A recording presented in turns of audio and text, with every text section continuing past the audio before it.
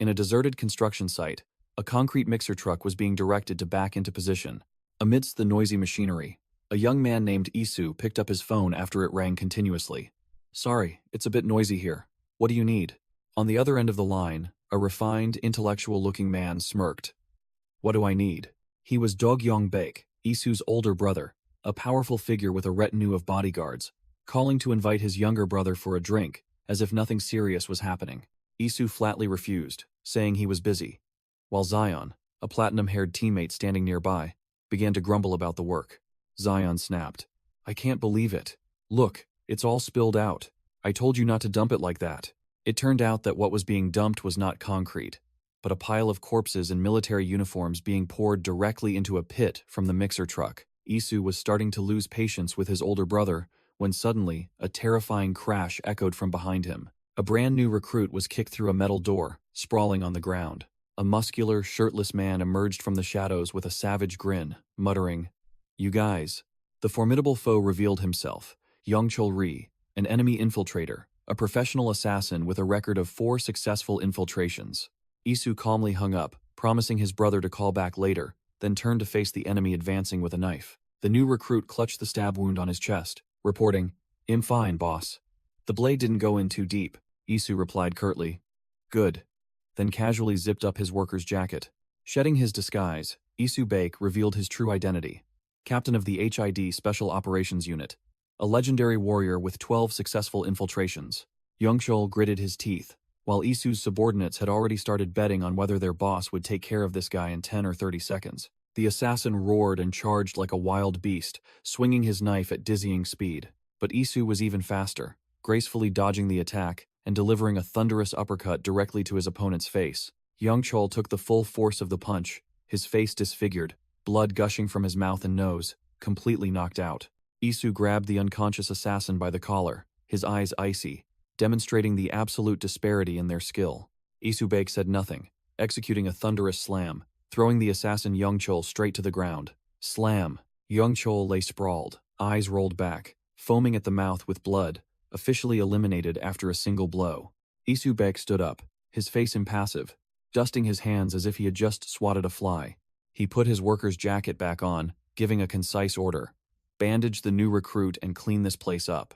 I have an appointment, so I'm leaving first," Isu said, while his subordinates obediently loaded the unconscious assassin onto a wheelbarrow. An operative sighed in relief, putting his feet up to rest after the swift end to the battle. The operative watched Youngchul being carted away like a bag of trash and muttered, "No wonder our work can never be done in broad daylight."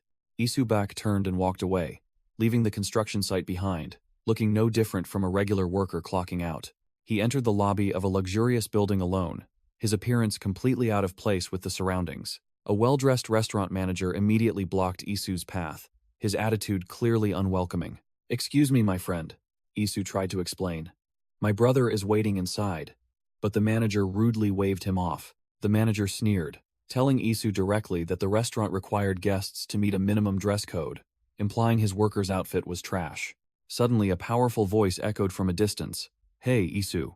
Dog-Yong-baek, a tall man in a suit, with long hair tied back and glasses, stepped out and waved, exuding the aura of a true magnate.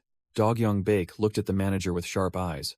"What's wrong? Didn't you tell him I was waiting?" Dog-Yong-baek put his arm around Isu's shoulder, bluntly declaring to the manager, "This is my younger brother. Is there a problem here?" "Because I don't see any damn problem," Dog-Yong-baek continued, his challenging smirk leaving the manager speechless. The manager's face paled, and he quickly bowed, his voice trembling as he apologized for not knowing Isu was Mr. Baek's guest. Isu brushed his brother's hand away, feigning indifference. "It's fine, let's go." Dog-Yong-baek watched Isu's back, where safety first was printed on his jacket, and smiled meaningfully. Safety first. That actually makes sense, doesn't it? At a construction site, the workers were eating and complaining. "What is this? How can they treat us like this?" A silver-haired man shouted bitterly, unable to believe that the first feast in 3 months only had frozen pork. Meanwhile, another man found it acceptable, saying it had been a long time since he had grilled meat. The senior next to him just told them to eat their fill first. A red-haired man muttered regretfully for not following the boss, who was probably dining lavishly somewhere now. Just then, a car engine roared, signaling the boss's arrival. Several dark black vans pulled up, screeching to a halt right in the dining area. A new recruit hastily stood up to salute when he saw the boss arrive, while the others remained seated. Glasses boss, a man in a suit and glasses, stepped forward, and the workers greeted him. The boss apologized for being late due to a meeting. The boss glanced around and asked where the team leader was. One man replied that the team leader had personal business and had left early. Hearing that, the boss smirked, his hand reaching inside his vest, muttering, "This is going to be troublesome." Bang! The boss drew his gun and shot a worker directly in the forehead, who was bewildered and didn't understand what was happening. Blood splattered from the unfortunate worker's head, and he collapsed onto the table, shocking his comrades. The boss maintained his firing stance, his face cold as stone. The van doors simultaneously opened, and an enemy strike team stepped out. The boss declared, "From now on, this unit is officially disbanded." The enemy strike team, with weapons at the ready, had surrounded the entire area, prepared to open fire. The boss ordered all personnel to be contained. The remaining workers' faces drained of color, knowing their lives were about to end. The boss looked at the results with satisfaction, his smoking gun still in hand. "You all did well." The scene shifts to a luxurious restaurant, with wine and expensive dishes on the table, overlooking the city at night. Isu and his brother, Dogyong Baek, were sitting opposite each other at dinner. Baek called Isu's name. Baek held out a business card, bluntly suggesting, "You should come work for me." The business card clearly stated Dogyong Baek's title as CEO of TSFG Group. Baek wondered why a soldier had to wear a worker's uniform. Isu took a sip of wine, explaining that he was seconded for civilian support, but Baek scoffed. "I can't sleep soundly knowing my brother is breaking his back for pocket change." Baek sneered, "Hey Mr. Safety First, are you listening to me?" Isu merely smirked and replied concisely, "Maybe later." Ver. Isu's phone in his pocket suddenly vibrated. Isu pulled out his phone, the screen coldly displayed. "No caller ID." Isu interrupted his talkative brother. "I need to take this call." Baek visibly showed his annoyance. Isu stood up without a word and headed straight for the restroom to get some privacy. He walked inside, put the phone to his ear, and answered. Isu speaking. On the other end was a weak, trembling voice. Isu immediately realized something was wrong. "Zion? What's wrong with your voice?" Zion gasped through the phone, collapsing amidst a desolate construction site, covered in blood. "They gave us a meal we couldn't stomach." Isu growled, losing patience. "Zion, I'm not in the mood for jokes, just tell me directly." Zion clutched his bloodied stomach, desperate. "Boss, they said we've been marked for elimination." Zion screamed into the phone, his voice breaking. "We're all finished. Do you understand?" Isu froze, struck by the devastating news. Through Zion's words, a horrifying scene emerged. TSFG thugs were dumping the bodies of their comrades into a large pit. The face of the traitor was named Chief Zhang. Zion hissed with hatred. "That old bastard Chief Zhang. That scumbag betrayed us." Isu panicked, about to turn back. "No way! I'm coming back right now." But Zion desperately cut him off. "No! You have to run. They'll definitely find you." Then a gunshot rang out. Bang! Isu's eyes froze, his pupils contracting in utter horror and rage. Isu slumped over the sink, screaming in despair. "Zion? Zion?" The call had ended. Isu stood frozen, sweat pouring down his face, unable to believe the cruel truth. Without a second's hesitation, Isu turned and stormed out of the restroom, radiating intense killing intent. He strode back to the main hall, where a polite waiter stepped forward to block his path. The waiter offered a forced smile, trying to stop him. "Excuse me, sir. I'm afraid the entire establishment has been reserved for today." Isu didn't bother to reply, gliding past the waiter like a ghost, leaving him standing bewildered, not understanding what had just happened. A hand gripped the chair back, ready for the upcoming act. Splat! A spray of blood erupted as the man in the vest collapsed on the spot. He lay dead on the banquet table, a most humiliating end. Glasses boss smirked, his tone sarcastic. "Well, it's been a while, hasn't it?" It turned out the entire room was surrounded by a team of masked assassins, weapons ready in hand. The blood-stained blade reflected the cold face of the Glasses boss. Isu darted like an arrow, murderous intent, exploding and engulfing the entire corridor. His eyes, sharp as blades, locked onto the target ahead, with a murderous expression. Ahead was a wall of people, the assassins brandishing their weapons, and Isu knew for sure his brother Dogyong was behind them. The captain ordered decisively after confirming the target. Confirming Isu. "Eliminate him." The vanguard soldier charged forward, the knife in his hand aimed straight for Isu's throat, but Isu only needed to lean slightly, neatly dodging the deadly knife strike by a hair's breadth. Thwack! He didn't give his opponent time to react, delivering a devastating elbow strike to the assassin's face. At the same time, one of Isu's hands had locked onto the enemy's knife-wielding wrist, twisting it back cleanly. Slash! Isu snatched the knife and returned it to its former owner with a clean cut to the neck. The assassin stared in horror, unable to believe he was eliminated so quickly and easily. Isu stepped on the fallen soldier's corpse, gaining momentum as he charged straight into the enemy formation like a beast. He closed in on the second one like a ghost, the knife in his hand ready for another life. Slam! Isu grabbed the assassin's head and slammed it straight to the floor without an ounce of mercy. He pinned the soldier to the ground with both his foot and hand, his eyes as cold as a judging grim reaper. Blood splattered onto Isu's face, but his bloodshot eyes only gleamed with ruthlessness. Standing up amidst the pile of corpses, Isu pulled a dagger from a soldier, ready for round 2. Isu looked at the remaining soldiers with contempt, criticizing their skill. "Your knives are too straightforward." He ripped off the cumbersome worker's jacket, revealing the combat camouflage shirt underneath. With a savage smile, Isu took a stance, the blood-stained knife in his hand challenging. "Bring it on." 3 masked assassins simultaneously charged in, determined to devour their sole enemy alive. Clash.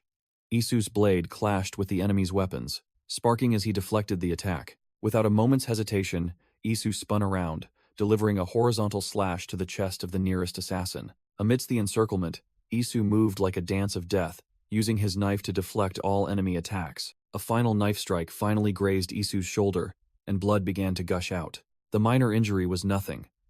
Isu remained calm as he faced the increasingly tightening encirclement. Scene change.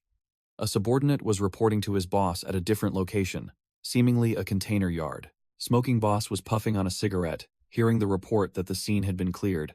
The smoking boss asked about Isu's situation, and the subordinate reported that a new special forces team had been dispatched to deal with him. "Only one team?" the smoking boss muttered, showing dissatisfaction. "That won't be enough." Back at the scene, Isu gripped the second knife he had just taken from the enemy. Standing amidst a battlefield littered with corpses, Isu heard an order from afar. "Send in another unit." Recalling the cruel order to kill everyone without leaving a single soul, Isu gritted his teeth, calling the mastermind's name. Dog Young. On a nearby table, a pair of shattered glasses lay in a pool of blood, signaling a new confrontation. The glasses boss, with his long hair and scar on his face, appeared, his sharp, cold eyes asking, "Let me ask you something." The long-haired commander grabbed an assassin by the collar, pressed a knife to his throat, and growled. "Which clan is bold enough to place a hit on such a beautiful day?" Slash. The commander coldly slit the man's throat, blood splattering onto his face. He stood up amidst the pile of corpses, clicking his tongue. "Damn it. I meant to keep this guy alive, to question him." Suddenly, the static from a dead soldier's walkie-talkie caught his attention. From the walkie-talkie, a garbled command rang out. "Eliminate Isu on sight." The commander lifted the corpse, muttering, "I can't believe these gangsters are still using such antiquated gear." The command from the walkie-talkie repeated more clearly. "Eliminate Isu Bake on sight." A ruthless voice rang out, reaffirming the kill order. "Repeat, eliminate Isu Bake on sight." The one giving the order was none other than Dogyong Baek, CEO of TSFG and head of the Tyson clan, who asked sarcastically, "Who exactly are you trying to kill?" Meanwhile, in another corridor, Isu had just finished off an enemy with a swift stab. Hearing the sound, Isu immediately became alert, looking towards the end of the corridor strewn with bloodstains. Isu rushed forward, roaring his brother's name as he saw the long-haired commander standing in the middle of the scene. "Dog Young." The long-haired commander looked exhausted, clutching his head as he called out to the newcomer, "Isu." He stood up straight, combed his hair back, and asked with an arrogant look, "Are all these guys your guests?" The scene changed abruptly. The long-haired commander was now sitting battered in the back seat of a car, while a stranger driving asked, "Let me confirm." Isu sat in the passenger seat. The driver continued, referring to the long-haired man, "He's from H-High." Through the rearview mirror, both Isu and the long-haired commander could be seen in the car, an unexpected arrangement. Isu scratched his head, trying to recall the name. "Damn it. What was it again?" The driver prompted, "It's HID, boss. Think of them as an intelligence agency for simplicity." Isu used a rubber band to tie Dogyong's long hair back and said, "Ah, right, that makes sense now." Dogyong analyzed clearly. "You're an intelligence agent specializing in covert assassinations in the north, and I'm not some small-time gangster, but the head of the Taizan clan, a major crime syndicate in Seoul." Isu grabbed his brother's hair, saying bitterly, "Look at us, twin brothers, both living a hellish life." Isu suddenly demanded, Let me out here. Dogyong, in the back, looked puzzled. What? Why here? Isu explained, images of masked assassins flashing in his mind. You saw them. You'll be in danger if you're with me. They'll hunt me down until my last breath. Dogyong sneered, his voice full of sarcasm. Oh, right. Your gangster brother here didn't sign up for these kinds of things, so you have to go. Wait, let me do you a favor and drop you right in front of the police station. Isu snapped. Dogyong, aren't you listening? I'm serious. But his brother coldly replied, and we've arrived. Get out. Click. The car door opened, and a foot in a luxurious dress shoe stepped onto the road. Isu desperately called after his brother, who had already stepped out. Dogyong, I can handle myself, please. Dogyong stood with his back turned, his voice commanding. Look, Isu. The scene abruptly shifted to a funeral. A man in a black suit with a mourning band on his arm was shouting orders. Rows of men in black suits were carrying enormous funeral wreaths, the atmosphere extremely solemn and grand. A convoy of black luxury cars and hundreds of mourners lined up in front of an old mansion. An absolute display of power. Dogyong smirked, his voice challenging. Does it look like we're playing games now? Isu froze. A beautiful female assistant, Sua, stepped forward and bowed. Welcome, Mr. Beck. Oh, it seems we arrived just in time, Sua reported with an impeccably professional expression. Everything is being arranged according to your instructions. She continued. All preparations will be completed within 2 hours. Dogyong looked at the photo frame she was holding and asked, Isu? Dogyong said with a cold expression. You said they'd only stop if you're dead, right? Isu was speechless, his face changing color as he realized the full extent of the insane plan his brother had concocted. Dogyong held up Isu's own funeral portrait, a chilling smile on his face. Then, make sure you're dead. Isu's portrait was solemnly placed amidst white chrysanthemums, officially declaring him dead in name. Dogyong smirked, explaining to Isu, consider it a play. I learned this trick from the Yakuza to erase identities. Isu still couldn't believe it, asking again, and the world will fall for it completely? Dogyong calmly admitted, of course, some will be suspicious, but the boss emphasized with sharp eyes. But the key is here. A stream of subordinates and guests in black ascended the steps of an ancient mansion. Dogyong asserted, the Taizan family has more influence than people imagine. A man in traditional mourning attire, playing the role of the chief mourner, stood waiting as an important guest in a black suit entered. The guest clasped his hands in a bow, then placed an incense stick into the censer, officially confirming the passing of the Bake family's younger brother. The chief mourner bowed deeply in return, completing his role perfectly before the guests. He raised his head, his face cold. It was the one playing the role of Dogyong Bake's younger brother, the Taizan family's ultimate boss. Dogyong continued to explain. All the bigwigs from the political world who come to pay their respects will be ironclad proof of your death. The political guest shook hands and offered condolences to the chief mourner, but Dogyong still anticipated. But they'll probably still be half believing, half doubting, right? The chief mourner stood there, expressionless. Behind him, a subordinate escorted the guest who had just paid respects. Dogyong stood looking down at the courtyard, where hundreds of subordinates and dozens of black luxury cars were arrayed, his voice full of power. No, they believe what I tell them to believe. Whoosh! A black van pulled up to the funeral area, breaking the solemnity. Screech! The car stopped right in the VIP parking lot, amidst the annoyed gazes of the Taizan family's subordinates. A leading guard showed open contempt. What the hell is this? This isn't a place for small fry. He sneered. A damn family car dares to cut into the VIP parking lot. Inside the car, another boss was reviewing Dogyong Baek's file. The file clearly stated Dogyong Baek was the CEO of the Taizan group, but the boss in the car sneered. This guy doesn't look like a CEO at all. He lit a cigarette, contemptuously concluding, just a petty gangster, nothing more, nothing less. Thud! He tapped his hand on the window, signaling the assassins outside to begin their operation. The gate guard yelled outside the van, scolding that this wasn't a flea market for small fry. Inside, the boss ordered the Special Forces team. This will be your final training mission before you go into the field. He emphasized without reservation, I don't care if you have to pry open the coffin. Confirm Agent Bake's death at all costs. The car door slid open, and a member of the Special Forces team stepped out. The guard blocked him, his voice full of contempt. Who are you? You've got some nerve showing up dressed like that, you piece of trash. He poked the Special Forces member's chest as he spoke, his arrogant attitude clear. Do you think this is a gym? Seeing the opponent remain silent, the guard pressed further, tapping on the Special Forces member's hat brim. What? Cat got your tongue, princess? Before he could finish speaking, a lightning-fast punch flew straight into the guard's face. The Special Forces member's face was cold as ice, devoid of emotion. Thud. The guard fell to the ground, unconscious. The other Tayson subordinates, led by a man with a heavily tattooed neck, were stunned by the sight. The tattooed leader roared, "You bastard!"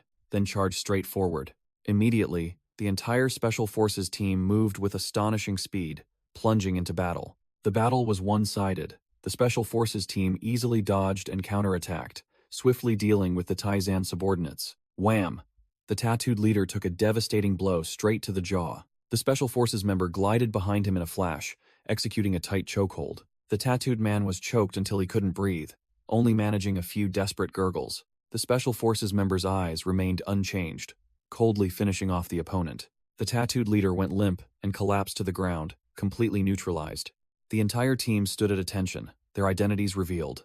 Special Operations Unit hid, Team 2, Northern Annihilation Strike Unit, Hanra. The Hanra Special Forces confronted two guards at the top of the funeral home stairs. A giant in a black suit, wearing a funeral boutonniere, adjusted his attire with absolute confidence. The man took off his jacket, striding down the stairs with an overwhelming aura, ready to deal with the uninvited guests. He alone blocked the entire Special Forces team, and the atmosphere became extremely tense. The bodyguard warned in a stern voice, "This is a private funeral, for invited guests only." The operative merely smirked, his eyes unfazed by the threat. Suddenly, the bodyguard unleashed a devastating punch straight at the operative's face. The identity of the attacker was revealed. Jinung Ha, head of security for TS Financial Group, the unwavering Yaksha of Hanam. But the powerful punch was effortlessly blocked by the operative's hand. Jinung Ha was stunned, unable to believe his attack was neutralized so easily, while the Special Forces team was also astonished. The operative stomped his foot to gain leverage, preparing to counterattack. He grabbed Jinung Ha's collar, reversing the situation in an instant. Crack! The sound of bone breaking echoed as the operative used absolute strength to shatter Jinung Ha's jaw. The one known as the Yaksha collapsed to the ground like a broken puppet. The two remaining operatives froze, unable to believe their eyes. He crushed that guy's jaw with his bare hands? One operative roared, ordering his comrades to charge. That damn monster. Everyone charge, don't let your guard down. Jinung Ha, despite being severely injured, still sprang up and blocked the attacks of both operatives simultaneously. He grabbed one of them by the face, his strength still overwhelming. Jinung Ha roared curses, controlling one enemy with one hand and preparing to counter with the other. "You trashy thugs! How dare you!" Wham! A brutal elbow strike slammed straight into the face of the charging operative. Even with his jaw shattered, the unwavering Yaksha's eyes remained sharp, showing no signs of backing down. The operative yelled, "Die, you monster!" and charged, but only received a direct punch to the stomach from Jinung Ha. The Yaksha's fist clenched, veins bulging with power. Thud! The operative was slammed straight to the ground, with no chance to resist. The other operative hadn't even processed what was happening when Jinung Ha grabbed him by the face. Jinung Ha easily neutralized the attack, his hand locked tightly onto the opponent's wrist. The operative tried to land a kick, but it was completely useless against this monster. Without any difficulty, Jinung Ha lifted the operative into the air. Jinung Ha locked his opponent in a dangerous hold, preparing to finish him off. The operative could only let out a weak cry as he was squeezed to the point of suffocation. Jinung Ha lifted him even higher, preparing for a brutal finishing move. A horrifying slam slammed the soldier's head straight into the ground, ending the fight. The operative lay crumpled on the floor, dazed after the devastating attack. His eyes widened in horror, realizing he had just encountered something far beyond his comprehension. Wham! Jinung Ha delivered a final hammer fist punch, crushing all hope for the last operative. The soldier fell backward onto the floor, blood gushing from his mouth and nose, completely unconscious. Jinung Ha stood tall amidst the battlefield, surrounded by defeated foes lying scattered. Meanwhile, the enemy boss sat in a luxurious car, observing from afar. He frowned as he examined a stack of documents, clearly dissatisfied with the results. The boss pushed up his glasses, muttering contemptuously, "Coffin, my ass. The only thing they'll open is my irritation. These days you can't trust anyone with a job." A man in a suit stepped out of the car, facing the monstrous Jinung Ha standing tall amidst the battlefield. He hastily adjusted his attire, stammering apologies, clearly intimidated by the opponent's killing intent. Confronted by Jinung Ha's knife-sharp gaze, the man with glasses tried to explain that it was just a small misunderstanding. He offered his business card, introducing himself as Lieutenant Colonel Seongho Jang to impress. Chief Jong bowed, fabricating a story about being the deceased's former superior and only wishing to pay his respects and offer condolences to the family. Jinung-ha narrowed his eyes, his gaze asking, "Do you really think I'd believe you?" The monster turned away, glancing up the stairs where the lead mourner was waiting, while Chief Jang continued to babble. The lead mourner nodded slightly, signaling permission for the prey to enter. Jinung-ha waved his hand, allowing Chief Jang to enter. The other man quickly thanked him and hurried inside. Inside the funeral hall, Chief Jang held an incense stick, preparing for the ritual. He stood before Isu's portrait, the man he believed to be dead. Chief Jang lit the incense, muttering in doubt. "Isu, are you truly dead?" He continued to ponder, targeting Dogyong Baek, while the lead mourner performed the ritual. The lead mourner stood up, his eyes sharp, while Chief Jang weighed how much truth the Baek family knew. In another scene, Isu and Dogyong Baek were sitting on steps, an important conversation taking place. Dogyong Baek cursed, confirming with Isu. "So the bastard who betrayed you and caused all this mess is Chief Jang?" The Taesan family boss smirked arrogantly, exhaling smoke. "What do you say?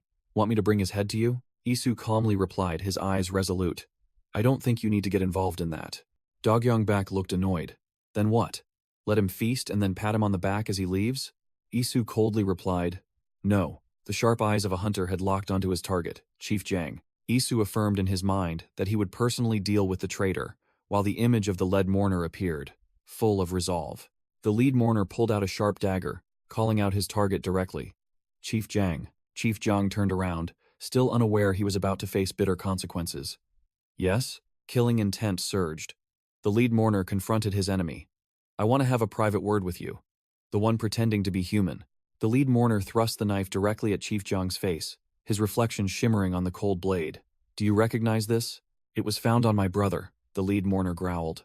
"Choose your words carefully, or the next thing pulled out will be from your dead body." The blade pressed against his neck. The deadly question was asked. Who killed him? Chief Jang broke out in a cold sweat, his mind racing. Who killed him?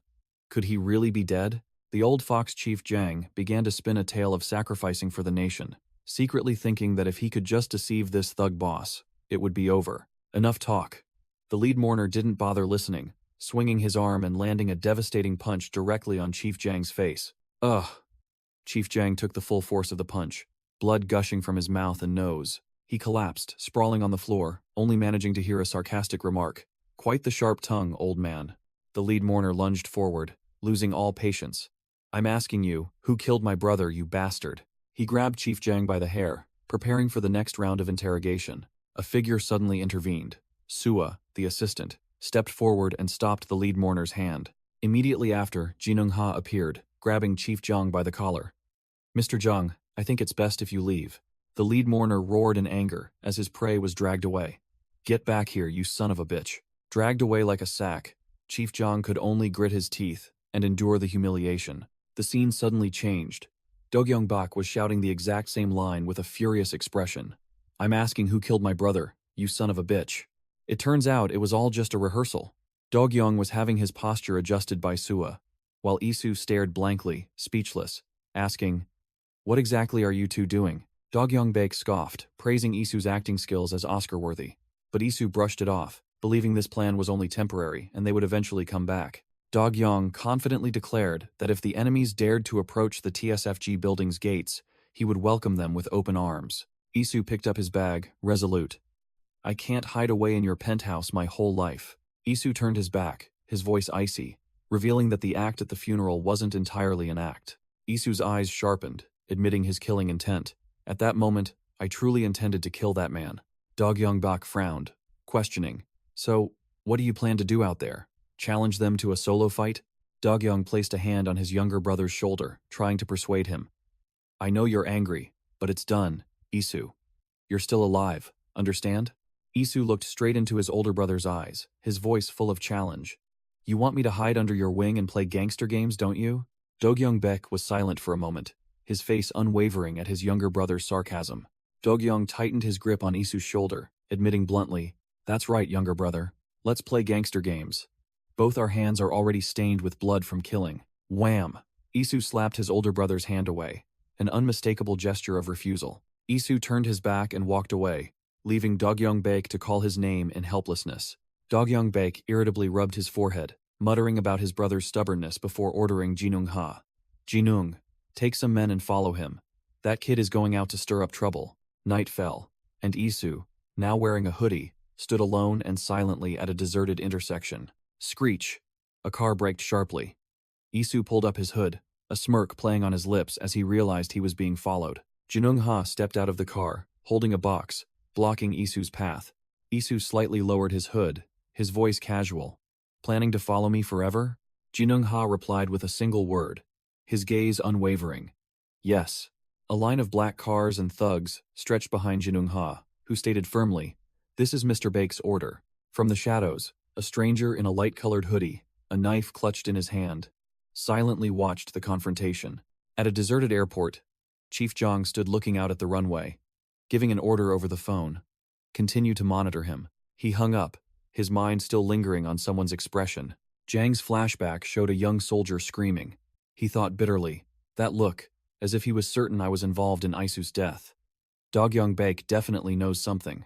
Lost in thought, a shadow suddenly appeared behind Zhang with an icy warning. Shut up, and don't move. A woman's hand rested on his shoulder, a threatening whisper in her voice.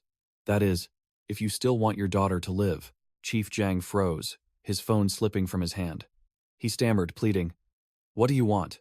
I'll give you anything. Please spare my daughter." The hand grabbed Zhang's chin, the voice sharp. What I want. Memories flooded back. An image of his daughter piggybacking her father, Zhang, and happily shouting, "Is my dad." In the flashback, the father and daughter had just met at the airport, the daughter complaining about the long, tiring flight. Zhang hugged his daughter tightly, promising to book her a better seat next time. His daughter was proud of her intelligence officer father, while he just smiled modestly. Zhang insisted he was just an office worker, never having known how to fight. Scene change. Dogyong Baek crushed an empty cigarette pack in his hand. He told Sua that he was going out to buy cigarettes, but she immediately stopped him. Sua reported that Jinung Ha had taken a large team to follow Isu, so it was extremely dangerous for Dogyong to go out alone right now. Dogyong smirked, looking annoyed. Aha, so you're saying I need protection? He smiled meaningfully, a new plan forming in his mind. So, how about this? The doors of a luxurious elevator were descending from the 57th floor. The doors opened, and Dogyong Baek stepped out, hand in hand with Sua, followed by two burly bodyguards. He leaned close to Sua's blushing ear, his voice teasing, "Do you mind if I stop to buy a pack of cigarettes?" And she could only respond shyly, "Please, feel free." Dogyong Baek teased Sua, then asked the bodyguard, "Have you met her yet? If not, say hello." Dogyong Baek's face suddenly turned cold, his gaze sharp. He continued the act, putting his arm around the bodyguard and complimenting Sua. "Isn't she as beautifully mature as fine wine?" Suddenly, Dogyong Baek's demeanor changed, his voice sharp. "No one here calls her ma'am. Who the hell are you? Zhang's henchman?" The buzzcut assassin started sweating, trying to deny. "I don't understand what you're—" Whoosh! Without another word, the assassin drew a knife and lunged, aiming straight for Dogyong Baek. Dogyong Baek reacted extremely quickly, leaning back to dodge the attack and muttering, Well. The assassin took a stance, the knife gleaming. Dogyong Baek casually asked, "Sua, are there any more? I think I left mine upstairs." The two assassins got ready to fight as Sua replied, "Yes, please check inside my skirt." Dogyong Baek reached under Sua's skirt, pulling out a dagger hidden on her thigh. The buzzcut assassin roared and lunged to attack. Wham!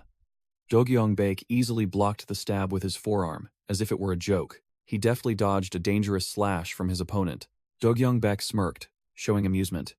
"Oh, looks like you guys are well equipped, huh?" The buzzcut assassin stepped back, his eyes wary of Dogyong Baek's skills.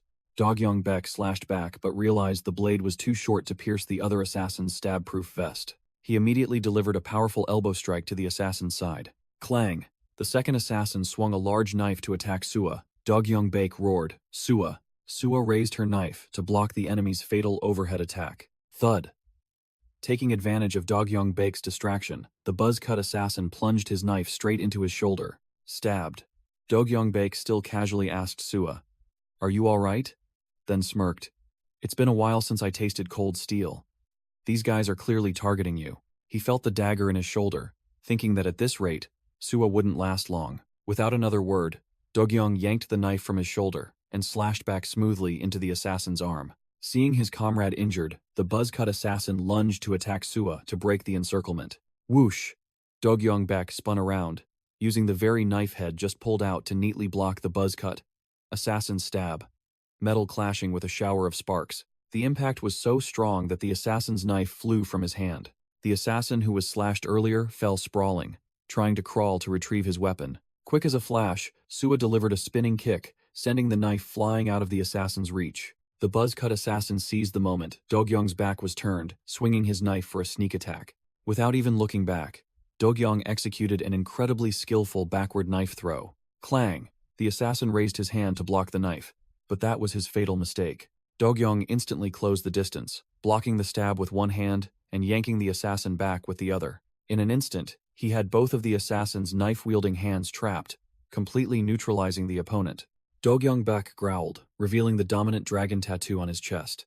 "I'm opening my arms wide to welcome you, dogs," making the assassin turn pale and beg. Ding! The elevator doors opened, and the two bodyguards standing outside froze at the sight within. Dogyong casually stepped out, kicking one of the assassin's bodies out of the elevator, then scolded his subordinates. "Did you let these uninvited guests into the elevator?" Brushing off Sua's concern, he turned to a bodyguard and asked for a cigarette, complaining that it was hard to even get a puff today. The bodyguard assented, pulled out a cigarette to offer his boss, then suddenly drew a knife and plunged it straight into Dogyong's stomach. Sua froze, unable to believe her eyes. Dogyong Baek grabbed the traitor's mouth, his eyes icy. "I asked for a cigarette, not a hole in my stomach. Understood?" The traitor guard screamed as Dogyong Baek ripped his mouth open with his bare hands, mocking, "Enjoy, Mr. Baek. I specially picked a big one for you." Without another word, Dogyong swung the traitor like a weapon, throwing him straight at the white-haired assassin who had just appeared in the elevator. The white-haired assassin deftly dodged, tossing a karambit into the air and catching it with practiced skill. Clearly no amateur. Dogyong Baek ignored his wound, turning to the remaining guard. "What a nimble rabbit. Hey, forget the cigarette. Lend me your knife."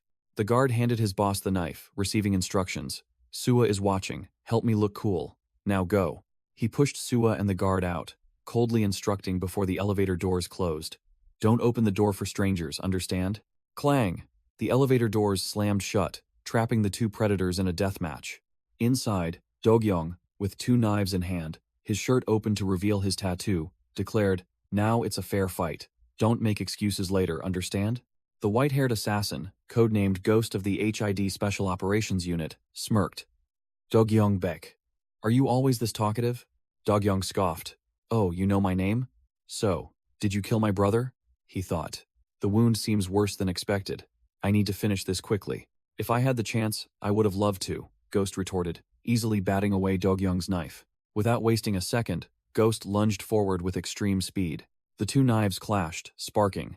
Ghost asked directly, "Isu Baek, is he really dead?" Dogyong immediately scoffed. "Are you kidding? Your cheap boss didn't even bring a single flower to the funeral." Their hands locked, strength evenly matched. Ghost growled. "Then let me rephrase the question." With the blade pressed against his neck, Ghost pressed, "Where is Isu?" But Dogyong only replied with a challenge. "You haven't heard a single word Eve said, have you?" Scene change. Jinungha and a hooded figure were walking down a deserted street at night. Jinungha glanced back. The hooded figure had split off and was heading in a different direction. From a distance, a mysterious white hooded stalker watched, witnessing Jinungha grab another man by the collar and drag him into a building. Sensing something was wrong, the white hooded stalker suddenly turned around. Whoosh! A steel fist from nowhere shot straight into his face, giving him no chance to react. Thwack! A devastating punch sent the white hooded stalker flying like a kite with a broken string. The stalker clutched his throbbing arm, unable to believe his eyes. "What? How is he so strong? Is my arm broken?" Isu walked over coldly, questioning the man sprawled on the ground. "Did Chief Jang send you?" The man laughed, pulling off his hood. "Haha! I knew it. How could the formidable Agent Baek die so easily?" Isu froze, the voice too familiar, making him stop dead. "Wait, is that you?" The man whose arm had just been shattered was Zion, his presumed dead comrade, grinning widely. "Long time no see, Commander." Jinungha looked puzzled, so Zion turned to him and tattled. "That's right. Look, you gorilla. Look what you did to me." Isu patted Zion's shoulder, his voice full of remorse. "I'm sorry, Zion. I should have been there with you." He bowed his head, guilt rising. "I was the only one who survived." Zion cut him off, his gaze firm. "Both you and I are survivors. He winked meaningfully. So, next time, don't forget to invite me to a fancy dinner, okay? Zion shivered at the cheesiness, waving his hands frantically while Isu checked his wounds, and Jinungha was on the phone. Zion continued to grumble about that wild gorilla, then suddenly noticed Isu's expression as he looked towards Jinungha. Jinungha's face darkened as he listened to the phone call, signaling ominous news. Scene change. Fresh blood splattered onto Dogyong-baek's chest tattoo. In the elevator, Dogyong-baek, with 2 knives in hand, lunged at Ghost like a beast. Clang! 2 pairs of daggers clashed, sparking, as they glared at each other at extremely close range. Dogyong-baek skillfully dodged a fatal knife strike, but still suffered a glancing blow to his shoulder, drawing blood. A series of sharp metallic clashes rang out as they exchanged blows at dizzying speed. Dogyong-baek gritted his teeth, blood still flowing, but his eyes filled with killing intent, growling as his vision blurred. I have to end this quickly. Ghost smirked, his vision blurring, but he still recognized his opponent. Dogyong-baek. It seems you really are his brother. The long-haired man said little, lunging with a dangerous stab, but Ghost dodged neatly by a hair's breadth. Clang! The sound of metal clashing echoed sharply in the cramped elevator space. Ghost tightened his grip on the knife with a cord, admitting, I'll give you that. He held his karambit knife, his eyes sharp. You're not bad at all, for a low-level criminal. With that, Ghost swung his knife, grazing his opponent's shoulder, fresh blood splattering. Clank! The long-haired man's knife fell to the floor, dripping blood. Ghost kept his distance, skillfully twirling his karambit before growling his final question. Where is he? The long-haired man ignored the question, casually grabbing his ponytail, mocking. I bet your buddies always told you were the densest one in the group, didn't they? Slash. He used his knife to cut off his own long hair. To Ghost's astonishment, the long-haired man held up the severed hair, asking sarcastically, Is this hint enough for you? With neat, short hair and an arrogant smile, he declared, I am Isu, you idiot. Ghost froze, his pupils contracting, unable to utter a word. What? Isu smirked as he saw Ghost lunging in a panic, his voice full of contempt. I guess you really are slow on the uptake. Clang! Isu easily blocked Ghost's knife, the difference in their strength already crystal clear. Ghost roared, still stubbornly disbelieving. Agent Baek would never be as soft as you. Die, you thug. He swung his karambit with all his might, determined to finish off his opponent. Isu coldly blocked the attack, whispering, That's right. This has been bothering me for a while now. Slash. Isu delivered a devastating reverse slash, the blade cutting deep into Ghost. Ghost collapsed in a pool of blood, his face contorted in pain, while Isu merely looked down coldly. Come on, get up. Isu stood above, looking down at the battered Ghost, his voice icy. We don't have all day. Enraged, Ghost yelled, You lowlife bastard, then furiously lunged to attack. Clang. Isu easily grabbed Ghost's wrist, stopping the attack as if it were nothing. Slash. Another clean cut. Isu sent Ghost flying before he could even collect himself. Ghost's face was ashen. He mumbled in despair. Impossible. Isu raised the knife, examining it. I think he held it like this.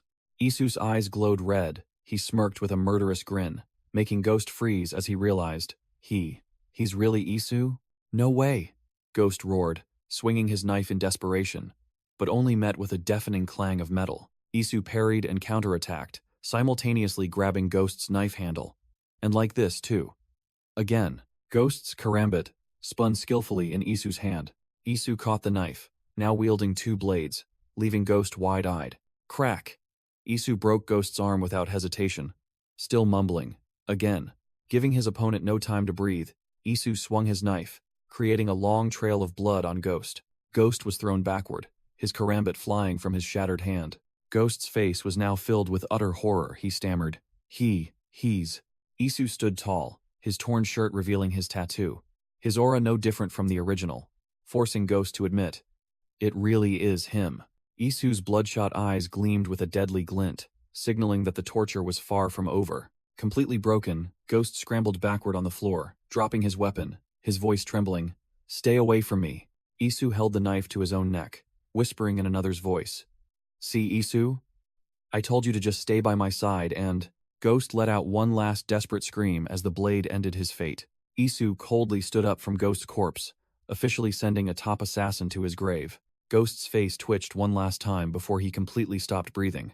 The match was over. Blood splattered onto a glass surface, marking the end of a bloody hunt. Scene change. Another white-haired killer was slumped over a victim, his voice trembling as he called Isu's name. The killer staggered, looking outside. As a black car sped towards him, the car door burst open. Isu, in a hoodie, rushed out, desperately shouting his brother's name.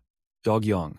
Isu shot like an arrow towards Dogyong, who lay motionless in a pool of blood. Isu embraced his dying brother, desperately begging him not to die. Meanwhile, the white-haired killer crawled away, muttering Isu's name before bursting into maniacal laughter. He pulled out a notebook, his blood-stained hand trembling as he flipped through it, whispering, "Bake.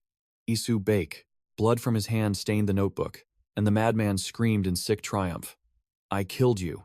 Isu screamed in utter agony, tears streaming down his face as he held his brother, who might not make it. In a luxurious penthouse, Jinung Ha and a female subordinate were having an extremely tense meeting. She reported that other factions had started to sense Baek's absence and suggested Jinung Ha take power to stabilize the situation. Jinung Ha shot up, asserting firmly, "Taizan without Mr. Baek is no longer Taizan."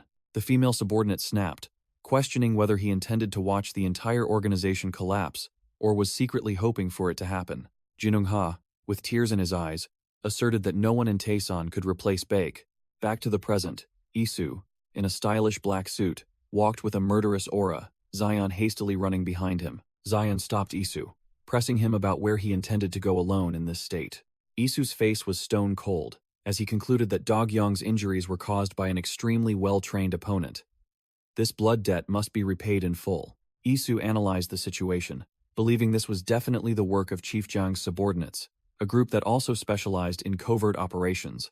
Just like his own team, Zion grabbed Isu, his voice filled with worry. "I understand, but what exactly are you going to do, Chief Jiang, and that bastard who killed your brother?" Isu gritted his teeth, tears of hatred streaming down his face, but his eyes blazed. "I'll find them and tear them apart, just like they did to us." Scene changed to Pangyotech Valley. On the rooftop of a high-rise building, a crowd in black suits was gathered.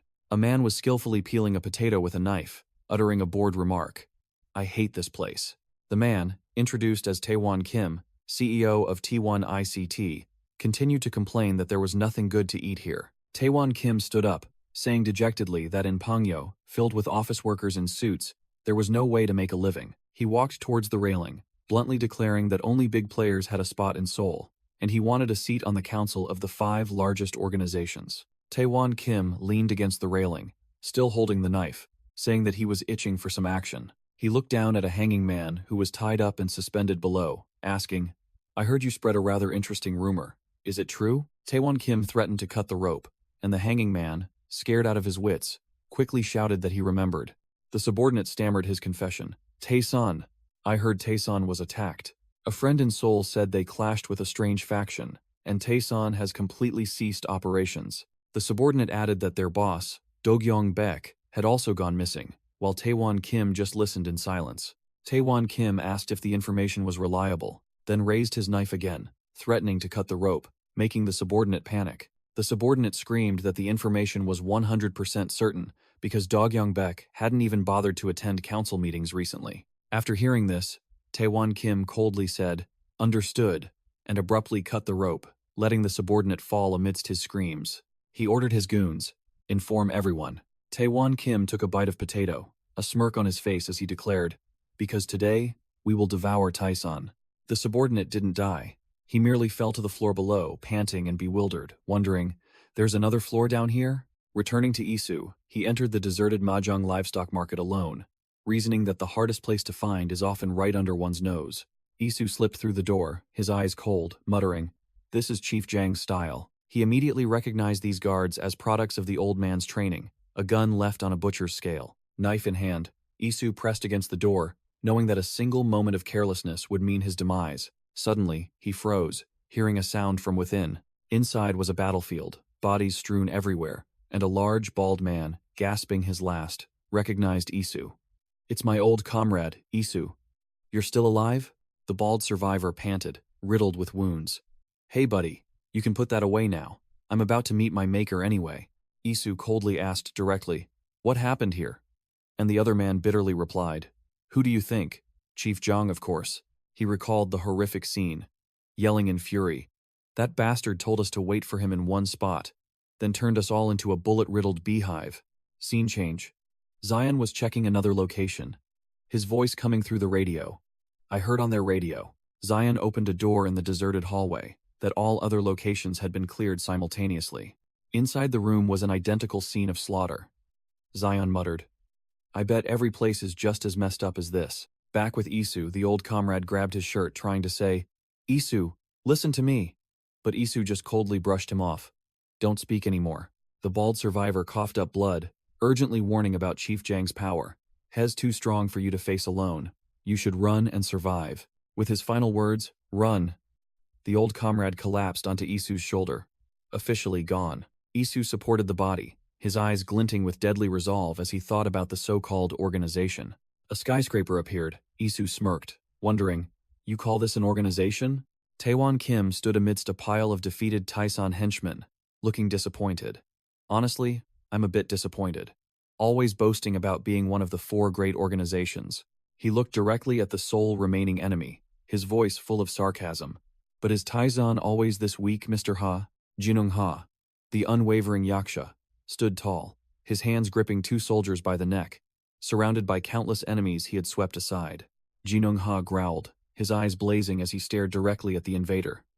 Your organization is the 4th. Jinung Ha coldly tossed a soldier aside like trash, issuing a challenge. I don't know what you guys heard, but your group is just the 4th bunch of small fry to come knocking this week. Taewon Kim froze, being called a bunch of thugs. Provoked, Taewon Kim drew a gleaming dagger, growling. And I was going to go easy on you. Jinung Ha didn't flinch at the knife-wielding crowd, smirking. But it seems today I'll have to go all out, like a true gangster. The giant sighed, tilting his head back in exasperation. Ha.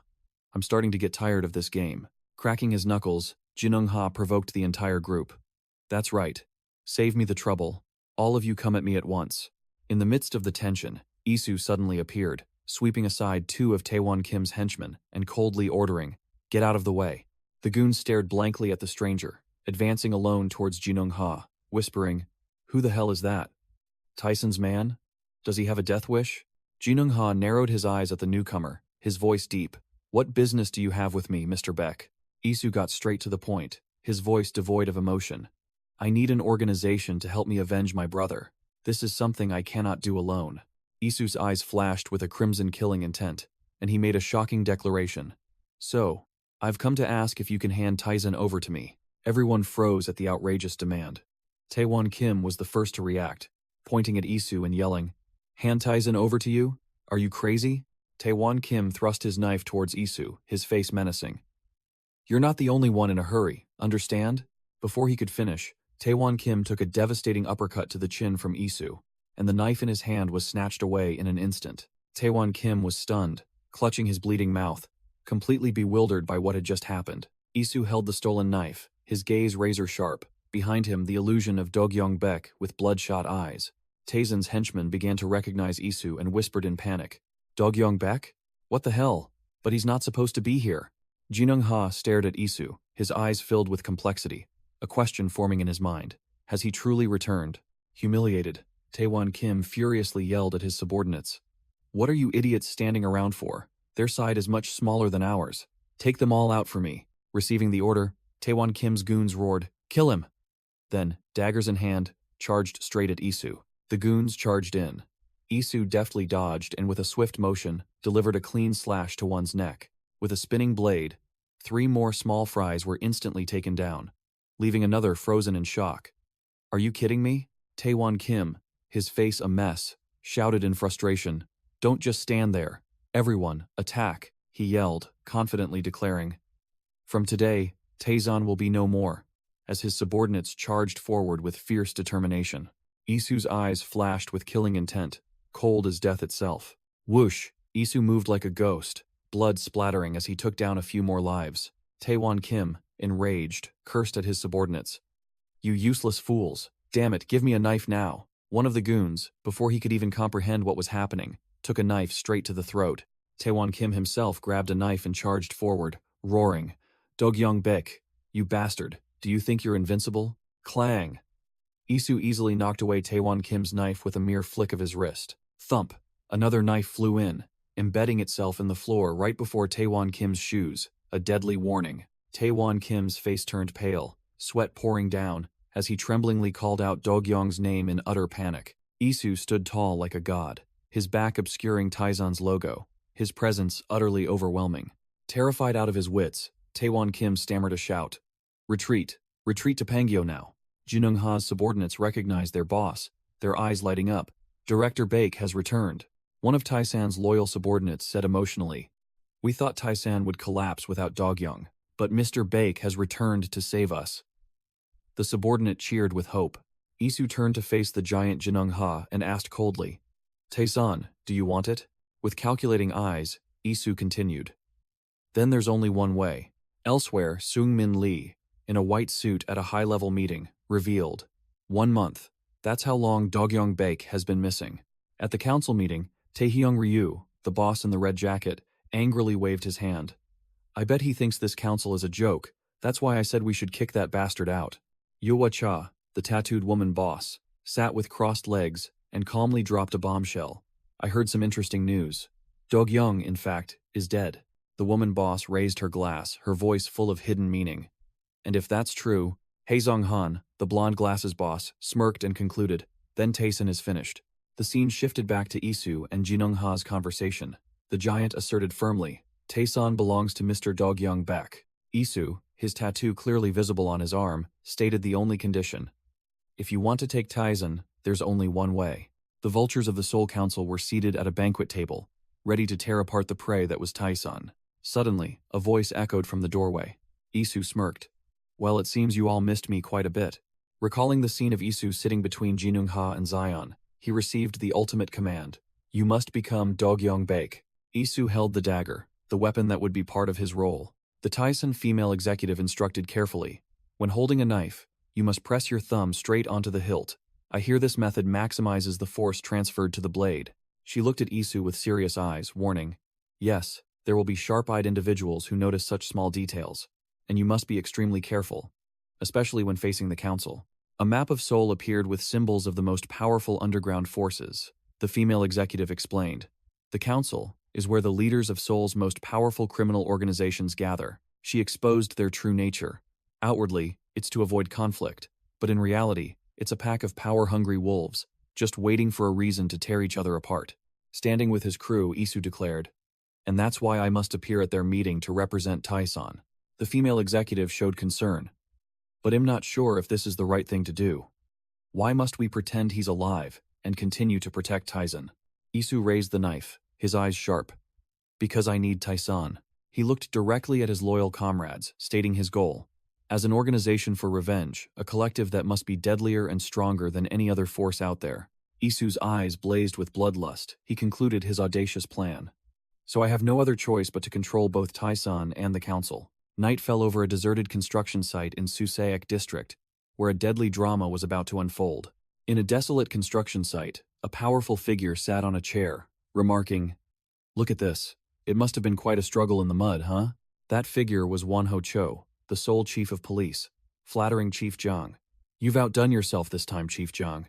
Your methods are always impeccably clean." Chief Jang humbly replied that everything went smoothly thanks to his boss's support, but Wonho Cho dismissed it, insisting all the credit belonged to Jang. Wonho Cho confirmed that Jang had personally dealt with all the dangerous agents and buried them here without a trace. Applauding, Wonho Cho called it a small sacrifice for the greater good, and praised their motto of working in the shadows, towards the light. Jang explained that politicians considered the northern infiltration units relics of the past, and he was merely busy cleaning up according to their wishes. Suddenly, Wonho Cho clapped Jang on the shoulder, his tone changing 180 degrees. "But there's one thing I don't understand." He questioned why Jang dragged him into his mess, wondering if it was really that hard to eliminate a few overtrained brats. Wonho Cho began poking Jang's chest, snarling, "Why do you cause trouble everywhere you go? Are you trying to drag me into your mess?" Jang bowed his head in apology, but Wonho Cho pressed on, reminding him that Jang wanted his help to eliminate Dogyong Baek and the Taesan family. Jang's demeanor immediately turned ice cold. He looked his boss straight in the face and called him by his first name. "Listen, Wonho." Wonho Cho was stunned. As Jang grabbed his tie, the tables completely turned. Jang held up a gold badge, declaring that Wonho Cho's role was merely a puppet, and what they needed was the power of the executive branch, not his foolish head. He threw Wonho Cho's police badge to the ground, scoffing that there was no shortage of people who wanted to sit in the chief of police's chair. Immediately, one of Won Ho-cho's subordinates grabbed Zhang by the collar, veins bulging. "I don't like your tone, friend."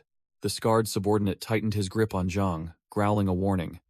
"The chief of police isn't your drinking buddy, got it?"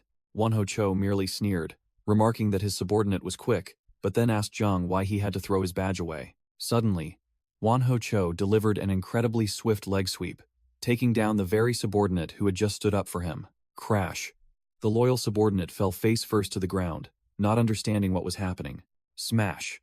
Without a word of explanation, Won Ho-cho stomped his heel directly onto the subordinate's head, a brutal move to assert dominance. Chief of Police Won Ho-cho turned pale, unable to believe his own brutal actions. Click.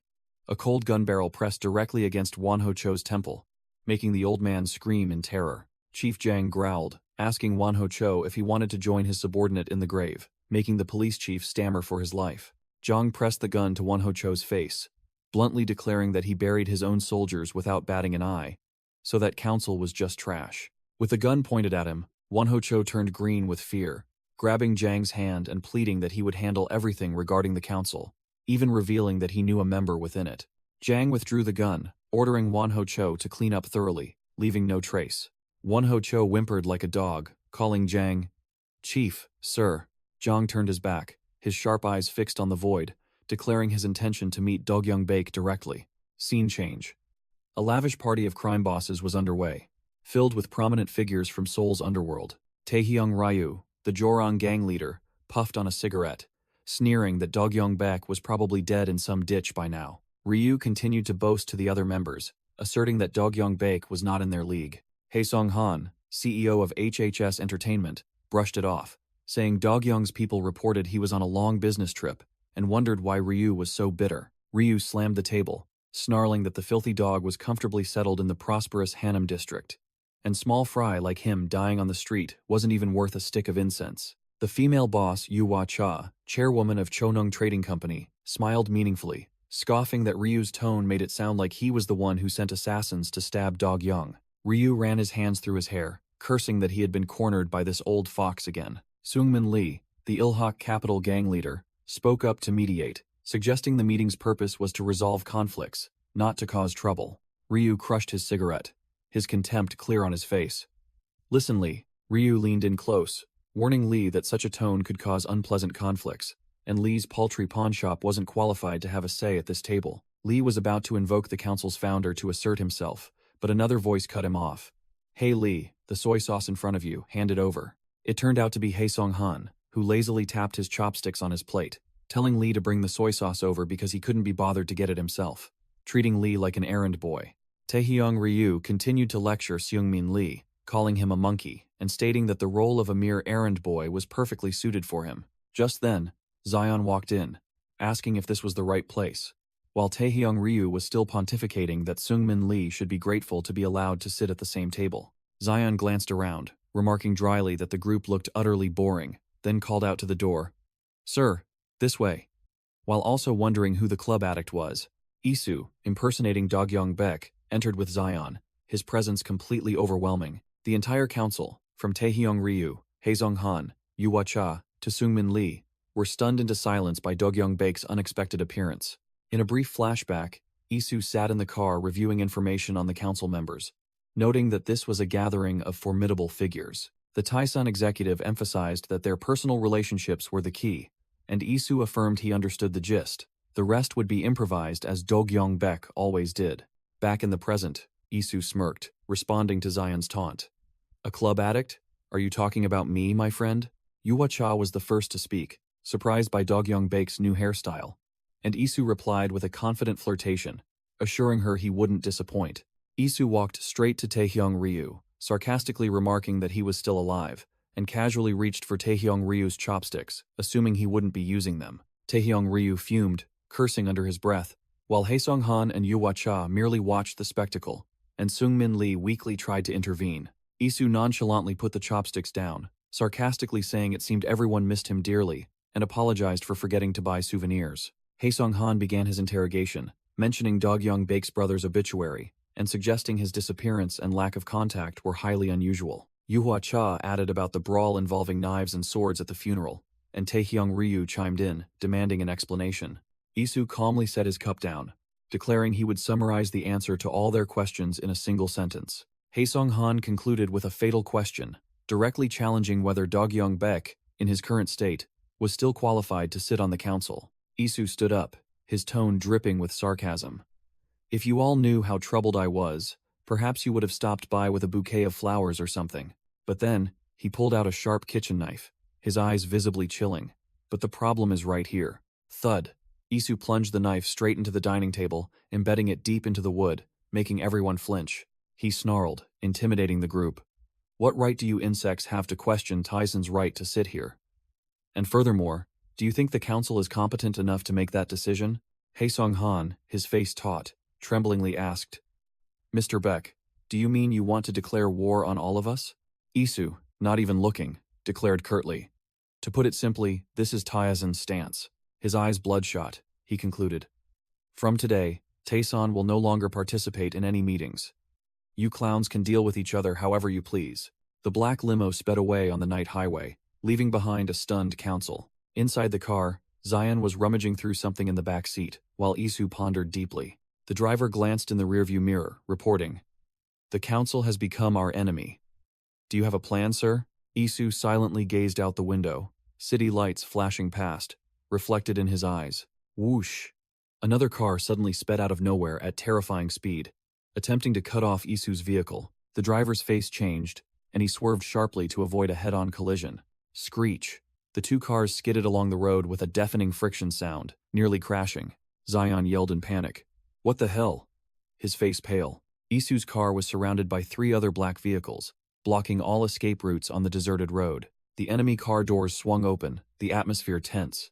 Taehyung Ryu, the red jacket boss, stepped out defiantly, calling out, "Yo, Dogyeong Baek." The red jacket boss walked, taunting. "You talk a big game, kid."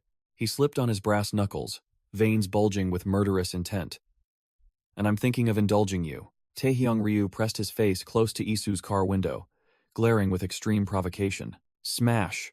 A thunderous punch slammed straight into the bulletproof window, cracking it like a spiderweb. Inside, Isu remained still as a statue, his cold gaze fixed on Taehyung Ryu's fist, through the shattered glass, completely unfazed. The red jacket boss pressed his face close to Isu through the broken window, his voice full of challenge. "So you'd better get lost." Sitting in the back seat, Zion accidentally called Isu commander in a panic, then hastily corrected himself. "Sir, CEO." In the tense atmosphere, Zion fiddled with the mirror controls again, prompting the driver Ally to helplessly remind him, "Sir, I need to focus on driving." The driver Ally anxiously asked Isu about provoking a war with the entire council, but Isu calmly looked through the rearview mirror. Isu declared confidently that they would eventually submit. "But first, we must catch the rat in the council." Zion asked blankly why there was a rat, and the driver Ally also wondered how Isu knew. Isu began his sharp analysis. "It's normal for the council to know about the funeral, as Dogyeong Baek had announced it beforehand. But the bloody knife fight was an internal matter for Taeson, information that couldn't easily leak out along with the news of the funeral." Zion suddenly understood, breaking into a cold sweat as he realized Isu's razor-sharp logic. "That's right. Why didn't I realize it?" The driver Ally gripped the steering wheel tightly, concluding that someone in the council knew everything that happened that day. Isu declared he would be temporarily absent from meetings until the traitor was found, asserting that he wouldn't need to bother looking. He smirked confidently. "I've poked the hornet's nest so it'll stick its head out on its own." Just as predicted, Taehyung Ryu outside growled provocatively. "Hey, Dogyeong Baek, why don't you step out for a bit?" A convoy of black cars had tightly surrounded Isu's vehicle, and Ryu continued to boast. "Not going to budge? Or do I need to drag your arrogant ass out here?" Information about Taehyung Ryu appeared, confirming he was the Jorong gang boss, a fierce rival of Taeson who never hesitated to show his hostility. Isu looked directly at Ryu's arrogant face through the shattered glass, his eyes scrutinizing. Could this be the rat? Zion suddenly opened the car door and jumped out, yelling at Ryu for property damage. "Hey buddy, this car is expensive. You're both stupid and uneducated." Ryu narrowed his eyes, recognizing Zion as the guy from the bar the other day, his killing intent flaring. "You're the rat from the club earlier. What did you just say?" Zion continued to complain about the window, but Ryu seemed amused by his audacity and offered him a place on his side. Isu, from inside the car, coldly retorted. Oh, so you want to be my second in command? Forget it. Zion waved his hand, grumpily telling them to get out of the way so he could take the car for repairs. Without another word, Taehyung Ryu lunged forward and threw a devastating punch straight at Zion's face. Surprisingly, Zion easily caught the punch, contemptuously asking Ryu if he was just a common street thug. Ryu smirked with delight, showing off his steel-hard hand and admitting he was starting to like this stubborn kid. Screech! Another convoy of luxury cars suddenly braked, interrupting the confrontation. Ryu sneered at the newcomers, then turned to taunt Zion. Oh, look who decided to join the party. Seungmin Lee, CEO of Ilhak Capital, stepped out with a cold expression, demanding Ryu stop. Ryu's attitude did a 180-degree turn. He stammered his obedience, then pointed at Isu's car and boasted, "You must really like that guy to come all the way here asking for more, huh?" Ryu continued to taunt, sarcastically remarking that he wasn't sure if Ilhak had enough muscle to join the fight. A hand rested on Rya's shoulder, and a powerful voice boomed, "Ha ha ha, is that so? I never thought I'd hear that from your mouth, Taehyung." An old veteran in a white suit appeared, recalling how Ryu once cried like a child, leaving the red jacket boss speechless with rage. Inside the car, Zion curiously asked about the man in the white suit, and the driver Ali explained that he was a member of Ilhak's elite 9 blades. The driver ally continued to explain Ilhak's illustrious past, having once stood at the pinnacle of Seoul's underworld, thanks to the power of its elite 9 blades. Zion seemed amused by these movie-like underworld stories. Ryu's subordinates also began to whisper as they recognized the legendary Chunho Choi of the 9 blades standing before them in the flesh. The veteran's identity was confirmed. Chunho Choi, CEO of Ilhak Capital and the second sword of the 9 blades. Ryu gritted his teeth, his mind reeling, unable to understand why Ilhak was siding with Taeson in this matter. Jinung Ha, the giant of Taizan, strode forward, and Chunho Choi immediately bowed respectfully. Chunho Choi patted Jinung Ha's shoulder familiarly, complimenting him on growing bigger. While Ryu froze in shock at seeing these two powers so close, Chunho Choi subtly challenged Taehyung Ryu, asking if it was all right for him to escort Taeson away, making the red jacket boss grit his teeth and curse.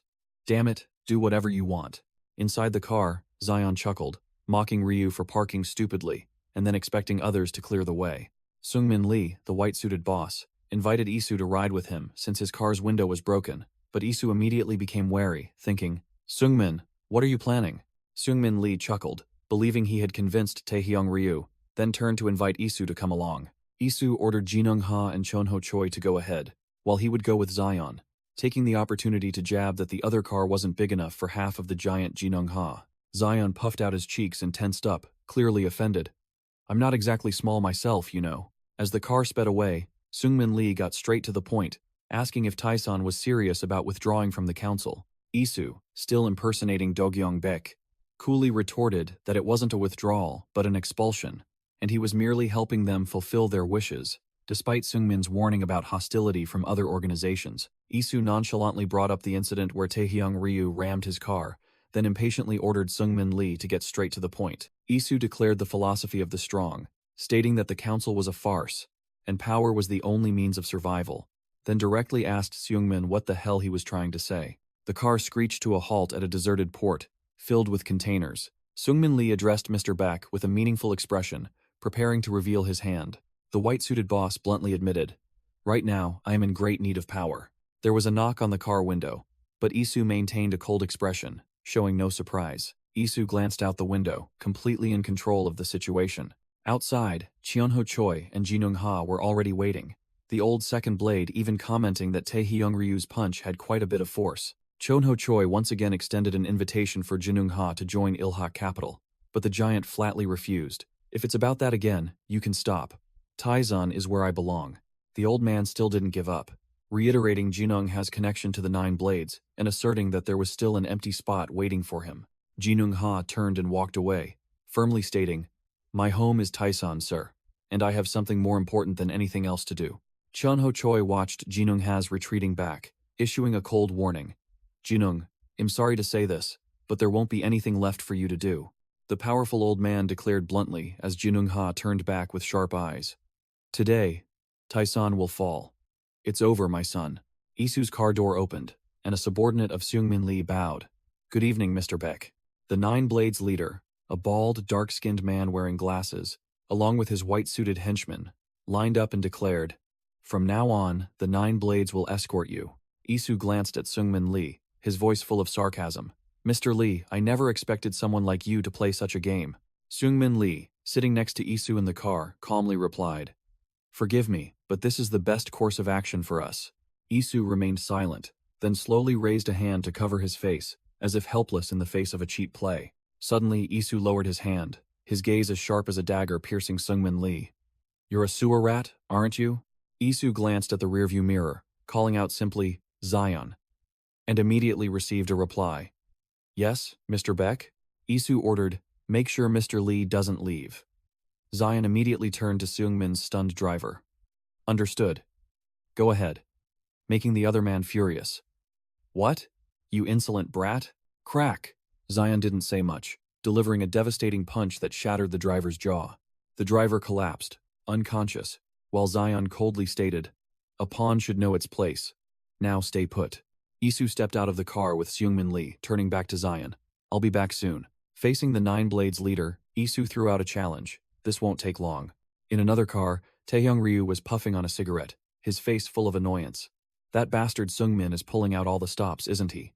This time, he even brought the 9 blades. A subordinate sitting next to him asked, "Boss, are they really that formidable?" The naive subordinate suggested, "Boss, our numbers have recently increased. Why don't we just round them all up and—" But he couldn't finish his sentence. Slap! Taehyung Ryu slapped the subordinate's head, growling, "Am I stuttering, you bastard? I'm asking if you can handle them?" Taehyung Ryu gripped the subordinate's face, cursing, "You're a clueless idiot trying to act tough. Do you even know how formidable a group that unified all of Seoul under one banner is?" Taehyung Ryu continued to explain. Back in the day, the Underworld had an unwritten rule. Ilhak Capital held the 9 blades. He recalled the horrifying sight of witnessing 2 members of the 9 blades, covered in blood, one hand gripping the neck of a fallen enemy, wiping out an entire gang in the Gangbuk district. Taehyung Ryu puffed on his cigarette, calculating, there were 9 monsters like that, now probably 6. Anyway, just 3 of them are enough to turn half of my organization into trash. He concluded with a tense expression, the image of a madman with glowing eyes appearing. And if that madman can unify the 9 blades, he will become the undisputed king of Seoul. The scene shifts to a deserted dock under the moonlight. An old man spoke to Seungmin Lee. "I'm only saying this out of kindness." The Ilhak advisor, wearing a bucket hat, puffed on a cigarette with a sinister smile. "Taesan isn't what it used to be. It's just a small hill in the neighborhood now." He continued to analyze. And because of that project, Dogyoung Baek lost his younger brother, meaning Taesan is trapped and will become easy prey for others. Seungmin Lee sat silently, listening as the old man declared, "That's why I say this is a golden opportunity for Ilhak to make its move first." The old man scoffed. "But I have no legitimate reason or the strength to wage war right now, Seungmin. If you continue to show weakness, you will lose everything you have." He dropped the bait into a bucket of water and sneered. "But I know our young master is too benevolent, and Ilhak has become this way, because of that benevolence. If the former CEO were alive, he'd be furious." The old man continued to prod. "I hear even the council fears your 9 blades, so why don't you use those blades?" Seungmin Lee finally spoke up, his gaze firm. "I truly want to help you and Ilhak easily devour Taesan." Seungmin stood up abruptly, showing his resolve. The Ilhak advisor laughed gleefully, hooked a worm as bait, and declared, "Of course, the time is ripe. We will destroy Taesan." Seungmin Lee turned back and offered, "And regarding that project, let's do it together." The Ilhak advisor looked up, his eyes flashing with calculation and satisfaction. He sneered and flicked his cigarette. "That's right. Our young master finally knows how to plan ahead. That's a compliment, don't misunderstand." The two stood by the riverbank, the old man asking a loaded question. "It's called one sink. Do you think you can become that person, Ilhak?" Back in the present, the 9 blades leader wiped his hands, while looking down on his opponent. "Long time no see. You're still as hot-blooded as ever, aren't you?" Without another word, Isu charged and delivered the 9 blades leader a devastating uppercut. The powerful punch tore through the air, the impact sending his opponent flying like a rag doll. Lying sprawled on the ground, the leader still retorted defiantly, "You think you can kill me or touch Taesan?" A scar-faced blade among the 9 blades spoke with contempt. "Listen closely, you small fry. Whether it's arrogance or obedience, you're completely mistaken." Isu replied coldly, his eyes sharp as blades. "I'm the one who will wipe you all out. This is the end for Ilhak. Meanwhile, in another car, Seungmin Lee, startled, turned around. Whoosh! A sharp blade was already pressed against his throat. Zion, knife in hand, issued a warning. Didn't you hear my boss orders? The platinum-haired man sneered and lightly spun the knife. You're stuck here with me now. Seungmin Lee was speechless, cold sweat pouring down at the precarious situation. The Nine Blades leader slowly picked up his glasses, dusting them off. Oh, Director Bake, that was quite a punch, but if you were 10 years older, I might have died. The Nine Blades subordinates behind him chuckled. A red-haired one even taunted. It's been a long time since I saw the boss get hit. The leader turned and glared at his subordinates. Hey, are you just gonna stand there and watch me get beaten? Wham! The scar-faced blade punched the ground, showing his resolve. He growled. Of course not, then charged straight at Isu. Too slow.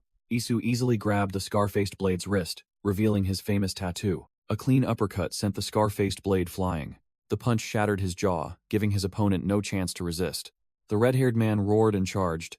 Ilhak still has Gudo here, Director Beck, identifying himself as Gwangpal Choi, the seventh sword. Isu coldly dodged Gwangpal Choi kick. The red-haired man's skill was still too green.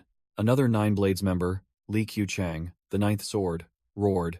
You said Ilhak's time was over? Then unleashed a powerful spinning kick. Too slow.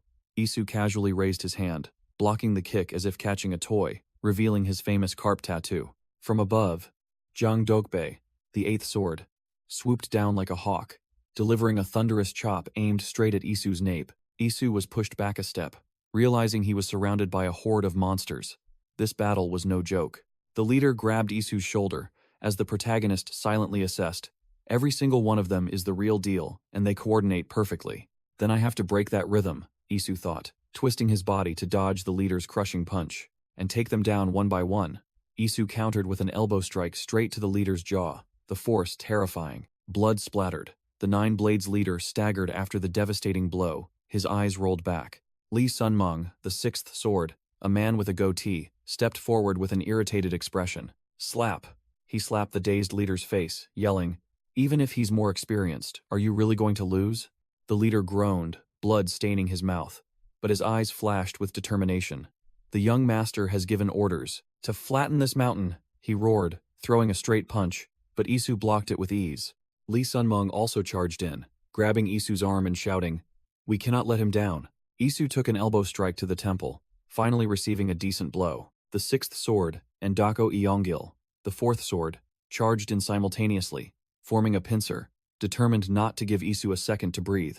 Inside a luxurious car, Zion gaped at the screen.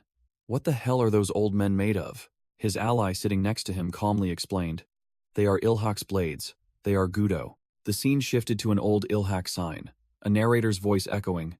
Everyone said the old Ilhak had vanished, that their golden age was a thing of the past. His ally's voice resonated, recounting Ilhak's past. But they still have one valuable thing. The flashback appeared with a shattered car window. In the past, Chonho Choi grabbed a man named Jin Woong by the collar and slammed him onto the car hood. The second sword adjusted his sleeve, warning Jin Woong not to push his luck, while the narrator's voice affirmed, Ilhak still has Gudo in its grasp. The scene returned to the present, at a deserted seaport under the night sky. Inside the car, Zion sneered, admitting that the old men of the Nine Blades were indeed formidable, then turned to warn Seungmin Lee to stay put. The driver asked Zion if he intended to help, but Zion only replied with a sarcastic question. Help? Me? Help who? Zion smirked, delivering a chilling remark. Clearly, you guys have no idea who you're messing with. Seungmin Lee clenched his fists, his gaze resolute. Seungmin Lee, if I don't go out there, those old men will die. Back in the fight, Isu delivered a thunderous kick to Gwangpal Choi's stomach, sending the red-haired man flying like a bullet. Isu's eyes were icy cold, devoid of emotion, completely focused on clearing the battlefield. Before the scar-faced blade could regain his bearings, he took a devastating elbow strike from Isu directly to his jaw. Despite being battered, the scar-faced blade growled, Damn it, fall already, Taesun. Two other Nine Blades members, Jang Dokbae and Lee Q Chung, roared, Let's end this farce, then charged in as reinforcements. Whoosh! A figure suddenly lunged out from the shadows. It was Zion. Thwack! Zion delivered a perfect hook punch straight to Jung Dokbae's face, stopping the attack of the small fry. Lee Q Chung froze, stunned to see his comrade taken down in an instant, and hesitated whether to attack the stranger. Zion clutched an old wound on his side, wincing in pain but still taunting. "You old geezers. You're lucky you ran into me." Isu faced the scar-faced blade, his figure shrouded in darkness, revealing only his glowing eyes filled with killing intent. Thump! Thump! Isu unleashed a terrifying flurry of punches, not giving the scar-faced blade a moment to breathe. The Nine Blades leader glared at Isu, while Guangpal Choi prepared to charge from behind. The scar-faced blade looked down at his hand in horror, realizing his joints had been dislocated in an instant. "My joints are dislocated." Seeing Isu prepare to deliver the finishing blow, the leader frantically yelled, "Hey, wait, don't!" The leader only managed to scream Guangpal's name in despair, as Isu delivered a thunderous kick to his face. Isu coldly blocked a punch, his eyes sharp as razors. The flashback began, an instructor teaching a young Isu. "Isu, kid, you must be happy being stronger and bigger than me, huh?" The instructor, while locking Isu down, explained that if you just charge in head first, you'll only get beaten up. There's no finesse in fighting like that. He continued his lecture on dislocating an opponent's joints, rendering even those with an iron will useless because their bodies wouldn't obey. Young Isu was drenched in sweat, groaning in pain, but the instructor merely replied coldly, "Does it really hurt? This isn't enough. Do it again." With a savage smile, Isu's instructor watched Isu writhing and ordered, "Do it again." Back in the present, Guangpal Choi lay sprawled on the ground, screaming miserably after Isu's devastating kick. The Nine Blades leader's face turned pale, and he asked Isu, still mistaking him for Dogyong Baek, with a trembling voice, "Dogyong Baek, what kind of monster are you, really?" Scene change. Isu's driver Ali was driving, his face tense as he mentioned the name. "Baek." He remained silent, his eyes flashing with determination and worry. Elsewhere, the Il-hak advisor, who was fishing, turned to Seungmin Lee and asked, "By the way, how's Dogyong Baek doing these days?"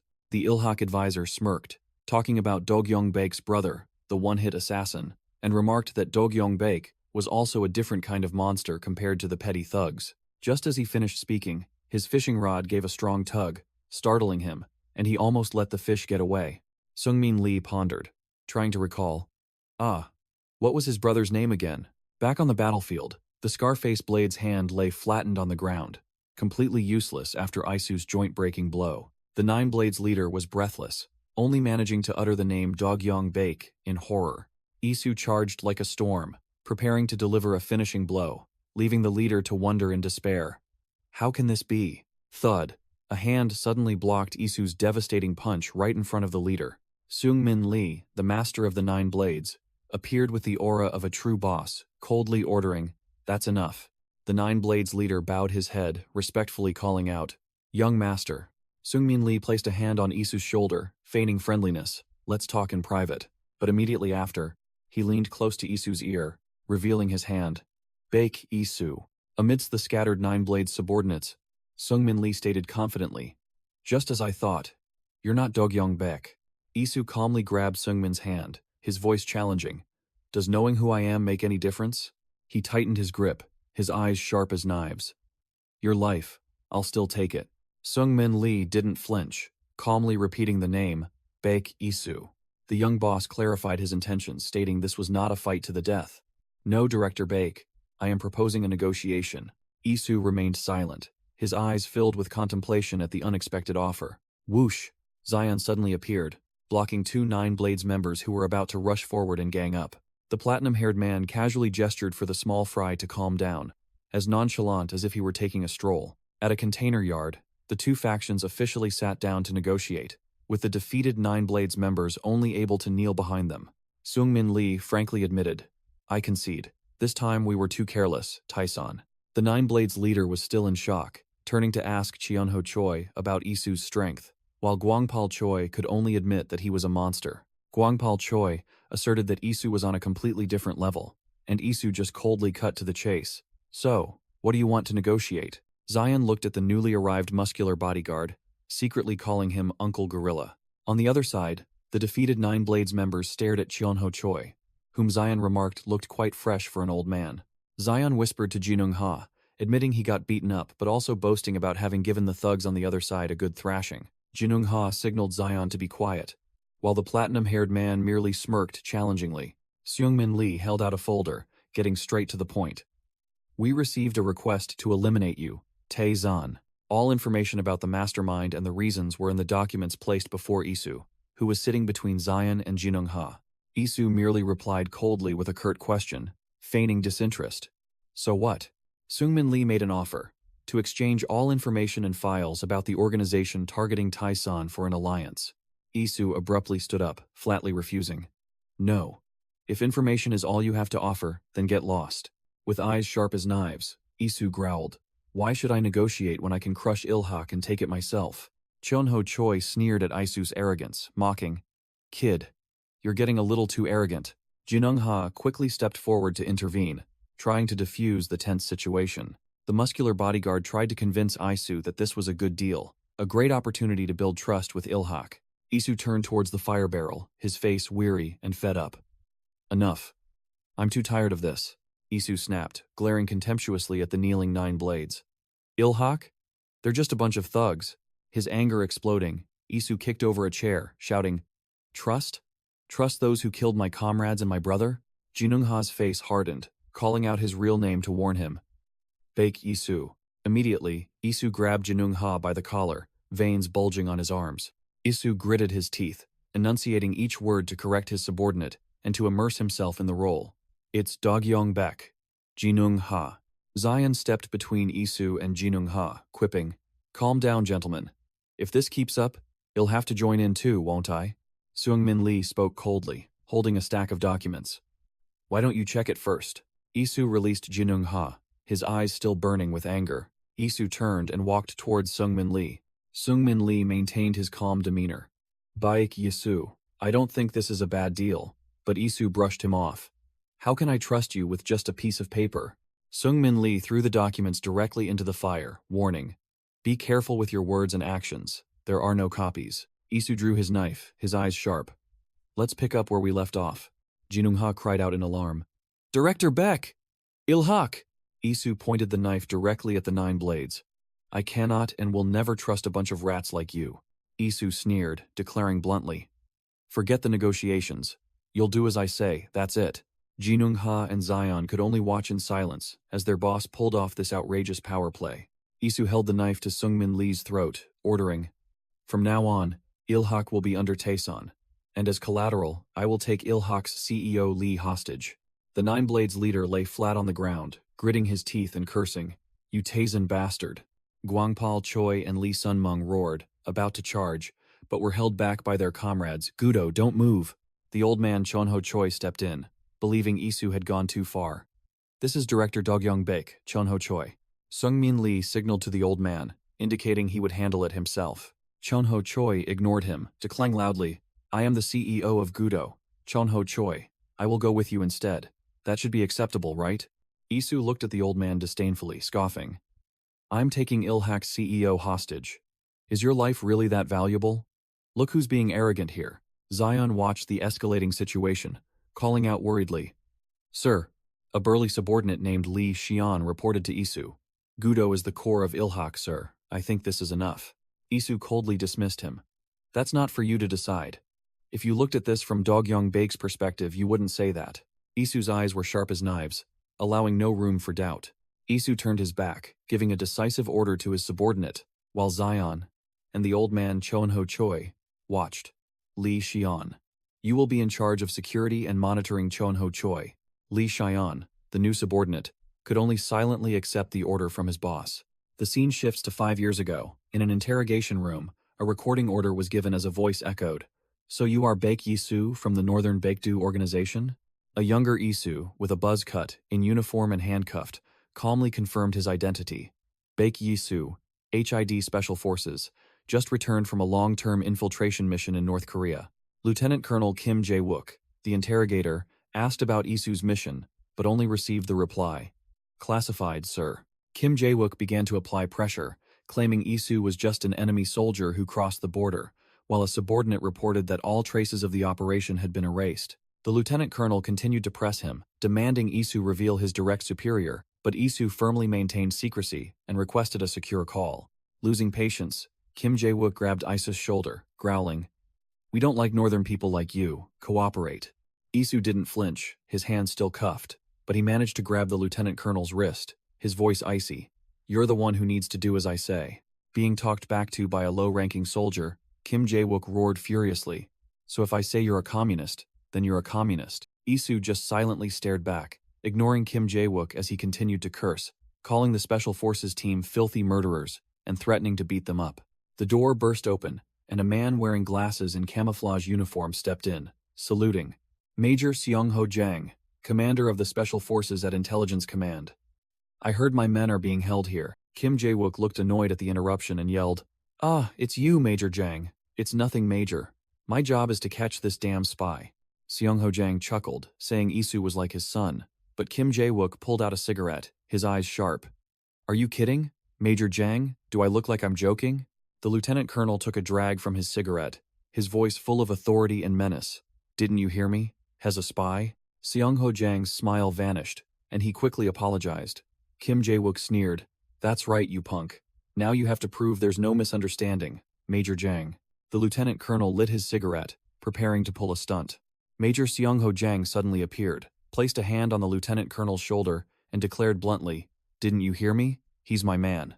Being retorted, Lieutenant Colonel Kim Jae-wook growled, "Whether he's a communist or not is up to you to decide. But if I say he's not, then he's not."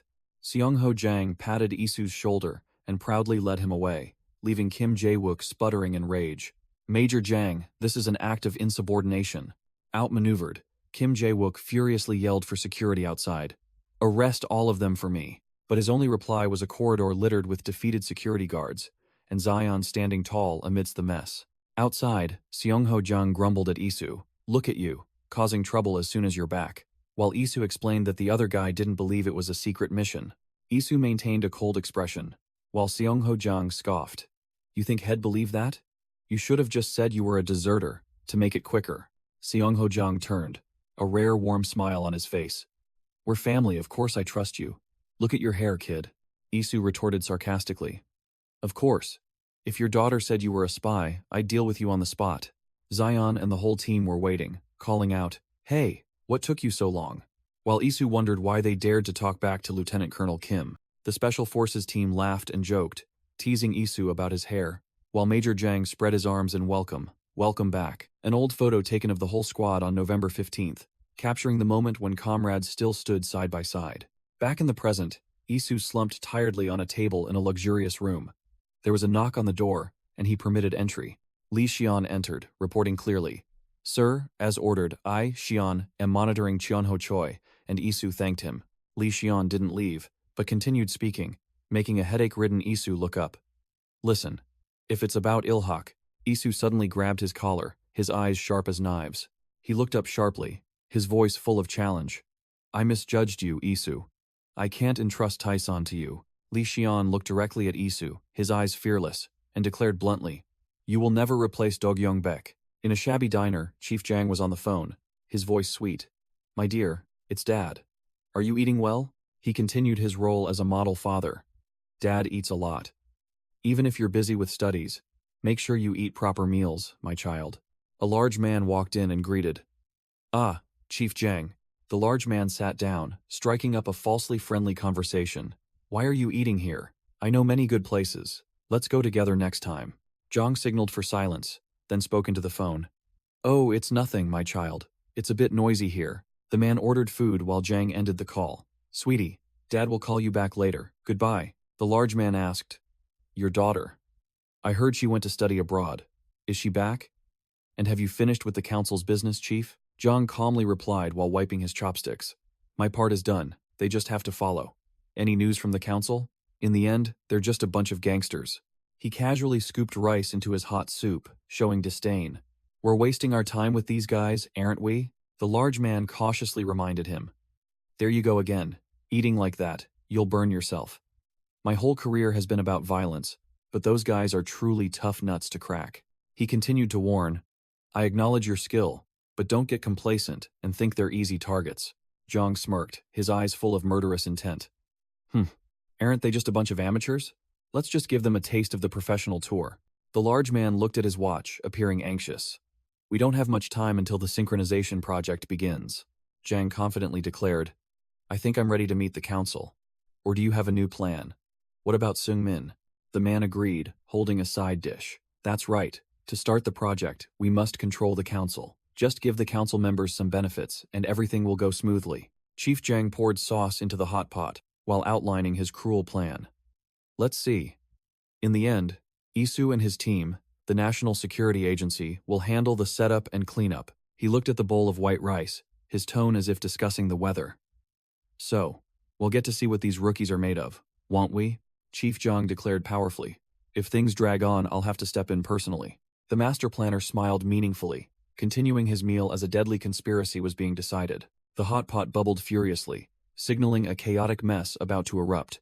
In the luxurious room, Isu slumped his head amidst piles of documents, his face exhausted by the burden on his shoulders. He pulled a small object from his pocket. The origin of all this tragedy. It was an old photo of his squad, a painful memory of brothers who had lost their lives for some trivial reason. Knock knock. The sound of knocking echoed, and Isu wearily allowed the person outside to enter. Li Xian, the burly subordinate, entered and bowed to report. He reported that he had assigned someone to monitor Chionho Choi as ordered, asserting that it was all for the Taison family, while Isu merely replied coldly, "Well done." Scene change. Chionho Choi was leisurely on the phone as if on vacation, reporting to Seungmin Lee that everything at Taison was fine.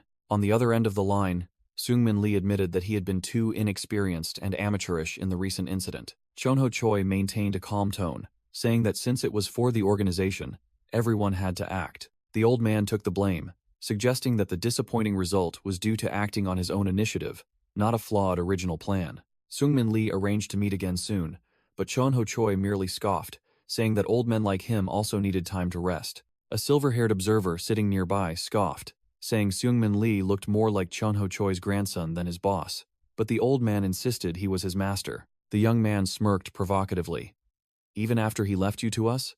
What if we did something to you?" Chionho Choi calmly served the food, declaring that it was his decision, so he was ready to accept all consequences. The silver-haired observer seemed surprised, muttering that this attitude was completely different from what he thought of someone who only knew how to obey orders. Chionho Choi unexpectedly retorted, asking directly if Taison was truly just an organization that blindly followed orders, and expressed his disappointment. The silver-haired observer froze, not expecting to be questioned back by a prisoner. It turned out this young man had seen through everything. He thought to himself, "I misjudged you, Isu. I cannot entrust Taison to you." Li Xian, the burly subordinate, suddenly grabbed Isu's wrist, his face cold as he demanded, "Give it back, Mr. Beck." Isu growled back. But Li Xian didn't flinch, flatly stating that Isu was nothing like Dogyong Beck. The subordinate pressed on, arguing that when the real Dogyong Beck was here, Taison didn't behave childishly like this. Li Xian emphasized that Taison trusted Dogyong Beck, so Isu had to act like a true master, not just someone who gave orders. Isu frowned, beginning to realize that the issue wasn't simply about strength, but also trust and strategy. The burly subordinate maintained his firm stance, questioning, "Trust? Strategy? Isn't this organization just about following orders and using fists?" Li Xian tensed, his muscles bulging, and yelled, Isu's real name, challenging, "Isu, let's see how your theories hold up." He ripped open his shirt, revealing his formidable physique, his eyes sharp, when facing our childish games. Isu's eyes flashed with fighting spirit, ready for a solo match to determine who was superior. Without warning, Li Xian lunged forward like a beast, but Isu was even faster. He dodged the blow by a hair's breadth and countered with a devastating hook to his opponent's jaw. Isu grabbed Li Xian's collar, his eyes devoid of emotion. Li Xian was no pushover. He swung a powerful punch in retaliation. Isu smirked, his face full of confidence despite being in an intense battle. Li Xian caught Isu's arm, sneering sarcastically. "Is this the strength of an intelligence agent?" Isu immediately retaliated with a spinning kick straight to the face, stunning Li Xian. He stepped back a few paces, maintaining his guard, his eyes still as sharp as knives. Li Xian stood firm, his gaze unwavering despite the beating, acknowledging Isu's strength. A flashback appeared. The veteran Chionho Choi once taught, "What is an organization built solely on strength but a gang of thugs?"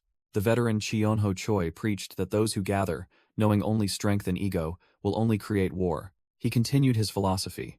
And if you start weeding out those who only know how to fight and betray, eventually you will find someone worthy of your trust and loyalty. The room was in ruins after the battle. A chair overturned. Back in the present, Isu stood completely dominant, grabbing the collar of the defeated Li Xian and raising a finishing punch. Isu looked down at the defeated opponent, his eyes cold and emotionless. Isu walked away, leaving Li Xian sprawled amidst the rubble, muttering to himself, "I made a mistake." He realized this wasn't a problem that could be solved with gangster-style violence. Li Xian lay on the floor, defeated, but still growling in acknowledgement. Our way of working isn't just based on strength. In another flashback, Chunho Choi told the silver-haired observer that an organization based solely on strength was no different from an army, and the latter seemed to agree. The silver-haired observer's phone vibrated on the table, interrupting their conversation. The silver-haired observer stood up to leave, sarcastically telling Chunho Choi to enjoy his vacation, even as the old man questioned if he was being watched. The silver-haired observer replied as he walked away, "You don't look like you're planning to run either." With a meaningful smirk, the silver-haired observer concluded, "Personally, I think we rely on strength because we can't trust anyone." Back in reality, Isu stood alone, a thoughtful expression on his face after everything had become clear. Zion suddenly appeared from behind, declaring firmly, "From now on, we'll do things our way." Isu turned around, his eyes sharp, and declared decisively, "We will establish a new organization with many talented individuals." A series of images of experts and former comrades flashed through his mind. Isu finalized his formidable plan, Zion standing right behind him in support. 1 week.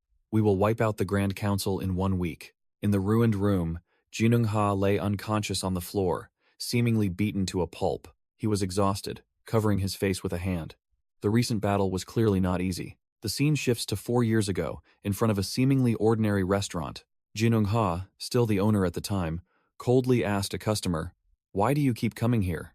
Dog-young-baek, covered in blood, lit a cigarette, and nonchalantly replied, "If not to eat, then what else is a restaurant for?" He smirked, introducing himself as a director of Oyama Gumi and TS Financial Group, mocking the owner for not knowing how to treat guests. Jinung-ha growled, "Do you expect me to treat a smoking customer well?" Dog-young-baek pointed at the thugs sprawled on the floor, sarcastically asking, "Aren't these guys considered a group booking?" Jinung-ha ordered, "Get out before things get more complicated," but Dog-young-baek replied that it was already too late. The door burst open, and a new group of thugs poured in, their leader exclaiming, "Damn, it's the real deal." The leader of the new thugs recognized the owner as Jinung-ha, a notorious figure in the underworld. Another boss, Lee Hungu of the Jorang organization, was pressuring someone, asking if he was afraid to die like his boss. Lee Hungu and his goons entered the restaurant, taunting Dog-young-baek. The owner here doesn't serve gangsters, then smugly assuming Dog-young-baek was just a fool. Dog-young-baek glanced at the small fry with icy eyes. Lee Hungu, unaware of the danger, grabbed Dog-young-baek's chin and threatened, "You dare cause trouble in Hook's territory?" He continued to press, insulting, "You look pretty good. I might even be able to sell you off," while Dog-young-baek merely observed in silence. Dog-young-baek suddenly switched to Japanese, scoffing, "You call yourselves Hook? How laughable." He snapped the cigarette, revealing a hidden knife in his hand, his eyes flashing with deadly intent, and sarcastically asked, "Hook, isn't that just one hand?" Whoosh! The Jorang thugs were all sent flying out of the restaurant door amidst agonizing screams. Blood splattered everywhere. A bloody purge had just occurred in the blink of an eye. The manager of Hook Loans, Lee Hyungu, though beaten up, still tried to boast. "Do you know who you just messed with? We're the Jorang organization." Dog-young-baek merely smirked contemptuously, covered in blood. "Do you think I care? We are Taeson. Go ahead and call all your Jorang scum here." Lee Hungu turned pale with fear, his subordinates helping him away as he stammered curses. "That madman," while his subordinates urged him to go to the hospital immediately. Jinung-ha appeared, questioning Dog-young-baek. "You're just letting him go. What do you gain by provoking Jorang?" But Dog-young-baek retorted, "Didn't you open this restaurant here precisely to provoke them?" Jinung-ha admitted, looking around the dusty restaurant without a single menu. "Clearly, you just want to beat up any thug who dared to show up here." Dog-young-baek held the knife in his mouth, his eyes sharp, and made a blunt offer. "And I want to help you with that. What do you say?" Jinung-ha asked again to be sure, "Do you know what kind of enemies you're making?" And Dog-young-baek replied, with the demeanor of a superior, "I already told you, we are Taeson. Who the enemy is doesn't matter." Jinung-ha tossed Dog-young-baek a hair tie. "At least tie your hair back. You look too out of control." Dog-young-baek took the tie and delivered a biting retort. "Oh, thanks. By the way, your food is terrible, I'm serious." Back in the present, Isu's hand held the very same hair tie from years ago, a memento connecting him to his brother's path. Li Xian, who had just been tested by Isu, lay sprawled unconscious on the floor. The room was in ruins after the battle, showing that Li Xian had been completely overwhelmed. Elsewhere, the Hook Loan's boss, with a blind eye and a prosthetic hand, was angrily clenching his mechanical fist. He roared in frustration, "Damn it! I still can't get used to this cursed hand." But then he regained his resolve, his eyes burning with hatred. "However, today is the day of reckoning. I haven't forgotten the pain from 4 years ago." The one-eyed boss sprang to his feet, rallying his subordinates. "Right now, while Tizen is still weak, we will take them down." Hook Loan's thugs, 50 strong, roared in unison, their fighting spirit high. Suddenly, a subordinate on guard was struck hard in the back of the neck by an immense force, his eyes wide with shock. Whoosh! 2 guards were kicked away like 2 bowling pins, sent flying deep into the hallway. The remaining thugs froze, completely bewildered by what the hell had just happened right before their eyes. Amidst the dust and smoke, a bald giant in a long coat strode in, his imposing aura crushing everything. The bald man gently pulled down his beanie, revealing a stone-cold face with sharp blue eyes. Scene change. A construction foreman was yelling loudly, "Boris, did you see anyone do this?" The foreman continued to shout, pointing at another guy. "Who was it?" He pointed at the wall with a star drawn in black paint, angrily asking, "Which bastard dared to deface our construction site wall?" The worker, named Boris, a large man with blue eyes, simply watched the screaming foreman in silence. The foreman kept yelling, "Boris?" as the scene shifted to an industrial warehouse. Elsewhere, Zion looked suspicious. "You mean Ovchaka, right? Didn't he return to Russia?" Isu replied with a confident expression. "He's hiding under the guise of a foreign laborer." In a large warehouse, Isu stood on scaffolding, looking down at Boris standing alone on the floor. Boris' profile appeared. Russian Mafia security inspector, alias Ovchaka, Pakan's hound. He was clutching a dagger, his eyes wary. Isu jumped down to confront Boris, while the assassin took a ready stance for battle. Zion thought to himself, could someone like Ovchaka really work with us? Even his alias is enough to send shivers down one's spine. Isu held out a USB drive, completely fearless. Isu offered the USB drive and declared, "I'm here to negotiate," while Boris held a sharp knife to his throat but still took the item. Isu called him a demon to his face.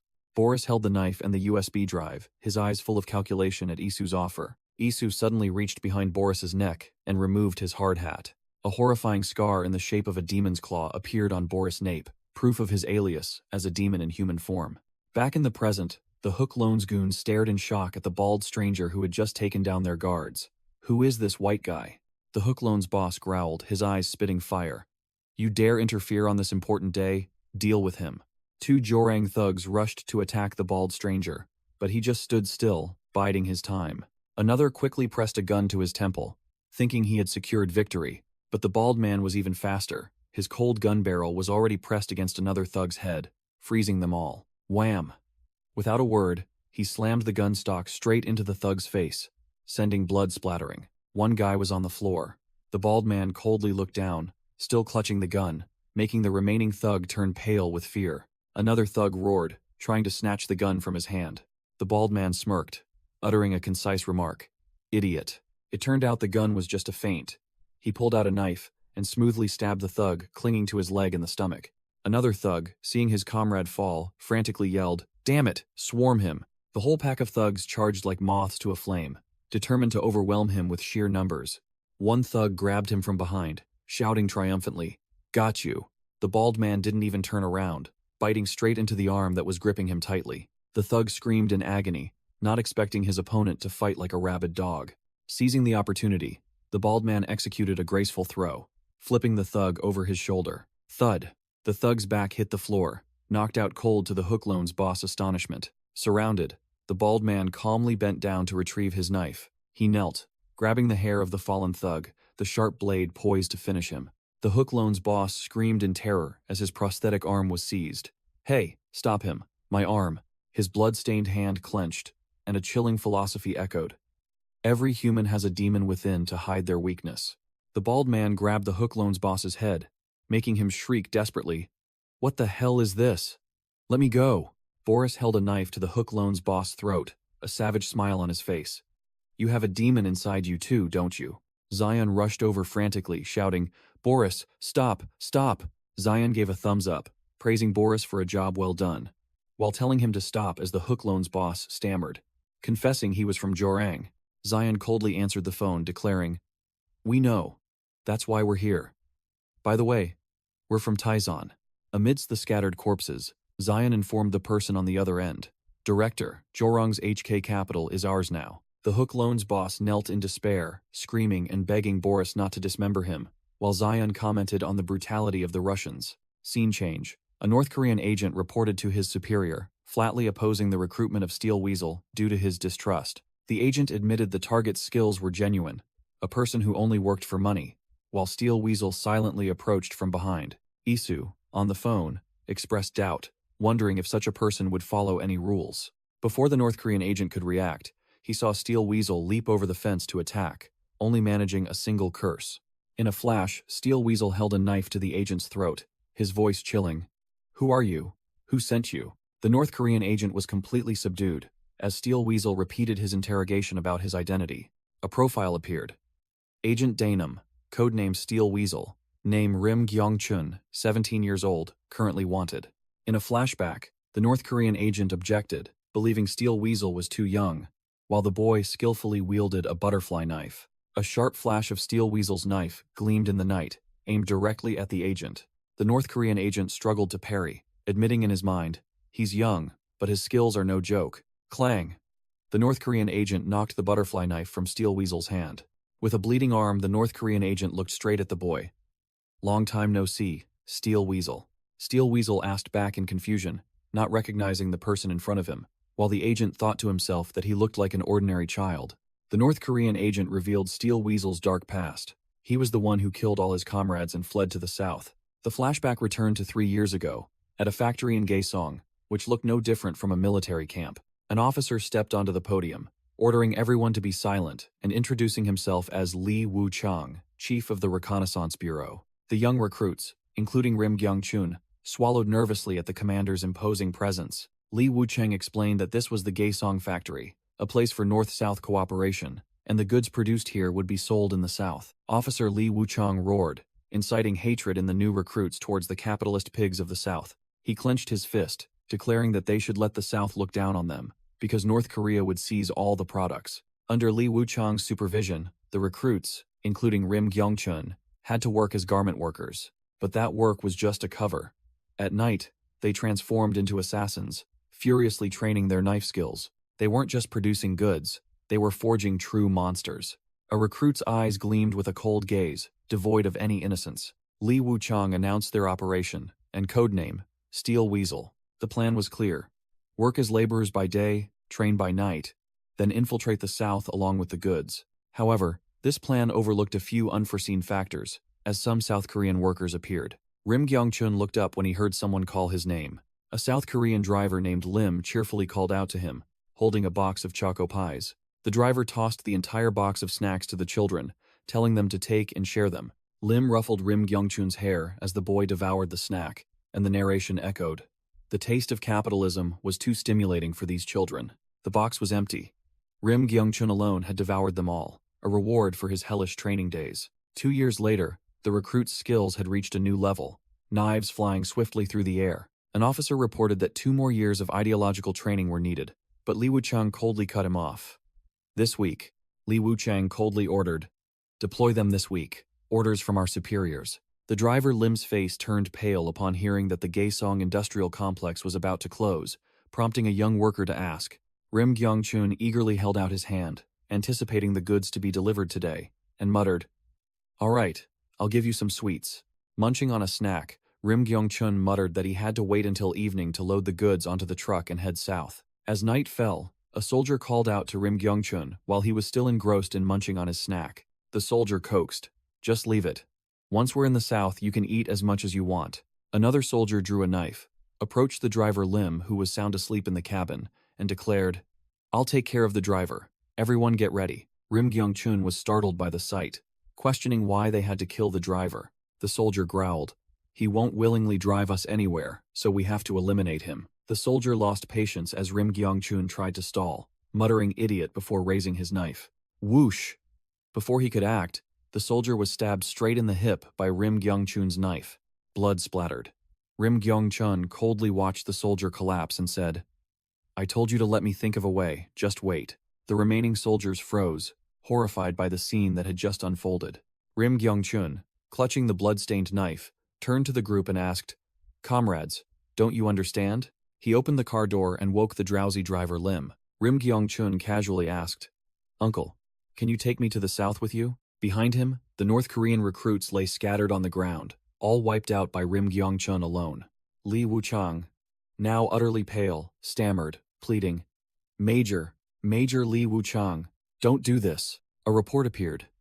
3:30 a.m., the special training officer and all other personnel were eliminated by Rim Gyong-chun. Rim Gyong-chun coldly tore off his insignia, officially defected, and requested special surveillance under the codename Steel Weasel. An old file appeared, a report compiled by Isu, an anti-North Korean agent with 4 years of experience and 18 missions. Back in the present, Isu's agent held a knife to Steel Weasel's throat, admitting, "Your skills are impressive. Truly something that can only be learned in the North." Steel Weasel raised his hands in surrender with a wide grin, while the agent still pressed the knife to his throat and asked, "Where did you learn that?" The agent questioned, "Did you come from the North to eliminate me?" Then reiterated, "I told you I'd keep an eye on you, Rim Gyong-chun." Steel Weasel casually lowered his hands and asked directly, "If you're not here to kill me, then what are you here for?"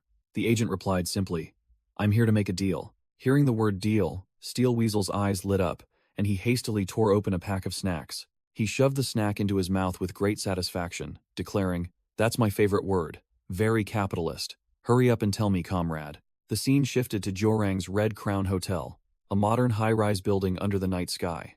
Smash. A subordinate was hit directly in the face with a wine bottle, blood and wine splattering everywhere. Taehyung Ryu, the Joarang gang leader, was soaking in a bathtub, his face filled with murderous intent, upon hearing that 3 of his hotels were forced to cease operations. The subordinate bowed deeply in apology, reporting that the district office only gave evasive answers, causing Taehyung Ryu to curse in frustration. He grabbed the subordinate by the collar and roared, "How could you give in so easily?" The other man trembled and replied that it was an order from their superiors. Just as Taehyung Ryu was about to explode, another man rushed in with urgent news. Shocking news was revealed. Hook Loans in Hanam has been wiped out by Taizan. Taehyung Ryu, now dressed for battle, clenched his fist and ordered, "Gather our men, we're going to Taizan." The Jorang thugs swaggered into a location, and a man in a moss-green hoodie sitting at the bar sneered, "Look at you guys, not even bothering to hide that you're gangsters." One of the Jorang thugs turned back and growled, "What the hell did you just say?" Crack. Before Taehyung Ryu could even react, his subordinate screamed in pain. The hooded man had snapped the other man's wrist in an instant, casually saying, "My apologies, I might have overdone it. You should start practicing eating with your left hand from now on." He lifted his head, his face shrouded in shadow, but revealing his platinum hair and the smile of a bloodthirsty monster. Crack. Taehyung Ryu charged forward at terrifying speed, determined to devour his opponent. The Jorang boss's devastating punch was effortlessly blocked by the hooded fighter, making him wonder, have my skills declined? A glasses handler sitting nearby took a drag from his cigarette, casually commenting on his masked mercs being a bit rude, then brought up Ryu's hotel business. He invited Taehyung Ryu to sit down and talk things over, and the long-haired boss smirked. "Huh. Fine." As he pulled out a chair, Ryu asked directly, "You're the ones messing with my business, not Taizan? What do you want from me?" Ryu propped his leg on the chair, acting superior, and growled, "The only favor you need right now is for me to let you leave here in one piece." The white-haired youth burst into maniacal laughter, while Ryu found this street gangster act annoying. The hooded fighter bared his teeth in a sick grin. "You're about to disappear, gangster brother." Taehyung Ryu began to lose his temper, about to loudly declare, "We are Jorang," but the glasses handler cut him off, calling his name. He calmly adjusted his glasses, signaling Ryu to calm down. But then, he took off his glasses, his smile turning utterly sinister, and threatened, "If you refuse, you'll be on your knees, begging for your life. Understood?" The scene shifted to a fierce alpha wolf, the apex predator of the canine family. Though smaller than tigers or leopards, their strength came from their numbers. An entire pack of red-eyed wolves charged through the snowy night. They were top predators. Their ultimate weapon was pack hunting, a tactic that could bring down even larger beasts. And above all, there was always one who dominated the entire pack, a powerful individual, representing the strength of the entire group. That ruler was called the Alpha, the leader of the pack. The narrative returned, drawing a parallel that the Underworld also had such a large wolf pack, Jorang, and the leader of that wolf pack was Taehyung Ryu, who was roaring at the threat. Damn it, beg, me? The glasses handler asked Taehyung Ryu sarcastically. What's wrong now? While Ryu growled. What? The glasses handler continued to taunt, listing the Jorang gang's business territories in Yongsan and remarking, looks like you're running a big operation, huh? Then he showed his hand, pulling out a gun and pointing it directly at Ryu's face, smirking. But in the end, you're just a bunch of gangsters, aren't you? A hunter with a gun had arrived at Jorang's lair, his imposing footsteps entering the room where the bosses were seated. The glasses handler confidently declared, with a team of masked mercenaries behind him, we're different from you amateurs. We are professionals. Taehyung Ryu was furious, his hand clenching a steel fist, roaring. What the hell are you talking about? Do you want war? The glasses handler remained unfazed, took a drag from his cigarette, and ignored the threat. What I mean is, instead of escalating things, he looked directly into Ryu's eyes, making an unexpected offer. Let's do business, Taehyung. Ryu was stunned by the stack of documents thrown onto the table. Business? What the hell is this? He picked up the papers to examine them, his face full of doubt as he read the contents. On the cover was the text, Project 1 Sync, and Ryu muttered, disbelieving his eyes. Are you really giving me an offer this unbelievably good? Ryu questioned him bluntly, believing it was a trap. Why give us such a sweet deal? If something goes wrong, we die, and you just walk away. How can we trust that? The glasses handler replied curtly. I told you, this is business. While the white-haired youth, brandishing a karambit, declared, we will provide the manpower. All professionals. Ryu roared, tearing the documents apart. Damn it, always blabbering about professionals. He slumped back into his chair, smirking defiantly. If you want to do business, there has to be something to trust. First, let me see how good your professionals really are. The scene shifted to a motorcycle-filled parking lot, where people were frantically scattering. Zion stared at his phone with a look of astonishment. Oh my God! He showed impatience. It's been a while, he should be here by now, shouldn't he? While his phone screen displayed messages. Where are you? Sleeping? With no reply. Zion called his boss, his voice anxious. What should we do, sir? On the other end of the line, the glasses handler confirmed the situation in a low voice. He's not answering. Li Wuchang reported on the phone as he walked. I've contacted Steel Weasel and Im on the move. Let's wait and see if he responds. As the two passed a group of street thugs, their leader taunted. Hey, stop right there. Is there a problem with Steel Weasel? The young Steel Weasel smirked, his hand lightly tracing his butterfly knife, and asked Li Wuchang, is that guy any good? The leader stepped forward, blocking their path, and arrogantly asked, who gave you permission to come in here? Whoosh! Steel Weasel swept past like a gust of wind, leaving a trail of blood gushing from a thug's throat. He grinned, holding up a small device. If you don't want to die, hold on tight. The thug clutched his bleeding throat, utterly terrified, while Li Wuchang merely watched coldly, and the leader was stunned. Useful. On the other end of the line, Zion sounded unimpressed. Is that so? Doesn't he look too young? Li Wuchang continued the call while Steel Weasel stood beside him, hands stained with blood. Is the kid you said you'd contact useful? Li Wuchang's eyes sharpened, preparing for a direct confrontation. A bald thug roared and lunged, throwing a punch straight at Li Wuchang's face. Li Wuchang calmly raised a hand, catching the thug's punch as if it were a ball. Crack! He broke the thug's wrist, making him scream in pain. Li Wuchang slammed another thug's face to the floor, reporting nonchalantly, everything's fine on this end too. You'll be surprised when you see him. He blocked a knife stab with his bare hand, his voice chilling. I thought so. Zion continued his report, ignoring the sounds of fighting on the other end of the line. Those commandos are on motorbikes, are you listening? A motorbike sped through the night, leaving a blazing red trail of lights. Zion explained. Among them, Deadline is a big shot. Back in the fight, Li Wuchang grabbed a thug's face, squeezing it until it was disfigured. Meanwhile, Steel Weasel was frantically stabbing a fallen thug repeatedly with his knives, blood splattering everywhere. Li Wuchang placed a hand on Steel Weasel's shoulder, signaling him to stop. Let's move on. We don't want to get involved with Gorang anymore. On the target map, a decisive voice rang out. Now that we have professionals on our side, we'll wipe out as many of their affiliated organizations as possible. Steel Weasel wiped his blood-stained knife while Li Wuchang reported. The guerrillas have dispersed. I'll finish up here and then join you. Suddenly, an axe whizzed through the air, aimed straight at Li Wuchang. Li Wuchang didn't even blink, extending his hand. Clang! He caught the axe with his bare hand, remarking coldly, "It seems they're acting faster than we thought." A group of thugs in white suits appeared, their leader exclaiming in surprise. "Oh, do you see that? He caught it." Kim Axe, the boss in the white suit, growled. "Are you the ones investigating the Hyunggu case? How dare you mess with Gyorang?" While Li Wuchang casually ordered, "Deal with them, Steel Weasel. They're just amateurs." Steel Weasel gripped his butterfly knives, his eyes sharp. "They certainly look like amateurs. I'll clean them up quickly." With a flash, Steel Weasel lunged into the crowd, his knives dancing like lightning, taking down 3 henchmen in an instant. Blood splattered as Steel Weasel spun around, continuing to clear out the small fry, blocking his path with unstoppable speed. But Steel Weasel's next attack was blocked, leaving him stunned. These are pros. They're military trained. 2 Jorang elites, their faces cold as stone, blocked Steel Weasel's attack with their knives, proving they were no ordinary opponents. Kim Axe smirked smugly. "How's that? Boss Taehyung Ryu of Jorang himself sent them. Their skills are different, aren't they?" Meanwhile, a bespectacled planner looked towards the Tyson building and mused. "They must have reached Tyson by now. You're not the only ones who know how to use your brains. Your boss and organization will be wiped out when you return." Back in the alley, Li Wuchang faced the crowd, smirking. "What's wrong? I bet you're scared stiff." Li Wuchang pondered. Chief Jiang personally intervened? Did he drag Jorang into this? Then turned to Steel Weasel and gestured.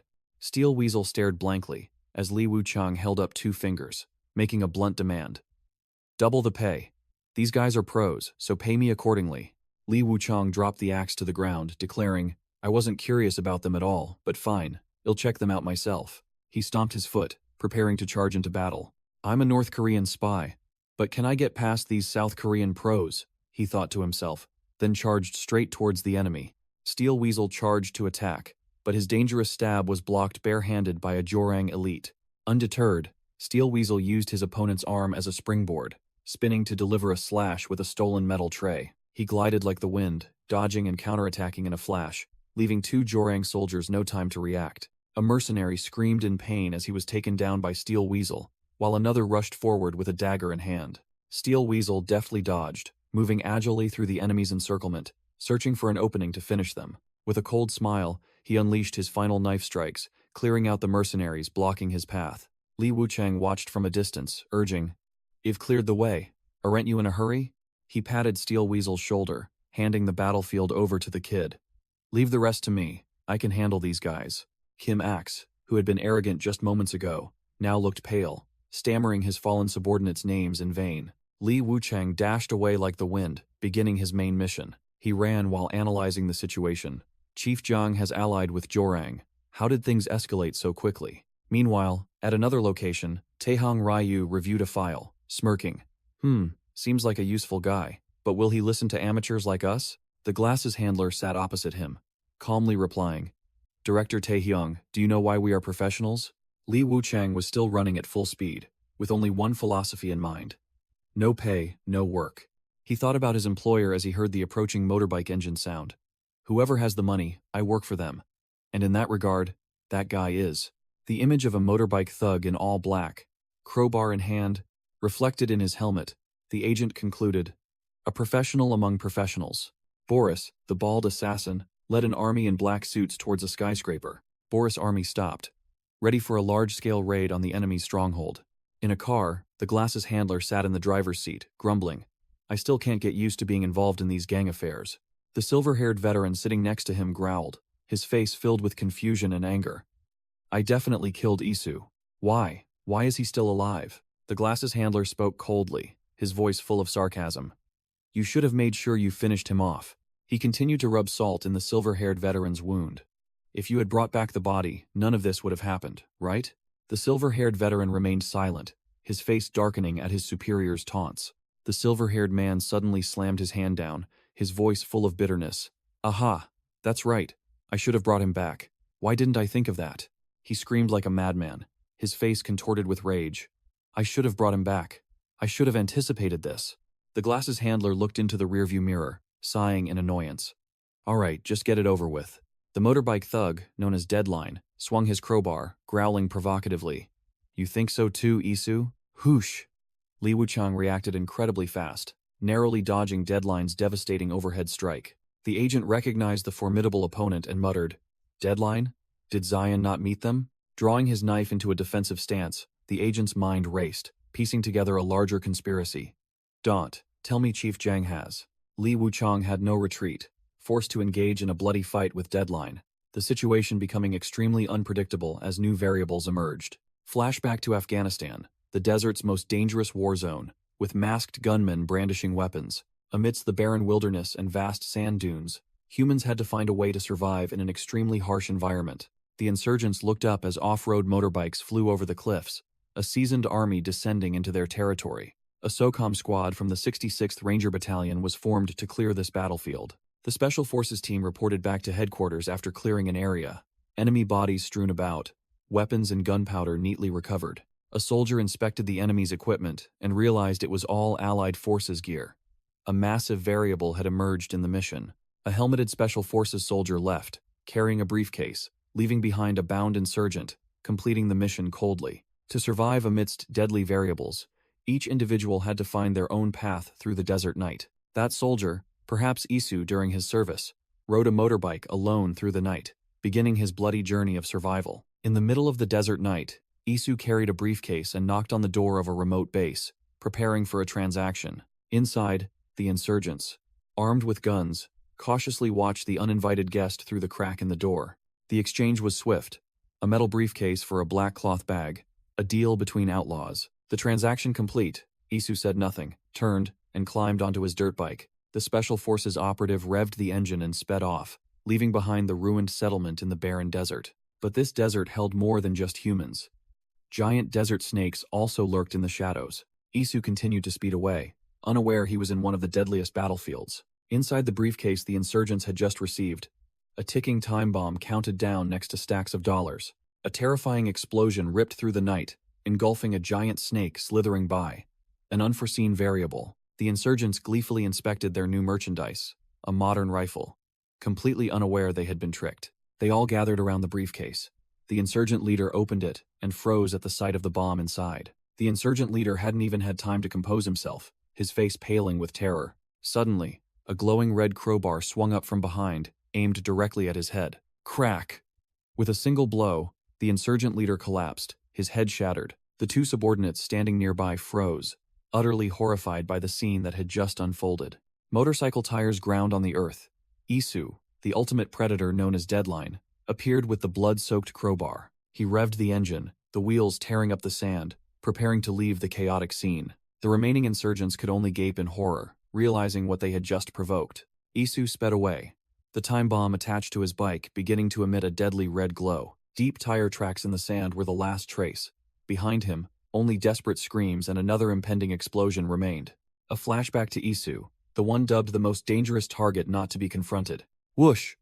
Isu on his motorcycle charged forward, swinging the glowing red crowbar at the silver-haired veteran. The crowbar in Isu's hand always aimed directly at his opponent's vital weak points. The motorcycle's headlight shone directly into the assassin's face, plunging everything behind him into darkness. The silver-haired veteran tried to adapt to the darkness, his eyes still unaccustomed to the sudden change in light. He muttered, realizing he'd fallen for a trick. "My vision is blurry."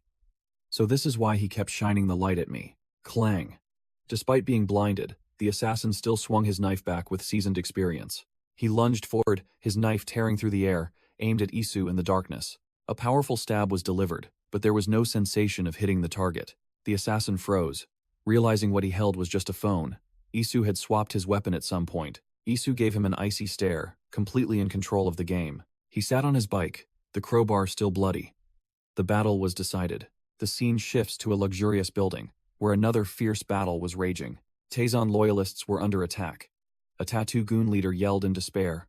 "Hold your ground."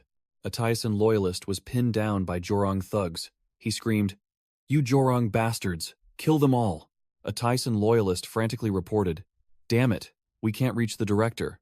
Chief Ha isn't answering either." The one-sided battle continued, the Taizan loyalists constantly being swept aside like small fry. Zion suddenly appeared amidst the battle, clicking his tongue in annoyance. "Tsk, I don't understand, Chief Jiang. What's the point of bringing these thugs here?"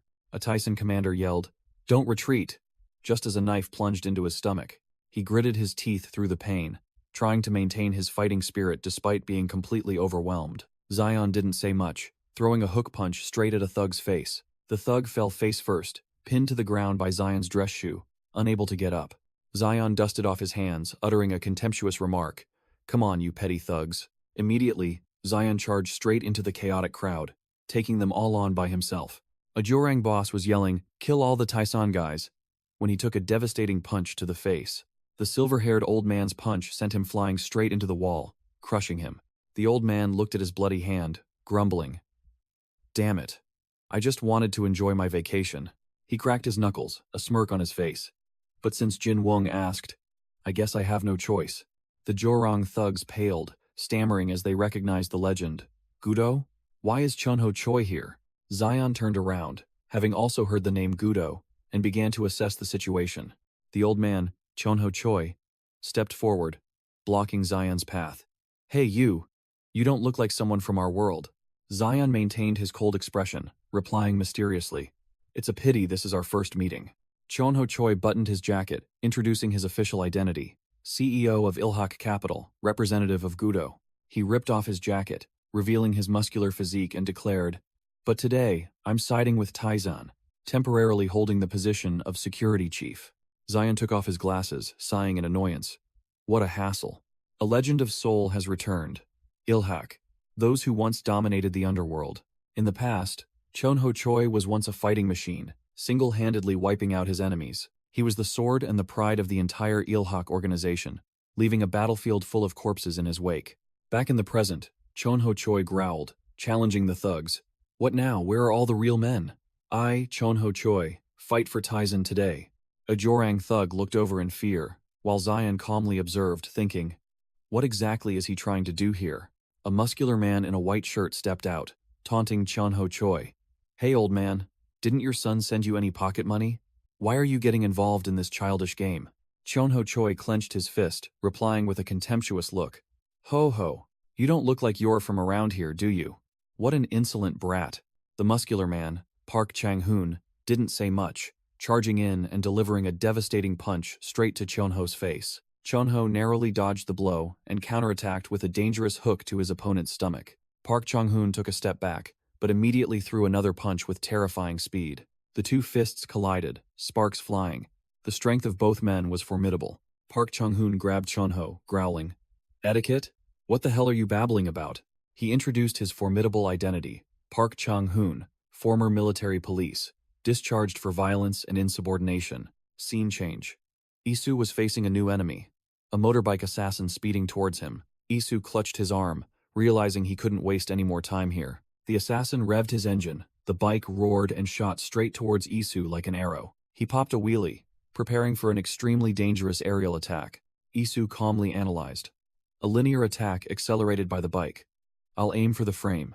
The assassin leaped off his bike, delivering a powerful spinning kick mid-air. Isu dodged the blow, while the other man swung his glowing red crowbar down with immense force. Isu was momentarily surprised. This opponent was clearly a professional. The assassin landed, without a wasted movement, and immediately got back on his bike. He revved the engine, making a wide turn to build momentum for the next attack. The tires screeched on the ground, leaving a burning trail, signaling an even more terrifying charge than before. The assassin popped a wheelie, raising his crowbar high, preparing to deliver a finishing blow to the motionless Isu. The masked assassin swung the crowbar with a powerful slash. Whoosh! Isu dodged by a hair's breadth, the crowbar grazing his face and leaving a trail of blood as he perfectly evaded the attack. He rolled on the ground to absorb the impact, a perfectly smooth maneuver. Isu stood up, blood streaming down his cheek, calculating coldly. "This is the fifth one. Variables keep appearing." The assassin on the bike was also annoyed, muttering, "Chief Zhang, Gorong, and now deadline. My plan is completely ruined." Isu reminded himself, his eyes sharp. "Baek Isu. Keep a cool head. Observe your opponent. And adapt." Screech!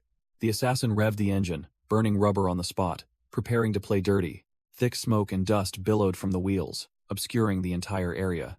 Isu immediately realized the intention. He's creating smoke by spinning the rear wheel. The assassin disappeared into the thick smoke. Isu vigilant. He's obscuring my vision. Completely losing track, Isu strained his mind to predict. An attack coming from the left?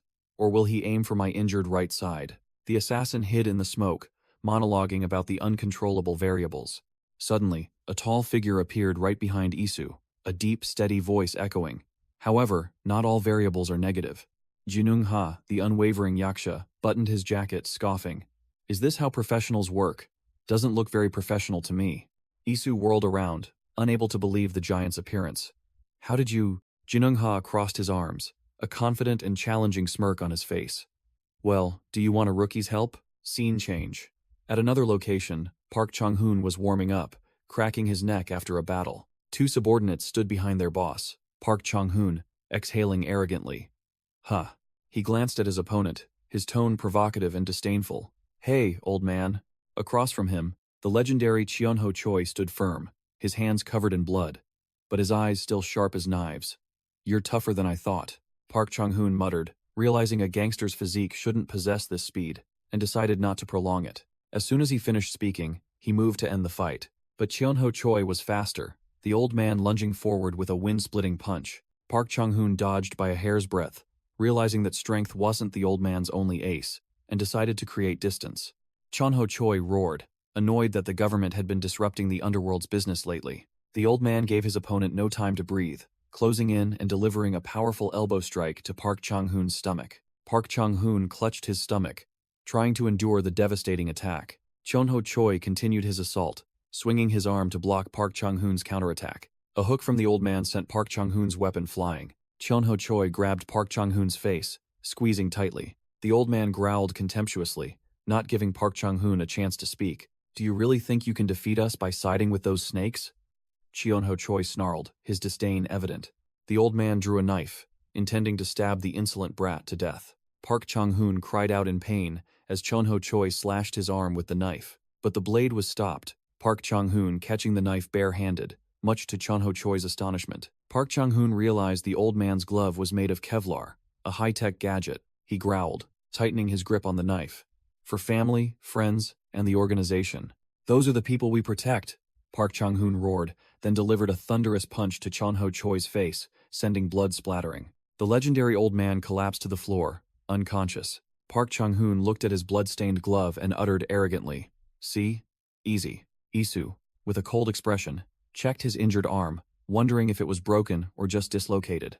Jinung-ha appeared, reassuring Isu, who was worried about Taesun. "I'm fine, don't worry." Amidst a pile of defeated enemies, Jinung-ha declared that there was someone in Taesun right now who couldn't be beaten.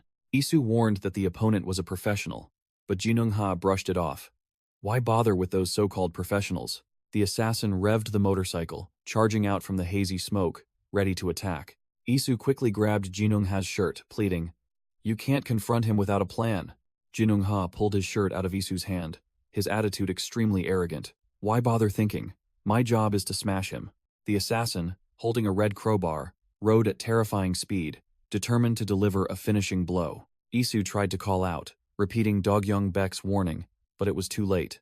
Jinung-ha ignored all warnings, confronting the speeding vehicle alone. For a moment, Dog-young Baek's image appeared, his face covered in blood but still smirking defiantly. So what? Jinung-ha didn't dodge, his sharp eyes locked onto the approaching target. Boom!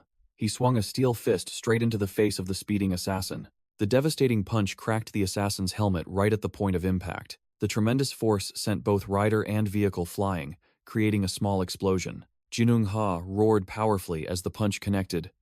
"We are Taesun." The assassin flew like a broken kite, the motorcycle shattered into pieces. Standing tall amidst the wreckage, Jinung-ha asked, "What do you think?"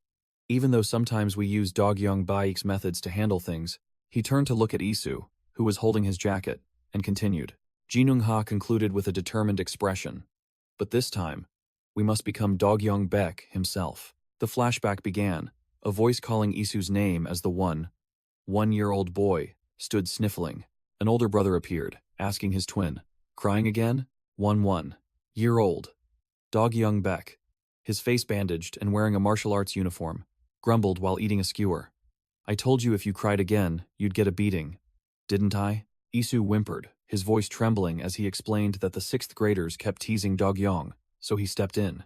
It turned out Dog-young had single-handedly dealt with all the thugs lying scattered on the ground for daring to touch his honor. Dog-young offered a skewer to his younger brother, but Isu turned away, still sulking. Dog-young grinned, clenching his fist and declaring firmly, "Let them come.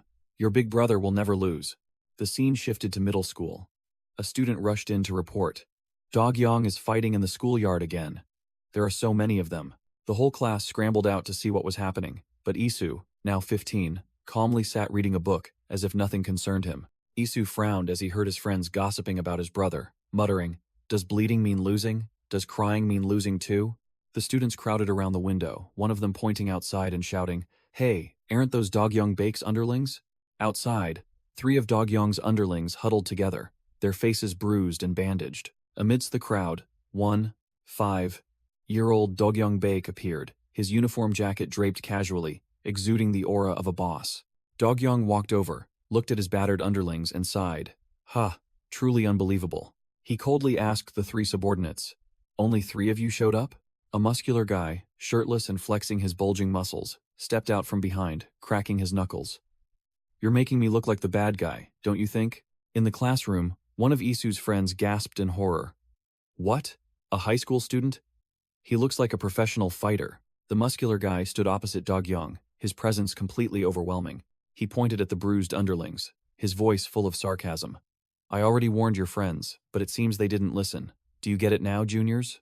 Dog-young looked straight into the senior's face, his voice calm but full of challenge. "Senior, you've already graduated. You're a high school student now." Dog-young Beck looked directly at the muscular bully, his voice full of sarcasm. "What the hell are you doing lurking around a middle school? Are you out of your mind, or do I need to knock some sense into you?" The muscular bully growled, "You brat." But Dog-young Bake calmly ordered, "Follow me outside. No need to make a spectacle in front of the whole school." He led his bruised subordinates away, all of them trudging behind him. Dog-young Bake suddenly raised his hand, signaling his underlings to stop. He coldly declared, "You guys stay put, I'll handle this. In your current state, you'd only get in the way." The classmates watched from a distance, one of them whispering admiringly, "He's taking them all on by himself? So cool." Suddenly, Dog-young Bek did a handstand, his body folded into a perfect right angle. He shouted loudly and formally, "I sincerely apologize, senior." The muscular bully and his goons froze, not understanding what this kid was up to. Still in a handstand, Dog-young Bake continued to flatter, "I heard you go to J-High.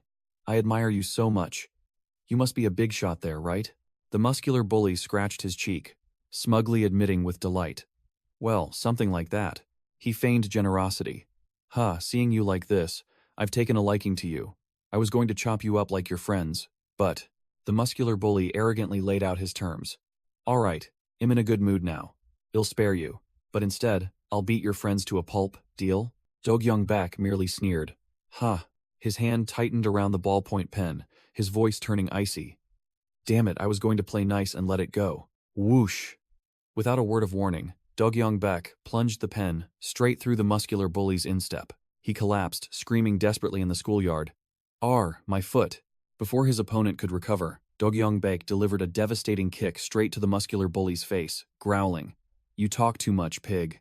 Dog-young Bak briefly recalled a boy named Ji-hoon who used to run delivering newspapers every morning, and how he had once teased him about it. The bullies, goons froze, realizing the horrifying truth. "But we heard he did that to support his little sister. Didn't he? At least until you crippled his left leg." Dog-young Bake recounted the crimes while twisting the arm of one of the bully's goons. "And what about Songguk? What nonsense are you spouting, you bastard?" He continued his chilling monologue. Songguk recently developed a new hobby. As he broke the thug's arm, Dog-young Bek narrated, he started helping his mother make kimbap, but now he can't anymore. The thug collapsed, clutching his broken arm, Dog-young Bek looking on with disdain. "I was even planning to introduce Ji-hoon to my sister. What a shame." The remaining goons saw their boss being dealt with and furiously charged, but Dog-young Bek easily dodged their attacks. One of the thugs threw a powerful punch aimed straight at Dog-young Bek's face. Wham! Dog-young Bek subtly dodged and counterattacked, punching the other's jaw, instantly knocking him out. Not stopping there, he grabbed another thug by the hair, whose face was blank, not understanding what was happening. Dog-young Bek growled, "And our foolish Woo-suk, why did you guys smash his head in like that?" Struck by a surprise blow to the head, Dog-young Bek staggered, while Isu watched from a distance, holding books. The thugs roared, "Everyone, charge him at once." Isu recalled his brother defiantly challenging the world. Anyone who wants to fight, come at me. I'll kill you all, he thought to himself. I hated my reckless brother, the brother who could do things I couldn't. Isu began to rush towards the fight. Thud. Isu delivered an extremely dangerous spinning kick, knocking out a thug to everyone's astonishment. He stood there, eyes full of killing intent, sweat pouring down. Huh? Why are you? A thug pointed at Isu, stammering, Isu? The thugs froze when they saw Isu take off his glasses, his face identical to Dog-Young-Baek's. What? Dog-Young-Baek? Why are there two of them? Dog-Young-Baek turned around, surprised, and asked, Hey, why are you here? Isu grabbed a thug, his voice faltering. Brother, the thing is, Isu flashed a cunning smile. I guess I don't have a knack for studying. No matter how hard I try, I just can't understand it. In a flashback, Dog-Young-Baek outlined the future for his younger brother. I'll start a business, then make you my chairman. Back in the present, Isu monologued about his desire to be like his brother, while the motorbike thug flew through the air after a devastating punch. Thud. The assassin lay sprawled on the ground, motionless. Isu stood next to Jinung-ha, asking warily, What do we do now? Jinung-ha remained silent, while Isu admitted bitterly, I thought I could become Dog-Young-Baek, but it seems I'm still far from it. Isu covered his face, his voice full of confusion. Right now, I don't even know what kind of person my brother has become. With blood on his face, Isu looked directly at his loyal subordinate and asked, In your eyes, what kind of person is my brother? Can I truly become Dog-Young-Baek? Jinung-ha, with a stern expression, declared, I will give you the answer.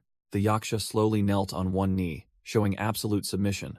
About the true nature of Dog-Young-Baek, Jinung-ha looked up at Isu, solemnly swearing, And I will make you Dog-Young-Baek, the supreme symbol of Taisan. Scene change. Chonho Choi clapped his blood-stained gloves together, preparing for round 2. The old veteran stretched, scoffing. Their morale is down. Looks like we're done here. I'm old, I guess I'll have to retire early. In the office, Seung-min Lee, director of Ilhak, frowned as he followed the developments. Chonho Choi smirked, his eyes sharp. Perhaps it's still a bit early to say that. The old man growled, pointing directly at the remaining goons. Come on, all of you, charge in here.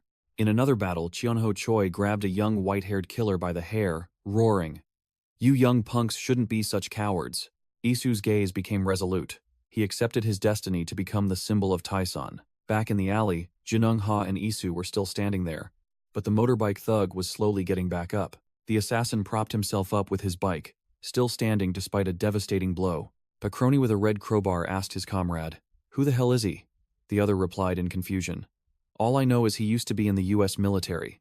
Hey, the motorbike thug pointed at his shattered headlight, his voice full of challenge. My damn light.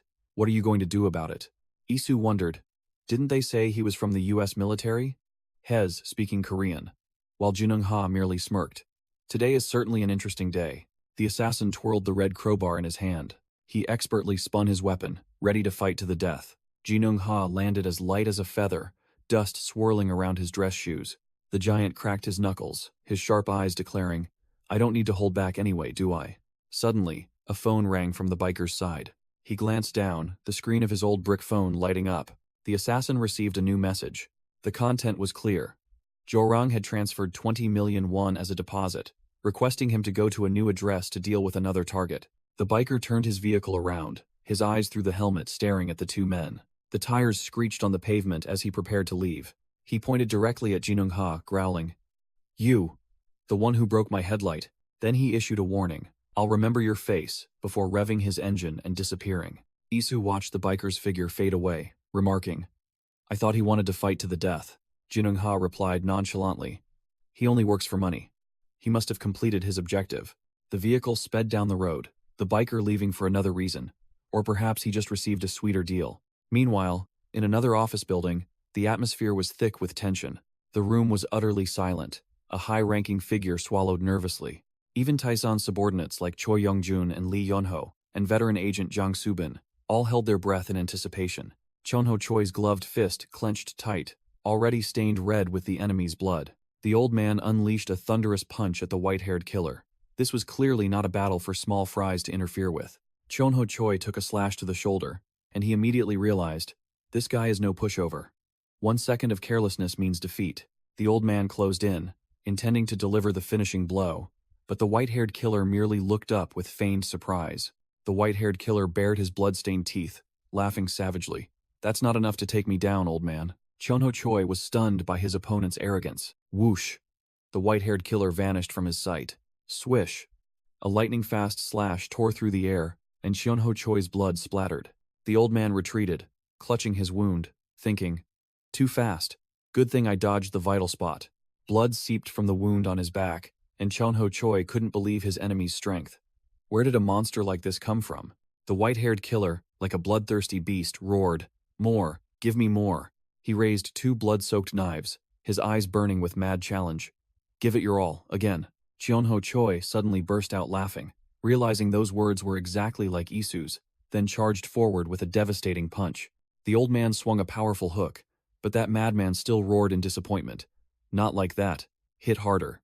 Chonho Choi continued his assault, but his opponent remained unharmed, responding only with a contemptuous no. The white-haired killer roared, "Again." And a similar thought echoed in the old man's mind. This is not an opponent to go easy on. Slash.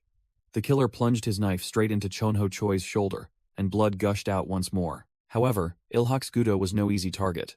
Despite his wounds, Chonho Choi braced himself and delivered a devastating uppercut, sending the white-haired killer flying. The white-haired killer fell backward, spitting blood, but still managed to sneer. "Is that all? Old man, you're pathetic." Chonho Choi gritted his teeth. The old man was being pushed to his limit. The white-haired killer charged madly like a ghost, growling a challenge. "Hey, again." Suddenly, Chonho Choi turned away, giving a decisive order. "Everyone, retreat." The young killer was dumbfounded. What? He couldn't believe his ears when Chonho Choi immediately repeated the order to withdraw. Ilhak's men began to retreat, leaving the enraged white-haired killer to roar. "Hey, you bastards! Where are you going?" From a distance, Zion informed Park Chang-hoon that the Jorong faction had changed their strategy, and their side had also received orders to retreat. Park Chang-hoon confirmed there was a hitch in the plan, declaring that the entire team would also retreat as ordered. No sooner had he finished speaking than Zion furiously grabbed Park Chang-hoon's hair, growling. "Retreat?" Zion clenched his fist, his face filled with murderous intent. "Do you have a habit of babbling about retreating? You're starting to get on my nerves." He pushed Park Chang-hoon away, declared that the fun had only just begun, and called his boss on the comms. Park Chang-hoon was not to be outdone, yelling into the comms to be allowed to fight to the death, but a cold order from above cut him off. "Shut up and regroup here." It turned out the puppet master was Taehyung Ryu, the boss of the Jorang gang, calmly announcing that he had his own plan. The boss voice echoed as Ilhak's men retreated. "I hate Tyson too. But we have to look at the bigger picture." In a meeting between various factions, Seungmin Lee and another veteran discussed, as Taehyung Ryu's voice continued. "Do you think crushing Tyson will solve everything?" Taehyung Ryu smirked, asserting that in this situation, they had to use the way of the underworld. The scene shifted to a flashback. Dogyung Bak in his school days stood alone, his face filled with determination.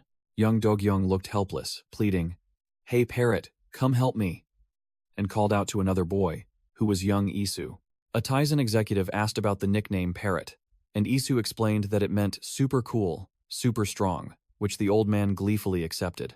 During a hellish training session, a blonde executive held a knife to young Isu's throat. Dogyung frantically yelled for Boris not to, but the Russian assassin coldly replied, "I don't know." A pair of elegant dress shoes walked away, closing the haunting flashback. Jin Wong looked at Chonho Choi, whose arm was in a cast, and let out an impressed wow. Zion, in a stylish pinstripe suit, remarked, "You guys actually look pretty decent," as a young staff member handed him something. Isu, as Dogyung Baek, strode confidently beside his assistant Sua, exuding a boss-like aura. "Finally, you look the part." Everyone was in position, Boris gripping his knife, as Isu declared, "From now on, we'll discuss things like true gangsters." Isu leaned back in his chair with an imposing demeanor, getting straight to the point. "Where should we begin?" Elsewhere, Chonho Choi was preparing to leave, grumbling, "Humph. After helping them, I'm just sent home." But Jin Wong quickly explained Director Dogyung's intentions. Chonho Choi burst out laughing, waving it off. "Ha ha ha. Just kidding, kid. I was planning to leave anyway. I'm sick of the food here." Jin Wong pleaded with a serious expression, earnestly requesting, "Senior, I wanted to ask you to stay at Taesan a little longer." Jin Wong looked directly into the veteran's eyes, hoping to persuade him, Chonho Choi placed a hand on Jinwong's shoulder, his voice deepening. I understand what you mean, Jinwong. The scene shifted. Isu was unwrapping a chocolate bar, saying, however, looking at Tyson's current state, Isu offered a piece of chocolate to Boris, who was holding a knife menacingly, and continued. An idea came to my mind. Chonho Choi stated firmly that it's not too late, that Ilhak can rise again. The old man smiled with confidence and determination. So I must return there. To my home, Chonho Choi finished, the towering Ilhak Capitol building behind him. A horrifying scene at Ilhak headquarters. Dako Yungul, the fourth sword, covered in blood, growled, You've lost. Do you even know who you're messing with? Amidst the rubble and scattered bodies, Dako Yungul collapsed, disbelieving. You think Gudo would fall so easily? Guangpal Choi, the seventh sword, lay motionless on the floor, completely gone. Zhang Dokbei, the eighth sword, also lay fallen, and an unfamiliar figure in tactical boots approached, muttering, Who the hell sent you guys here, anyway? The silver maniac appeared with his crowbar-wielding accomplice. He grabbed the dying Guangpal Chua's hair and sneered. Damn, it's been a while. You've gotten so old. Taehyung Ryu, the Jorang gang leader, arrogantly greeted Ilhak's seniors, clearly there to provoke them. A flashback to the golden age at Ilhak Capital headquarters, when they were raking in money and hadn't tasted defeat. The Nine Blades leader bowed, reporting that this month's revenue hadn't met targets to young master Seungmin Lee. Seungmin Lee showed himself to be a considerate boss, not blaming them but even asking about his subordinates' well-being. All of Ilhak's big shots, including the red-haired Guangpal Choi, were lounging casually in the meeting room, completely off guard. The scar-faced blade teased Guangpal Choi, who was writhing in pain, acting as if he was perfectly fine. Seungmin Lee admitted he was just a weak boss who couldn't even tie a chicken, relying on his formidable subordinates for everything. Suddenly, the ninth sword, Li Qiucheng, stood up, sensing trouble and deciding to go outside to check the situation. The subordinates reported noise from downstairs, sounding like motorbikes, but this was the third floor. For crying out loud, two of Ilhak's henchmen looked bewildered, not understanding what the hell was happening. Whoosh! A masked motorbike assassin sped straight up the stairs on a dirt bike, a red crowbar clutched menacingly. Ilhak's goons froze, eyes wide and mouths agape at the unbelievable sight. Crash! The meeting room door was shattered, and the assassin on the motorbike burst in like a god. The scar-faced blade and the Nine Blades leader also paused in shock at this incredibly insane raid. Without wasting a second, the assassin swung the crowbar, aiming directly for the head of one of the obstructors. Clang!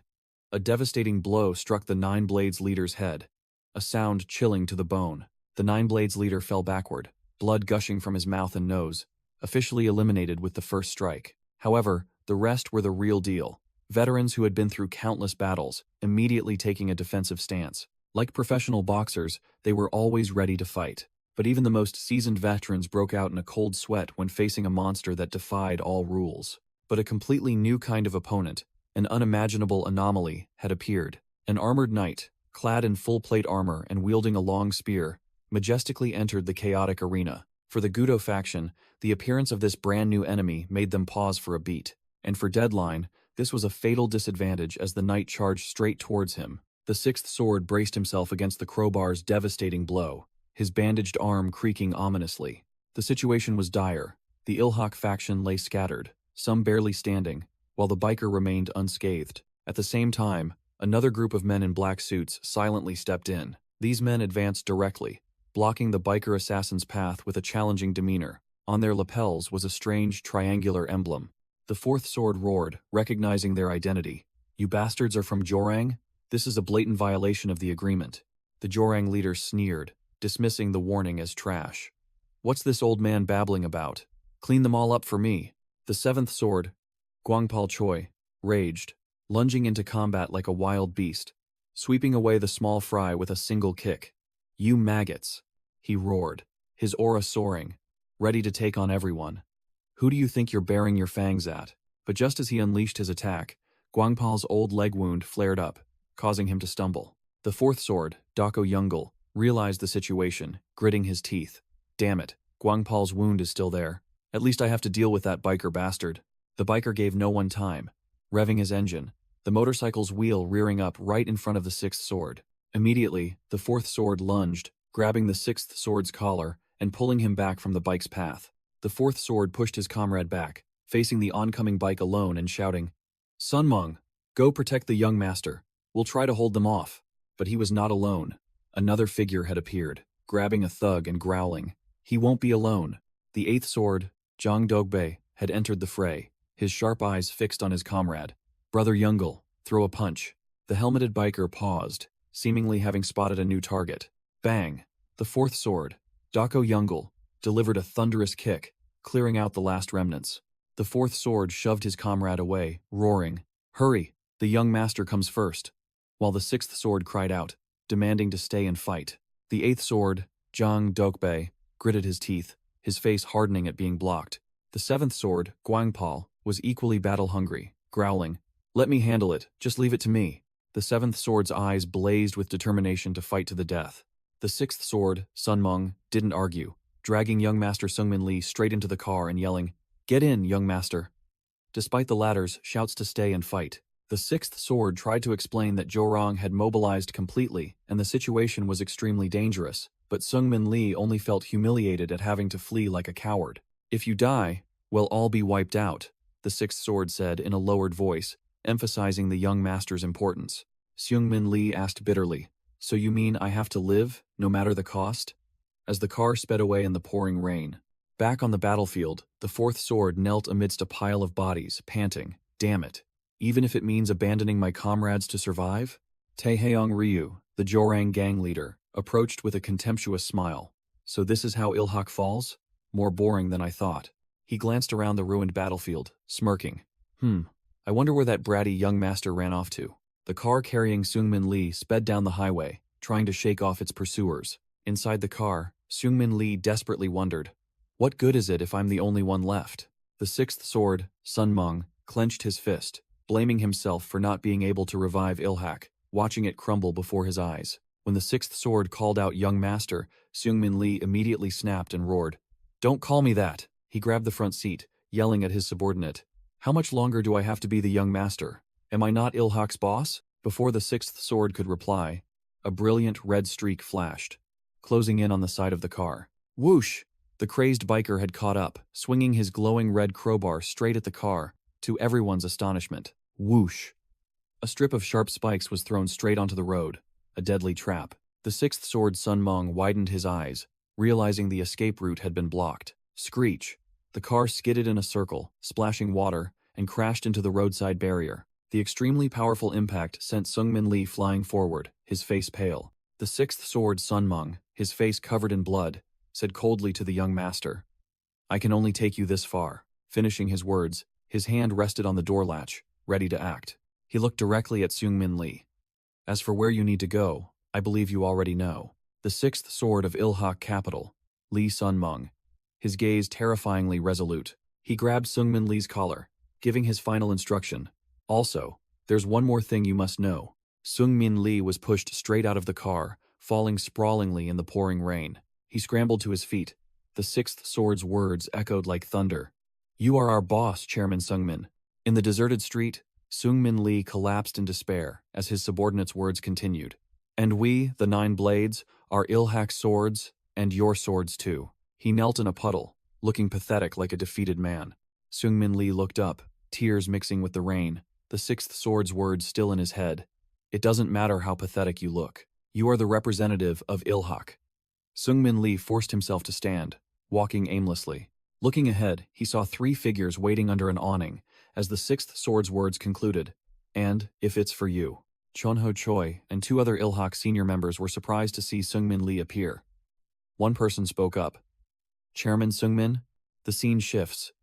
Isu, covered in injuries, stumbled through the rain. A trembling voice called his name. Bake Yi." Chionho Choi, mistaking Isu for his young master, frantically shouted, "Young master!" Isu, in the role of Dogyong, looked at Seungmin Lee condescendingly, and spoke sarcastically. "Speak, Chairman Lee Seungmin. Your current appearance is truly beyond pathetic." Seungmin Lee bowed his head, admitting the harsh truth. I need to rely on Taisan. I beg you, Taisan." Chonho Choi stood from afar, his face hardened upon hearing his young master had to humble himself and beg to save Ilhak. Seungmin Lee collapsed, accepting to discard all pride. "Please save. I am willing to be as pathetic as necessary." Suddenly, Isu grabbed the stumbling Seungmin Lee, his tone full of feigned concern. "Oh dear, Isu pulled Seungmin Lee closer, a smirk on his face. Did you slip? You should be careful. Let's go inside, you're all wet. Seungmin Lee was stunned, finally realizing the person in front of him was none other than the infamous director Baek Dog-young. Meanwhile, a subordinate of Chonho, Choi, was trying to report the chaotic situation, his voice stammering. Our 9 blades. Jorang just. Chonho Choi calmly cut him off, signaling his subordinate to be silent. Speak slowly, what's the rush? Isu still held Seungmin Lee tightly, his voice shifted to a cold tone. More importantly, we're discussing something quite interesting but haven't decided yet, he continued, a meaningful smile on his face. We're going to destroy that council, but we haven't decided where to start. Isu leaned close to Seungmin Lee, pressed a knife to his throat, his voice a threatening whisper. So, where do you think we should start? Chonwang? HHS? Isu narrowed his eyes, his smile turned cruel as he offered the final option. Or Goreng? The scene shifts to a quiet hospital room, sunlight streaming through the window. A hand gently touched the IV bag hanging on the stand. Sua stood by the hospital bed, silently looking at the person lying there. The patient's arm revealed a familiar tattoo, an IV drip directly inserted into his vein. That was the real Dog-young Baek. The scene changes again, an old man meditating on the porch of an ancient temple. The old man casually lit a cigarette, disregarding the no-smoking rule, and the identity of this elder was revealed. Lee Seung-hak, chairman of Ilhak Group, the apex of Seoul. Elder Lee Seung-hak was about to light a cigarette when his grandson Seungmin Lee caught him, snapping. The smell of smoke? The old man vehemently denied it. I didn't smoke. Who's smoking? But the kid didn't believe him. It turned out that 8-year-old, Seungmin Lee, already had a reputation, holding a sword and threatening his grandfather directly. I told you I'd bury you 3 feet under if I caught you smoking again, making Chonho Choi, who was standing behind him, break out in a sweat.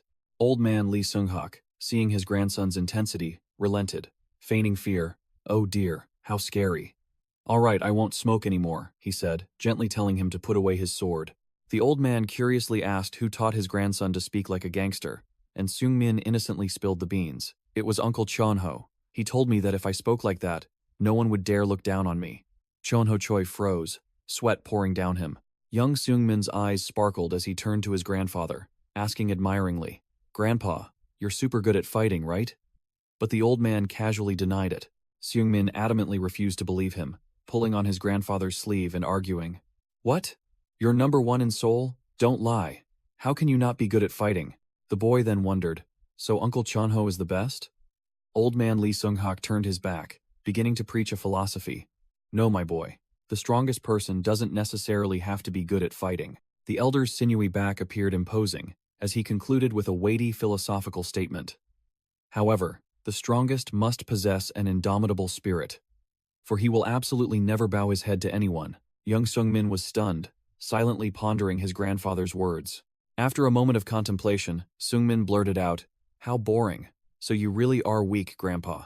Chonho Choi clutched his head in helplessness at the young master's innocence, while old man Lee Seung-hak simply burst out laughing. The scene of the Ilhak Mansion, the center of Seoul, founded by Chairman Lee Seung-hak. The elder turned to question Chonho Choi about what he had taught his grandson. Back in the present, Seungmin Lee lay on the bed, his eyes distant as he reminisced.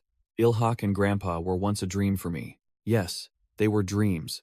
Chonho Choi, one arm still in a sling, rushed to the bedside, asking anxiously, Young master, are you all right? Chonho Choi's face clearly showed his exhaustion and worry as he thought about Ilhak's fate. Seungmin Lee's eyes welled up, and he gave a bitter smile. Because, like all dreams, Ilhak has fallen. Sooner or later, it was bound to shatter. In a luxurious penthouse, the remnants of Ilhak, consisting of Seungmin Lee, Chonho Choi, and 2 other core subordinates, sat in silence, the atmosphere heavy as lead. Isu, in the guise of Dog-young Baek, calmly brewed tea and asked with an air of condescension, How is your health, Chairman Seungmin? Chonho Choi stood behind the young master, answering on his behalf. Thanks to the director here, he's much better now. Isu simply replied with a nonchalant, Ah, I see. Old man Chonho Choi continued to express his gratitude, but Isu merely gave a faint smile, replying cryptically, Haha, there's no debt involved. We're simply helping each other out. Isu, in the guise of Dog-young Baek, sat with his legs crossed, exuding power, and began his prelude. Helping each other out. I'm just wondering. He looked directly at old man Chonho Choi, asking pointedly, Does Ilhak have what it takes to assist us? The old man quickly flattered. Of course, because we at Taizan will do anything. Clink. Isu set the teapot down, cutting off the old man bluntly. Mr. Choi Chionho, I'm asking Ilhak's boss. His gaze was sharp as a knife, his voice full of sarcasm. Or did you suddenly become the boss overnight? Seungmin Lee, despite being at a disadvantage, still ordered the loyal old man. Please wait outside. I have something to discuss privately with Director Baek Dogyong. Chionho Choi and his subordinate Jin Wong quietly left the room, closing the door, leaving the space for the two leaders. As soon as the door closed, Seungmin Lee immediately took the initiative. Although I said I wanted to discuss something, I also have a question for you. He looked directly into Isu's eyes, delivering a fatal blow. Baek Isu, are you the real boss of Taizan? Without giving his opponent time to compose himself, Seungmin Lee added another deadly question. Where is Baek Dogyong? Isu maintained his cold expression, analyzing the situation. Mr. Lee Seungmin, you were still calling me Baek Dogyong just now. It seems you haven't told Choi Chonho my true identity. Seungmin Lee admitted. I saw you were trying to hide it, so I just played along. Isu began his psychological warfare, his voice full of provocation. Are you scared? Because you realized you're facing something you can't handle? Isu's eyes turned icy, and he warned in a low voice. If that's the case, then you should continue to be afraid. Instead of trying to test me like this. Seungmin Lee broke out in a cold sweat, clearly under immense psychological pressure from his opponent. He quickly regained his composure, deciding to temporarily yield. All right, let's talk business. Do you really intend to cooperate with Ilhak? Isu took a sip of tea and replied bluntly, No, Ilhak is too weak right now, not worth bothering with. Seungmin Lee frowned, reiterating, I asked earlier if you could help us. Isu slammed the cup down on the table, rephrasing the question assertively. I'm not asking for your opinion but how you can help us. Seungmin Lee began to reveal his trump card. Taesan has declared war on Jorong and the council. But can Taesan handle it alone? Seungmin Lee tried to save face, threatening that, as Ilhak's boss, he could make Jorang pay for violating the council's agreement. Isu cut him off directly. It's true that Ilhak is very weak right now, but that's not what I meant. He looked directly into Seungmin's eyes, his voice cold as ice. The weak one here is you, Lee Seungmin. Seungmin Lee was speechless, sweat beginning to pour as Isu delivered another fatal blow. Without the blades constantly by your side, would anyone recognize a kid like you as the boss? Scene shifts to the lavish HHS entertainment building in Gangnam, where a subordinate marvels at its opulence. Inside the office, Taehyung Ryu lounged, a smirk on his face. I should have invested in office buildings instead of hotels. Hae Sung Han, CEO of HHS Entertainment, looked annoyed. Stop rambling. How do you plan to deal with this mess? Why attack Ilhak first? Taehyung Ryu scoffed arrogantly. I attacked because I felt like it. I've always had a habit of not thinking things through since I was a kid. Hae Sung Han warned that he couldn't defend him this time, but Taehyung Ryu confidently declared it was all part of the plan, and the next meeting would reveal everything. Taehyung Ryu laughed maniacally when mentioning Seungmin Lee, revealing that this meeting's location was specially chosen for the young master. He announced the meeting location was Lee Seunghak's private residence, the patriarch of Ilhak, a move full of humiliation. Seungmin Lee, now in a different suit, gritted his teeth, realizing the maliciousness of Taehyung Ryu's move. As he approached the gate, Jorang's goons began to whisper mockingly. This isn't a place just anyone can enter. Who does he think he is? A bald man guffawed, sneering. He looks familiar, doesn't he? Or am I imagining things? Isu's words echoed in Seungmin Lee's mind. Without the 9 blades by your side, you're just the young master of a fading gang. Lee Seunghak's subordinates recognized him and began to taunt. Oh, it's the young master of Ilhak. What brings you here for such an important matter? A cigarette butt flew straight onto Seungmin Lee's shoulder, a blatant act of contempt. Seungmin Lee lowered his head, his voice deepening as he recalled Isu's words. You must prove yourself as Ilhak's boss, just as the 9 blades risked their lives to prove your worth. Mansok Jang, a big shot from Jorong, blocked the door and declared coldly. The council meeting is in session. Only the 4 leaders of the major groups are permitted to attend. Blocked by Manseok Jang, Seungmin Lee remembered Isu's words. Now you have to prove yourself to me. Then growled a command. Get out of the way. While Manseok Jang was still bewildered, Seungmin Lee exploded, roaring like a beast. I said get out, you fat pig. Crash. A loud sound from the main gate startled the subordinates inside, making them wonder what the hell was happening. Outside the gate, Manseok lay sprawled on the ground, while Seungmin Lee stood there, blood on his hand, his face radiating murderous intent. Another goon charged forward, swinging a wooden bat and yelling, "You bastard! Where do you think you are?" Whack! The bat struck Seungmin Lee's head directly, a blow strong enough to fell an ordinary person on the spot. In a daze, Seungmin Lee recalled Chonho Chua teaching from years ago. "Seungmin, it's all right if you don't know how to fight, but your spirit must be strong. Never bow your head to others when standing before your family." The old teaching acted like a stimulant. Seungmin Lee immediately regained his balance, sliding to dodge the next attack. He unleashed a lightning-fast uppercut to the thug's face, leaving him stunned. Seungmin Lee grabbed the man's collar tightly, his eyes gleaming with a wild, ruthless look that terrified his opponent. Thud! A devastating headbutt finished off the thug.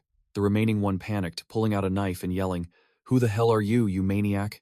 Just then, a delivery man pushing a cart passed by, saw the knife, and spoke up. "Huh?"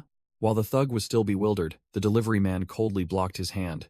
"Hey, that's going too far." Smack! A lightning-fast strike to the wrist sent the knife flying, leaving the thug frozen in place. The delivery man looked up, removing his cap to reveal none other than Zion, with sharp eyes and a half-smile. Zion casually brushed his hands, throwing a contemptuous remark at the nobodies. "Small fry, like you should know your place and not interfere. Ultimately, only the bosses are allowed inside." Seungmin Lee silently walked past, heading straight into the meeting.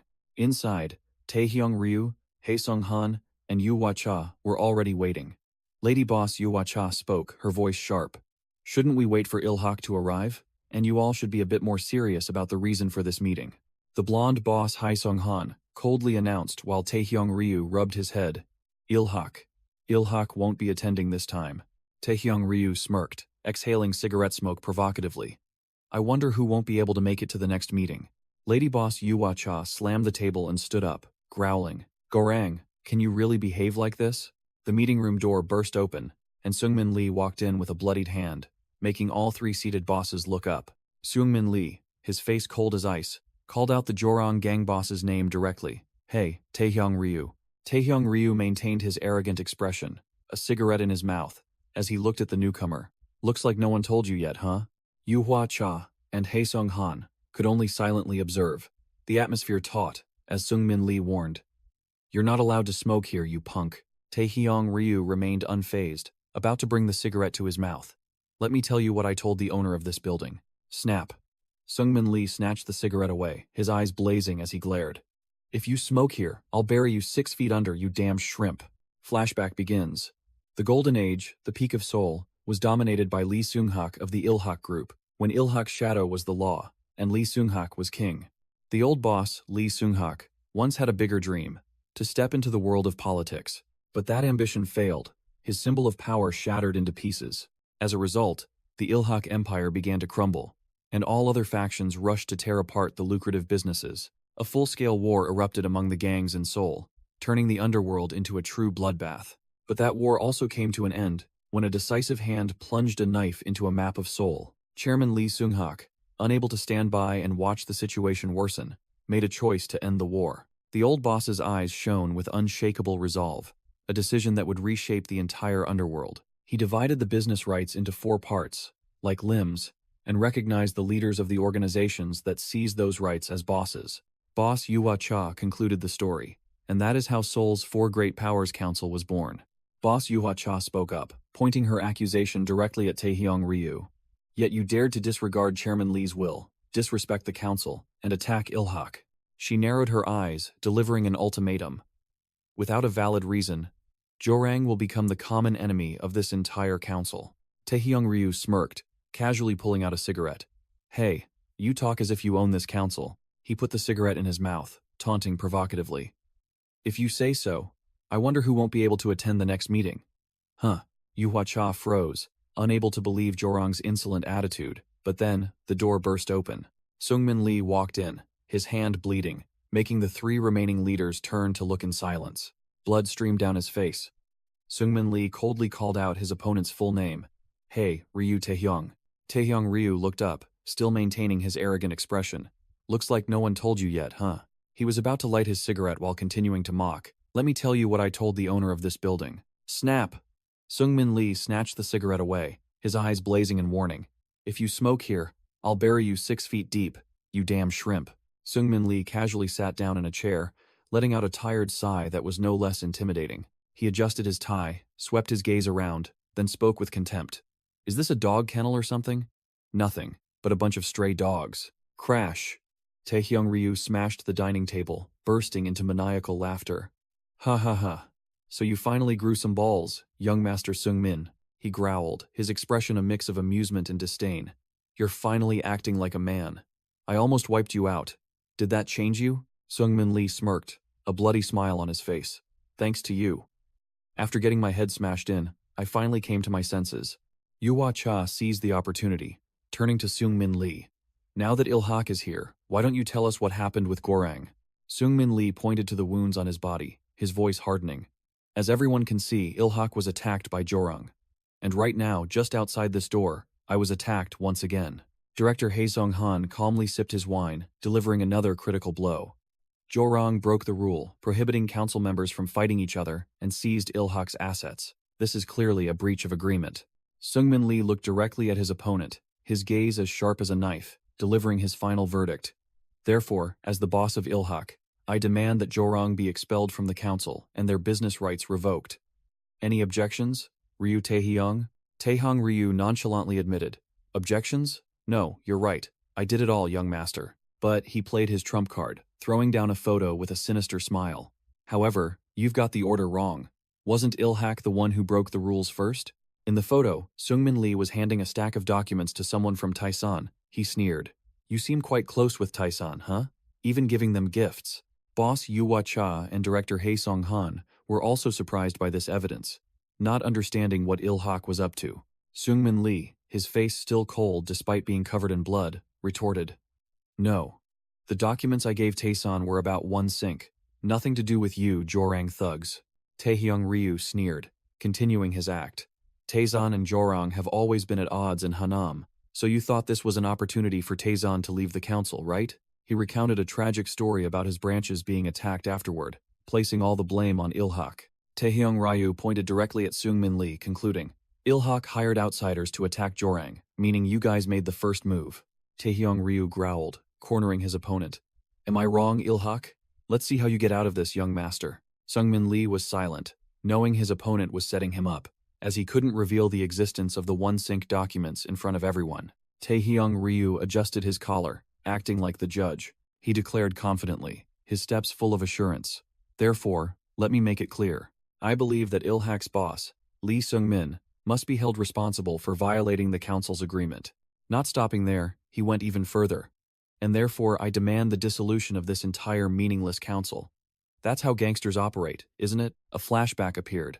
An old cunning advisor had analyzed the situation for Seungmin Lee. Gyorang knows the council is what Ilhak relies on, so they will try to dissolve it. Seungmin Lee once wondered, then why should I attend this meeting? And received a firm answer from the old advisor. I told you. You need to prove you're a real boss in that meeting. The old advisor's words still echoed. On the day of the meeting, all you need to do is become Ilhak's boss. Back in the present, Yuhua Cha lost her patience, slammed the table and yelled directly at Taehyung Ryu. Ryu Taehyung, what the hell are you doing? But Seungmin Lee, with a bleeding eye, just leaned back in his chair, uttering a chilling remark, indifferent to everything. Screw it. Do whatever you want. Taehyung Ryu sneered, mocking Seungmin Lee as unreasonable, asking directly if he was going to give up, or if he should kneel and beg for mercy. Yuhua Cha looked contemptuously at Seungmin Lee, growling. Are you two friends? Are you siding with Jorang? You guys are making a mistake. The female boss snapped her fingers, her eyes sharp and cold.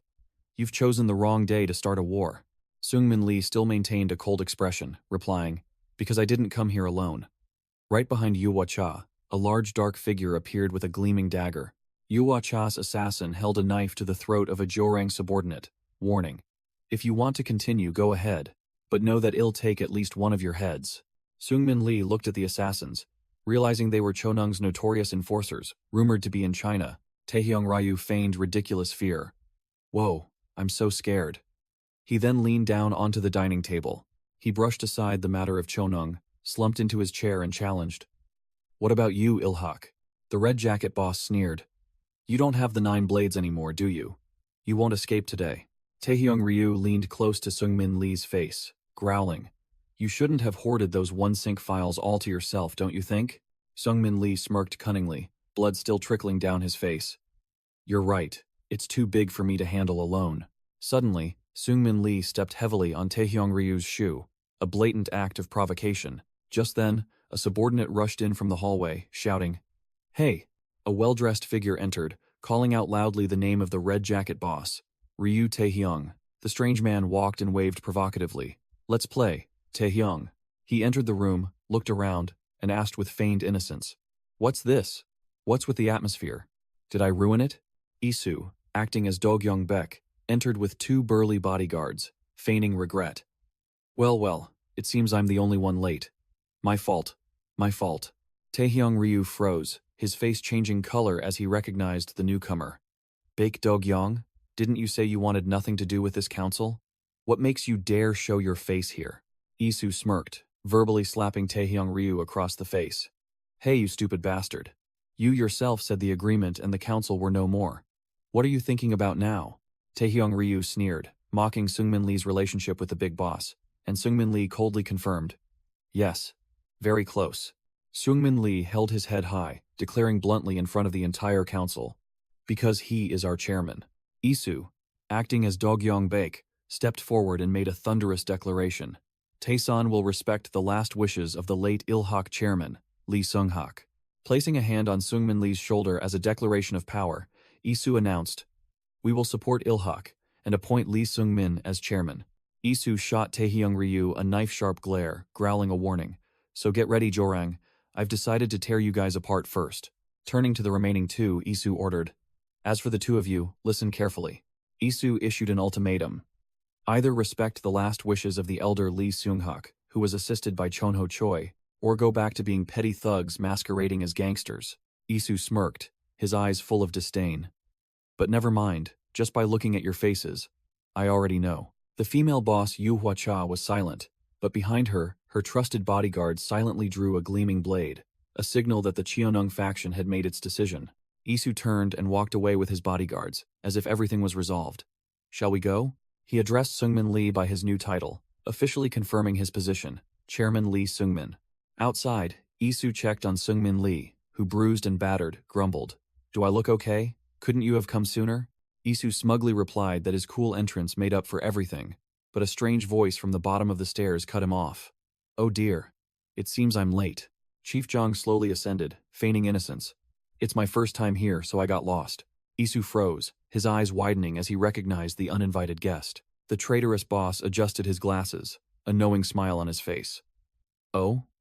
Long time no see." Chief Jang looked directly at Isu, his tone mocking. "We finally meet again. You must be Dogyong Baek, right?" Isu's imposing aura faltered, and he glared at his old enemy, growling in response. "Jang." Chief Jang leisurely walked up the stairs, scoffing. "I didn't expect to see you here." Sungmin Lee, supported by Chonho Choi, was stunned to hear Isu call out the enemy's name. "Did you just say Chief Jang?" Sungmin Lee realized with a shock, his bloodied face etched with fury. So that old man. He watched Chief Jang's retreating back, understanding that he was the mastermind behind One Sync's downfall and all the tragedies. Sungmin Lee frantically yelled a warning. "Director Baek." Isu didn't flinch, his killing intent palpable, the knife in his hand ready to draw blood. In Isu's mind, everything was calculated. 2.1 meters. Killing you wouldn't even take a few seconds. Memories flooded back. A younger, naive Isu appearing, recalling a manipulated past. "Just like you did to us back then, for your own goals." And the one who created that monster was Chief Jang, with a cruel smile and a gun in his hand, ready to pull the trigger without hesitation. Isu stood firm in the present, asserting his nature. "That is the Baek Yisu you created." Chief Jang faced Isu, his eyes filled with the smugness of a superior. Isu responded with a knife-sharp gaze, his hatred and animosity unconcealed. Isu casually pulled out a pack of cigarettes, declaring, "So this can't be called hesitation." He put the cigarette in his mouth, challenging his enemy directly. "Chief." Isu offered the cigarette to Chief Jang, asking with hidden meaning, "Got a light?" Chief Jang lit it, the 2 mortal enemies face to face, their reflections shimmering on Isu's sharp blade. The click of the lighter echoed, the cigarette lit in a silence as taut as a bowstring. Chief Jang began their mind game, adjusting his tie as he spoke. "I heard there was a bit of a commotion after the funeral, Director Baek." Isu exhaled smoke, still holding the knife, replying nonchalantly, "Yeah, probably. Has the problem been resolved?" Chief Jiang sneered, a glint of cunning in his eyes. "I believe I know who the culprit is. I just have no way to confirm it." Isu looked Chief Jiang straight in the eye, his voice icy. "But seeing you come all this way, I'm certain who the culprit is now." Chief Jiang narrowed his eyes, his voice a growl as he challenged, "So what do you intend to do? If it were me, I would have killed you right here." Isu exhaled smoke, his gaze as sharp as a blade. "But this isn't something that can end with the death of one man." Chief Jiang fell silent, the battle of wits between the two old foxes reaching its peak. Isu turned his back, skillfully juggling the knife and declaring, "Well then, see you later, Chief." He gripped the knife handle, delivering a final threat.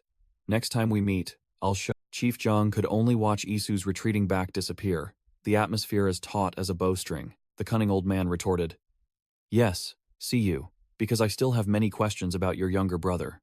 Isu paused for a beat, Chief Jiang muttering, "After meeting you today, even though I'm not entirely certain," he continued his monologue after Isu had walked away, "but I have a hunch now." Isu casually replied from a distance, Yeah, whatever," then continued juggling the knife, feigning indifference. Isu's bodyguard called out loudly when he saw his master return, "Director Bake, let's go." Isu continued walking, and Chief Jiang also turned on his heel, the two enemies temporarily ceasing hostilities. Isu and his bodyguard walked down the stairs, leaving Seungmin Lee and Cheonho Choi behind. Isu gripped the knife tightly in his hand, veins bulging, his eyes burning with determination. "Let's go." The scene shifts to a dilapidated office building of Hook Loans in Itaewon, where a petty debt amount is displayed. Lee Hunggu, the company's president, slammed the table and roared in anger. "Hey, why are we short 46,000 won?" The bald subordinate stammered his report. "That's about the auntie at the fruit stall," which only annoyed Lee Hyung-gu further. The subordinate recounted in fear, recalling how the fruit stall owner's wrestler daughter had scared him stiff. "Her daughter is terrifying. Take this apple and come back tomorrow," she said. Lee Hyung-gu clutched his head, tears welling up, lamenting in despair. "Oh my god, just shut up for a moment. How could my hook fall to such a state?" Lee Hyung-gu bitterly recalled the one who had crushed him, the Russian assassin sent by Taesun, with a savage smile on his face. He also couldn't forget the blonde young executive who had advised the one-eyed boss of Hook Loans to retire and enjoy his old age. The one-eyed boss could only grit his teeth as he watched Zion and his subordinates leave, while Zion sneered. Did a cockroach just scurry by?" Suddenly, Zion appeared right in Lee Hyung-gu's shabby office, with his familiar smile. "Long time no see, Captain. Do you remember me?" Lee Hyung-gu and his bald subordinate froze, stammering incoherently. "Huh? What the hell? What are you doing here, you punk?" Lee Hyung-gu was about to explode when Zion's bald subordinate stopped him. The subordinate gripped Lee Hyung-gu's hand tightly, growling, "Punk? Who are you calling a punk?" making him cry out in pain. After the intimidation, Lee Hyung-gu, drenched in sweat, was forced to the negotiating table. "So, you want me to tell you everything I know about Gorang?" "That's right, their business locations," Zion replied. Lee Hyung-gu retorted, "Didn't you people already trash my place and find out everything?" Zion took a sip of water, his eyes sharpened. "I thought so too, but it seems not. There's something I'm looking for that I haven't found." "Something you're looking for? What is it?" Lee Hyung-gu asked curiously, feeling that something was amiss. Zion looked him straight in the eye, his voice chilling. "One person. A place that can hide 5 people." Lee Hyung-gu froze, realizing the rumors were true. Could it be that Jorang defeated Ilhak and kidnapped the Gudos? He muttered in horror, confirming the information he had heard. The committee disbanded, Taesun allied with Ilhak. "It's all true. What's with that look? Do you know or not?" Zion was losing patience. Lee Hyung-gu quickly forced a laugh. "Ah, yes. I was just lost in thought." Lee Hyung-gu feigned contemplation, then began to speak. "2 places come to mind right now." He pointed at the map, boasting about his status in Jorang, which Zion immediately mocked. "Oh, so you're just small fry too. I'll tell you everything, but on one condition," Lee Hyung-gu said, seriously. Zion raised an eyebrow. "A condition?"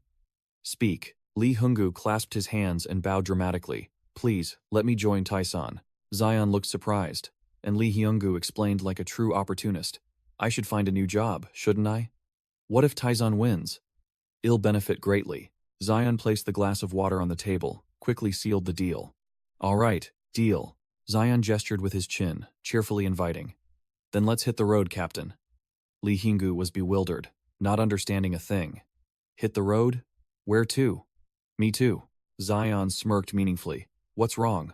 Don't want to join Tyson? Then we have to hit the road together, don't we? Lee Hyungu, the pawn shop owner and temporary member of Tyson, still frozen, not understanding what was happening.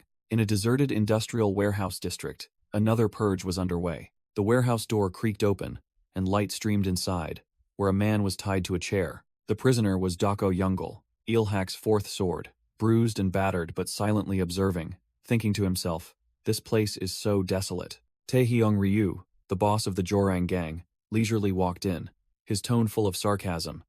Well, how do you like it here? He walked around the prisoner, continuing to taunt. Hey, don't be so quiet.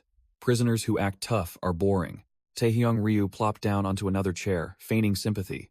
You old geezers must be lonely, separated like this. I should have locked two of you in one room. He perched on the chair and lit a cigarette. All right, I came here today to tell you a rather interesting story. Just listen. Taehyung Ryu dropped a bombshell, making Doko Youngul's eyes widen. Taeson is now under Ilhak's command. I hear they're planning to make young Master Sungmin the chairman. The Jorang boss smirked cunningly. That's why they're searching everywhere for you guys. He exhaled smoke, saying with a mocking congratulatory tone, Anyway, congratulations. The young master has become chairman.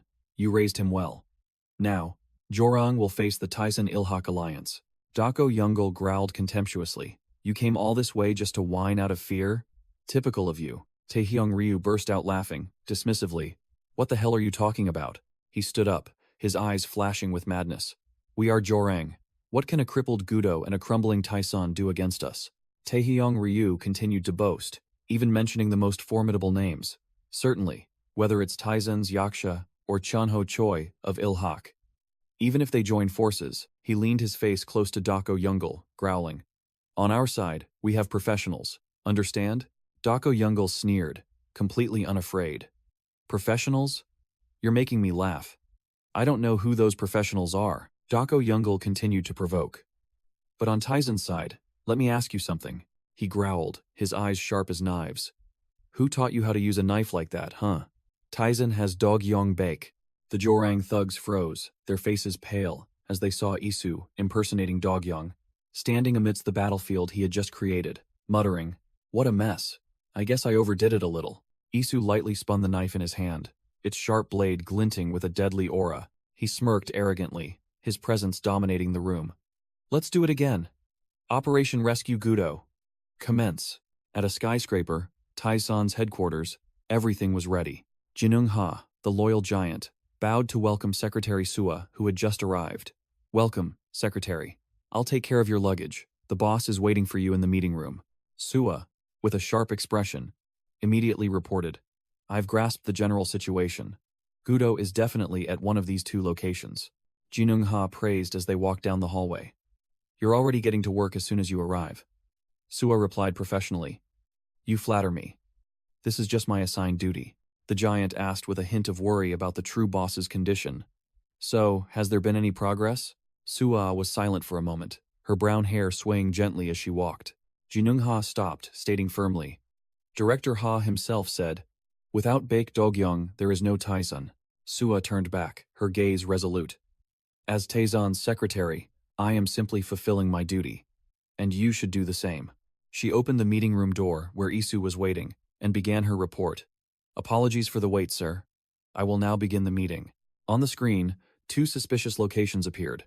A motel in Itaewon and an abandoned warehouse in Icheon. Sua pointed at the screen, analyzing for Isu and his subordinates. These are the two most likely locations where Gorang is holding Gudo. She explained their side's predicament. Due to numerical disadvantage, we cannot attack both locations, so we must concentrate our forces on a single point. Isu and another senior executive listened intently as Sua continued. Furthermore, we must leave personnel to defend the headquarters in case of a surprise attack. Isu, with a thoughtful expression, analyzed the situation. The area around the Itaewon motel is sparsely populated, making it highly likely that we'll be detected by the enemy. Sua finalized the plan, her eyes cold. Therefore, the most logical decision is to attack the abandoned warehouse instead of the motel. Isu coldly concluded the plan. We will not deploy troops. If we are exposed and they mobilize forces, our side will be at a disadvantage. The Taishan executive broke out in a sweat but still had to nod in agreement, admitting that acting on impulse now would be too dangerous. Isu stood up, his presence overwhelming. Myself, Li Xian, and Rim Gyong-chun. The three of us will infiltrate. Sua explained over the comms, while Li Xian and Rim Gyong-chun were already in position. The two of them are infiltration specialists. They will scout the warehouse without being detected by Jorong. Sua smirked confidently, her eyes sharp. As for the other location, a man in a long coat walked into a rundown motel in Itaewon. Isu stood before the reception desk, asking the muscular clerk, "Excuse me, I'm looking for someone." The motel clerk puffed out his chest, acting tough. "I cannot disclose guest information, especially not to someone like you." Isu was about to show something, but the clerk rudely brushed him off. "Come on, you heard me. Slash." Isu said nothing, drawing his dagger and plunging it straight through the clerk's hand onto the wooden counter. The clerk screamed miserably as the knife pierced his hand. Isu coldly asked, "How about now?" Isu grabbed the clerk's head and pushed it down, his voice full of menace. "Hey, let me ask you a question." Isu whispered into the comms, deciding to go solo. "Is Gudo here?" "Never mind, I'll handle this place myself." Pulling the knife out, Isu ignored the clerk's screams as blood splattered everywhere. Isu faced a whole group of heavily armed thugs blocking his way, all by himself. Whoosh! One thug lay sprawled on the floor, covered in blood, the battle ending in the blink of an eye. Standing amidst the corpses, Isu wiped his blood-stained knife, confirming, "These guys are Chief Jang's subordinates. Looks like I came to the right place." Suddenly, a firm hand grabbed Isu's collar, and a deep, resonant voice boomed. "Even though you haven't fully recovered from the previous battle, you still had to follow me?" Chonho Choi, Gudo's second blade, stood tall amidst the battlefield, declaring firmly, "This is Gudo's business. Of course I have to be here." Isu smirked, looking directly at the elder. "Don't overexert yourself." While Chonho Choi was still convinced that the person in front of him was Baek Dogyong, Isu, a cigarette between his lips, his eyes sharp, looked at Chonho Choi. "I still don't know who you are. I don't want the chairman to get angry if you get hurt." As they both walked up the stairs, Chonho Choi suddenly spoke. "May I ask you something, Director Dogyong Baek?" Isu glanced over his shoulder, his voice indifferent. "Go ahead. You must have some free time." Elder Chonho Choi didn't beat around the bush, asking directly, "Why did Taishan appoint our young master as chairman?" Isu replied curtly, "Obviously to preserve Ilhak's traditions." But Chonho Choi growled, "I didn't ask for that cliché answer." Chonho Choi analyzed the tense situation. The government has intervened, the committee has been disbanded, and a war is about to break out. Isu maintained his cold expression, asking back, "All in just 3 months. So what? What exactly are you asking?" The old man stopped, looking directly at Isu. "Director Dogyong Baek, I believe you are involved in all of this." Chonho Choi concluded with a critical question, his eyes full of pressure. "And what I want to know is Taishan's true motive for using us." Isu turned around, a dangerous smirk on his face. "You really want to know why?" "Yes," Chonho Choi affirmed firmly. "Haven't we agreed to fight together?" Their intense conversation was cut short by a subordinate's shout from upstairs. "They're here, on the stairs." The goon pointed directly at Isu, yelling, "You bastard, stay right there," but only received a scornful look. "Too noisy. The adults are talking." Isu challenged, "If you have something to say, come down here and say it." Then stomped his foot on the stair railing, preparing for action. Whoosh! Isu shot up like an arrow, charging straight towards the bewildered goons. A goon shrieked as Isu swept past, neatly dealing with another enemy attempting to attack from behind. Isu called out Chonho Choi's name, while his hand blocked the blade of another who was cursing. "You bastard! Let's talk later," Isu said, twisting the thug's wrist until it broke, then flung him straight down towards Chonho Choi. "He's all yours." Chonho Choi didn't flinch, delivering a devastating punch to the falling subordinate, blood splattering everywhere. Isu landed and delivered a lightning-fast kick, taking down another, coordinating with Chonho Choi to clear the stairs in a flash. Chonho Choi calmly analyzed. Enemies attacking from above usually have the advantage. The Ilhak goons roared, "You bastard!" then charged down the stairs with knives like madmen. But the old man continued, "That advantage also comes at a price, as Isu had already seized one of them. Their attacks become more predictable," he concluded as Isu used one of them as a human shield, neutralizing another's knife attack. Slash. Isu didn't say much, swiftly stabbing one in the side. Another screamed tragically as Isu slit his throat, while Chonho Choi was ready below. Chonho Choi grabbed the head of one who was losing balance and falling down. Slam! The old man mercilessly slammed his face onto the stair, asserting, "On stairs like these, it's very easy to lose your balance." Isu and Chionho Choi stood amidst the spoils, the old man satisfied. "Oh, we work quite well together." A remaining goon swung his knife, but Isu simply dodged to the side. Thwack! Isu delivered a powerful spinning kick to the thug's face, sending him flying. The thug only managed a pained groan before collapsing. Isu flicked the blood off his knife, his eyes as cold as ice. He grabbed the last one by the collar, held his knife to his throat, ending the fun. Isu looked down at the trembling minions at his feet, calling out, "Hey!" He smirked, his voice full of sarcasm. "Is that all?" Truly disappointing. The goons' faces went pale as they heard him mock. "I heard Jorang had top-tier guys, yet they lost to a petty gangster like me. You guys are making me look like a pro here," Isu concluded, standing atop the stairs like a king. The scene shifted to an abandoned warehouse in Yongsan, a voice echoing, "So we have to search this entire area?" Li Xian and Rim Gyong-chun appeared with a mysterious blindfolded man. The young steel weasel grumbled, "Hey, I didn't know it'd be coming along. I wasn't even asked." Hook chuckled, evading Steel Weasel's curious question about his identity, and urged everyone to keep moving. Hook confirmed the location where the Jorang gang was holding the hostage, but Steel Weasel grumbled that he hadn't said it directly from the start. Hook explained that he was only certain after seeing some unfamiliar faces, unlike typical gangsters, heading towards the hotel. Hearing that someone was carrying a gun, Zion turned back with an intrigued expression. Scene change. An Ilhak subordinate screamed tragically as he was mercilessly taken down. In another battle, Dogyong Baek and Chonho Choi charged through, sweeping away everything in their path. Dako Youngul, the fourth blade, bruised and battered, admitted in horror, "He is a monster, not of our league." Chionho Choi, covered in injuries, also had to acknowledge his opponent's strength.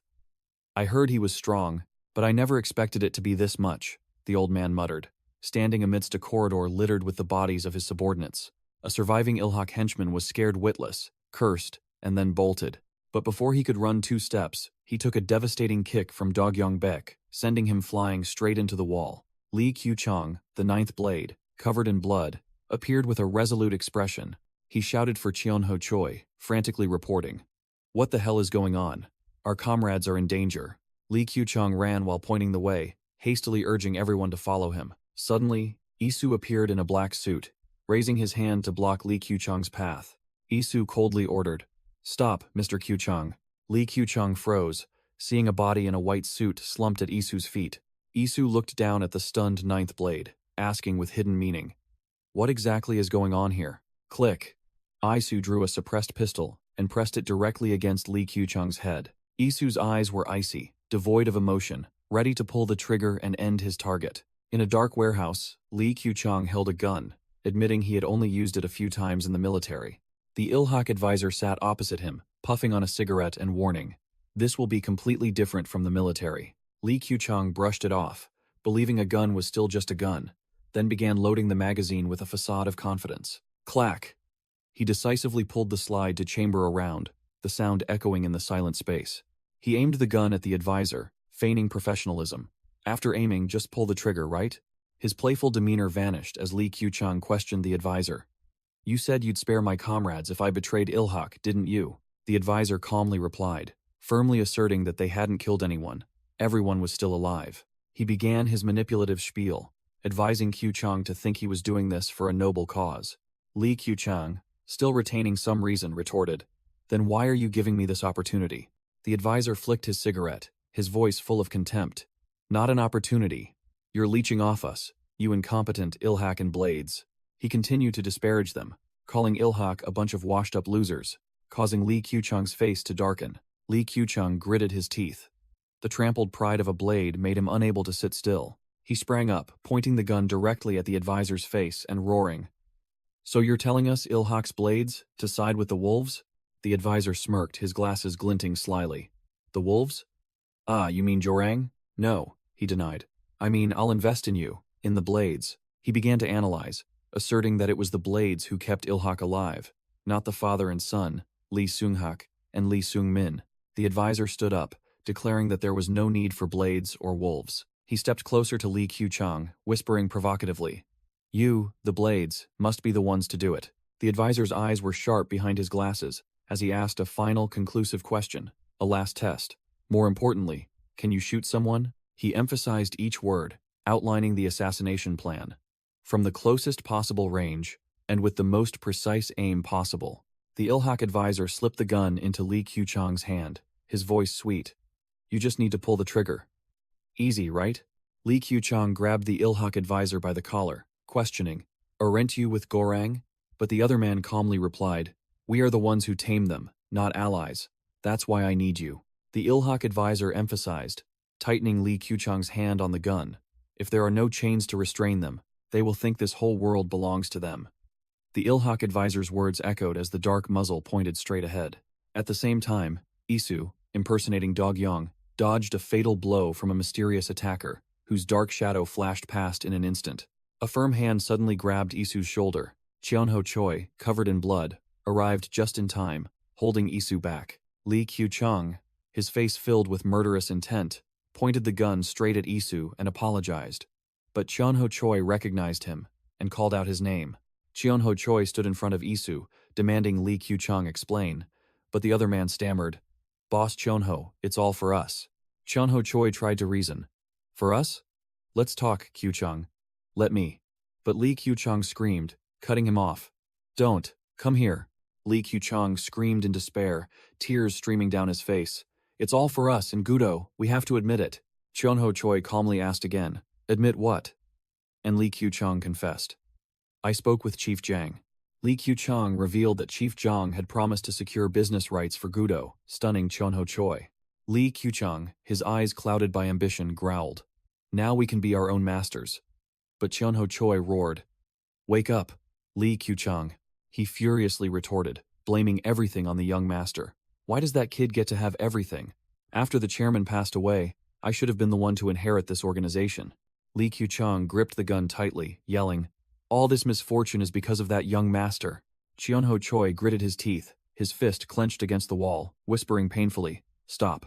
The old man couldn't believe it, grinding his teeth. Just for that? Bang. A gunshot rang out, and Cheonho Choi was hit directly in the chest, his body flung backward. The old man collapsed, blood pouring from his mouth, his eyes filled with disbelief. You betrayed us for Ilhak, Qiuchang? Li Qiuchang stammered, Cheonho Choi name, but the old man on the floor coldly cut him off. Don't, call me that.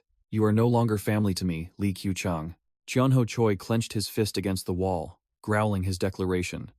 Therefore, in the name of Ilhak, even as tears streamed down his face from pain and disappointment, the old man gritted his teeth and firmly declared, I will destroy you. Li Qiuchang fearfully raised his gun, shouting, Don't come any closer, boss, or I'll have to shoot. Cheonho Choi scornfully replied, No, you don't need to say that to me. The old man glanced behind the traitor.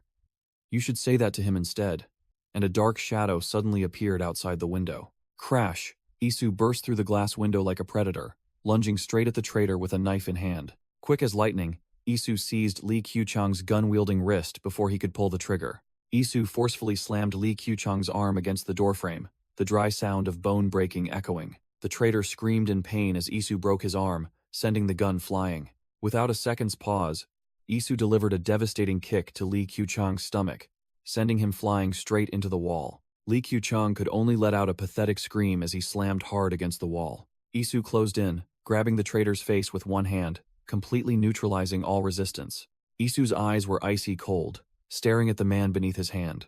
So, Isu grabbed Li Qiuchang by the collar, his knife pressed against the man's throat, concluding, You are also a traitor. Cheonho Choi, slumped on the floor, quickly reached out, trying to stop him. Director Baek Do-kyung, please wait. Isu pinned the traitor to the floor, preparing to finish him, but paused for a beat. With a deadly smirk and a smear of blood on his cheek, Isu turned and asked, Am I not allowed to kill him? The scene shifts to an abandoned warehouse in Yongsan district, the atmosphere gloomy and silent. Inside the vast warehouse, Li Xian sat alone in the empty space, seemingly waiting for something. The sixth sword Li Sunmong, an influential figure from Ilhak capital, was tied up like a pig, but still taunted. What is this? Is it mealtime? Looking out the warehouse door, he muttered, I thought I was about to starve to death. Huh, food? Rim Gyong-chun poked his head out from the shadows and calmly replied, No, there isn't. Sorry. A strange figure approached, and Li Sunmong, tied tightly to the chair, could only stare and ask, Who are you? Rim Gyongchun casually broke a chocopie in half. The young man held out the piece of cake and asked with utmost nonchalance, "Is this enough?" Lee Sunmong was speechless, looking at the cake in Rim Gyongchun's hand, while the young man declared, "The bigger half is mine." Lee Sunmong yelled, frantically asking about the guards, but what met his eyes was a pile of corpses scattered outside the door. Rim Gyongchun answered his question about where he came from concisely. "From the north." Lee Sunmong broke into a sweat upon hearing that, but then corrected himself. "No, I'm a Tyson man." The prisoner began to struggle, repeatedly asking about the young master, while Rim Gyongchun calmly used a knife to cut the ropes. "Quiet down." The young assassin reassured his target with a friendly smile. "We've already sent people to rescue your comrades, so just rest easy." Scene change. Another warehouse was also filled with the stench of blood and littered with guard corpses. Zion stepped over the pile of bodies, muttering, "He must be around here." Finding a man tied up and slumped in a chair, Zion smirked. "Bingo. Found him." The eighth sword, Jang Dokbae, another high-ranking member of Ilhak Capital, was unconscious in the chair. Zion squatted down and taunted. "Old man, do you remember me? It'd be very sad if you didn't. I recall you giving me quite a beating." He grabbed Jang Dokbae's chin and shook him hard to wake him up. Zion asked sarcastically, "Feeling all right?" while his hand was already gripping a karambit knife. Jang Dokbae suddenly snapped his head up, eyes wide with madness, and let out a cry.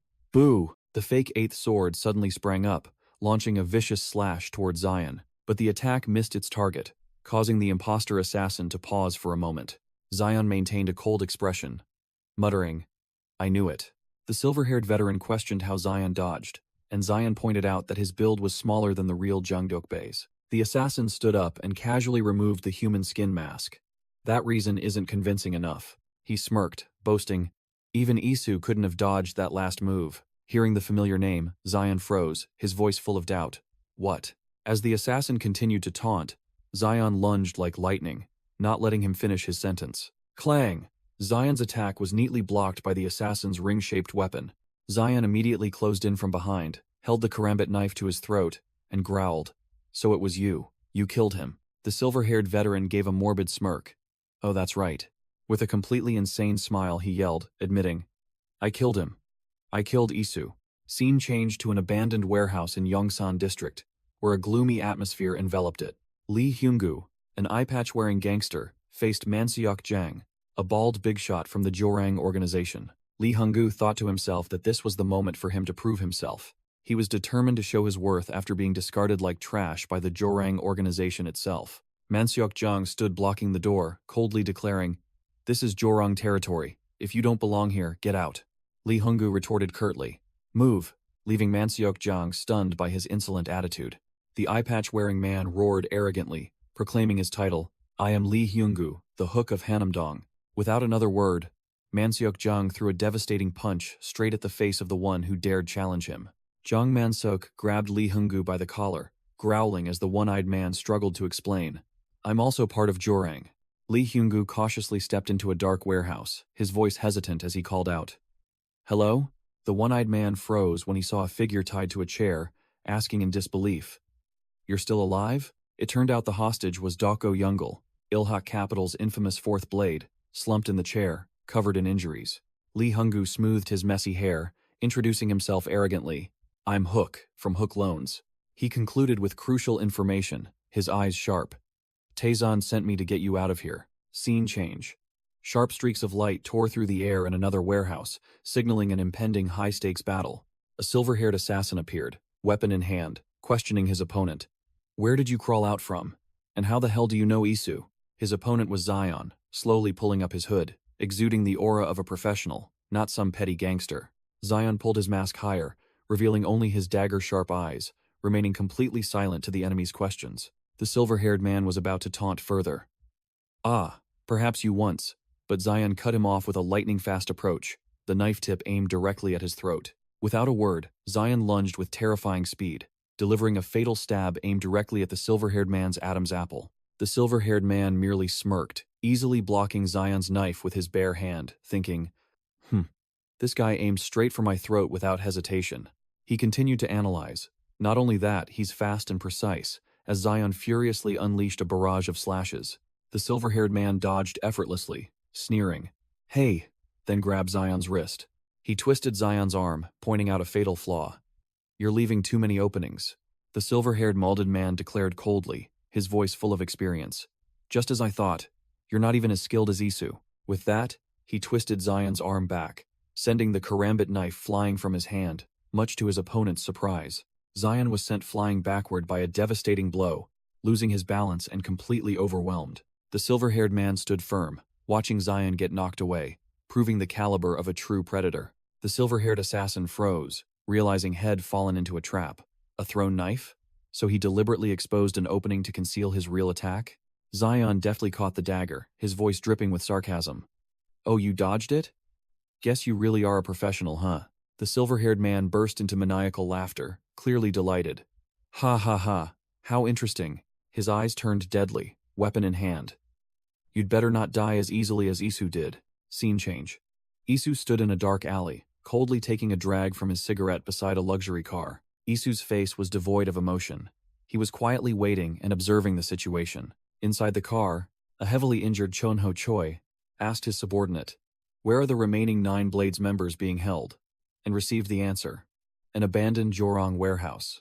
Jin Wong, the subordinate, quickly interjected, "They don't intend to harm them. You mustn't go there." He tried to persuade him, clutching his wound. "They've already guaranteed their safety." Jin Wong cried out in despair, "Don't, you see, we can't defeat Jorong right now. The times have changed." The traitor concluded with a cowardly remark. "At this point, you should hand over the young master and Taezun to Jorang." Crash. Cheonho Choi, despite his severe injuries, still delivered a thunderous punch straight to the face of the one who spoke of betrayal. The devastating punch sent Jin Wong sprawling in the cramped space of the car. The tough old man didn't stop, continuing to swing his steel fists, unleashing his fury on the cowardly subordinate. Chonho Choi grabbed Jin Wong by the collar, his eyes blazing as if he wanted to burn him alive. He growled, each word sharp as a knife. "Keep babbling. I'll tear you apart." Jin Wong, his mouth full of blood, stammered, "Boss Chonho, Ilhak isn't what it used to be."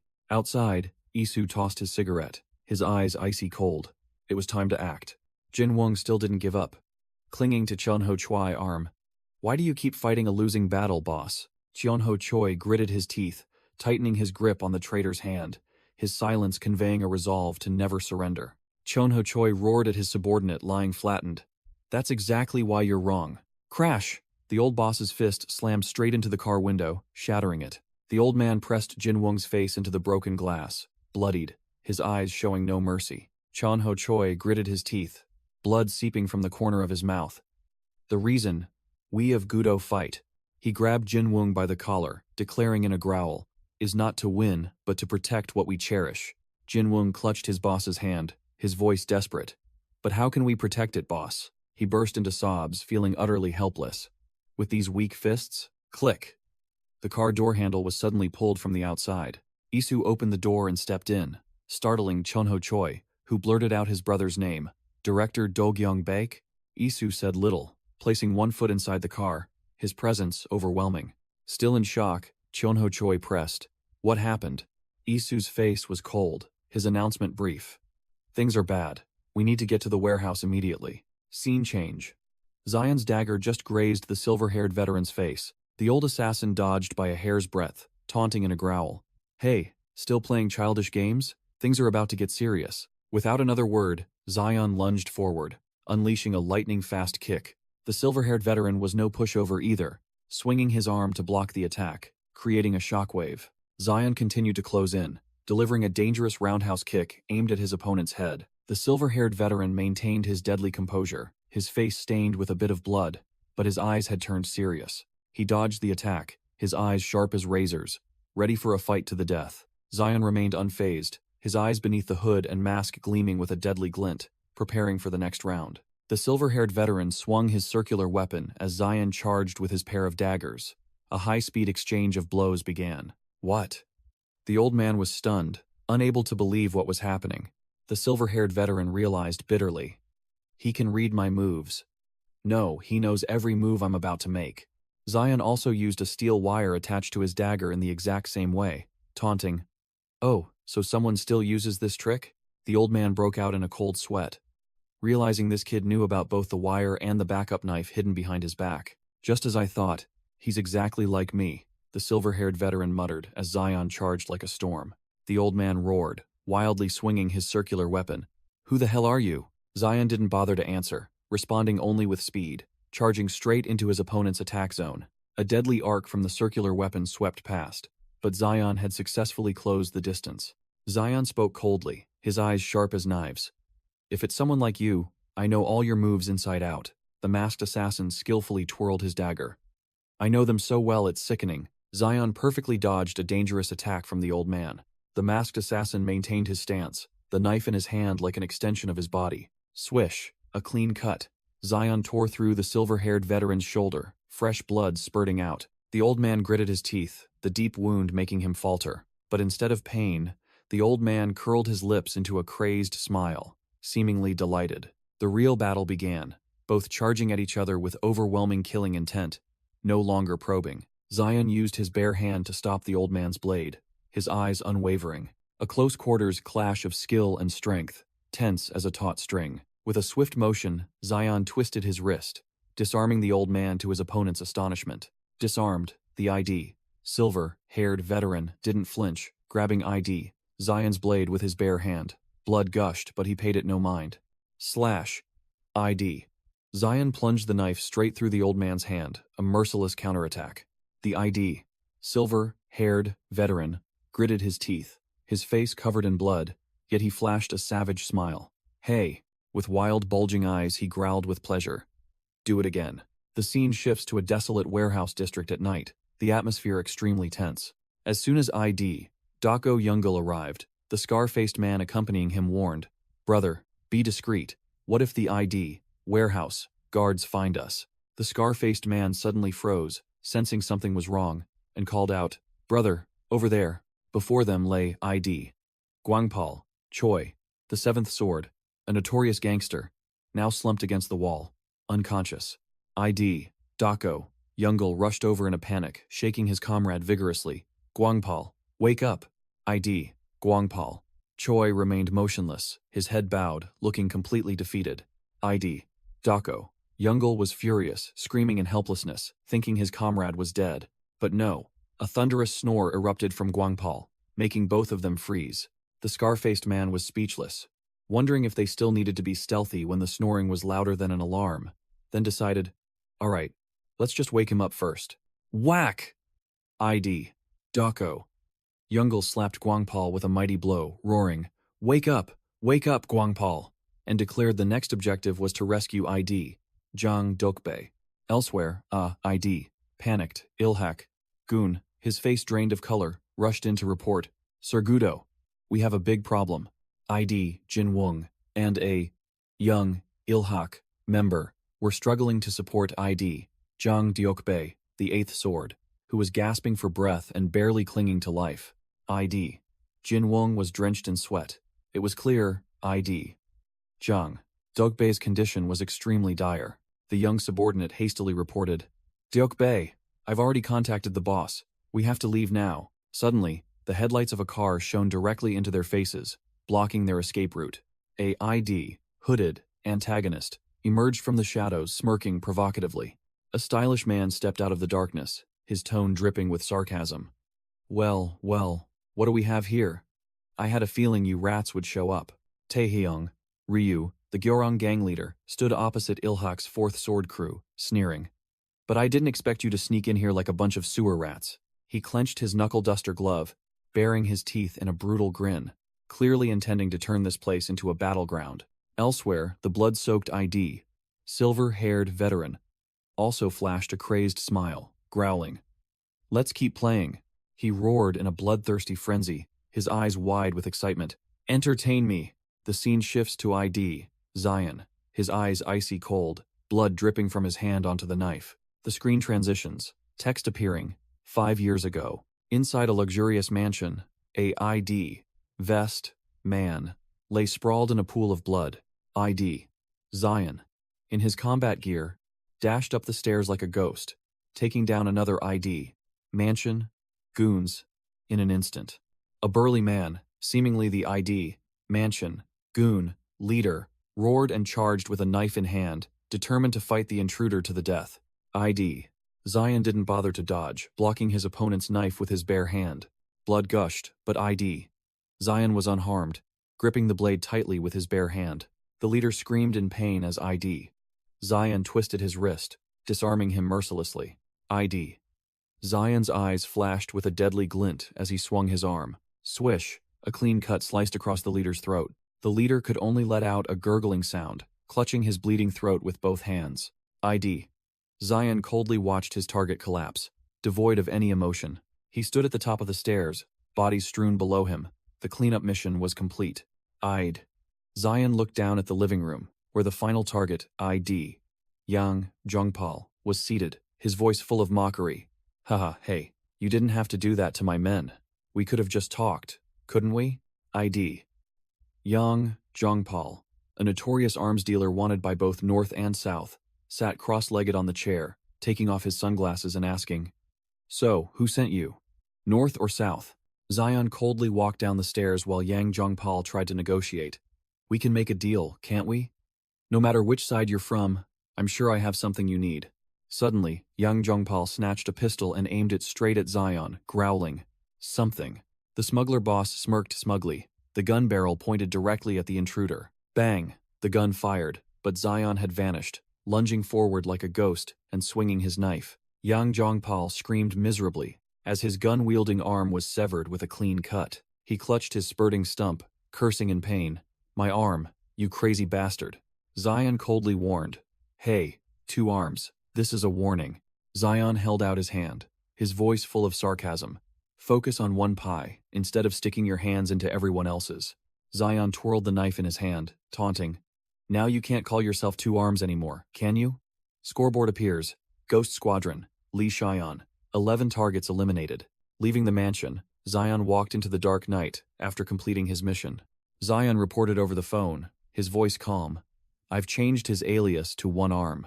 On the other end of the line, a man wearing glasses, seemingly his superior, asked in surprise, "You let him live?" The commander let out a sarcastic chuckle over the phone. "Ha, this kid," the commander snapped. "I mean, we shouldn't leave any loose ends."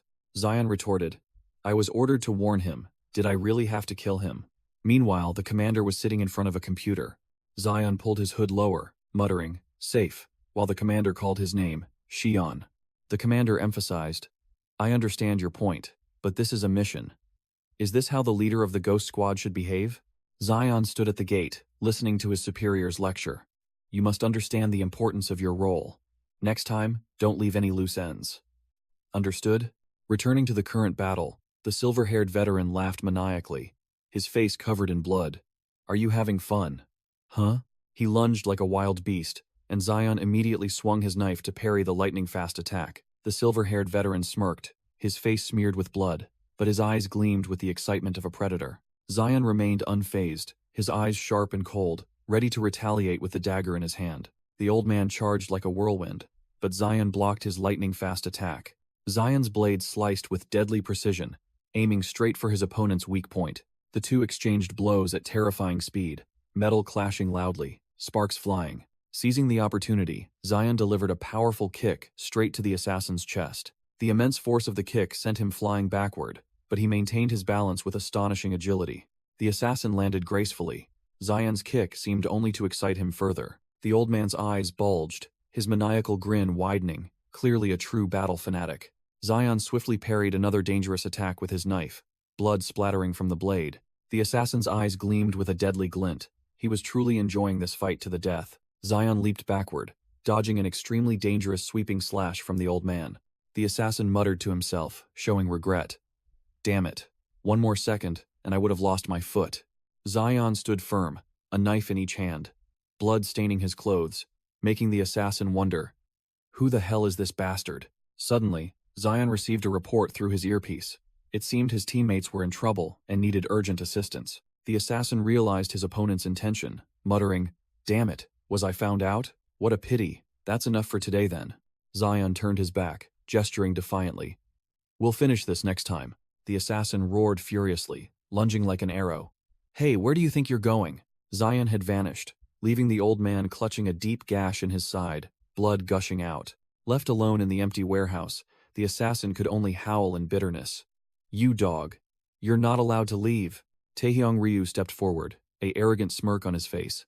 Ha, damn, I thought you guys would launch an all-out attack. The Jorang boss appeared with an air of superiority before the luxury cars, continuing. But what did I get? He glanced at the remnants of Ilhak's forces, where the eighth sword, Jang Dokbae, was barely clinging to life from his injuries, then sneered, just a bunch of damn kids. Ryu turned to Lee Hungu's group, asking provocatively, and who the hell are you? Lee Hyungu, the one-eyed boss, froze, then boiled with rage at being disrespected by a punk. In the parking lot illuminated by headlights, Ryu declared firmly, enough joking around. You know you can't leave here alive, right? Suddenly, a figure in a black hoodie drew a weapon from their pocket. Whoosh! He threw something onto the ground, creating a sharp sound as it skittered across the pavement. Sharp objects flew out like darts, embedding themselves directly into the tires of the luxury cars, completely disabling any escape route. Taehyung Ryu flinched, looking up, realizing a third party had just entered the fray. Zion descended from above like a ghost, muttering a sarcastic word. Parrot. Zion's eyes, sharp as daggers beneath his hood, commanded coldly, stay still. Taehyung Ryu roared in fury, swinging a devastating punch at the stranger. Zion deftly dodged the attack, his speed far surpassing the Jorang boss's reflexes. Whoosh! A thread-thin wire was suddenly unleashed, wrapping precisely around Ryu's throat. Zion had closed in from behind, tightening the weapon in his hand, completely in control of the situation. He yanked the wire hard, making Taehyung Ryu gasp for breath, unable to react to the attack that was too fast and too deadly. Zion judged coldly. As always, your fists move before your brain. That bad habit of yours is going to kill you. Choked and humiliated, Ryu roared in anger. Bastard! Zion easily dodged another punch, while still choking his opponent, asking casually, so, what now? Wham! Zion didn't bother with more words, immediately landing an elbow to Taehyung Ryu's face. Still choking his opponent, Zion sneered. Quite stubborn, aren't you? The Jorang thugs could only watch, as Zion warned. You'd best not move a muscle. He tightened the steel wire, his voice icy cold. Or I'll make your boss disappear. Lee Hyungu, the one-eyed man, ordered his bald subordinate. Parrot, get the injured out of here, understood? Lee Hyungu couldn't believe his eyes, muttering, this is insane. The Jorang boss taken down so easily? Where did Taeson find a monster like this? Zion began his psychological warfare, tightening the wire around Taehyung Ryu's neck as he struggled. He growled at the Jorang thugs, using their own boss as a hostage. Clear the way, or I'll carve your boss up like a pig. Suddenly, a mysterious figure appeared, shattering Zion's intimidation. The Ilhak advisor, an old man wearing glasses, closed in a flash, launching an attack directly at Zion. The old man sneered, his voice full of contempt. Such a flashy guy, and so talkative too. Zion was completely caught off guard by his opponent's speed, unable to react in time. The elite assassin's eyes revealed extreme astonishment for the first time. The old man delivered a simple yet insidious strike, remarking curtly, predictable. Thud. The strike landed directly on Zion's chest. With immense force, Zion staggered back, clutching his chest, clearly having taken a critical blow. The old man smiled morbidly. Oh, my apologies. That's where you were shot, isn't it? He called Zion by his real name, Shion, and said, if you're still alive, then many things are clear now. The old man grabbed the injured Zion, deducing sharply. So Taeson's ultimate leader is Baek Yisu? He then brutally broke Zion's wrist. Completely in control, the old man ordered Lee Hyungu's faction. Stay still, you Taeson punks. The Ilhak advisor lectured on the art of using hostages, declaring that one must not only threaten but also put on a proper show, while his subordinates watched on. The Gorong boss, Taehyung Ryu, cursed furiously as he saw the situation spiral out of control. Still holding Zion tightly, the advisor continued his lecture. I told you, don't do things halfway. Once you act, clean up thoroughly. Taehyung Ryu roared in anger. What the hell are you babbling about? Then lunged forward to attack like a wild beast. A powerful punch aimed directly at the advisor, but he merely stood still. Thwack! The one who took the blow was Zion, whom the advisor had grabbed and used as a human shield without hesitation. Seizing the opportunity, Taehyung Ryu grabbed the collar of the sprawling Zion, growling a challenge. You're the decoy from earlier, aren't you? Go on, block another one. The advisor merely clicked his tongue, showing disdain for the Jorang boss's immature display. Despite being punched, Zion remained unfazed, his sharp eyes glaring directly at the enemy. Enraged by the disrespect, Taehyung Ryu roared. Go ahead and try your luck, you bastard. Quick as lightning, Zion grabbed Taehyung Ryu's wrist, initiating a classic reversal. Zion used the opponent's own punching force, skillfully spinning to neutralize the attack. Whoosh! Taehyung Ryu's large body was slammed to the ground in astonishment. The Jorong boss's eyes widened, unable to comprehend what had just happened to him. The situation had reversed 180 degrees. Zion was now behind him, tightening a deadly chokehold around Taehyung Ryu's neck. Hey, you mongrel, Zion whispered, pressing a sharp blade against his prey's throat. Still haven't figured it out? Slash.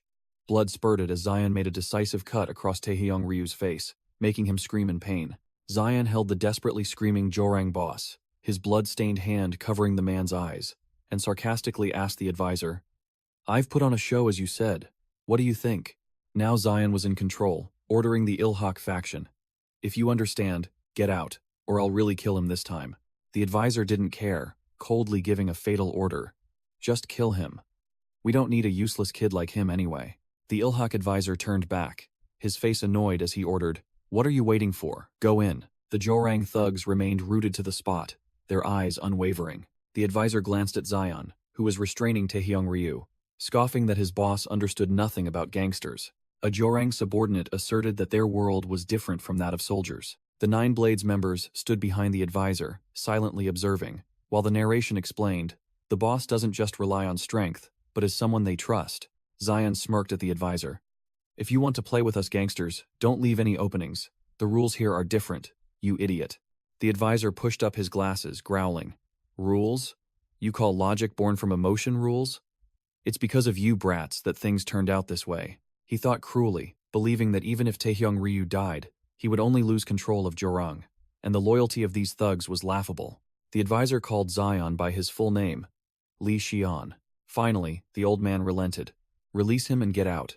This time, I'll play by your rules. Taehyung Ryu, still with a knife at his throat, stared in shock at the advisor's decision. The advisor shot back a murderous glare, promising, We'll talk later. Zion laid down his terms while the Ilhak faction's cars still surrounded them. We'll release Taehyung Ryu once we're safe. Don't follow us. The advisor turned his back and walked away, signaling his subordinates to retreat. Crunch. Zion unexpectedly stepped on the advisor's leather shoe with his combat boot, stopping him. Zion whispered into the terrified Taehyung Ryu's ear. How boring. Hey, don't look so glum. Next time I'll really gouge out your eyes. Zion pressed the blade harder against the Jorang boss's throat, as a final warning. Try to stay alive until then. Whoosh. Zion shoved Taehyung Ryu forward. Taehyung Ryu stumbled away, turning back with eyes filled with both shock and hatred. He gritted his teeth, humiliation and anger silently erupting. You bastards! Humiliated and released, Taehyung Ryu gnashed his teeth and roared. Those damn Taeson maggots, he furiously declared. I'll crush them all, every last one. As an advisor stepped forward and called. Chairman Taehyung, the advisor suggested, I think we need to clear a few things up. Taehyung Ryu sneered, slipping his hand into his brass knuckles. Good. I was just about to do that myself. The advisor was no pushover either. Silently drawing a karambit knife, his glasses glinting with a deadly light. Screech. A luxurious car suddenly stopped, its headlights shining directly on the group. The Ilhak faction was helping the heavily wounded Jang Dokbae towards the car, where the old man Chonho Choi was already waiting. Chonho Choi cried out anxiously upon seeing his subordinate's condition. Deokbae. Everyone gathered around, Jang Dokbae's condition visibly worsening, covered in blood. A young member panicked. We need to get to the hospital quickly, but then he suddenly froze. Zion was standing there, having appeared out of nowhere, waving a bloody hand with a challenging smirk. Li Xian. The Ilhak faction's car roared, speeding away into the night, leaving their enemy behind. Inside the car, Li Qiuchang bowed his head, his voice full of remorse as he looked at his dying comrade. Deokbae. I'm sorry. Jang Dokbae gasped, tilting his head back, his voice raspy. What are you apologizing for? Li Qiuchang clutched his comrade's blood-soaked hand, blaming himself. It's because I was too short-sighted. Because of me, you and the others. Jang Dokbae cut him off, his voice weak but firm. Stop talking nonsense. Apologize to the young master, not us. Li Qiuchang burst into tears, realizing his mistake had dragged Ilhak into the mud. My actions have brought down Ilhak. How can I face the young master? Jang Dokbae, though dying, still managed to say, if the young master doesn't forgive you, Then I will kneel beside you. Tears streamed down the eighth sword's cheeks. Let's go to the young master together and beg for his forgiveness. Zhang Dokbai faded, his gaze still fixed forward, his loyalty unwavering even at death's door. Li Qiuchang sobbed uncontrollably as he looked at Zhang Dogbei's body, his heart filled with regret. He clutched his comrade's cold, lifeless hand, tears streaming down his face. Bowing his head, Li Qiuchang collapsed in pain and self-reproach. Wiping away his tears, he decided, right, let's go, Dokbei. Elsewhere, Zhurong's advisor lit a cigarette, uttering a cold remark. Chairman Ryu Taehyung. Standing before a battered Taehyung Ryu, the advisor commented, "Your fists aren't bad either." He grabbed Ryu's hair, pulling it tight in a humiliating grip. In fact, one could say, he smirked, looking directly into Ryu's hateful eyes. "You even have a bit of talent." Inside Ilhak Capital headquarters, Li Qiuchang stood facing the leaders. Seungmin Lee, Ilhak's young master, growled furiously from a distance. "You're a dead dog, how dare you?" Sitting with his legs crossed on the sofa, Seungmin Lee glared. "You betrayed Ilhak, causing comrades and friends to die." Guangpal Choi, the red-haired man, unable to control his rage, lunged forward and delivered a devastating punch to Li Qiuchang's face. "You idiot, you bastard." He grabbed Qiuchang by the collar, roaring, "You should have run. How dare you come back here?" A firm hand suddenly blocked Guangpal Choi's punch right in front of Qiuchang. Chonho Choi, the second sword, growled. "That's enough. Guangpal." Guangpal still furiously yelled, "Big brother Chonho, please let me deal with this trash." But Seungmin Lee merely watched in silence, signaling that the judgment belonged to him. Isu, in his role as Tyson's director, clenched his fist, observing Ilhak's internal drama. Isu spoke coldly, breaking the silence. "Tyson will not interfere with your decisions." He stood up, dusting off his clothes. "After all, this matter has nothing to do with Tyson, although we've also faced quite a bit of trouble because of him." Isu walked up to Seungmin Lee, adjusted the young master's tie, and whispered meaningfully, "Betrayal is a serious matter." Isu gently placed his hand on Seungmin Lee's, his voice full of pressure. "The outcome of this matter rests entirely on you, Chairman." With that, Isu turned and walked away, throwing a warning back at the Ilhak members. "So you all better keep yourselves in check." Chonho Choi looked at his gasping, traitorous subordinate, Li Qiuchang, understanding that this wasn't something a few punches could fix. Seungmin Lee lightly patted Guangpal Choi's shoulder, signaling the hot-headed man holding Qiuchang to calm down. "There's no need for theatrics," Seungmin Lee declared coldly, his sharp gaze fixed straight ahead. Before Elder Chonho Choi's authority, Guangpal Choi could only bow his head in obedience, not daring to utter another word. Seungmin Lee picked up the knife engraved with Taizan, beginning his judgment. "The reason for his betrayal lies in my own incompetence." Seungmin Lee unexpectedly took all the blame, stunning Chonho Choi. "Therefore, I've decided to forgive him," Seungmin Lee said, putting on the face of a benevolent leader. "And I will take Li Qiuchang back," he declared, astonishing the traitor himself. But then Seungmin Lee did a complete 180. That's what the old me would have said. He ran a hand through his hair, his eyes sharp. Forgive? Take back? All meaningless. It was that naive and weak way of thinking that caused Deokbei's death. Li Qiuchang bowed his head, his face filled with pain at the mention of his fallen comrade. Seungmin Lee stood up straight, his aura completely changed. "And so instead of judging you as young Master Lee Seungmin, I will judge you as Ilhak." With that, he slowly walked past the kneeling Li Qiuchang, the knife glinting in his hand. The traitor looked up after him, his face blank, not understanding what was happening. He turned to look at Seungmin Lee, walking further away, extreme bewilderment clearly visible on his bruised face. Why? Li Qiuchang couldn't understand why his life had been spared in such an inexplicable way. He cried out in despair, "Why let me live? I betrayed the young master. It's as good as me killing Deokbei myself." But Seungmin Lee only tightened his grip on the knife, his gaze resolute. The path for Ilhak's blade has already been decided. Among the subordinates, Chonho Choi and Guangpal Choi silently listened to the young master's firm declaration. "I must rebuild. No, I will rebuild Ilhak." Seungmin Lee gripped the knife tightly, his eyes as cold as ice. "That is my only goal. This blade is not meant to cut down worthless branches like you." Li Qiuchang, his face still bruised, looked up in astonishment as Seungmin Lee coldly warned, "So don't ever get in our way again." Seungmin Lee led his subordinates away, leaving the traitor behind. "Now you are no longer an Ilhak member, nor a blade. Your blood isn't worth staining this path." The entire group left, abandoning Li Qiuchang to his humiliation and confusion. After walking a short distance, Seungmin Lee tormented himself.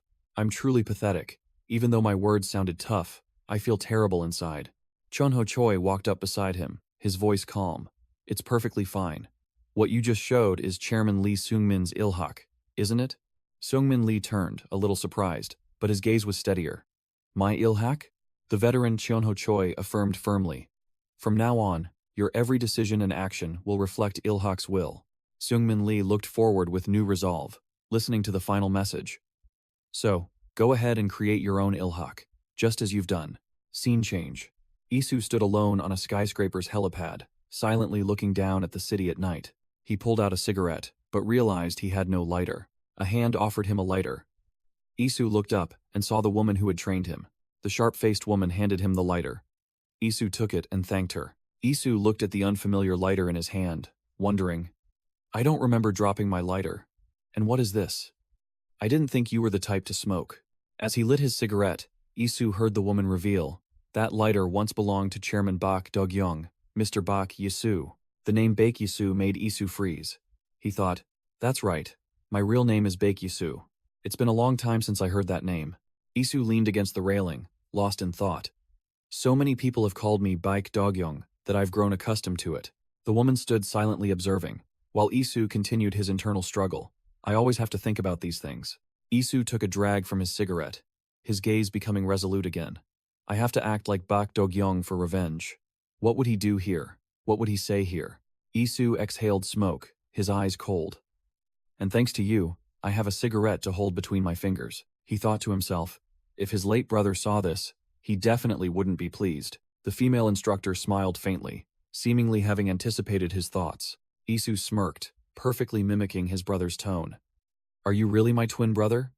The only thing you have in common with me is your shitty personality. He flicked the cigarette lightly, his eyes sharp, completely in character. The female instructor's eyes widened, a little surprised by the flawless impersonation. Isu sneered, an overbearing aura emanating from his very bones. That's exactly what Dogyong Baek would say. The female instructor was speechless, calling out Director Baek in admiration. She turned, as if sensing someone's arrival. You're here, Director Baek. Seungmin Lee and old man Chunho Choi appeared, the imposing aura of two tigers stepping out from the shadows. Isu turned, his attitude condescending. Oh, Chairman Lee, you've arrived? Was that item useful? Seungmin Lee held a sharp dagger, replying nonchalantly. Yes, a rather sharp blade. Completely unsuitable for pruning branches.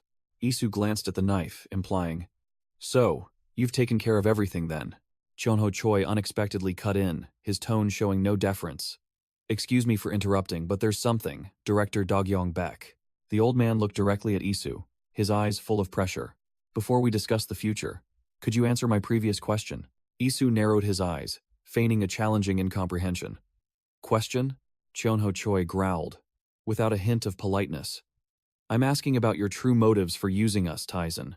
Isu acted nonchalant, as if the question wasn't worth bothering with. Oh, it seems I haven't answered yet. He put his hands in his pockets, calling the old man by name. Mr. Chunho Choi, allow me to confirm something. Isu looked him straight in the eye, his voice provocative. There was a time when Ilhak completely controlled Seoul's underworld, right? Chunho Choi admitted. Yes, but that's in the past. Isu began his psychological warfare, pressing Chunho Choi. Do you remember how much Ilhak used to rake in, as he fiddled with his lighter? Old man Chunho Choi grew wary, growling directly. Director Dogyong Baek, what the hell are you trying to say? Standing atop the city, Isu declared that it wasn't just the gangsters who coveted the position of Seoul's apex. Chunho Choi still didn't understand his intentions, his face showing a frown. Isu laid his cards on the table, revealing the government's conspiracy, deliberately letting the gangs purge each other before redistributing territories. A bloody casino scene appearing in his recollection. He asserted that the mastermind behind this bloody game was none other than Chief Jang. The name of that insidious plan was revealed. The One Sync Unification Project. Chunho Choi was stunned, realizing that the data he received from Wonho Cho was part of this conspiracy. Isu confirmed it, also taking the opportunity to mock the old man for having to keep this secret from his own subordinates. Without further ado, Chunho Choi asked Isu directly, so, what exactly is your goal? Isu looked out at the city, casually replying that his goal wasn't anything grand. He declared bluntly, A thug like me doesn't pursue justice or ideals. I don't care who takes over Seoul. Isu turned, his eyes sharp. But we can't let Chief Jong run wild. Resolving this issue means a great deal to me. He pulled out his lighter, and a click echoed. His face shrouded in shadow, Isu enunciated each word, a deadly smile on his lips. Revenge. Chunho Choi was still skeptical, asking again if stopping Chief Jang was truly that important. Isu affirmed, yes, very important. Isu turned his back, his voice deepening, revealing his personal reason. Because he stole my precious family from me. With that, Isu stepped forward and placed a hand on Seungmin Lee's shoulder, a powerful gesture. He offered an undeniable deal. If I achieve my goal, I will hand Seoul over to Ilhak. Before Seungmin Lee could fully process it, Isu changed the subject, announcing that there was someone he wanted to introduce. Isu, impersonating Dogyong Baek, said to the Ilhak goons. Well, even if now isn't the right time, he continued, his gaze fixed on a dark room, I still want you all to meet someone. Inside, the real Dogyong Baek lay motionless on a hospital bed, breathing with the aid of a machine. Isu turned his back, his voice full of hidden meaning. And I thought that, standing alone on the rooftop amidst the city night, he declared, perhaps it's time I could live as myself, in front of everyone. Meanwhile, a luxurious car screeched to a halt in front of an old-fashioned mansion, where men in black suits were already waiting. Chief of Police Won Ho Cho stepped out of the car, his face scowling as he cursed at the sight before him. What the hell is this? This place definitely has a bad vibe, he muttered unhappily, seeing the Jorang gang thugs brazenly standing guard right at Chairman Lee Seung-hak's house. Inside, an Ilhak advisor, a man wearing glasses, was calmly pouring wine when a subordinate came in to report. The subordinate announced, the chief of police has arrived. What should we do? The advisor coldly ordered. Bring him in. Won Ho Cho walked in, his attitude resentful. Damn it, how ridiculous. The chief of police is here. What now? Do you people have no respect for the chief of police? He snapped, questioning why the gangsters weren't fazed by the police. But the advisor calmly invited him to sit and coolly stated, they're more like a security force. Won Ho Cho scanned the room and recognized someone else, his voice full of doubt. Wait, who is this? Is this our first time meeting? The police chief recognized Taehong Ryu, the Jorang gang boss, sitting there with a bruised face. Aren't you Chairman Ryu Taehyung? You look very different from what I imagined. Won Ho Cho taunted Ryu about his strong will and the scratches on his face, making the young boss furious. Ryu roared, grabbing his hair in frustration. Want me to give you a few scratches? Won Ho Cho, completely unfazed, calmly took off his glasses. He muttered, his face annoyed. It seems we've run into a bit of a snag here. How about we clarify a few things before we begin? The advisor interrupted, his voice sarcastic. Chief of police, you don't want to work with gangsters? Won Ho Cho growled. How can I shake hands with someone who doesn't know right from wrong? The advisor retorted sharply, his eyes piercing. Then get out. I'm sure I already told you. Did you forget so quickly? Won Ho Cho was speechless, only able to frown as the advisor concluded. After all, we're not here to make friends, are we? Taehyung Ryu crossed his arms, his face cold as he declared, this isn't about tradition or fighting for ideals. The Ilhak advisor, pouring wine for Chief of Police Won Ho Cho, stated bluntly, nor is it about flattery to climb the ladder of power. The advisor delivered a powerful ultimatum as he continued to pour wine. Don't make me say it again. Cut the nonsense and cooperate. Understood? Now, to business. The advisor raised his glass, a cunning smile on his face. So, who shall we take care of first? Scene change. Seungmin Lee and Chun Ho Choi stood silently in a solemn columbarium. Seungmin Lee, his face filled with sorrow, looked directly at a niche. He placed his hand on the glass niche, softly calling the name of the deceased. Uncle Deokbae. Memories flooded back. A young Seungmin was breaking a sharp icicle in the snowy weather and called out loudly. Uncle Dokbae. Young Seungmin sat on a younger Jang Dokbae's shoulders, innocently asking, Are you the oldest, uncle? And received a hesitant reply. Huh? No, young master. I'm the youngest. Little Seungmin insisted. But you're the biggest, uncle. Uncle Chunho told me that the older you get, the taller you grow. Chunho Choi stood nearby, bursting into laughter when he heard Seungmin declare he would grow up quickly to be taller than Dokbae. Chunho Choi teased, easy to say, but someone shorter than Dokbae wants to be the boss? Seungmin immediately decided. I've decided. The boss will be determined by height. Jang Dokbae broke out in a cold sweat, stammering as Chunho Choi sarcastically bowed to him. Boss, this is. Little Seungmin's eyes crinkled in a smile, completely unaware of the trouble he had just caused his poor uncle. Back in reality, Seungmin Lee pressed his hand against the niche, his mind troubled. Why am I suddenly remembering this now? He looked at the urn bearing Jang Dokbae's name, his voice full of regret. In the end, I still couldn't grow as tall as you, uncle. You should have lived to see that. Seungmin buried his head against the niche, his emotions overflowing. I told you I'd be taller than you. Who gave you permission? Tears streamed down his cheeks as he sobbed in pain. To become so small? Cheonho Choi stood behind him, his face shrouded in shadow, silently witnessing it all. Outside the funeral home, Cheonho Choi leaned against a car, lighting a cigarette with a pensive expression. Seungmin Lee and Cheonho Choi had just stepped out when they ran into Isu, disguised as director Dogyong Baek. Isu, in Dogyong's role, feigned regret. I should have acted faster. I am truly ashamed. Cheonho Choi shook his head, deeming it unavoidable. Seungmin Lee looked up, calling director Dogyong Baek's name with a complex expression. The young man bowed 90 degrees, admitting that Ilhak Capital owed Taesan a huge debt. Cheonho Choi asserted that Seungmin had no need to be ashamed of what had happened. The old man continued, considering the death of a subordinate a small sacrifice compared to the debt they owed Taesan. Both Ilhak Capital veterans bowed in unison. Thanks to you, we can continue to fight. Thank you, Taesan. Once again, Isu unexpectedly held Seungmin's shoulder, his voice full of authority.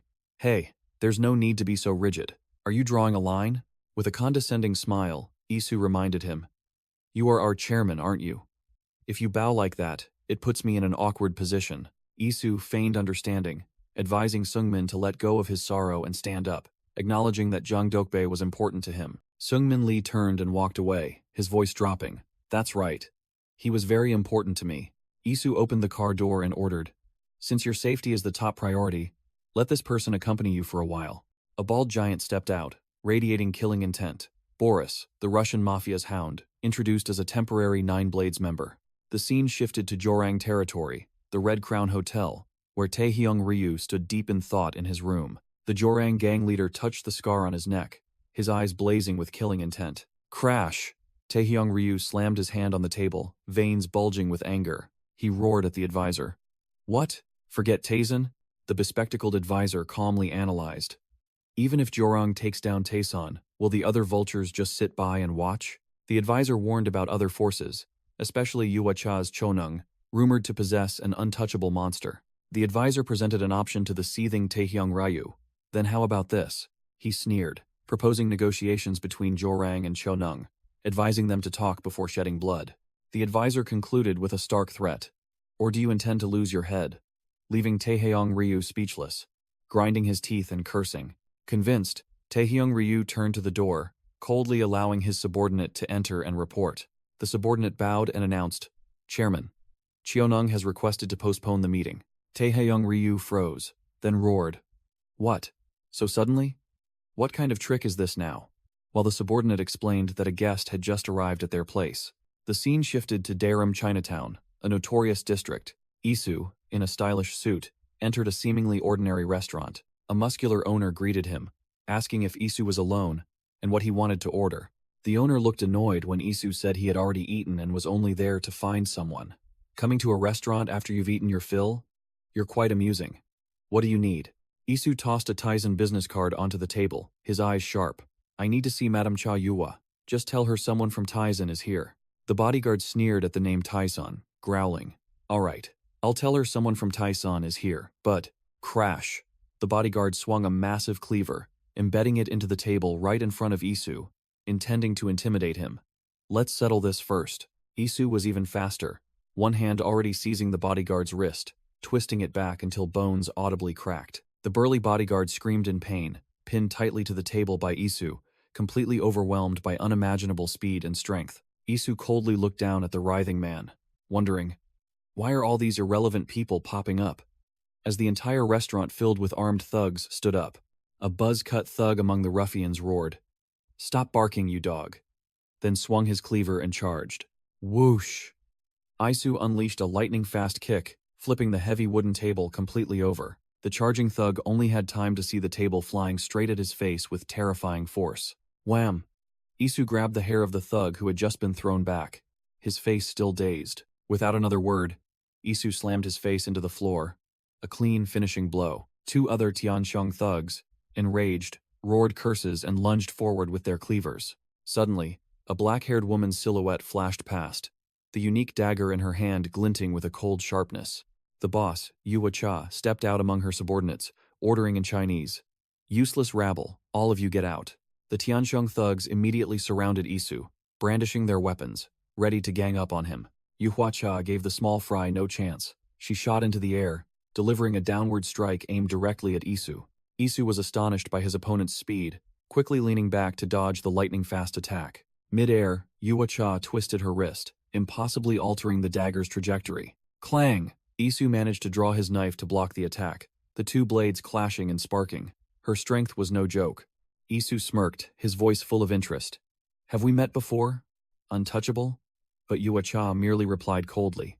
Silence. The boss glared at Isu with a deadly gaze, growling, "I'll cut out your tongue." Narration. The war that erupted after Ilhak's downfall was not confined to Seoul. Savage gangs, weapons in hand, joined the chaotic struggle for territory. The southwest region, once the domain of the Han and Joseon people, became a bloody battlefield. Amidst that chaos, a flower bloomed on the battlefield, symbolizing a new power. That power was Tiansheng, and that flower was none other than Yuhua-cha. Isu realized instantly. She's Tiansheng's untouchable. Not someone to be underestimated. Yuhua-cha flashed a provocative, challenging smile. "Good. I like that. Come at me." A black-haired female warrior roared Xiulan and took a stance facing Isu. The boss, Yuhua-cha, appeared coolly with her subordinates, questioning, "What's the situation here, Xiulan?" Xiulan turned, explaining to her boss that she hadn't expected her to return so early and not to worry about it. Without further explanation, Xiulan grabbed Yuhua-cha's arm, declaring she would take Isu's head herself. Yuhua-cha gently pushed up her glasses, her eyes cold as she ordered, "I asked you about the situation, not what you intend to do." Xiulan reluctantly reported that a bastard from Taisan had come looking for the boss, and naturally, their side hadn't given him a warm welcome. Yuhua-cha ignored her, turning to a muscular man named Minshi, pointing at an axe on the table. "Mr. Minshi, this is yours, isn't it?" Minshi broke into a sweat, stammering his admission, as the boss questioned him directly.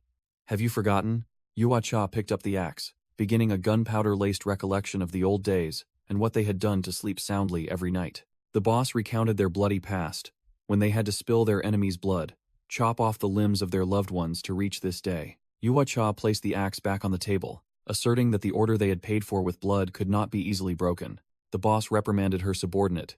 "Tiansheng only wields weapons to protect its comrades. Have you forgotten your oath?" Narration. Cha Yuhua, leader of Tiansheng. With just a few words, the tense atmosphere immediately softened, and the enraged subordinates suddenly fell silent. Isu scoffed sarcastically. "Well, there you are. A few more seconds and I would have been a goner, Miss Cha." Yuhua-cha rushed over, feigning concern as she asked if Director Baek was all right, while Isu affirmed he was fine. Isu adjusted his tie, smirked confidently, and declared, "I'm here to charm you, Miss Cha." The scene shifted to an office in Tiansheng territory, where Xiulan sat alone on a sofa. The female warrior rested her chin in her hand, her eyes thoughtful, seemingly processing the recent battle of wits. Isu spoke up, teasing Xiulan for being unnecessarily tense. The warrior Xiulan reluctantly admitted her side had misunderstood, but still growled that she couldn't stand people like Isu. Yuhua-cha brought water over, calmly remarking, "Quite a personality. Do you really feel sorry?" Yuhua-cha turned to Isu, her voice full of hidden meaning. "What's this, Director Baek? You said you came to charm me, but you're talking to her instead?" The two sat facing each other. Yuhua-cha went straight to the point, asking Isu to state his purpose, though she had already partly guessed it. Yuhua-cha leaned back, signaling Isu to begin their battle of wits. Isu smirked, dropping a bombshell. "Taisen is preparing to declare war on Joraing. Which side will you Tiansheng choose?" Yuhua-cha replied like an old fox, declaring she would only side with the winner. But Isu immediately exposed her. "You plan to wait for the winner to be on their last legs before sweeping in for the kill, don't you?" Yuhua-cha's eyes flashed, not denying her plan to profit from the conflict. Isu set his glass down, beginning to clearly analyze Yuhua-cha's game. He leaned closer, exposing Yuhua-cha's scheme to wait for both sides to slaughter each other before devouring everything, and asserted that he wouldn't let that happen. Yuhua-cha sneered, asking directly, "So you want us to stand shoulder to shoulder with Taisen?" Isu shook his head, making an offer that couldn't be refused. "No need. Just stay put." We won't touch you either. Swish. A hand flashed up, drawing a weapon. Xiulan couldn't hold back, pressing the blade directly against Isu's throat, roaring. Are you threatening us? Someone like you should have their tongue cut out. Isu remained unfazed, smirking even with the blade at his throat, calling out Yuacha's title directly. Hey. Untouchable. He used his hand to block the blade, his eyes sharp as razors, his voice hardening. Try putting that knife to my throat again, and I'll draw my own. Yuacha had to intervene, while Isu calmly explained, I came alone. That's not how someone looking for trouble acts. Isu gently pushed the blade away, concluding with a commanding tone. At the very least, we're here to negotiate. Don't play games with someone like me. Isu issued a chilling warning. Go ahead and try. Then I'll show you what real extortion looks like. Yuacha's face was stone cold, weighing every move after Isu's display of intimidation. Isu remained calm. Of course, I didn't come empty-handed, then placed a jewelry box on the table like a gift. He said it was a gift, and the decision was Yuacha's, making her think Shed stumbled upon a ring. Xiulan furiously grabbed Isu's collar, roaring, Taizan, do you want to die? But he just calmly feigned fear. Just kidding, just a little joke. The gift box was opened. Inside wasn't a ring, but a USB drive engraved with one sync. Yuacha picked up the USB drive, her eyes full of scrutiny. One sync? What the hell is this? Isu smirked. It's the source of all this chaos, and the reason I have to wipe out Jorang. He concluded, asserting that this was also why Yuacha's faction would have to cling to Taisan to survive. Yuacha was silent, her eyes fixed on the USB drive, her brain rapidly processing the shocking information she had just received. Business done.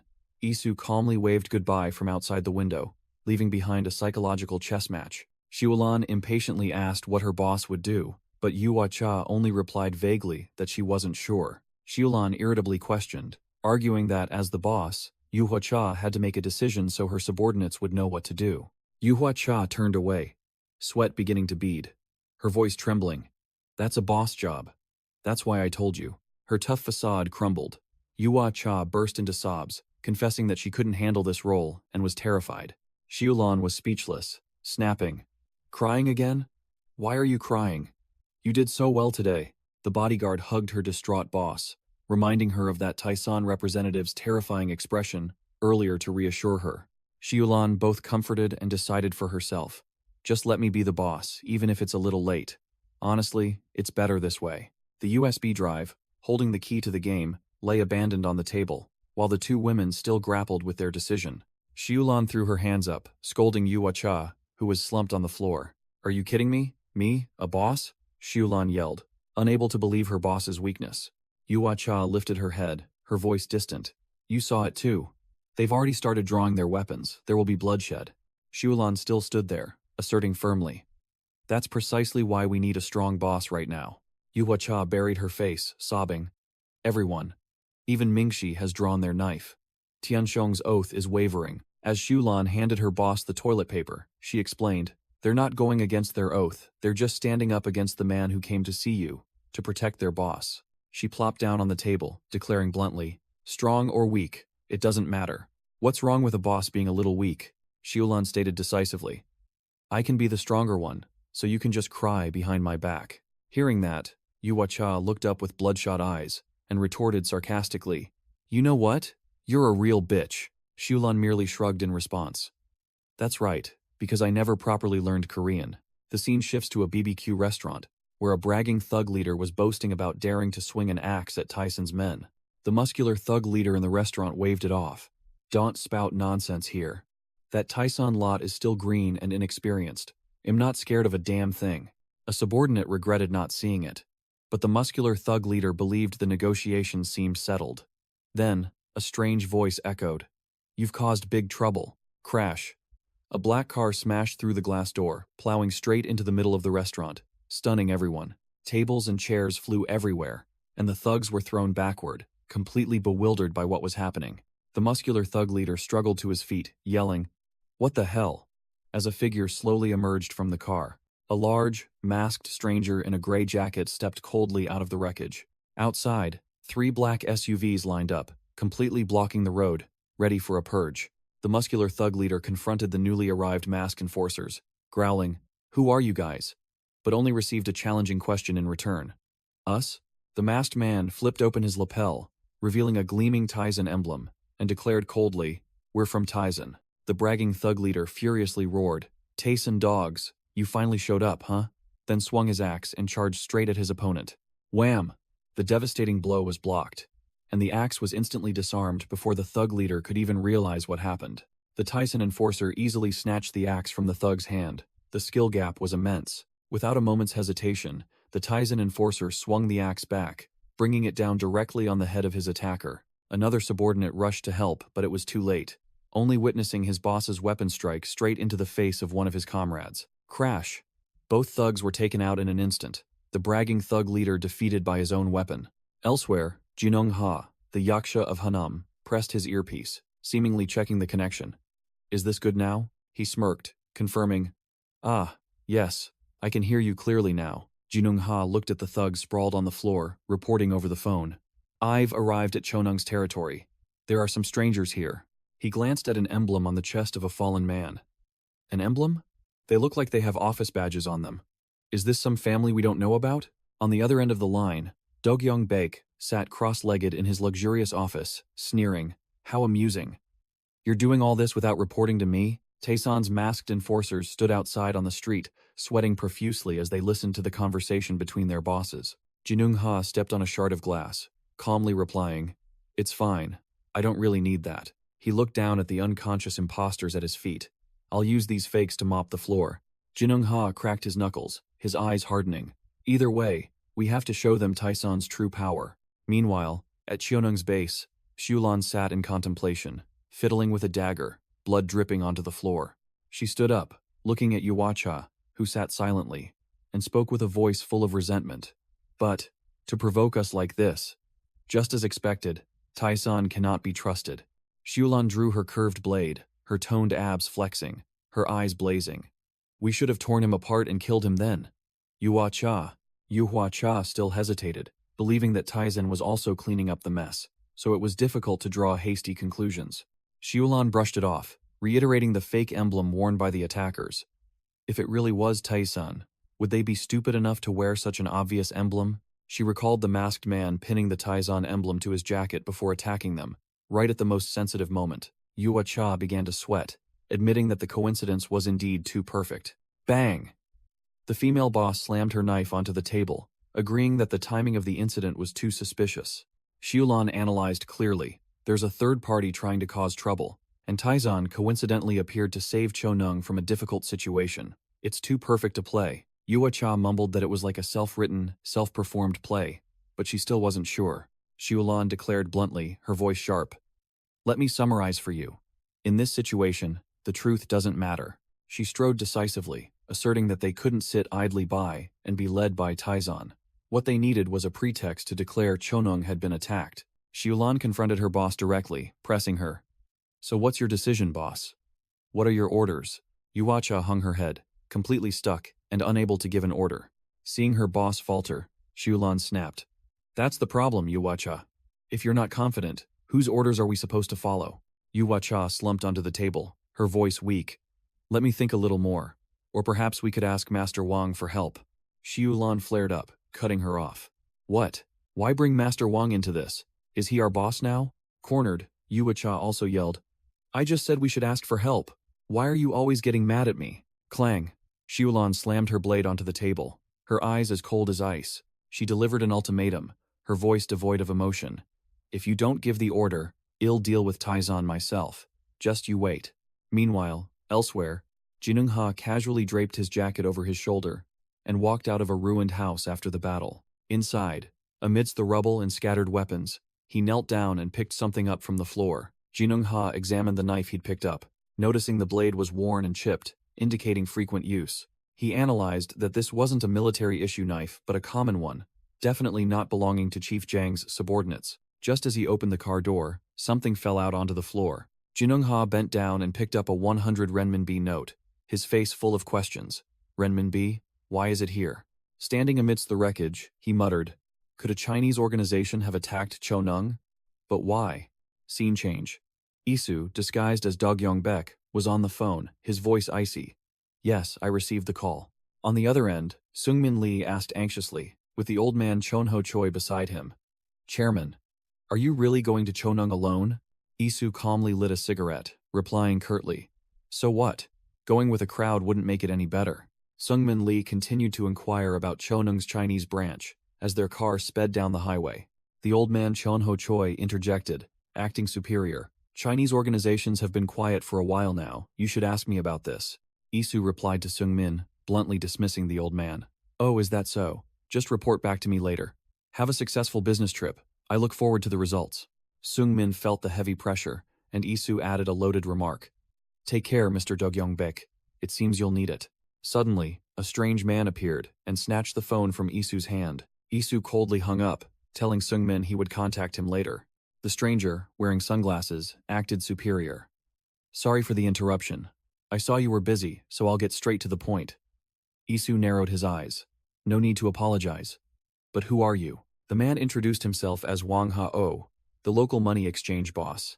Isu took a drag from his cigarette, exhaled smoke, and replied curtly, Dogyong-baek, from Taizan. The name Taizan made the boss freeze. The boss glanced down at the floor, covered in broken glass that Isu had casually walked over without a scratch, and sweat began to pour. Immediately, Wang Ha-oh bowed 90 degrees, trembling. Oh my, I didn't recognize such an important figure. Please allow me to greet you again. Isu merely replied blandly. Don't do that. It makes me uncomfortable. Isu offered his cigarette pack, and the money exchange boss immediately asked for one. Isu generously invited him to take 2 if he needed. Sitting in the car, Isu directly asked the boss's purpose for being there, while the man explained that someone had caused trouble and framed Taizan. Wang Ha-oh feigned understanding, lit a cigarette, and confirmed, You mean Taizan would never do something like this, right?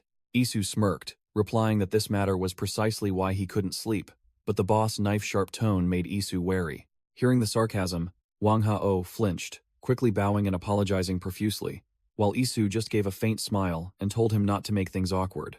Isu got straight to the point, asking Wang Ha-oh's purpose again, and the man replied that he was sent by boss Yu Hua-cha to clean up the scene. Isu narrowed his eyes, his mind immediately racing. Yu Hua-cha sent him to clean up the scene? Isu ordered the boss to step back, as he needed to analyze the scene first, making Wang Ha-oh wonder what this person's true intentions were. Isu maintained his icy expression, but in his mind, he had already connected this man to the renminbi found earlier, suspecting his involvement with the attackers. Wang Ha-oh feigned cooperation, saying he would start cleaning up from the other side first, then quietly walked into the area of overturned tables and chairs. Isu coldly allowed it, but didn't forget to instruct. Report anything suspicious immediately. He secretly understood that this man was sent to monitor him. Taking advantage of Wang Ha-oh turning his back, Isu immediately pulled out his phone. Isu quickly texted Seungmin Lee, asking directly, Do you know someone named Wang Ha-oh? Suddenly, Wang Ha-oh turned back and called Isu, saying he had found something suspicious. The boss pointed at Isu's cigarette, casually saying, Nothing much, but it seems you've changed your brand of cigarettes. While cleaning, Wang Ha-oh rattled off intelligence. Director Dogyong-baek came from the Japanese Yakuza, arrived here 5 years ago, smokes Marlboro Reds, and is a heavy smoker. Isu simply replied, Perhaps my taste has changed, but Wang Ha-oh continued to press. The boss continued his psychological attack, wondering how a heavy smoker could change, then lit his own cigarette, his eyes full of scrutiny. Wang Ha-oh stared at Isu, dropping a fatal question.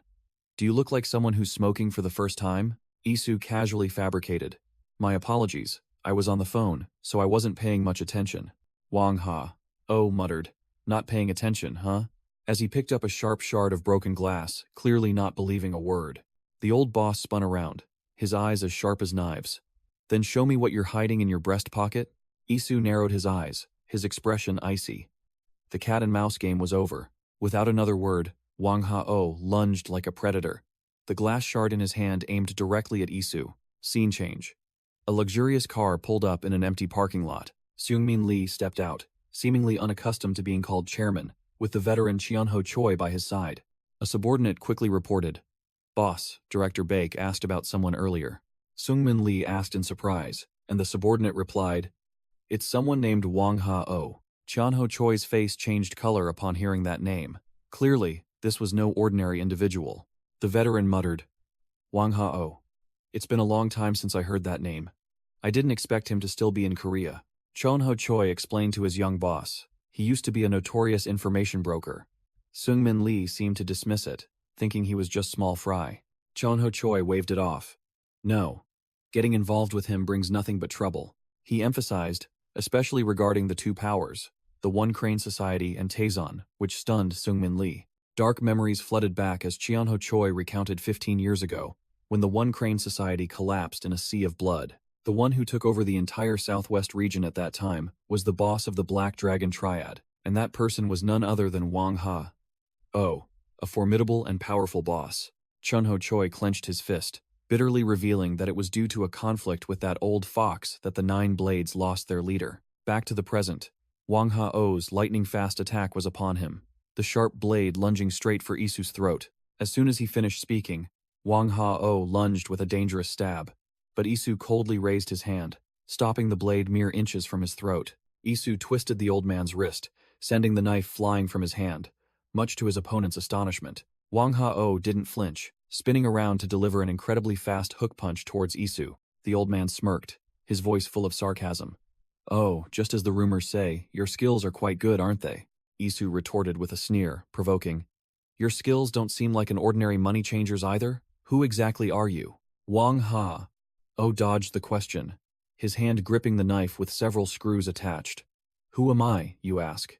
Since you seem curious, let me ask first. The old fox lunged again, swinging his knife in a vicious arc aimed at Isu's neck. Isu deftly dodged the attack, making Wang Ha-oh growl directly. Are you truly Dog Young Bake? Isu taunted as he retreated and dodged. Unfortunately, I should have brought my business card. Last time I gave one out, someone came looking for me with an axe. Isu took a defensive stance, gripping the knife firmly, ready for a fight to the death.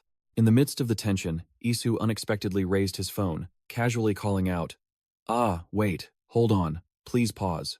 Isu read the urgent warning message from Seung-min Lee. Wang Ha-oh, the Black Dragon Triad boss. Avoid confrontation at all costs. Isu glanced at the old man waiting, casually commenting, "Your profile is quite monstrous, isn't it?" Wang Ha-oh sat with crossed legs, his makeshift weapons in hand, and sneered. Is that so? Are you going to run away now? Isu stood up straight, his eyes sharp. Do you really think he'd do that? We still have a lot to learn about each other, don't we? Isu smirked, his knife in hand.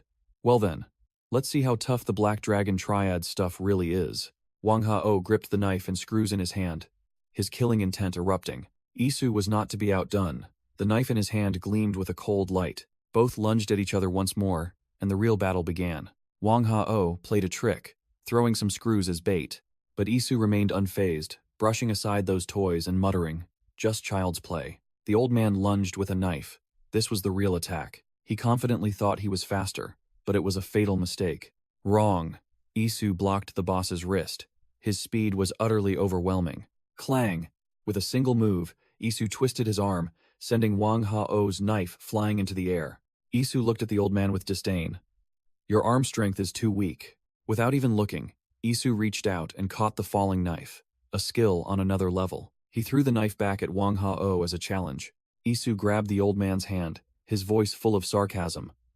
Always fiddling around, aren't you? Is stealing your profession? As soon as he finished speaking, he plunged the knife into the floor right in front of the old man. Humiliated, Wang Ha-oh furiously lunged forward, but Isu was ready to retaliate. Isu gripped his knife firmly, his eyes sharp and cold. Whoosh! Isu spun to dodge, using the watch on his wrist to deflect his opponent's knife. Wang Ha-oh was stunned, clutching the scratch on his arm, unable to believe his eyes. He blocked a knife with a watch? Isu's eyes gleamed dangerously, as if he was just warming up. He shifted his grip, changing his knife stance to a true offensive posture. Isu stood upright, his aura completely transformed, killing intent beginning to emanate. Wang Ha-oh swallowed, realizing instantly, he's changed his stance. The warm-up is over. Isu swung his knife, preparing to unleash a serious attack. The real battle was just beginning. Isu charged, slashing with a razor-sharp blade, while Wang Ha-oh leaned back, dodging the attack by a hair's breadth. The old man tried to counter with a punch, but Isu blocked it effortlessly. The skill gap was too obvious. Isu's blade glinted, ready for a finishing cut. Isu closed in, striking the hilt of his knife hard against his opponent's weapon-holding hand. A highly technical disarming blow. Seizing the opening, Isu grabbed Wang Hao's collar, preparing for a takedown. He stomped his foot hard on the floor, building momentum for a devastating kick. Isu unleashed an incredibly fast and powerful roundhouse kick. The kick landed, sending Wang Hao flying through the air like a ragdoll. The old man panted, sweat pouring down. Phew. You really are tough to deal with. Isu easily blocked the old man's stab, scoffing. The fact that you blocked that attack makes me lose confidence. Giving his opponent no time to recover, Isu unleashed a flurry of consecutive leg attacks. He stomped his heel on the floor, a feint to unexpectedly redirect his attack. Wang Hao flinched as the sudden kick aimed straight for his supporting leg. The old man broke out in a cold sweat, realizing his opponent's sinister intent. Damn it, Hez aiming for my leg. Losing his balance, Wang Hao fell backward, completely on the defensive. Isu lunged like a ghost, giving the old man no second to resist. He grabbed Wang Hao's arm, preparing to break it. Isu delivered a precise kick to the wrist, neatly disarming the old man. Isu's blade was pressed against Wang Hao's throat. The match was effectively over.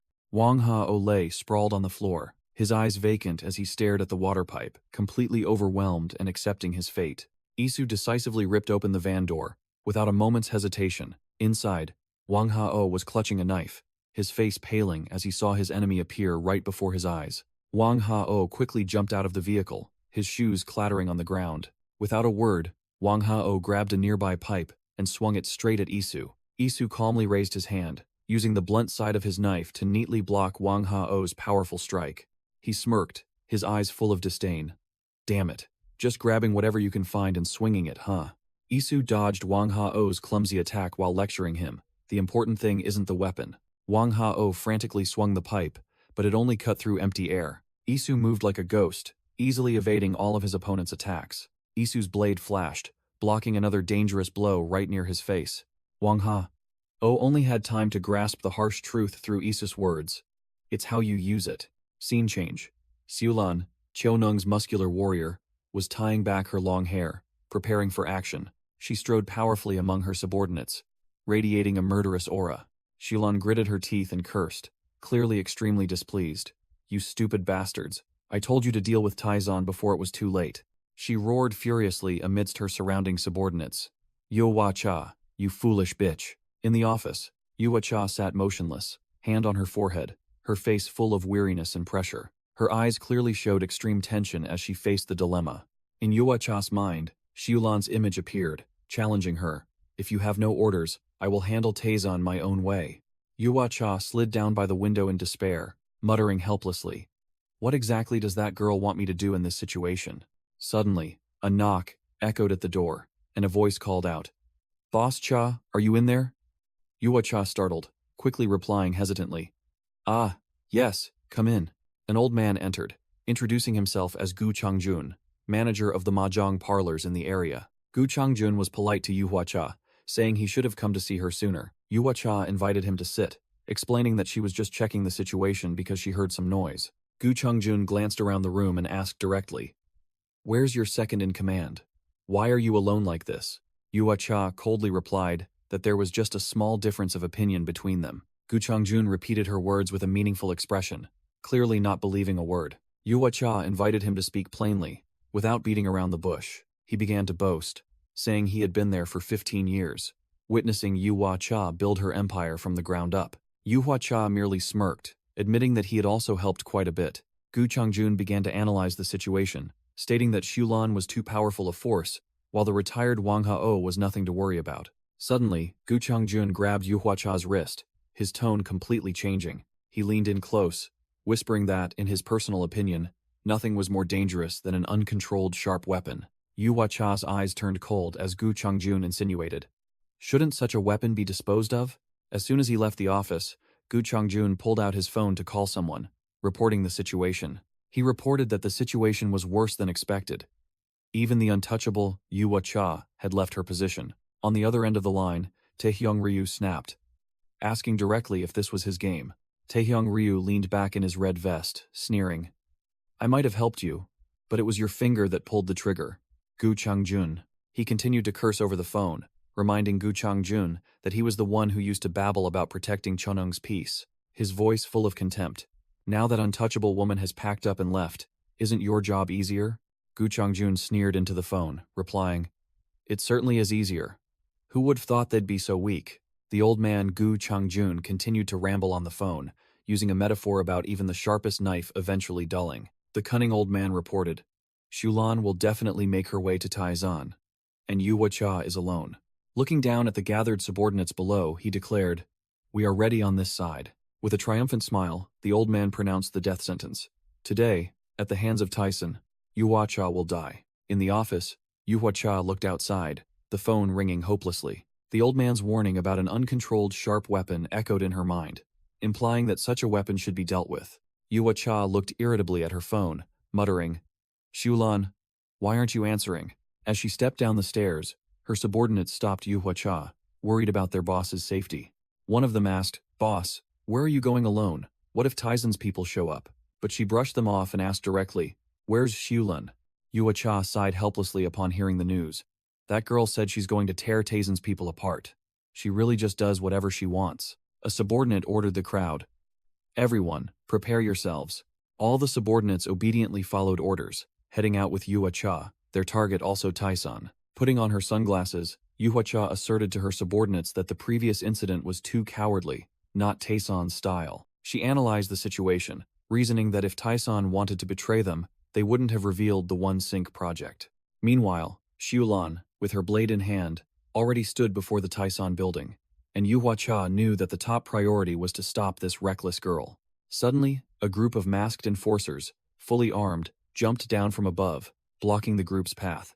The leader of the masked enforcers coldly called her name, Boss Yuwa.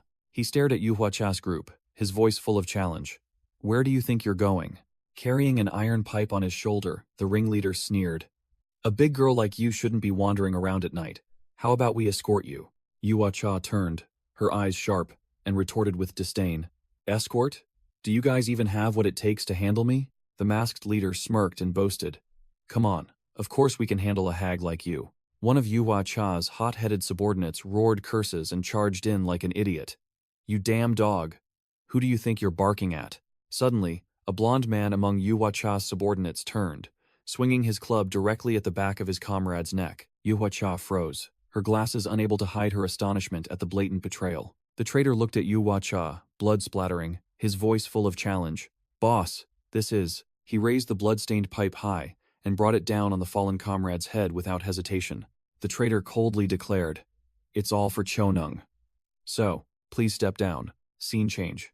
A strange man in a beige jacket suddenly appeared, swinging a club directly at Isu. But Isu simply raised his hand, the motorcycle mirror reflecting the iron club being blocked incredibly. The boss in the beige jacket smirked. Looks like you really care about that knife, huh? My mistake. Isu remained silent, his eyes sharp, his hand clutching a seemingly ordinary kitchen knife. The boss swung his club again, but Isu deftly dodged. With a whoosh, the iron club vanished from his hand. The boss was stunned, his eyes wide, not understanding what had just happened. It turned out the club was just a sheath. The boss drew a thin sword hidden inside, swinging a fatal slash towards Isu. Isu recognized it as Shulan's technique, but calmly raised his kitchen knife to neatly parry the dangerous sword strike. The boss looked surprised. Damn it, I didn't expect you to block that. He acknowledged his opponent's skill. Your abilities are definitely above average. Isu retorted coldly, his gaze unwavering. I can handle you even with this. The boss burst into arrogant laughter. Bwahaha. You think you can take me down? While I acknowledge your skill, you're far too arrogant. Isu coldly blocked his opponent's blade, taunting. You're lacking objectivity. He continued, his hand still gripping the Glasses boss weapon. You don't know, do you? The Glasses boss was stunned as Isu delivered a fatal blow. About yourself. Isu looked at the kitchen knife in his hand, muttering. I don't know myself? He calmly admitted, probably. Sometimes even I don't understand myself. Isu suddenly pulled out a specialized dagger, his eyes sharp. Then let's try this. The dagger glinted with cold steel, Isu declared. From now on, I'll play my way. Isu pointed the knife forward, his voice full of challenge. So you'd better try to survive. The Glasses boss hadn't even processed what was happening, his face blank. What the hell are you babbling about? Whoosh! Isu lunged like a ghost, swinging his knife in a clean cut that sent the Glasses boss reeling. The Glasses boss was completely on the defensive, only able to retreat in panic before Isu's terrifying speed. Clang! The Glasses boss hastily raised his sword to block, but was clearly at a disadvantage. He broke out in a cold sweat, realizing the vast difference in skill. His movements are faster and even sharper. Wham! Isu didn't bother with words, delivering a direct kick to the Glasses Boss' jaw. The Glasses Boss was dazed, his face distorted from the brutal kick. Isu gave his opponent no time to rest, immediately spinning to prepare for the finishing blow. A flurry of flashing knife strikes was unleashed. The Glasses Boss could only desperately raise his sword to block. The Glasses Boss realized he couldn't defend forever. I can't block them all. Then, he decided to go all in, abandoning his defense to launch a suicidal attack. I'll let him stab me. With this one blow, I'll end everything, Isu coldly retorted. End it? Just as his knife plunged into the Glasses Boss's shoulder, shattering his naive plan. The Glasses Boss was stunned as Isu effortlessly dodged his attack as if it were a joke. Isu decisively kicked the Glasses Boss's supporting leg, making him lose balance instantly. Without a wasted movement, Isu spun and delivered a devastating hook kick straight to the Glasses Boss's face. Isu coldly pressed the knife to the old man's throat, his eyes sharp. One more time. The Glasses Boss lay sprawled on the ground, drenched in sweat, stammering. Are you even human? Isu replied with disdain, raising his knife to finish him. No, I only see a devil in human skin. Just as Isu was about to strike, a frantic subordinate ran in, yelling, Boss! The subordinate ran, screaming, They need you over there immediately. Everything's gone to hell. The young man, panicked, reported breathlessly while half-eating a candy bar. It's a rebellion, no, a riot. Isu turned to look, and the subdued Glasses Boss also stared blankly. A riot? The Glasses Boss couldn't believe it, sweat still pouring down his face. A riot? Impossible. Why would Chonung? At the same time, in another alley, the boss Yua Cha coldly dodged a blood-splattering slash. Her loyal subordinates were fighting desperately, one grabbing a fallen comrade and yelling, Boss, you must leave here. Clear a path quickly. Prioritize getting the boss to safety. Yua Cha looked at her blood-stained hand, her expression unchanged despite the extreme chaos. What the hell is happening? A burly subordinate hastily escorted her. Boss, you have to go. But she countered, What about Xiulan?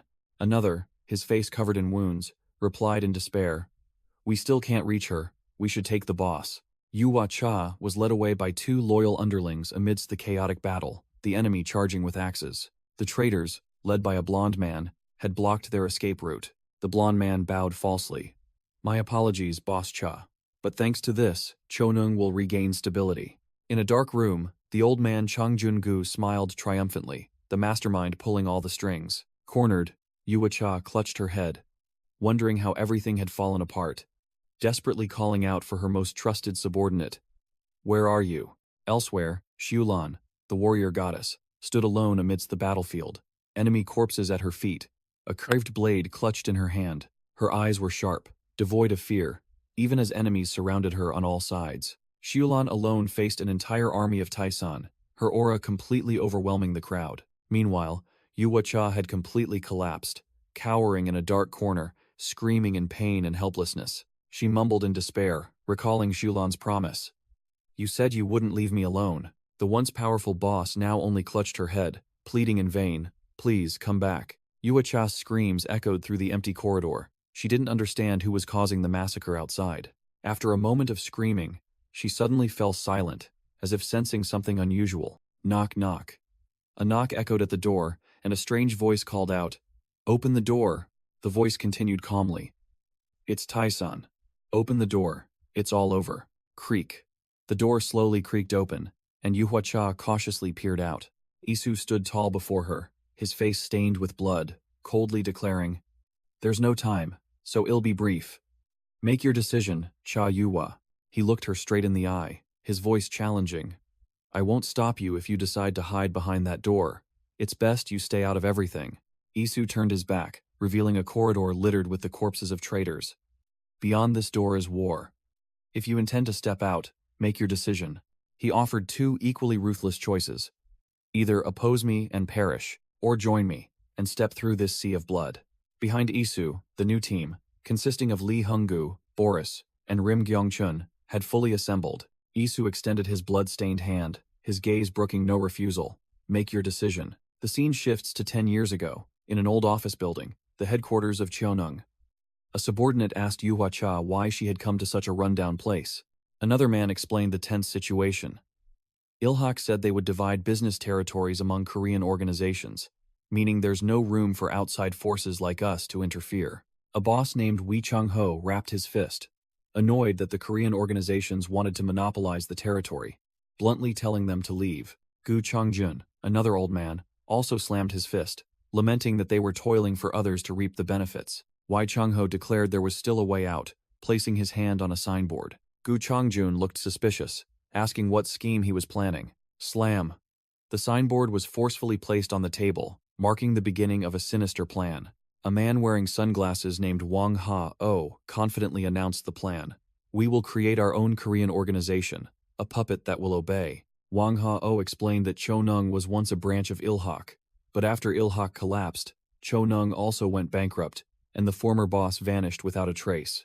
Wei Chung-ho continued, saying that they would take over the Chonung Trading Company and manage it together. Gu Chong-jun questioned the boss position, arguing that if one of them took power, it wouldn't be any different.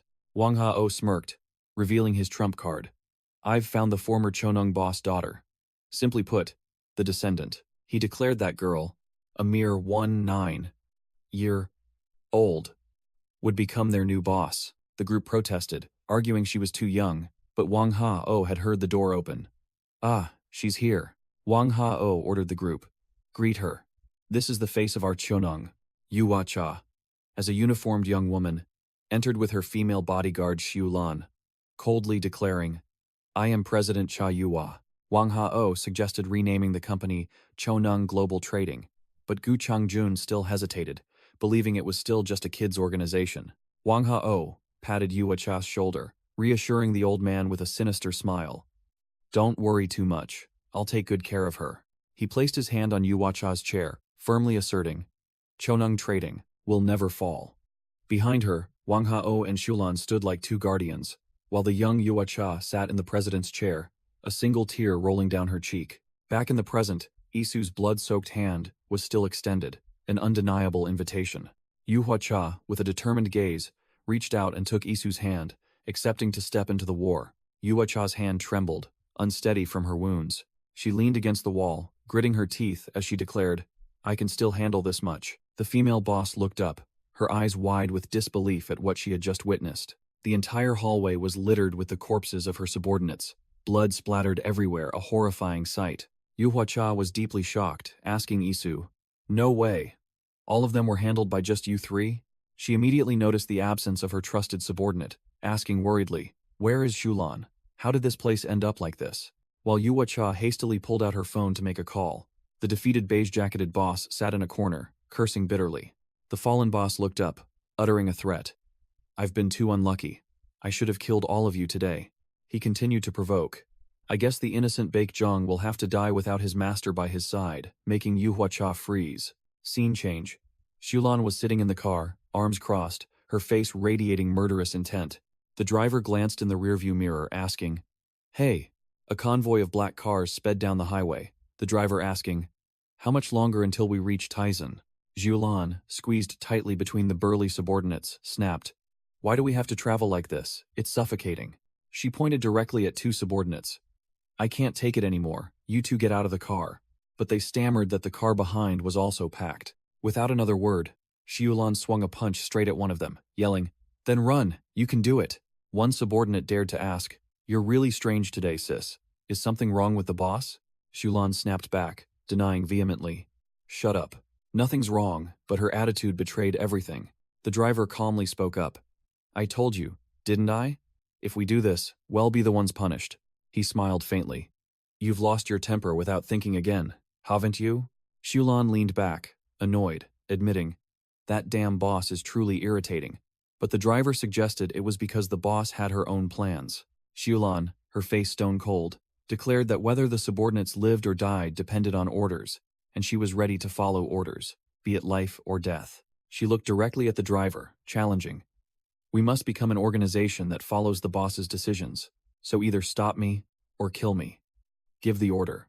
The driver calmly retorted, An order to die. Do you think everyone would think that way? He continued to pour cold water on her, pointing out that not everyone was a monster like Shulan, and there were still those who feared death. The driver gripped the steering wheel tightly, asserting that they were all just struggling to survive, and if they wanted to live, they had to know fear. A bald subordinate agreed, admitting that he feared death and had never thought so deeply. Xiulan bowed her head, her voice slightly remorseful. I'm truly foolish. If others don't say it, I wouldn't know such things. But then she narrowed her eyes, and murderous intent began to emanate from her. She looked at the subordinates around her and asked directly, By the way, when will we arrive at Taizan? The driver flinched when Xiulan stated bluntly, Even a fool like me can tell we're driving in circles.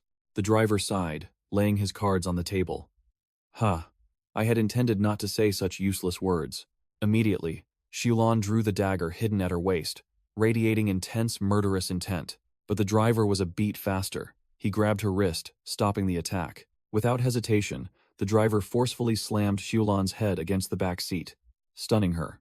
Another subordinate openly gloated, Wow, that was satisfying to watch. I want to do that once too. The driver leaned close to Xiulan's ear, his voice full of menace.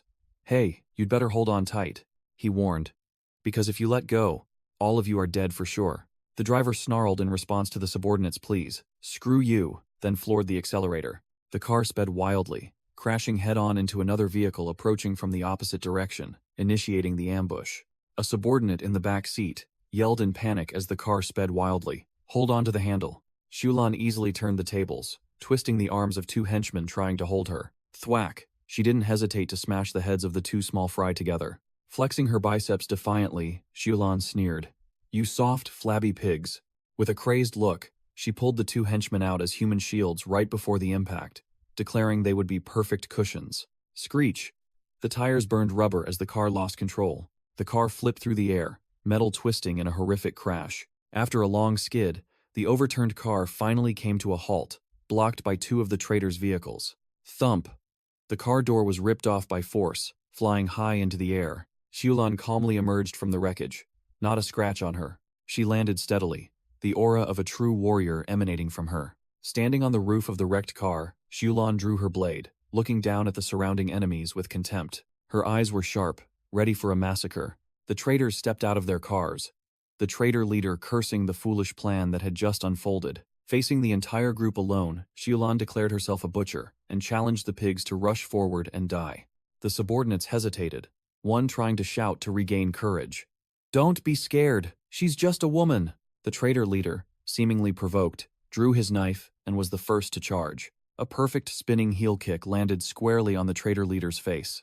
The kick was so powerful it sent him flying backward, his knife clattering from his hand. While the leader was still hitting the ground, another axe-wielding thug charged from the flank, but Xiulan quickly dodged and prepared for her next move. Xiulan swung her blade, blocking a devastating axe strike from a traitor. The blade sank deep into his shoulder bone, making him scream in agony as she realized her weapon was stuck. At the same time, another knife-wielding thug rushed in from the side, aiming for a surprise attack. Without hesitation, Xiulan yanked her blade from the axe-wielding thug's shoulder, leaving him stunned with pain.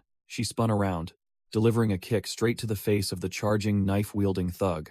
Taking advantage of the staggering axe-wielding thug, she stepped on him as a springboard, leaping up and delivering a crushing stomp to his chest. She raised her blade high, preparing to finish off the small fry. A clean slash cut across the knife-wielding thug's throat, blood splattering everywhere. The third thug, before he could even react, was fatally stabbed by her. Her wrist seemed to be affected after the continuous and powerful strikes. Xiulan lunged at the last remaining attacker, her eyes as cold as ice. Her shadow swept past, leaving a body collapsed in a pool of blood. The traitor leader, the first one she took down, watched in horror as the blade neared his face, hearing her sarcastic words. Hey, don't be scared.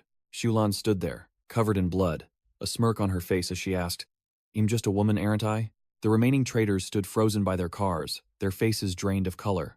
She placed her foot on the traitor leader's head, pressing the blade against his neck. Who gave you permission to call me butcher? The subordinates began to break formation, one yelling in panic. Damn it, I told you. Even with numbers, we can't beat that woman. Run. Xiulan flashed a savage smile, her eyes gleaming in the darkness. I love hearing you scream like pigs in a slaughterhouse. She casually told the man beneath her, Go ahead and call me that. Call me whatever you want. Suddenly, headlights from another car shone directly at them, interrupting her display of power. Chang Jungu sat in the car, his face pale as he saw Xiulan's blood-stained blade against the window. Xiulan flashed a savage smile, covered in blood, declaring, Yes, I am Chonung's butcher. Flashback 10 years ago. Chung Jun-gu looked miserable, while the beige-jacketed boss stood deep in thought, looking out at the city. The beige-jacketed boss lit a cigarette, muttering that it took 10 years for outsiders like them to be recognized and dominate the southwest region. Standing amidst a pile of corpses, he asserted, "Under the name Chonung, we shed blood, sweat, and tears to reach this day." He turned, his voice full of contempt, questioning Chung Jun-gu, who was cowering. "And now, what is this garbage, old man?"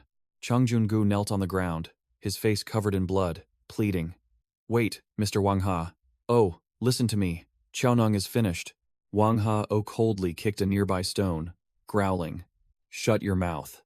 Chung Jun-gu desperately screamed, revealing that the Korean government was interfering in their affairs. He yelled the name of a top-secret plan, Project One Sync, a project that will give the government full control over the underworld. Wang Ha-oh sneered, admitting that the world was changing, and no organization, not even Chonung, would be an exception. Chung Jun-gu extended his blood-stained hand, begging, "So let's cooperate like before." Wang Ha-oh silently stared at the old man's outstretched hand. He slowly took Chung Jun-gu's hand. Chung Jun-gu rejoiced, thinking he was forgiven.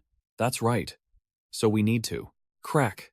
Wang Ha-oh crushed the old man's hand, his eyes icy. "How could you come up with such a foolish idea?" He twisted Chung Jun-gu's arm, repeating the contemptuous words the old man said 10 years ago.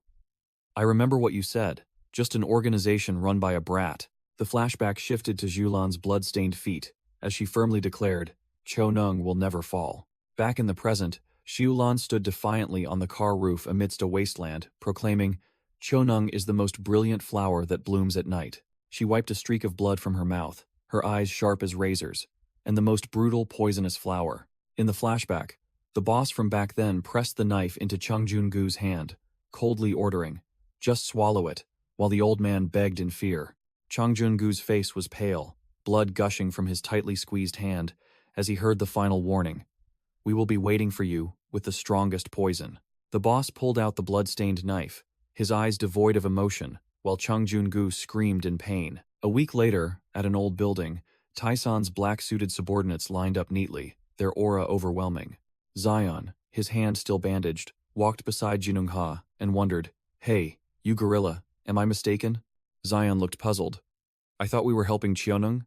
He glanced at the Chonung members, who were clutching their weapons, remarking, "But they look ready to stab us if anything goes wrong." Jinung Ha briefly explained the tense situation. Their boss was ambushed, and they've found the traitor.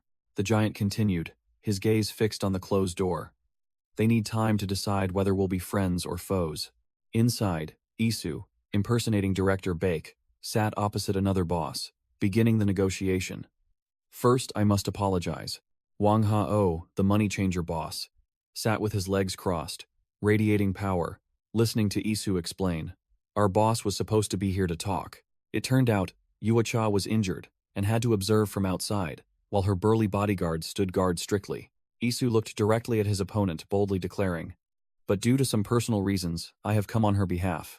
Isu countered the opponent's sarcastic remark about the failing money changer. "Should I take this as a joke, or—" Isu's eyes were sharp as knives, cornering his opponent. "Should I understand that you are the one with real power here?" Wang Ha-oh laughed loudly, took off his sunglasses, and showed interest. "Haha, if you think so, then this conversation won't take long. I'll get straight to the point." The boss extended an olive branch, making a surprising offer. "Taizan, what do you think about joining hands with Chonung?" Isu paused slightly at the offer, as Wang Ha-oh continued to reveal his trump card. "We found out about One Sync and the recent chain of events on our own." Wang Ha-oh picked up a porcelain vase, his voice full of hidden meaning. "In these times, you might need an ally." He emphasized the offer by placing the vase on the table. "We. Chonung." Wang Ha-oh pushed the vase towards Isu, his voice full of temptation. "I'll join hands with you, what do you think?" Isu maintained a cold demeanor, refusing to fall into the trap. "This isn't something I can decide right now.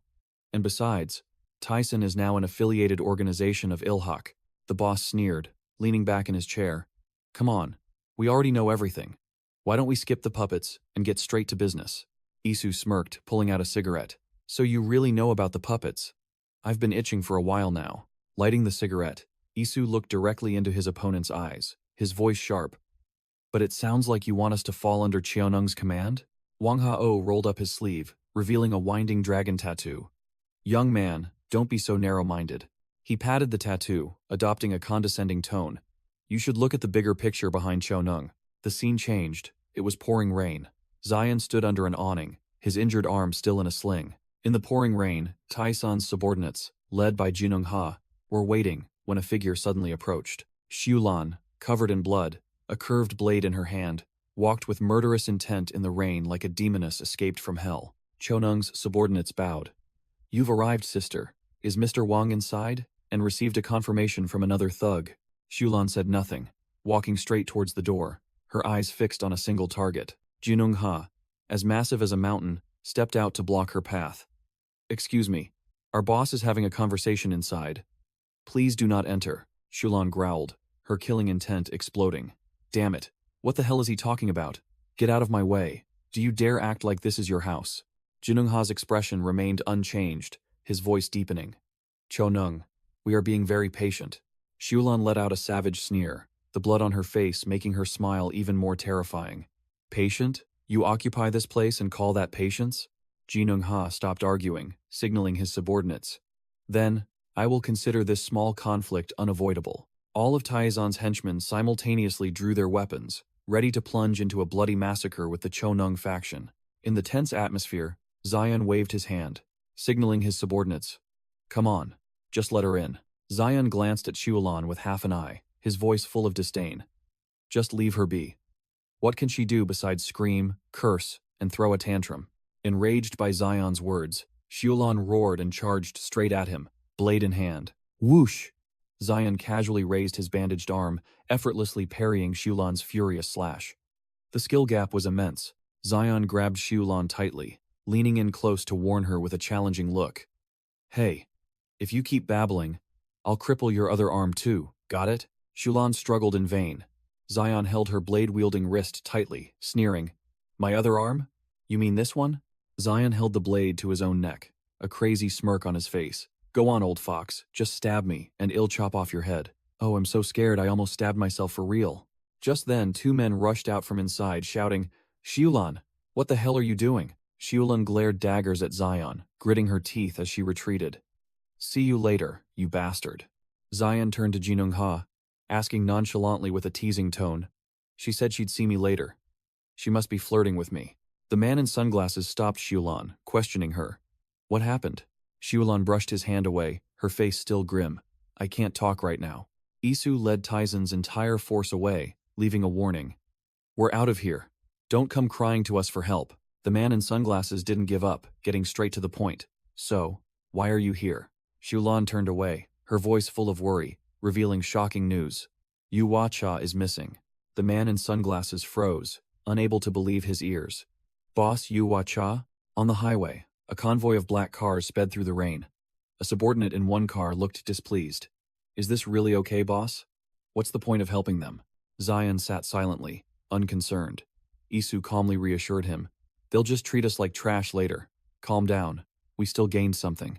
Isu began to analyze the bigger game. As expected, Samhab is behind Chonung. A giant tattooed hand was pulling Yaksha's strings like a puppet. Isu concluded. Samhab is likely trying to infiltrate Korea through him, and Yaksha is just a puppet. Zion smirked.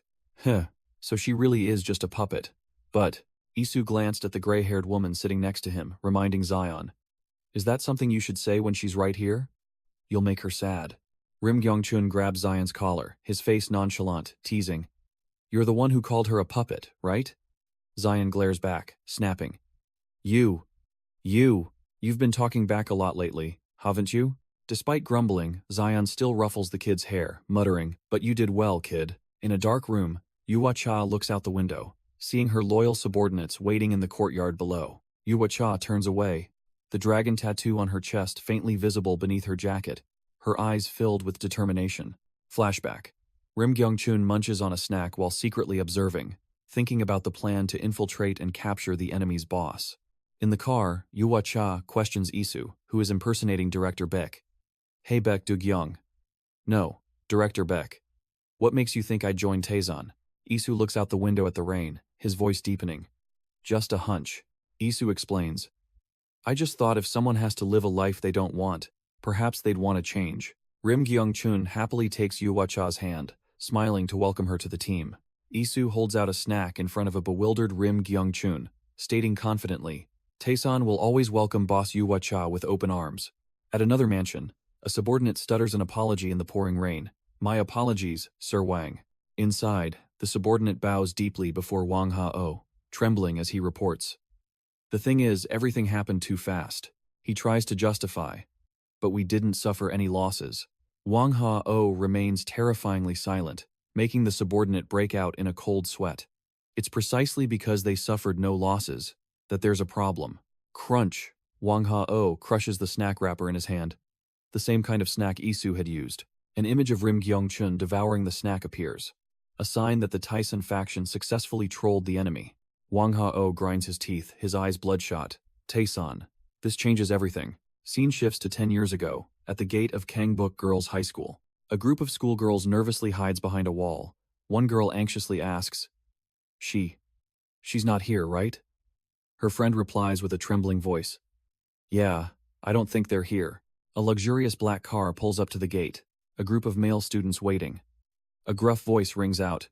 Hey, Yuhua-cha. A teenage boss version of Yuhua-cha steps out of the car, hands on her hips, full of defiance. You bastard, I knew you'd do this. I told you to use the main entrance, didn't I? Back 10 years ago, Yuhua-cha's guardian grabs her tie, growling. You're making me take the long way around? Her classmates gather around, one girl questioning the guardian. Hey, why do you guys do this every day? If you keep this up, we'll call the police. Yuhua-cha pushes her friends away, acting tough. It's fine. I'm okay. You guys go ahead. A worried friend presses a phone into her hand, her voice hesitant. Then I'll text you. Let me know immediately if anything happens. Two phones with cute keychains clink together, a rare innocent moment amidst the underworld. In the car, Yuhua-cha is dragged away by the guardian. She snaps. Why do you keep coming to my school? You said the boss would handle it. The guardian replies coldly as Yuhua-cha sprawls. Well, the boss is coming here, aren't they? The guardian begins to lecture. What kind of boss kidnaps people like this? What if you really get kidnapped? The female guardian analyzes the situation sharply. And 8-year-old schoolgirl as the boss of Chonung. What perfect bait, right? Yuhua-cha is stunned, hearing the chilling warning from her guardian. Yuhua-cha finally gives in, holding her phone. All right, I understand. I won't avoid it. And listen to you. She sets her only condition. So, at least be nice to my friends. Memories of her worried friends flash through Yuhua-cha's mind. The guardian looks at her, asking a loaded question. Are you the boss there too? The car drives off. The guardian asks blankly. What's Kakao talk? While Yuhua-cha is speechless. Don't. You have a phone? Scene shifts to the present. Suwa reports to a Taesan senior executive. Yuhua-cha will be protected by Taesan. The subordinate wearing sunglasses presents 2 snack bars to Wang Ha. Oh, this is what that kid from Taesan was holding. The subordinate analyzes. Using Yuhua-cha, they intend to gain the upper hand in the meeting. Wang Ha-oh's hand clenches his jacket. Wang Ha-oh sits in the chair with the nameplate, Chonung Trading Representative, Yuhua-cha. He has taken her seat. Wang Ha-oh suddenly stands up, his eyes blazing with killing intent. Our Black Dragon Triad has decided to personally intervene in this matter. Shulan stated firmly. But to have legitimate authority, we need Yuhua-cha. Wang Ha-oh growled, stating that the entire Chonung organization was important, and it was time to reconsider the current situation. He threw out a loaded statement that everything depended on whether Yuhua-cha truly knew her own worth. Vroom! A convoy of black cars sped down the highway in the night, signaling an impending battle. Inside the car, Mingxi drove, while Shulan sat with her arms crossed in the back seat, both contemplating Yuhua-cha's worth. The convoy arrived in front of the Taesan Group skyscraper, and the driver announced their arrival. Shulan gave a decisive order, her eyes sharp. To the parking garage. We'll infiltrate from below. Following the order, the lead car accelerated, plunging straight down the dark ramp of the parking lot. The cars took a sharp turn, headlights sweeping across the deserted parking lot. Screech! The entire convoy slammed on their brakes, and Shulan and her Chonung subordinates simultaneously burst out, weapons in hand. Shulan glared at the newcomers, her voice full of irritation. Why are you so late, Baekjung? The blinding headlights from the opposing car served as a defiant response. Isu, Baekjung, and a muscular subordinate stepped out, forming a 3-way standoff against Shulan's group. Damn it! Xiulan gritted her teeth, her subordinates already poised to fight to the death. Baekjong spoke casually, reminding her to think of those waiting, while Isu simply stood there, coldly flicking his lighter. Xiulan roared furiously, charging forward. Waiting? You dogs! Where is Yu Hua Cha? A pair of sunglasses was thrown, whistling through the air like a dart, aimed straight at Isu's face. Thwack! Isu casually raised his hand, catching the sunglasses with just 2 fingers, without even blinking. He recognized them as Yu Hua's glasses, then coldly warned the charging Xiulan. Know your limits, Baekjong. Isu held up the glasses, blocking Xiulan's path with an overwhelming question. Do you think this can be solved with fists? Isu leaned close to Xiulan's ear, his voice full of menace. Think carefully before you act. Yu Hua Cha is in my hands. Xiulan gritted her teeth, growling. Do you know what I'll do if I lose my temper, you bastard? Isu gave a decisive order to the Chonung goons, who were brandishing their weapons. I told you to drop all your weapons. The Chonung subordinates, including the muscular Mingxi, reluctantly threw their knives and axes to the ground. Isu smirked, turning to his comrade. Baekjong, you should put your weapon down too. You know, you're the one I fear the most. Baekjong gritted his teeth and obeyed. Isu nodded in satisfaction. That's right. Now you know how to listen. Meanwhile, the muscular Mingxi began to ponder. Believing that the most important thing for Chonung right now was to reassess the situation, he wondered what value a kidnapped Yu Hua Cha could possibly bring to the Chonung organization now. In a luxurious penthouse, Yu Hua Cha, with her short ash-purple hair, stood silently looking out at the city night. She clutched her phone tightly, the dragon tattoo on her chest faintly visible beneath her clothes, her face filled with worry. Isu's bodyguards appeared at the door, smiling as they announced, President Cha, you have visitors. Xiulan was stunned to see Yu Hua Cha appear, looking nothing like a hostage. Xiulan rushed forward, both angry and worried.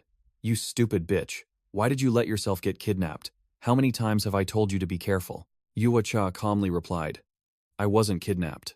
What? Yu Hua Cha growled, repeating decisively. I wasn't kidnapped. I came here myself. Xiulan froze, pointing a finger at her boss's face. What nonsense are you talking about? Do you know Chonung is in chaos because of you? Yu Hua Cha lowered her head, her voice trembling. I can't do it anymore. I can't bear the burden of being Chonung's boss. Xiulan furiously grabbed Yu Hua's collar. What other nonsense are you spouting now? But she felt Yu Hua's body trembling uncontrollably. Yu Hua's hand holding the phone wouldn't stop shaking. She confessed in fear. It's too scary. My hands won't stop trembling. Xiulan looked straight into her boss' eyes, her voice full of conviction. If that's the kind of leader you need, I can easily do it. Yu Hua Cha recalled the eyes of those who had betrayed her, a haunting memory. A flashback showed Xiulan, her long hair tied back, swinging an iron rod and crushing her enemies amidst a terrified crowd. Yu Hua Cha screamed in panic. No, I killed all those bastards. Now they don't need me anymore, so they're going to kill me too. With tears in her eyes, Yu Hua Cha desperately admitted, I can't trust anyone anymore. But Xiulan coldly asked, Then why did you seek me out? Yu Hua Cha looked directly at Xiulan, her voice trembling. Are you going to kill me too? Xiulan looked at her distraught boss, her eyes devoid of emotion. Xiulan suddenly raised her hand to Yu Hua Cha's neck, her voice icy. Yes, that's a good idea. Xiulan declared her plan. After dealing with Cha Yuhua, who has abandoned her position, our Black Dragon Triad will devour Chonung and seize Seoul. Isu and a bald subordinate stood from a distance, silently observing Chonung's internal drama. But instead of choking her, Xiulan's hand gently rested on Yu Hua Cha's shoulder. Xiulan pulled Yu Hua Cha into her embrace, growling, Cha Yuhua, that's precisely your problem. Have you forgotten who I am? Xiulan whispered into the sobbing Yu Hua Cha's ear. Xiulan recounted her brutal past. I was abandoned at 3 years old, raised in the Black Dragon Triad. Wiping out a few lives means nothing. Xiulan looked directly into her boss's eyes, stating firmly, And I chose you as leader, Cha Yuhua. So you cannot give up just because you want to. Xiulan held Yu Hua Cha tightly, making an ironclad vow. I will protect you. No matter who the opponent is, no one will touch you. This is my will and my oath. No one can break you in Chonung, Xiulan declared loudly. Xiulan proclaimed herself the Baekjong of Chonung, a famous historical figure known for loyalty, and asserted, You are my Chonung, Cha Yuhua. Yu Hua Cha stared blankly at Xiulan, while Isu and his subordinates still watched from afar. Xiulan suddenly changed her demeanor, pointing at Yu Hua Cha's phone and yelling, What? Get away from me! Why would you do this? Then why didn't you read my messages, you bitch? Yu Hua Cha stammered an explanation. I had to leave in a hurry, so my phone died. It turns out the dramatic vow of loyalty was just an excuse to question her boss for scene zoning her messages. In a luxurious room, Black Dragon Triad boss Wang Ha-oh was receiving an important call. The phone displayed Shulan, and he asked directly, "Is your Chonong there?" Hanging up, Wang Ha-oh turned to his guest, adopting a superior air. "Excuse me, urgent business. Let's continue." The guest was none other than Taehyung Ryu, boss of the Jorang gang, sitting there with an arrogant expression. Wang Ha-oh began his preamble. "As for you, I have absolutely no information." A third person spoke up, none other than Chief Seong-ho Jang, introducing himself as the head of the intelligence center. Chief Jang looked straight ahead, his eyes sharp behind his glasses, officially confirming his identity. Wang Ha-oh lit a cigarette, getting straight to the point. Chonung was just ambushed by Tai-san. Our boss, Cha Yuwa, was even kidnapped. He took a drag from his cigarette, his voice full of murderous intent.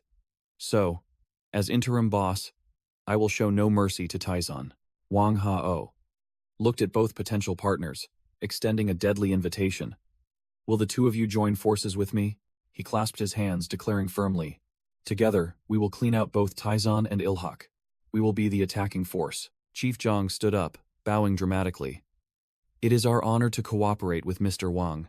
The old fox continued to entice them, promising full support and sharing information about Taizan. But then, he revealed his hand, lighting Wang Ha-oh's cigarette, and asking a tricky question. "Baek Dogyong of Taizan. And Director Baek, do you know about those twins?" Chief Zhang placed a hand on Wang Ha-oh's shoulder, emphasizing the other name, Baek Yisu. Wang Ha-oh maintained his cold expression, admitting, "I've known Baek Dogyong had a younger brother for a long time." He shrugged, feigning indifference. "But I heard he died. We even heard about the funeral." Chief Zhang sneered, beginning to reveal information. His twin brother used to be a special forces soldier. His skills were top tier too. A past image appeared.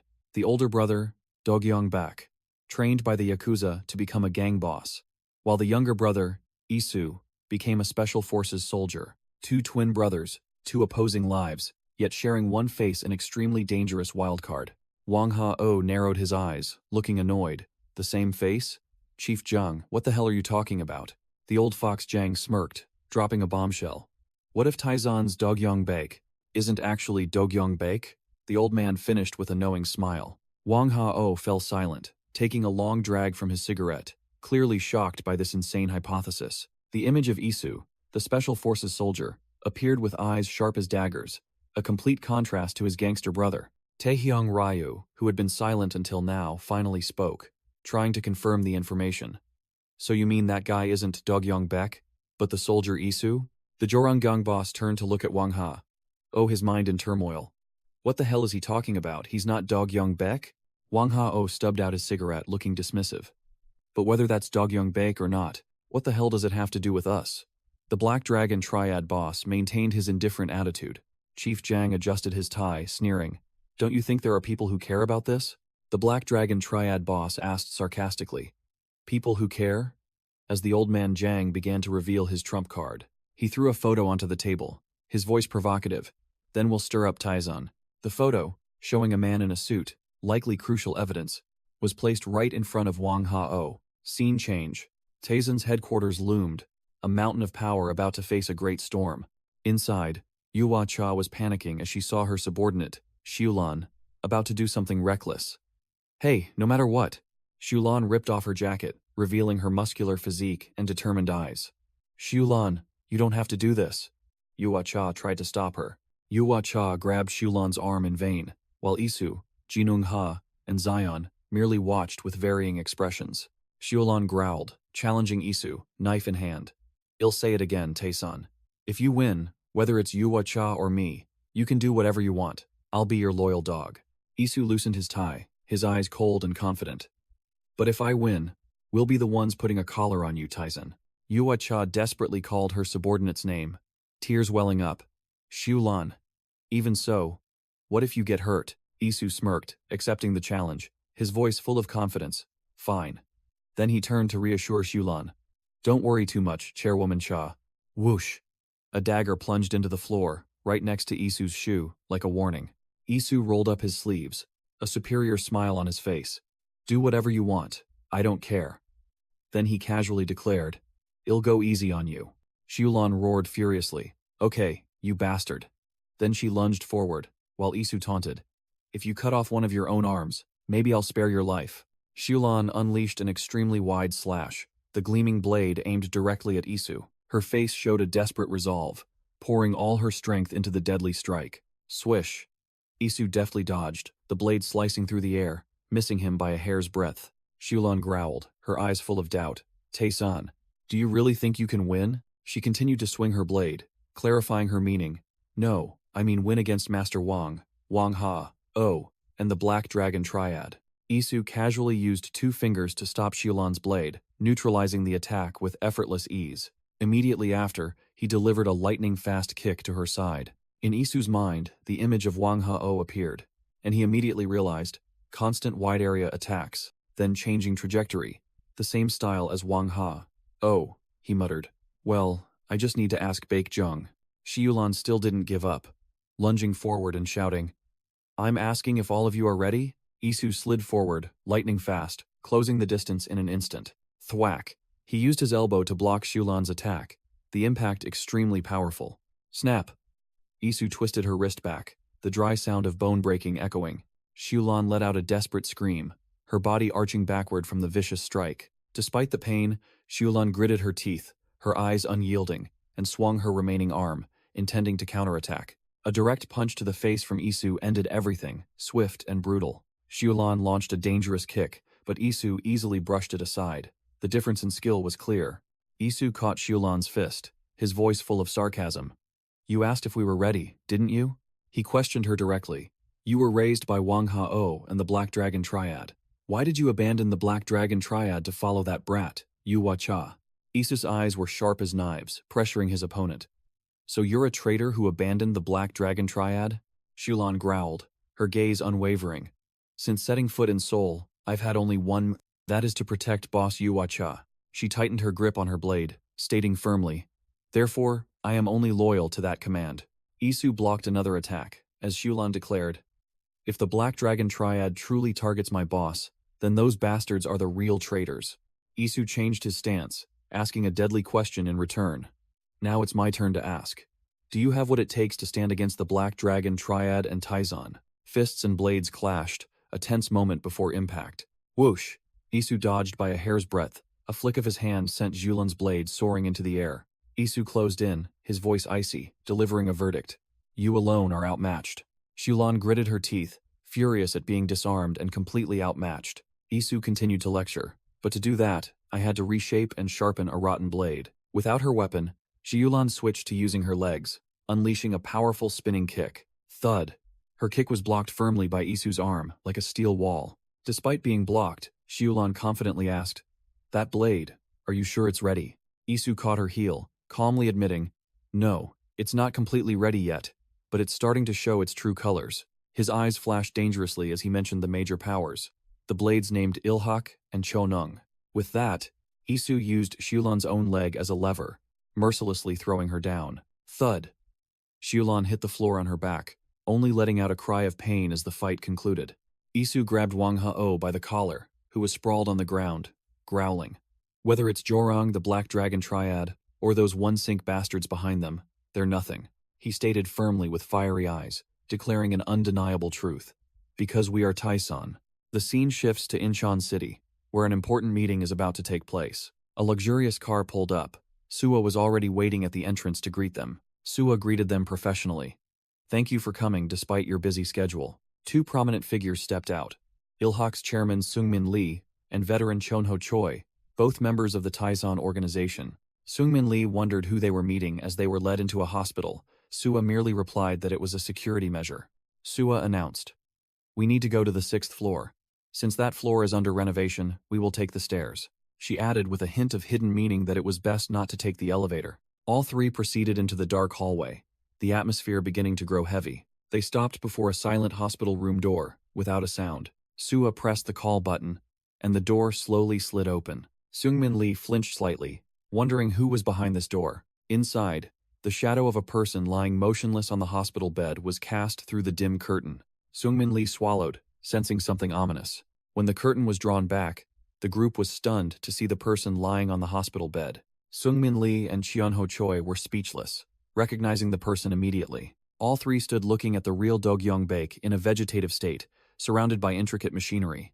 Seungmin Lee broke into a sweat, his voice trembling as he asked if this was truly director Dogyong Baek. Sua confirmed the shocking twist. Director Dogyong Baek is in Seoul. The person you see is his twin brother, Baek Yi-soo. Sua stated firmly before the two veterans. The person before you is indeed Dogyong Baek. Cheonho Choi still couldn't believe it, questioning about the funeral, but Sua coldly concluded, Dogyong Baek is not dead. Dogyong's heavily tattooed arm was receiving an IV drip, undeniable proof that he was still alive. Sua flipped through the documents and ordered, until Director Dogyong Baek awakens, no one is to know about this. She looked directly at the two bosses and stated, to achieve that, I need your help with something. Sua held out a photo and asked directly, have you two ever heard of Japan's Oyama Gumi Yakuza? Another shocking secret was revealed. Dogyong Baek's Japanese name is Oyama Ryugasaki, and this story is directly related to the Oyama Gumi. In a flashback, various underworld factions were discussing whether to allow an organization with key members from the Oyama Gumi Yakuza to enter Seoul. During that sensitive time, Dogyong Baek of Taesan could no longer maintain his identity as Oyama Ryugasaki. Sua explained the impersonation plan. That's why we had Isu impersonate Dogyong Baek, but if the Oyama Gumi discovers this, the scene shifts to a flashback. A tattooed blonde Yakuza grabbed another's collar, speaking in Japanese with contempt. See? What did I tell you? A bunch of disrespectful punks. He continued to insult them. If they want to meet, they should come here themselves. What right do these dogs have to make us move? The Yakuza group picked up their briefcases and left. The blonde Yakuza, adding another derogatory remark. Even dogs know to wag their tails when their master returns. The tall boss leading the Yakuza group smirked. This is why we can't loosen the chains on these Korean dogs. The Oyama Gumi will bite the bait we've set, using their own name. The boss revealed his face with a sinister smile, bloodshot eyes, and spoke with imposing authority. So, where is our beloved director Dogyong Baek? He is Oyama Shogo, vice boss of the Oyama Gumi, Dogyong's sworn brother. The scene shifts to the Roppongi Hotel, Tokyo, Japan. A skyscraper brightly lit in the night. A frantic hotel manager rushed out to call the police, pointing the way and shouting, "Hurry, this way, officers." The manager reported the urgent situation. There are screams coming from the penthouse. Staff tried to enter, but were blocked by men with knives. The Japanese police entered the elevator with the manager, asking suspiciously, "What did you say? Yakuza?" The manager confirmed that the guest's demeanor was definitely that of a Yakuza member. The officer looked incredulous and annoyed. Yakuza in Roppongi? These thugs have some nerve. His colleague just remained silent, sensing the situation was more serious than they thought. The elevator doors opened, and the Japanese police were already at the scene. The older officer warned young officer Matsuda not to act rashly, telling him to let him speak first. As they burst in, the police aimed their guns, demanding the suspects raise their hands and drop their weapons. Two Yakuza, one blonde Yakuza with a knife, and one goatee Yakuza, smirked, treating the police's threats as a joke. Young officer Matsuda, hot-blooded, pushed his gun forward, despite his older colleagues' frantic attempts to stop him. They're Oyama's men. Bang! The young officer pulled the trigger, firing a warning shot into the air. Matsuda roared, his face taut. That was a warning shot, you Yakuza scum. Drop your weapons. The older officer broke out in a cold sweat, trying to wrestle the gun away. Do you have any idea what you just did? From the shadows, a cold voice echoed amidst the dripping blood. What's all this racket? Oyama Shogo, vice boss of the Oyama Gumi, appeared, drenched in blood, a katana in hand, radiating murderous intent. Did I just hear a gunshot? The Yakuza boss glared at the police with bloodshot eyes, his voice deadly. Hey, you cops, were you the ones who fired a gun? Shogo dragged his katana across the floor, scoffing. Firing a gun in a hotel. Looks like your brains are just for show, huh? The older officer yelled in despair, seeing that Matsuda still didn't know fear. Bowing deeply, the older officer tried to explain in fear. We only received a report. We didn't expect Mr. Oyama to be here. Shogo smirked sinisterly, playing both good cop and bad cop. All right. Well, cooperate, but your young officer seems a bit trigger-happy, doesn't he? The boss turned his back, casually inviting them. Since you're here because of a report, come on in and see for yourselves. Come here. Matsuda was still fuming, held back by his colleague who warned him. Snap out of it. You'll need to be extremely focused if you want to survive this. Shogo led the way, two subordinates flanking him, and opened the room door, inviting the police to witness the result. The boss casually stepped over a corpse lying in a pool of blood, uttering coldly, "Oh, my apologies." Shogo stepped his bare foot directly onto the corpse's face, declaring, "Just some trash sullying the Oyama name." Amidst a sea of blood, ID. Oyama Shogo casually declared, "As you can see, I've made a bit of a mess." The Yakuza boss slumped into a chair, covered in blood. "Your superiors have been informed about this cleanup, but I overlooked the fact that we had other guests in the hotel." ID. Oyama Shogo rested his katana on the floor, bowing insincerely. "I sincerely apologize. I must admit I was a little complacent, since we own this hotel after all." The elderly police officer quickly waved his hand, sweat pouring down his face. "Since everything has been arranged with our superiors, we will erase this call from the records." The young officer ID, Japanese police, couldn't take it anymore, yelling, "What kind of sick joke is this? These people were massacred in a hotel. Is an apology all you're going to say?" ID. Oyama Shogo glanced at the young officer, a deadly smirk playing on his lips. "You seem to be a rookie." ID. Japanese police, aren't you? He flicked his hand, splattering blood, then uttered a twisted philosophy.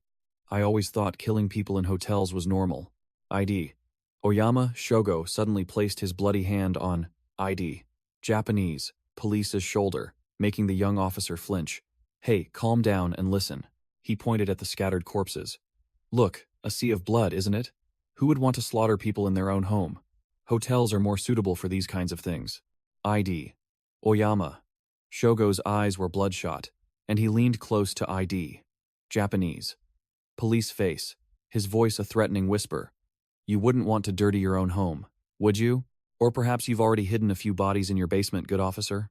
ID. Oyama Shogo lightly patted ID. Japanese police shoulder, completing his intense psychological intimidation. The young officer ID. Japanese police was speechless, his face pale, not daring to utter another word.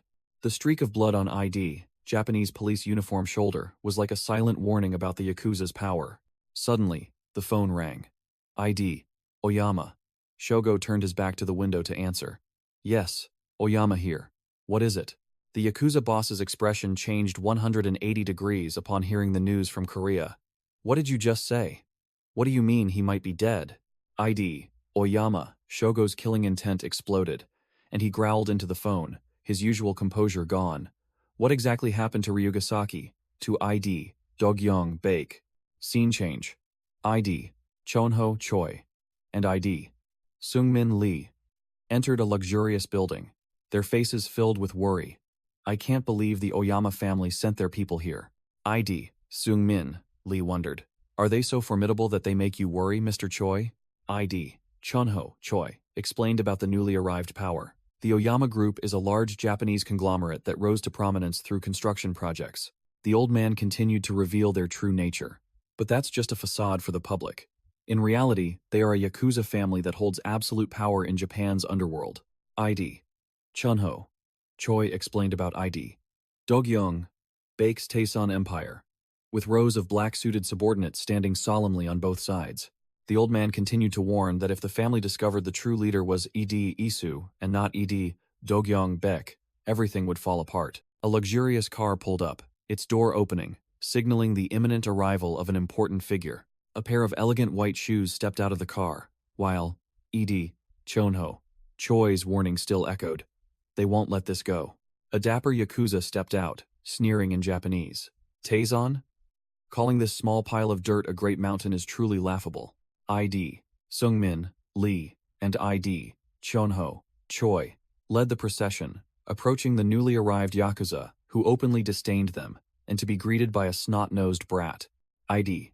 Sungmin Lee bowed respectfully, introducing himself as the president of Ilhak and a business partner of Taizan, here on behalf of ID. Dogyong Baek.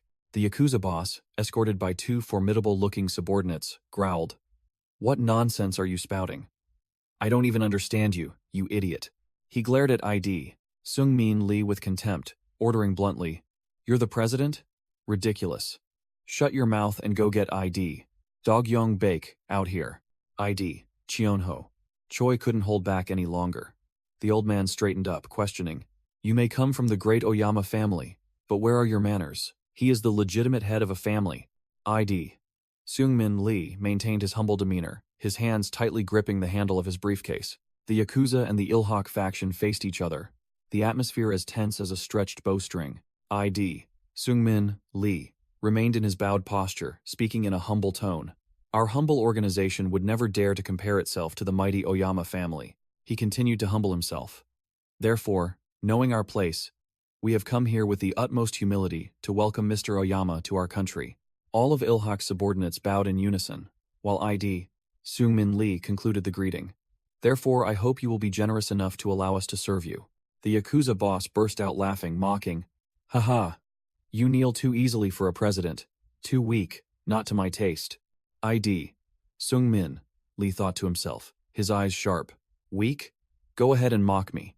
Even if you take my life right now, I wouldn't care. The Yakuza condescendingly patted ID. Seungmin Lee's head, feigning acceptance. But you're right. That's exactly the attitude we expect from your kind. At least you know basic etiquette. However, his gaze suddenly shifted to ID. Chonho Choi, his tone becoming threatening. However, I can't help but notice, Mr. President, that old man is still standing upright, with eyes that suggest, I'm the rude one here. ED. Seungmin Lee frantically tried to explain, but the Yakuza had already ordered his black-haired subordinate, ID. Nobu, help that old man loosen up his stiff back. Nobu swung a battle axe straight at Chonho Choi's face, declaring it the only way to deal with a stubborn old man. Swish. Old man Chonho Choi leaned back, narrowly dodging the deadly axe swing with incredible speed. Nobu grinned savagely, clearly enjoying the hunt. Whoosh! Nobu spun, delivering a horizontal slash, but Chonho Choi dodged, leaving only a small scratch on his shoulder. Seungmin Lee panicked, trying to intervene, but was held back by the blonde Yakuza subordinate. Calm down, Chairman. Stay here with me. Oyama Shogo put an arm around Seungmin Lee, his voice full of contempt. A little bloodshed is fun. We don't give a damn about you Koreans. He growled, pressing his face close to Seungmin Lee's and getting straight to the point.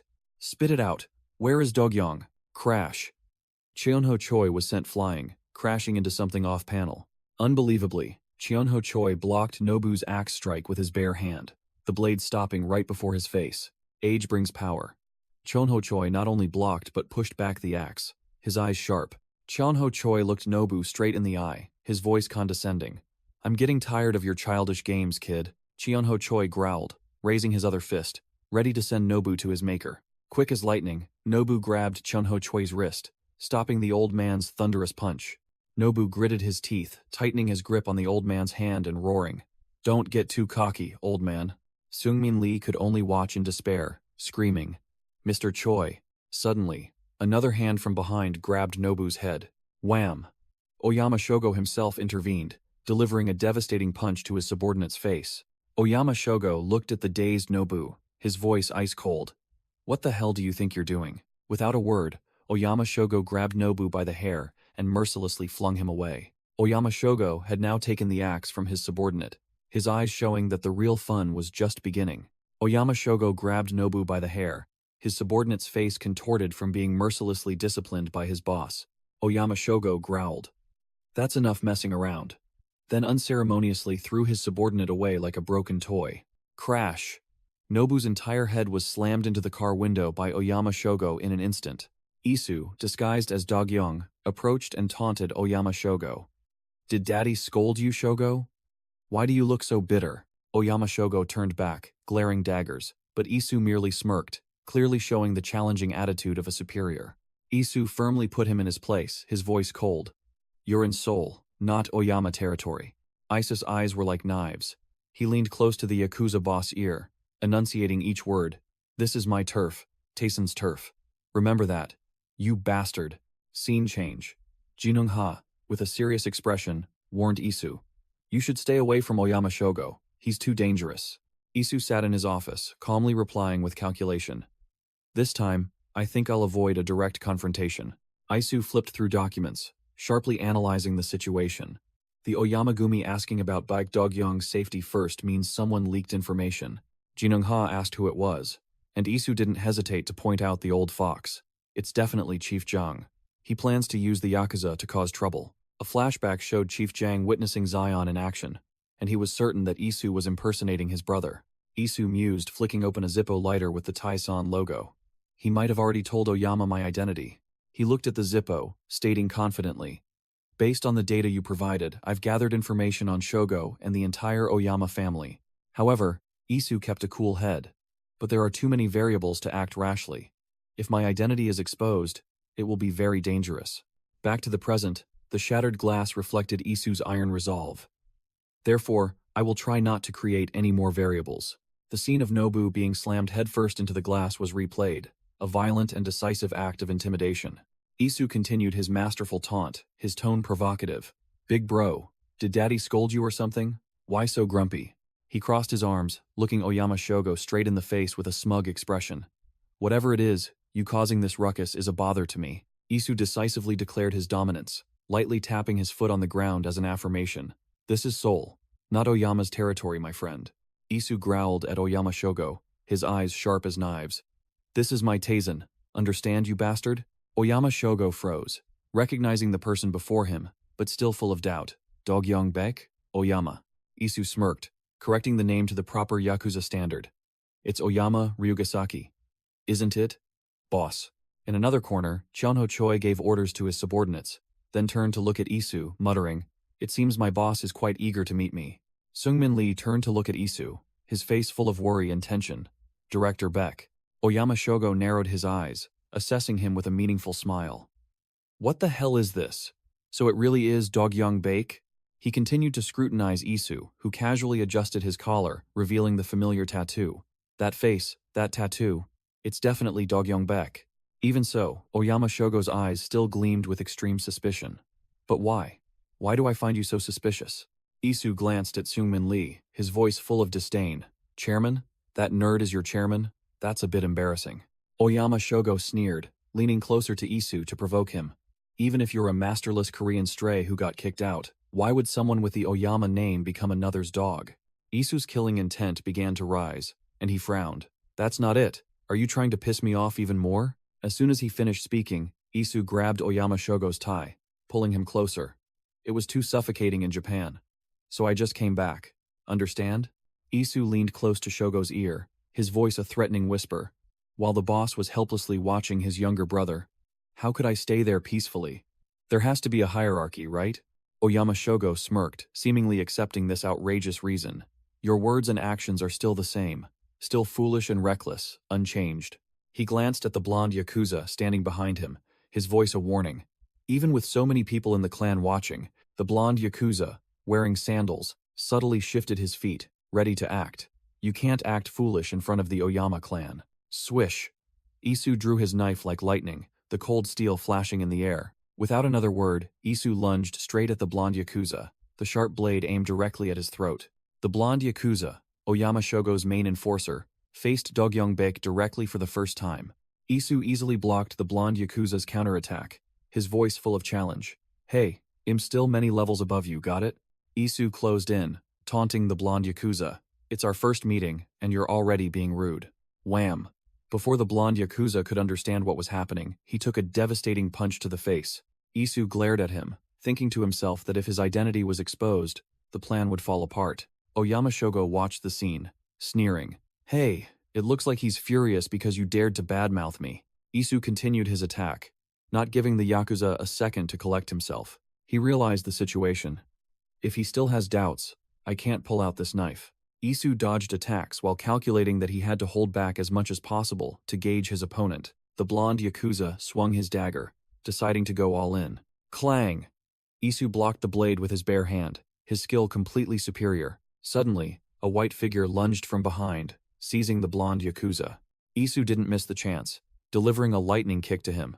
Zion appeared, locking down the blonde Yakuza and sneering. "Are you a rookie?" Zion smirked confidently, his eyes sharp and cold. "I'm a rookie too."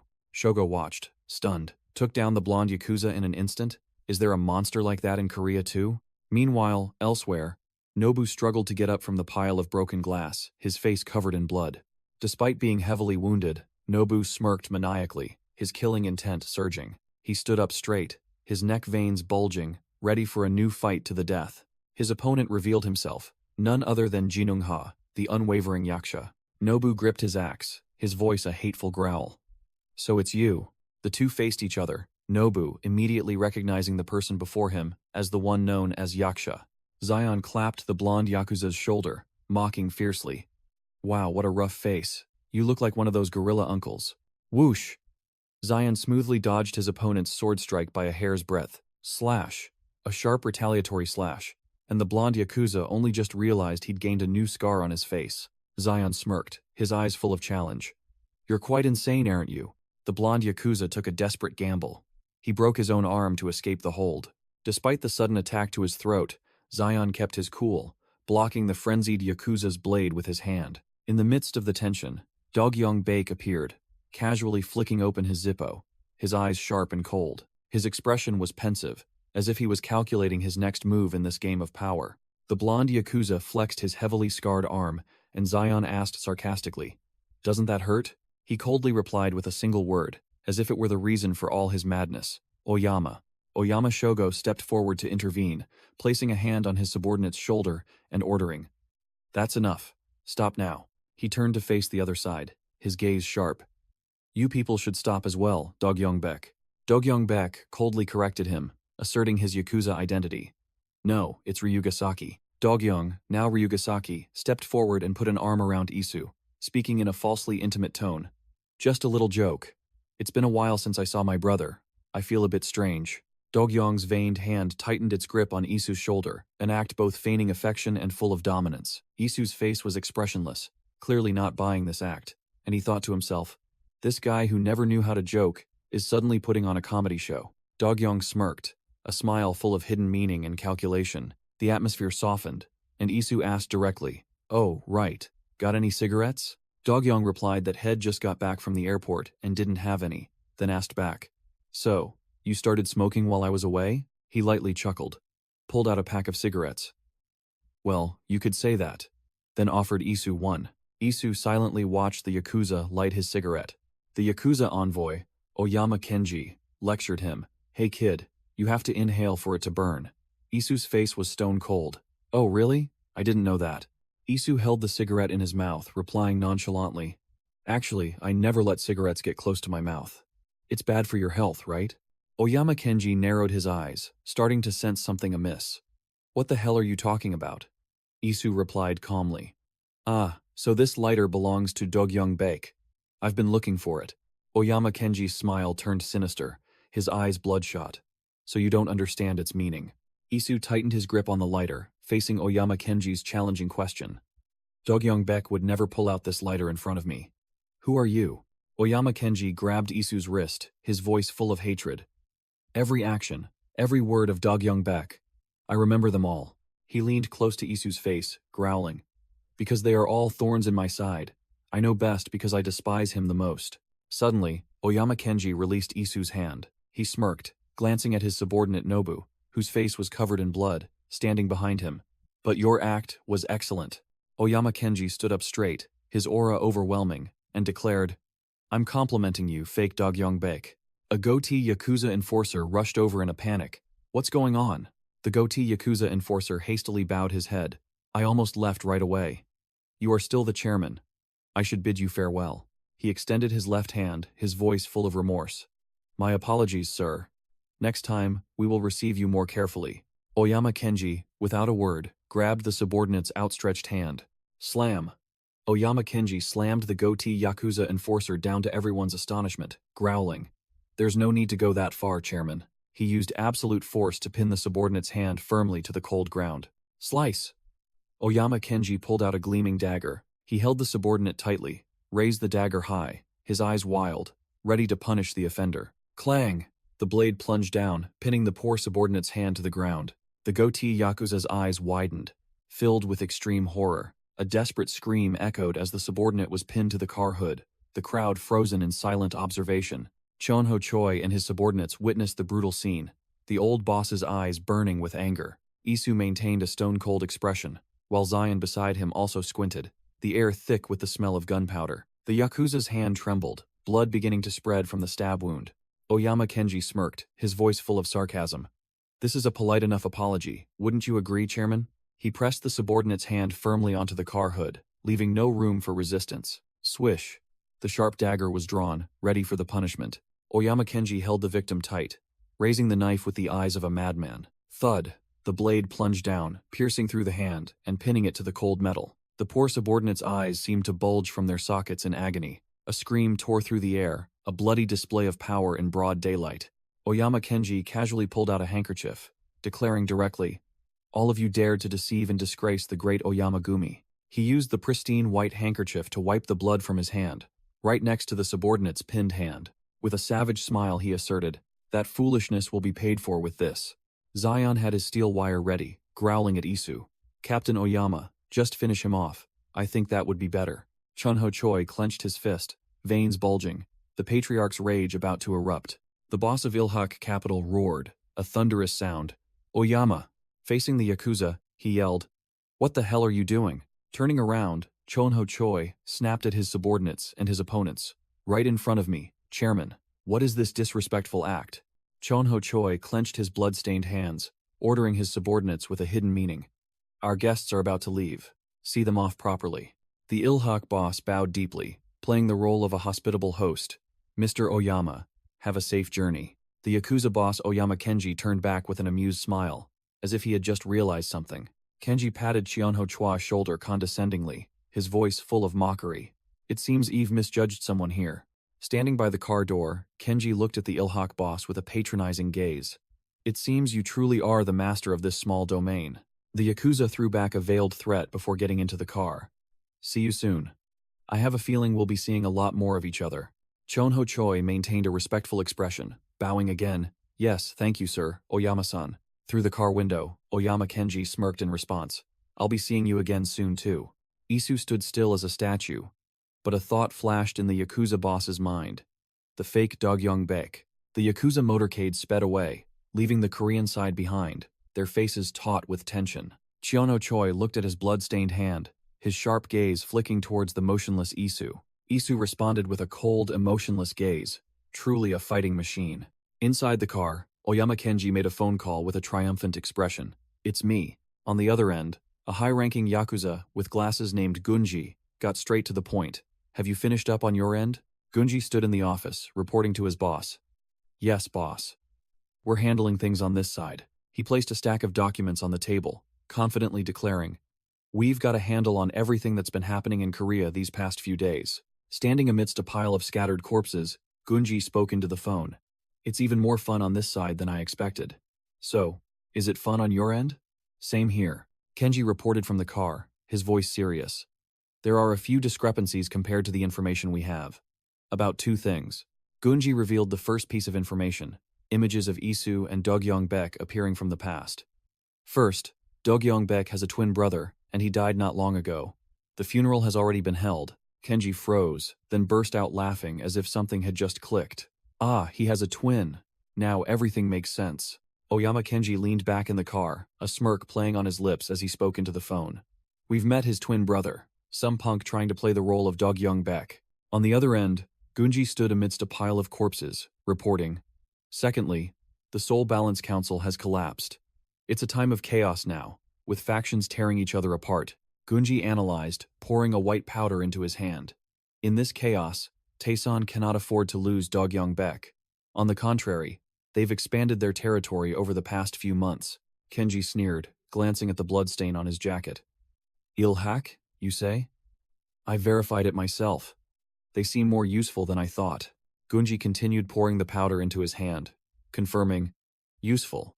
Then let's proceed with that." He poured the handful of powder directly into his mouth, continuing his cold analysis. "Seoul is currently a mess. Above all, Taesan's merger with Chonung is just a small part of their expansion." Gunji adjusted his tie, his eyes sharp, concluding, "And there's a third force trying to hinder us by leaking information. That is my conclusion." Hanazawa Gunji, head of planning and strategy for Oyama Gumi. Kenji stepped on a fallen foe, showing admiration. As expected, the planning and strategy department of Oyama Gumi is truly top-notch. Gunji replied professionally. "Thank you, sir. I will confirm a few things and report back later." Hanging up, Gunji turned to his waiting prey, his voice interrogative. "All right, let's continue. What do you know about Taesan? Do you speak Japanese?" He grabbed the Black Dragon Triad boss Wang Ha-oh by the hair, growling. You're also part of Tizen, aren't you?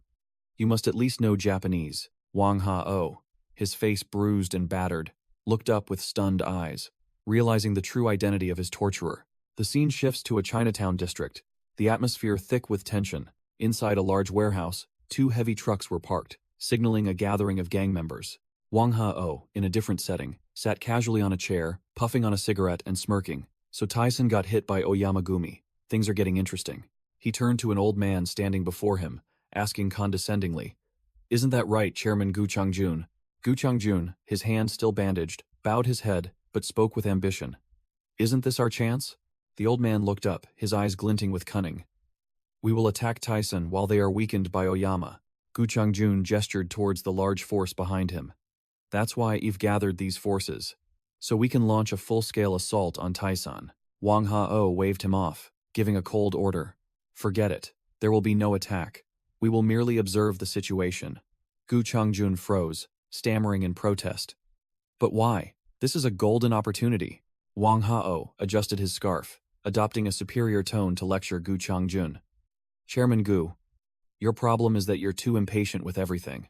The old man, Gu Changjun, could only bow his head and listen, while Wang Ha-oh continued his lecture. "I understand." Wang Ha-oh grabbed Gu Changjun's bandaged hand, his voice full of menace. "It's natural to want revenge after being humiliated by Tyson, but now is not the time." The boss leaned close to the old man's face, analyzing the situation. Oyamagumi personally came to Seoul and picked a fight with Tyson, an organization under their command. The scene shifts to a luxurious office, a female secretary reading documents with the Tyson logo, while Wang Ha-oh's words still echoed. "Don't you understand what this means?" The female secretary looked up, her face filled with worry, stating, "It means they will directly intervene in Seoul's underworld." The secretary reported to the gray-haired chairman. "Oyama sent this to us." The chairman frowned, asking again, "Oyama?" The Tyson chairman clasped his hands together, veins bulging, his voice low and strained. "What did they say?" An executive stood reporting. "Taizon's past transgressions of deceiving Oyama have been settled with the previous apology." The executive continued with a tense expression. "However, apart from that, Taizon must be led by its master, Oyama." The Yakuza's declaration was relayed starkly, and therefore all decisions and actions of Taizon will be chosen by Oyama Shogo. The female secretary opened a small box, her voice full of apprehension. "And what we've sent along with this is a reminder of Taizon's past transgressions." The chairman, seeing the secretary's horrified expression, yelled, snatching the box. "What is it, secretary? Give it here." The chairman's veined hand rested on the box, preparing to face the Yakuza's insult. The Tyson chairman held the box, his eyes sharp, ready for whatever lay inside. He opened the box. Inside was a severed finger, covered in blood, neatly placed on a white silk cloth. The Tyson chairman's face contorted with rage, his eyes wide and bloodshot, his mouth agape in utter fury. The chairman's roar echoed throughout Tyson's skyscraper. "You bastards." The scene shifts to outside a university hospital at night, the air eerily silent. Inside the hospital, the hallway was deserted, faint light spilling from a room at the end of the corridor. In the dark hospital room, Isu sat silently by his unconscious brother's bed. He flicked open his old lighter, wondering where he had gone wrong in this game. Isu mused to himself, having been extremely confident he could perfectly play the role of his brother. He bowed his head, bitterly admitting his failure to protect his brother's Tyson enterprise. His hand trembled, a rare moment of weakness before the storm. With ice-cold eyes, Isu accepted the limits of his act. "Perhaps this is my limit. I'm sorry, brother," he said, placing the lighter in his brother's hand, admitting he could no longer be Dogyong. Resolutely, Isu stood up, deciding to act like a true monster. He tossed the bag aside, officially ending his role as the elegant CEO. Isu stretched his arms, his body tensing, preparing for his transformation. He shed his polished dress shoes, replacing them with rugged tactical boots. Donning combat armor, his hand gripped a dagger, and his killing intent began to surge. As he turned, Zion was already standing at the door, arms crossed, waiting like a ghost. Zion smirked, his sharp eyes asking, "All right, Captain?" Isu replied curtly as Zion pulled up his hood. "Being exposed is quite refreshing. The plan changes from here." Zion pulled down his face mask, getting straight to the point. "How far will we go?" "My identity is revealed. No need to hesitate anymore," Isu declared, officially flipping the switch for slaughter. Both in combat gear strode down the hallway, Isu ordering, "Kill everything in our way." Zion drew his karambit, asking about the target, and Isu replied concisely, "Clear out Oyama first." Isu tightened his collar, eyes blazing, concluding, "Oyama Shogo, I'll kill that bastard with my own hands." The Taisan headquarters, a skyscraper, stood towering and powerful. Inside, the Taisan chairman stood with his subordinates, exuding the formidable aura of an organization named Taisan. Taisan's subordinates strode with powerful steps down the gleaming hallway, but another force had arrived, the Oyama Yakuza delegation, bluntly declaring, "We are also Taisan."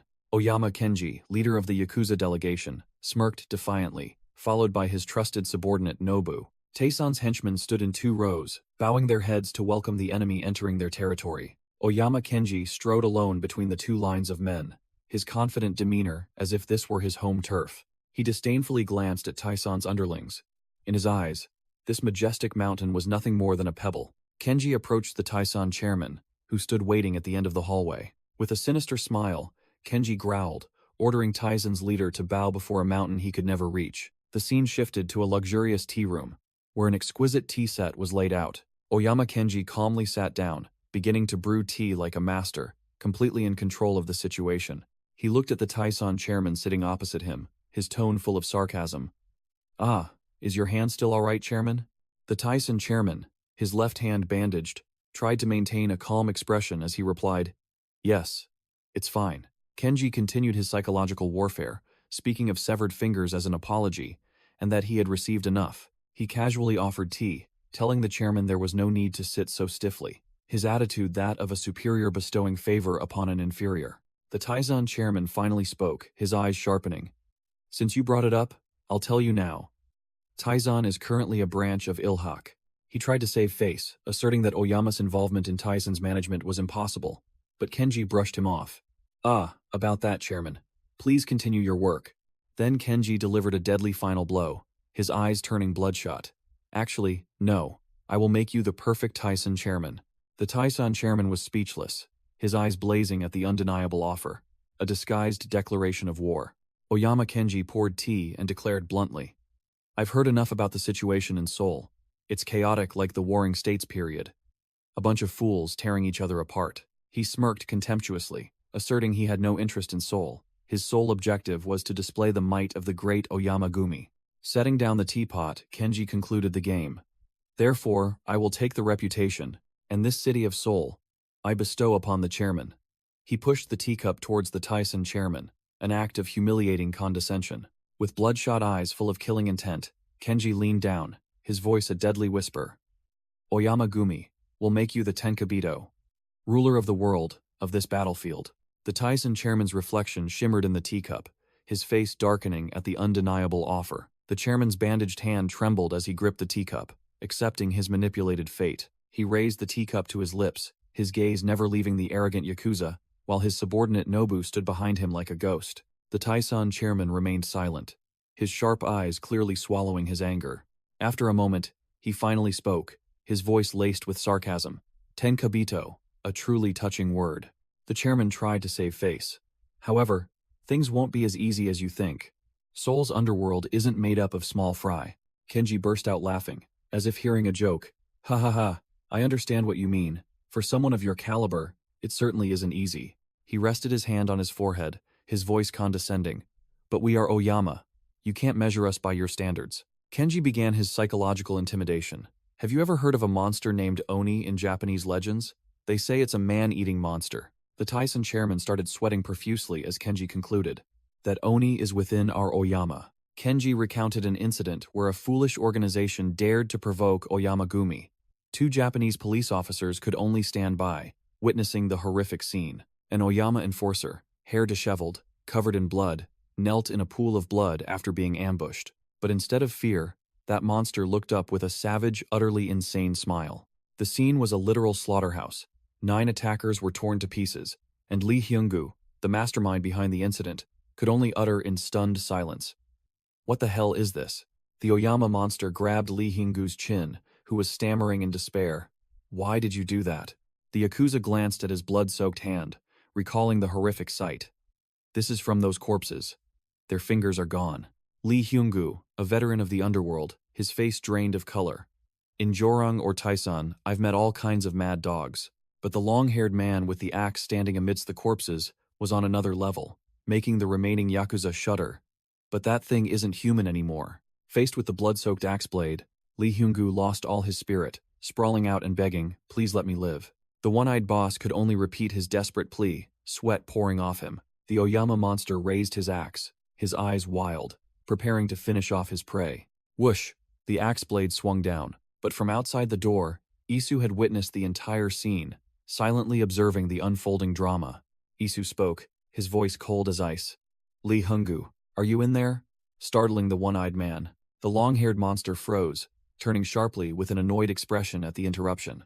Isu, in his pitch-black combat gear, stood tall in the doorway, leaving Lee Hyung-gu stunned. "Dogyeong-baek?" The long-haired Yakuza was also stunned, blurting out another name. "Ryuga Saki?" Then immediately realizing something was wrong. Isu didn't bother to explain, his hand smoothly drawing a dagger from its sheath, ready for battle. The monster sneered, hoisting the axe onto his shoulder. "Ah, no, so this is your true identity, huh?" "An imposter," Isu retorted sharply, his keen eyes sweeping over the Yakuza. "I have no business with imposters," the Yakuza subordinates murmured. A goatee-wearing Yakuza speaking up, surprised yet with a hint of disdain. "Well, I only heard rumors, but I didn't expect it to be true. He looks exactly like Ryuga Saki." The goatee-wearing Yakuza drew his knife, licking his lips in excitement. "Excellent. That face is identical to our old Kashira's," he growled. "I've always wanted to stab that face." But before he could finish, Isu closed in, striking with lightning speed. Swish! Isu effortlessly blocked the goatee-wearing Yakuza's stab, his wrist as steady as steel. The Yakuza froze, unable to believe his attack had been blocked so easily. With an ice-cold gaze, Isu completely overwhelmed his opponent's presence. The Yakuza subordinates behind him also froze in their tracks, realizing the man before them was no ordinary pushover. The axe-wielding boss narrowed his eyes, his smug expression vanishing, replaced by heightened vigilance. Another Yakuza tried to stab him from the side, but Isu caught the blade with his bare hand, blood beginning to seep out. The goons shouted in anger, "You dare defy the Oyama family?" Then charged forward simultaneously. Without a word, Isu used the disarmed Yakuza as a weapon, throwing him straight into his comrades. Whoosh! The Yakuza fell like dominoes after Isu's human bowling strike. One still standing frantically yelled a Japanese curse word, charging towards Isu. Wham! Isu unleashed a powerful left hook, smashing directly into the loudmouth's jaw. The axe-wielding boss silently observed, his gaze growing increasingly dangerous. The Yakuza took the full force of the punch, collapsing onto the floor, his knife flying from his hand, officially out of commission. Without a moment's pause, Isu spun around, continuing his combo. A high-spinning kick landed squarely on the face of another charging Yakuza. The dagger blade in Isu's hand flashed, ready for the next victim. Isu moved swiftly through the encirclement, each kick and slash taking down another foe. Seeing his goons being dealt with so quickly, the long-haired boss finally got to work, swinging his axe down. Clang! Isu neatly blocked the overhead strike, the axe striking his protective armor with a deafening clang. Clang! Isu raised his arm to block the powerful overhead strike, the impact sparking. The axe-wielding boss roared, charging forward frantically while Isu retreated, maintaining a calculated distance. The long-haired monster grinned savagely, growling. "You're not bad," he continued to yell as he swung his axe wildly, comparing Isu to Ryuga Saki, while Isu casually dodged as if taking a stroll. While dodging, Isu coldly assessed his opponent. "Onizawa Nobuhiro, I've seen you in the files." Isu continued to use his arm guard to parry his opponent's furious attacks. Isu succinctly commented on the man's style. "You rely on brute force to overwhelm." The axe-wielding boss, furious, yelled, "What are you talking about, you imposter?" Isu's eyes were sharp as a blade, as he coldly analyzed every movement of the monster before him. Isu easily ducked under a powerful horizontal axe swing. Boss Onizawa fought with increasing fervor, his face revealing a frenzied, overconfident look. Isu continued to dodge, letting Onizawa's axe blade slam directly into the concrete wall. Seizing the opportunity, Isu delivered a hook punch straight to Onizawa's jaw. Onizawa was stunned, blood gushing from his mouth and nose after taking the full force of the devastating punch. Not giving his opponent a chance to recover, Isu grabbed his axe-wielding arm. Isu spun around, using a joint locking technique that made Onizawa lose his balance and be dragged.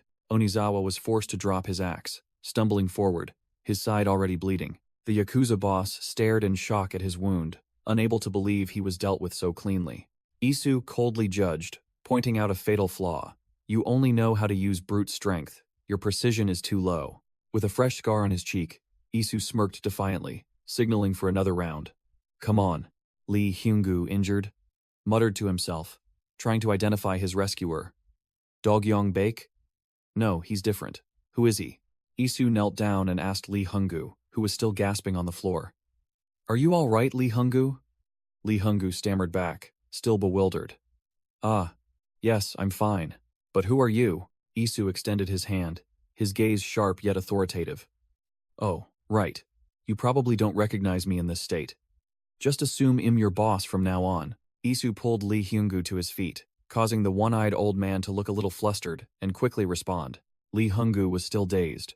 Before he could fully collect himself, an incident occurred right behind Isu. A stranger lunged from behind. Lee Hyungu yelled a warning. Boss, behind you. The attacker roared, Got you, you rat, and launched a kick straight at Isu. But Isu was faster. He easily caught his opponent's leg mid-air.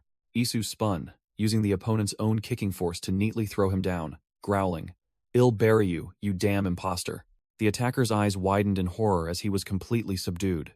Isu used his masterful grappling technique, locking down and breaking the opponent's attack. Without a wasted movement, Isu delivered an incredibly powerful hook kick to the other man's side. The devastating kick sent the attacker flying sideways, leaving him no chance to resist. The other man groaned in pain, his face contorted from the brutal blow. Isu continued to press, not giving his opponent a second to breathe.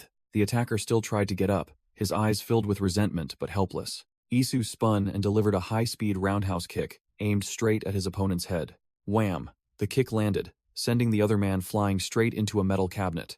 Lee Hyungu froze, sweat pouring down, unable to believe what he had just witnessed. What? What is this? What the hell am I seeing? Isu stood upright, dusting off his hands coldly, proving his skill was on an entirely different level. Lee Hyungu was startled to see the attacker slowly getting back up, while Isu merely scoffed. Playing cheap tricks, you imposter? The attacker, his face covered in blood, growled defiantly. Sure, let's keep this going, shall we? Isu stood still, his eyes as cold as ice, completely unfazed by his opponent. The other man roared and charged straight at Isu like a mad beast. Wham! Isu delivered a straight punch to the face, easily stopping his charge. The attacker staggered, cursing bitterly. Damn it, this wretched rat. He put all his strength into a powerful hook punch, roaring in his mind. Just one hit. Isu calmly tilted his body to dodge the blow, his gaze unwavering, as the other man's punch whizzed past in vain. Immediately, Isu countered with a devastating elbow strike to his opponent's side. The other man coughed up blood, his body almost buckling from the brutal blow. He gritted his teeth, still obsessed with landing a single blow. Isu looked at him with a gaze half pity, half contempt, as if watching an insect about to die. The other man swung his fist again, this time aiming straight for Isu's face. He finally succeeded, landing a punch on Isu's raised guard arm and flashing a crazed smile. Got him. Isu clenched his hand, completely unaffected by the pathetic punch. Isu grabbed the attacker's wrist, his voice icy. Is that all you've got? Isu's eyes sharpened, tightening his grip on his opponent's fist. Snap! Isu broke the other man's wrist without a moment's hesitation. The attacker screamed miserably, while Isu appeared like a demon in the shadows. He collapsed, his eyes filled with hatred and despair, only managing one last curse. You bastard. Without a word, Isu delivered a thunderous kick, sending the spiky-haired attacker flying like a ragdoll. Lee Hyungu watched from a distance, his remaining eye wide open, unable to believe the overwhelming disparity in skill. The spiky-haired attacker lay sprawled, gasping in despair. What the hell are you? Isu replied coldly, pressing the man's head down with the tip of his shoe. You're not allowed to do that. With that, Isu plunged his dagger straight into the back of the man's hand, pinning it to the ground. Wake up! The attacker screamed miserably, but Isu merely looked down coldly, his voice full of menace. I have many questions for you. Isu recalled how Oyama Shogo had realized he wasn't Dogyong Baek just from the lighter, because he didn't understand its meaning. As he twisted the blade deeper, Isu growled. What did he mean? The spiky-haired attacker, in extreme pain, was forced to confess. That's a symbol of our Oyama Gumi. It's not something you Joseon bastards dare to casually possess. Isu muttered. A symbol of the Oyama Gumi, huh? I see. Then he twisted the dagger, making blood gush out.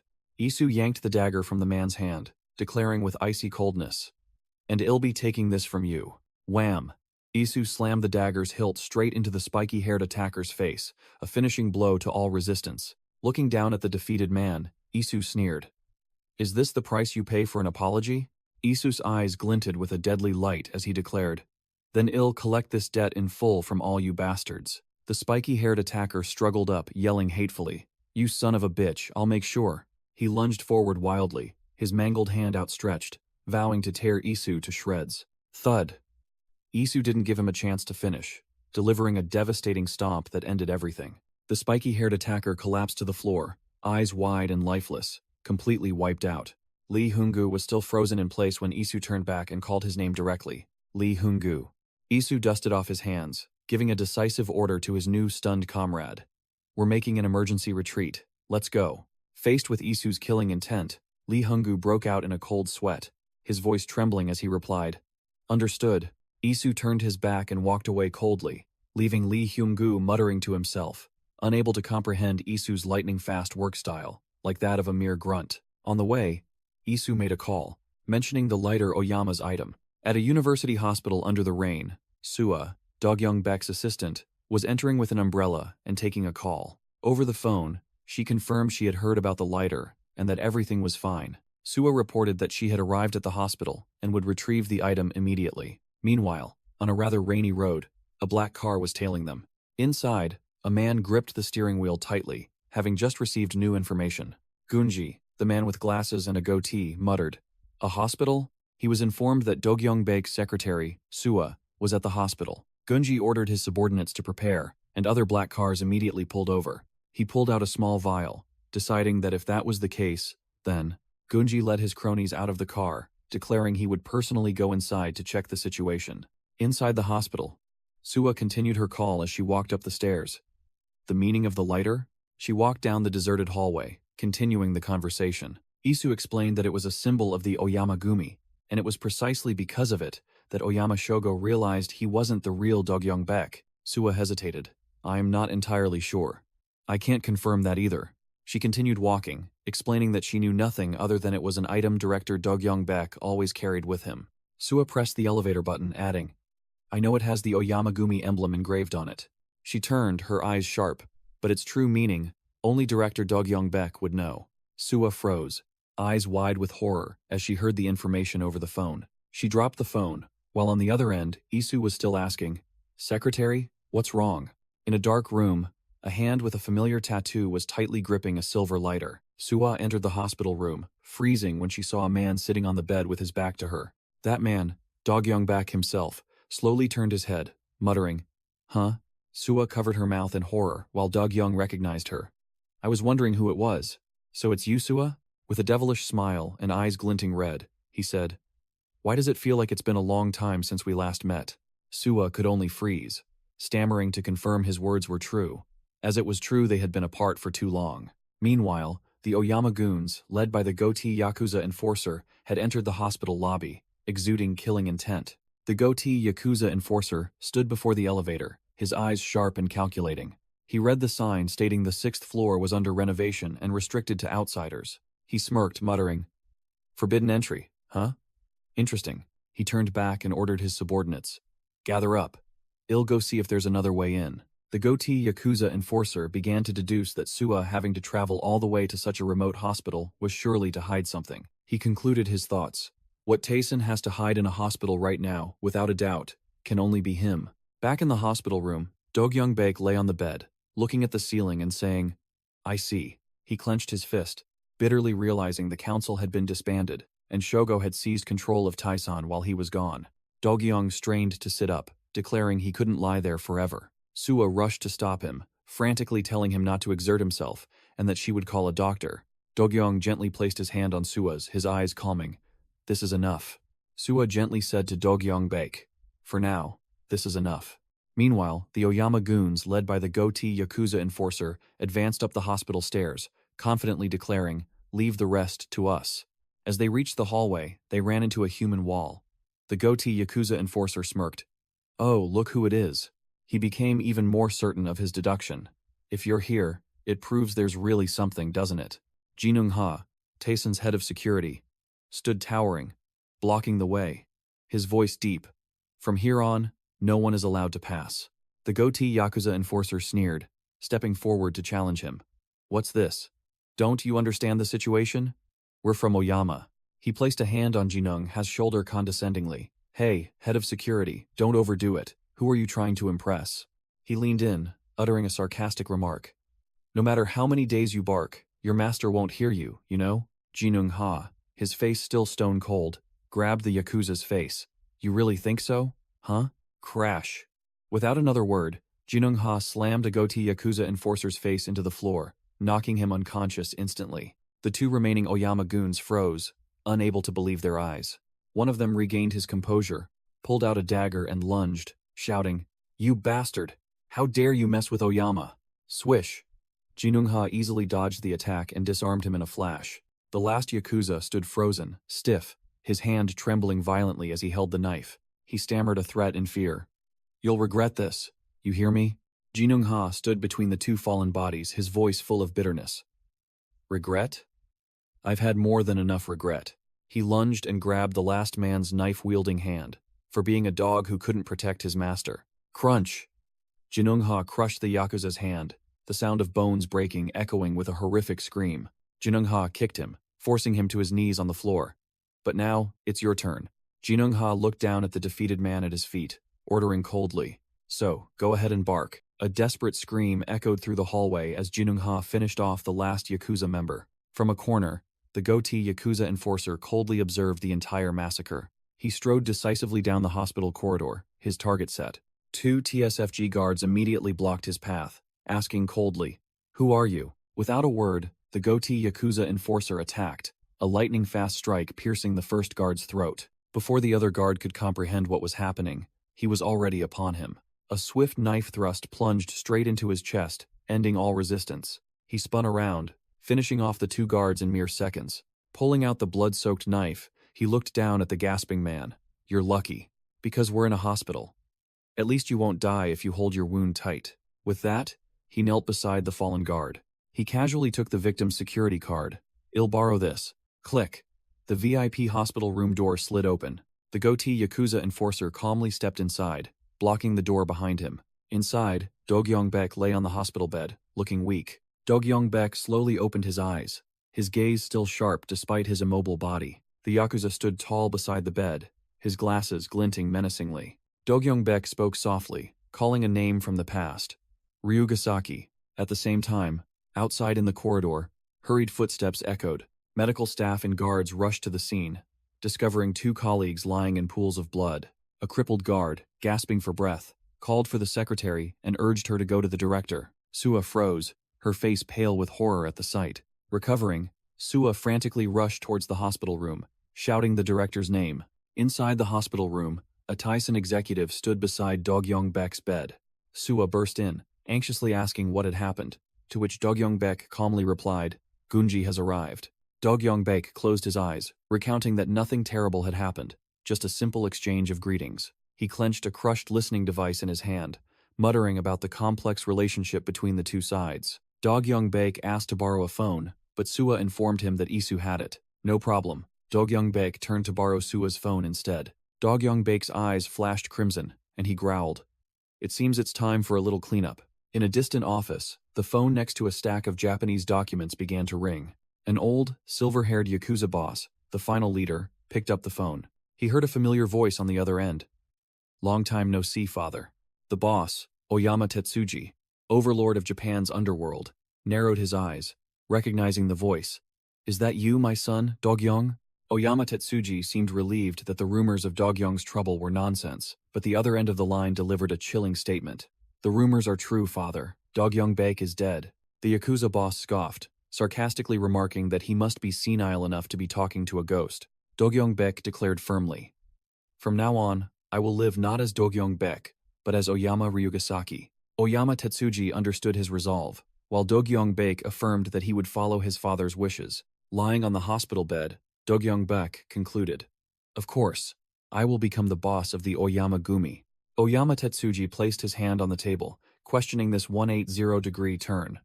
Didn't you fleet a soul because you didn't want to do that? Do-gyong-baek bluntly told him over the phone that he would do it now, directly asking the old boss if he was annoyed. while Oyama Tetsuji admitted he was annoyed because he hadn't thought about this in a long time. The Yakuza boss reaffirmed his unchanged will. Do-gyong-baek, my successor, is my son.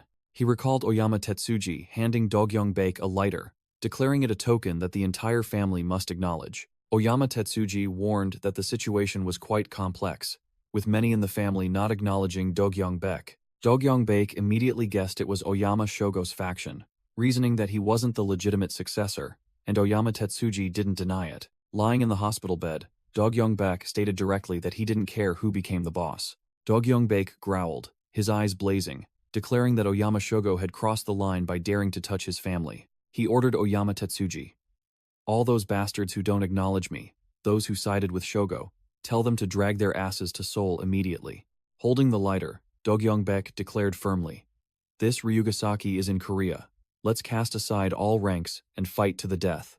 Oyama Tetsuji laid down a condition, placing a hand on a subordinate's shoulder. The old boss asked a fatal question directly. Do you intend to kill Shogo? Do-gyong-baek sat in the darkness of the hospital room, answering without a hint of hesitation. Yes, I will kill him. Oyama Tetsuji listened, then simply replied, understood. The Yakuza boss decisively hung up, ending the negotiation. As soon as he hung up, the Taishan executive and Suwa froze, unable to believe that Do-gyong-baek, having just woken up, was already demanding war with the entire Oyama Gumi. Do-gyong-baek smirked confidently, asking challengingly, what's wrong? Not confident? The executive and Suwa remained silent, but Do-gyong-baek asserted firmly, I don't care if the opponent is Oyama or anyone else. We are Taizan, aren't we? He continued, his voice full of confidence. But most importantly, crash. Isu kicked open the hospital room door and burst in, causing the Taishan executive to shriek in alarm, calling for Suwa. Do-gyong-baek looked at his twin brother, greeting him with a sarcastic smirk. Oh, look who it is, Baek Yis. No, I should call you Baek Do-gyong now, shouldn't I? Isu stood frozen, a tear rolling down his cheek, unable to believe what was happening. The usually stoic man suddenly crumbled. Isu's tear-filled eyes looking directly at the person opposite him, his voice trembling as he called out, brother? Do-gyong-baek smirked with arrogance and amusement. That's right, it's your brother, my Isu. Isu was still in shock, repeating once more as if to confirm. Brother? Do-gyong-baek reaffirmed, his tone strangely, both teasing and warm. Yes, it's your brother, my Isu. Isu stammered, trying to explain in his confusion. I thought you knew. Recalling his determination, Isu remembered his thoughts at the time. If you didn't wake up, I would become you. In the past, Do-gyong-baek had directly asked Isu, can you do it? Become Do-gyong-baek? Isu wiped away his tears, admitting, we're twins, so I thought I could be like you. But then he bowed his head, his voice full of bitterness and exhaustion. But I couldn't do it. Damn it, it's so damn hard. Do-gyong-baek clenched his fist, his eyes turning serious. You've worked hard, Isu. He sat up straight, declaring resolutely, from now on, just leave it to me. Do-gyong-baek extended his fist, baring his teeth in a challenging smile. So shut up, little brother, before I beat you up. Isu looked at his brother's fist, finally breaking into a relieved smile. Their fists met, marking the return of the true leader and the end of Isu's role. Do-gyong-baek leaned back on the bed, letting out a weary sigh as he looked at his subordinate and younger brother. Sigh. This is a mess. He rested his hand on his forehead, casually reviewing the situation. The Taizan I built for years was handed over to Ilhak, and Cheonung's little Yu Hua-cha was captured, right? Isu frowned, stating what annoyed him the most. But do you know what the most absurd thing in all of this is? He pointed at his brother, his voice full of annoyance. It's that all of this was done by Do-gyong-baek. This bastard did everything in my name. Contrary to expectations, Do-gyong-baek threw his hands up, his face beaming as if he'd won the lottery. Thanks to that, the image of the invincible Do-gyong-baek has been solidified. Wow. Interesting. Fun. Amazing. Isu let out a breath, directly asking about Do-gyong-baek's next plan, and received a concise answer. First, we must reclaim Taishan. Do-gyong-baek smirked, asserting his absolute ownership. That's my Taizan, isn't it? Let's go home. Isu clenched his fist, his eyes as cold as ice as he thought of Oyama Shogo and his subordinates, declaring he would clean up every single one of them. Scene change. Oyama Kenji arrived at the hospital with a blonde Oyama enforcer, and coldly pulled back the sheet covering a patient. The one lying on the bed was Onizuka Nobuhiro, badly bruised, but he still tried to get up, his voice trembling. I'm fine. I can still move. That's more like it, Oyama Kenji replied curtly, then suddenly grabbed Nobu by the neck, growling. The demon of the Oyama family? Laid up in a hospital? How laughable. Nobu bowed his head, apologizing for making his boss worry, but Kenji cut him off. Oyama Kenji leaned in close, his eyes sharp and probing. Is that imposter really that strong? He tightened his grip on Nobu's neck, his voice full of pressure. Is he on par with Dogyong Baek? Nobu broke out in a cold sweat, stammering that he had never directly witnessed Dogyong Baek's true power. But terrifying memories flooded back. The image of Isu delivering a devastating, brutal, and unstoppable kick, making Nobu assert, I can't imagine anyone stronger than that bastard. The sight of Isu swinging his steel fist and crushing his face still haunted Nobu's mind. So, at least he's as strong as Dogyong Baek, right? Oyama Kenji muttered, beginning to analyze the situation. Nobu looked directly at his boss, his voice full of fear yet firm. He's a monster from a different world than ours. Upon hearing this, Oyama Kenji flashed another smile, full of intrigue and mystery. He patted Nobu's shoulder, calling him by his full name. Onizuka Nobuhiro, I like you. Oyama Kenji continued to praise him. Your temperament and madness are exactly what this great Oyama Gumi needs, making Nobu visibly grateful. But then, Kenji's expression did a 180. He let go, his voice icy. But this time, I'm disappointed. He looked directly at his subordinate, questioning. The demon lost to an imposter, and then babbles about monsters from another world. Oyama Kenji growled, his eyes filled with contempt. Have you succumbed to fear and become an ordinary man, Onizuka Nobuhiro? The hospital room door slid open, and a man wearing glasses named Gunji walked in, reporting to Oyama Kenji. Oyama Kenji turned around, directly asking Gunji if he had found anything. Gunji replied, but before reporting, he held out a phone. He announced concisely, the big boss is looking for you. Oyama Kenji was slightly surprised. Father is looking for me? He put the phone to his ear, his voice firm. It's me. On the other end was Oyama Tetsuji, the ultimate boss of Oyama Gumi, sitting alone in a Japanese-style room, questioning. Shogo, what in the world are you doing over there? The old boss growled through the phone, lighting a cigarette with a flick of his lighter. Taizan is something I gave to Dogyong Baek. By what right do you try to take it? Oyama Kenji sneered, his arm tattoo visible. Father hears things quickly. It seems I have many eyes and ears around me. The old boss replied curtly. I heard it directly from Dogyong Baek. This stunned Oyama Kenji. Kenji burst out laughing, turning his back to speak into the phone. Father, that guy is a fake. He must be quite something to even fool you. But Oyama Tetsuji immediately refuted. No, it's Dogyong Baek. I've confirmed it. He is Dogyong Baek's twin brother and… Kenji still didn't believe it. What do you mean, father? Has an imposter who doesn't even know the meaning of a lighter? The old boss Tetsuji, fiddling with a golden lighter, his voice sharp. Shogo, I told you I've confirmed it. The old boss's voice was filled with absolute authority. If I tell you to believe it, then you must believe it. Oyama Kenji was speechless, unable to argue back. Oyama Tetsuji continued, his voice icy. The imposter you speak of made this declaration to me.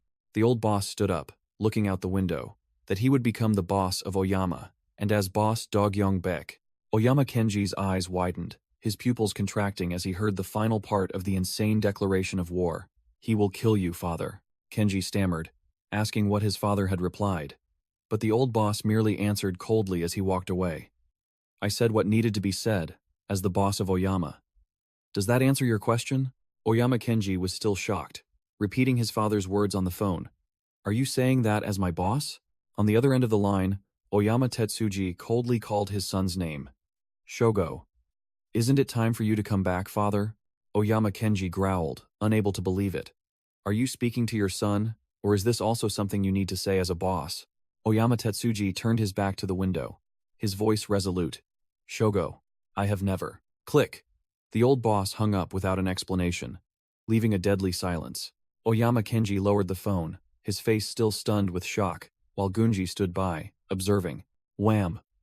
Oyama Kenji grabbed Gunji by the collar, his rage erupting. His eyes bloodshot, Kenji roared, questioning. Is Dogyong Baek truly still alive? Gunji maintained a cold expression, asserting firmly. It was definitely Ryugasaki. Kenji shoved Gunji away, yelling. And you just came back because he was Ryugasaki? Gunji adjusted his collar, responding without flinching. Are you also siding with Dogyong Baek? I work for Oyama Gumi. Kenji held out a file, his tone calmer. And this is also for Oyama. I found the third organization that leaked information about Seoul to our side. Gunji raised an eyebrow, asking again, "And who are they?" Gunji raised a finger, his face full of confidence and a hint of smugness. He declared bluntly, without a moment's hesitation, "It's Seoul." Kenji opened the file, a sinister smile appearing on his lips as he looked at the photos inside. Inside the document were photos of Taehyung Ryu, Haesung Han, and Seungmin Lee, the leaders of the Seoul Council. Scene change. A luxurious car glided through the pouring night rain of the city. Inside the car, a glasses handler was smoking, muttering as he analyzed the situation. Oyama has taken over Taizan, and now with Seungmin Lee from Ilhak, they're more unpredictable than I thought. The glasses handler continued his monologue as a hooded stalker approached the front of the car. Leaving them in Seoul for too long won't lead to anything good. If we draw them into this game, our opponents will become even more complicated. The car door opened, and Chief Jang sat inside, calmly smoking despite the hooded stalker approaching. It turned out to be his daughter, who rushed in, complaining, "Caught you. Didn't you say you quit smoking, Dad? You keep smoking." Chief Jang casually flicked the cigarette away, smiling. "You're here, Hyuna? With this rain, you should have called me." Hyuna climbed into the back seat, refusing the front. "No thanks, Dad. You reek of cigarettes." She pinched her nose, continuing to complain about the strong cigarette smell, while Chief Jang could only force a smile, caught red-handed. Hyuna kept grumbling, convinced that no matter how secretly her dad smoked, he'd eventually get caught. Chief Jang closed the car door, his tone indulgent. All right, I'm sorry. Let's go now, my little princess." Suddenly, a strange hand rested on Hyuna's shoulder from behind, and a voice spoke. "Excuse me." Chief Jang flinched, his face changing, as he spun around to look into the darkness of the back seat. Hyuna was terrified, her voice trembling as she looked at the stranger. "What? Who are you?" Oyama Shogo grabbed Hyuna's wrist, his tone full of sarcasm. "Oh, your daughter is here too." He gripped her hand, flashing a twisted smile with bloodshot eyes. "There's nothing to be surprised about. I'm your dad's friend." His blood-red eyes gleamed with a deadly glint, and he continued, more precisely. It would be more accurate to say, someone who's about to become his friend. Chief Jang broke out in a cold sweat, completely overwhelmed by the opponent's aura. Hyuna looked at her dad in a panic, not understanding what was happening, while Oyama Shogo mockingly asked, "My apologies. The child seems startled by me. She probably doesn't understand Japanese, does she?" Chief Jang tried to stay calm, turning to reassure his daughter. "It's all right, Hyuna." He forced a smile, clumsily lying. "Just an old friend of your dad's." Sweat poured down his face, and Chief Jang finally recognized the uninvited guest. "Mr. Oyama Shogo, how did you find your way here?" Oyama Shogo leaned forward, his voice full of power and menace. "But Chief Jang, you're the one who called us here." He leaned close to Chief Jang's ear with a sinister smile, asserting his superior position.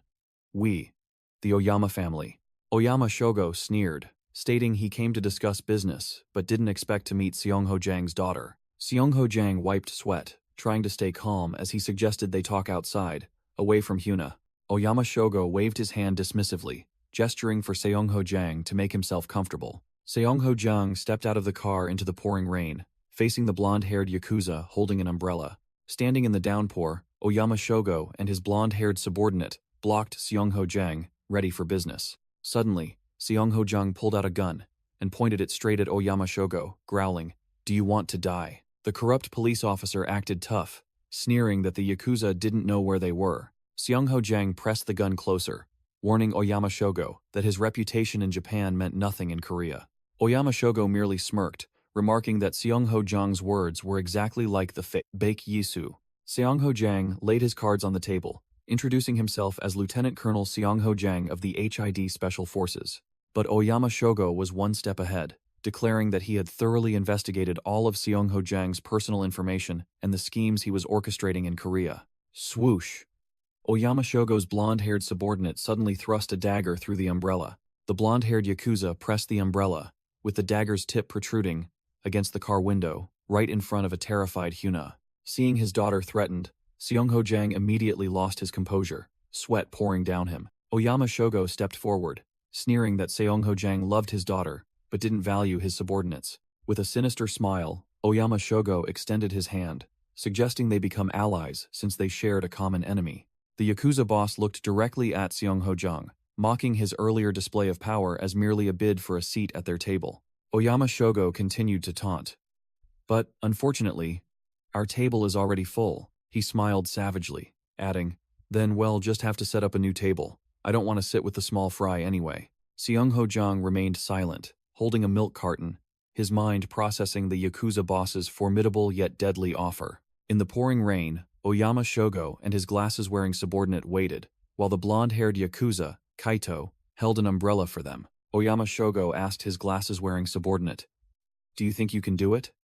The man silently lit a cigarette, while Oyama Shogo smirked. Oyama Shogo declared bluntly, "I'll show you what the Oyama Gumi is capable of." He turned to the blonde-haired man. "Let's go, Kaito." Then he turned back to the glasses-wearing man. "You, come here. Let's talk." The glasses-wearing subordinate tossed his cigarette, his eyes sharp and cold. Quick as lightning, he grabbed Kaito by the collar, not giving the blonde-haired man a second to react. A devastating kick to Kaito's stomach sent the blonde-haired man flying, the umbrella clattering away. The glasses-wearing man blocked Kaito's hand as he reached for his knife, growling, "Fix your habit of fidgeting. You can't just pull out a knife anywhere." Wham! A punch landed squarely on Kaito's face, the glasses-wearing man lecturing, "When adults are talking, you stay quiet." He pinned Kaito firmly to the ground, preventing him from moving. Oyama Shogo turned back, a knowing smile on his face, as his glasses-wearing subordinate said, "Mr. Oyama, you should remember this too." He tightened his grip on Kaito, declaring to his boss, "I won't stand for anyone acting like this again. Understood?" The scene shifts to the Red Crown Hotel, a branch of the Jorang organization. Inside the luxurious bar, Taehyung Ryu, the Jorang gang boss, sat alone with a frustrated expression. His phone vibrated, displaying Seung Ho Jang's name, but he ignored the call, muttering curses under his breath. He ran his hands through his hair, utterly bewildered. Dog Young Bake isn't Dog Young Bake, and Tyson got crushed by Oyama? He downed his drink, snapping. And Seung Ho Jang? Why isn't that damn old fox answering his phone? Crash! A loud noise echoed, startling Taehyung Ryu, as he saw a subordinate in a suit sprawled on the shattered floor. He whirled around, growling. "Huh? Who are you? I've never seen your face before." Jinung Ha, covered in bandages, stood over the subordinate's corpse, a blood-stained axe in hand, and smirked, "First time meeting, and you've already turned someone else's man into a rag?"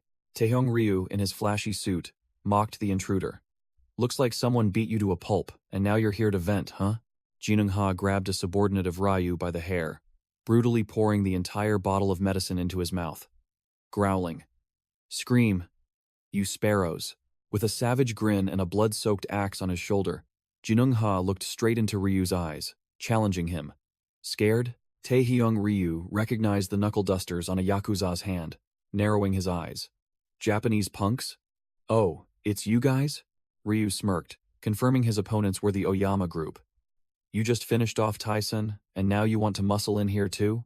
A shadowy figure stepped over the rubble, a cold voice echoing. "Taeson, Taeson. I hear that name everywhere. I'm sick of it." The stranger, Oyama Kenji, drew a gleaming katana, saying contemptuously, "It seems this is the level of this soul place." Oyama Kenji and his subordinate, a glasses-wearing man with a goatee, stood in the middle of the battlefield, acting like they owned the place. Taehyung Ryu froze when he saw the real katana, stammering, "A longsword? Are you kidding me?" Ryu took a defensive stance, growling a challenge at Oyama Kenji. "Draw your sword if you dare. You guys should come down here." Oyama Kenji ignored him, placed his hand on the table, and declared bluntly, "That seat is too big. It doesn't suit you." He looked down at Taehyung Ryu, who was sitting on the ground, his eyes full of condescension, asserting that Ryu was unworthy of his position. Scene change. Lee Hyung-gu pointed, a look of disbelief on his face. "Wait a minute. So there are actually two Dog-young Bakes?" In the hospital room, Isu in his combat gear stood next to his twin brother, Dog-young Baek, who was lying in bed, confirming the truth. Lee Hyung-gu flew into a rage, grabbing the gray-haired woman by the collar, shouting about the twins and Isu, while also questioning the whereabouts of his eye patch. Lee Hyung-gu boldly declared his loyalty. "I don't care who the real Dog-young Baek is, follow the boss I chose." He raised his prosthetic hand with severed fingers, growling directly. "So let me ask, who cut off these fingers?" Isu stood with his arms crossed, his voice calm yet authoritative, quelling Hyung-gu's anger. "Isu is your boss. Besides, you were the one who started it."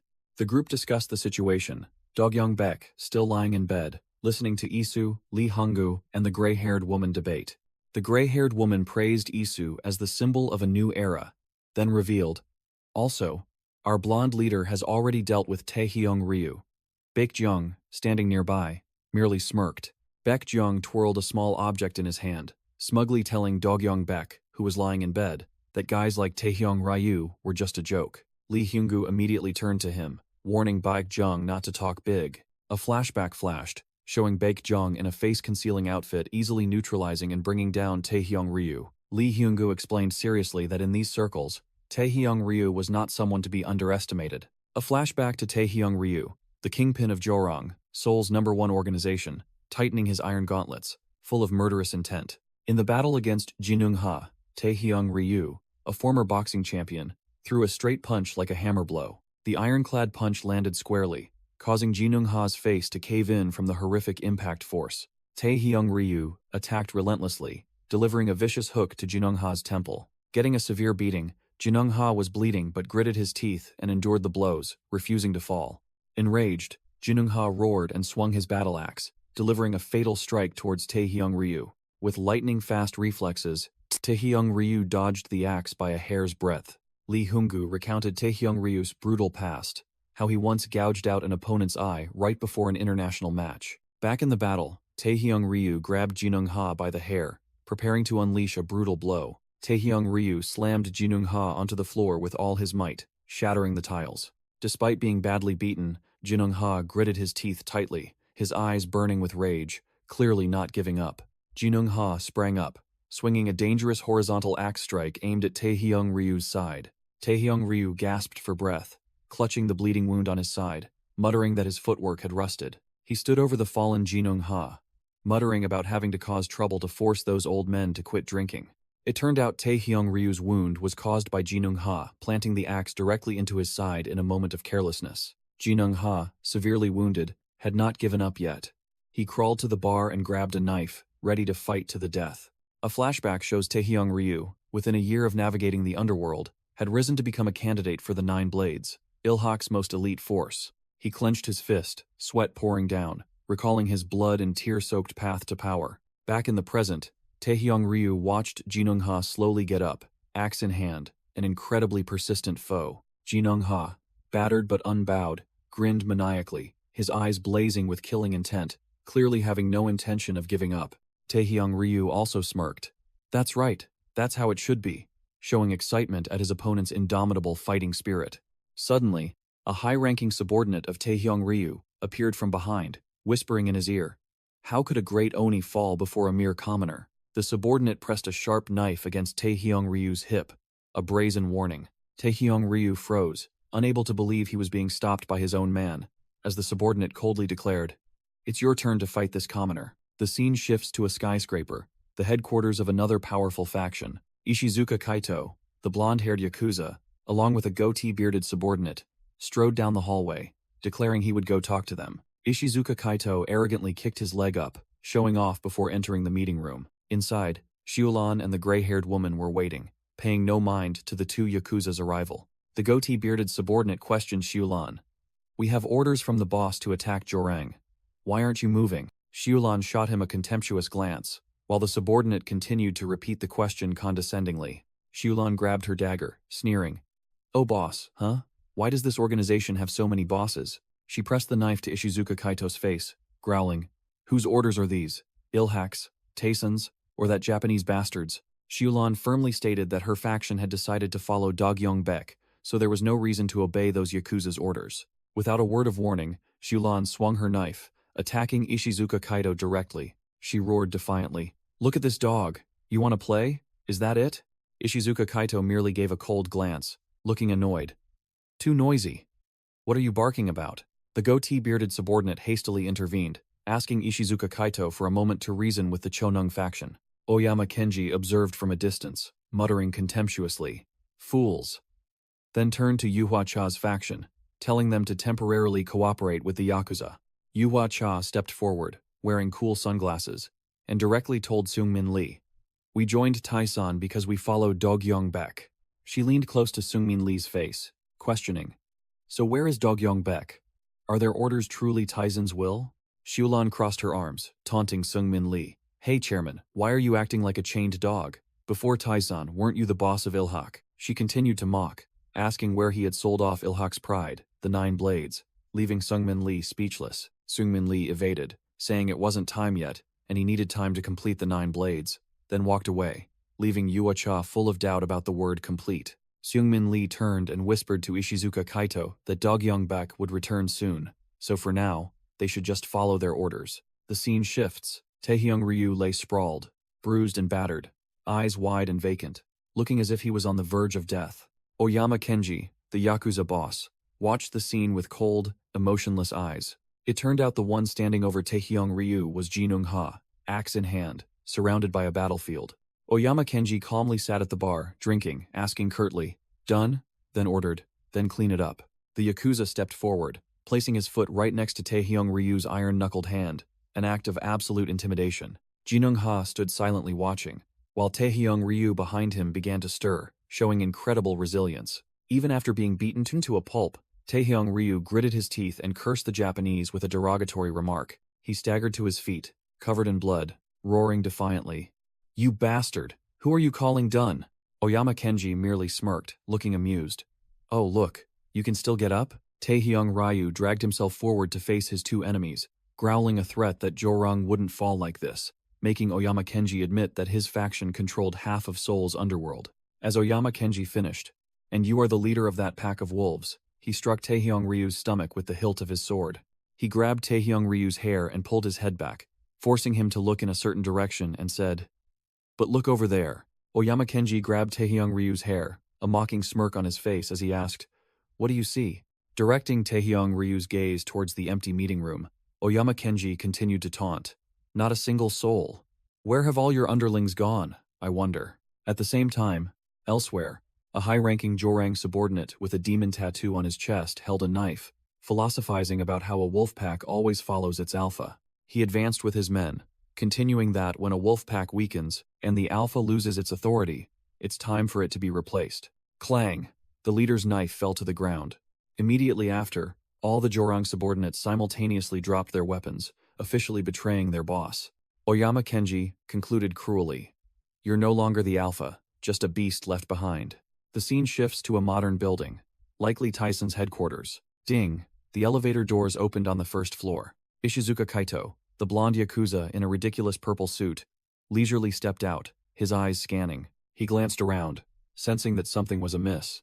In the shadows, Kaito spotted 2 figures and wondered, "Who's there?" Light shone, revealing Isu in his black combat gear, standing tall, knife in hand, his foot on a recently dispatched corpse. Kaito didn't hesitate, immediately drawing his knife into a defensive stance, his killing intent flaring. Isu coldly stepped over the unfortunate man's pool of blood. As he and Zion, his masked subordinate, faced Kaito, Isu called out his opponent's name directly. "Ishizuka Kaito." Kaito narrowed his eyes, clearly recognizing that the person before him was no ordinary foe. Zion whispered a warning. "Captain, he's..." But Isu cut him off, asserting that he knew Kaito well and would handle him personally. Isu recalled intelligence about his opponent. "I remember he can't feel pain," while Kaito was already ready to fight to the death. The flashback began, introducing Ishizuka Kaito's profile. An orphan of unknown origin, drifting amidst the ruins.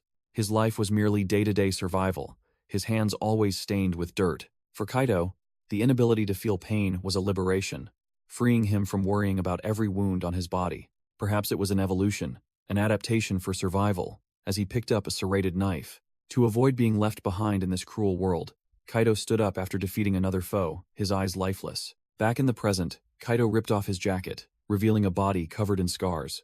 He felt no pain, and precisely because he felt no pain, he feared no opponent. Whoosh!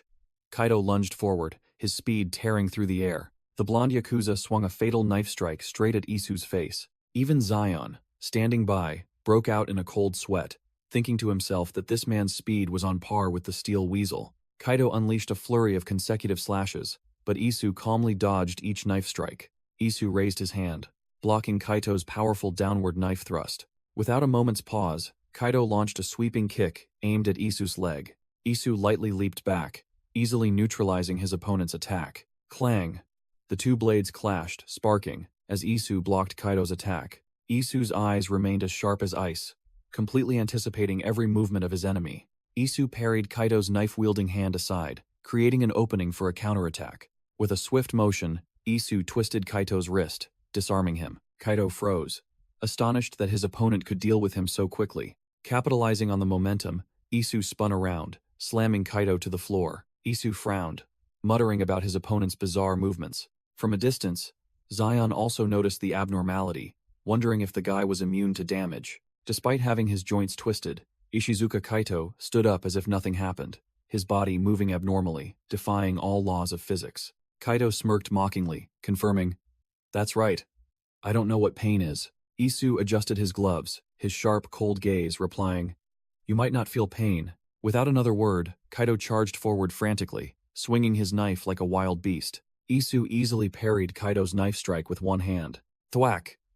Isu's other hand delivered a thunderous punch that landed straight into Kaido's stomach. The incredibly powerful punch sent Kaido flying backward. A small scratch appeared on Isu's cheek, proving that the guy was no pushover either. Kaido staggered. Though he felt no pain, the force of the impact still left him dazed. Isu casually walked forward, issuing a challenge. "Keep going," Isu warned. "Even if you don't feel pain, your body has its limits." Kaito gritted his teeth, a murderous expression on his face at the taunt. He frantically launched a dangerous high kick aimed straight at Isu's head. Isu easily caught Kaito's leg, muttering, "Sometimes I encounter tough guys with steel-like resolve like you." Kaito froze as his attack was completely neutralized. Isu continued, "But your case is a bit different." Snap! Isu, without mercy, twisted and broke Kaito's leg with a vicious lock. Ishizuka Kaito collapsed to the floor, his knife flying out, his leg grotesquely broken. Isu stood there, looking down at the defeated opponent. Though Kaito didn't know fear, physical limits were something he couldn't overcome. Isu pressed his shoe onto Ishizuka, Kaito's shattered leg, his voice full of sarcasm. "You said you don't feel pain?" With a chilling smile, Isu continued to taunt. "Then what if I cripple you completely?" Zion watched from afar, his face changing as he realized the Yakuza's abnormality, wondering how many more times he could get up. The scene shifted. A luxurious car sped through the night. Oyama Kenji confirmed. "So, Oyama is at Taisan." The subordinate sitting next to him remarked that Oyama Kenji seemed more cheerful. Kenji replied, "It would be rude to arrive empty-handed. Shouldn't we pick something up on the way?" The subordinate nervously asked if there was anything to worry about, but Oyama Kenji just smirked confidently. Isu has already arrived there. Oyama Kenji looked out at the Taizan building, recalling Dogyong's words. He said to just go straight through the main gate. Back to the battle. Ishizuka Kaito lay sprawled on the ground, trying to crawl away in vain, while Isu stood there like a grim reaper. In the car, Oyama Kenji smirked as he recalled the title Dogyong gave himself, the invincible gangster. Oyama Kenji's car stopped in front of the Tyson building. The subordinate announced their arrival and would open the door. As the subordinate opened the door, Oyama Kenji asked, "I hear we have many new members, don't we?" Oyama Kenji stepped out of the car, saying it would be a loss of face to just walk in with so many people watching. In a parking lot, a group of Cheonung thugs led by a neck-tattooed man aggressively advanced. The leader grumbled, "Damn it, too slow," then yelled at his subordinates, "Hurry up." Suddenly, Zion appeared, blocking their path, and coldly asked, "Hey, what are you doing here? Get lost." With a whoosh, Zion closed in, holding a thug by the neck with his dagger while the others lay sprawled on the ground. The Cheonung commander hadn't even processed what was happening. He only saw a dark blur flash past and his subordinates were wiped out. Zion, with a streak of blood on his clothes, turned to look at the remaining group, his voice icy. "You're too loud." The Cheonung commander knelt, clutching his cut throat. Zion stood above him, looking down, and asked, "Who gave you the right to act so brazenly in someone else's home?" Zion glanced at Shulan, who stood with her subordinates, and smirked. "Don't you agree, Lady Butcher?" Shulan lunged to attack, and the Cheonung captain screamed in horror. "Damn it, are you from Taizan?" Wielding a dagger, Shulan sneered. "You sly fox. Has your boss returned?" Zion raised a finger, signaling silence with a challenging and smug expression. Scene change. In a luxurious office, a black-gloved hand rested on the table. Chonho Choi stood next to Seungmin Lee, who was seated, both silently listening. Seungmin Lee spoke. "It's quite noisy outside. It seems they've returned." Chonho Choi smirked, suggesting, "Shall we go out and greet them then?" While the bodies of the bodyguards lay scattered at their feet. Back at the scene, Ishizuka Kaito, the blonde-haired Yakuza, staggered on his tattooed legs despite being thoroughly beaten. Isu stood with his arms crossed, observing, and coldly uttered, "You're still standing? Keep going." The symbol of Taizan, a stylized mountain, appeared. Full of authority, Taizan's headquarters stood tall amidst the night, a colossal tower. Isu and Ishizuka Kaito stood before the wall with the Taizan logo, an organization meaning Mount Tai, the Great Mountain. Isu, disguised as Dogyong Bek, walked with imposing presence, questioning the Yakuza. "You Oyamagumi claim to be the highest mountain?" He continued to advance, his voice full of challenge. "We are Taizan." Ishizuka Kaito wiped sweat, his face paling at the arrogant declaration. Isu stood before Kaito, his voice low. "So, by what right and by what measure do you assess Taizan's stature?" Kaito trembled, recognizing the identity of the person before him. "Ryugasaki?" As Isu approached, completely overwhelming him, Isu leaned down, his eyes burning with killing intent, ordering, "If you want to see Taizan, then look up while you're crawling on the ground like this." The Taizan logo reappeared, a firm declaration. "That is us, Taizan." 2 months later, in a spacious room, Shiulan, a gray-haired woman, and an executive were relaxing on a sofa, a loud laugh echoing. Shiulan showed extreme disdain, cursing, "Look at these bastards." The Japanese man, Oyama Kenji, questioned Isu. "Damn it. So all this time Baek Dogyong was crippled and bedridden, and his younger brother was impersonating him?" Shiulan showed her annoyance, believing they had all been led by someone who wasn't the boss. Oyama Kenji tried to appease, speaking politely. "Your attitude." "All right. We offer our condolences regarding the recent situation." Isu, in Dogyong's role, coldly lit a lighter, firmly stating, "However, my brother has successfully completed his duty as an underboss, and his decision is also my decision." Isu continued to assert, declaring his intention to maintain the current relationship with Ilhak and Chonung, causing Shulan and Yuacha to glance at each other. Isu held a cigarette in his mouth, his voice full of authority. "Simply put, his word is my word. That should be clear enough, right?" He extinguished the unlit cigarette, his eyes sharp with warning. "Stop here. At least know where you stand." Isu extended the extinguished cigarette towards Oyama Kenji, a provocative gesture. Oyama Kenji showed his displeasure, asking curtly, "What is this? Why?" Yuacha unexpectedly spoke up, adjusting her glasses. "I will apologize for Baek Dogyong's matter. After all, we were the ones who sought your help, but my subordinate was a bit disrespectful." Yuacha crossed her legs, stating bluntly, "But regardless of that, the person we chose to follow is your younger brother, Baek Yisu. This complaint from our side is entirely reasonable." She looked directly at Isu, delivering a critical blow. "Because the Baek Dogyong we followed is not you." Oyama Kenji sprang to his feet, his face changing, turning to question Isu. "Hey, what the hell? What did you do to Chairwoman Cha?" A young man in a white suit, Seungmin Lee, intervened. Now, let's not get tense with each other. Let's continue our discussion." Seungmin Lee held up a newspaper, skillfully changing the subject. "The important issue now is something else, isn't it? What are you going to do about this?" The newspaper clearly displayed a shocking headline. World News. Oyama acquires Jorang Resort. Yuacha held a stack of documents, confirming the information with Shulan. So Oyama really took over Jorang. What about Taehyung Ryu? Seungmin Lee explained the situation. Jorang is the place with the closest ties to Wonsink and Chief Jang. Oyama Kenji pondered deeply, drawing a worrying conclusion. So Oyama taking over Jorang could mean they are siding with Chief Jang. Isu loosened his tie, a challenging smirk on his face. "Well, why talk so much? We have to go in and see for ourselves, right?" He held up an invitation card with a seal, his eyes sharp. "It's been a while since the last big meeting. This should be fun. Let's just barge in and turn everything upside down. Let's see who's on whose side." In the distance, 2 bodyguards, including Jang Manseok, stood guard in front of a grand hall. The click-clack of high heels echoed on the luxurious marble floor. Yu Hua-cha, in a powerful white suit and sunglasses concealing her sharp eyes, strode in with the aura of a crime boss. Jang Manseok raised a hand to stop her, his tone arrogant. "What brings you here?" Yu Hua-cha casually held up her invitation, her voice icy. "I am Cha Yuhua, head of Chonung. Is that enough?" Jang Manseok glanced at the guest list and nodded. "Ah, Miss Cha Yuhua, your name is here. Please come in." But then he muttered with a puzzled expression, "How strange." Yuacha paused, glancing at him as she heard his final remark. "The head of Chonung is already inside." In a private room, a hand opened an invitation, preparing for an important meeting. A Japanese man stood in the middle of the room, introducing himself arrogantly. I am the CEO of the Oyama Group, Oyama Shogo. He held a bottle of wine, looking down at a seated guest.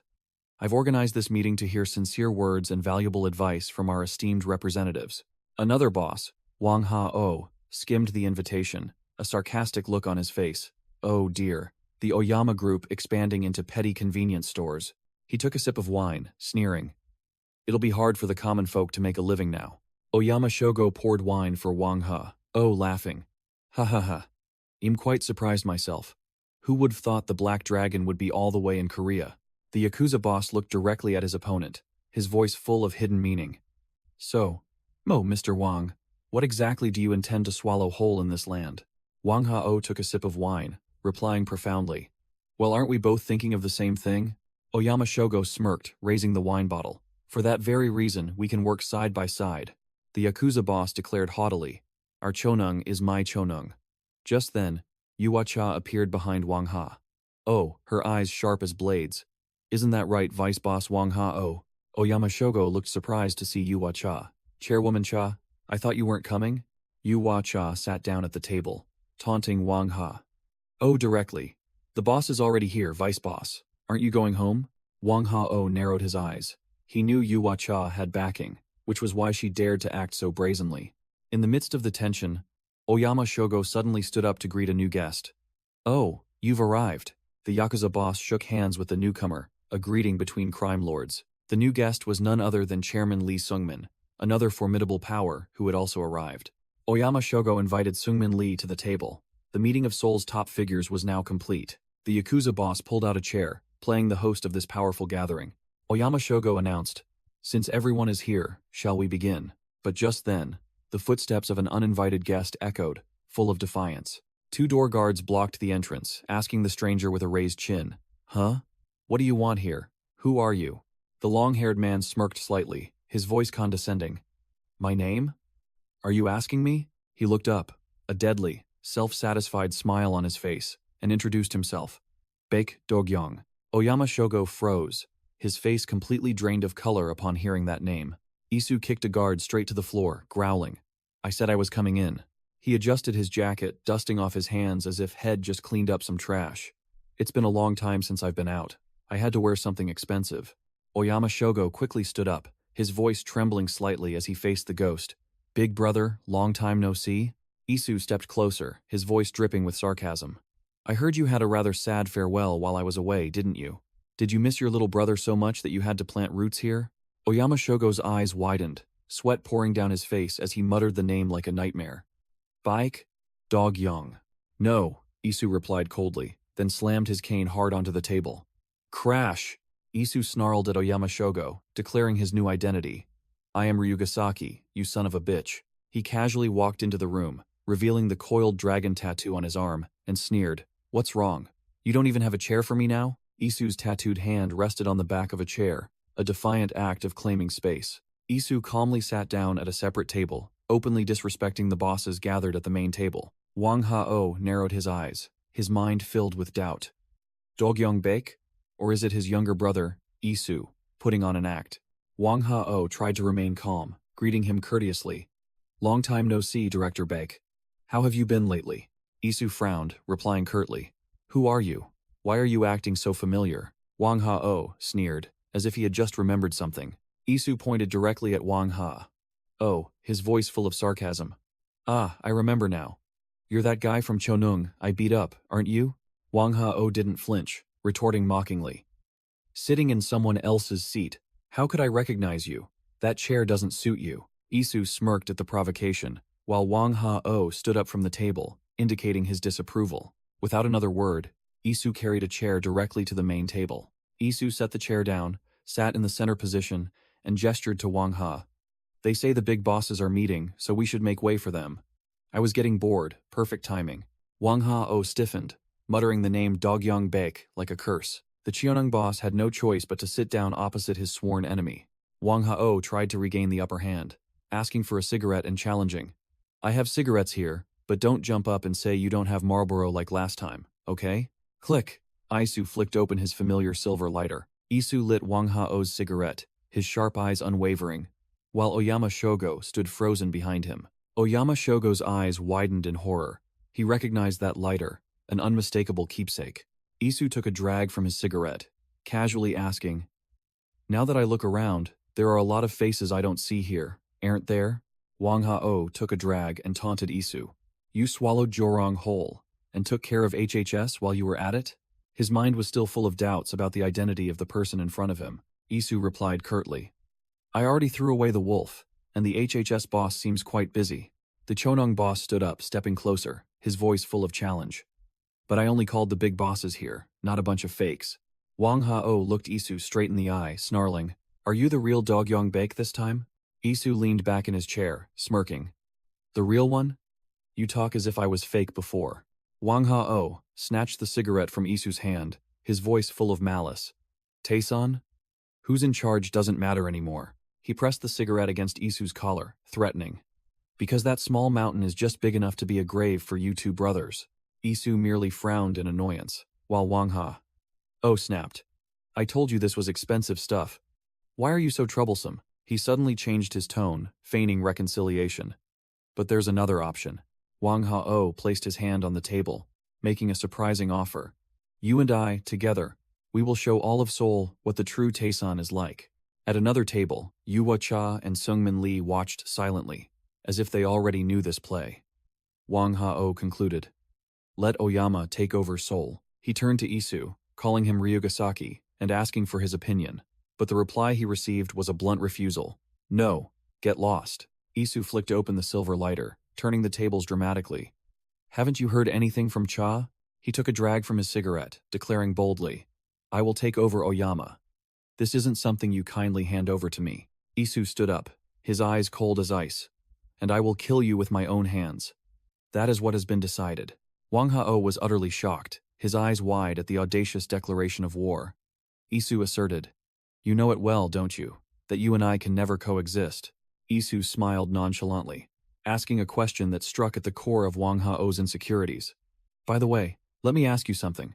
Why are you always so restless to deal with me?" The Chonung boss stood frozen, listening to Isu's interrogation. "I mean, why did you have to come all the way to Korea? I gave everything away and left. What more do you want?"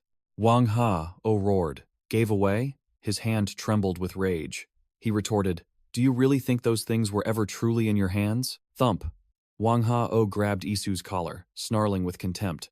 "Like a toy I got bored of and threw to you out of kindness, huh?"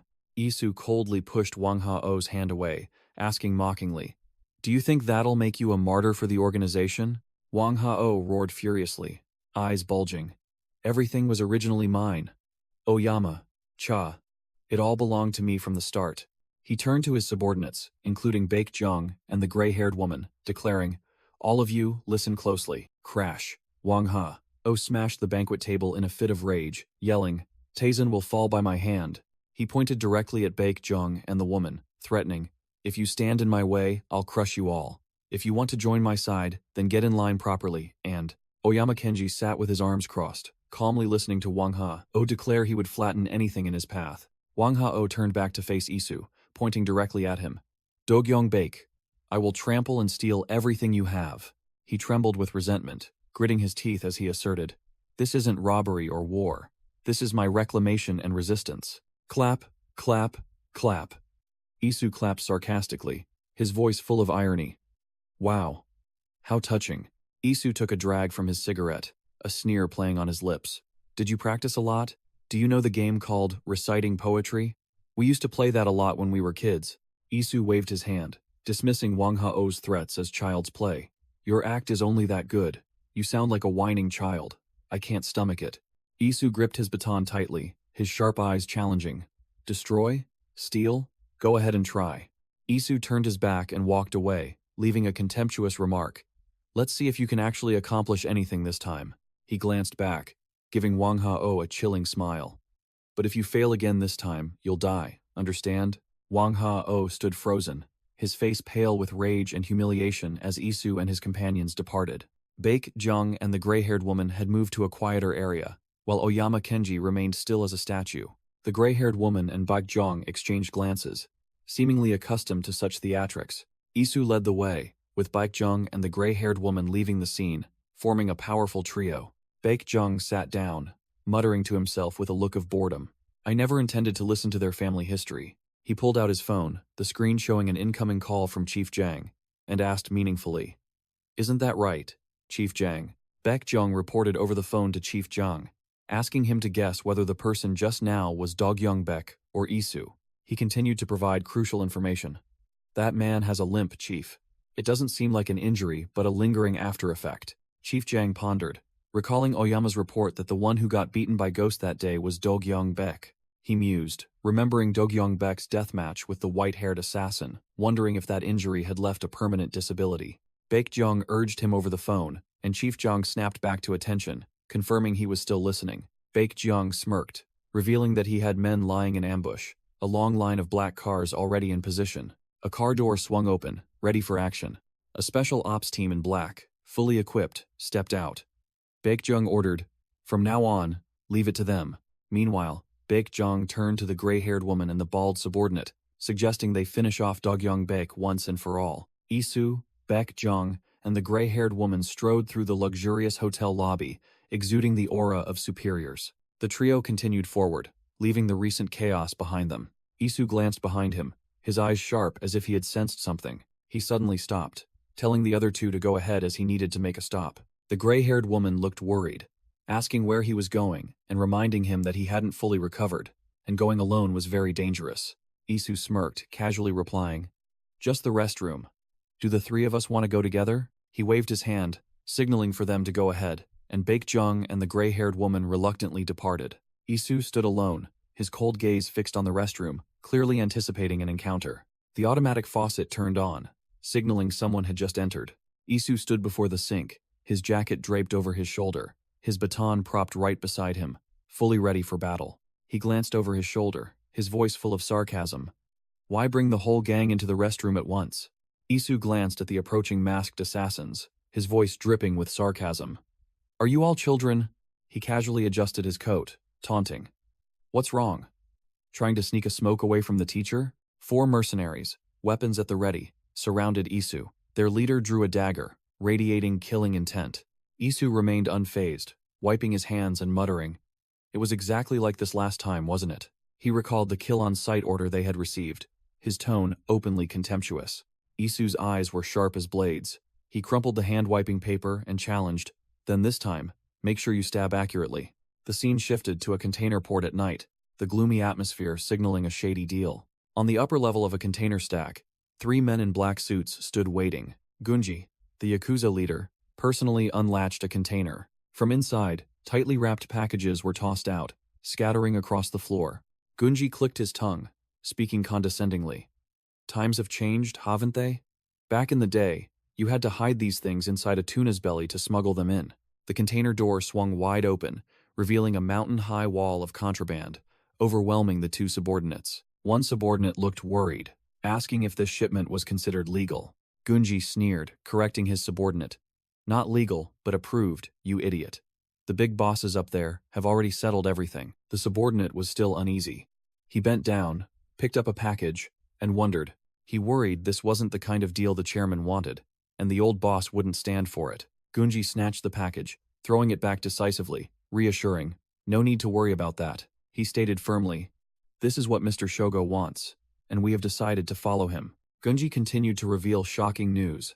The chairman had decided to step back, making the subordinate ask again in astonishment. He explained that due to the succession conflict between Ryugasaki and their boss, the chairman had decided to go into seclusion, handing over all operations to the senior leadership. A long-haired Yakuza member was reporting that Dogyoung Baek had arrived at the hotel, while his hand latched a container. He sneered, smugly stating that Dogyoung had foolishly walked into a trap and must have been beaten to a pulp by now. He muttered about having planted a Korean mercenary to deal with the target. Suddenly, the Yakuza member froze, sensing something was wrong. The scene abruptly shifted. That very Yakuza member was being choked by Zion with a steel wire. Zion's voice icy. "Go on, I'm listening." Zion, in his familiar combat gear, questioned the Yakuza member kneeling on the ground. "Which mercenary?" Another one of his accomplices lay unconscious nearby. Back at the port, the long-haired Yakuza's face went pale as he saw Zion's shadow slowly approaching. "Zion." his face mostly hidden by his cap, delivered a deadly sarcastic remark.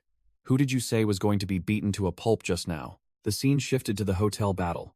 Isu threw his baton to the floor, officially getting down to business. Isu, unarmed, charged straight into the encirclement of the heavily armed mercenaries. He moved like a ghost, effortlessly dodging a fatal knife thrust from an enemy. Another assailant rushed in from the side, but Isu deftly sidestepped, making their attack cut only air. Isu winced slightly. His left leg seemed unstable, as if he were injured. Standing amidst the encirclement, Isu muttered, "Just as I thought. I admit, these guys aren't small fry." The commander, a burly man wearing glasses, quickly spotted the weakness. The injured leg is the left one. Target it. He reminded the entire team to focus and stay calm, because the opponent was Isu's brother and could not be underestimated. The commander was identified as Park Chung-hoon, captain of the 1 Sync Special Forces team. He ordered, "No need for a direct confrontation. Just chip away at him. Wear down his stamina." Park Chung-hoon declared coldly, "After all, we are the hounds, and he is merely our prey." Isu heard everything and merely curled his lip into a challenging sneer. "Playing dirty, aren't we?" Park Chung-hoon patted a soldier's shoulder, giving a decisive order. "Take him down." The entire team, weapons at the ready, prepared for a full assault. Whoosh! The first soldier lunged with a dangerous knife strike, but Isu nimbly dodged. Quick as lightning, Isu firmly grabbed the soldier's knife-wielding arm, neutralizing the attack. Another one rushed in from behind. The group gleefully shouted, "Got him!" But no, Isu was one step faster. His steel hand tightly gripped the first soldier's neck, making him stiffen. Using one leg as a pivot, Isu spun around with immense force. Slam! He used the soldier as a living weapon, flinging away the charging comrade to their astonishment. Seeing his soldiers were useless, Commander Park Chung-hoon personally intervened, swinging his knife directly at Isu. The commander's skill was no better.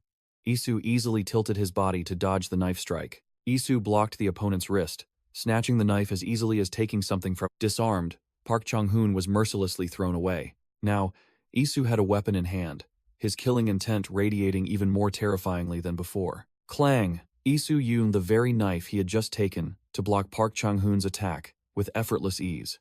Isu smirked, his face showing extreme annoyance. "You're starting to get on my nerves." Isu kicked away a fragment, while the remaining soldiers regrouped. A few already lay unconscious on the floor. Park Chung-hoon narrowed his eyes, observing, muttering cautiously, "It seems that leg can still hold up." Isu knew his opponent's intentions.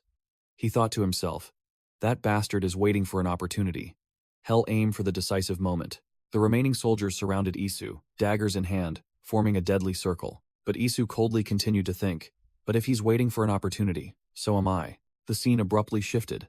Zion appeared on an iron staircase, his silhouette exuding deadly danger. Zion looked down at someone below him, his voice full of challenge and contempt. "Say that again.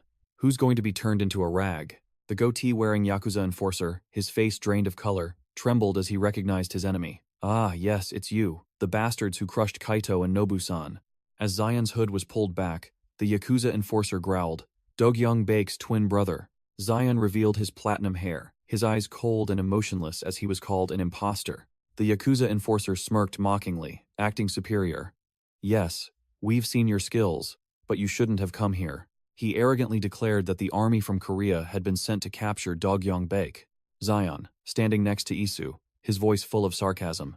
"Really? Capture Dogyong Baek? Quite confident, aren't you?" The Yakuza enforcer laughed heartily, continuing to boast. "I heard Dogyong Baek has a crippled leg, right? With that broken body, even Ryuga Saki can't do a damn thing." Isu, whom the Yakuza thought was a nobody, visibly annoyed, pushed Zion aside. "You stay down there. I'm sick of hearing that dog bark nonsense. Capture Dogyong Baek?" Thump! The Yakuza enforcer flew straight to the floor, his face pale with shock, stuttering incoherently. "Huh? No way. You're?" Isu squatted down, his killing intent surging, his voice full of challenge. "You said Dogyong Baek was easy pickings, didn't you?" Isu grabbed the Yakuza enforcer's collar, smirking coldly. "I'm the crippled leg Ryuga Saki, you dog. What are you going to do to me?" Back in the battle with the 1 Sync squad, Isu drew his dagger, thinking to himself, "Aim for the weak point, and wait for an opportunity." He took a decisive step, his foot stomping hard on the floor. No, the one waiting for an opportunity from the start.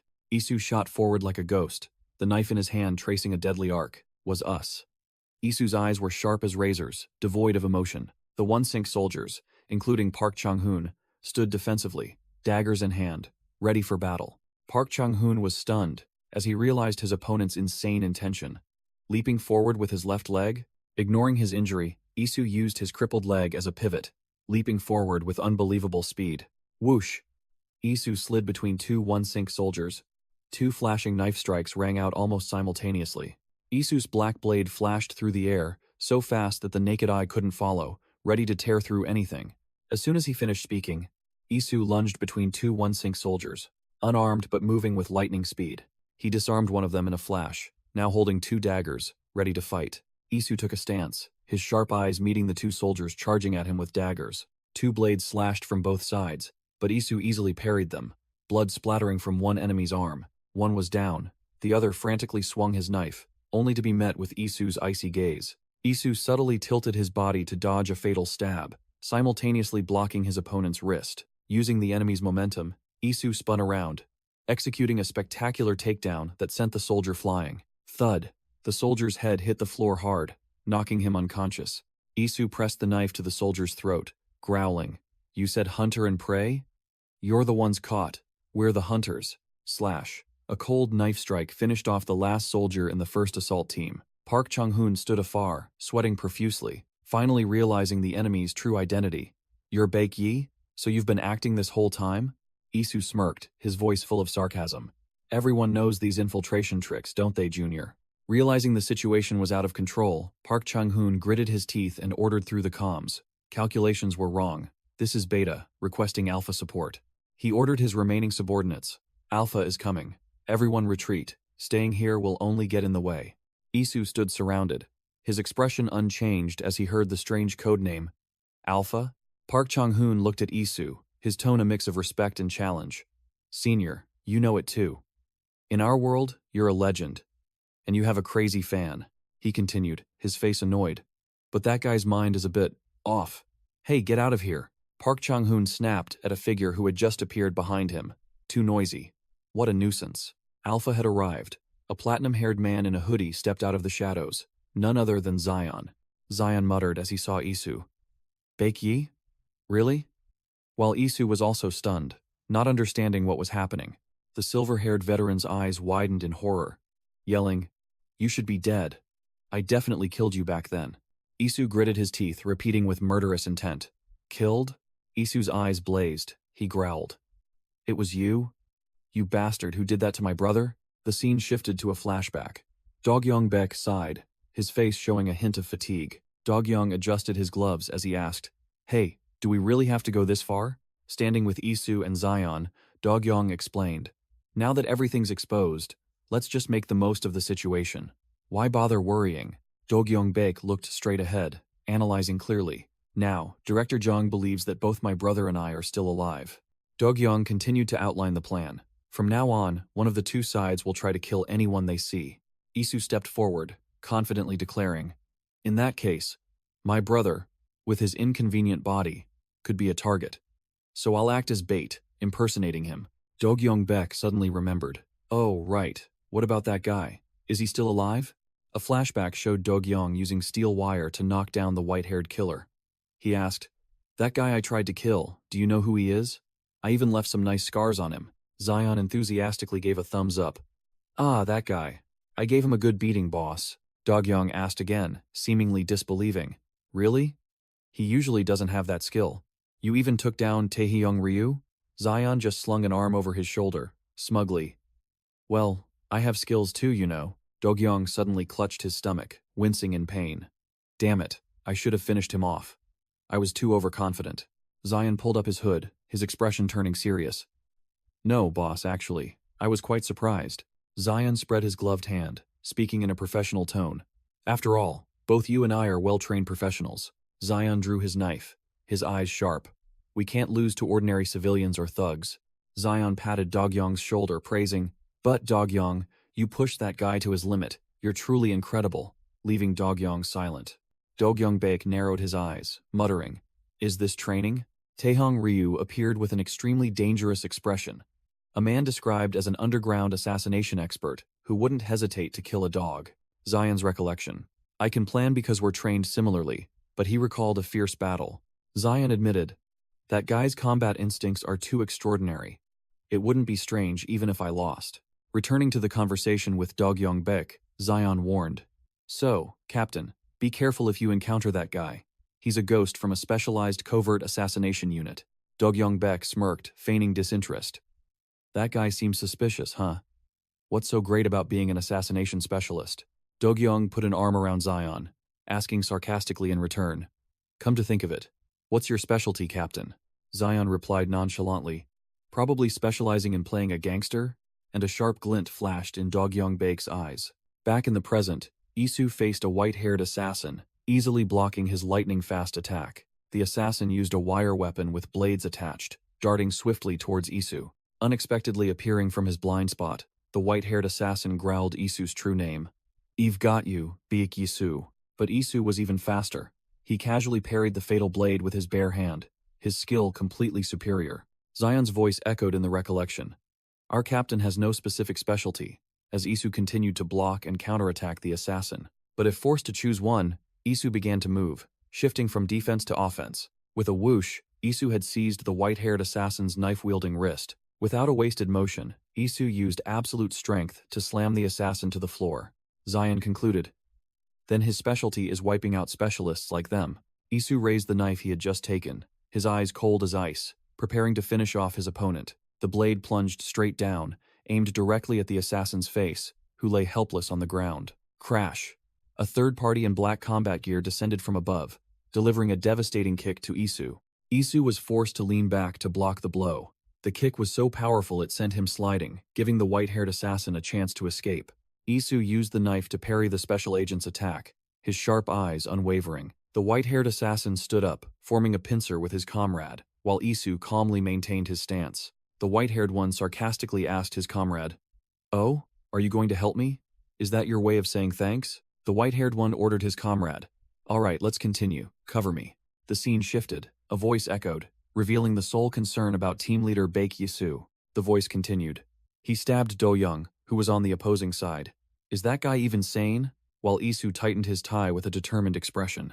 Back in the battle, Isu lunged between the two enemies, easily dodging the white-haired one's attack. He used his bare hand to block Park Chang-hoon's punch, the one wearing glasses.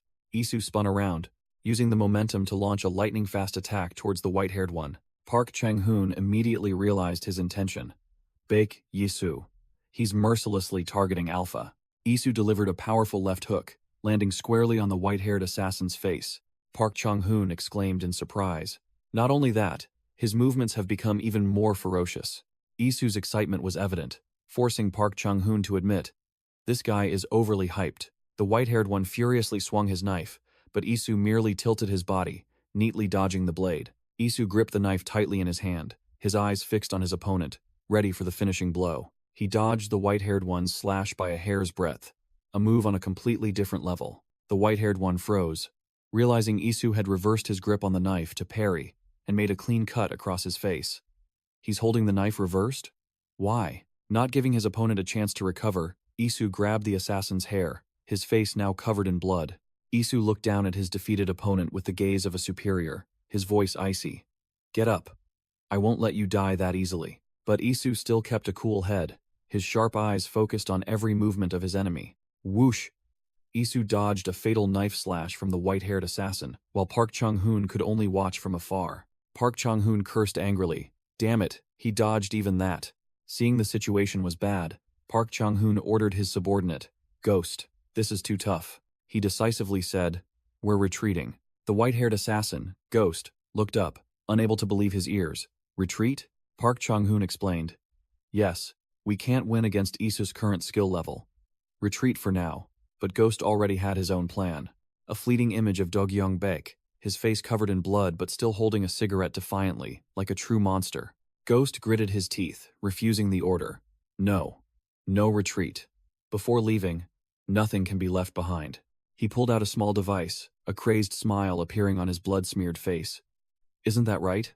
Before Park Chung-hoon could understand what was happening, Ghost threw the object to the ground and charged straight at Isu. Whoosh! Ghost launched himself, swinging two daggers at terrifying speed, determined to deliver a finishing blow. Clang! Isu raised his arm to block cleanly, stopping his reckless attack. Ghost snarled, refusing to give up. We can't leave anything behind. The crazed assassin darted past Isu, but his true target wasn't a direct attack. It turned out that what Ghost had thrown was a thin steel wire, stretched across the floor. Thump! Isu's foot caught in the trap. He lost his balance and fell backward. Ghost seized the golden opportunity, spinning around and lunging like a predator. He swung his knife straight at the falling Isu, but Isu's eyes remained sharp, without a hint of panic. You thought you could trap the main character? Isu spun in midair, delivering a devastating kick straight to the white-haired assassin's face. Park Chung-hoon, the distant commander, cursed angrily. Damn it, even that wasn't enough? Isu landed, his gaze sweeping to a metal object on the floor. A lighter. Without a moment's hesitation, Isu glided forward, snatching both the lighter and the steel wire his opponent had just used. Blood from the white-haired assassin's wound dripped onto the floor as he struggled to get up. The assassin looked up, his face smeared with blood, but his eyes still blazed with fury, showing no intention of giving up. Isu knelt on one knee, calmly wrapping the steel wire around the lighter, a plan already forming in his mind. The whack!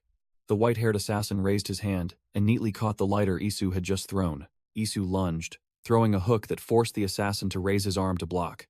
But this was merely a feint. The white-haired assassin blocked the blow, but his gaze was fixed on the lighter in his hand, as if it had triggered a memory. Isu stepped back, observing his opponent's reaction and realizing he had struck a nerve. The white-haired assassin collapsed to his knees, completely ignoring Isu and Park Chung-hoon standing in the distance, his mind lost elsewhere. He mumbled lifelessly as he stared at the lighter. A lighter? Memories flooded back, and the assassin trembled, his face paling as he recalled something horrifying. Fire? In a flashback, a figure in combat gear walked amidst a scene of falling snow and raging fire. The memory ended with the figure throwing an object that caused an earth-shattering explosion. Isu smirked, knowing his prey had taken the bait. Aha, that's right, this move will definitely work. Click! The white-haired assassin flicked the lighter, and the flame flared, reflecting in his crazed eyes. Completely insane, the assassin snarled, a savage smile appearing on his blood-soaked face. I'll burn everything to ashes. Nothing must be left behind. At a seaport at night, a giant container ship was docking, signaling an underground operation. Isu, Zion, and Rim Gyung-chun stood watching a warehouse burning fiercely. One of them commented, "It's burning well. I wonder how much this operation cost." Zion sarcastically asked if Isu was regretting the loss, but Isu coldly replied, "Oyama and my father both warned me not to touch it." Isu waved his hand, stating firmly, "That bastard Shogo definitely acted on his own. He'd do anything for money." Isu muttered with sharp eyes, seemingly having seen through his opponent's plan.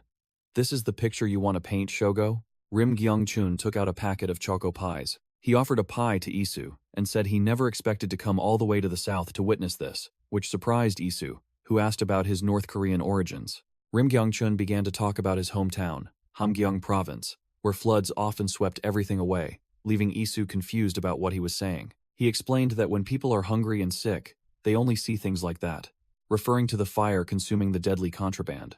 Rim Gyung-chun continued with a hateful expression, saying that many people would readily consume that stuff, only to go mad and slaughter each other. He stared straight into the flames, silently, hauntingly, while Isu observed from behind. Isu handed the packet back to Rim Gyung-chun. "Here. You should eat it instead," but the kid refused. Rim Gyung-chun tore open the wrapper, saying bitterly, "If you give them that filthy stuff, who will eat it? There's simply no work." The kid took a bite of the pie while Isu and the others called out, "Hey kid, aren't you going to school?" He replied curtly, "How can I go to school in Korea?" Isu and Zion discussed, concluding that given Oyama Shogo's personality, he must have hidden more goods and might have already released them onto the market. Isu smirked, having guessed his opponent's objective. It seems he intends to use that to join OneSync, but we can't let that happen. The three stood watching the fire. Rim Gyung-chun declared that everything must be burned down, including OneSync and Chief Jung. Isu clutched the choco pie packet, his eyes hardened, adding the final target, and Oyama Shogo. The bloodshot, fiery eyes of an overlord appeared, along with a ruthless command. "Burn it all down." The scene shifted to the present. Isu, with a murderous expression, growled at his opponent. "Give it to me," the ambush soldier questioned. "Ghost, Alpha, what are you doing?" Isu cut him off, directly asking Ghost if what he was holding was important. Ghost held out the object in his hand, his voice full of provocation. "Want me to give it to you?" He stumbled forward, his eyes wild, screaming. Then come and get it. Isu gritted his teeth. His killing intent exploded. He clutched the dagger, preparing to finish him off. Isu lunged like a predator, ignoring the ambush soldier shouting to stop him. The ambush soldier, sweating profusely, hastily reported over the comms. This is Beta, we have a problem. Alpha. Ghost turned and ran, muttering madly. Burn it all. Nothing can be left behind. He looked back with a grotesque smile. Blood smeared across his face, and whispered, Right, Captain. A flashback began. In a room full of corpses, the order was given to incinerate everything, but they had no gasoline.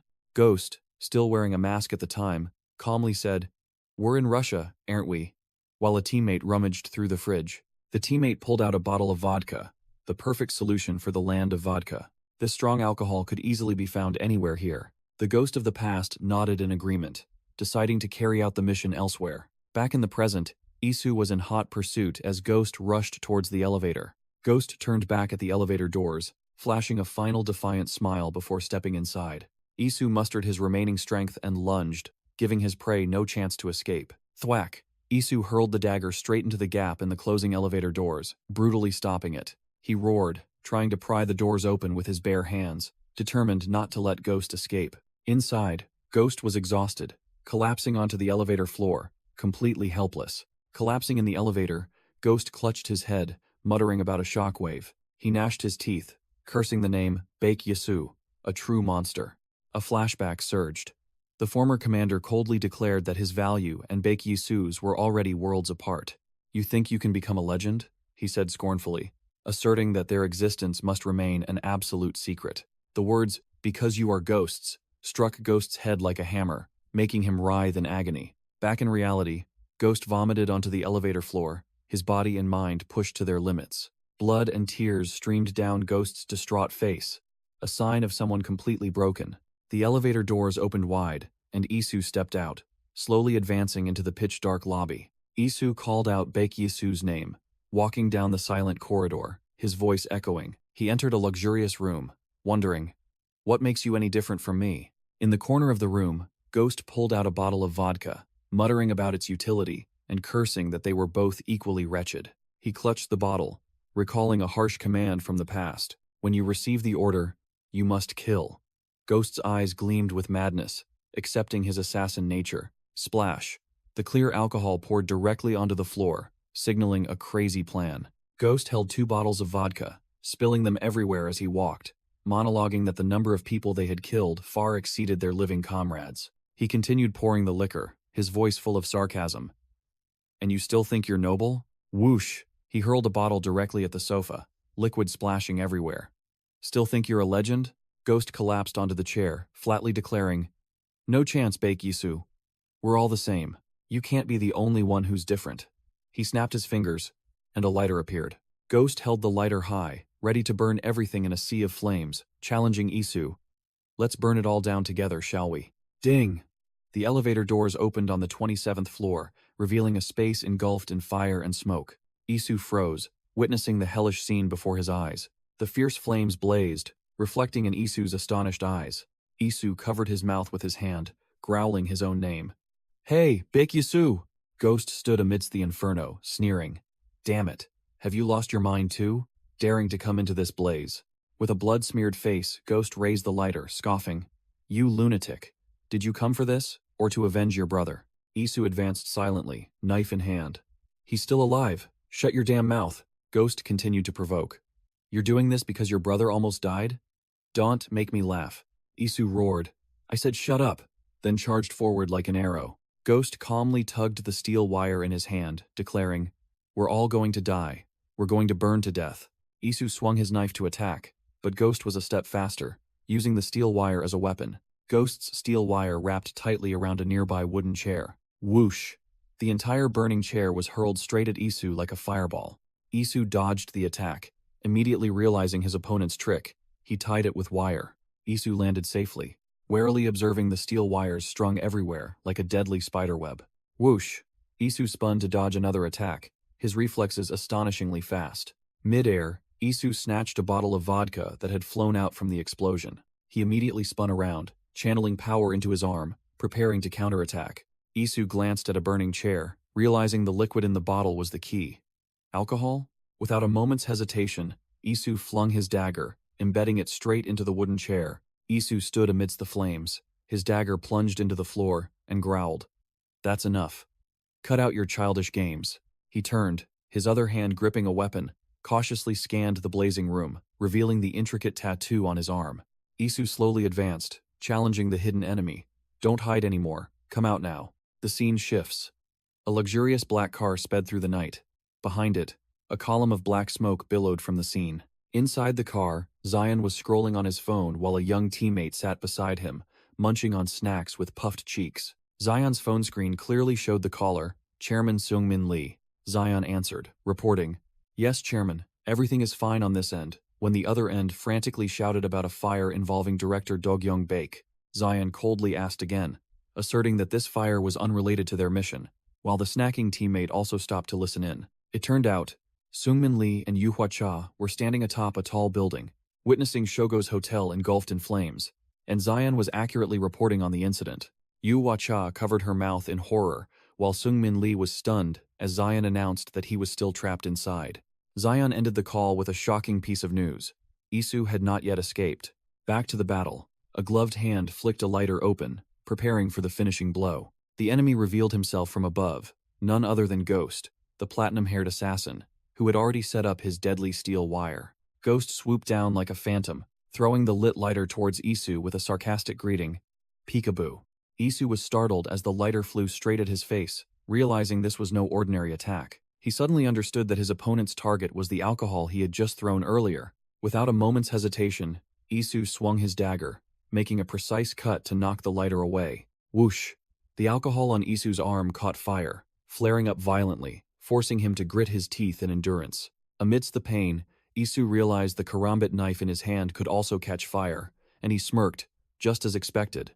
Isu launched a lightning-fast counterattack, sending Ghost flying backward into the air, roaring, "You can catch fire too." With his arm ablaze, Isu didn't flinch, his sharp eyes locked onto his target. Ghost was kicked away, his knife spun through the air amidst the flames. The platinum-haired assassin swung his knife in retaliation, but Isu was a step faster, blocking the attack. Isu spun around and delivered a dangerous hook kick, forcing Ghost to retreat. Despite his bloodied face, Ghost still chuckled. "Haha, is it hot? Your movements are getting sluggish," he shouted, provoking Isu, who silently endured the flames on his arm. "Say something." Ghost continued to sneer with a crazed expression. "How does the burning pain feel?" Isu coldly looked up, his voice dropping low. "Pain, you say?" Without another word, Isu seized Ghost's wrist tightly, his eyes devoid of any expression of pain. Ghost watched in horror as the flames blazed on Isu's hand, completely unable to comprehend what was happening. Isu tightened his grip, using his own flames to overpower his opponent. Isu looked directly into Ghost's eyes, his voice haunting. "What do you think this petty pain is? If you're talking about burning pain, I'm already too familiar with it." Isu delivered a devastating punch to Ghost's face. Memories of a dark day flooded back. Isu gritted his teeth, recalling the pain that had followed him from the past until now. He roared. Physical pain was nothing compared to the hell in his mind. "I have been, and still am, burning ceaselessly." Isu grabbed Ghost's head and slammed it mercilessly onto the ground. He asked back at the dazed assassin, "Does it hurt?"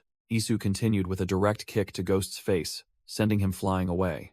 Isu's eyes were icy cold, and he admitted, "It hurts so much I wish I could just die." Ghost lay sprawled on the ground, his face covered in blood, horrified as he realized the truth. "That's why I decided."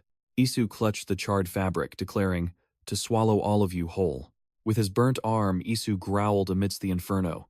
"In this burning pit of hatred, let us all turn to ash together." Isu watched Ishizuka Kaito stumble, sneering. "I asked if it hurt, but all you could manage were meaningless grunts."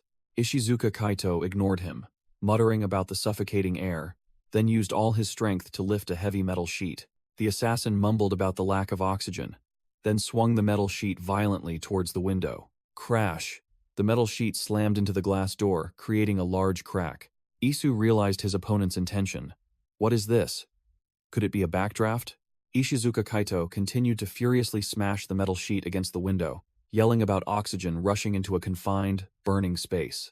With a wild, blood-soaked grin, Ishizuka Kaito screamed, "Well then, you're about to find out. Shatter." The glass door exploded into pieces. Immediately, air from outside rushed in, fueling the flames. Isu stood at the epicenter, flames raging fiercely around him. A terrifying explosion blew everything from inside the building outwards. From a car below, a member of Isu's team watched in horror as a fireball engulfed an entire floor of the hotel.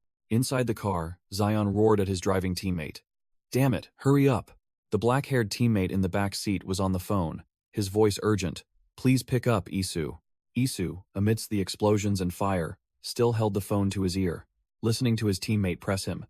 "You're invincible, aren't you?" The entire floor was engulfed in flames, steel structures twisting and melting. Amidst the rubble, a dagger was firmly embedded in the floor, its blade stained with blood. Isu's severely burnt hand reached out, slowly grasping the leather hilt. A wreck amidst the inferno, Isu crawled through the rubble, his phone still ringing loudly. He picked up, his face smeared with blood and ash, but his eyes remained sharp. Isu retrieved the dagger, answering the call curtly. "Hello," his subordinate on the other end yelled. "Isu, where are you?" Isu calmly replied, "Inside the hotel." He ignored his teammate's urging, his gaze sweeping over the rubble, muttering that the enemy was still here. Over the phone, his subordinate pleaded urgently, worried Isu would burn to death if he stubbornly stayed. He continued to weigh the consequences. "You claim to be the boss of Tizen. If you die there, what do you think will happen to me and our comrades?" His subordinate wrung his hands, saying that if they just stood by and swore to avenge Isu, then they would all rush headlong into death, just as Isu was rushing into the flames. He admitted, 6 years ago, I almost became someone like that. That's why I fled to Korea." Standing before the burning building, his subordinate recalled the past, witnessing those consumed by rage. He told himself that he couldn't end up like a madman. His subordinate's voice hardened, full of resolve.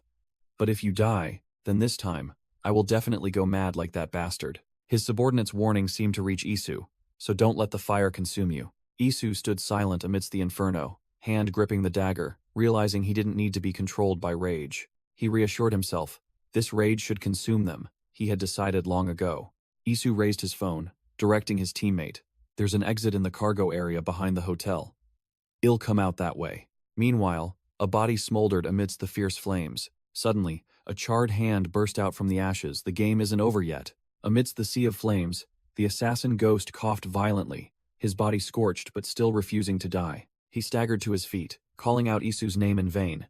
"Isu, where are you?" With a crazed smile on his blood-smeared face, Ghost mumbled, "Hey, why did you leave me alone? We have to burn everything down, don't we?" A towering figure stepped forward, blocking Ghost's path amidst the ashes. Choi Youngjun, wearing tactical gear and glasses, appeared, his voice icy. "Alpha, are you there? Where's Isu?" Ghost nonchalantly replied, "I don't know. I'm looking for him too. I just yelled into the flames, and he vanished." Then he asked back, "Huh? Is all of this you're doing?" Choi Youngjun grabbed Ghost by the collar, growling, "You crazy bastard." But then he added, "Still, I'm glad to see you here." Ghost's eyes sharpened as he analyzed the situation. Isu is injured. He can't have gone far. An opportunity like this won't come again. He ordered, "So, cover me." But Choi Youngjun unceremoniously shoved him, sending him sprawling. Choi Youngjun drew a dagger, his voice filled with killing intent. "Are you delusional? I'm here to find you. By order." Ghost's eyes widened in shock. "Damn it, Chief Jang's orders?" The other man coldly replied, "You should know your place." Choi Youngjun pressed the dagger close to Ghost's neck, stating his objective, Ghost. His name was Choi Youngjun, and he declared, "From now on, it's a total blackout. Prepare to finish him." At the same time, in the warehouse area, a rolling door slowly began to open. Isu emerged from the shadows, covered in blood and injuries, but his eyes were still sharp as a razor. He looked at the waiting crowd, a smirk on his face. "Why are you only coming out now? We've been waiting for you for too long." Oyama Kenji stood at the head of the subordinates, car headlights behind him, illuminating an entire army. And he called Isu an imposter. Kenji stepped forward, correcting himself condescendingly. "No, your name is Isu." Isu stood firm, his hand gripping the knife tightly, a defiant smile on his lips. Oyama Kenji approached, a smug look on his face. "Long time no see." Isu smirked, his face smeared with blood, and defiantly stated his own name. Oyama Kenji pushed up his glasses, his tone patronizing. "Now we meet again." Isu stood tall, displaying his tattoo and dagger, and challenged, "Do you believe I'm Isu now?" Oyama Kenji began his psychological warfare, recalling the moment they first met in the annex building. He asserted firmly that his initial intuition had now become an undeniable truth. Isu sneered, Really? Do you remember what I said back then? In a flashback, Isu had warned Oyama Kenji that killing one man wouldn't be the end, and if they met again, Isu stood there, exuding murderous intent, declaring, I promised I'd give you an answer about what I'd do next. Oyama Kenji took off his glasses, his expression still smug. He asked with a sarcastic tone, So, what is that answer, Isu? Thwack! Without another word, Isu lunged forward to attack, his dagger tearing through the air. Oyama Kenji was startled by his opponent's terrifying speed. Isu unleashed a powerful horizontal slash with his knife. He stomped his foot to gain momentum, his speed pushed to the limit. Oyama Kenji was no pushover, drawing his knife to parry the blow at the last second. Clang! The two blades clashed, sending sparks flying. As Oyama Kenji strained to block the attack, he used his other hand to deflect the blow, but the murderous intent from Isu's blade still grazed his face. Both men lunged at each other like two storms, blades flashing in the night. Suddenly, Isu closed in and delivered a powerful elbow strike to Oyama Kenji's side. Oyama Kenji clutched his side and recoiled, his face contorted in pain, but his eyes flashed with recognition. As expected, you are Isu. Only Isu could handle a situation like this. Isu roared, calling Seongho Jang by name, demanding his opponent stop acting and fight properly. Oyama Kenji tightened his grip on the karambit knife, his eyes sharp, ready for battle. Isu lunged like a mad beast, swinging his knife, but Oyama Kenji blocked the attack with his bare hand. Kenji easily controlled Isu's knife-wielding hand, facing him with an arrogant expression. He twisted Isu's wrist back, effortlessly neutralizing the attack. Immediately after, Kenji delivered a powerful sweep kick, sending Isu flying backward. Isu staggered, hearing his opponent lecture him. If you keep using brute force thoughtlessly, your actions will become too obvious. Oyama Kenji scoffed, saying Isu's attacks were too straightforward and predictable. He looked straight into Isu's eyes and declared coldly, Your emotions are clouding your judgment, Isu. Kenji called out the name Baekyasu once more, his tone full of sarcasm, as if lecturing a child. The Yakuza subordinates watched from a distance, Onizuka Nobuhiro muttering that this was not a battle they should interfere with. The two leaders clashed again, their knives striking sparks in a whirlwind of attacks. A subordinate nervously asked Onizuka Nobuhiro what they should do now. In his thoughts, Onizuka Nobuhiro admitted he had underestimated Baekyasu, and it was his arrogant misjudgment. He considered himself a failed pawn, returning in disgrace and shaming the Oyama family. But he gritted his teeth, telling himself that as long as he was alive, there was still a chance, and there would be no next time. Onizuka Nobuhiro showed the resolve of a defeated man, his ambition burning fiercely. Flashback to 5 minutes earlier, Onizuka Nobuhiro stood there, his face radiating killing intent, determined to stay out of the impending fight. He sat on the car hood, his hand gripping the axe tightly, his face full of tension and anticipation. Oyama Kenji approached, patted his shoulder, and told Nobuhiro not to overexert himself, just do what he could. Oyama Shogo called his assassin, Ishizuka Kaito. With a cold expression, Shogo asked directly, Can your hand move? Kaito, with his heavily bandaged arm, admitted it was still difficult. Shogo patted Kaito's shoulder, stating casually, Yeah, that hand will probably be useless for a while. But then he squeezed Kaito's shoulder tightly, his eyes sharp. But you can still use your other hand, right? He grabbed Kaito's uninjured wrist, squeezing hard as a warning. Oyama Shogo shoved a gun into Kaito's hand, a cruel smirk on his face. Kaito. Scene change. A massive hotel building was engulfed in flames, thick black smoke billowing upwards. Fire trucks and ambulances were on the scene, sirens blaring, completely cordoning off the area. A luxury car pulled up and screeched to a halt before the police barricade. Inside the car, Zion's teammate was furious. Damn it, the police are here too? Is this place completely blocked off? Zion just silently asked back. Police? The teammate checked his phone, his face growing more tense. Is Chief Jang's faction using force? Just then, a call came in from Baekdo Gyeong, Isu's current alias. On a nearby rooftop, Seungmin Lee was on the phone, his expression serious. Yes, Director Baek. Has Isu managed to escape yet? Seungmin gritted his teeth and cursed when he heard the answer.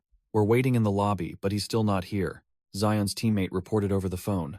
Currently, even the police are stationed outside. The main entrance has been sealed off, so it will likely be very difficult for you to enter from there. For now, at least, you should all get out first. Seungmin snapped. What about Baekyasu? The teammate replied. I told him he could exit through the back warehouse, so I'm heading there now. Seungmin muttered with extreme worry. If the main entrance is blocked, then that side might be blocked too. The teammate was silent for a moment, then gritted his teeth and decided, we'll have to deal with it when the time comes. He turned to Zion, his eyes blazing. We'll have to force our way in, just smash everything. Yaksha stood beside him, her face anxious, urging, force our way in? That's too reckless. Chairman Lee Seung-min, please make the call. Yaksha called Isu directly, introducing herself. Director Beck, this is Yaksha. Standing next to Seung-min Lee, Yaksha coldly declared, we will not cooperate. Your current decision is something we cannot accept. Isu, stunned in the car, snapped into the phone. What? Hey, now's not the time for internal strife. Yaksha calmly replied. It's not about that, Director Beck. You're getting agitated. Look around. Before we force our way in, we're already inside. She clarified her intention. We will help you, Director Beck, so make sure to hold the escape route on your end. Isu was still skeptical, thinking that holding the escape route would surely lead to another battle. A powerful convoy of black cars sped down the highway, signaling Yaksha's forces were arriving. Shulan is on her way. Along with the Thunderbolts. Inside a car, Shulan, the muscular female warrior, and Yaksha's right-hand woman, had a sharp, cold expression, ready for battle. Isu ran his hands through his hair in frustration. No, that's not the problem. What can you do from the outside? I heard Shulan. And probably just you and that guy in the white suit are out there. On the rooftop, a group of Seung-min Lee's white-suited subordinates appeared, one reporting, our chairman doesn't come empty-handed. The subordinate turned to Seung-min Lee, bowing. Is this a good time, Chairman? Seung-min Lee, now with forces at his command, ordered Yaksha over the phone. That knife, please draw it now. Isu finally understood, agreeing. All right. Zion, in the driver's seat, confirmed the plan. Then, well, head straight for the back entrance. Isu gritted his teeth, eyes blazing, putting all his trust in his comrades. I'm leaving it to you all. Zion gripped the steering wheel firmly. Isu in the back seat also got ready, both preparing for the breakthrough. The black car roared, performing a smoking drift right in front of a bewildered security guard. A nearby traffic police officer immediately reported over the radio. The Dragon's car has arrived. It's currently taking a detour to the rear. In another car, a tattooed hand held a walkie-talkie, listening to the repeated report. That hand casually pulled out a pack of cigarettes, the boss ordered. They're coming this way, get ready. The ambush boss leaned against the car, lighting a cigarette, while an army of subordinates stood steadfastly behind him, ready to welcome the uninvited guests. Blood splattered onto the cold ground. A bleeding wound seeped through Oyama Kenji's suit shoulder. Isu pinned the knife deep into Oyama Kenji's shoulder, his tattooed arm tensed, but the Yakuza boss merely stared back coldly. Oyama Kenji admitted, you really are different, Isu. To be able to do this with that wound, his face covered in blood, Isu growled an enigmatic question.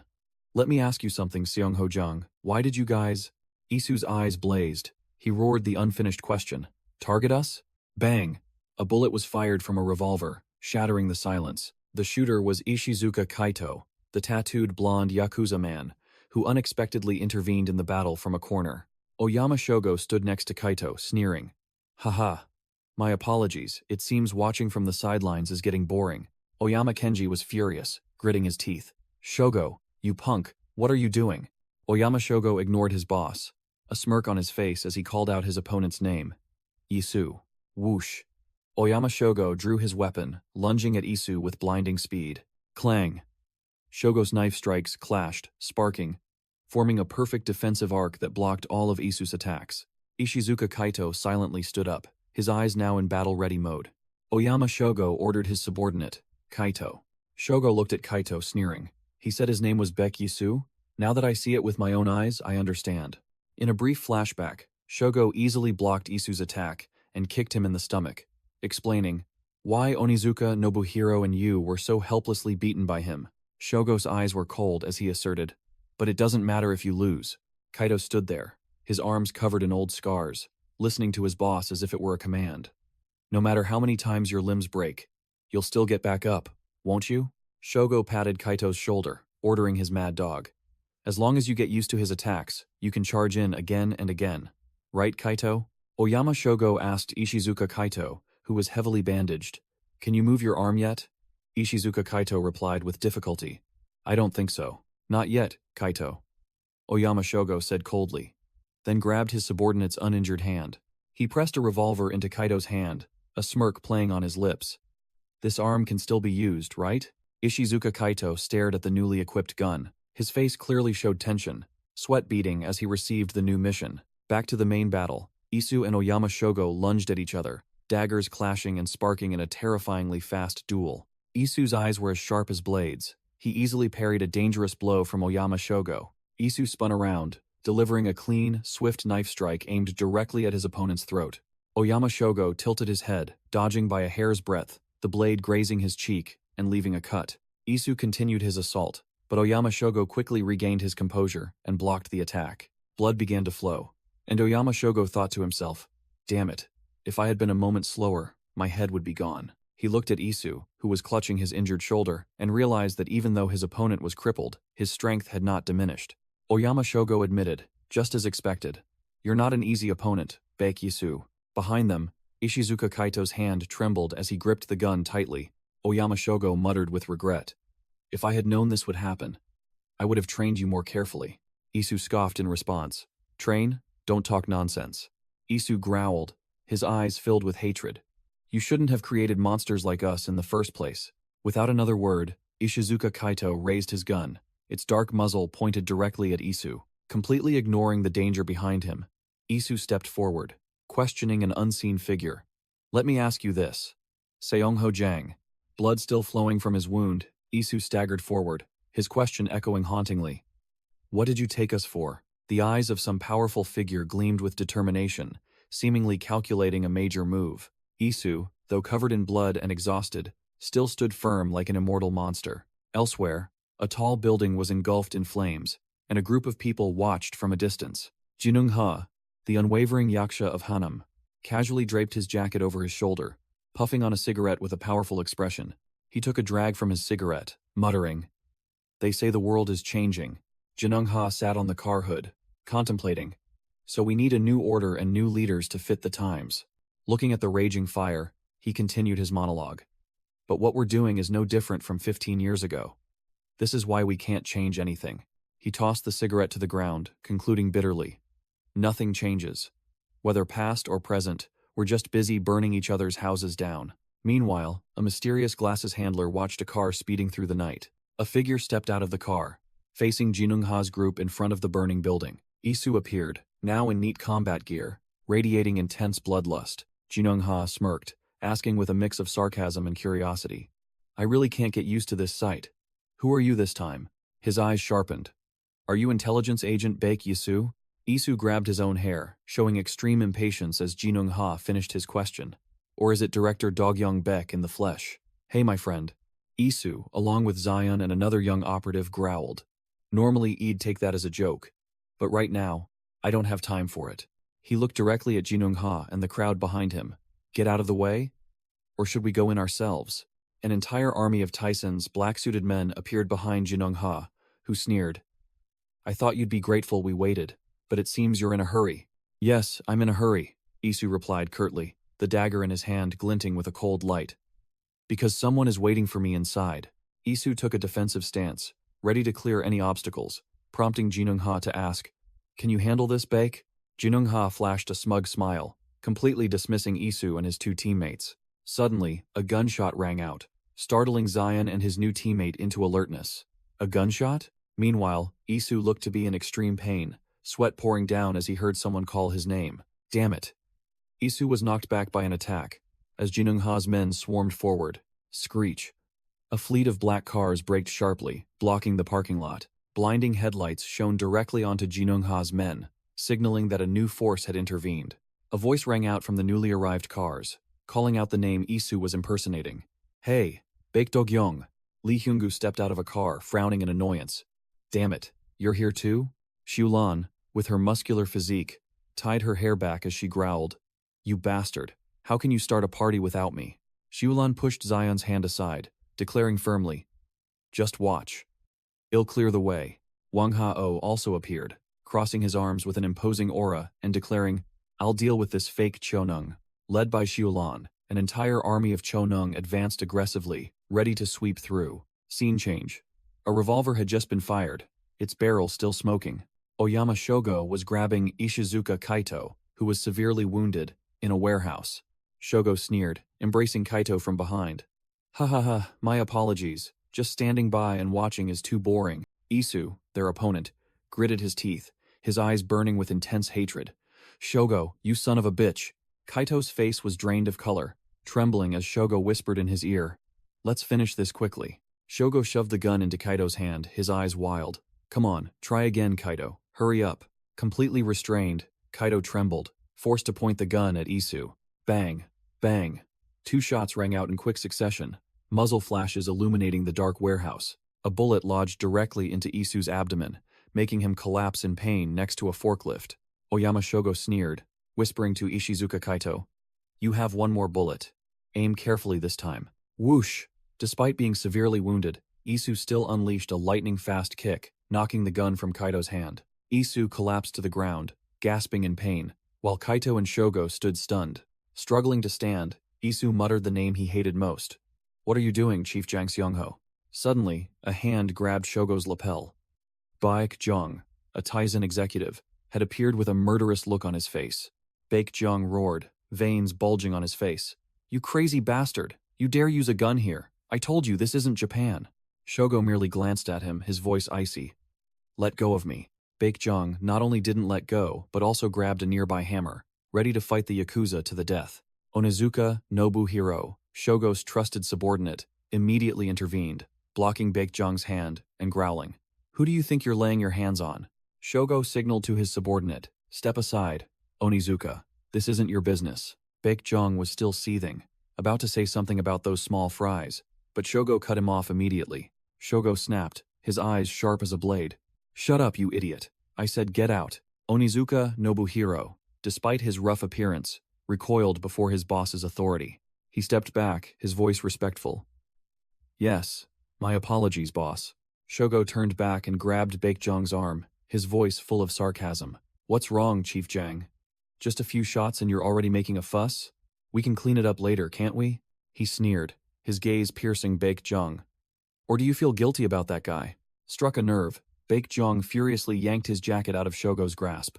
He snatched the gun from the floor, pointed it directly at Shogo's face, and yelled, "You damn thug.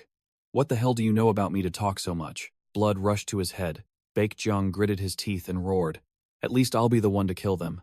Do you hear me?" Facing the gun barrel, Shogo merely smirked morbidly, as if everything was going according to his calculations. A goatee Yakuza enforcer sneered, turned away and said, "All right, I understand. Then deal with him." He lowered his gun and casually declared, "He was never our target to begin with."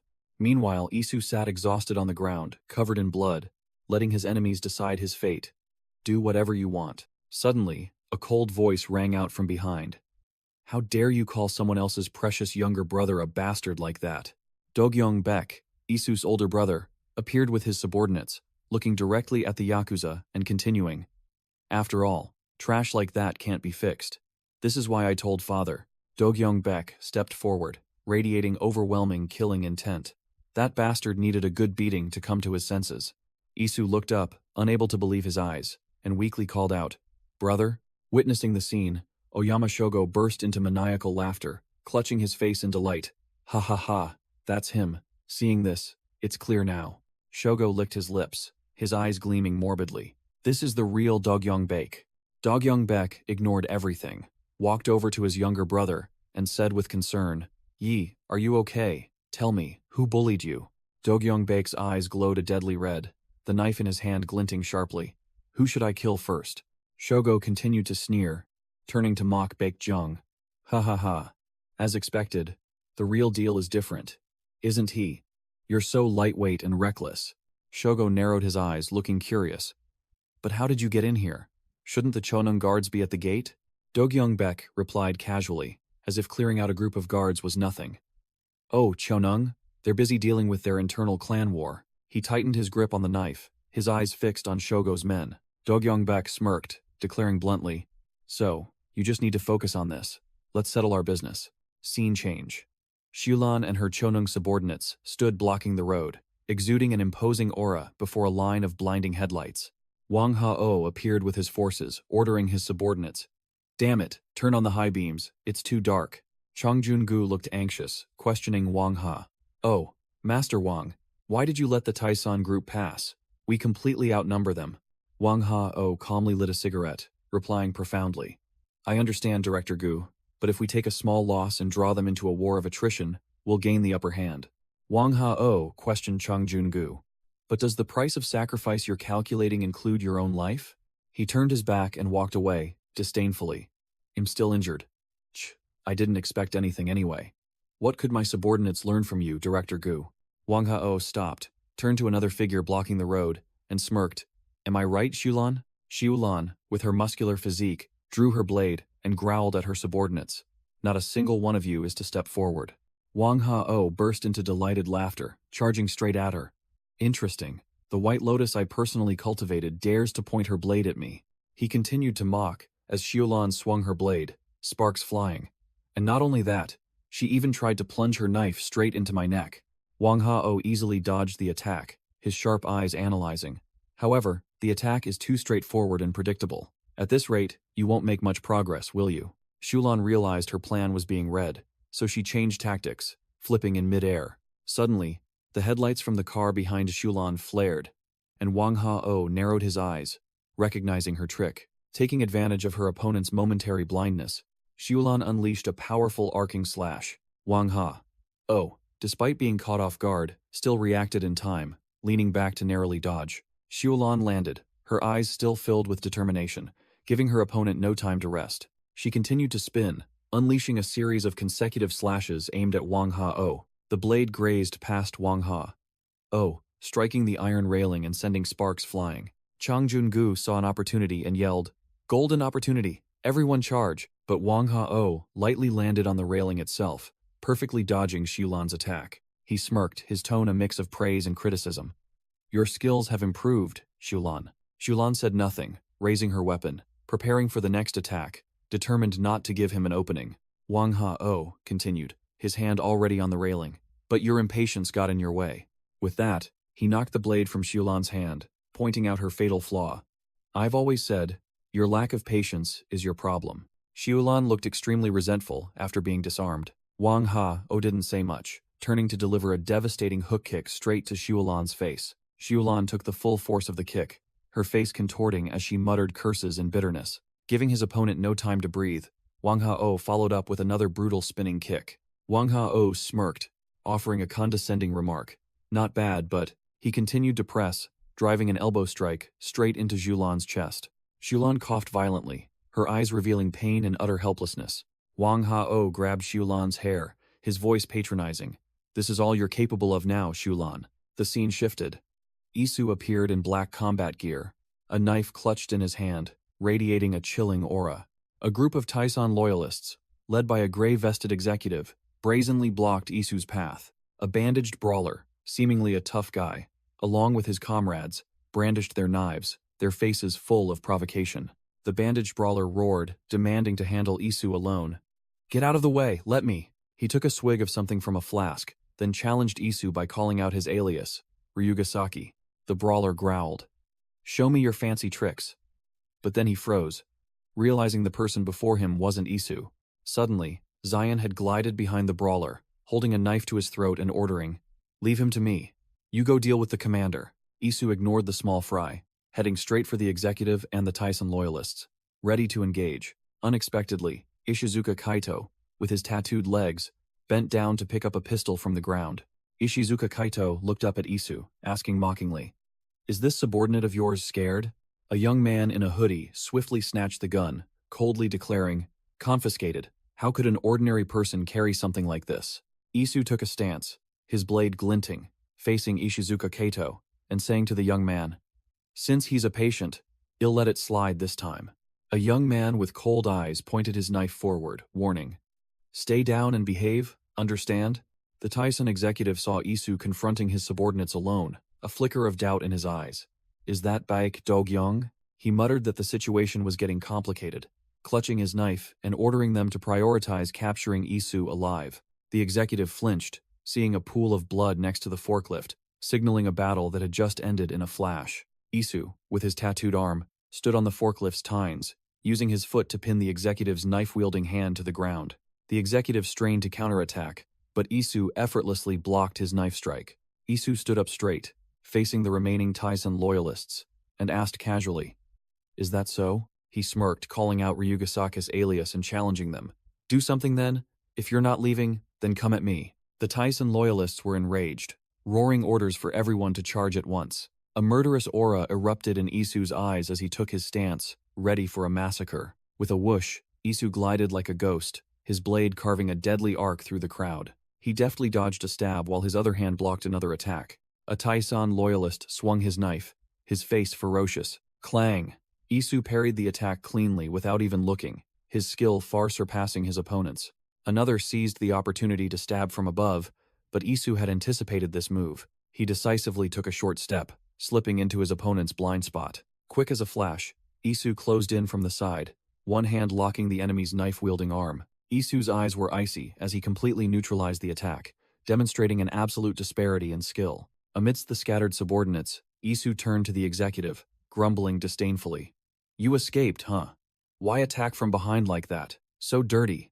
The executive was furious, roaring, "You bastard." But his only reply was Isu's raised fist. Isu calmly wiped the blood from his blade, his eyes cold and devoid of emotion. He lunged into the crowd, his blade slicing cleanly across the throat of a Tyson loyalist. The Tyson field commander watched, breaking out in a cold sweat, and exclaimed in horror, "Too fast. His movements are simple, yet no one can touch him." Isu stood in the middle of the battlefield, Tyson loyalists lying scattered at his feet in pools of blood. He took a stance, the blade in his hand still razor-sharp, ready for the next attack. The commander desperately yelled, "But what can you do against sheer numbers?" He urged the remaining thugs to charge. Isu growled, clearly annoyed. "Shut up. I'm busy." While the commander was still bewildered, another voice echoed from behind him, repeating Isis' words. "He said he's busy." A young man in a white suit suddenly appeared, coldly warning, "So, get lost." Wham! The young man threw a hook punch directly at the commander's face, sending his blade flying. The commander was stunned, while the young man maintained a deadly calm expression. The commander stumbled back, his voice trembling as he asked, "Who are you? What do you want?" Isu watched from a distance. The young man placed a hand on the commander's shoulder, ordering his men, "Hurry, go to Mr. Isu." A squad of Ilhak members in white suits appeared, declaring firmly, "From now on, we'll handle the situation here." Suddenly, the commander broke free and furiously charged at Isu, their blades clashing and sparking. He swung his blade repeatedly, determined to settle things with Isu in a final solo battle. The commander roared Isu's name, putting all his strength into each slash. He suddenly realized something. Isu's movements seemed slower than before. Isu blocked the attack, but was clearly exhausted. He gritted his teeth and delivered a punch to his opponent's stomach. Isu's face was smeared with blood, his eyes tired but still full of killing intent. The prolonged battle had drained his stamina. The Tyson field commander mustered all his strength, lunging at Isu with a decisive slash. His razor-sharp blade glinted in the night, aimed directly at Isu's neck. Slash, blood splattered. Isu took a glancing blow to the face, while he also sustained a cut on his chest. The commander gritted his teeth, his face covered in blood, but wearing a look of extreme satisfaction. Finally, a hit. Isu sneered, his eyes blazing with hatred, and hissed through clenched teeth, "That bastard Chief Jang." In a different space, Seungmin Lee adjusted his white suit, narrating about a once mighty Ilhak that now had broken wings. The scenario that once brought the former chairman to the peak, those sharp blades and fangs, were now dull and worn. Bearing those broken wings, Seungmin Lee's Ilhak stood on the verge of collapse. The Tyson thugs looked at the newly arrived Ilhak members in white suits with disdain. "Aren't these Tyson's cast-offs? Where did you crawl out from?" But even on those broken wings, new feathers were beginning to grow. A Tyson loyalist swung a punch, but an Ilhak member easily blocked it. The Ilhak member roared, "You bastards will all die," while another of his allies was stabbed from behind. Enduring the pain, the regrowing wings would be even sharper and more agile. Those wings would grow even larger and stronger than before, signaling the rise of a new power. And so, Seungmin Lee's Ilhak began its flight. The Tyson commander furiously roared, "You dog! Where did you crawl out from?" Then lunged to attack the young man in the white suit. The young man, Jang Se-young, coldly raised his hand, catching his opponent's blade bare-handed. Wham! Se-young delivered a powerful hook punch to the commander's face, sending the blade flying. Se-young looked down at his enemy, his voice full of sarcasm. "Too slow, aren't you? Can't keep up with your seniors?" His name is Jang Se-young, specializing in structure and strategy for Ilhak Capital. The commander, seething with rage, yelled, "You bastard!" But Se-young merely smirked, completely dominating him.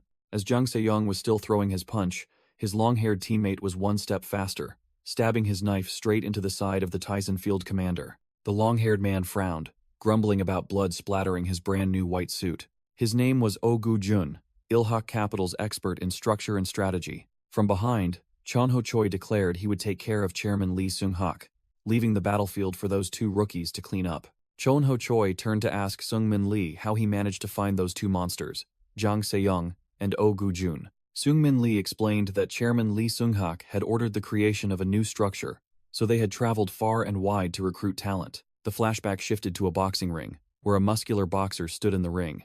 The first person they found was Jang Se-young, a professional ranked boxer. Se-young's career was on the rise when a sudden accident cost him one of his eyes. Right before a sparring match, his opponent allegedly played dirty, landing a bare-knuckle punch to Se-young's face. Se-young's coach screamed in panic as he saw him collapse, blood streaming from his eye. His athletic career ended so absurdly, his hand clutching his injured eye in pain. Seung-min Lee confirmed that Chairman Lee Seung-hak must have heard this story, while Se-young still furiously screamed for a fight to the death. The culprit that year was none other than Taehyung Ryu, who was furiously shouting for another solo fight despite everyone trying to stop him. Back in the present, Chon Ho-choi wondered if Se-young was seeking revenge, but Seung-min Lee denied it. Seung-min Lee said the opposite was true. Revenge was their goal. The introduction shifted to Oh Gu-jun, the son of the first-generation Nine Blades, Oh Ming-wan. From a distance, Zion was observing, looking amused, and wondering if these were the new Nine Blades that the other faction was hiding. Jang Se-young and Oh Gu-jun teamed up to sweep away Taison's low-level thugs with ease. Zion was still watching the action when Boris stealthily approached from behind, swinging his axe to crush his skull, but Zion calmly said, "Too bad. I've been learning a bit of English lately." Zion looked directly at Boris's swinging axe, calmly taunting, "Hey, take it easy and lie down. At this rate, you might actually bite the dust." He continued with a cold expression, uttering a chilling remark.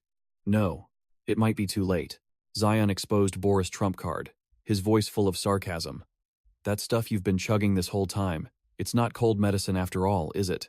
Suddenly, a bandaged thug rushed out and tightly embraced Zion from behind, shouting triumphantly, "Got him! I got him, Nobu." Boris grinned savagely, ordering his subordinate, "Hold him tight," and Boris swung his axe high, roaring a threat at his subordinate. "If you let go, you're dead for sure." The subordinate holding Zion suddenly his eyes widened in horror, realizing something was wrong. Crack! Zion stomped on the subordinate's foot, beginning his counterattack. Zion used the subordinate's body as a lever, flung him to the ground, and turned him into a perfect human shield. Boris, his eyes wild with frenzy, could no longer stop his fatal axe swing. The subordinate only managed to let out a desperate scream as he saw the axe blade hurtling straight towards his face. "Hey, stop!" Slash!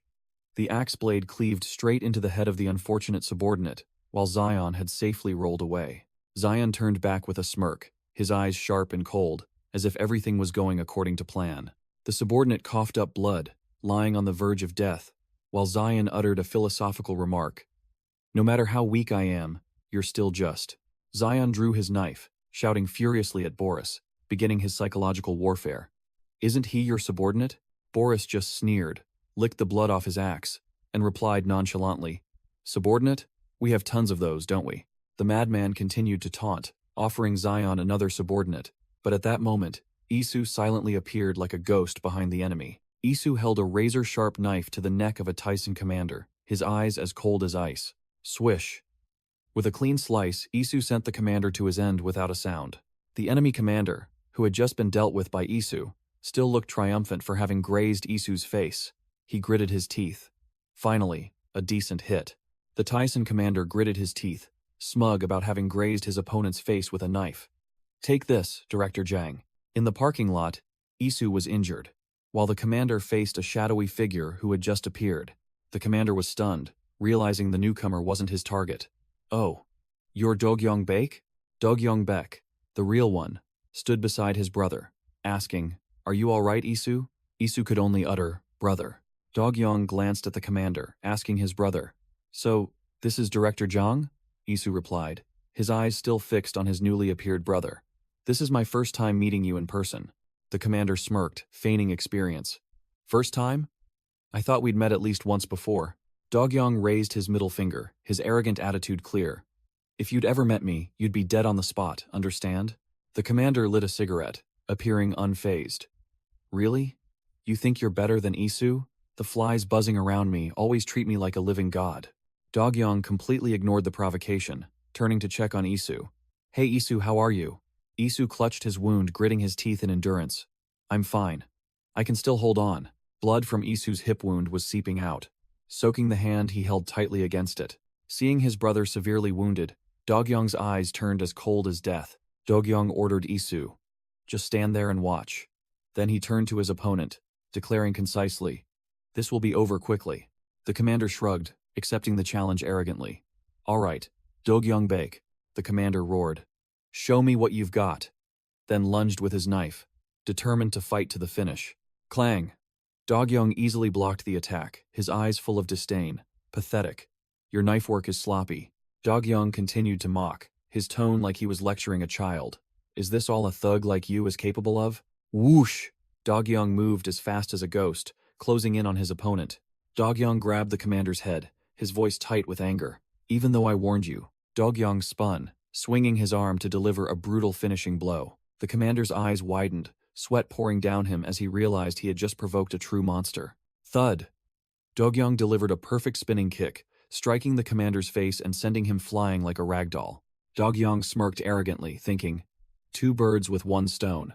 The commander's face was disfigured, blood pouring from his mouth, his eyes revealing sheer terror at the overwhelming power. Thinking it was over, the commander surprisingly managed to get back up, unexpectedly lunging to attack Dogyong from behind. Whoosh!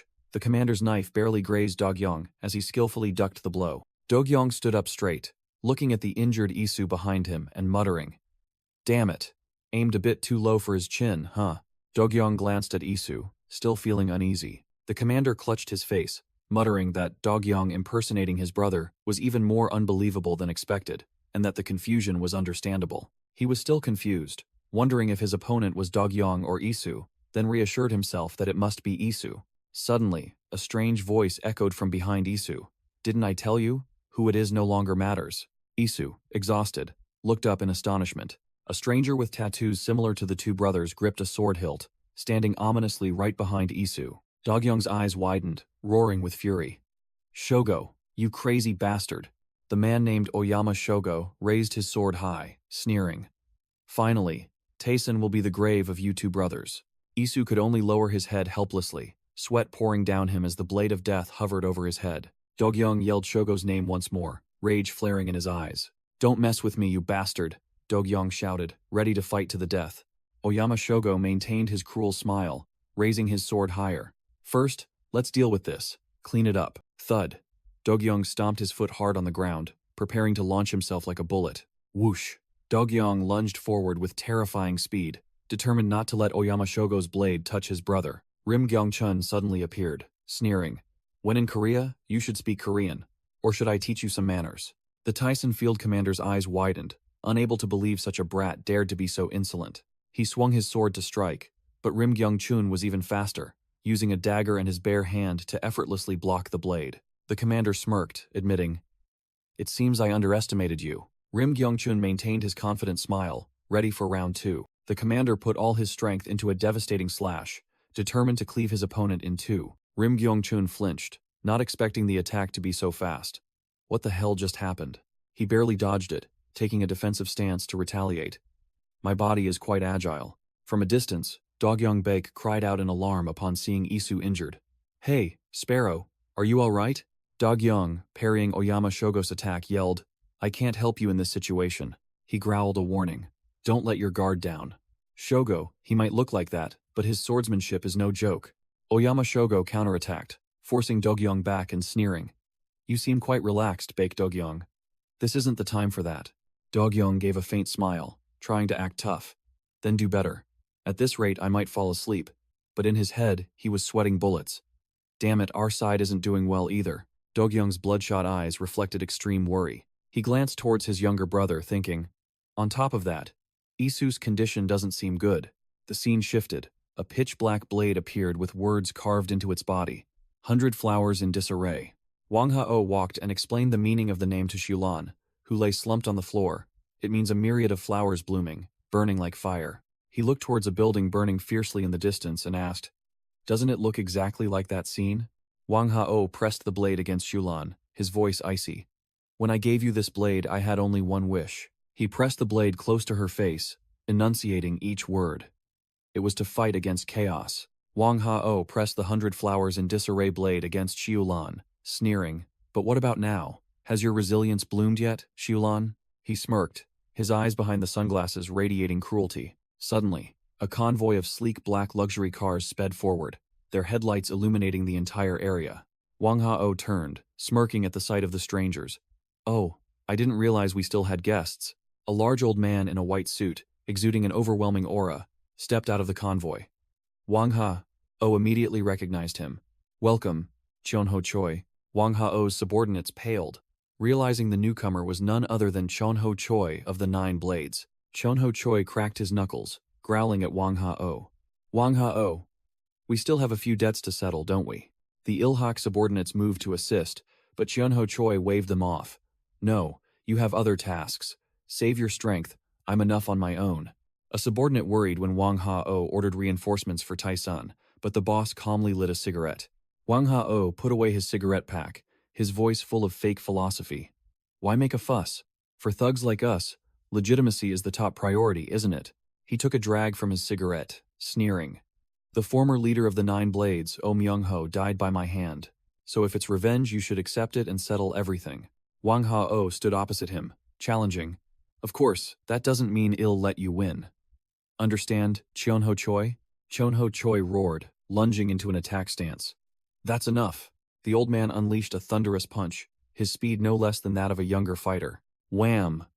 Wang Hao raised his arm to block the blow, the immense impact shaking the air. Wang Hao counterattacked with a hook punch that landed squarely on Chonho Choi's face, sending blood splattering. Despite the hit, Chonho Choi stood firm as a rock, gripping Wang Hao's arm tightly. Thud! The old man used pure strength to slam Wang Hao to the ground with a clean takedown. Wang Hao lay sprawled on the ground, while Chonho Choi stood tall, ready for the finishing blow. Xiulan and the subordinates were stunned, unable to believe their eyes. The opponent is Chonho Choi? Is Boss Wang really soloing that old man? Cui Jianhao stood tall, truly a legend who once stood at the pinnacle of Seoul. Wang Hao, holding a modified knife, taunted. "Hey, old man." He swung his knife, mocking. "Still got strength? Looks like you're still a government dog, huh?" Wang Hao raised his knife, with a challenging expression.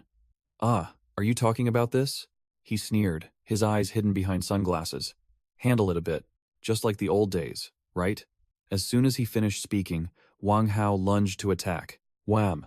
Cui Jianhao didn't flinch, throwing a straight punch that blocked his opponent's knife. Wang Hao spun around, swinging his knife in a rather dangerous arc, aiming directly at the old man. Cui Jianhao kept his cool, raising his gloved hand, ready to grab or parry. Clang! The blade and glove clashed. Cui Jianhao used his arm to deflect the attack. The old man's eyes shone with intense focus, without a hint of carelessness. Whoosh! Wang Hao slashed in a wide arc, but Cui Jianhao leaned back, dodging it by a hair's breadth. The old man stood firm as a rock, showing that his experience and reflexes hadn't faded with age. Wang Hao looked annoyed, feeling irritated now. "Aren't you? That's how it is here." He looked down at his fist, as if wondering why his attacks weren't working. Thud! Cui Jianhao seized the opportunity, delivering a powerful blow that sent Wang Hao flying backward. Wang Hao was sent flying, while a slash just grazed Cui Jianhao's hip. Their weapons almost clashed. Sprawled on the ground, Wang Hao burst out laughing gleefully. "Haha, did you see that crazy show?" He stood up, looking at Cui Jianhao with a mix of admiration and provocation. "Cui Jianhao's skills have improved again?" Cui Jianhao replied coldly. "No, it's because you've gotten dull, Wang Hao. Both you and I are just old men with time breathing down our necks." Wang Hao started playing mind games, asking Cui Jianhao, "Do you still remember Myung-hwan?" He growled, suggesting that Cui Jianhao was also here to avenge that man. Cui Jianhao coldly turned his back. "Revenge is no longer my responsibility." Wang Hao was stunned. The old man declared decisively, "In this new era, there's no place for you and me. And no place for revenge either." Wang Hao warned, "Just you wait. A sharp blade aimed at you is already at your throat." Meanwhile, in another corner, Zion grabbed a Tyson soldier, using him as a human shield. Zion finished off his prey, clicking his tongue because the other side seemed to be pressed for time too. regretting not being able to clear out more. Suddenly, an axe chopped down right in front of Zion, almost hitting him. Onizuka Nobuhiro, the Oni of Oyama, swung his axe with insane strength, shouting, "Hey, aren't you tired yet?" He roared furiously, not understanding how Zion could still stand after his attacks. Zion took a defensive stance, muttering that he needed to get to the captain quickly, but a large figure blocked his path.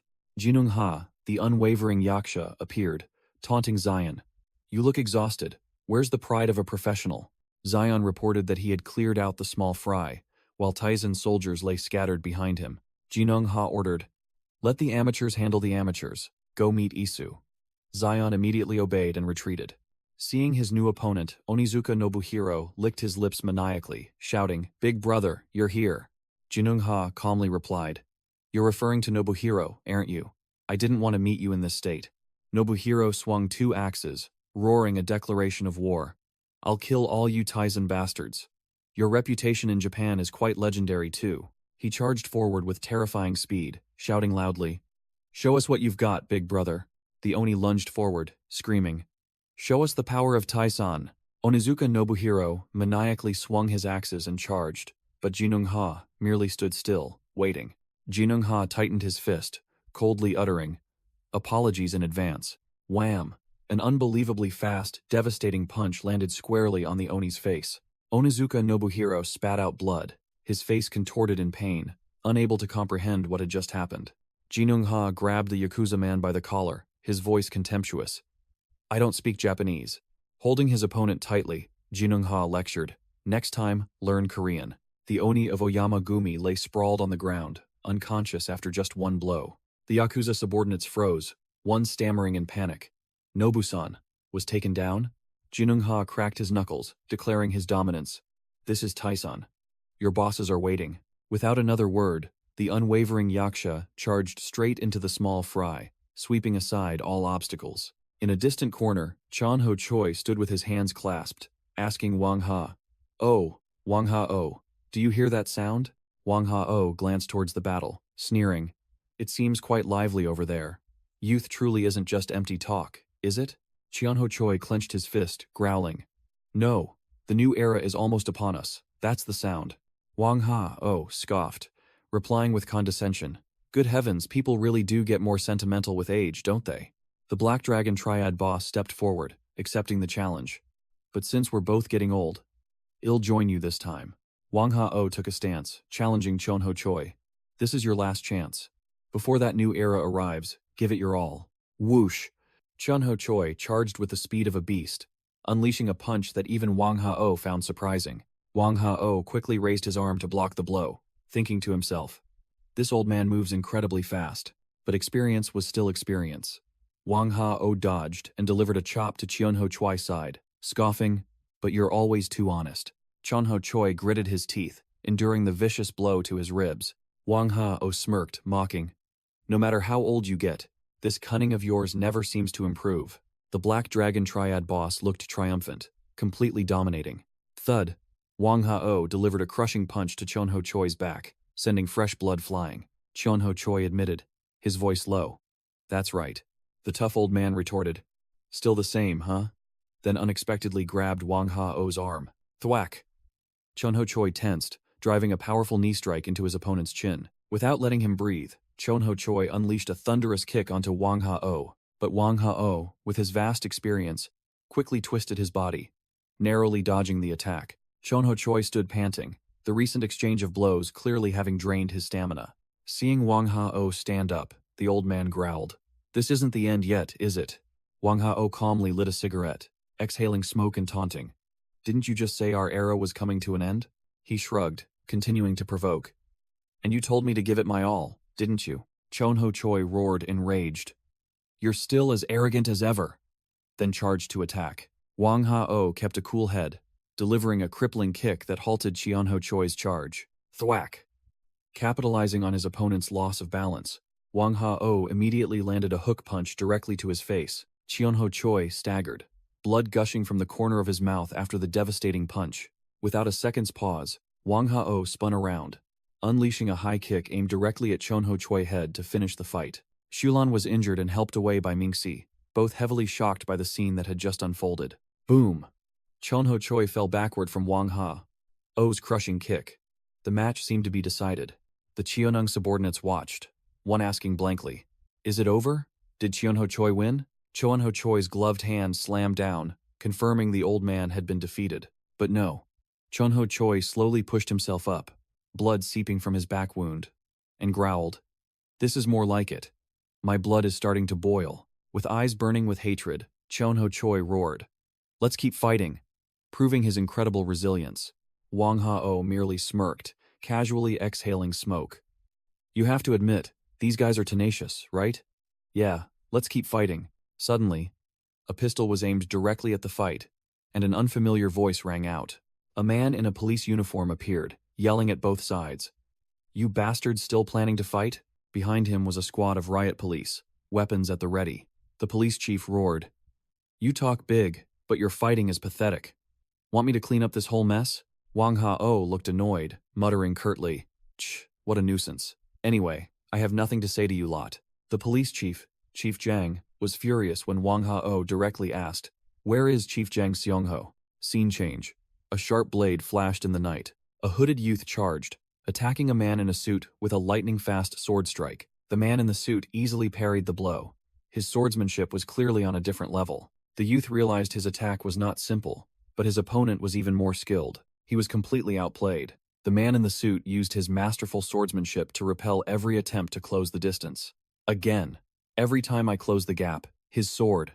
The swordsman in the suit stood still, a provocative smirk on his face. "Kid, is that all you've got? Come on, try again if you dare." Provoked, the youth said nothing, immediately charging forward to attack again, refusing to give up.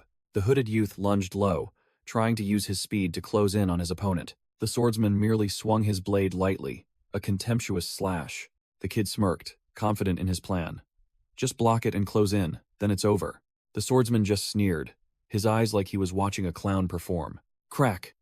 The youth's blade shattered against the opponent's power. Instantly, a hand as hard as steel gripped the back of his neck from behind.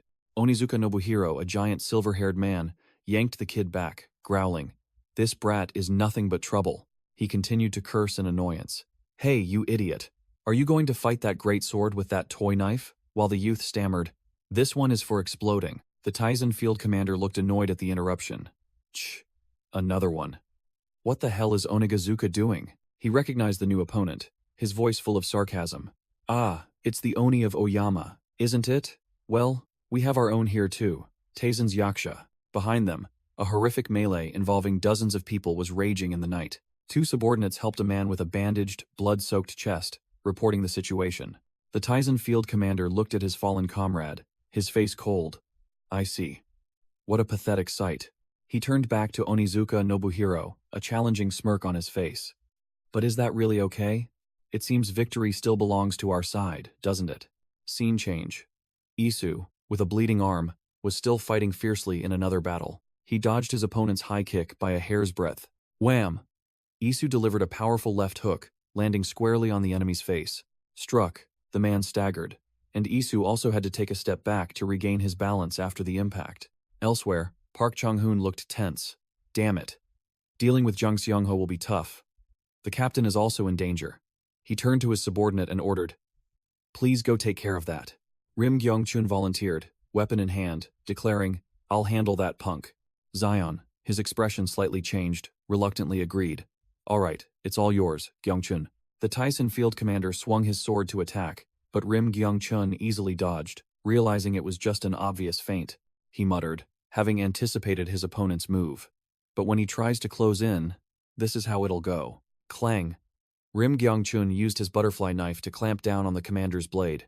He grinned triumphantly, thinking he had locked the enemy's weapon. "Got you, you brat." The Taizan field commander merely smirked, acknowledging that the kid had some skill. He mocked, "But now both your hands are empty, aren't they, kid?" Then sent Rim Gyeong-chun flying with a kick. Sent flying, Rim Gyeong-chun muttered bitterly, I really thought this move would work." But then he smiled again, pulling out a butterfly knife. "Even so, now you know what makes this knife different." The Tyson field commander smirked, revealing his secret. Azubai is left-handed. He explained his strategy. "I use my right hand to deliver slow, direct attacks to lure the enemy. Then, I use my left hand to change the trajectory, putting power into both hands. The slash gained both speed and accuracy, lunging straight for Rim Gyung-chun, who was caught off guard. The Tizen field commander realized his opponent had read him. "Looks like you figured something out, huh?" His expression turned ruthless, and he growled. "Stop babbling and show me what you've got." Blood gushed from Rim Gyung-chun's head, but his eyes remained unwavering. Completely overwhelmed, Rim Gyung-chun fell to the ground, his voice trembling as he called out the name of a terrifying force. "Oyama!" Without hesitation, the Tyson field commander swung his sword down, preparing to finish off his prey. The Yakuza commander tightened his grip on the sword hilt, preparing to deliver the finishing blow. Clang! Rim Gyung-chun desperately used his dagger and his arm to block the katana, stunning the commander. Left-handed, but still inexperienced, the commander grabbed Rim Gyung-chun's hair, his face showing clear contempt. He held another knife to the kid's throat, growling. "What do you plan to do in this situation?" Rim Gyung-chun gritted his teeth, admitting he was completely outmatched in strength. Suddenly, another tattooed arm appeared. Isu had already seized the commander, holding a knife to his throat. Quick flashback. The commander swung his sword at Isu, but only cut through air. Isu easily blocked his opponent's sword swing with his bare hand. The commander, now revealed to be Oyama Shogo, froze when Isu seized his sword-wielding wrist. Isu broke Shogo's arm in an instant, coldly declaring, "I told you, Oyama Shogo." Shogo collapsed but still struggled to his feet with a knife in hand, his eyes wild. "Your fate is to die by my hand." Isu didn't bother to say more, lunging and grabbing Shogo's knife-wielding wrist. He easily twisted Shogo's arm back, completely incapacitating the Yakuza boss. Back in the present, as Isu was restraining Shogo, another of Oyama's main enforcers, Onizuka Nobuhiro, appeared. But the one who drew attention was another man, Oyama Kenji, who was roaring with laughter at the sight of his subordinate being taken hostage. Oyama Kenji threw his head back and let out a long, insane laugh, with no intention of rescuing his comrade. He pointed at the restrained Shogo, roaring, "How dare you bring this disgrace upon me? Do you even know what the hell you're doing?" Oyama Kenji turned to Isu, his eyes blazing, and shouted his name. "Bake Isu." Isu grabbed Shogo by the collar, completely bewildered by the situation. Did he just say sorry? Isu, his face covered in blood, his hand gripping the knife tightly, smirked, admitting he had taken a hit, but declaring the battle would continue. Isu lunged to attack, but Oyama Kenji was already waiting, completely unfazed. Oyama Kenji burst into insane laughter, mocking Isu, while also expressing astonishment that Shogo dared to cut off his own finger as an apology. The blades of both sides clashed, sparks flying. Kenji secretly acknowledged Isu's skill, seeing him continue to fight despite such injuries. Kenji delivered a direct kick to Isu, growling, "I told you not to ignore me. You look pathetic." A devastating kick sent Isu flying backward, losing his balance. Despite being overwhelmed, Isu quickly spun around and landed, preparing for the next exchange. Kenji closed in with terrifying speed, his sharp blade pressed against Isu's face. The Yakuza boss delivered a decisive slash, giving his opponent no time to breathe. Isu collapsed, his hands trembling, bitterly admitting that his opponent had read him too quickly. From the shadows, Zion observed, thinking, "This time, I'm really about to lose." Isu lay on the floor, recognizing Zion's presence and muttering, "Li Xian, right, you're here too." Oyama Kenji adjusted his tie, knife in hand, muttering that nothing ever ends easily. He drew his pistol, his eyes icy, considering sweeping everyone clean as he did last time. Meanwhile, Zion hid behind a pillar, knife in hand, his mind completely focused on his own mission. "This time, I will definitely kill Zhang Shengho." Suddenly, a pair of luxurious dress shoes stepped into frame, and an unfamiliar voice rang out. "That's impossible." A blonde-haired man wearing glasses appeared, looking directly at Zion and warning, "If you do that, we'll be in big trouble." Oyama Kenji was stunned, growling at the uninvited guest. "What the hell? Who are you? Are you with Oyama too?"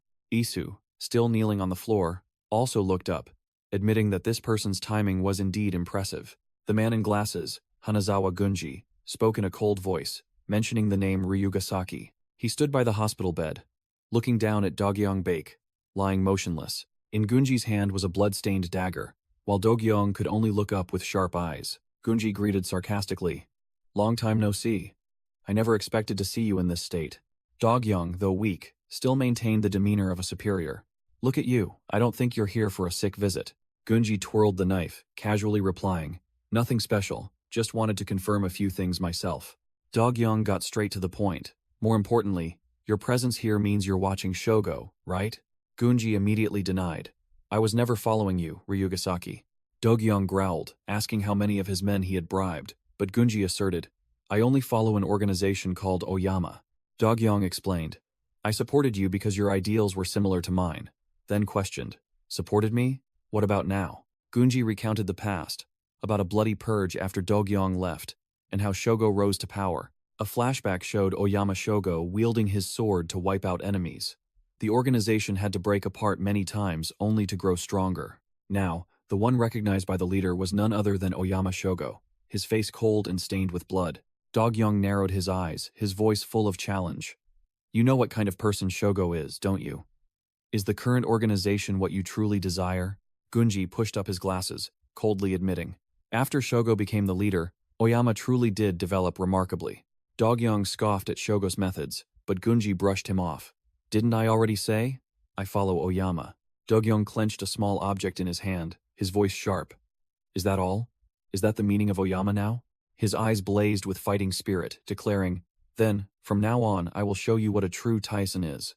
Gunji looked directly at Dogyong, understanding his intention, but flatly refusing. Ryugasaki, I understand what you mean, but I cannot be your strength. Gunji approached Chief Jang, hinting that Dogyong Baek might be the only strength he needed right now. His name is Hanazawa Gunji, representative of Chairman Oyama Tetsuji. Gunji handed the phone to Chief Jang, announcing that Chairman Tetsuji wanted to speak directly. A voice from the phone rang out, demanding that both Dogyong Baek and Oyama Shogo, who were in a standoff, stop. Dogyong Baek was stunned, recognizing the voice of the man he called father. The phone screen confirmed the call was from Oyama. Gunji smiled smugly, apologizing to Chief Jang for the somewhat rude greeting. From the other end of the line, a dignified elder sitting in a Japanese-style room declared, I am Tetsuji Oyama. Tetsuji asked Gunji if his sons were there, and Gunji confirmed one was standing right in front of him. Oyama Shogo also looked up, calling out father with a complex tone. Oyama Tetsuji questioned Gunji about what he was doing with his son, and Gunji replied that they had many things to discuss. Oyama Tetsuji coldly warned Gunji to choose his words carefully. The Yakuza boss threatened directly that if the answer was unsatisfactory, Gunji would have to settle accounts with him personally. Putting out his cigarette, Oyama Tetsuji affirmed that both Dogyong Baek and Shogo were his beloved sons. Oyama Tetsuji stated directly that even if there were family disputes, he didn't want Chief Jang involved in this matter. The boss made his final decision. Everyone disperse and go their separate ways. To compensate for the trouble his sons caused, Oyama Tetsuji offered to give Chief Jang ownership of the hotel. Gunji was stunned by the immense gift, while Oyama Tetsuji merely called it a trifle. Oyama Tetsuji concluded, This means Oyama will support the One Sink project. Over the phone, Oyama Tetsuji casually threw out a question. What if I refuse? Accompanied by a threat to personally come and resolve it. Chief Jang, with a bruised face, heard the warning that the next time they met, they would no longer be friends. Gunji directly asked if they should stop, but the boss's answer was no.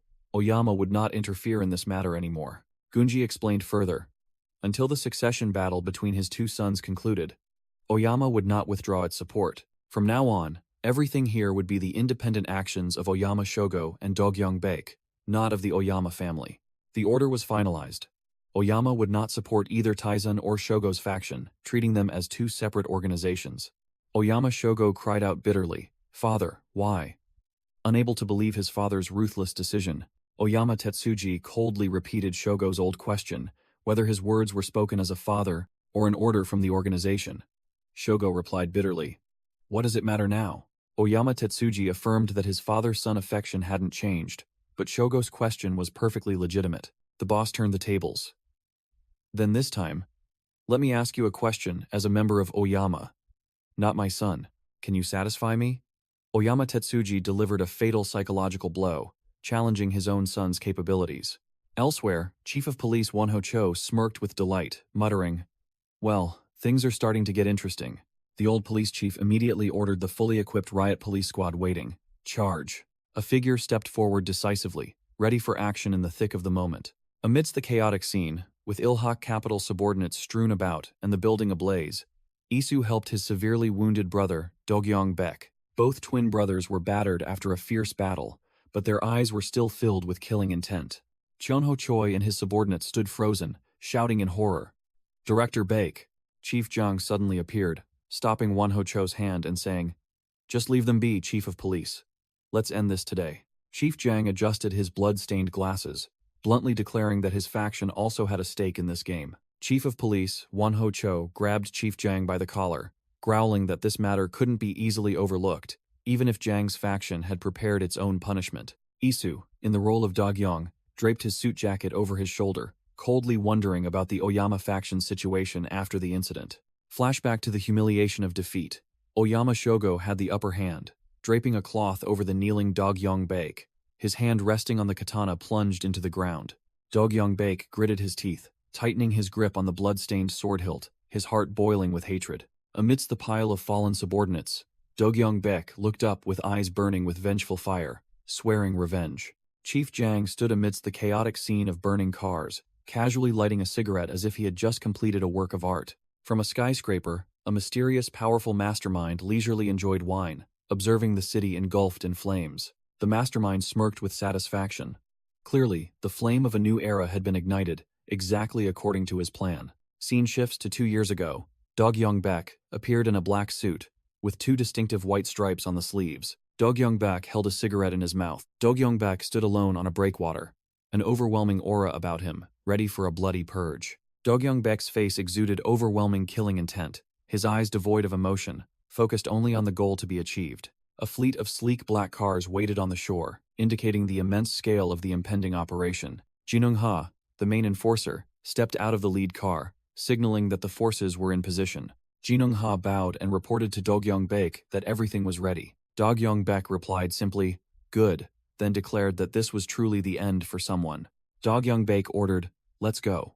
His target was none other than his own younger brother. To Isu. Back to the present. 2 months after the hotel fire, a press conference packed with reporters was underway, camera flashes going off incessantly. Chief of Police Wanho Cho began his speech before the assembled reporters. He solemnly declared to all citizens a serious security issue. The incident mentioned was the tragic hotel fire in Hanam-dong, with a forest of cameras pointed at him. From behind, Chief Jiang stood with his arms crossed, watching, his eyes full of calculation. Wanho Cho cleared his throat, seemingly trying to steer the narrative. "Excuse me, let me clarify." He began his speech, denying rumors that the fire was gang warfare, calling them baseless rumors causing panic. He continued to prevaricate, admitting the involvement of gang members, but concluding it was difficult to classify it as an organized conflict. The police announced they had arrested the main suspect in the case, causing the reporters to buzz even more. Isu, impersonating Dogyong Baek, was escorted through the airport by police like a pawn, displayed for the whole world to see. A reporter, not buying the act, raised a hand to question the countermeasures against the escalating gang violence in Seoul. Wanho Cho slammed his hand on the podium, his voice hardening, declaring Seoul was in a state of emergency, and these acts of terrorism would be suppressed. He officially announced a special security operation named One Sink, a true media bombshell. At the same time, in a bar, the One Sink Special Forces had moved in, wiping out a group of thugs, one of whom was pleading for his life in vain. This operation was a combination of military and police, and a One Sink operative was punching a tattooed ringleader in the face. The operative looked at the trembling small fries and uttered a sarcastic remark. "Why do you thugs always have to get beaten before you listen?" Park Chung-hoon, the One Sink captain, pointed at a frightened survivor. Are you listening?" He smirked, ordering imperiously. "From now on, you're the boss here. Understood?" The thug stuttered in fear, and before he could collect himself, Park Chung-hoon lost patience. "Then the one behind you will do it." Hearing that, the thug hastily knelt down, frantically accepting, "No, I'll do it. What do I have to do?" Park Chung-hoon ordered the new puppet boss. "You have to do everything I tell you." The bald boss opened the bag, his face changing color at what he saw inside. He tremblingly picked up a package of white goods, completely shocked. Park Chung-hoon declared coldly, "We'll bring you goods every month. You just convert it into money." The One Sink captain smirked, his voice full of authority. "The mission is simple. Understood?" Scene change. A hand pinned the One Sink logo onto a map of Seoul, affirming that the situation had changed. Taehyung Ryu, the Jorong gang boss, stood before a group of big shots and asked, "Does everyone understand?" The room was filled with notorious figures of Seoul's underworld. The Ilhak faction, the Cheonung faction, and the HHS faction were all present, listening in silence. Seungmin Lee, the head of Ilhak Capital, raised his hand politely. "Sir, I don't understand anything." Taehyung Ryu rubbed his temple, seemingly exasperated with the newcomers. but still patiently said, "Listen, I'll explain it one more time." He pointed at the map. Previously, Seoul's underworld was maintained by 5 major organizations under the name Chongho. He used a pen to cross out the old map. But when Chongho collapsed, the organizations were restructured. Yu Hua-cha and Seung-min Lee listened intently as Tae Hae-young explained. In the process, Tae-sun merged several factions, including Ilhak and Chonung. He continued. But Oyama from Japan jumped in, swallowed Jorong, and with the cooperation of Chonung, Taizan, and the government, they proposed one sink. Taehyung Ryu concluded, pointing at 2 opposing areas on the map. Therefore, the 2 dominant powers in Seoul right now are One Sink and Taesan. Seung-min Lee pushed up his glasses, muttering. Song Ho-jung's original plan for One Sink was to unify Seoul. To put it bluntly, seize control of everything. Taehyung Ryu confirmed, "That's right. Currently, we also consider ourselves a significant organization." He explained the dirty business mechanism. One Sink condones the illegal activities of its affiliated organizations, so the scale of income for each party varies greatly. A diagram appeared, showing all the dirty money from affiliated organizations flowing into the One Sink center, then getting redistributed. Seung-min Lee questioned the nature of One Sink. So government officials? Something like that? And Oh Gu-jun confirmed. Something similar. Seong-jang interjected, with a sarcastic tone. That's why some branches are willing to join One Sink. Opportunists are everywhere, damn it. Seung-min Lee pondered, assessing the situation. At this rate, One Sink's scale will continue to expand. Above all, there's still the biggest variable, Gangnam-gu. The map appeared, highlighting HHS's territory in Gangnam. Seung-min Lee spoke directly. HHS. Hae Sung-han still hasn't made a move. Yu Hua-cha crossed her arms, looking puzzled. I thought he'd join us, his Taehyung Raya's friend after all. But he didn't even bother to come to the hotel that day. Seung-min Lee stared into space, made a bold proposal. So, what I mean is, why don't we make the first move? He explained the move.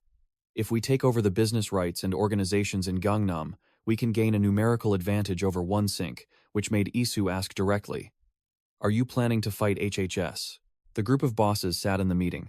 Seung-min Lee replied, We will avoid unnecessary clashes as much as possible. We need to build up our forces to confront One Sink. But Isu still questioned. How can we take over business rights without clashing? Seung-min Lee smirked confidently, turning to Yu Hua-cha. Chairman Yu Hua-cha, have you forgotten? I have a legitimate excuse. Taehyung Ryu stood before the old map, reminiscing about the Golden Age. In the past, Chonung, Jorang, and HHS were all organizations under our Ilhak. Seung-min Lee clenched his fist, his eyes sharp. And now, with Taesan under our control, Ilhak has risen once again. The entire Ilhak group, including Seung-min Lee, Cheon-ho Choi, Seong-jang, and Oh Gu-jun, were present. Seung-min Lee declared with domineering aura, Ilhak has returned to Seoul. Seong-jang explained the plan. Many affiliated organizations in Gangnam were once part of Ilhak. Cheon-ho Choi and Gudo planned to go to Gangnam to reclaim them. Isu narrowed his eyes, bluntly pouring cold water on the idea. Well, that's one way. But it's too late now. Seong-jang angrily slapped Oh Gu-jun's shoulder, growling. Besides, how many organizations still recognize Ilhak's legitimacy now, which made Oh Gu-jun only remain silent? Isu stood up, cut off the argument, giving a decisive order. Let's do it this way. Ilhak will make the first move, as the chairman suggested. But this time, Tyson will act separately. Isu adjusted his lapel, declared his role in the game.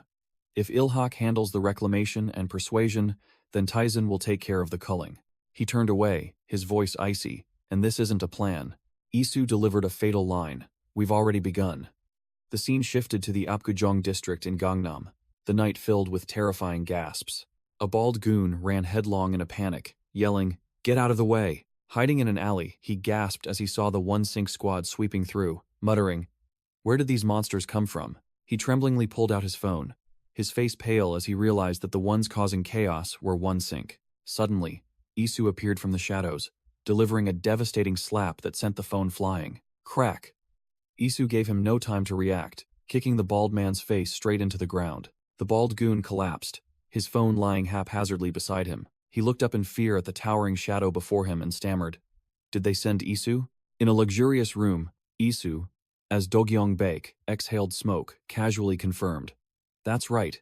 He said he'd crush them himself, so I told him to go ahead. A white-suit Taizan executive anxiously objected. I don't think that's a good idea. It's too reckless. Isu turned back, his eyes sharp and cold. Reckless? We are at war, Chairman. If they dare bare their fangs, crushing them is only natural, he added, his voice full of confidence. And Zion is also following, so he's not alone. Yu Huacha spoke up, showing concern. Even so, he was injured less than 2 months ago, but another executive reassured that the injury was not an issue. Isu clenched his fist, his eyes darkened. Furthermore, the problem is the rage inside him. The scene returned to the alley. Isu grabbed the bald man's head, while his voice from the meeting room echoed. Because of that rage, we must leave him be for now.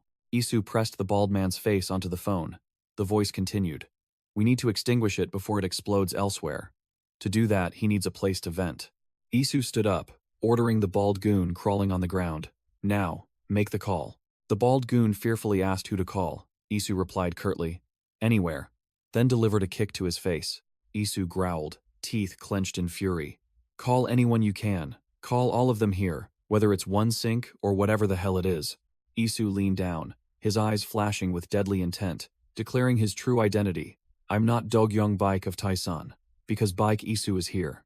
After Isu declared his identity, the scene shifts to a meeting room, where a man extinguishes his cigarette with the tip of his shoe. Lee Hungu, who introduced himself as a field operative for the Taizan Alliance, stepped forward to announce a special lecture. In the meeting room, Zhang Xiang appeared excited, echoing Lee Hungu's boasts that the new recruits knew nothing about Seoul. Lee Hungu began his lecture flamboyantly, stating that the first thing to know was the power and history of each organization's executives. Zhang Se-young continued to flatter him, praising Lee Hungu's coolness as he boasted that he had personally participated in battles and assigned ranks to each individual. Oh Gujun couldn't stand it, slamming the table and growling that Lee Hungu was making too much of a spectacle. Zhang Se-young immediately intervened, grabbing Oh Gujun by the collar and demanding, "What's wrong with you, Gujun?" While Lee Hungu turned away with an awkward expression, Zhang Se-young winked, smirking at Oh Gujun, telling him to just listen because he thought it would be fun. Oh Gujun glared at his colleague, gritting his teeth and calling out, "Zhang Se-young, what the hell are you doing?" Zhang Se-young ignored him, turning to ask Lee Hungu if they would also be ranked, making the one-eyed man flustered. Lee Hungu stammered as he rechecked the information on his tablet, saying that the data was only from the hotel battle and needed further verification. He announced the current rankings. Zhang Se-young was ranked B+, while Oh Gujun was ranked B. Zhang Se-young wondered if B+ was a high rank, and Lee Hungu explained that he received bonus points for his track record against Taehyung Ryu. Lee Hungu added that a leader of such a large organization was automatically ranked A, and Zhang Se-young appeared extremely pleased with this information. Oh Gujun sat silently with his arms crossed, his face expressionless, clearly uninterested in these trivial rankings. Click. The meeting room door suddenly opened, and a deep voice echoed, "This meeting room is quite noisy." A large, gray-haired old man in a white vest stepped in, his imposing aura dominating the room. "Are you boys discussing something interesting?" Lee Hungu and Zhang Se-young startled and turned around, but Oh Gujun remained seated, his sharp gaze fixed on the newcomer. Lee Hungu broke into a sweat, explaining to the two new recruits. Chonho Choi, a man who once nearly reached the pinnacle of Seoul, though his golden age has passed still. Lee Hungu pointed towards the elder, his voice filled with respect. Based on recent achievements, he's ranked A+, which left Zhang Se-young gaping in astonishment. Zhang Se-young gaped when he learned that the old man, Chonho Choi of Ilhak Capital, was ranked A+, a completely different league. Oh Gujun didn't care, turning to order Chonho Choi directly. "Get ready, our territory will be expanding into Gangnam." Chonho Choi frowned and questioned him, but Oh Gujun merely smirked meaningfully, clearly showing his superior attitude. Lee Hungu awkwardly explained that currently, the highest-ranked individual was Dogyong Baek, former vice boss of Oyama and master of Taisan. Zhang Se-young slung an arm around Lee Hungu, showing interest in the ranking game. "Sounds fun." With a self-satisfied smile, Zhang Se-young asked directly, "So what's my rank?" The scene shifts. A Japanese-style door slides open, signaling an important meeting about to begin. A man in traditional attire entered the room, and the atmosphere immediately became solemn. He bowed to an elderly man seated at the head of the table, the Taisan chairman. The entire room was filled with Taisan's high-ranking executives, all sitting in silent anticipation. A man wearing glasses stood up, announcing that there would be a dedicated secretary-general for this event. He bowed deeply, stating concisely, "Given the situation and location, I will keep it brief." He looked up and introduced himself. I am Hanazawa Gunji of Oyamagumi, and I will serve as the Secretary General. The scene shifts. The final boss, Oyama Tetsuji, is in a room, giving orders over the phone. You wish to remain in South Korea. On the other end of the line, Gunji, being escorted, asked his boss directly, Mr. Dog-young Bake, are you finally going to abandon Shogo? Oyama Tetsuji coldly confirmed. That is why you must remain in South Korea. Gunji stood before the Taizen Council, relaying the final boss's orders. You will oversee everything as my special envoy. It turned out that Gunji, director of strategic planning for the Oyama Group, was only ranked B. Gunji bowed before the Taizen chairman, explaining, as expected, I cannot abandon both of my sons. He presented something, perhaps a letter, to the Taizen chairman, who silently observed with an inscrutable gaze. Oyama Tetsuji ordered Gunji, who was bowing low, that he could assist Oyama Shogo. Elder boss Oyama Tetsuji poured wine, while Oyama Shogo's profile appeared, rank A+, a key member of the Oyama Gumi. At a rather important meeting, Wee Chung-ho, a representative of Chonung, looked puzzled. What is this? Gu Chang-jun, another veteran of Chonung, quickly reminded him. He can hear you, Chung-ho. Gunji faced another boss, calling out his name directly, Wang Ha-o. Gunji drained his glass, understanding that for Shogo to establish himself in Korea, he would need this man's help. Wang Ha-o, CEO of Chonung, the Southwest branch boss, rank S, revealed a cunning and unpredictable expression.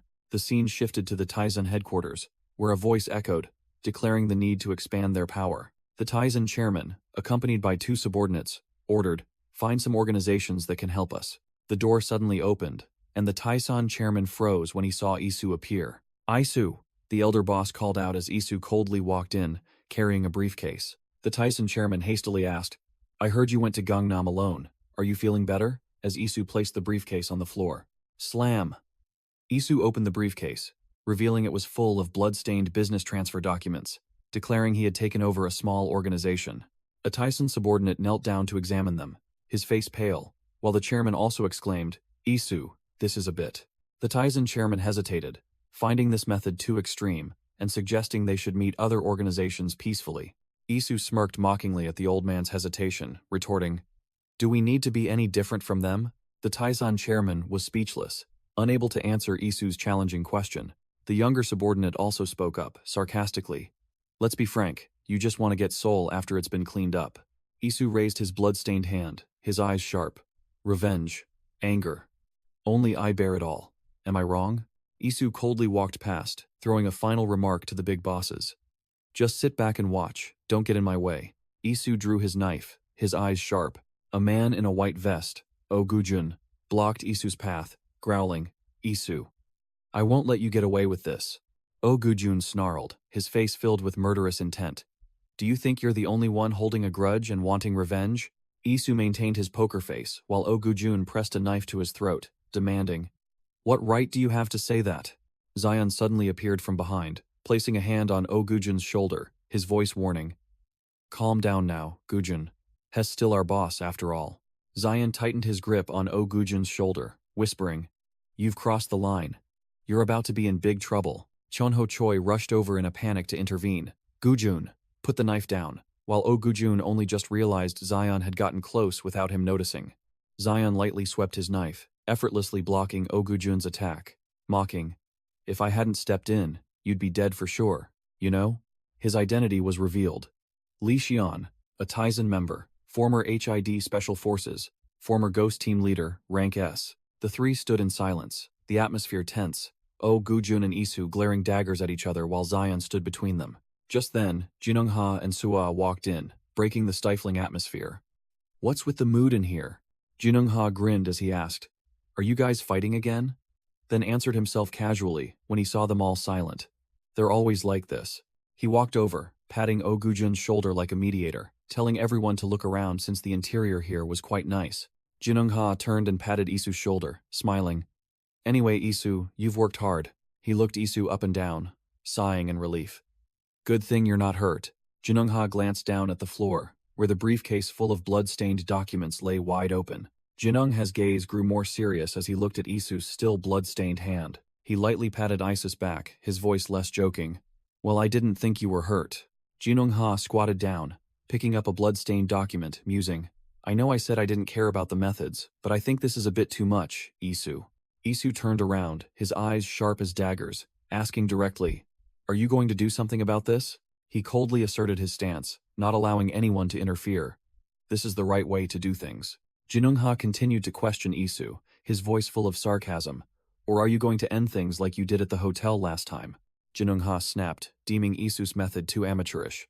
Then you should have cleaned them all up properly, shouldn't you? Isu exploded, shouting his opinion. That's right. I should have killed them all. That's our mission. While yelling, I want to kill them all and die with them. Isu was immediately met with a devastating punch from Jinungha. The powerful punch made Isu stagger, losing his balance. Jinungha didn't give Isu a chance to recover, continuing to charge and attack. Jinungha, a Taishan member, former Wakagashira of Oyamagumi, rank S+, growled, asking Isu if he truly wanted to seek that out. Isu sat on the floor, wiping a streak of blood from his mouth, his gaze unwavering. His profile appeared. Baek Isu, former HID Special Forces soldier, infiltrated North Korea 12 times. The profile continued to assert Isu's status. Currently, the pinnacle of Seoul, the shadow boss of Taishan, an undisputed rank X. Chunho Choi rushed over to intervene with Jinungha, but Isu had already stood up, blocking the old man's path.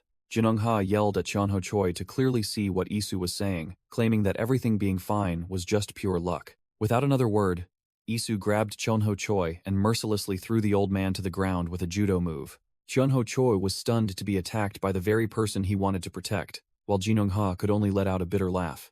Jinungha provoked Isu, reminding him it had been a while since he'd taken a beating and asking if he wanted to reminisce about old times. Isu smirked, clenching his bloodied hand, challenging him. Go ahead and try.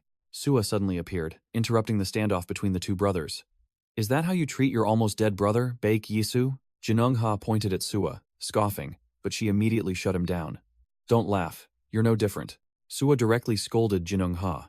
Were you planning to pretend to collapse if you lost to your younger brother, then punch him once? Sua continued to reprimand both of them, while the Ilhak subordinates hastily helped Chunho Choi up and retreated.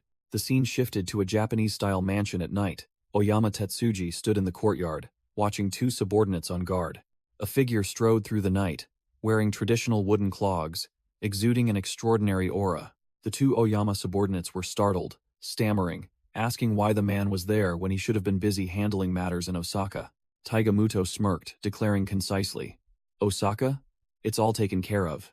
He turned his back, his aura completely overwhelming the two guards, asking directly, Is the old man inside? One guard tried to stop him, saying that Oyama Tetsuji wasn't seeing anyone, but Taigamuto clenched his fist, growling. I'm not just anyone, he sneered challengingly, his eyes seeming to ask, Are you going to stop me? Inside, Oyama Tetsuji calmly placed a game piece on the board. In the silent room, the old Yakuza boss sat alone playing a game of Go, with the demeanor of an old fox. Oyama Tetsuji looked up, his sharp gaze showing no surprise. The unfamiliar man had entered the room, looking down at the old boss and mocking. I thought you were locked away, but it turns out you're just an old man. Oyama Tetsuji remained calm, asking Taigamuto what brought him all the way to Tokyo and if he was done with Osaka. Taigamuto placed a hand on Oyama Tetsuji's shoulder, feigning familiarity. Don't worry about that, brother. He sat down, introducing himself as Taigamuto, Tetsuji's right-hand man, and boasted of having pacified Osaka in Oyama's name. Oyama Tetsuji gave a faint smile at the display, remarking, Conquest, you say? You haven't changed at all. Taigamuto leaned his face close to the Go board, asking the old man if he was replaying an old game. He smirked maliciously, pointing at a piece, asking permission to take one.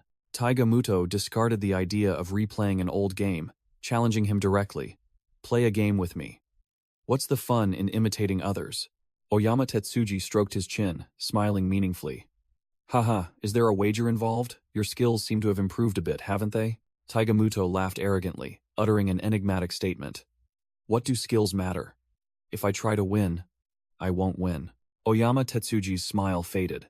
His eyes turned cold upon hearing the formidable subordinate's enigmatic words. Taigamuto placed a piece, making a very bold wager. That's right. If I win, I'll leave Oyama.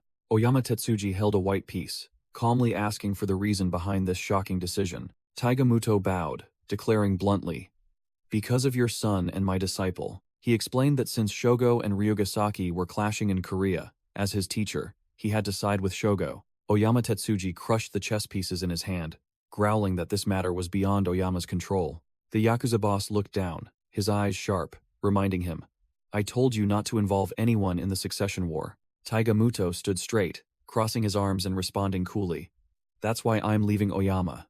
Then there will be no problem." Oyama Tetsuji announced the game was a draw due to no more pieces, but Taiga Muto pointed out a stark truth. Taiga Muto revealed his hand, accusing Oyama Tetsuji himself of breaking the balance from the start by leaving Korea. Cutting off aid was no different from abandoning Shogo. He asserted that the boss had secretly chosen Ryuga Saki, ready to sacrifice his own biological son. Taiga Muto turned his back, looking at the katana on the rack, declaring, "So at the very least, I will stand with Shogo, elder brother." Oyama Tetsuji looked up, challenging him, while Taiga Muto smirked, ready to fight to leave. Crash! Oyama Tetsuji could not tolerate this insolence, slamming his fist down on the chessboard. The entire room fell silent after the boss's table slam, the chess game unfinished. Suddenly, Oyama Tetsuji burst into laughter, asking Taiga Muto in return, "You lost? You don't agree?" Which stunned his subordinate. Taiga Muto still didn't understand, while the boss sneered, declaring the game void. Taiga Muto turned and walked out the door, still unable to believe the old fox's sudden change of heart, while Oyama Tetsuji sat clutching his head. The Yakuza boss watched his subordinates retreating back, his face tired but with a hint of relief. Oyama Tetsuji whispered a thank you because Taiga Muto cared for his son. Taiga Muto walked away, replying coldly without turning his head, "You don't need to tell me such things." After the tense confrontation, Taiga Muto's silhouette gradually disappeared behind the door. The scene shifts to a luxurious building in Yeoksamdong, Gangnam, where a new negotiation was about to begin. A gray-haired boss with a smug expression sipped his tea, asking his opponent directly, "So you're from Ilhak, correct?" Jang Se-young, a key figure from Ilhak in a white suit, confirmed firmly. Standing outside, Isu crossed his arms, coldly declaring, "And I am from Taesun." Isu walked into the room, his eyes sharp, and the atmosphere immediately grew tense. Jang Se-young began his pitch, inviting the gray-haired boss to join his side instead of HHS, promising to ensure the safety of his organization. The gray-haired boss took a sip of tea, held up 3 fingers, and stated bluntly, "There are 3 problems here." He pointed out the first problem. "First, you are very disrespectful. For a conversation like this, why didn't your chairman bother to show up?" Jang Se-young forced a smile, excusing that the chairman was busy and sending him, Jang Se-young of the 9 Blades, was sufficient. The gray-haired boss sneered, indicating he already knew the 9 Blades had scattered. Hearing the sarcasm, Jang Se-young subtly clenched his fist, the smile vanishing from his face. The gray-haired boss held up 2 fingers, continuing to outline the second problem. "Second, there's no profit to be made." He explained that his faction was awaiting a move from HHS, the leading organization, and had also heard rumors that one sink was a better option. Isu, who had been silent until now, suddenly spoke up, his voice full of challenge. "Profit?" Crash! Isu kicked the table, sending it flying, the teacup shattering, clearly demonstrating his intention to negotiate with his fists. He leaned down, looking directly into the gray-haired boss' eyes and growling, "The fact that you're still sitting quietly in that chair is your profit. Understand?" Contrary to expectations, the gray-haired boss didn't flinch. He calmly held up 3 fingers again. "All right, ignoring your attitude, I'll move on to the third reason." His expression suddenly became wild and excited. "That's because we know who you are, Baekyesu." Isu froze, his eyes clearly showing surprise as his true identity was exposed. The boss continued to blurt out, "You're the shadow boss of Taizun, the current pinnacle of Seoul, aren't you?" Oh Gujun, who was with Jang Se-young, also turned back with an incredulous expression, while the gray-haired boss concluded, "You're quite famous." The gray-haired boss continued to ramble, believing that all underworld factions were lurking, waiting for an opportunity to devour an upstart like him. Jang Se-young was startled, wondering when so many thugs had gathered outside. Isu smirked, his voice sharp with menace. "Someone told me not to lose my temper, so you'd better give me a good reason." The gray-haired boss chortled, a challenging look in his eyes. "Why thank me? I'm the one who should be thanking you." Isu didn't bother to argue, turning to the Ilhak faction and ordering, "You 9 Blades, 3 of you go deal with them." Meanwhile, the thugs outside were frantically trying to break down the door, realizing they were locked in. Whoosh! Without another word, Isu grabbed Jang Se-young and threw him straight into the crowd like a human projectile. Jang Se-young's face was pale. He never expected to be literally thrown into battle. Thrown into a difficult situation, former boxer Jang Se-young immediately got to work, delivering a devastating punch that disfigured a thug's face. Not giving his opponent a chance to breathe, he followed up with another blow, his strikes as fast as lightning. Wham! Another thug took a thunderous slap to the face. Jang Se-young and Oh Gu-jun charged through the ranks, neatly clearing out the small fry. A perfect hook knocked a thug out cold on the spot. The two of them coordinated, clearing the hallway in a flash. A thug shouted in panic, seeing the main door open, signaling that their reinforcements were pouring in. Isu stood still as a statue, ignoring the armed thugs rushing past with their clubs. Just then, Jinung-ha, the unwavering Yaksha of Hanam, appeared with a grim expression, carrying a box. Jinung-ha looked at the battlefield. Seeing the thugs sprawled everywhere and recognizing the familiar style, he muttered, "This guy looks exactly like..." "No way," Jinung-ha called out. "Dogyong-baek?" He was looking directly at Isu. Isu just smiled, placed the box on the table and said, "Just bought a small congratulatory gift, what's the big deal?" At the same time, Jinung-ha was also clearing out the remaining thugs, punching one away and muttering, "I didn't start it. They did."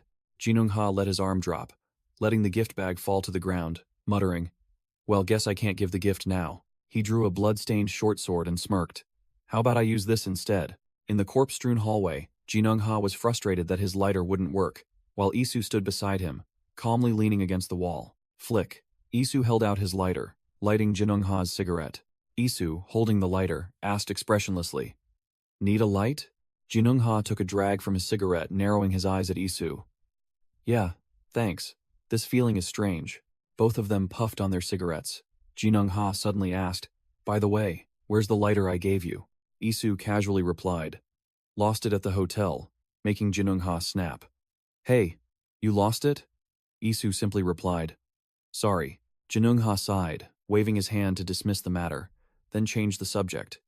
"Anyway, I think cooperating with the Oyama guys was a mistake. They're useless." Jinung-ha took a long drag from his cigarette, his bloodshot eyes flashing with calculation. Isu silently leaned against the wall, continuing to smoke, lost in his own thoughts. Jinung-ha rubbed the back of his neck, called Isu by his real name, then corrected himself. "Isu, I can't say your way is wrong." Isu smirked. "No, I think I'm right too, because I witnessed it firsthand." Jinung-ha pointed his knife at a corpse, his voice full of warning. "Now you're the boss of Tizen, both in name and in reality. All of Seoul is targeting you." Isu flicked his cigarette ash, retorting coolly, "You should have told me that. Just smash them all, that's all." Jinung-ha admitted, "I'm sure you like doing that. But what then? Don't you know there's always someone else?" Jinung-ha continued his lecture. "You're the boss, but we're an organization. We need someone who can attract others, not just a guy who brings back a bunch of bruised thugs." Isu listened silently, his face expressionless, revealing no emotion. The scene suddenly shifted.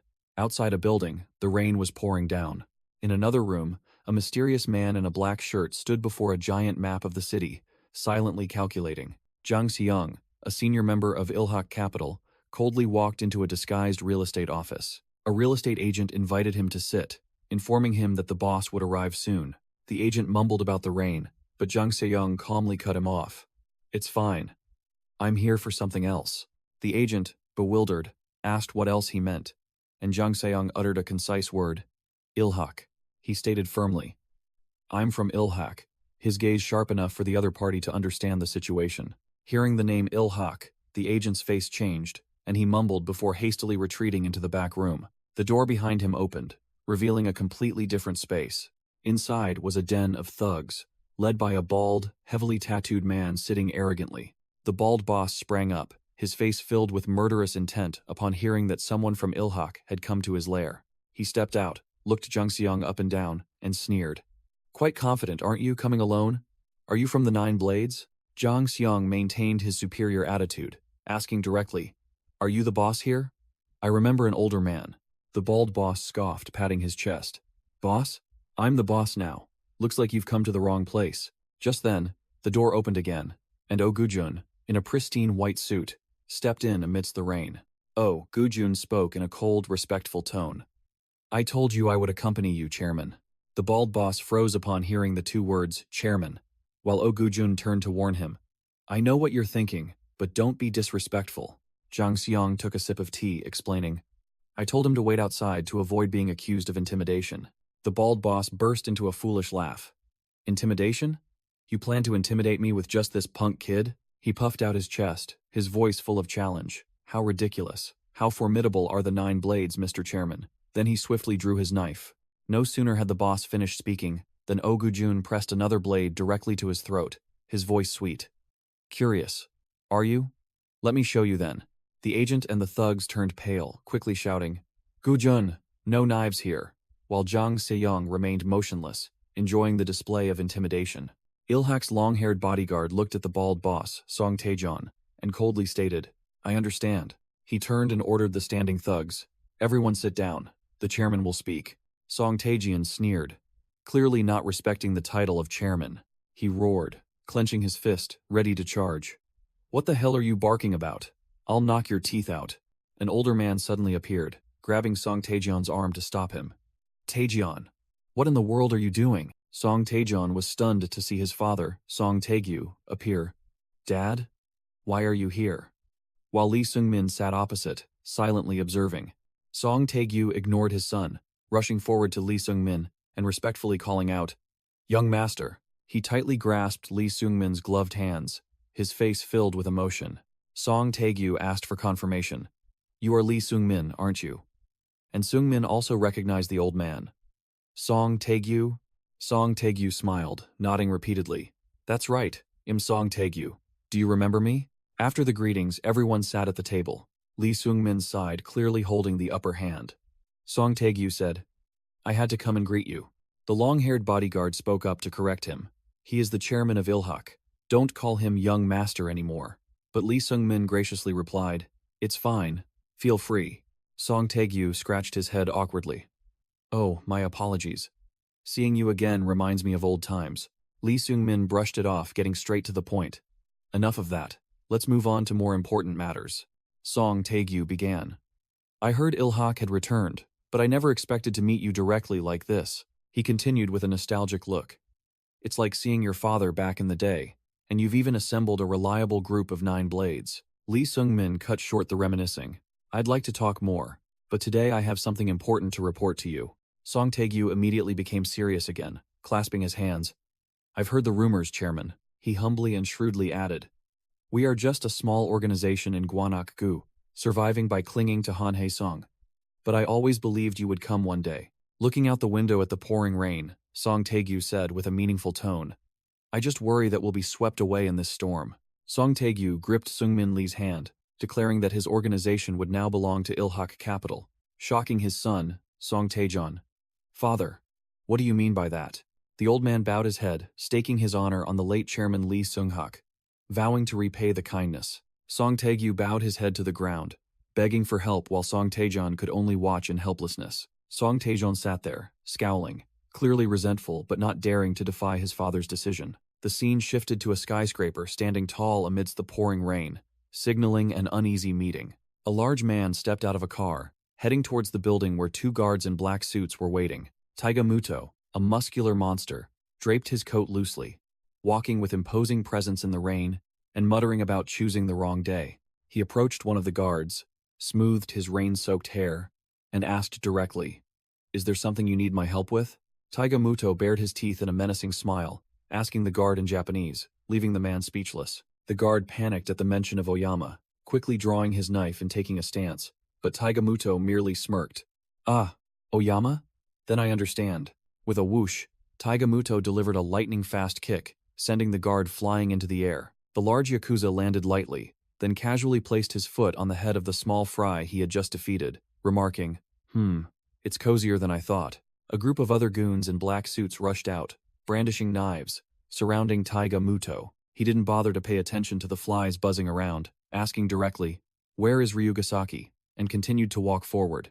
A stupid bald man dared to raise his hand to block the way, yelling, Hey, where are you going? But only received a deadly glare. Smack.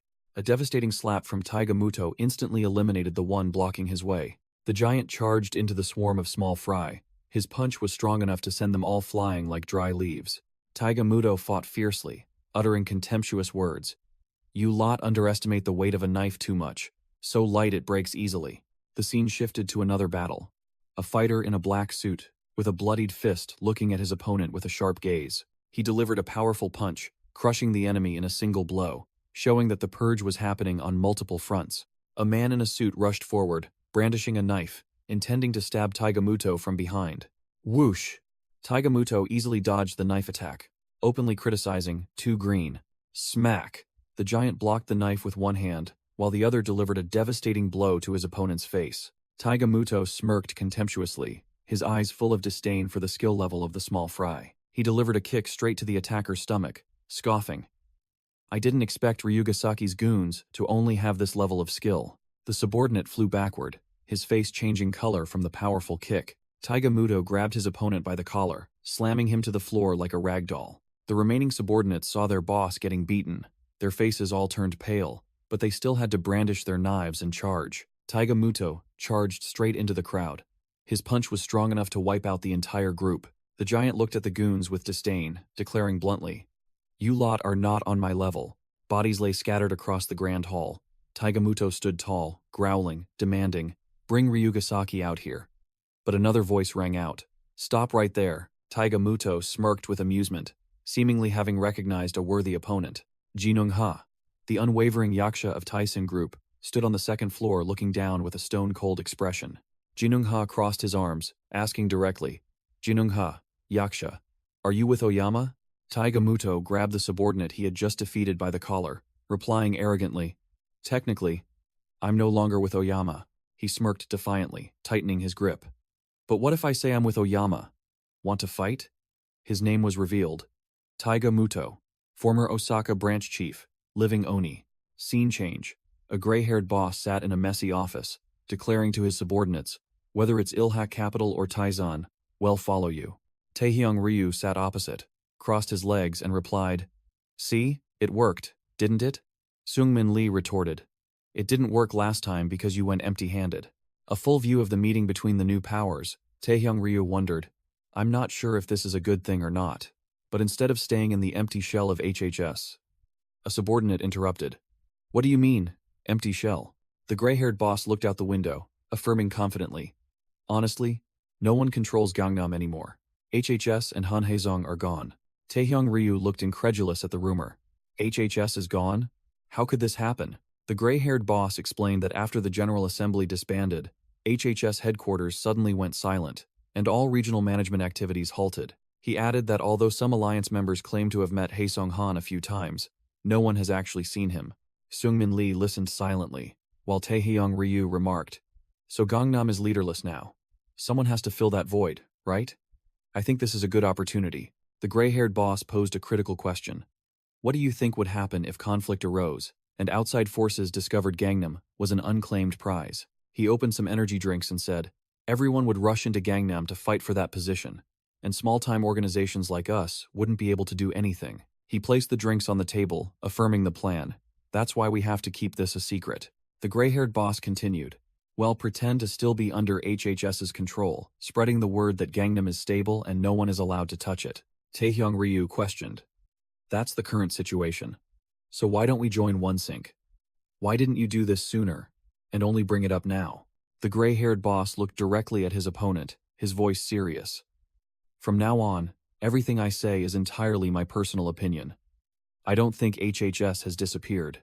He offered his theory, looking towards an office building. "I think they're just observing the situation and testing our capabilities." Suddenly, Isu, impersonating Dogyong, received a phone call. He looked annoyed but still had to answer. Isu stood up and walked to a corner, confirming his identity. "Yes, this is Dogyong Baek." The other end of the line asked directly, "So you don't know where Haesung Han is, do you?" Dogyong Baek's real voice came from the phone, giving a decisive order. "I think he's still in Gangnam. Isu, get ready now, we're returning to Taizan." Isu hung up, scowling, and muttered, "Damn it. This is truly unexpected." Back at Taigamuto's location, Junung-ha stood above, looking down at the scattered thugs, and asked directly, "Answer me now, Yaksha." Taigamuto looked up, his aura overwhelming, and growled a challenge. "Are you going to fight me?"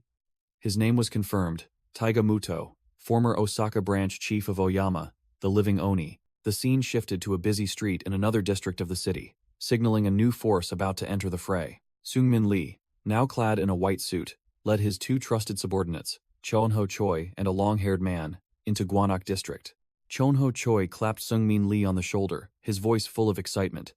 Chairman, this is Gwanak, one of the areas Ilhak must seize at all costs. Haha, Chonho, you seem to be in a good mood today. Seungmin Lee explained his excitement. Because Gwanak is the key to Ilhak's old business. I used to come here often with my grandfather, so am quite familiar with it. Chonho Choi turned to the long-haired subordinate. Oh Gujun, look around. The long-haired man, Oh Gujun, recalled the scene of his father, Oh Myung-wan, holding him as a child, welcomed by everyone in the neighborhood. Chonho Choi clapped Oh Gujun on the shoulder, commenting, truly impressive. Everyone liked you and Senior Myung-wan. Come on, hurry up.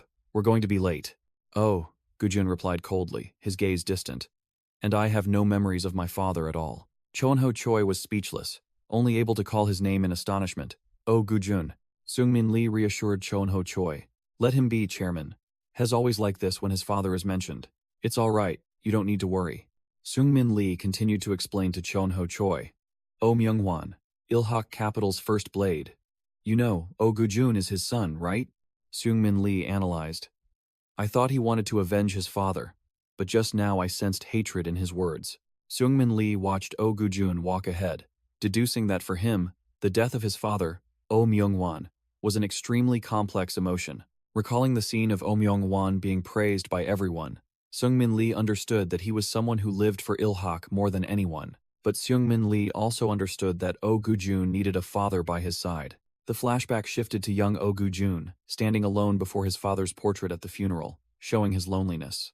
The scene of Oh Gujun standing silently alone amidst the quiet funeral, bearing the pain of losing his father. The three had arrived, and Chonho Choi announced, We've arrived. Seungmin Lee called out. Chairman Song Taegyu said he would summon all the bosses in Gwanak. Oh Gujun adjusted his tie as he walked, his face full of caution. Although they say they'll be loyal to Ilhak, I'm still worried. He tightened his grip on the knife hidden in his tie, muttering, What if this is a trap? Chonho Choi dismissed it. Don't worry. Because this is Gwanak, everything will be fine. Just as he finished speaking, Chonho Choi was about to open the door when Oh Gujun, from behind, pushed him violently aside, with an extremely strong force. Oh, Gujun muttered, I knew it, as he pushed Chonho Choi aside. But inside the room, there was only a group of frail old men. A bald old man asked in surprise, Are you from Ilhak Capital? There's no killing intent at all. Chonho Choi placed a hand on Oh Gujun's shoulder, explaining that the bosses in Gwanak weren't like those elsewhere. It turned out they were just a bunch of small business owners who had been kicked out of Gangnam, gathered together but actually held no power whatsoever. An old man with glasses named Song Taegyu cheered joyfully when he recognized Chonho Choi. Chonho Choi waved back warmly. Oh, Boss Song. Long time no see, are you still doing well? The elderly people sighed in relief, confirming that it was indeed people from Ilhak Capital who had come to help them. Oh Gujun remained wary, his hand gripping his knife, wondering, So there's no danger in Gwanak? Then what the hell are we doing here? Chonho Choi explained that it was precisely because of the appearance of the One Sync group that they needed Ilhak Capital, and this was the time for their faction to show its role. An old woman approached, holding Oh Gujun's hand, while he was still muttering that there was no danger here. The old woman looked at him affectionately, mistaking him. Myung-hwan, it really is Myung-hwan. Have you eaten yet, son? She pressed something into Oh Gujun's hand, while Seungmin Lee watched from behind with a meaningful expression. In Oh Gujun's palm were a few cheap candies, a simple but heartfelt gift. Oh Gujun stared blankly at the candies, while the old woman thanked Myung-hwan for returning. Seungmin Lee patted his shoulder, smiling. Look, Oh Gujun see, memories flooded back, revealing the image of a small, lonely Oh Gujun. In the past, his father, Oh Myung-hwan, walked through the market and was warmly greeted by the people, who pressed all sorts of gifts into his hands. Chonho Choi asserted that this place needed Ilhak Capital and the 9 Blades, because the people trusted them. Seungmin Lee looked directly at Oh Gujun, concluding, Then we should help them. Shouldn't we? Oh Gujun's hand clenched, crushing the candies, his inner turmoil raging. Night fell over the TSFG headquarters, rain pouring down, signaling an impending battle. Taigamuto swaggered forward, taunting Jinung Ha. Your nickname is Yaksha? That sounds ridiculous. The Japanese Yakuza pressed his face close to Jinung Ha's, continuing to provoke. You look smaller than I thought. How tall are you? Taigamuto provocatively patted Jinung Ha's shoulder and burst out laughing. Haha, alright, it's not that big of a difference. His smile vanished, his eyes flashing with murderous intent. Then don't make excuses about the size difference later, okay? Without another word, Jinung-ha threw a lightning-fast straight punch at the talkative man's face. Wham! The punch landed squarely on Taigamuto's jaw, the force so strong it distorted the air around them. Taigamuto staggered back a few steps, stunned by the unexpected attack. He touched his chin, grinning sinisterly. This punch, I thought it would just sting a little, but if you'd landed it properly, I might have been knocked out cold. Jinung-ha clenched his fist, realizing his opponent was no pushover. The impact force was too weak. Did he tilt his head at the last moment? Jinung-ha lunged forward to return the favor. I really enjoyed that greeting, so here's a gift in return. Thud. A devastating punch landed squarely on Taigamuto's stomach, its power terrifying. Taigamuto merely frowned slightly, appearing unfazed after taking the full force of the punch. Jinung-ha stood in a defensive stance, but Taigamuto remained standing, taunting. Too shallow, old man. Is that all you've got? Taigamuto burst into insane laughter, clutching his head.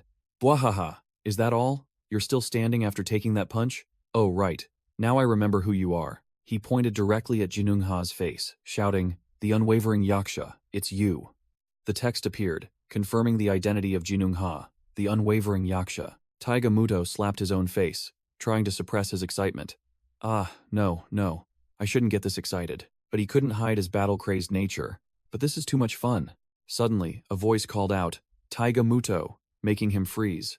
Isu, in the guise of Dogyong-bek, stepped over the pile of defeated subordinates, asking coldly, Haha, is that so? Isu, impersonating Baek Dogyong, smirked provocatively at Taigamuto.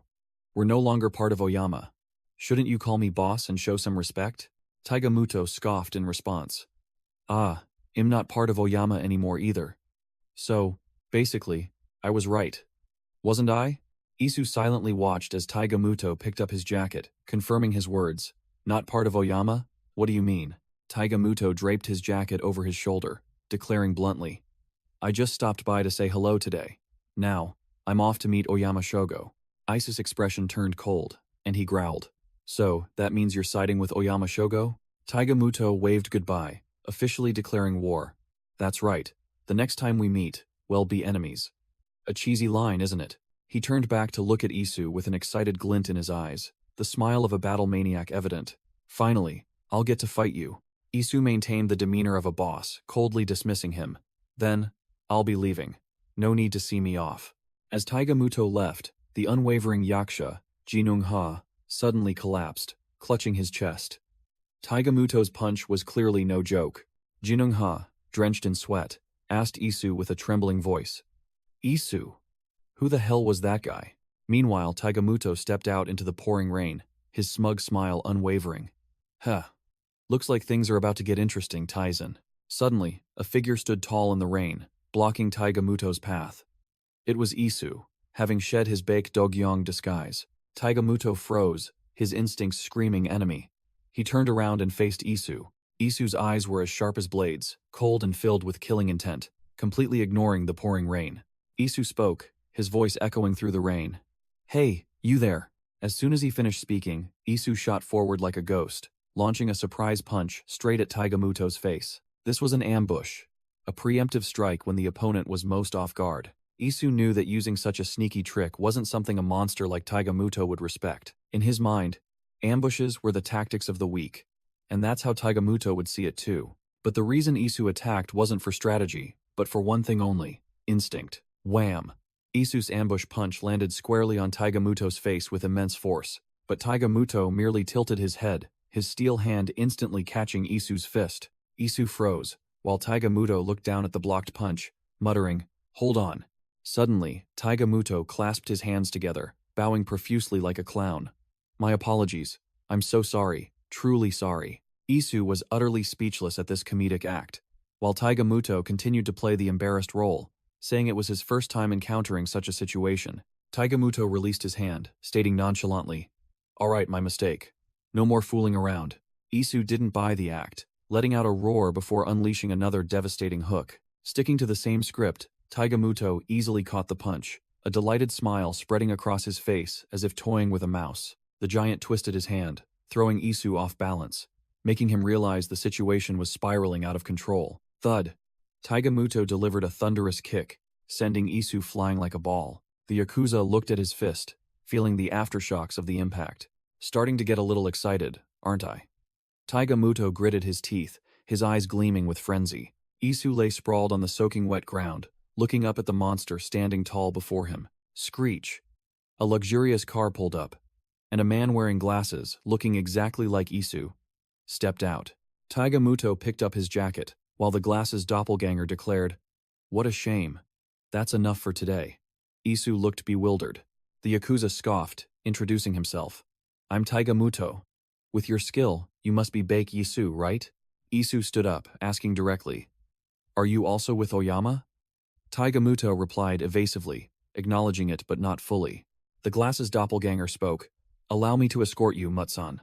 Taigamuto agreed, then called Isu a stubborn fool. The glasses doppelganger opened the car door for Taigamuto, while Isu could only watch from a distance. Isu clenched his still numb hand, his sharp eyes engraving the name of his new opponent, Taigamuto. The luxury car sped away through the pouring rain, leaving behind the unfinished battlefield. Inside the car, Taigamuto mused, "If I'm not mistaken, he's Isu. I don't understand why." He recalled the moment Isu attacked his back, a blow like that of a frightened, weaker opponent. Taigamuto gritted his teeth, his pride wounded. Fear? Me, the great Taigamuto. Feeling. In his mind, the image of Isu in the rain appeared, and he wondered, did I really fear him, which is why I aimed for his back? Suddenly, Taiga burst into maniacal laughter in the car, yelling through the rearview mirror, "I was truly scared." A flashback. Oyama Tetsuji, the Yakuza boss, had once warned him, "Taiga, if we interfere, the balance will be broken." Taigamuto merely scoffed in response. "Tetsuji, there's no need. It seems the balance is only maintained when I am present." Elsewhere, a hand held a sweet candy. Ogujun, a young man in a white suit, sat thoughtfully on a bench, unwrapping the candy to eat. Memories flooded back. A toothless old woman smiled. "Thank you, Myungwan.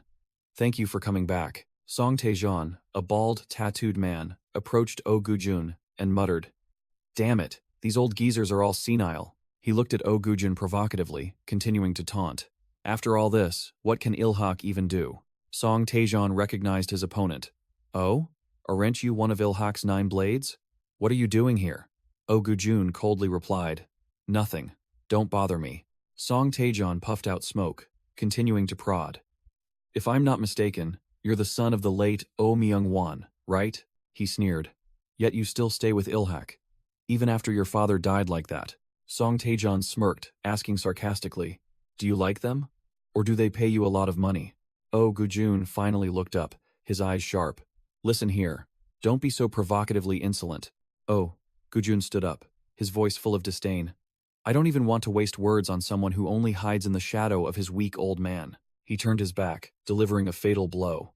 "I don't know who's insulting whom here. You and I are both the same." Ogujun looked directly at Song Taejeon, his voice condescending. "That's the problem with both you and the 9 blades. You only know how to blindly follow orders." Song Taejeon smirked, exhaling smoke defiantly. "That's also why old Oh Myung-won met such an end." Thwack! No sooner had he finished speaking than Ogujun lunged forward, grabbing Song Taejeon's collar tightly. Song Taejeon didn't flinch. Instead, he grabbed Ogujun's collar, growling. "I remember it clearly. The way Oh Myung-won died that day." Ogujun's expression momentarily froze, and Song Taejeon delivered another psychological blow. "Aren't you curious about your father's death?" The scene shifted to 15 years ago. A man was skewering a sausage with a toothpick at a roadside eatery. The man in the snakeskin shirt, and his 2 subordinates behind him, looked disdainful. Terrible taste. Can this area really make money selling this stuff? He began to act superior to the proprietress, while those around them only dared to mumble for them to leave. The thug continued to coax the proprietress. "Trust me. Let's work together. I'll cover this whole area's meals. How about it?" Suddenly, his 2 subordinates flinched and turned around as a stranger approached from behind. A group of 3 men in white suits appeared. The leader spoke up. "Hey, were you just talking to us?" The man in the snakeskin shirt was still busy intimidating the proprietress, completely unaware that his 2 subordinates had been taken down right behind him. A member of the 9 blades had been standing right behind the thug the whole time, asking mockingly, "Hey, did you bring these kids here?" The man in the white suit, wearing sunglasses and a cigarette hanging coolly from his lips, asked, "Interesting. Where are you guys from?" "His name is Lee Sunmong, Ilhak Capital's the Sixth Blade." The proprietress recognized the familiar face and shouted, "Hey, Sunmong, isn't it? Causing trouble again?" "I told you already." Lee Sunmong wrapped his arm around the thug's neck, making him realize his opponent in terror. Lee Sunmong? The Nine Blades troublemaker? The two subordinates of the snakeskin-shirted man were pinned face down by an Ilhak member. "Stay down." Another red-haired man from the Nine Blades appeared, threatening, "If you stand up now, I'll make sure you never stand up again." "He is Guangpal Choi, the Seventh Blade." Lee Sunmong, still holding the boss in a headlock, turned to tease his comrade. "Speaking of causing trouble, it's not me, it's him." Back to the present, Song Taejun suddenly grabbed Ogujun's head and slammed it back, roaring, "Anyway, that doesn't matter." Lee Sunmong jabbed a fish cake skewer at the snakeskin thug's face, sneering, "You punk? You think you can just waltz in here? Are you ready?" The thug apologized in fear. The familiar old lady vendor scolded Lee Sunmong. "It's you again. Causing trouble again. Chunho Choi will scold you to death if this keeps up." Meanwhile, the thug's goons lay sprawled on the floor. Dako Youngul flinched upon seeing Chunho Choi, the second blade, approaching, stammering. "Chunho, you said you were escorting the young master today." Lee Sunmong casually replied, "Ah, I misread. My mistake." The old lady vendor cursed furiously. This man was Dako Youngul, the fourth blade of Ilhak Capital's 9 blades. He turned to the old lady vendor, asking if many strangers had been loitering around lately. The old lady vendor grumbled at Dako Youngul. "Hey Youngul, you look like you're past your prime. Why are you letting guys like this wander around here?" He replied that had been too busy lately. Dako Youngul turned back, shoved the snakeskin thug's head into a tray of hot food, and growled, "I have a lot of questions for you. What are you doing here?" The thug was scared out of his wits, stammering that a group of strangers had appeared in the southwest recently. He continued to confess that it was a triad gang from China. They had taken over all the territory in the Incheon area and were about to attack this place. Scene change. At another location, a group of thugs in black suits were being beaten senseless by an unknown assailant, flying like falling leaves. The Ilhak Capital thugs recoiled in panic, shouting, "Damn it! Where did this bastard come from? We can't hold out alone. We have to hold on until the 9 blades arrive." The leader ignored his subordinates' warnings, declaring he would handle it himself. "I'm going in this time. All of you stay put." A long-haired man standing in the shadows spoke mockingly. "Aha. You mean you're not confident you can beat him, and only someone of the 9 blades caliber can handle this, right?"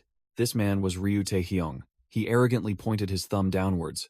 "So, if I clean him up, will all of you come under my command?" Ryu Taehyung drew his knife, ordering the small fry to get off the stage. A man in a long black coat sat with his back turned at a dining table, coldly declaring, "Your opponent is me." Ryu Taehyung sneered. "Are you one of Ilhak's 9 blades?" The man flatly denied. "No." Ryu Taehyung growled, his killing intent rising. "Are the 9 blades your damn lackeys? Your opponent is me." Quick as lightning, the man in the black coat lunged forward, unleashing a thunderous roundhouse kick aimed directly at Ryu Taehyung's head. Ryu Taehyung leaned back, dodging the blow by a hair's breadth, and roared furiously, "You bastard! Why didn't you give a warning?" The man in the black coat said nothing more, stomping his foot to gain momentum, and charging straight at Ryu Taehyung. A devastating punch was thrown, but Ryu Taehyung managed to block it, a sharp clang echoing. The Ilhak thugs turned pale, one muttering, "Damn it, he's really strong," while a subordinate tried to stop Ryu Taehyung. "Hey, Ryu Taehyung, don't be reckless, he's not our opponent." Another thug in the group trembled and ordered, "Call the 9 blades here." The man in the black coat took a stance with his dagger, coldly declaring, "I don't have time for you, small fry." Just then, a group of men in white suits appeared, blocking his path, and a voice rang out, "Excuse me, may we pass?" Ryu Taehyung furiously pushed his subordinate away, roaring, "You crazy bastard," then charged again like a wild beast. The man in the black coat easily dodged Ryu Taehyung's attack, his eyes sharp. He observed, "You're faster than before." The man in the black coat sidestepped the punch, calmly continuing, "But you're too impatient, which makes you predictable." He continued to mock as Ryu Taehyung fumed. "What a pity. You could be better if you grew up, you bastard." The man in the black coat grabbed Ryu Taehyung's wrist, easily blocking the attack. Suddenly, another hand from behind grabbed the man's arm, and a calm voice spoke, "Are you the one looking for the 9 blades?" The man in the black coat turned around, facing a man in a white suit who had just intervened in the fight. The man in the white suit declared, "I am one of them. You can talk to me. I'm confident I can make you talk even if you don't want to." He raised his dagger, introducing himself.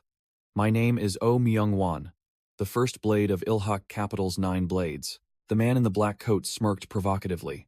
What kind of 9 blades come looking for a fight themselves? Without another word, he unleashed a lightning-fast kick aimed directly at Oh Myung-won. Wham! Oh Myung-won raised his hand, effortlessly blocking the kick. Oh Myung-won maintained his cold expression, the dagger in his hand glinting with a deadly sharpness. The fighter looked at his reflection on Oh Myung-won's blade, a challenging smirk on his lips. With a single swift move, Oh Myung-won made the fighter stumble backward. The fighter shakily stood up, muttering, "Damn it. My left leg is completely gone after that hit." Taehong Ryu irritably picked up a chair, growling, "Don't kick up dust." He carried the chair, his face expressionless as he declared, "This is a restaurant." The fighter didn't waste words, assuming a stance and charging straight at Oh Myung-won once more. Oh Myung-won tightened his grip on the leather hilt, preparing for a direct clash. The fighter swung his knife, but Taehyung Ryu lunged in from the side, slamming the chair directly into him. The fighter spun around like lightning, raising his knife to neatly block Taehyung Ryu's chair attack. Oh Myung-won stood still, observing. Realizing his attack had been disrupted by Taehyung Ryu, Taehyung Ryu pressed the chair down with all his might, but the fighter still held his ground. Taking advantage of his opponent's pinned state, the fighter spun around and delivered a hook kick straight to Oh Myung-won's chin. Wham! The kick landed perfectly, snapping the first blade's head back. Taehyung Ryu froze, unable to believe his eyes. Damn it, he hit his chin. The fighter retracted his leg, his gaze still fixed on his opponent. Oh Myung-won tilted his head slightly, a deadly glint in his eyes, completely unfazed. He muttered to himself, a look of interest on his face. "Is that all you've got?" The fighter paused for a beat, seemingly surprised by the first blade's endurance. Without hesitation, the fighter charged again, swinging his knife in a dangerously swirling trajectory. Oh Myung-won's eyes widened, as if recognizing this familiar technique. Could it be from back then? Flashback. Oh Myung-won deftly dodged the fighter's dangerous stab, then delivered a devastating elbow strike to his opponent's face. The fighter lay sprawled on the ground, eyes rolled back, mouth spewing blood, completely unconscious. Oh Myung-won coldly looked down at the defeated opponent, without a trace of emotion. Young Taehyung Ryu rushed over, asking anxiously, "Director, oh, are you all right?" "Oh." Myung-won merely rubbed his head, casually replying, "No, it hurts. Be careful with him." Taehyung Ryu looked at the fighter lying motionless on the floor, admitting, "He really is strong." Young Cheon-ho Choi, with his long hair, asked if they should deal with that guy, but Oh Myung-won waved it off. "Just leave him. When he wakes up, I'll send him home." Cheon-ho Choi hesitantly asked if Oh Myung-won had studied boxing, and it was confirmed that he had practiced a bit. Oh Myung-won picked up the enemy's knife, lecturing Cheon-ho Choi. "Don't get excited during a fight. You'll lose control and get carried away." Cheon-ho Choi wiped away sweat, grateful for his senior's advice, while Oh Myung-won complimented the guy's punch, saying it wasn't bad. Oh Myung-won ordered them to clean up, and Cheon-ho Choi and another subordinate immediately dragged the fighter away. Back to the present. An unconscious Oh Gu-jun was being carried over Song Tae-jeon's shoulder, a faint smile playing on Song Tae-jeon's lips. Song Tae-jeon carried Oh Gu-jun away, muttering that he hadn't even had a chance to ask his name. The scene shifted to an apartment complex at night. Oh Gu-jun slowly regained consciousness on a sofa, his face still bruised. He sat up, looked around the unfamiliar room, wondering where he was, then spotted Song Tae-jeon standing in the kitchen. Song Tae-jeon turned around, coldly replying, "My house." Oh Gu-jun flinched, instinctively reaching for his knife at his hip but finding nothing. He looked up to see Song Tae-jeon holding his weapon, asking, "Looking for your knife?" Song Tae-jeon, holding a knife in one hand and a bowl of rice in the other, calmly said, "Stay still. How much more do you plan to break?" Song Tae-jeon offered to let him go if he answered a few questions, but Oh Gu-jun scoffed. "Let me go?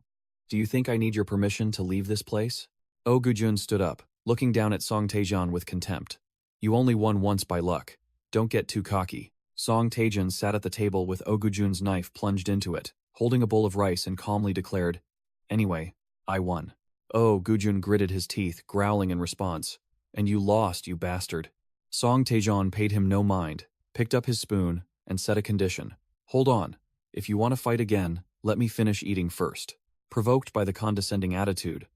Oh Gujun flipped the entire table, roaring. Are you messing with me? Oh Gujun lunged forward, looking down at Song Taejon from above and challenged him. Get up, unless you want to die sitting down. Song Taejon kept his cool, placed his hand on the table, and cut straight to the point. Even if we fight again. The two men faced each other in a tense atmosphere. Song Taejon finished his question. Are you confident you'll win? His pride wounded. Oh Gujun roared. You're too arrogant, and swung his fist, lunging forward. In the heat of the moment, a foot wearing cute bear socks stepped out from the doorway. A little boy named Gujun rubbed his eyes as he walked out of the bedroom, sleepily calling, Dad? The attack couldn't be stopped.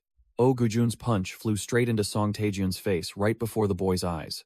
Song Taejeon took the full force of the punch, his face twisted to the side, but his expression was stunned by something else. Oh Gujun also froze. The punch had landed, but the child's appearance completely caught him off guard. Gujun looked at the battlefield in the house, innocently asking, Dad, you're home? Are you fighting again, Dad? The boy sat down picking up scattered food, saying to his father, Gujun, let Dad worry about it. Don't fight. Gujun looked up at Song Taejeon, his voice full of hope. Dad said if I don't hit my friends and listen to the teacher, Mom will come back. The boy held up the bowl of rice, pleading, So please don't fight with your friend anymore, Dad. I want to see Mom. Oh Gujun, who had just been called a friend, was utterly speechless at the ironic situation. He turned to the boy and could only reply, All right. Song Taejeon immediately seized the opportunity, placed a hand on Oh Gujun's shoulder, and reassured his son, Dad won't fight. We won't fight. Song Taejeon awkwardly put his arm around Oh Gujun, looked at his son, and affirmed, Right? My friend. Oh Gujun's face was bruised and swollen. He couldn't believe his ears when Song Taejeon called him a friend. The scene shifted to a somber place, signaling a more serious event about to unfold.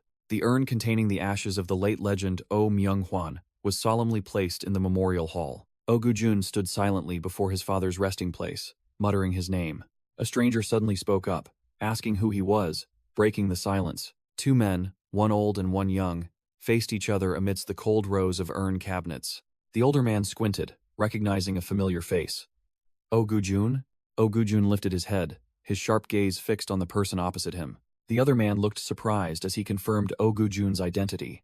Oh Gujun also recognized him. He hesitated. Uncle. You're... Both stood silent, the atmosphere somewhat tense as two generations met. The other man put on his sunglasses, smirking. Ha, I didn't expect to see you here. Lee Sun-mung, Ilhak Capital's sixth sword, sarcastically remarked that this meeting was truly ironic. Lee Sun-mung's gaze was hidden behind his dark glasses, making it hard to guess what he was thinking. Oh Gujun bowed respectfully, despite his mind being full of questions. He asked Lee Sun-mung while the old man was lighting a cigarette. I don't remember clearly, but... Oh Gujun stated frankly. Your dad's friend, right? I remember meeting you when I was little. Lee Sun-mung seemed surprised, replying vaguely while secretly thinking. This kid doesn't know anything. Oh Gujun placed 2 bottles of liquor on the altar, a ritual to honor his deceased father. He declared that today he would drink his fill of the liquor his father once favored, causing Lee Sun-mung to frown in suspicion. Lee Sun-mung confirmed that Oh Gujun's father indeed used to like this type of alcohol. He asked Oh Gujun if the alcohol was stronger than he thought, but Oh Gujun remained silent. Oh Gujun poured the strong liquor directly into a large glass as if it were water, making Lee Sun-mung gasp. Are you really drinking it like that? Oh Gujun smirked, declaring that this liquor was like sweet water to him, with no taste of alcohol. Lee Sun-mung was no pushover either. Seeing his opponent go all out, he filled his own glass to match him. The 2 chefs in the restaurant whispered, unable to comprehend this strange pairing, as just yesterday the 2 factions were trying to kill each other. The table was now littered with empty bottles, proving that neither of them had a low tolerance for alcohol. Lee Sun-mung began to probe, saying that the Nine Blades' reputation in Incheon was legendary, but they were only concerned with internal strife and paid no attention to Seoul. He admitted that this made him curious about the one standing at the pinnacle of Seoul's underworld, wanting to know how strong he truly was. Oh Gujun slammed his glass onto the table, his voice full of hidden meaning. It's not because you're strong that you climb to that position. He leaned his head back, his gaze distant. Once you're up there, you're forced to become strong. Lee Sun-mung asked again, bewildered. But Oh Gujun simply replied, I don't know, that's just how it is. After saying that, Oh Gujun slumped onto the table, seemingly drunk to the point of unconsciousness. Lee Sun-mung looked at the slumped young man, wondering if his words were just the ramblings of a drunk. A moment later, Lee Sun-mong walked out of the restaurant alone, his face full of contemplation. He stopped outside, lit a cigarette, and the smoke drifted up into the silent night. Lee Sun-mong mumbled Oh Gujun's words again, pondering the brutal logic of the one at the top. Suddenly, a voice called out to him from behind, making Lee Sun-mong turn his head.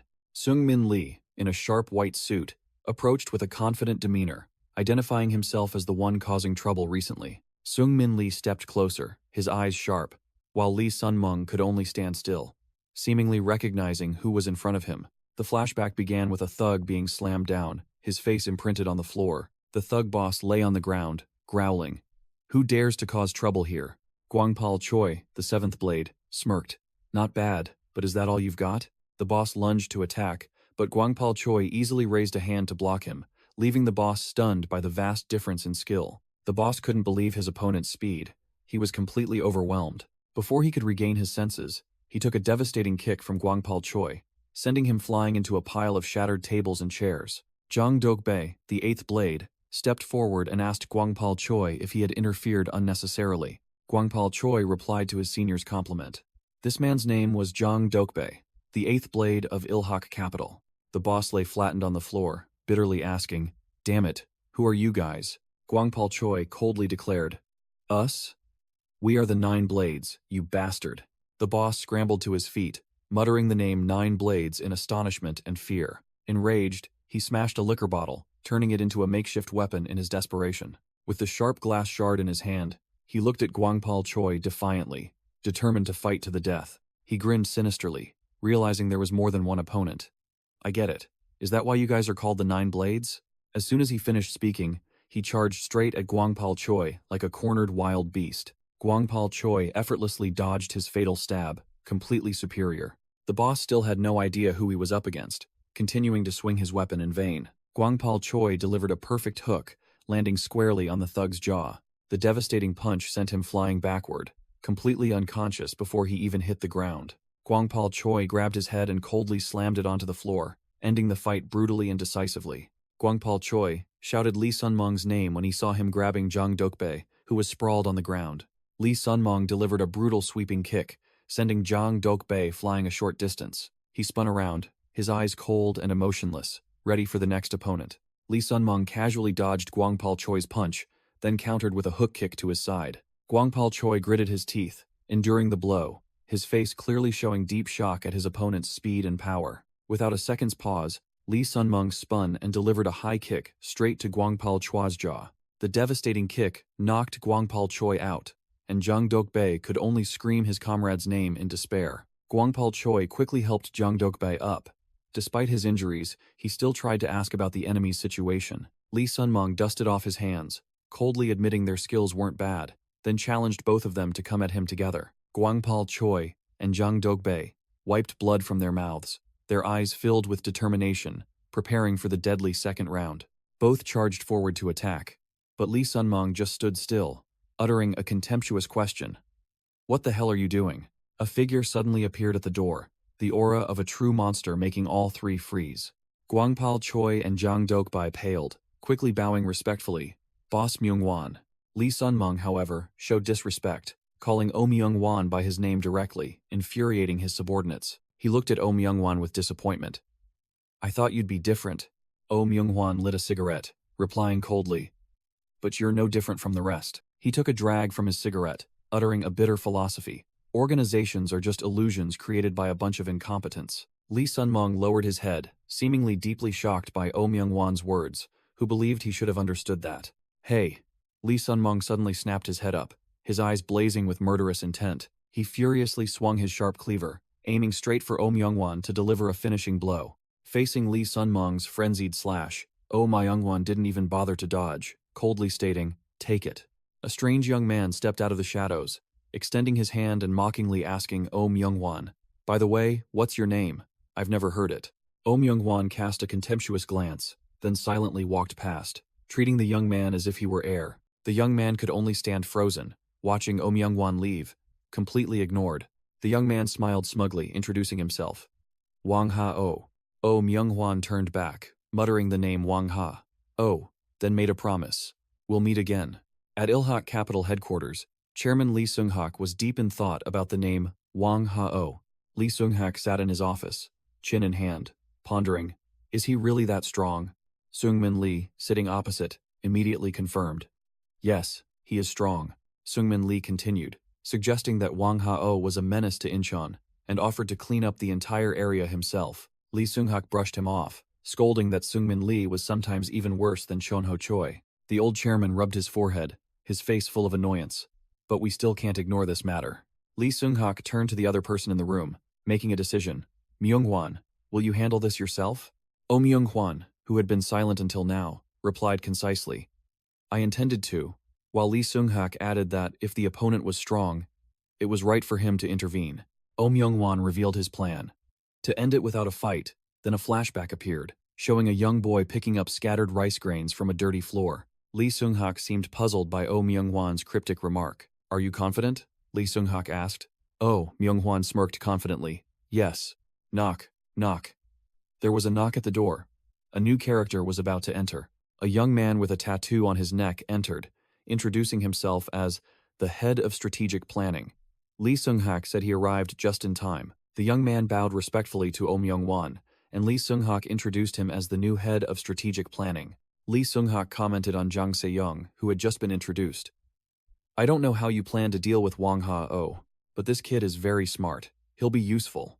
Jang Se-young modestly placed his hands on the table, showing his submission. Oh Myung-hwan extended his hand to a newcomer, stating bluntly, I am Oh Myung-hwan. The two shook hands. A new agreement silently forged. The man with glasses, Han Hae-sung, head of strategic planning, smiled politely. I look forward to working with you. Scene change.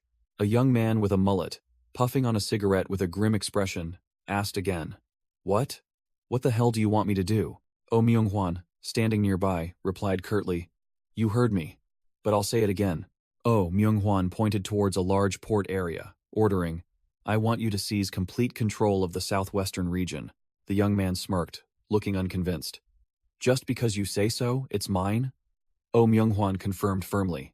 Oh Myung-hwan scoffed, concluding, You have Ilhak's backing. That's enough. The young man was still wondering why it was entrusted to someone like him, when an aged voice echoed from behind. Let me answer for Myung-hwan. Chairman Lee Seung-hak walked forward with dignity, carrying a bag of food, explaining that Oh Myung-hwan wasn't good with words, and any explanation would only confuse the man further. The young man turned around, his eyes clearly showing surprise as he recognized the newcomer. The elder, Lee Seung-hak, chuckled, introducing himself familiarly. Forgive me, son. I am Lee Seung-hak. I've been quite famous lately. Have you heard of me? The young man took a drag from his cigarette, confirming the old man's identity in his mind. So you are the chairman of Ilhak Group? He asked teasingly. I hope the old man didn't forget to bring the liquor. Lee Seung-hak burst out laughing, replying that he wouldn't dare. After sealing the deal, the young man walked away alone, a dagger clutched in his hand, radiating murderous intent. He stopped in front of a store with a money exchange sign, seemingly his first target. He ran a hand through his hair, his face clearly annoyed as he muttered curses.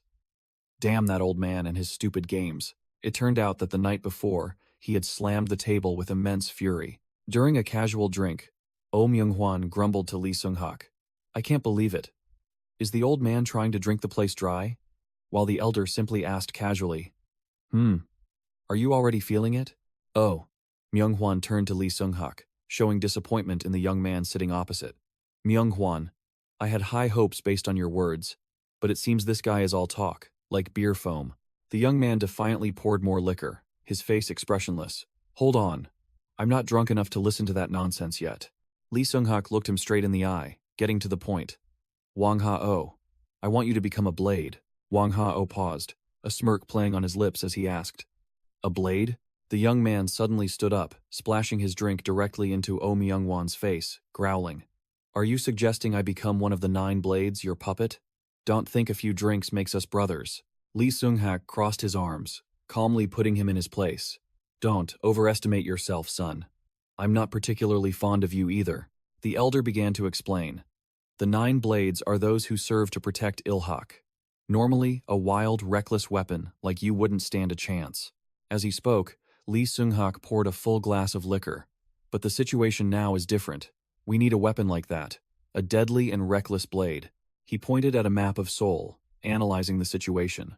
The southwestern region has long been a thorn in our side, a complicated territory, he continued. It's always embroiled in endless disputes with foreign gangs arriving through Incheon port. Lee Seung-hak pushed the liquor bottle aside. That area is already troublesome enough. Then you, Wang Ha-oh, of the Black Dragon Triad, suddenly appeared out of nowhere. Wang Ha-oh tried to interrupt. So you're trying to recruit me? But Lee Seung-hak raised a hand to stop him. Let me finish, son. I don't like being interrupted. The elder lit a cigarette, his eyes sharp. Initially, I considered eliminating you. But then, I was given a much better option. Wang Ha-oh looked at the bottles on the table, realizing his intention. Fight poison with poison. That's a clear enough hint, isn't it? The young man finally understood. You want to use your enemy to destroy another enemy. Lee Seung-hak nodded in confirmation. Yes, something like that.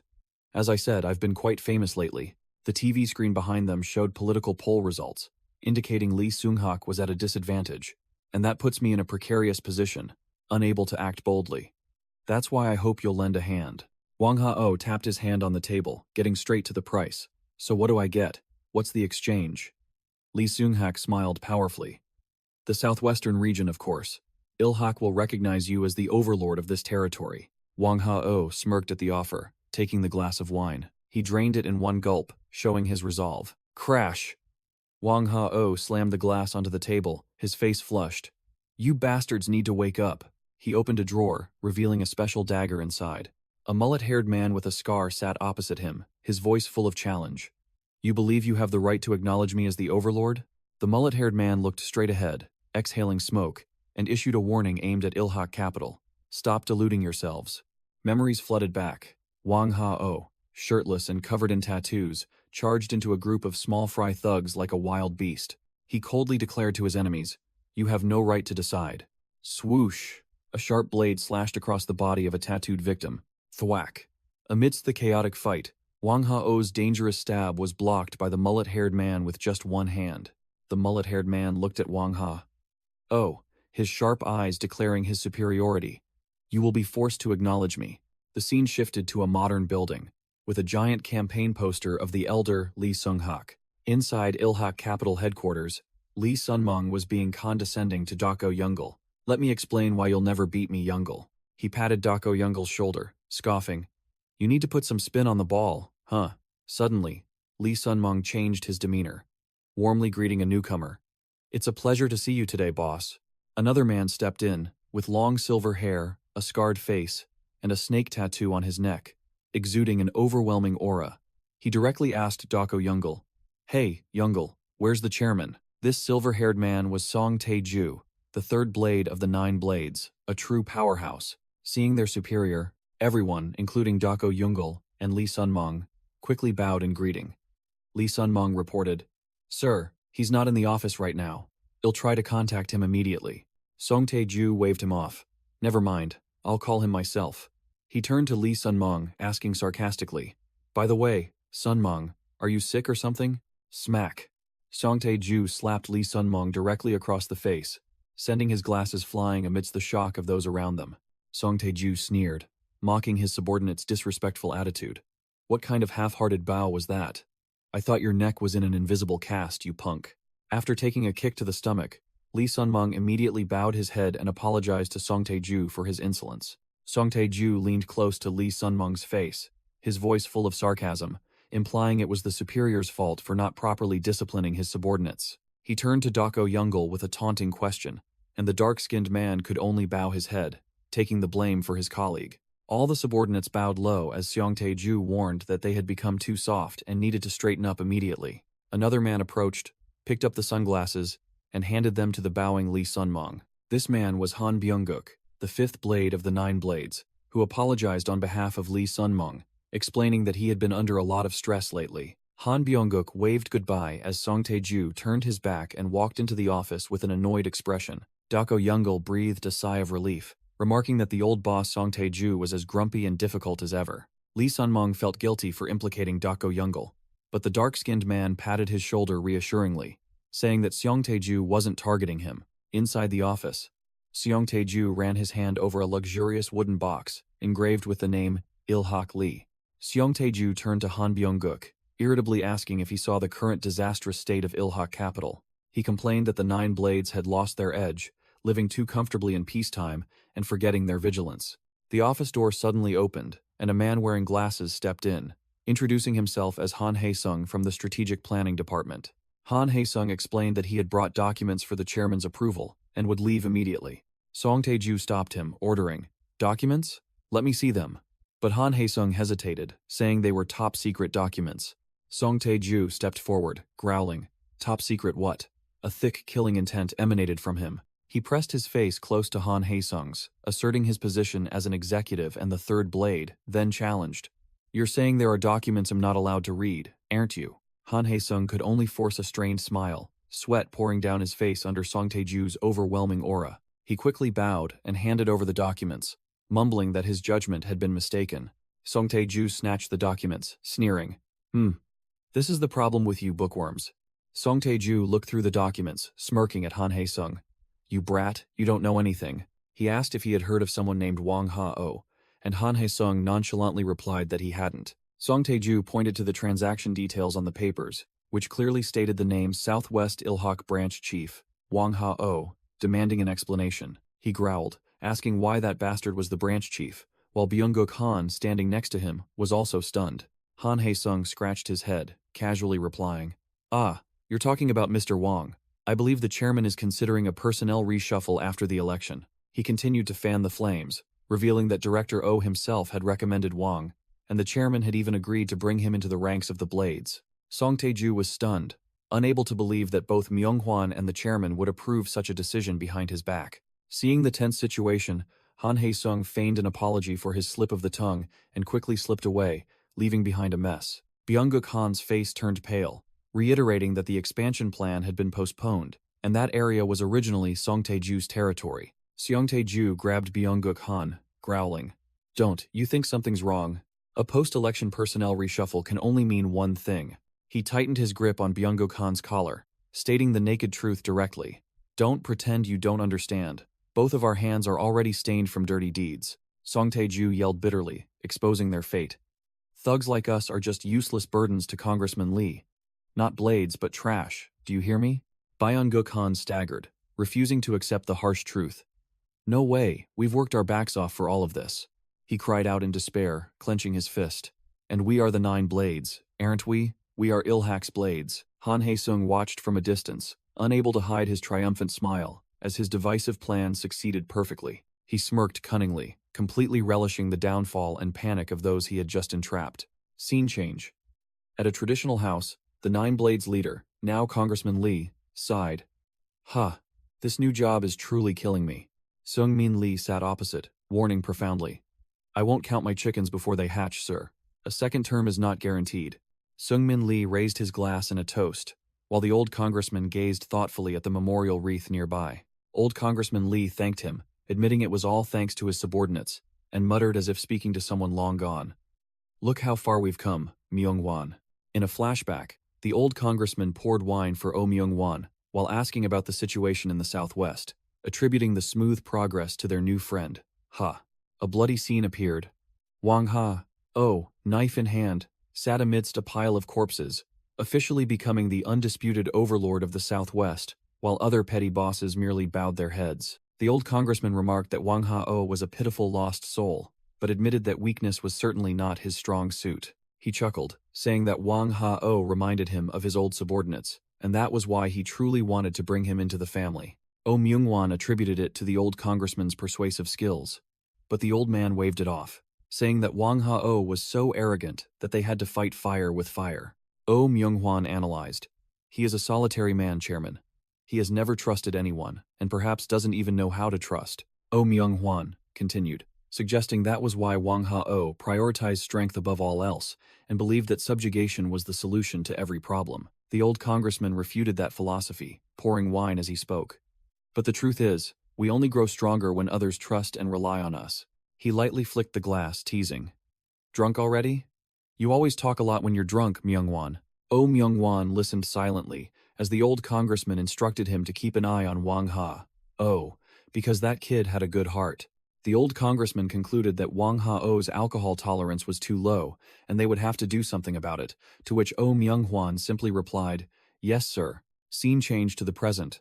A giant campaign poster of Lee Seung-hak, chairman of Ilhak Group, hung on a skyscraper. Seung-min Lee, in a white suit, strode confidently through the company lobby. He suddenly stopped when he saw a crowd of reporters swarming ahead, creating a chaotic scene.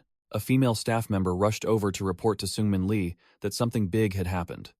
Surely he hadn't seen the news. She urged him to quickly go upstairs to meet the other directors, while a reporter thrust out a microphone, shouting loudly about the prosecutor's office having identified evidence. The reporter yelled, announcing that they were investigating Congressman-elect Lee Seung-hak for violating election laws.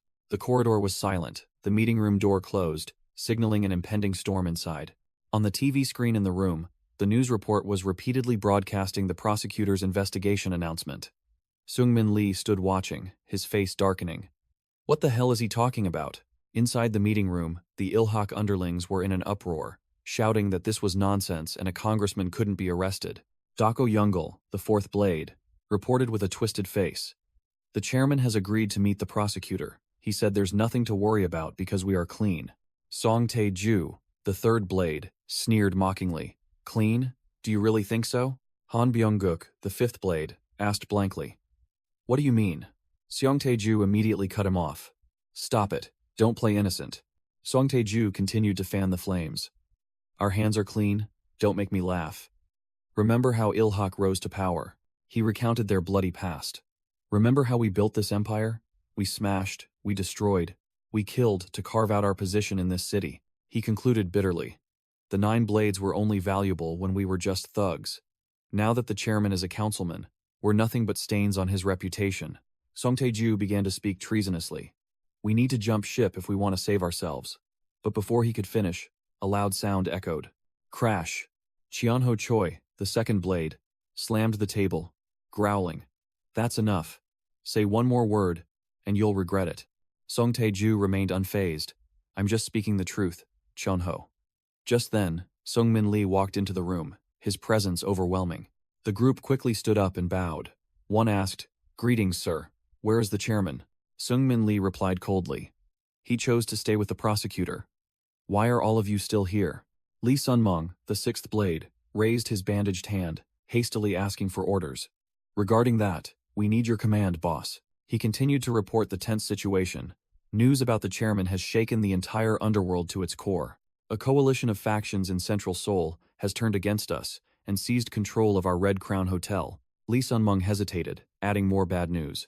It's not just the Central District, sir. The Southwest is no different. Song Tae-ju interjected with amusement. Chonung Company, our subordinates in the Southwest, are calling for help. Looks like they ran into some Chinese organizations, he said dismissively. The branch chief there can probably handle it himself, causing Seung-min Lee to frown and ask, Branch chief? Lee Sun-mung urged impatiently. Aside from that, what's our immediate plan, boss? With the chairman absent, you must take control of this city. Seung-min Lee said little, decisively unbuttoning his jacket. We'll start by plugging the leak. He ordered all his key subordinates. Get ready. And remember this. Seung-min Lee, taking off his jacket, commanded. From this moment on, we are no longer members of Ilhak. No orders are to be issued. He emphasized leaving no trace for the company if things got out of hand. As the meeting room door quietly opened, Seung-min Lee, in his leather jacket, led the entire elite 9 blades, declaring this a covert assassination mission. From a distance, Taehyung-ryu watched the 9 blades leave in plain clothes, wondering about their movements. Han Hae-sung approached from behind, making Taehyung-ryu turn around irritably and complain about the nonsense news on TV that the 9 blades were defecting. Taehyung-ryu recognized Han Hae-sung, sarcastically remarking that his insight once again astonished him. Han Hae-sung teased, I heard you're a manager now, huh? You look sharp. While Taehyung-ryu replied that he hadn't changed a bit either. Taehyung-ryu boastfully bragged that he was about to join the ranks of the 9 blades because Mr. O had taken notice of him. Han Hae-sung scoffed, looking fed up with hearing about that empty title. I'm tired of hearing about that foolish number. Han Hae-sung suddenly placed a hand on Taehyung-ryu's shoulder, his voice full of hidden meaning. What did you say, Taehyung? Are you truly happy being a good pawn in someone else's game? He leaned close to Taehyung-ryu's ear, whispering deadly instigation. Wouldn't it be better if you were the one holding the sword? The scene shifted to a deserted park under the sunset, signaling an impending purge. In the flashback, Song Tae-ju called Han Byung-guk boss, with feigned gratitude. Song Tae-ju put an arm around Han Byung-guk's shoulder, intimately yet dominantly. Relax a bit. Just watch. Under the twilight, Seungmin Lee led the entire 9 blades, walking with an overwhelming aura, truly like genuine underworld figures. Song Tae-ju smirked sinisterly, leaning close to Han Byung-guk's ear and saying meaningfully, "A zebra can't change its stripes." Byung-guk. The scene changed. Chairman Lee Seung-hak sat in the interrogation room, facing a prosecutor with an unusually calm expression. The prosecutor placed the file on the table, speaking directly. "I'll be frank, Mr. Councilman. The situation looks quite bad. Violating election laws means you'll lose your seat in the National Assembly." Lee Seung-hak still stubbornly argued his innocence and popularity, but the prosecutor cut him off. "Stop joking.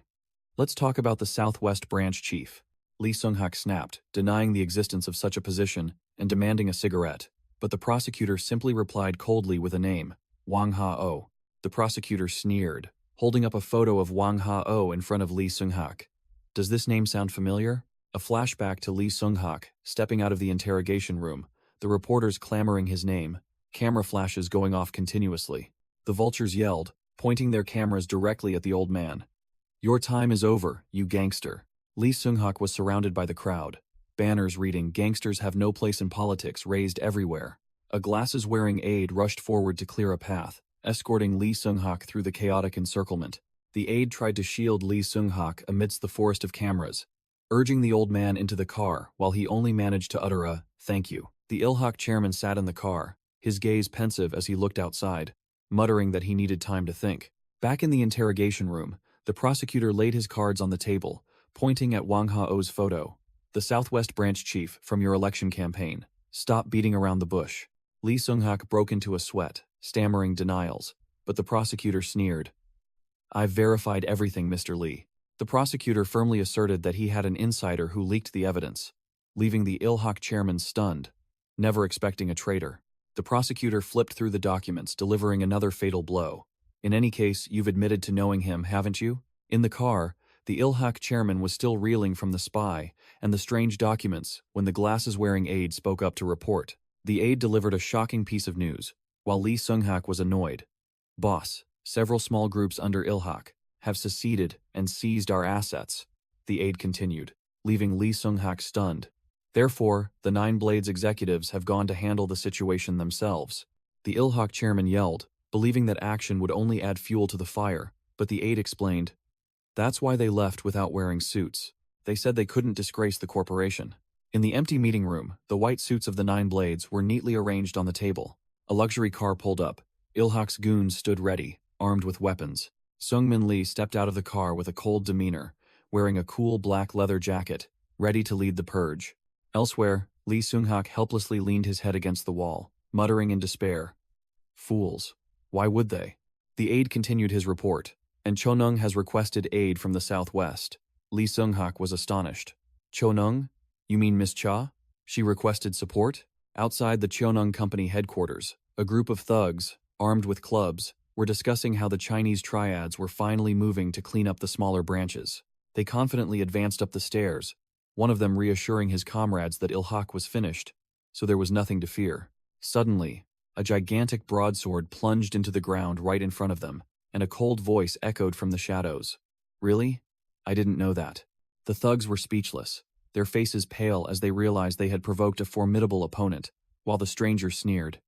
"You should have informed me a little sooner." Wang Ha-oh emerged from the shadows, broadsword in hand, a sneer on his lips. "I've already given you a permanent solution to all your life's problems." In a car, Han Hae-sung drove while telling Lee Seung-hak not to worry about the southwest region. Hae-sung suggested letting the Southwest Branch Chief handle it himself, but Lee Seung-hak cast a suspicious glance. The scene shifted to an interrogation room, where the prosecutor mentioned the Southwest Branch Chief from Lee Seung-hak's election campaign. The prosecutor threw down a photo, pointing directly at someone in it, and saying, "That's Wang Ha.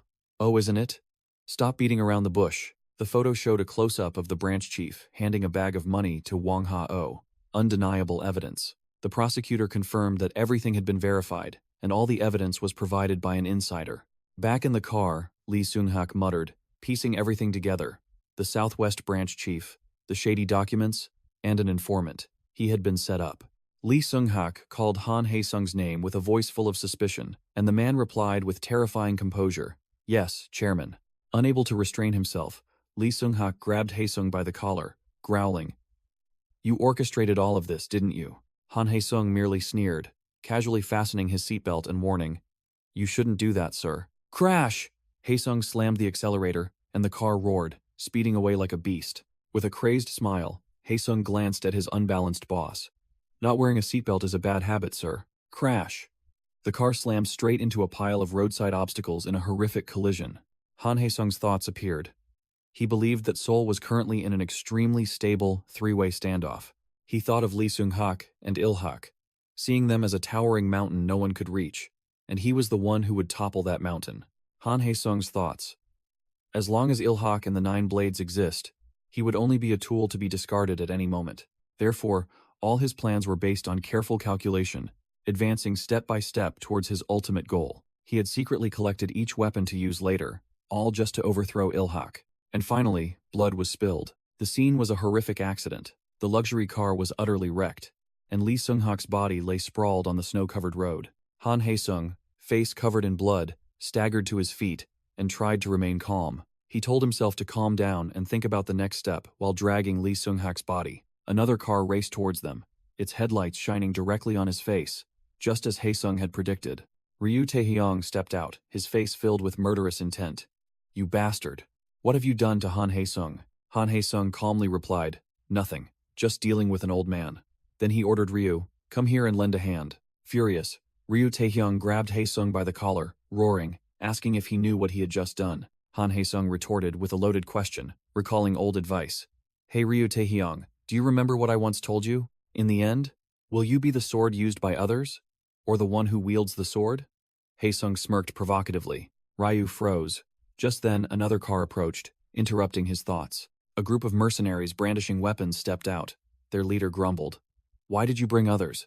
You said you'd be alone." The mercenary boss glanced at the body on the road. "That's Lee Seung-hak, right? Just do your job well." 2 duffel bags were thrown out, filled with stacks of 50,000 won bills.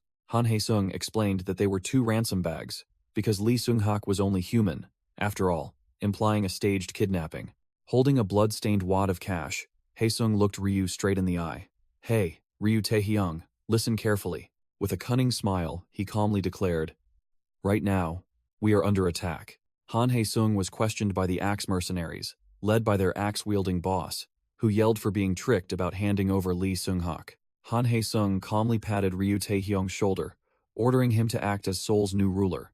Losing patience, the mercenary boss swung his axe at Han Hae-sung's head, yelling, "You dog."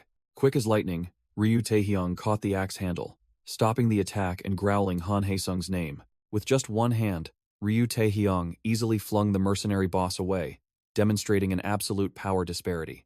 Ryu Tae-hyung glared at Han Hae-sung, warning that he would bear full responsibility for his words. Han Hae-sung, face covered in blood, only smirked, wiped his glasses, then called Ryu Tae-hyung boss, proposing a pleasant cooperation.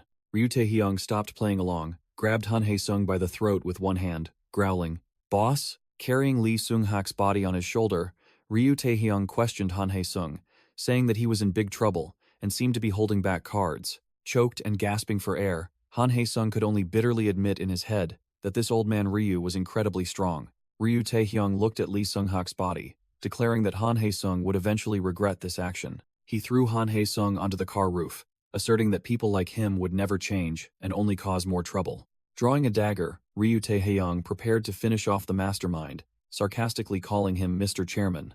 Suddenly, Han Hae-sung firmly grabbed Ryu Tae-hyung's knife-wielding wrist, coldly ordering, "You're the one who needs to stop." With a crazed smile, Han Hae-sung strained to resist, yelling defiantly, "Regret? I'll regret this?" He grabbed the collar of Lee Seung-hak's body, declaring that regret was just a trick of those in power. Han Hae-sung flung the body directly at Ryu Tae-hyung, asserting that regret only comes after failure. Finally, Han Hae-sung stood alone on the white snow, beside Lee Seung-hak's body, the man who was once the pinnacle of Seoul. The scene shifted to a high-rise building. A voice echoed, asking about the military situation. Byung-guk Han reported to Seung-min Lee. 3 organizations in the central district have merged, with an estimated force of about 60 men. Seungmin Lee coldly gripped the car's frame. Around 60 men, huh? Before a mob of fully armed thugs, a confident voice rang out. Each of you take out 7. Easy, right? Seongtae-ju, the third blade, growled an order to the 9 blades formation, bristling with killing intent. 9 blades. Clean them up. The battle at Red Crown that day would be remembered as a legend of the 9 blades for years to come. Song Tae-ju charged into the crowd, landing a punch squarely on one man's face, sending blood splattering. Dako Youngul, the 4th blade, was no less impressive, taking down one man with a kick and striking another.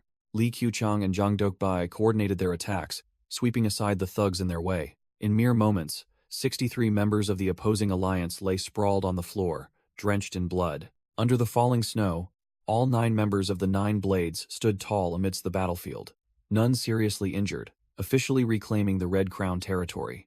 Cheon-ho Choi reported to Seungmin Lee, "Boss, I think the problem here has been resolved." Seungmin Lee asked about the situation, and Cheon-ho Choi replied, his voice slightly anxious as he looked at his phone. Deokbai and Kyu-chang are injured, but can still move. Brother Myung-wan. Cheon-ho Choi's expression suddenly changed, his voice trembling. "We have to go to the hospital immediately." Seungmin Lee froze upon hearing the bad news. The chairman.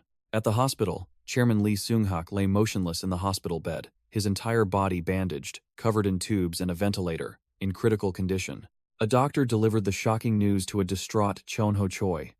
When he was brought here, he was already severely injured and had lost a lot of blood. His transport to the hospital was delayed. Cheon-ho Choi grabbed the doctor's collar, shouting in despair, "What are you saying? What the hell are you talking about?" Cheon-ho Choi turned, his eyes blazing as he glared at his subordinates. "Who did this?" And one replied, "It was a Chinese organization." Lee Kyu-chang shouted, demanding immediate revenge because the chairman was attacked on his way back. But Seungmin Lee only bowed his head, deep in thought. "Wait, there's something I'm still not sure about." Cheon-ho Choi grabbed Seungmin Lee's collar, roaring, "The chairman is in a coma. What else do you need to be sure about?"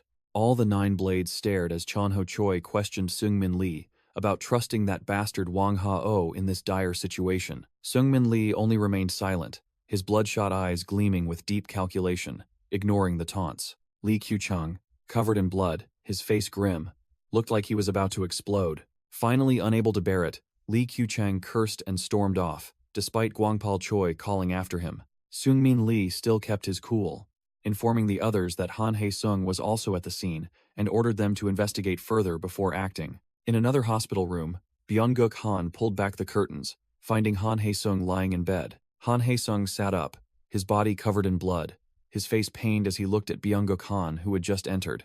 Han Hae-sung began his act of remorse, stammering that he couldn't protect the chairman, while Byung-guk Han told him to lie still. Seungmin Lee sat down, beginning the interrogation, demanding Han Hae-sung recount everything, despite his injuries.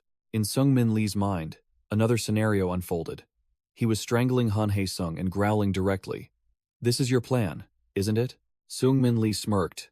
He had thought about this from the very beginning, and the timing of the incident was suspiciously perfect. He recalled Han Hae-sung deliberately mentioning Wang Ha-oh and the Southwest Branch Chief to him and Seong Tae-ju. Seungmin Lee analyzed Seong Tae-ju's fatal weakness, a man who always craved recognition and was insecure about his position in the organization. He realized Han Hae-sung had ignited everything, provoking Seong Tae-ju by saying the chairman highly valued him. Seungmin Lee covered his face, deducing that Seong Tae-ju was likely framed to cause this incident, but more importantly, he pointed directly at Han Hae-sung, his voice sharp. "You are the source of all this, Han Hae-sung." Seungmin Lee pierced Han Hae-sung's eyes, asking one last time, "Are you truly not involved in this?" Han Hae-sung, in extreme panic, flailed his arms and legs, vehemently denying it.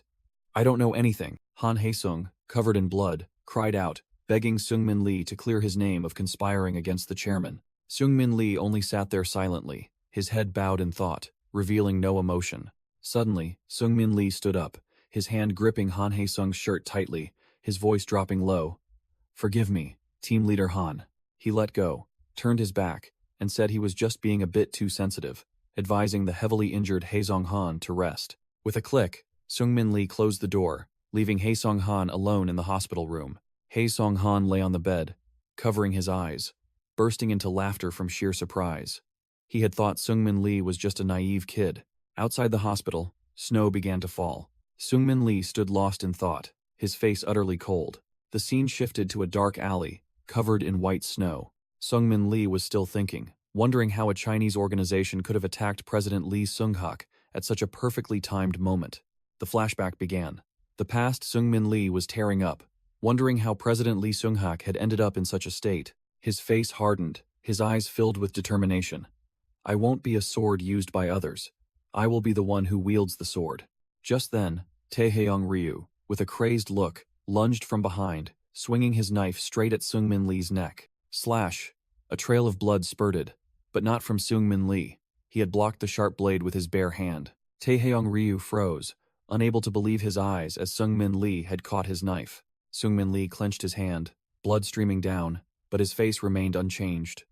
He looked up, staring directly into his opponent's eyes. Taehyung Ryu stammered, asking who he was, while Seungmin Lee merely smirked. You don't even know who I am? Seungmin Lee growled, then swung his opponent's own knife back at him. With a fatal stab, Taehyung Ryu collapsed, his blood staining the white snow crimson. Seungmin Lee stood over Taehyung Ryu's corpse, coldly declaring, My name is Ryu Taehyung. I will become the ruler of Seoul. Amidst the falling snow, a blood-soaked hand hung limp beside an axe, marking the end for the mercenaries. The Axemerc leader and his subordinates lay dead, only managing a curse before they were wiped out. Taehyung Ryu stood tall over the enemy corpses, covered in blood but radiating an overwhelming aura, growling. Is that all you've got? Meanwhile, Seungmin Lee sat on the ground, also covered in injuries, calmly remarking, Taehyung Ryu's punches are good, but his head's a mess. Taehyung Ryu turned, looked at Seungmin Lee, and asked curtly, Are you done, Taehyung Ryu? Seungmin Lee looked up, casually ordering, Then come here and help me up. Taehyung Ryu's eyes suddenly froze when he saw another corpse. He stammered, You really killed Chairman Lee Seung-hak? Seungmin Lee smirked savagely, confirming, Yes. Il-hak is no more. Taehyung Ryu furiously cursed him as a deranged bastard, but Seungmin Lee calmly blamed someone else. I told you, this is the work of the Southwest Group. Faced with his opponent's skepticism, Seungmin Lee merely sighed sarcastically. Humph. You really talk too much. Taehyung Ryu immediately fell silent, sensing the killing intent and the shift in the atmosphere, his entire body tensing up. Seungmin Lee raised the knife, his eyes as cold as ice, preparing for the next act. Thud. Without hesitation, he plunged the knife straight into his own hand, leaving Taehyung Ryu stunned in disbelief. Seungmin Lee tensed up, screaming in feigned agony. I tried to save him, but I failed. Stunned by this insane act, Taehyung Ryu instinctively took a step back. You're truly insane, Taehyung Ryu whispered, unable to comprehend why Seungmin Lee would torment himself to this extent. Seungmin Lee collapsed onto the snow, his voice filled with bitterness. Taehyung Ryu, we can never become Il-hak. He outlined an even bolder plan. So if we can't become Il-hak, then at the very least, we must become the hunters who catch that crane. Taehyung Ryu stared at the blood-stained knife on the snow, while Seungmin Lee tempted him. You're more suited to be a beast than a hunter. How about a wolf? Seungmin Lee lifted his head, his eyes sharp as a blade, ordering his soon-to-be new ally. That's why. Pick up your knife. Taehyung Ryu picked up the blood-stained knife, muttering, Now that Il-hak's leg is broken, what remains are its wings. He stood on one of the mercenary corpses. Suddenly, Chonho Choi appeared, grabbing Taehyung Ryu by the throat, much to his astonishment. Crash! Chonho Choi said not a word, immediately delivering a devastating headbutt to Taehyung Ryu. Taehyung Ryu screamed in pain, blood gushing from his eye sockets as he fell backward. He writhed on the snow, while Chonho Choi stood there, coldly asking, Do you think the 9 blades are just a joke? Chonho Choi slowly walked closer, still holding the knife. The chairman used to call us brats back in the day. Taehyung Ryu sat on the ground, still dazed, listening as Chonho Choi continued bitterly. Yes, because when he was still here, we might have just been disobedient children. But now, we've become nothing but trash. Chonho Choi turned to face Seungmin Lee, blaming him entirely. This is all your fault, so take this. Chonho Choi lunged, swinging his knife towards the panicked Seungmin Lee. Slash! The blade plunged straight into Seungmin Lee as he could only let out a desperate scream. Chonho Choi stabbed him repeatedly in a frenzy, ignoring Seungmin Lee's screams of pain. In his rage, Chonho Choi recalled someone once asking, How can you use Cirium with that small body? A flashback appeared.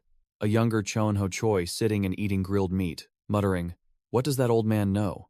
Sirium is about technique. Chairman Lee Seung-hak sat opposite him, tapping Chonho Choi's head with his chopsticks and teasing.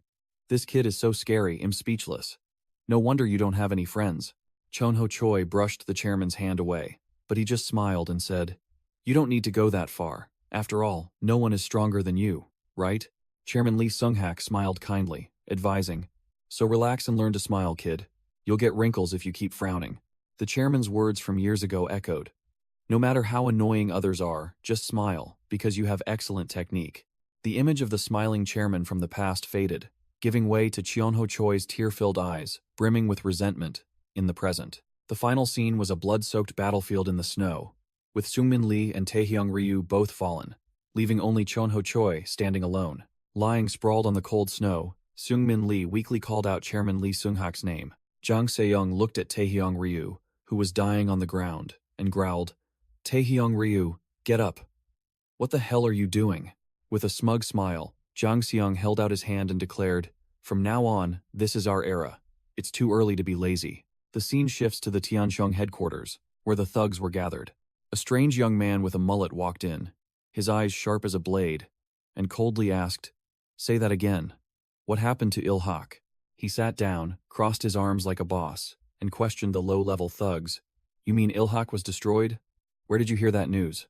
A Tiansheng subordinate tremblingly reported that rumors were spreading everywhere after Chairman Lee Seung-hak was summoned and then met with an accident. The subordinate tried to explain that they needed to prepare for the chaos in Seoul, but the young man with the mullet cut him off. You mean, who spread the rumor? Without a word of warning, the young man with the mullet grabbed the subordinate by the collar, radiating killing intent. The door burst open, and Lee Kyu-chang of the Nine Blades stumbled in, covered in blood, catching the attention of the young man with the mullet. Oh, well, isn't it one of the Nine Blades? The young man with the mullet sneered. You've come at just the right time. We were just talking about you guys. How have you been lately?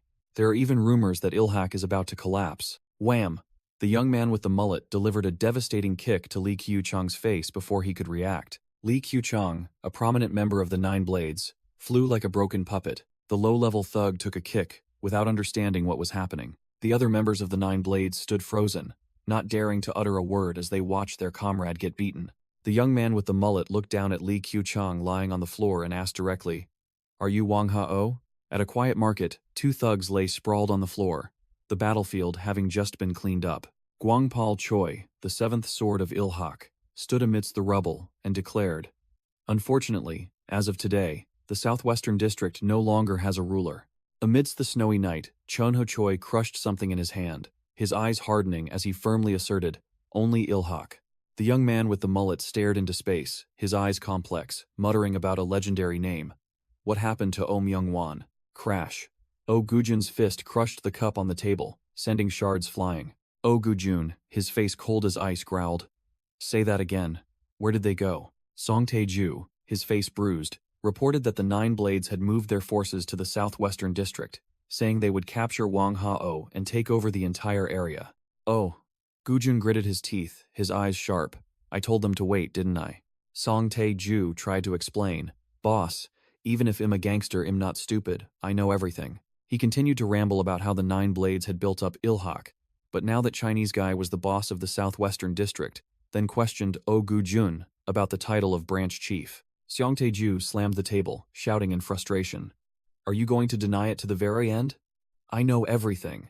He stood up abruptly, pointed directly at Oh Gujun, and bitterly said that since the chairman had been elected, they no longer needed gangsters like them, viewing them as stains to be erased. Oh Gujun merely listened in silence with a look of contempt, letting Song Tae-ju conclude that the chairman would shake hands with that Chinese guy. Song Tae-ju turned around, his voice lowering.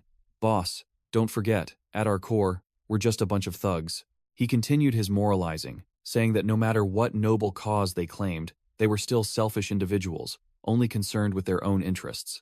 Oh, Gujun cut off the act. I know everything. I saw the document listing the Southwestern Seoul Branch Chief, Wang Ha-oh. Song Tae-ju froze, admitting that he had personally seen Hae Song-han holding that document. He confessed that he only wanted to hold on to the chairman because thugs needed protection, never expecting things to go this far. Oh Gujun narrowed his eyes, calling out his name directly. Song Tae-ju. Don't tell me. The silver-haired man's face turned pale when Oh Gujun bluntly asked, You're the one who reported the chairman to the prosecution, aren't you? The scene shifts. Ogujun lunged between two nine-blade subordinates, delivering a kick that swept both of them away in an instant. Thump! One of them flew straight into the wall, the kick so powerful it created a small explosion. Ogujun stood amidst the battlefield, weapon in hand, coldly remarking, "Just as expected, the 9 blades, or whatever." He looked down with utter contempt. Just a bunch of idiots, who only rely on numbers. Ogujun recalled the battle with the 9 blades, thinking to himself that taking on all of them alone was truly tough. He tightened his grip on the knife, covered in blood, and decided to go all out. Slash. Li Qiucheng immediately took a knife, slash that splattered blood on his face. Amidst the chaotic fight, Zhang Dogbai yelled out, "Qiucheng," while Ogujun fought fiercely. Zhang Dogbai stumbled, clutching his stomach, and yelled, "He's running! Catch him!" Ogujun, without a word, kicked through the glass door and rushed out like a ghost. He gritted his teeth, his face full of determination as the name Oh Myung-wan appeared in his mind. Back in the present, Ogujun coldly declared to Ju Songtae, "You are no longer a member of Ilhak or the 9 Blades." He grabbed the silver-haired man's wrist, a look of contempt in his eyes. "You're just a thug." Ju Songtae smirked defiantly. "That's right. In the end, we're all just thugs, boss." The scene shifted to a deserted convenience store on a snowy night. "Oh, Gujun," repeated the man's words. "We're all just thugs, huh?" His voice full of sarcasm. Wham! Oh Gujun grabbed Ju Songtae's jaw, leaving him stunned. As he hadn't expected to be put on the defensive like this, he decisively stepped forward, ready for a serious beatdown. Then from now on, he'll act like a thug too. With that said, Oh Gujun threw a devastating punch at Ju Songtae's face. Oh Gujun looked down at the blood-stained knife, his killing intent surging. Ju Songtae swung his knife in retaliation. But Oh Gujun calmly raised his hand and blocked it cleanly. Thud.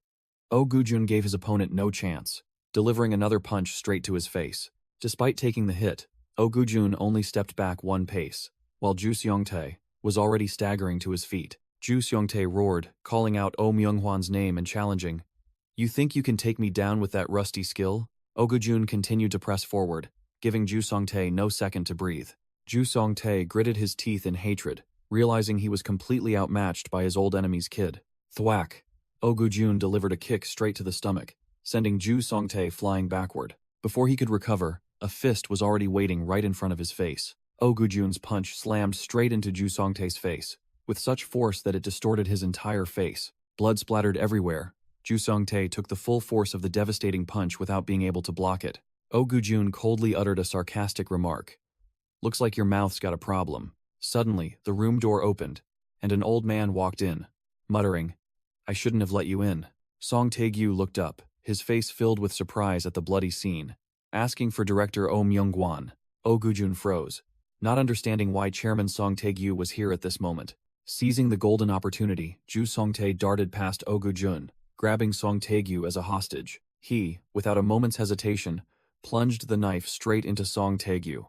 Ju Songtae roared like a wounded beast, calling out Oh Myung-wan's name in a frenzy, while another subordinate looked at him in horror. "Damn, director, I'll kill you right now," Ju Songtae shrieked, tightening his grip on the dying hostage. Oh Gujun's killing intent exploded, his eyes now filled only with deadly coldness. Ju Songtae threw Song Tae-gyu onto the floor like a discarded object. Oh Gujun yelled out his name. A flashback appeared. Amidst the snowy weather, Oh Myung-wan coldly held a blood-stained knife. Behind him, a younger Ju Songtae was fleeing for his life.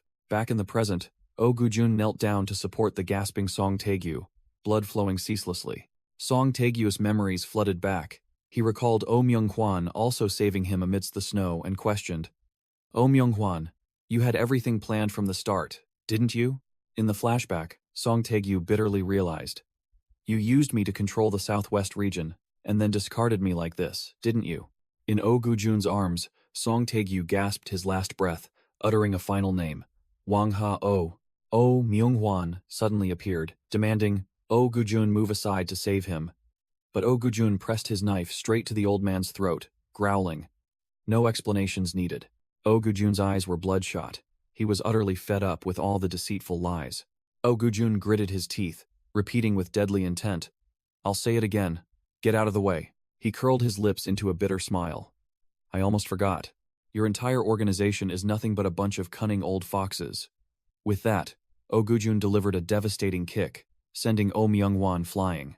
Oh Gujun held Song Tae-gyu, his eyes filled with hatred as he stared at his father, Oh Myung-won.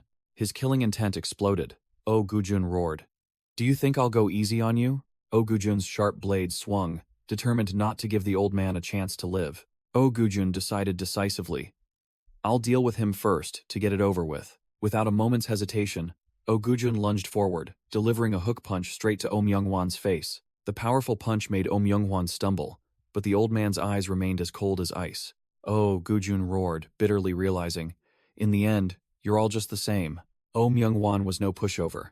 He grabbed a nearby table. The old man swung the heavy wooden table like a weapon, aiming it straight at Oh Gujun's head. Oh Gujun raised his arm to block the attack, and the table shattered into pieces. Both lunged at each other, Oh Myung-won swinging a large cleaver. Oh Gujun dodged the attack by a hair's breadth, the cleaver dangerously grazing his face. Oh Myung-won continued to swing his blade, his eyes wild like a beast. The battle to the death between father and son officially began, leaving no room for hesitation or familial ties. Oh Gujun, his face covered in blood, delivered a crushing punch to Oh Myung-won's face, giving the old man no time to breathe. Oh Gujun unleashed a powerful hook kick, sending his opponent flying. Oh Myung-won fell sprawling to the floor, but his eyes still held a wild, defiant look. Oh Gujun rushed forward, delivering another kick straight to the chest of the old man lying on the ground. The old man, Oh Myung-won, staggered to his feet, clutching his chest and gasping for air, but still refused to fall. Oh Gujun stood there, covered in blood, his eyes blazing as he stared at the man he called father. He gritted his teeth, muttering with killing intent. "Where are you looking?" Oh Myung-won growled back, his hand still gripping the cleaver. "Where are you looking, huh?" Suddenly, a panicked voice echoed from the doorway. "Dad!" It was Song Tae-jon, his face pale. Oh Gujun froze, a memory suddenly flooding back as he heard Song Tae-jon's words. "Mom said for you to hurry up. I'm done eating." Oh Gujun's face changed, his eyes wide with horror as he realized a terrifying truth. In the illusion, Oh Myung-won appeared with a brutal expression, swinging his cleaver and stabbing through Song Tae-gyu. Song Tae-jon, still a child at the time, was stunned into silence as he witnessed his father being murdered right before his eyes. Back in the present, Song Tae-gyu was dying, blood gushing out, collapsing before his son. Song Tae-gyu lay slumped on the floor in a pool of blood, his last vestiges of life slowly fading away. Song Tae-jon knelt, embracing his dying father, his voice trembling. "Dad?" He let out a desperate, mournful cry as his father took his last breath. Oh Gujun stood there, frozen, his entire body trembling as he witnessed the tragedy and understood his father's true nature. Oh Myung-won, the arch-enemy, coldly stepped forward, without a hint of remorse or emotion. The old man looked at Song Tae-jon, who was cradling his father's corpse, and casually asked a question that twisted the knife in the wound. "Your name is Tae-jon, isn't it?" In his last breath, Song Tae-gyu weakly instructed his son, "Go home and go to the hospital with your mother." Oh Myung-won carried Song Tae-gyu's body, his expression unchanged, as he told young Song Tae-jon, "I'll take your father to the hospital." Another blood-soaked figure appeared. It was Wang Ha-oh, and Oh Myung-won coldly called his name. Wang Ha-oh bowed his head, his voice full of remorse. "My apologies, my friend." Now only Oh Myung-won remained, a blood-soaked cleaver in his hand, the true nature of a demon revealed. In another memory, amidst falling snow, Oh Myung-won carried another body, blood dripping onto the white snow. He looked at his young son, Oh Gujun, and said strangely, "It's snowing so much, Gujun. I'll be home soon," he said, then quietly walked away, leaving his son and a long trail of blood in the deserted alley. That blood trail was left behind, a silent testament to his crimes. The scene shifts to a large headquarters building. Snow still fell heavily as a black car pulled up. A man stepped out, his feet sinking into the pristine white snow. The ultimate victor was revealed, Seung-min Lee, covered in injuries with bandages wrapped around his abdomen and eye. But the aura of a new boss had formed. Seung-min Lee faced Wang Ha-oh, both survivors of the bloody war. They walked together, new footprints overlaying the snow, signaling that Ilhak's history had been officially erased. The snow fell thicker and thicker, quickly covering the bloody footprints, as if no purge had ever occurred. A new figure appeared, the CEO of HHS Entertainment, Hae Song-han, who believed that history was merely a tale told by the victors, burying the defeated. He smirked and asked another, "Isn't that right?" Facing him was an equally formidable figure, Chairman Song Tae-ju, an old veteran with a face full of scars. 2 years after Oh Myung-won's death, the Ilhak Capitol building still stood tall, but its owner had changed. A hand was placed on the new title plaque, marking the beginning of a new empire built on blood and bones. In the chairman's office, Chonho Choi stood, his right arm bandaged, his gaze distant. The old man turned around, his expression filled with calculation, his hand still gripping the bamboo belt. Jang Se-young walked in, adjusting his tie confidently. "Oh, Director Choi is still here." Jang Se-young bowed his head, explaining, "I saw the chairman's office door open, so I thought someone was inside." He rubbed his forehead wearily, reporting the situation. "The chairman's condition hasn't improved, and the doctors say it's hard to expect good results." Jang Se-young lowered his voice, his eyes sharp. "The hospital will remain silent. Outsiders will only know that the chairman retired after stepping down." Cheonho Choi looked worried, for if the chairman's seat remained empty, Il-hak would surely fall into chaos. The old man paced irritably. "The Red Crown district in Yongsan is already a mess. Those small fry have been protesting for 2 damn years. I'll go clean it up myself." Jang Se-young coldly interrupted. "You don't need to do that." Immediately after, a blood-soaked figure was flung out the door. A bloody hand holding a dagger filled with killing intent appeared. Jang Se-young calmly announced, "Oh, he just got back." Taehyung Ryu, covered in blood, walked in with an arrogant air, slicking back his hair and declaring that he was in the process of resolving the issue. Chonho Choi extended his hand, greeting, "You've worked hard, Taehyung Ryu. How are you?" Taehyung Ryu stared at the old man's bandaged hand, and the name flashed in his mind. Chonho Choi, Second Blade. Memories of the deadly battle in the snow flooded back. When he faced Oh Gujun, an equally cold-blooded individual, Chonho Choi brushed that thought aside, patting Taehyung Ryu's shoulder as if nothing had happened. Clang! Taehyung Ryu threw the iron brass knuckles onto the floor, clearly annoyed. He pulled out a pack of cigarettes, his hands still bloody, muttering curses. He leaned back on the sofa, propping his feet on the table arrogantly. "Damn it." Jang Se-young turned to Chonho Choi, his expression awkward. "Hey, what's this, Director Choi? Please understand," he explained. "Even if he acts like this, he is currently a very important figure to Il-hak." Taehyung Ryu smirked, his voice pragmatic.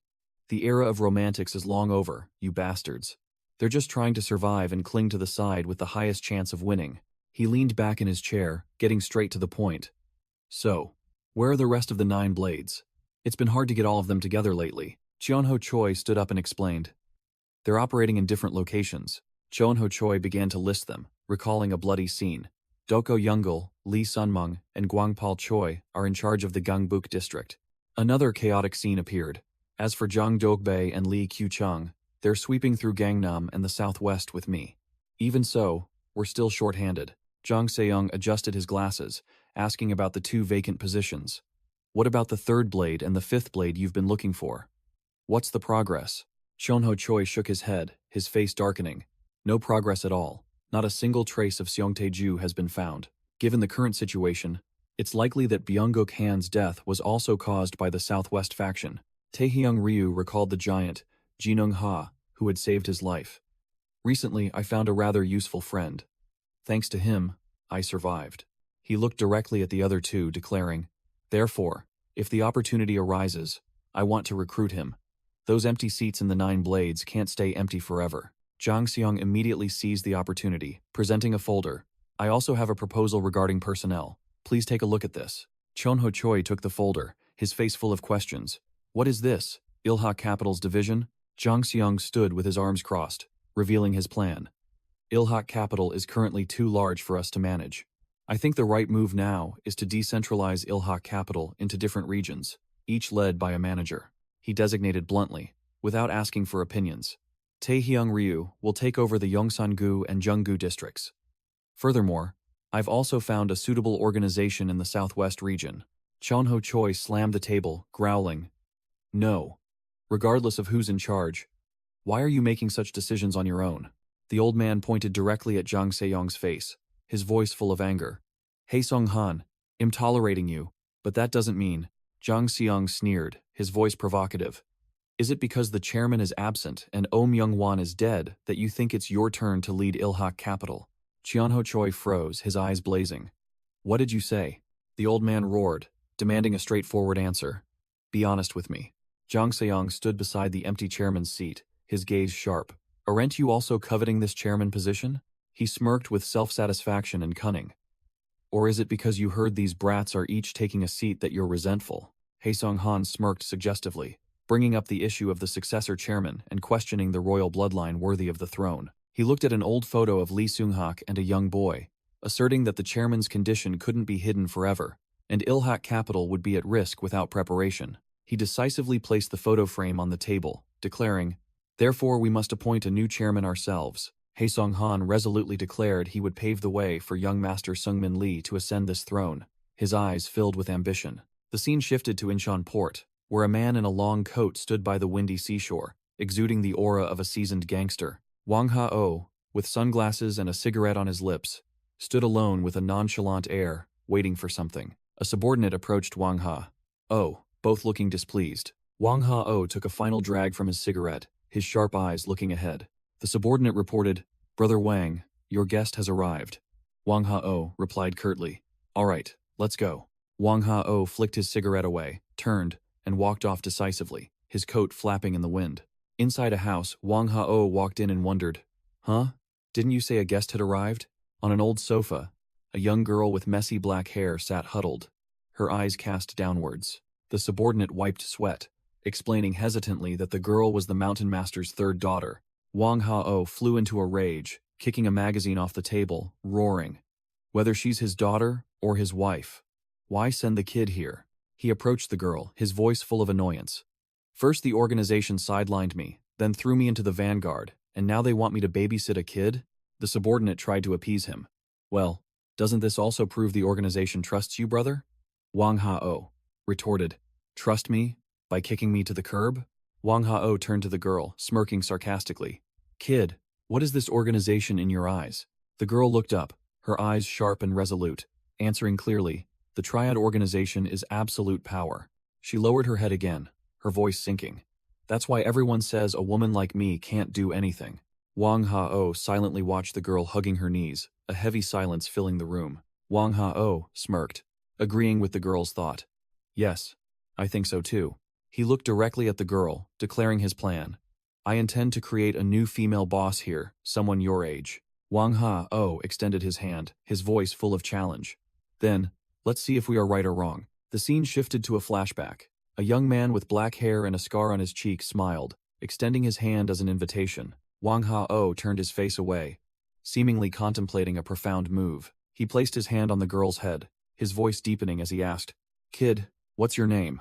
The girl looked up, her eyes fearless, and replied clearly, "My name is Shulan." The scene shifted to a day of pouring rain, a gloomy atmosphere enveloping an old building. A man wearing sunglasses puffed on a cigarette, his voice nostalgic. "Those were truly beautiful days, weren't they, Oh Myung-won?" Oh Myung-won, in a white vest, stood in the rain with the mysterious man, his expression somber. Oh Myung-won bowed respectfully to the man. "I'm leaving now," then turned and walked away. Oh Myung-won's solitary figure walked away in the heavy rain, leaving behind the man and a young Oh Gu-jun. The man with glasses took a final drag from his cigarette, his inscrutable gaze following Oh Myung-won's retreating figure. He turned to Oh Gu-jun, his voice coaxing, "Don't you want to avenge your father?" Oh Gu-jun stood frozen in the rain, his voice faltering. I don't know. I don't know where to direct my anger." He continued in despair, wondering whether to direct his anger at his deceased father or the one who took him away. As Oh Myung-hwan's silhouette entered the columbarium, the mysterious man declared, "Then the answer is simple," causing Oh Gu-jun to look up, full of questions. He stood before Oh Myung-hwan's portrait, his voice cold, blaming the dead as useless. "So, aim for the living." He puffed on his cigarette, asserting firmly, "That man will surely accept it." Oh Gu-jun listened, tears mingling with the rain as the man concluded, "In this world, there is no emotion more genuine than revenge." The mysterious advisor took one last drag from his cigarette, his cold gaze fixed on the columbarium. Before Oh Myung-won's portrait, he silently made a promise. "We'll meet again soon." Having said that, he turned and walked away, his figure gradually disappearing into the dark hallway. The rain continued to pour, water gushing from bamboo gutters in an old complex. Here, Chief Jang, holding an umbrella, entered a secret meeting with his subordinates, waiting in the rain. Upon entering, Chief Jang brushed rainwater from his coat, complaining about the weather. Inside, Oyama Kenji, a Yakuza boss, was already seated, uttering sarcastically, "What's the point of living so long?" Chief Jang entered the meeting room, and Oyama Kenji immediately asked directly, "Are you manager Jang Seongho?" A muscular man sitting next to Kenji grinned, introducing himself with a challenge. "I am Taiga Muto. Pleased to meet you." Chief Jang shook Taiga's hand, mentally noting that this was the strongest man in the Japanese underworld. Chief Jang turned to Oyama Kenji, remarking, "It seems the others haven't arrived yet." Oyama Kenji covered his mouth with a sneer, his voice full of hidden meaning. "I hope this meeting will be fruitful." Kenji began to show his displeasure, grumbling that they had wasted too much time on the OneSync project, and hoping this wouldn't be a useless gathering. Chief Jang reassured him, "There's no need to worry about that," then added, "Furthermore, waste seems like the wrong word." Oyama Kenji interrupted, his eyes sharp. "Rather, you've bought enough time for all of us, haven't you?" Just then, another influential figure walked in. It was Taehyung Ryu, who apologized for being late. Taehyung Ryu sat down, claiming he was too focused on work and lost track of time. Chief Jang was about to start the meeting, but Oyama Kenji cut him off.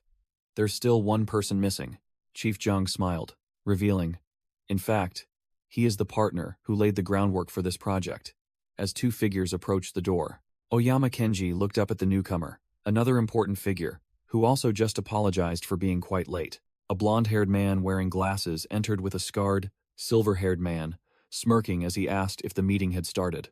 He confidently walked to the center of the boss's meeting table and introduced himself. "My name is Haesung Han.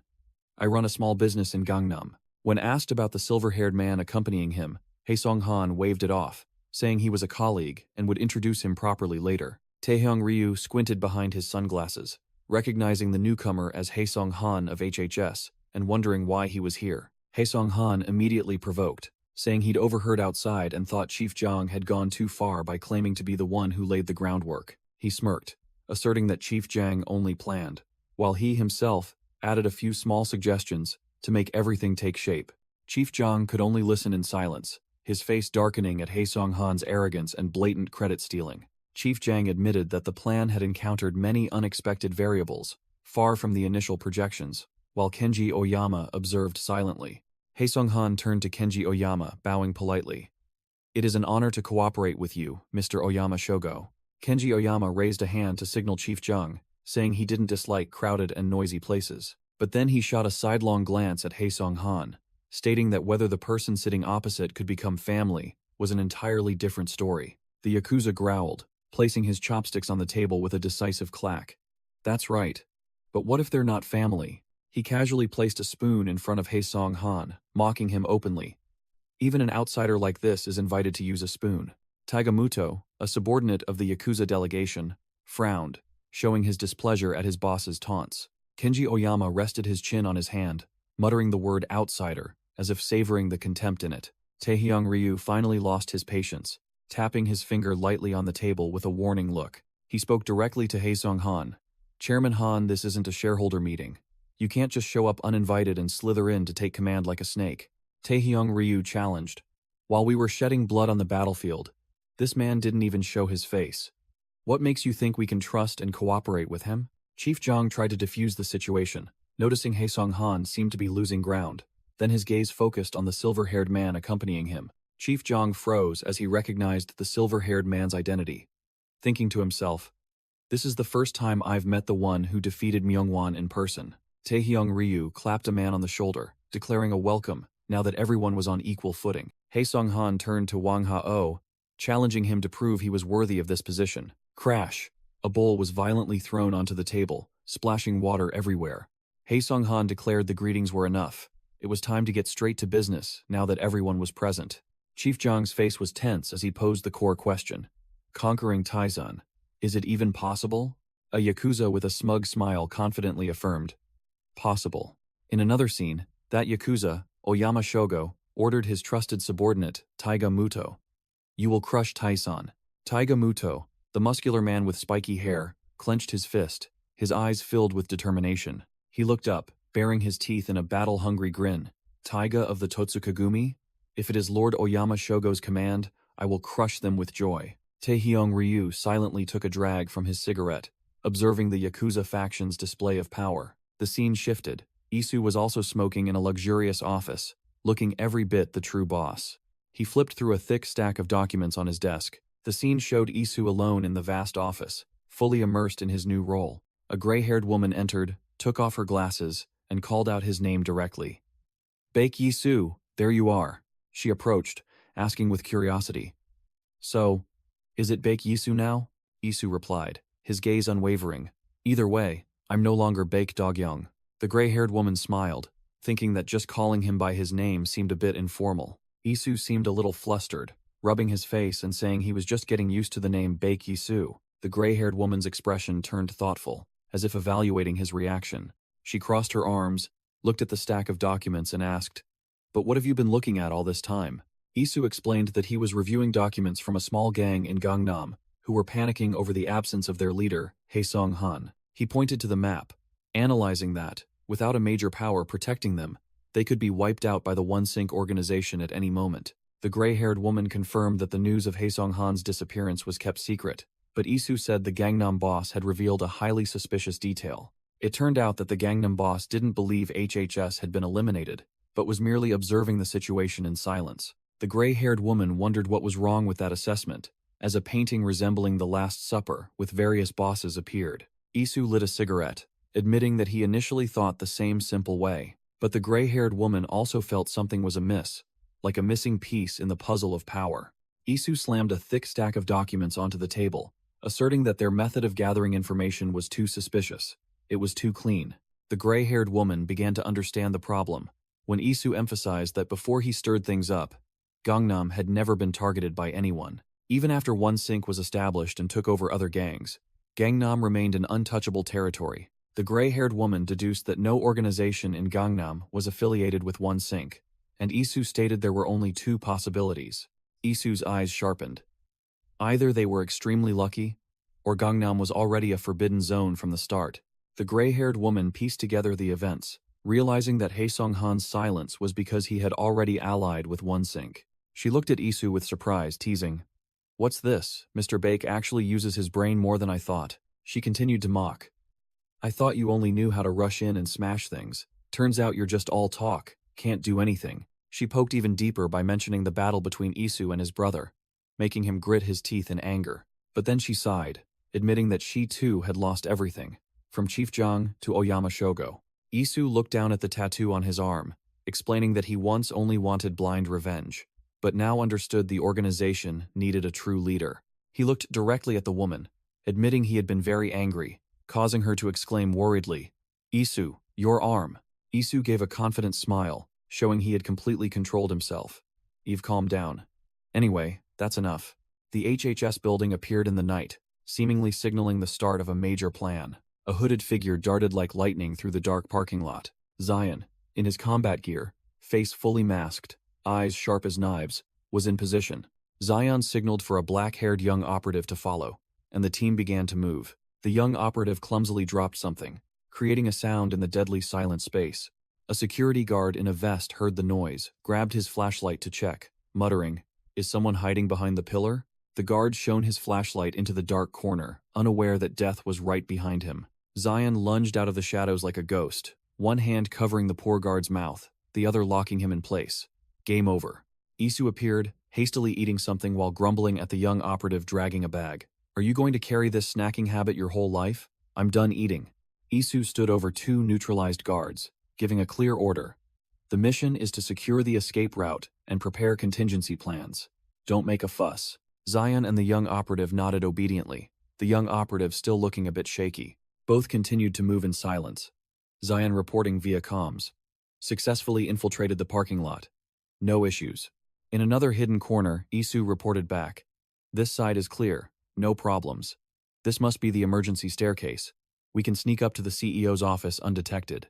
Yi-soo, now masked, was in the archives room, thinking to himself, "This information is from Chonho Choi. I can't believe this place is owned by Ilhak." In the basement, the young operative reminded Zion, "The captain said our mission is just to gather information, don't overdo it." Both got into a ready stance.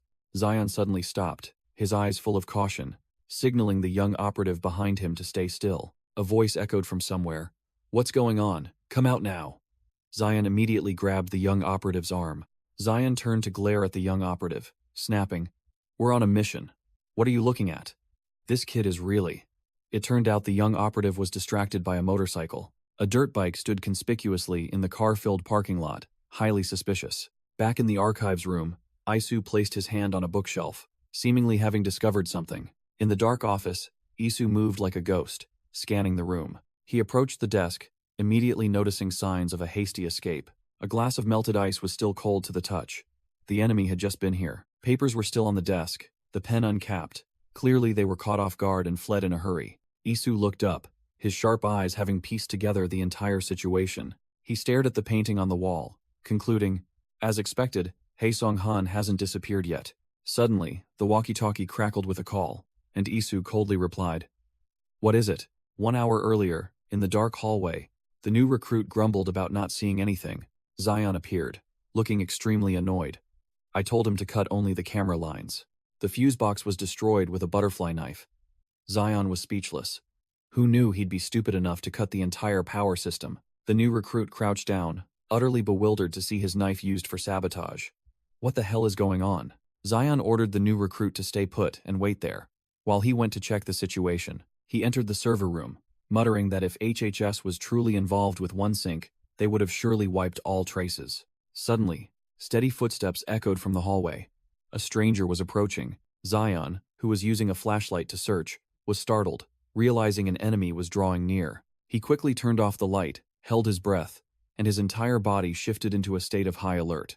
A figure appeared at the end of the hallway, the flashlight in their hand sweeping across once. The coat-clad stranger slowly advanced deeper into the area, still holding a flashlight to guide the way. Zion had silently hidden behind a row of servers, observing the opponent shining their light down from above. The tension was palpable. Zion pulled his mask up to cover his face, ready for a fierce confrontation. Zion moved silently in the darkness, carefully ascending the stairs. Suddenly, a blinding light swept over. A stranger had spotted Zion and challenged him. "You think I wouldn't know if you hid there?" Zion glared sharply, annoyed by the rude greeting, muttering that this sneaking around was pathetic. The stranger, an operative in combat gear, casually suggested Zion pretend he hadn't seen anything. Before he finished speaking, the operative threw the flashlight he was holding directly at Zion's face as a warning. Immediately after, a dagger was drawn and flew with terrifying speed. This guy was clearly a professional. Zion deftly dodged the knife, immediately closing the distance, facing the operative who was already in a defensive stance. Both lunged at each other, moving so fast they were mere blurs in the darkness. Zion grabbed the opponent's knife-wielding wrist, realizing it was a military bayonet, and stated firmly, "So, you're with OneSync." The OneSync operative didn't flinch. He turned on his flashlight, shining it directly into Zion's eyes to play a psychological trick. Blinded by the strong light, Zion cursed softly, temporarily losing his vision. Seizing the opportunity, the operative swung his knife in a dangerous arc, determined to finish Zion in one blow. Zion reacted incredibly fast, leaning back to narrowly dodge the fatal slash, the blade cutting through the air. With a graceful acrobatic move, Zion completely escaped the trajectory of the deadly slash. The OneSync operative looked astonished, not expecting Zion to be able to dodge his attack. Giving his opponent no time to recover, Zion delivered a powerful spinning kick directly to the operative's head. Taking the full force of the kick, the OneSync operative staggered back, letting out a groan of pain. Despite being dazed, he tried to stand firm, his weapon still clutched in his hand, refusing to give up. Quick as lightning, Zion moved behind him, one hand clamping tightly around the operative's throat. Completely subdued, the OneSync operative gritted his teeth and admitted, "As expected, you truly are from Taizan." With Zion's weapon at his throat, the tactical intruder growled, "Are you also one of Isu's kind?" Zion retorted, "Oh, you know our captain?" The tactical intruder smirked. "Of course I do. I even took him down once." Hearing the insolent remark, Zion said nothing more and plunged a knife straight into the operative's hip. The tactical intruder stumbled back, realizing with a sharp pain that Zion had stabbed him right in an old wound. Knowing he was no match, the operative frantically grabbed the doorknob, looking for an escape. He cursed as he ran, threatening, "Damn it, we'll meet again, Blondie." Zion just watched, raising his middle finger in a defiant and sarcastic gesture. "Oh, I'm so scared." After the enemy fled, Zion muttered that the guy was something else. But if the plan wasn't going well, escaping was the best option. Zion completed his objective, picking up a hard drive from the floor, realizing the mission's ultimate purpose was reconnaissance. Meanwhile, the tactical intruder ran for his life, recalling Zion's words. He hastily grabbed his tactical helmet. Putting on the helmet, he still couldn't believe what Head just heard. Muttering a curse, He took down Isu, the young operative, crouching on the ground, startled when he saw Zion return. Zion approached, holding the hard drive as his prize, but the rookie panicked when he saw the bloodstain on his hip. "What's that wound?" Zion ordered decisively. "We need to get out of here now. Our covert operation has been compromised." Both quickly mounted a prearranged off-road motorcycle to escape. Suddenly, a glowing red crowbar swung from the shadows, aiming to smash both rider and bike. Zion reacted with lightning speed, unleashing his signature steel wire, stunning the attacker. "Deadline? Why is he here?" While driving, Zion skillfully wrapped the steel wire tightly around the crowbar, neutralizing the attack with finesse. The red crowbar was tightly bound by Zion's wire. The enemy's ambush had completely failed. A biker roared. "Playing tricks again?" As Zion yanked hard on the steel wire, sending him sprawling, the wire tightened, digging deep into Zion's glove, revealing the terrifying force of the pull. Zion gritted his teeth against the pain, the wire cutting into his hand, making him groan, while Rim Gyeongchun anxiously asked from behind, "Are you okay?" Suddenly, another spiky-haired attacker lunged forward. Zion snarled at the rookie. "Get out of here!" Elsewhere, Isu was listening to a report through his earpiece, his expression intensely focused and tense. Just then, another motorcycle sped in like an arrow, carrying a stranger who swung a glowing red crowbar straight at the guy lying on the ground. The strange biker, wearing a full-face helmet, struck without mercy, slamming the crowbar into the enemy. Isu, commanding remotely, called out to the rookie over the comms. "Rim Gyeongchun." Rim Gyeongchun looked up at the newcomer, reporting the chaotic situation. "Things are a bit messy. I need some help, but what should I do?" Zion also stared at the stranger, his mind filled with questions. Why is he here? All eyes turned to the newcomer, and a voice rang out, confirming, "It's him." The stranger on the motorcycle, crowbar in hand, was another legend known by the codename, Deadline. Bloodstains soaked through Isu's shoulder, indicating he had also just been through a fierce battle. Zion hid behind a pillar, his eyes wide with disbelief, unable to believe what he was seeing. "Are you kidding? That spiky-haired guy is Deadline?" Without a word, Isu revved his engine and sped his motorcycle straight towards the dazed, spiky-haired guy. Isu pulled out a spray can that looked like paint, preparing to deliver the finishing blow. Whoosh!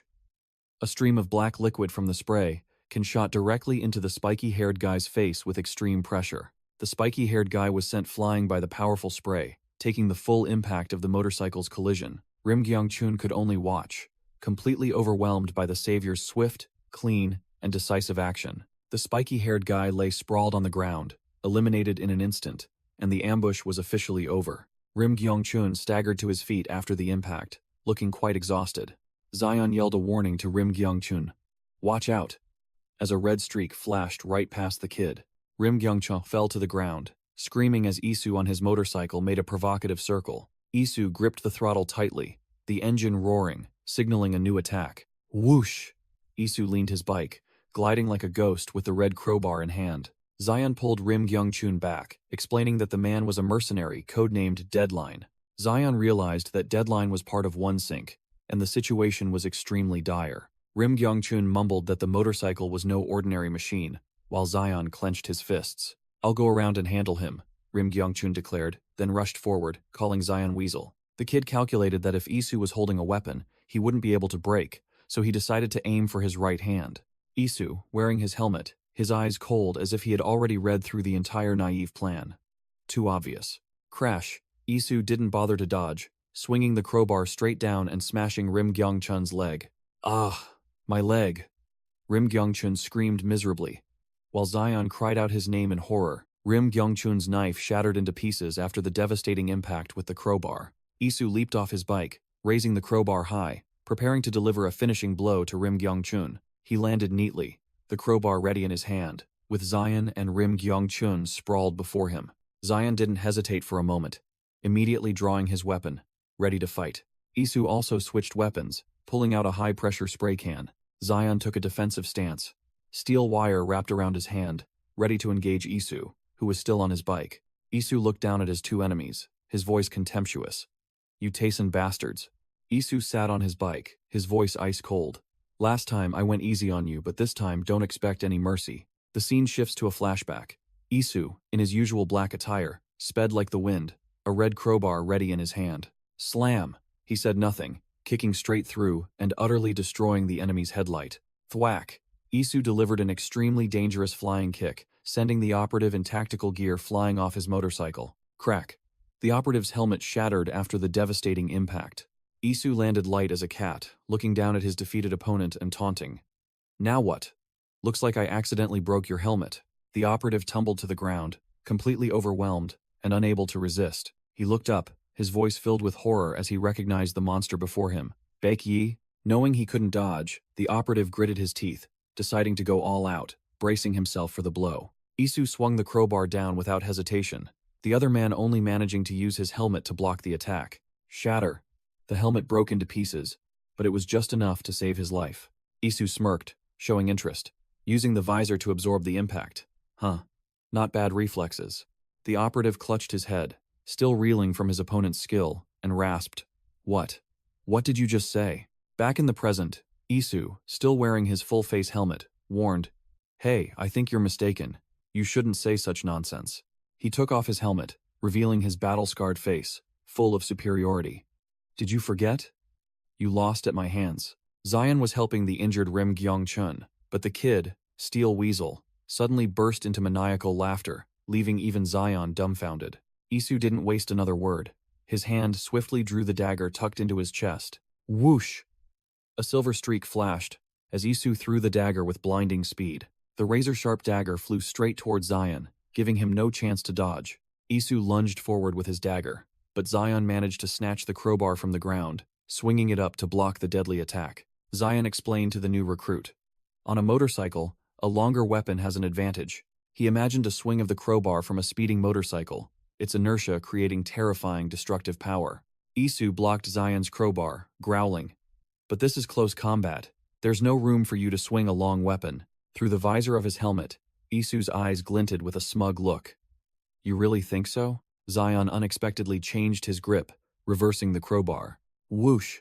Zion spun around, swinging the crowbar in a completely different trajectory, aiming straight for Isu. Isu was startled by the sudden attack. The crowbar grazed his shoulder, leaving a trail of blood. Isu immediately realized, using a crowbar like a tonfa, not bad. Zion had transformed the crowbar into a short-range melee weapon, incredibly versatile for both offense and defense. Isu stepped back, dodging a dangerous thrust from the tip of Zion's crowbar. Isu looked at Zion with a completely different gaze, admitting, I didn't expect you to claim to be a long-range fighter. You're nothing like the other small fry. Isu began to spin his crowbar, creating a perfect defensive arc, proving his skill was also not to be underestimated. Isu growled, But so are we, then charged straight into the attack. Clang! Isu froze, his attack blocked by Zion with just a dagger. Through the reflection on the helmet's visor, Isu clearly saw Zion's face as he explained. A tonfa optimizes damage at the point of impact. You should at least know that, shouldn't you? Isu roared, then delivered a devastating blow. Isu's eyes gleamed with ruthlessness as his attack was about to finish off his opponent. Crash! Zion was sent flying, both him and his motorcycle thrown far away, the crowbar falling to the ground. Isu stood there, ordering coldly. Get up. We have to keep going. Zion staggered to his feet, sweat pouring down, gasping for breath and wondering in horror. Is this your true power? Isu looked at the motorcycle, a new idea sparking in his eyes. Well then, I guess. Zion and the new recruit stood behind him. Zion realized Isu's intention and cursed helplessly. Damn it, the captain's bike, Isu coldly declared. Too late, as his hand gripped the motorcycle's throttle. Vroom! Isu revved the engine and sped off on the off-road bike, leaving his two bewildered subordinates stunned behind him. The scene shifted to a flashback. A special agent in combat gear took a stance with a knife, ready for battle. Isu, in a previous battle, rode his motorcycle past like a gust of wind, swinging a serrated weapon that grazed the special agent. The tires screeched on the asphalt, executing a sharp drift to turn the bike around. Isu faced his opponent, declaring, All right, let's start over. While the special agent on the ground roared his name, Isu, the special agent knew he was no match, frantically running to find cover in the parking lot. Back in the present, Zion analyzed the situation, realizing Isu could use the motorcycle to exploit the narrow gaps between cars. Returning to the flashback, Isu's tires tore up the road, demonstrating a completely different level of control. Isu weaved skillfully, chasing the special agent who was darting between rows of cars like a cat toying with a mouse. The special agent looked back with a tense expression, death hot on his heels. Without bothering to take a detour, Isu launched his bike straight over the roof of a car to cut off his prey. Isu executed a tight turn, scraping the ground, preparing to use his wheel for a finishing blow. He slammed the brakes, perfectly controlling the bike for an unimaginable attack. The special agent took a defensive stance, but his eyes clearly showed despair before the approaching monster. Thud. Isu used the motorcycle's rear wheel to smash directly into the special agent, an attack both creative and brutal. The wheel landed after having eliminated his opponent, a masterful outplay. Back in the present, Isu sat on the bike, crowbar in hand, coldly declaring to Zion, "It's over." Flashback begins. Isu, clad in a full tactical suit, revved his motorcycle, radiating intense bloodlust. Not only was he racing at top speed, but he also played dirty, plunging a knife straight into the rear wheel of the fleeing tactical intruder's motorcycle. The tactical intruder couldn't believe his eyes. He had just been ambushed with a stab during a high-speed chase. The agent staggered, his face pale with terror, only managing to curse bitterly. "Isu, you bastard!" Thwack! Isu delivered a devastating punch, shattering the opponent's helmet visor. Without hesitation, Isu swung a crowbar, delivering a finishing blow even as both were still on their bikes. Fragments from the helmet scattered through the air, a clean, swift, and brutal execution. The tactical intruder fell like a broken puppet after the brutal attack. Back in the present, Park Chang-hoon and Zion had just arrived at the scene, and a subordinate anxiously inquired with the captain. Park Chang-hoon coldly waved his hand, feigning indifference, but his eyes were intensely focused on the enemy Isu had just defeated. Gazing at the defeated foe sprawled on the ground, Park Chang-hoon pondered how many more monsters like Deadline the enemy faction possessed. The scene shifts to a skyscraper, where Isu's faction was holding a meeting. The issue at hand was that HHS had joined forces with OneSync. Isu, impersonating Dog Young-baek, stood before a map of power, his expression pensive in light of the new situation. The map of Seoul clearly showed the division. Taesun's territory was caught between two major powers, OneSync and HHS. A gray-haired woman ally announced that, essentially, HHS's territory was now under OneSync's control. The entire group, Isu, Lee Hyung-gu, the gray-haired woman, and Baek-jong, realized the situation had changed, and the gray-haired woman dejectedly stated that the documents she brought were now useless. Baek-jong clasped his hands, his face serious as he concluded, "In this scenario, we are at a numerical disadvantage," the gray-haired woman added, pointing out that OneSync was not only numerous, but also had quality mercenaries. This time, Isu couldn't carry the team alone. Isu and Lee Hyung-gu stood side by side, Isu admitting that his individual strength had its limits when facing an entire system. Lee Hyung-gu turned to Isu, his expression serious, intending to ask a question to confirm the situation. Lee Hyung-gu pointed to the Dongjak-gu area on the map, wondering why it wasn't entirely in enemy hands. The gray-haired woman explained that the area originally belonged to the Chonung organization, but after Wang Ha-oh broke away, they only managed to take a portion. She reiterated that Dongjak-gu was divided, and that the chairman had recently seized Gwanak-gu without shedding a single drop of blood. Lee Hyung-gu came up with a strategic idea, posing a hypothesis. So, for example, what if we completely retake Dongjak-gu? Isu immediately understood the intention, asking, "Is that the path?" While the gray-haired woman was still processing, Lee Hyung-gu confirmed with his boss, "Exactly. If we can fully absorb Dongjak, the advance of HHS and OneSync will be blocked by Nok and Dongjak." The strategic map clearly shows a pincer movement, turning enemy territory into an isolated island. Baek-jung finally understood, a cunning smile appearing on his face. "Ah, I see. Dongjak-gu is the crucial choke point." Isu looked forward, his eyes sharp, concluding that a confrontation with Wang Ha-oh's Chonung was inevitable. Hearing Wang Ha-oh's name, the gray-haired woman's worry was evident, understanding that their faction was about to face another formidable power. Without a moment's hesitation, Isu adjusted his tie, a decisive action signaling that the decision had been made, and the battle was about to begin. The scene shifts.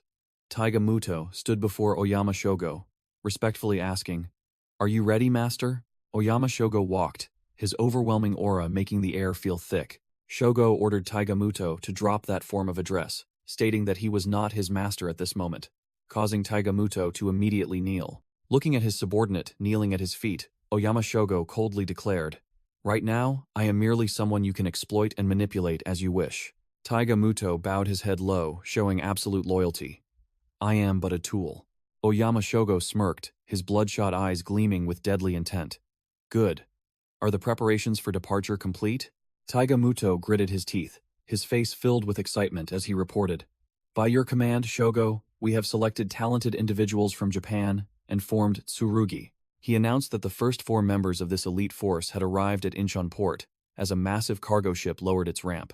As the ramp descended, through the hazy mist, the silhouettes of 4 new warriors loomed, signaling an impending bloody landing. Oyama Shogo patted Taiga Muto's shoulder, praising him for doing well and forging a sword he could trust to wield as he pleased. He clenched his fist, his eyes sharp, preparing to issue the final command. Standing before his kneeling subordinates, Oyama Shogo declared, "It's time to depart." Shogo asked Taiga Muto if he could wash away their disgrace, and Taiga Muto bowed, confirming with certainty. With a cruel smile, Oyama Shogo clenched his fist and ordered, "Then go." Taiga Muto turned to face his new army, receiving the order, "Take down Taisan." Totsukagumi. The scene shifted to an ancient Japanese mansion, its large gate bearing a strange emblem, silently closed.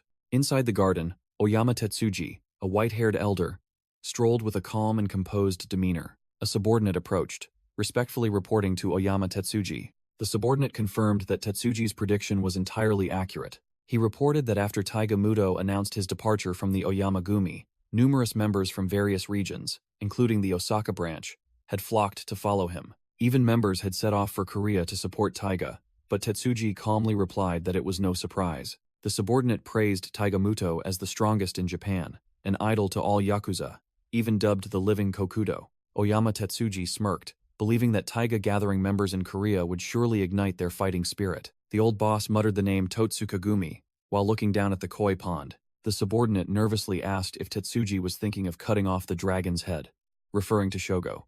Oyama Tetsuji turned away, dismissing his subordinate's worry, telling him not to bother. The old boss asserted that provoking conflict with them at this moment would yield no benefit. Furthermore, Taiga Muto gathering his forces meant they were currently in Korea, where the elite Tsurugi unit had landed. Oyama Tetsuji concluded, it wouldn't be a pleasant experience to face both Taiga and his men at the same time. A one-sync executive, with neatly tied hair, declared that his faction also had a lot to do. He held the one-sync documents, deciding to focus on his faction's plans first. In a car, the driver began. First of all, Taiga Muto, burly and crammed into the back seat, grumbled, "Please get a slightly bigger car." The driver, Hanazawa Gunji, explained that a larger car would be too conspicuous, making Taiga Muto laugh and say he was just joking. Muto crossed his arms, smirking, "It seems you don't know me well. Yet. From now on, we'll understand each other better." Gunji maintained a poker face, asking Muto, "By the way, Mr. Muto." Gunji stated frankly that he had thought Muto would be the vanguard in the decisive battle against Isu, but perhaps he was mistaken for not understanding Muto well enough. Muto smirked, finding it an interesting question, and admitting that Gunji was right. The giant recalled the image of Isu in the rain, admitting that just hearing the name was enough to send shivers down his spine and make his blood boil. Gunji wondered when Muto said it was his personal matter. As Taiga Muto, Muto affirmed his current position. "Currently I am one of Shogo's generals. I must set personal feelings aside." His eyes turned cold, declaring his sole concern was to bring victory to Shogo, unable to act recklessly and create variables. Gunji's hand tightened on the steering wheel he pressed.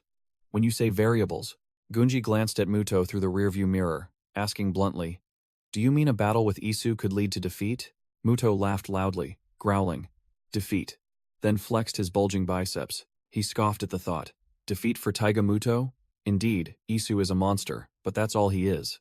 Muto patted Gunji's shoulder in a friendly yet intimidating manner, saying that people like Gunji needed to understand. "Therefore I will show you," Muto said, his eyes burning. "The swords I forged for Shogo are now aimed at Taisan." The scene shifted to a lavish, deserted banquet table. Muto finished. "That is Tsurugi." In a luxurious restaurant, 2 waitresses stood respectfully before a young man whose back was turned. Rim Gyung-chun, his face scrunched up from the sweet taste, yelled for a carbonated drink. One waitress quickly brought the drink to Rim Gyung-chun, while the other observed from a distance. After tasting it, Rim Gyung-chun wiped his mouth, declared everything delicious and fit to serve customers, then motioned for the girls to leave. The waitresses pushed the food cart out of the room, one curiously asking her colleague, "How was it?" The main waitress seemed amused, boasting that Rim Gyung-chun had completely devoured the dish and called him cute. Another expressed doubt, finding it hard to believe that a kid was appointed manager, even if it was an order from headquarters. Meanwhile, Rim Gyung-chun slumped his face onto the table, thinking that headquarters had told him not to worry too much. just to be called manager. He felt warm and comfortable, but still wondered if things were really okay like this. The scene shifted to Isu, his face cold as stone, declaring, "There's a crack." Isu was examining Rim Gyung-chun's injured leg, ordering him not to make any sudden moves for a while. Rim Gyung-chun tried to stand, arguing stubbornly that such a minor injury was nothing, but Isu dismissed it, insisting he rest because he was an ace they couldn't lose. Isu stated plainly that only after a full recovery would his training begin. Rim Gyung-chun asked again, bewildered. Isu explained that he had reviewed his battles at the hotel and HHS, a flashback showing Rim Gyung-chun fighting wildly. Isu lit a cigarette, saying that after observing those two battles, he had come to his own conclusion. Isu looked directly at Rim Gyung-chun, delivering a blunt verdict. "You've become incredibly crude now." Rim Gyung-chun angrily asked what he should do. Isu calmly pulled out a card. Isu said he would train him after he recovered, but that didn't mean he was allowed to sit around doing nothing. Isu held out the card, saying he had to earn his own keep. The card read, Manager Lim Gyum. Back at the restaurant, Rim Gyung-chun held the name card, his face stunned as he realized, this is a demotion, isn't it? Rim Gyung-chun stood in the empty restaurant, pondering Isu's criticism. He said, "I've become too crude." He began to move, warming up his body to regain his fighting sense. Whoosh! The butterfly knife in Rim Gyung-chun's hand spun at dizzying speed, proving his skills were still there. He unleashed a series of sharp slashes in the air, trying to rediscover the finesse in each strike. "Even so," Rim Gyung-chun mumbled, unable to grasp Isu's meaning when he called him crude. Suddenly, the pain from his leg injury flared, making him collapse, admitting to himself that he hadn't fully recovered yet. In another restaurant, a waitress approached the table of the sole female customer and politely said, "Ma'am." She announced that the restaurant was about to close. The female customer, with her half-black, half-white hair and a tattoo visible on her neck, looked up and imperiously demanded, "Speak Japanese. I don't understand what you're saying." The waitress stammered, but still tried to explain again that it was closing time, when suddenly the customer grabbed her tie. As she tightened her grip, she smirked. "Ah, I see," then asked, "So, what am I supposed to do?" and slammed the waitress onto the table. She pinned the waitress down, holding a knife to the poor girl's throat, while she screamed hysterically, "I haven't even had my main course yet." A manager rushed over, yelling, "Hey, customer, what the hell are you doing?" The crazed female boss turned around, poked a finger at the manager's face, and growled, "I told you to speak Japanese, didn't I?" The scene shifted. A voice echoed, revealing her identity. Amaya Kotone, boss of the organization in Osaka. Taiga Muto and Gunji were walking down the street, discussing the Amaya organization, a rather interesting group. Gunji, looking at his phone, said that according to his information, the boss of that organization was an old man who only had one son, and he'd never heard of any female members.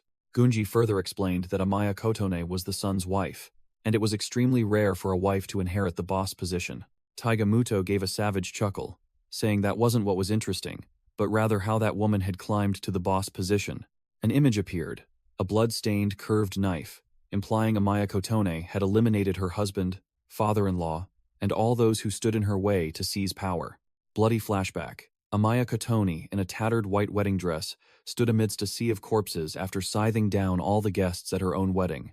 The killer's smile gleamed with madness, marking the birth of a new Yakuza boss. Amaya Kotone's blood-stained scythe dripped beside a corpse, an absolute scene of death. Back in the present, the manager was gone, slumped on the floor, blood pooling. Amaya Kotone coldly ordered the kneeling waitress, "Silence." She grabbed the waitress, growling a challenge. Instead of screaming, "Do something. At least put up a little fight, won't you?" The waitress was terrified, tears welling up as Amaya Kotone grabbed her hair. Suddenly, Rim Gyung-chun rushed in like a gust of wind, leaping into the air, a knife clutched in his hand, aimed straight at the madwoman. Amaya Kotone reacted incredibly fast, kicking Rim Gyung-chun away, and, while she was at it, sending the waitress flying too. She swung her scythe with a look of amusement, completely unfazed by the attack. Rim Gyung-chun landed in time, embracing the waitress to shield her from her kick. Amaya Kotone stared at him, her voice full of sarcasm. "Oh? You jumped in to save that woman?" Rim Gyung-chun stood in front of the waitress, ready to fight. Amaya Kotone narrowed her eyes and asked, "Are you Japanese, kid? Do you belong to Oyama?" Hearing the name Oyama, she sneered. "How dare you compare us to that outdated organization?" She puffed out her chest, proudly declaring, "We are the Tsurugi of Tuka Corporation, an organization that follows Shogo-sama." Rim Gyung-chun froze when he heard the name Shogo. Amaya Kotone continued to advance, declaring, "Today is our debut ceremony, and also a declaration of war against Taizan." At the same time, an image of Oyama Shogo appeared, standing tall amidst a pile of defeated enemies. Oyama Shogo, with a cold expression, declared that he would crush not only Taizan but also all those connected to them, and all their allied organizations. Beside him, Taiga Muto stood like a monster, ready to slaughter. Oyama Shogo laughed savagely, asserting, "We will make them kneel before Tuka Corporation." Back at the restaurant, Rim Gyung-chun wiped sweat from his brow, drawing his butterfly knife, preparing for a fight to the death. Amaya Kotone smirked provocatively, challenging, "Go on, try to resist." Rim Gyung-chun immediately took a defensive stance, shielding the waitress and ordering, "Stay safe. Report to headquarters in Chicago. Tell them we have guests from Japan." Meanwhile, Amaya Kotone had staggered to her feet, panting. Amaya Kotone glared sharply, holding her scythe reversed. "Chatting without me? I told you to speak in Japanese, didn't I?" Rim Gyung-chun took his stance, staring at her strange weapon. "A scythe? Is that your weapon?" Without a word, the kid tightened his grip on the butterfly knife, preparing to charge into battle. "That's why I hate brats," Amaya Kotone roared, swinging her scythe and lunging forward. Whoosh. Rim Gyung-chun reacted incredibly fast, ducking to neatly dodge the lightning-fast attack. He landed awkwardly, cursing inwardly. "She's really fast." The kid realized his leg hadn't fully recovered, while his opponent was too fast. Realizing the situation could become dangerous, Rim Gyung-chun's eyes turned sharp. Without hesitation, Rim Gyung-chun skillfully spun his butterfly knife and charged, deciding to go all out. "Let's end this quickly." Amaya Kotone was momentarily surprised to see his weapon. "Huh? A butterfly knife? Are you kidding me?" she roared, but was immediately closed in on by Rim Gyung-chun, who stabbed her in the hip. Rim Gyung-chun retreated, panting after the attack, while the wound seemed to have no effect on Amaya Kotone. She glared at him, radiating killing intent. "I wanted to face Ryugasaki or Bake Yusu more, but..." Swish.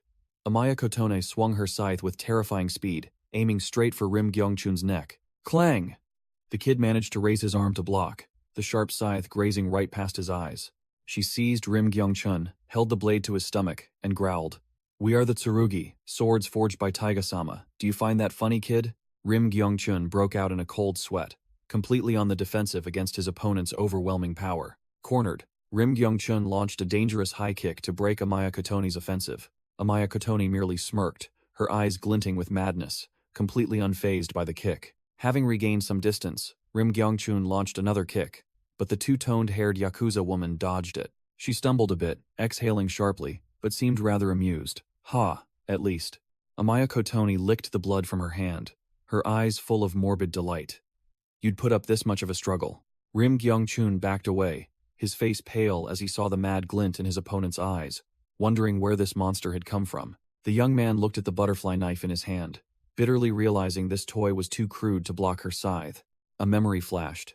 His knife had also shattered when facing Oyama Shogo. The flashback returned to the past. Rim Gyung-chun looking at his name tag. His former instructor spoke, criticizing his current skills as too crude, then pulled out a military dagger. He handed the weapon to Rim Gyung-chun. "Take it, Rim Gyung-chun." The young man was utterly surprised. Rim Gyung-chun immediately recognized it. "Isn't this the boss knife?" The instructor sat down, ordering sternly, "Think carefully, Rim Gyung-chun. About the techniques you've learned." He got straight to the point. "What is your fundamental core?" Rim Gyung-chun was dumbfounded, unsure if the boss truly knew about it.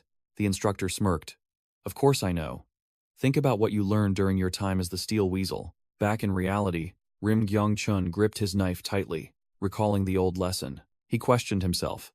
Does he mean it's crude? Amaya Kotone charged again, her scythe swinging to create a deadly flash. Rim Gyung-chun exhaled, calming himself, his mind now clear. He took his stance, muttering the ingrained lesson. Eliminate unnecessary movements. Amaya Kotone lunged, her scythe slashing, mocking. "What are you trying to do, kid?" Clang! Rim Gyung-chun parried her attack, the two weapons clashing with sparks. Amaya Kotone froze, immediately realizing, what is this? This kid is faster now. He had completely eliminated superfluous movements, leaving only deadly efficiency. Rim Gyung-chun began his counterattack, moving with the most minimal motions possible. But every strike, every step, was incredibly precise, closing in on her in an instant. Amaya Kotoni gritted her teeth, starting to feel the pressure from this entirely new fighting style. Rim Gyongchun maintained his footwork, his eyes sharp, completely focused on the battle. She frantically swung her scythe, but Rim Gyongchun cleanly slipped past. He decisively lunged straight into his opponent's attack, without a moment's hesitation. Rim Gyongchun growled, his mind set. Break through it. Wham! A devastating kick from Rim Gyongchun landed, sending her flying. Amaya Kotoni took the full force of the kick to her face, blood gushing out, the madness in her eyes extinguished. But the kick also made him lose his balance, staggering back. He fell, sprawling on the floor, his dagger flying from his hand. He quickly got up, picked up his knife, a confident smile spreading across his face. Rim Gyongchun stared at the weapon, muttering with satisfaction. That's it. Amaya Kotone staggered to her feet, smirking. Ha, damn it. You've realized something, haven't you? Rim Gyongchun was slightly taken aback, muttering. Huh? Still not strong enough? She got back up. Amaya Kotone brushed her hair back, her expression annoyed. Unfortunately, things aren't going according to plan. Amaya Kotone sneered, blood dripping from her mouth, provoking, I saw it too. Your limping gait. Her words stunned Rim Gyongchun, his eyes widening. Struck where it hurt, Rim Gyongchun lost focus, and Amaya Kotone immediately lunged to attack. Scene change. Isu was in a strategy meeting, asking about a name. You mean Totsukagumi? Suwa confirmed it was Shogo's new organization, simultaneously attacking subordinate organizations in the border regions, overwhelming headquarters with requests for aid. Suwa pointed to the map, reporting the hotspots needing reinforcement were Ilhak's Gwanak district and Cheonung's Dongjak district, as well as Hanam-dong, Taisun's headquarters territory. Isu asked about the deployable forces, and Suwa replied that they could deploy immediately after deducting the minimum personnel for defense. Isu declared that the entire force was ready. A formidable army in black suits lined up neatly. A platinum-haired executive stepped forward, volunteering.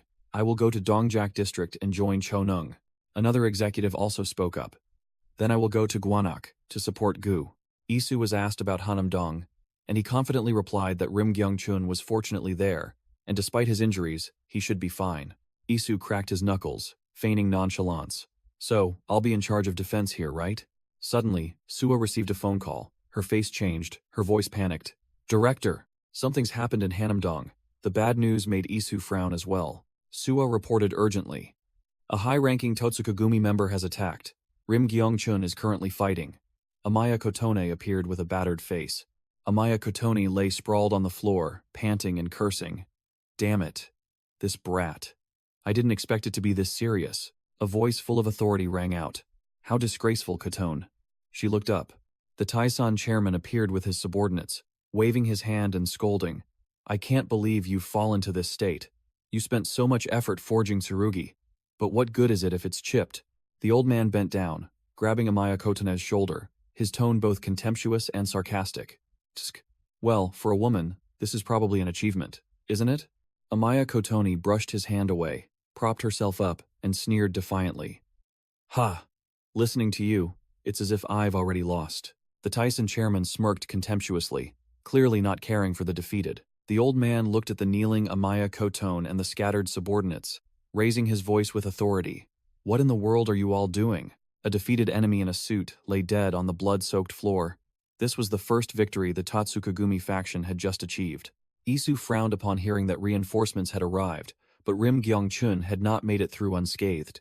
A hand rested on Isu's shoulder, signaling him to calm down. A Taizen field commander appeared, assigning clearly, You go to Hanam-dong.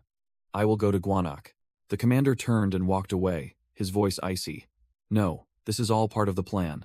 Because they dared to touch our kid, they will pay. The commander's eyes flashed with a murderous glint, giving orders as the boss. Isu, or rather Baek Yi, responded with an even colder gaze. Ready for slaughter. Leave no one alive. Kill them all. Meanwhile, on the enemy side, a silver-haired boss with a scar on his face sneered, declaring, This is our first victory. Raise the Totsukagumi flag. A subordinate rushed to the silver-haired boss, shouting, Lord Daiki, while Amaya Kotone was still struggling behind. Amaya Kotone, bruised and battered, reported with difficulty that the target had escaped, but she still sighed in relief that he was alive. Daiki Otsuka nonchalantly wiped his nose, scoffing. Tusk. So they only know how to turn tail and run. A predictable organization, you don't even need to look to know. At the same time, a teammate was shaking the blood-soaked Rim Gyung-chun, yelling, "Hey, wake up!" In the speeding car, two female teammates panicked upon seeing Rim Gyung-chun's condition. "I don't know.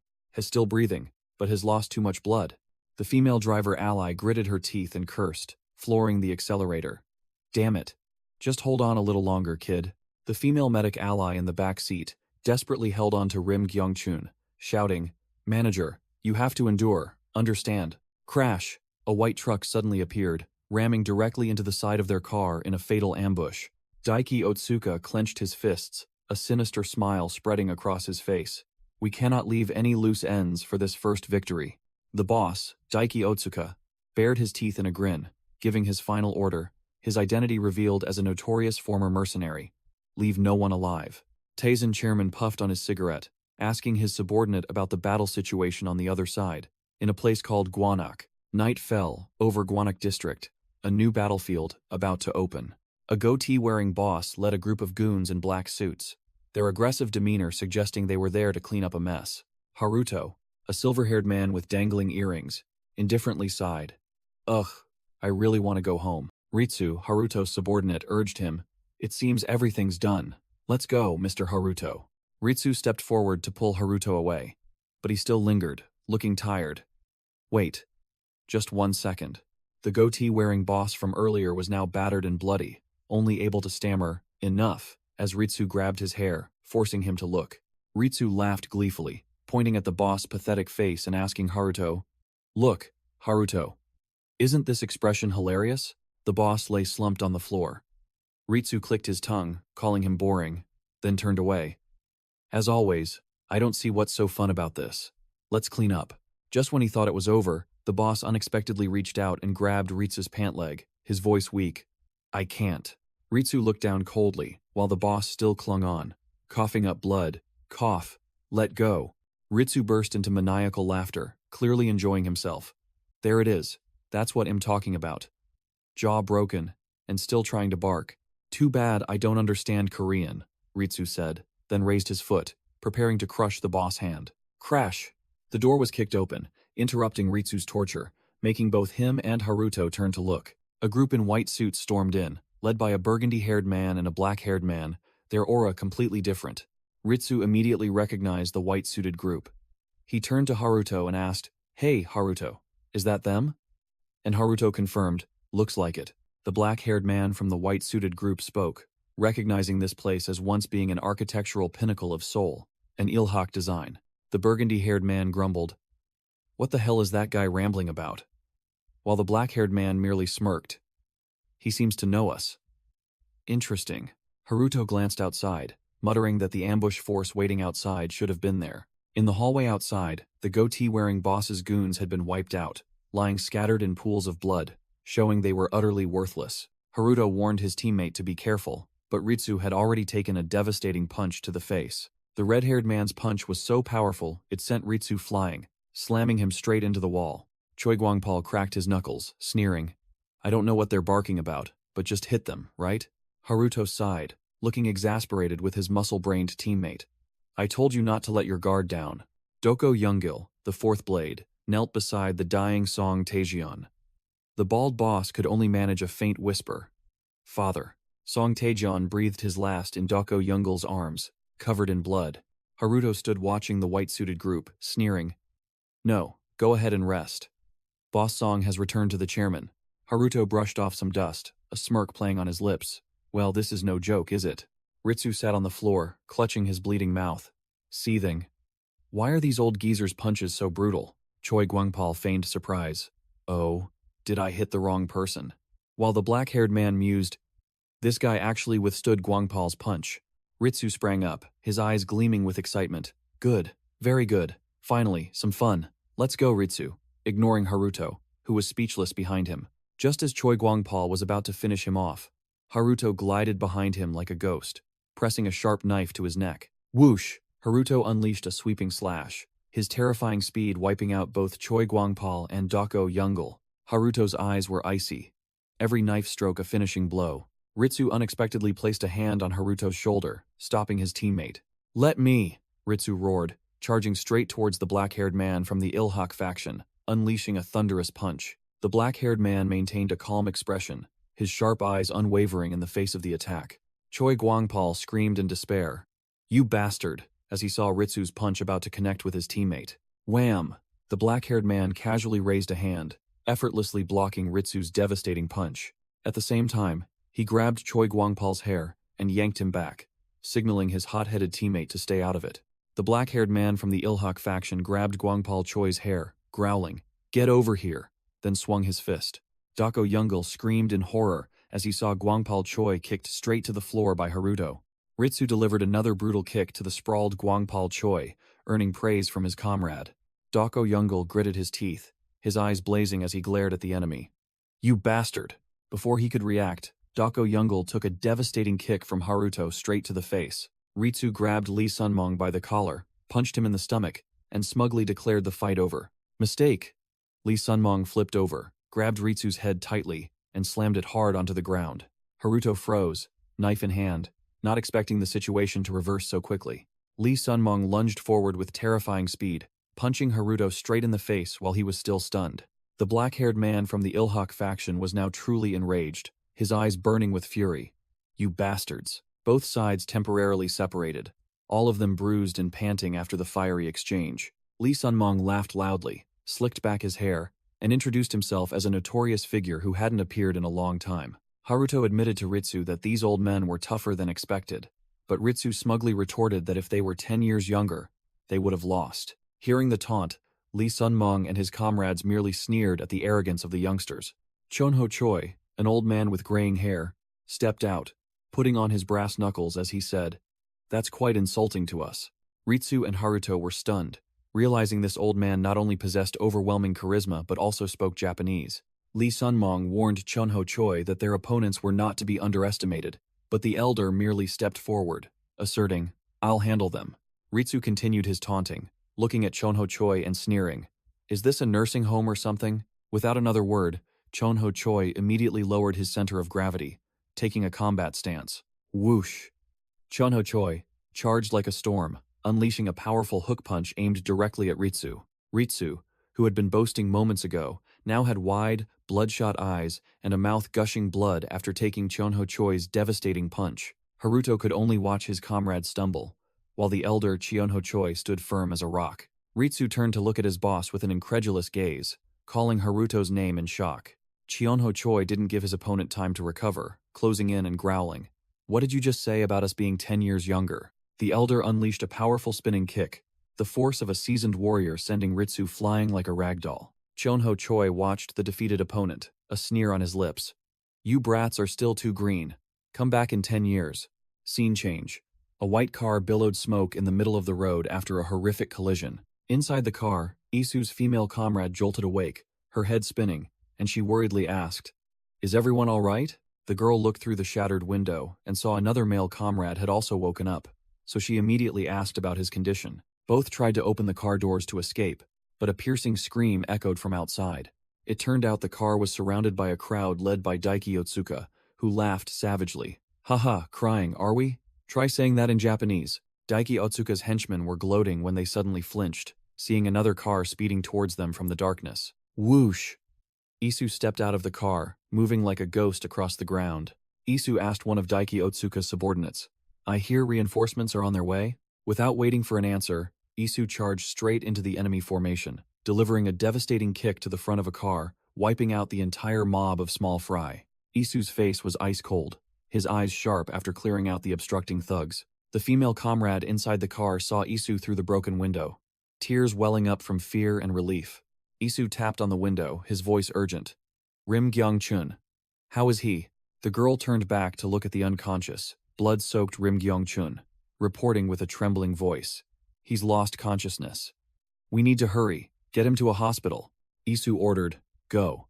Leave this place to our Tizen team." Then turned to face Daiki Otsuka directly, who was roaring, "Damn it. Who are you?"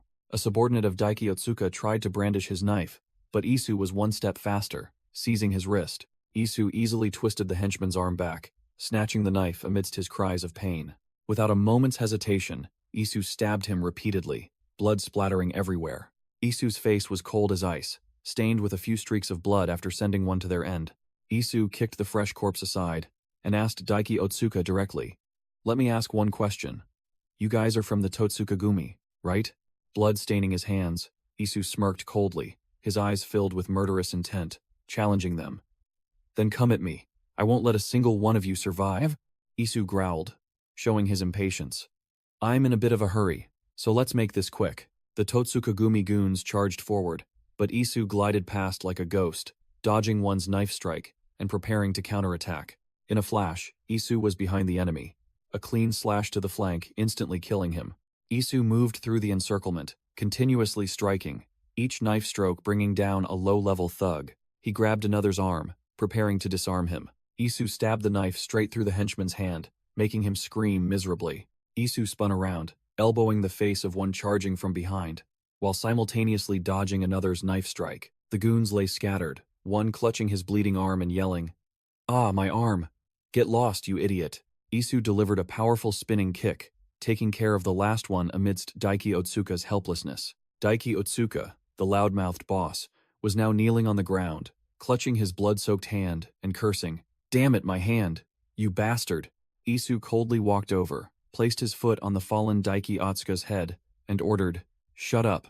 He pressed his foot down hard, intimidating the boss to the horror of the remaining subordinates. Seeing their boss unable to get up after being kicked, the two surviving goons were scared out of their wits, quickly raising their hands. I surrender, I'm just a..."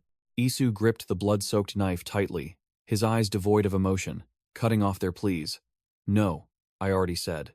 Isu turned his back on the surviving subordinates, the knife still dripping with blood, and coldly declared, "I already said, I won't let a single one of you survive." Two big shots from Ilhak capital appeared, Dako Youngul and Gwangpal Choi, both wearing white suits and looking quite impressed by the scene. Another elder, Chonho Choi, stood tall amidst the scene, making Gwangpal Choi gasp in surprise. "Big brother Chonho isn't dead?" A subordinate crawling on the ground muttered that the enemy side would still lose, even if Chonho Choi was 70 years old. Chonho Choi narrowed his eyes, sensing an enemy approaching. Suddenly, a spiky-haired man was sent flying past. Chonho shouted a warning. "Gu! Don't let your guard down. This guy isn't down yet." The platinum-haired assassin Haruto stood watching, while their opponent, Ritsu, stood up, dusting himself off and smirking. "Ha, that stings. This old man is the real deal." Haruto ordered his subordinate. "All right, Ritsu. Go. It's been a long time since we had this much fun." While Ritsu cracked his knuckles, preparing to charge, Ritsu charged straight at Chonho Choi, swinging a devastating punch. Chonho Choi easily dodged the attack, bluntly criticizing, "Impressive strength, but your attacks are too obvious and full of openings." Ritsu continued to attack wildly, but Chonho still dodged effortlessly, making Haruto, who stood nearby, wonder. Suddenly, Haruto lunged low, swinging his knife at Chonho's leg.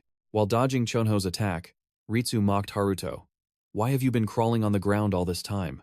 Are you a cockroach?" Haruto grabbed Chonho's leg, his eyes sharp and cold, muttering a curse. While Chonho's leg was held, Ritsu turned and threw a punch straight at Dako Youngul's face. Thwack!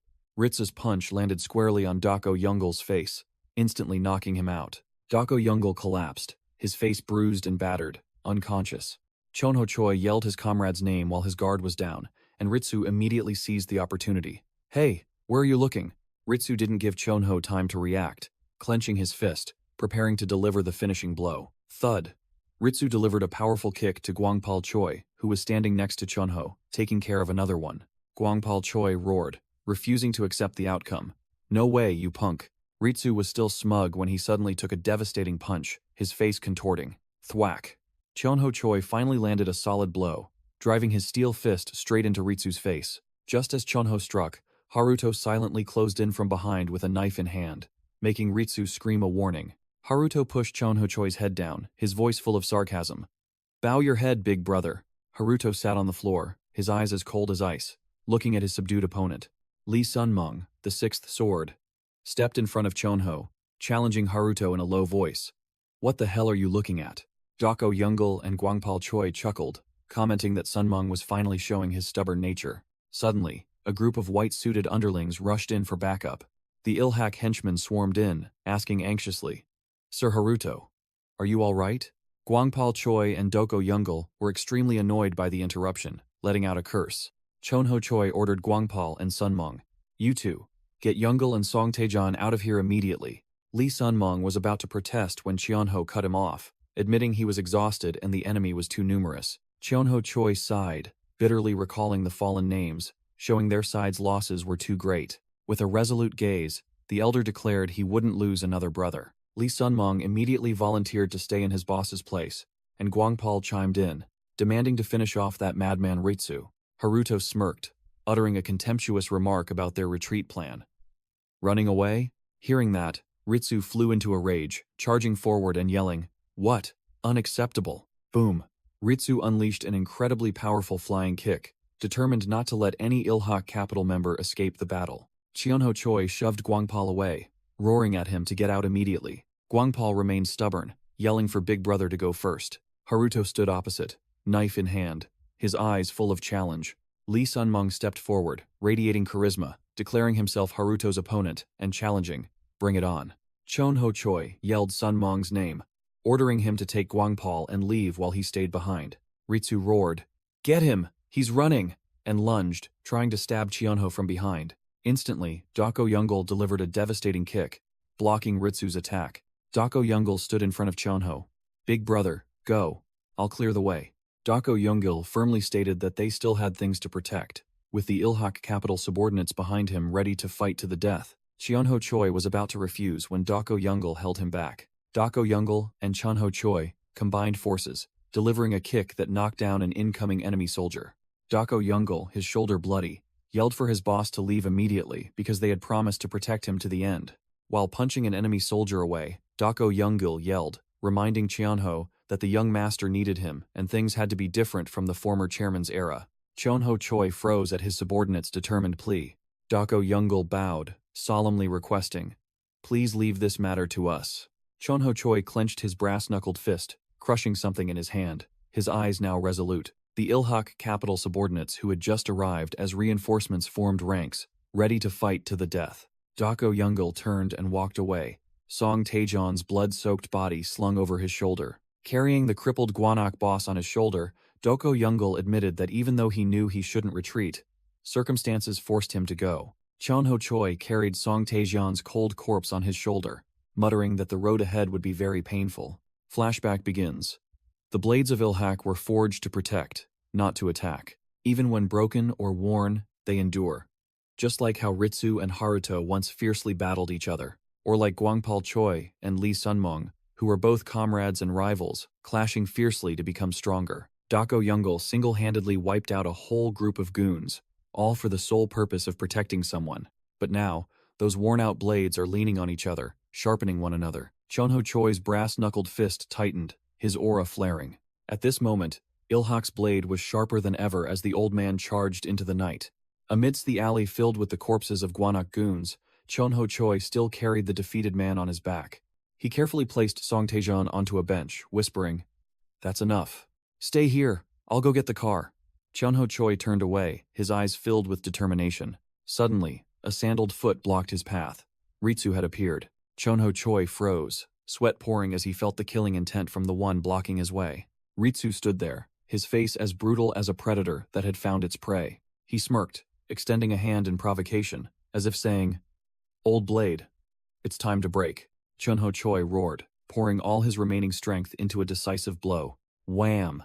A devastating brass-knuckled punch flew straight at Ritsu's face, but Ritsu merely scoffed, easily catching the old man's punch with one hand, his strength completely overwhelming. The newly forged blade, Ritsu, was about to shatter the old blade, when another shadow appeared behind him.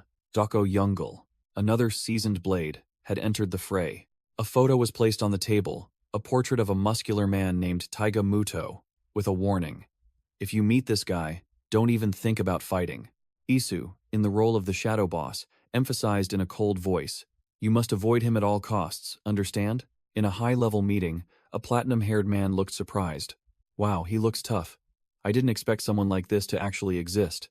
The platinum-haired man was informed that there wasn't just one, but two such individuals. He still seemed doubtful, asking directly, "But is this guy really strong enough to be called the strongest in Japan?" An elder in a black suit sitting opposite spoke up, firmly asserting that even with a fleeting glance, he recognized him instantly. This elder concluded with a weighty statement, He is one with the title of the strongest. I have never seen anyone like him. Another elder in a white suit continued, declaring this was why they had summoned the core members to give them a heads up. The platinum-haired man remained arrogant, believing there was no need to avoid him because their side wasn't one to easily back down. But he was immediately shut down with a cold no. Another man suddenly appeared from behind, his voice full of authority. Damage. That's right. The platinum-haired man startled and turned around.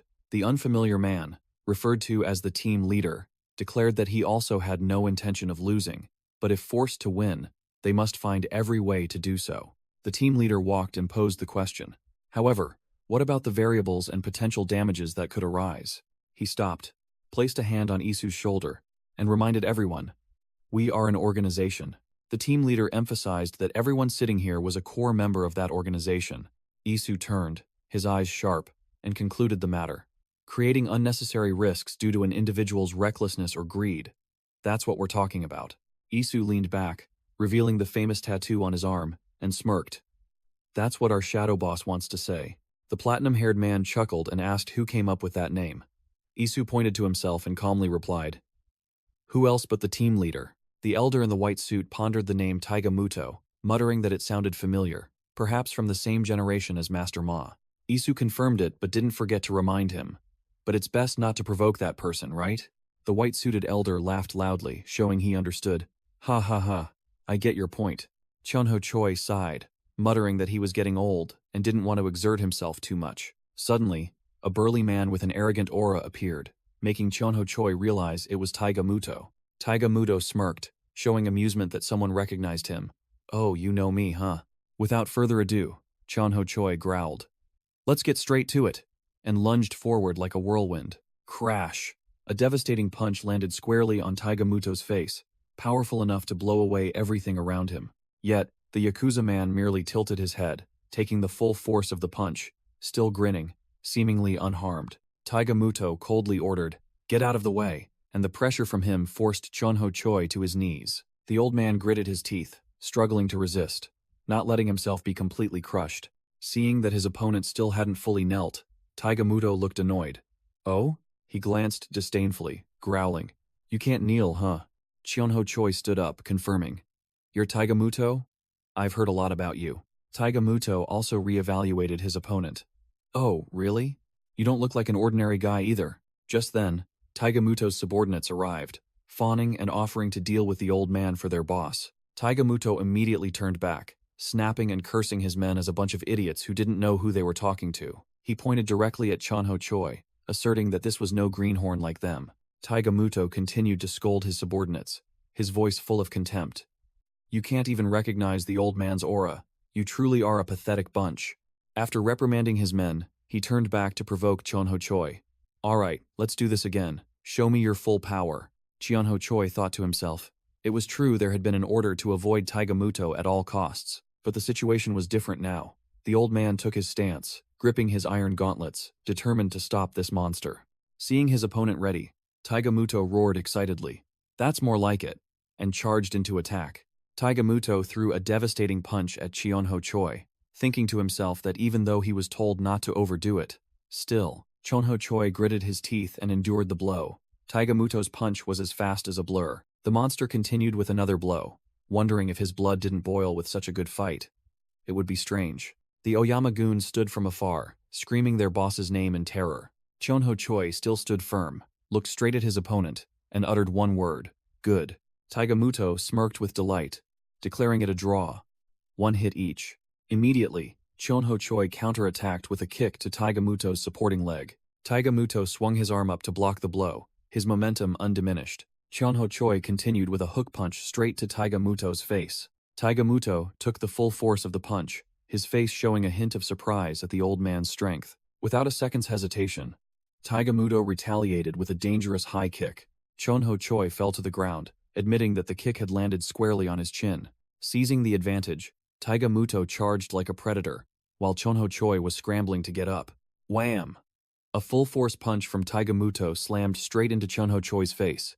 Chunho Choi grabbed his opponent's arm, with only one thought in his head.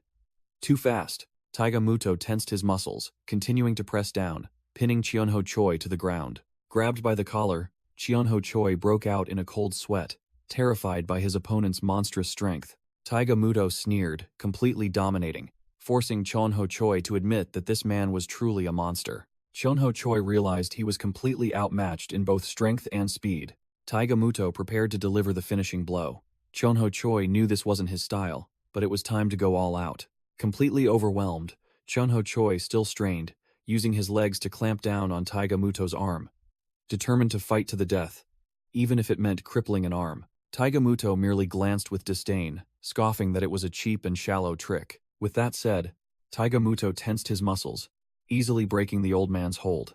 Crash! He delivered a devastating punch straight down, without holding back. Cheonho Choi could only let out a desperate cry, realizing the skill gap was too vast.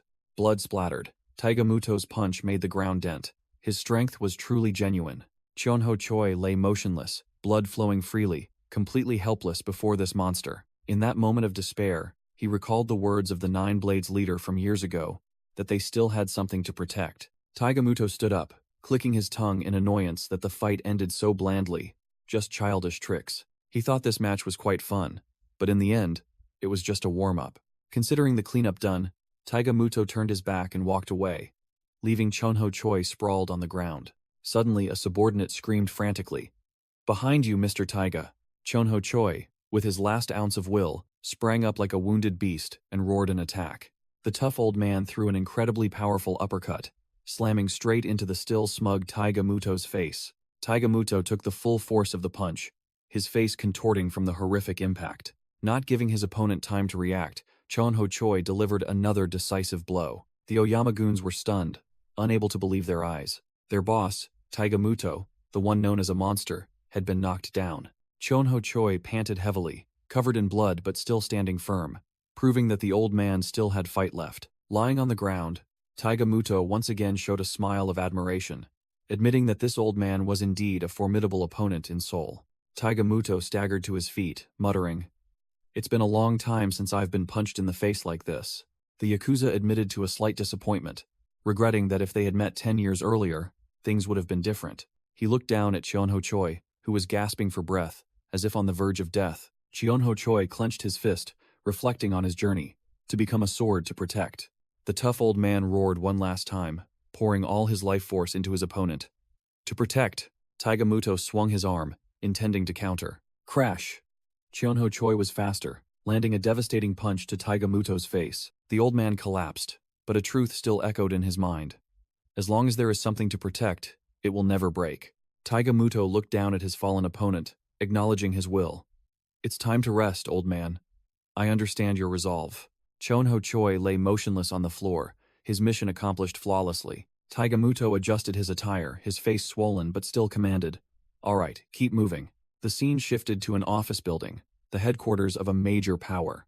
Isu, covered in blood, stood before a group of Ilhak subordinates in white suits, coldly asking, "Where is your chairman?" Inside a luxurious room, a crystal chandelier cast a regal glow. Chairman Lee Seung-hak sat with his legs crossed, leisurely examining a razor-sharp Fairbairn Sykes dagger. The old man clicked his tongue. "For a kid, this is a good knife." Lee Seung-hak smirked, radiating killing intent. "It seems they've finally arrived." The heavy door slowly opened. Isu, knife in hand, strode into the room, his eyes as sharp as razors.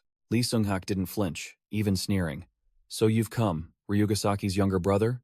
You two really are alike." Isu, covered in blood, entered the room, radiating intense killing intent, directly questioning, "You're the owner of this knife, aren't you?" Lee Seung-hak propped himself up, a challenging smirk on his face. "So what? What are you going to do to me?" Isu said no more, his icy gaze pronouncing a death sentence. "I'll kill you." The scene shifted to a hospital, where a voice inquired about a patient's condition. Rim Gyong-chun lay on the hospital bed, completely bandaged, on a ventilator, in critical condition, with nothing to do but wait for him to wake up. Taisen Commander Longhair listened to the phone report that the others were not seriously injured, while two lightly wounded female teammates rested nearby. The commander glanced at the two women, his eyes still fixed on the phone call. The two female teammates breathed a sigh of relief, knowing Rim Gyong-chun was out of critical danger. The long-haired commander turned away, his tone growing serious. "The situation is not good at all. I didn't expect Rim Gyong-chun to be so severely injured." The commander's face hardened. He growled into the phone. Those Totsukagumi. They're not to be underestimated. Back at the scene, Isu was on the phone, ordering his teammates. No, don't worry about this side. I'll send reinforcements to your location. Isu continued the call, assessing the situation. If the Totsukagumi are that strong, Guanak and other areas could be in danger. Isu commanded decisively. Keep an eye on that side. Leave everything here to me. The big boss, Daiki Otsuka, approached with a subordinate, chinning. Hey, you. Where are you from? Daiki Otsuka pointed his knife at Isu while he was still on the phone, then suddenly recognized the familiar face. Isu calmly said into the phone, It's fine. It'll be quiet soon. Then smoothly blocked Daiki Otsuka's knife, stunning the old man. Still holding the phone to his ear, Isu broke Daiki Otsuka's wrist and then slammed the phone directly into his face. With a single blow, Daiki Otsuka flew straight into the wall, unconscious, his subordinate watching, utterly pale. Isu continued his call as if nothing had happened. Ignoring Daiki, Otsuka sprawled on the ground. More importantly, how's Guanak? On the floor lay a blood-stained name tag belonging to a manager named Rim Gyung-chun, signaling an ominous turn of events. Isu held Rim Gyung-chun's blood-stained ID card, speaking coldly into the phone. I need to hang up now. I'll call you back later. He put the card into his pocket, with only one thought in his mind. Even if Rim Gyung-chun was injured, at the same time in Guanak, Chunho Choi was facing a bald boss charging at him with a knife in hand. The old man easily blocked the blade with his bare hand, then swung his steel fist straight into his opponent's face. Another devastating blow took down the boss, showing a completely different level of skill. Chunho Choi broke the boss's fingers, asserting that trash like them had no chance of taking down Rim Gyung-chun. Standing amidst the defeated thugs, he growled, Right? Who did this? From the shadows, two figures with overwhelming killing intent appeared. Ritsu, with a crazed look, and the cold, platinum-haired Haruto. Chunho Choi stood firm before the two monsters, his eyes sharp, ready for a real battle. Elsewhere, Taiga Muto stood over the white-haired assassin's body, confirming the mission was complete. He coldly looked down at the defeated foe. You've completed your mission. Outside, Taiga Muto strode through a pile of bodies, a subordinate pointing the way as he greeted the two newcomers. Ritsu and Haruto appeared, both looking battered and bruised after a life-or-death battle. The bloodstains on their faces and their tattered clothes showed that their recent opponent was no pushover. Taiga Muto spread his arms wide, welcoming his two strongest warriors. Ritsu shook hands with his boss, and Taiga Muto said that their strength would likely be needed again soon. Taiga Muto even teased Ritsu about looking thinner, while Haruto merely smirked. Seeing their miserable state, Taiga Muto admitted, It seems your opponents were quite formidable. The battle scene was a true battlefield, with the bald boss and his goons lying scattered in pools of blood. Even more horrifying was the body of another red-haired warrior, showing just how brutal the recent battle had been. Amidst the devastated battlefield, Taiga Muto and his two subordinates, Ritsu and Haruto, blocked the path of a survivor. The white-suited warrior, covered in blood, staggered against the wall, but his eyes still blazed. It's not over yet. There's still more. Taiga Muto, Ritsu, and Haruto coldly looked down at the dying enemy, while behind them lay a battlefield strewn with bodies. The Ilhak warrior collapsed to the floor, but still gritted his teeth and mumbled, Not yet. It's not over yet. Ritsu was annoyed by his opponent's stubbornness, but Taiga Muto raised a hand to stop him, signaling, Stop. Let me check. Taiga Muto approached, looking down at the warrior sprawled on the ground, who looked up with an unyielding gaze. Taiga Muto placed a hand on his shoulder, acknowledging, All of you possess a very high fighting spirit. He continued, I've heard of you all. Taiga Muto grabbed his blood-stained lapel. The 9 blades of Ilhak in white suits. That name is famous even in Japan. The Ilhak warrior frowned, not understanding what the Yakuza was rambling about.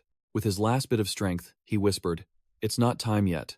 Boss Chunho Choi, you guys are nothing compared to him. The Ilhak warrior used all his strength to tightly grip Taiga Muto's hand, a final act of defiance. Far away, Chunho Choi lay motionless on the ground, his subordinate desperately calling out his boss's name. Taiga Muto coldly declared, If it's him, then he has completed his mission. And so have you. Suddenly, the Ilhak warrior lunged up, using all his might to headbutt Taiga Muto's face in a suicidal attack. Ritsu and Haruto were startled and horrified to see their boss take such a sudden blow. Taiga Muto took a step back, ignoring the headbutt, and looked down at the exhausted enemy. 9 blades. Your golden age is over. He turned his back and walked away, throwing back a respectful remark. You've held out until now. You deserve my respect, 9 blades. Taigamuto gestured to Haruto. Then, I'll put an end to this situation. Haruto calmly replied. All right. Please go easy on him. Taigamuto turned to Ritsu, asking about another location, preparing for the next battle. Oh, and you said Hanamdong, right? In a luxurious room, the question was posed. What happened there in the end? A white-haired man with a scar on his face sat casually on a chair, toying with a dagger, and smirked. So you're Ryugasaki's twin brother. You really do look alike. Isu, covered in blood, entered through the door, also holding a knife, and asked directly, Are you the owner of this knife? The white-haired man sprang up, his challenging attitude clear. What if I am? What are you going to do? Isu looked directly into his opponent's eyes, his gaze icy, his voice sharp with just 3 words. I'll kill you. The other man sneered, skillfully twirling the knife, and introduced himself. I've been waiting for you, Isu. My name is Daiki Otsuka. Flashback begins. Daiki Otsuka was once a member of the Special Operations Unit of the Japan Ground Self-Defense Force. This was a top-secret unit. The identities of its members, even their faces, were kept hidden. Even if they achieved wealth, status, and fame, their existence remained unknown to anyone. For a belligerent man like Daiki Otsuka, it was a boring place, so he discarded his badge. After his discharge, Daiki Otsuka shed his uniform, revealing his bare back covered in tattoos, choosing to delve into Japan's underworld. Back in the present, Daiki Otsuka twirled the dagger in his hand, radiating intense bloodlust. He provoked Isu, wanting to see his opponent's skill, because he always wanted to prove his own ability. Isu took a stance, his eyes sharp, probing. Are you a soldier too? While Daiki Otsuka only wanted to prove he was the strongest. Daiki Otsuka lunged like lightning, swinging his knife to attack, and Isu replied, That's right. Just like you. Swish. Isu reacted incredibly fast, blocking Daiki Otsuka's knife-wielding wrist with his bare hand. Daiki Otsuka's attack was completely halted. He was slightly surprised by Isu's speed. Isu coldly counterattacked with a devastating kick to Daiki Otsuka's stomach. But I don't think we're alike. Isu had disarmed Daiki Otsuka, his eyes still devoid of emotion. Whoosh! Daiki Otsuka was kicked backward, losing both his weapon and the initiative, completely outmatched by Isu. Kicked far away, Daiki Otsuka staggered to his feet while Isu took a stance with the knife he had just disarmed. Daiki Otsuka smirked, admitting, Oh, you're right. He continued smugly. It seems my skill is higher than yours, isn't it?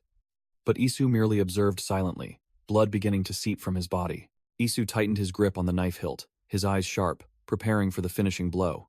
Daiki Otsuka took a stance, foolishly continuing to provoke. Come on, let's go another round. Isu only responded with a contemptuous smile, completely disregarding the clown before him. At the same time, elsewhere, Taigamuto confidently assured Gunji that with Daiki Otsuka and Kotone there would be no problems. Gunji was concerned upon hearing that Kotone had been beaten to a pulp, but Taigamuto dismissed it, believing everything had been resolved smoothly. Gunji wondered if Daiki Otsuka was operating alone, and Taigamuto began to have a bad feeling. Scene shifts to a flashback. A battered boss lay at Taigamuto's feet, weakly calling out chairman. Haruto grabbed the man's hair, holding a knife to his throat, while Taigamuto growled, After all that commotion, what the hell are you still babbling about? Ritsu, his face swollen but still eager for a fight, tried to charge forward but was stopped by Taigamuto. Taigamuto snapped, You bastard! Where do you think you are? Then swung his arm and punched Ritsu squarely in the face. Wham! A crushing punch sent Ritsu flying, while Haruto calmly held the defeated man by his hair. Text appears, confirming this happened 1 week ago. In a luxurious penthouse, Dogyong Baek, his arm covered in tattoos, entered the room. His face was completely unblemished, his eyes sharp yet calm, a stark contrast to Isu, who was fighting fiercely outside. Dogyong looked towards a bald giant sitting on the sofa, and said coldly, You've arrived. That bald giant was Boris. He turned around and called Dogyong by name. Dogyong approached, and Boris remarked, Long time no see. You've changed from before. Dogyong Baek lit a cigarette and asked Boris sarcastically, Have you decided to stop this cheap act? Boris replied curtly, Yes, I have. More importantly, is what I asked for done. Boris smirked, reporting that he had grasped the preliminary situation and affirmed that he had become a useful asset. Boris continued to analyze Oh Gujun, stating that he had good intuition, and most importantly, his heart was filled with rage. He concluded that such individuals are always quick in everything, from climbing to the peak to falling into the abyss. Returning to the present, Boris looked at the dejected Oh Gujun, saying that was enough, then directly asked about his intentions. Oh Gujun took a drag from his cigarette, his gaze distant, repeating Boris's question meaningfully. In a flashback, Oh Myung-hwan stood beside Boris, ordering him to train someone within the ranks of the Nightblades. Back to the conversation, Dog-young-baek stood up, questioning Boris that he initially thought he was only assigned to supervision, but received no instructions. Dog-young-baek walked around, looking directly at Boris and asking, "So, what's the hidden plan here?" Boris casually replied that it was simply to give Ilhak a new blade, because we must discard the old. Boris turned, smiled smugly, and asked Dog-young-baek if that answer was enough to satisfy him. Dog-young-baek didn't believe a word, warning Boris, "If that's truly your intention, let me warn you of one thing." Boris responded with a profound proverb, "In the dark, all cats are gray." Dog-young-baek stood by the window, his arm bleeding, understanding Boris's implication. Boris continued to taunt, "In the dark, it's easy to mistake friend for foe," then turned and walked away. The claw-shaped scar on the back of Boris's neck suddenly became clear, looking like a demon writhing beneath his skin. Back in the alley, Oh Gujun was grabbing the defeated Lee Sunmung by the collar, wondering what the hell was happening. Boris suddenly appeared behind them, the scar on his neck looking extremely terrifying under the dim light. Boris looked down at the scene before him, his eyes as cold as ice, devoid of emotion. Suddenly, Boris unleashed a thunderous kick directly at Oh Gujun, sending him flying before he could react. Oh Gujun flew back like a broken puppet, hitting the ground face first after Boris's devastating kick. Struggling to get up, Oh Gujun clutched his broken arm, unable to believe he was defeated by a single blow. Boris grabbed the gasping Lee Sunmung and muttered about discarding the old. Boris continued, his voice full of hidden meaning.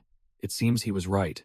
It was time for new blades to emerge. A flashback showed the Nine Blades members in white suits being brutally massacred by an unseen force. Another Nine Blades member, Goatee Blade, rushed to attack Boris to avenge his comrades. Goatee Blade roared, "Who the hell are you?" While Boris stood silently, taking the blow, his face unchanging. Seeing his attack was useless, Goatee Blade asked in a panic, "Are you also one of the Nine Blades?"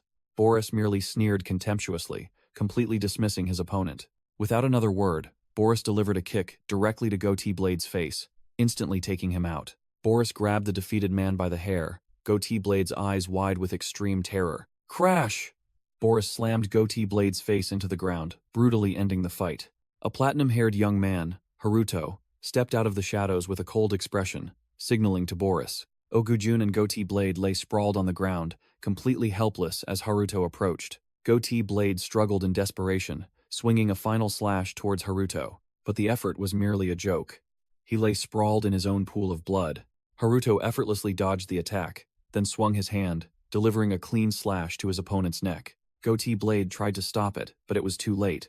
The finishing blow had been dealt. Just then, Seungmin Lee, along with two other Nine Blade subordinates in white suits, arrived with an overwhelming aura. A muscular giant wearing a red coat, Taiga Muto, appeared, facing Seungmin Lee and asking, "Oh, who are you?" Seungmin Lee stood tall, radiating charisma, and declared his identity. "I am Lee Seungmin, CEO of Ilhak." Taiga Muto smirked disdainfully. "So you're the CEO, but why did you come here yourself?" Taiga Muto exuded superiority, his eyes sharp, awaiting an explanation. Seungmin Lee, unfazed, cut straight to the chase. "I have a proposition for you, Taiga Muto." Elsewhere, Boris silently observed the exchange between the two bosses, his face impassive. Meanwhile, Ilhak Capital's internal struggle erupted. Chonho Choi took a stance with his dagger, growling. "All right, let's try that again." Facing the old man, Oh Gujun, covered in blood, still smirked defiantly. Chonho Choi frowned and asked, "Is there something funny?" Oh Gujun simply replied curtly, "Nothing." Oh Gujun took his stance, the dagger in his hand glinting coldly. "It's just funny to witness it firsthand." The young assassin's eyes turned manic as he declared firmly, "I'll do it again." Without another word, Chonho Choi and Oh Gujun charged at each other with terrifying speed. Oh Gujun easily blocked the old man's dagger strike, his eyes devoid of emotion. Chonho Choi roared disbelief in his voice. "You dare face me with just one blade?" But Oh Gujun pulled out a second dagger from behind his back, an unexpected turn of events. The seasoned Chonho Choi lectured, "Choosing and utilizing your equipment is also a professional's virtue. Haven't you learned that yet?"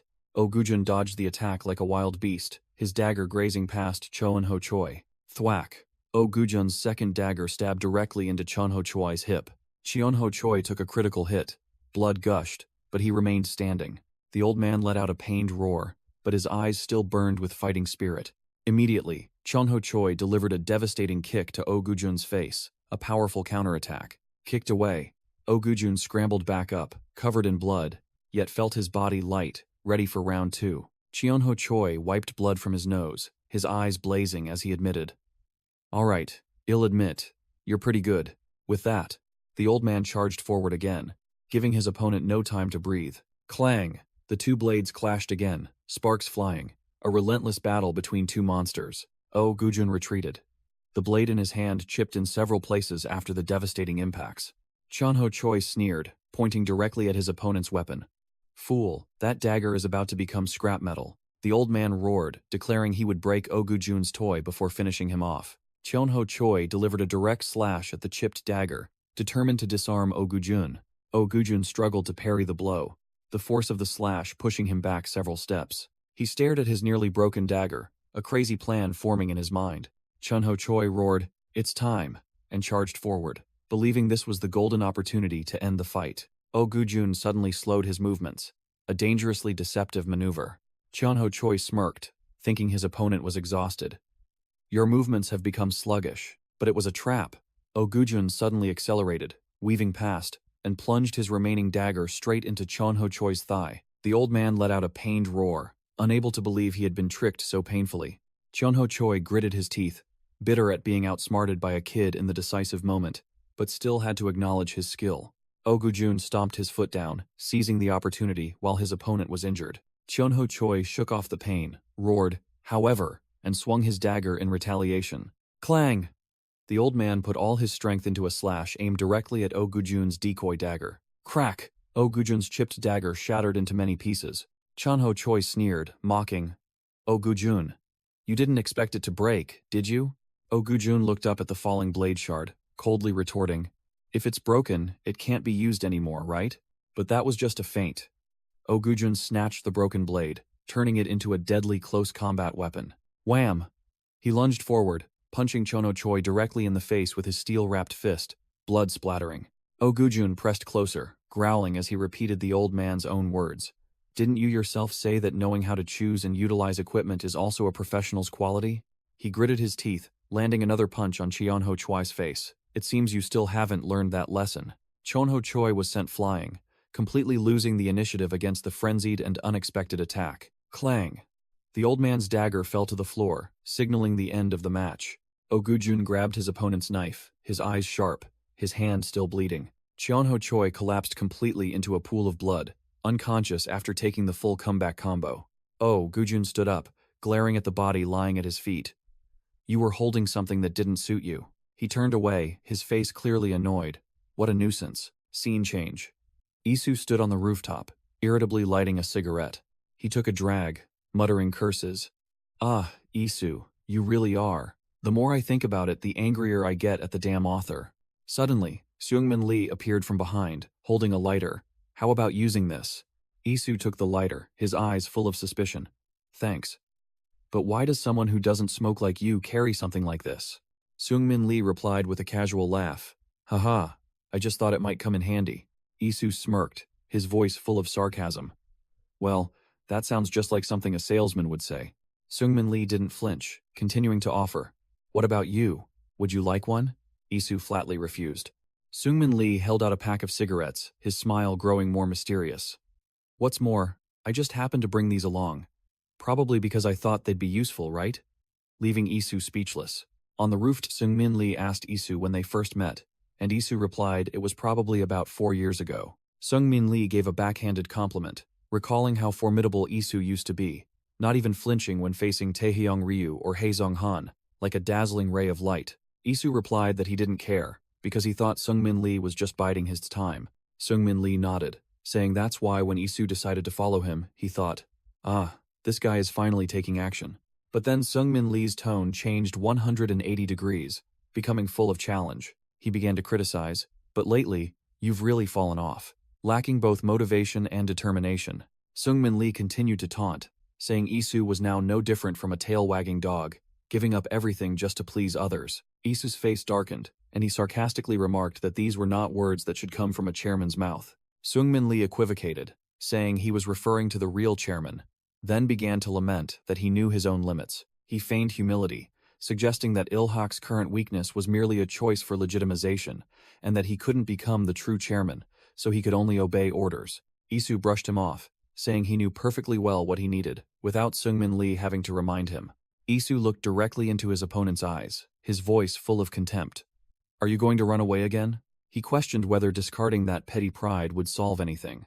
Isu delivered a fatal psychological blow, reminding Seungmin Lee, "Remember this, young master. What you're giving up isn't just your own pride.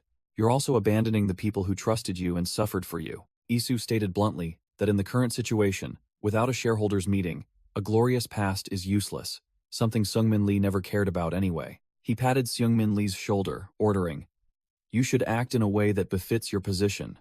Don't be overly cautious and subservient in front of others." Isu turned his back and walked away, delivering a final threat that made Seungmin Lee clench his fist. "If you can't do it, I'll remove you and take that position myself." Isu looked back with a challenging smile, asserting, "I wouldn't mind doing that at all." Scene change. A large, muscular man, Taiga Muto, appeared before Seungmin Lee and declared, "I have an offer for you." Seungmin Lee spoke, intending to make an offer to the giant before him, Taiga Muto. Taiga Muto smirked, showing amusement. "Oh, an offer, is it?" The Yakuza scoffed in response, pointing at the scattered remnants of Ilhak Capital's forces lying at his feet, including the old man Chonho Choi, and sneered. "Are you even in a position to make demands?" Seungmin Lee turned his face away, not bothering to look at his defeated subordinates. Seungmin Lee's hand clenched, veins bulging, but he remained calm. "No matter what you say." Taiga Muto picked his ear, his arrogant attitude clear. "I'm not interested. I'm well aware of the tricks chairmen like you play." Taiga's goatee Yakuza enforcer stood beside him, a smug look on his face, certain his boss had the upper hand. Taiga Muto advanced, growling, declaring his utter hatred for those who hide behind others and use their words to manipulate. The Yakuza stared intently at Seungmin Lee, an overwhelming pressure radiating from him. "So, whatever you're about to tell me, it better not be some clever words with token conditions." Taiga Muto bent down, challenging Seungmin Lee face to face. In Seungmin Lee's mind, Isu's warning echoed, "You should act in a manner befitting your position. Don't be overly cautious or subservient." Seungmin Lee adjusted his tie, his demeanor changing 180 degrees. "Taiga Muto, in Japan. They call you the living Kokudo." He slicked back his hair, his eyes as sharp as knives. "But compared to that reputation, what you've just done seems truly petty." Seungmin Lee delivered a final contemptuous remark. "Truly disappointing." Taiga Muto froze, unable to believe his ears. "Petty?" The Yakuza straightened up, his mocking expression completely gone. "Your tone has changed. It seems you truly are disappointed." Seungmin Lee replied without hesitation. "That's right, so there's no need for me to hold back. I'll treat you as you deserve." The goatee Yakuza enforcer's eyes widened, stammering in shock. "Huh? What the hell is that bastard saying?"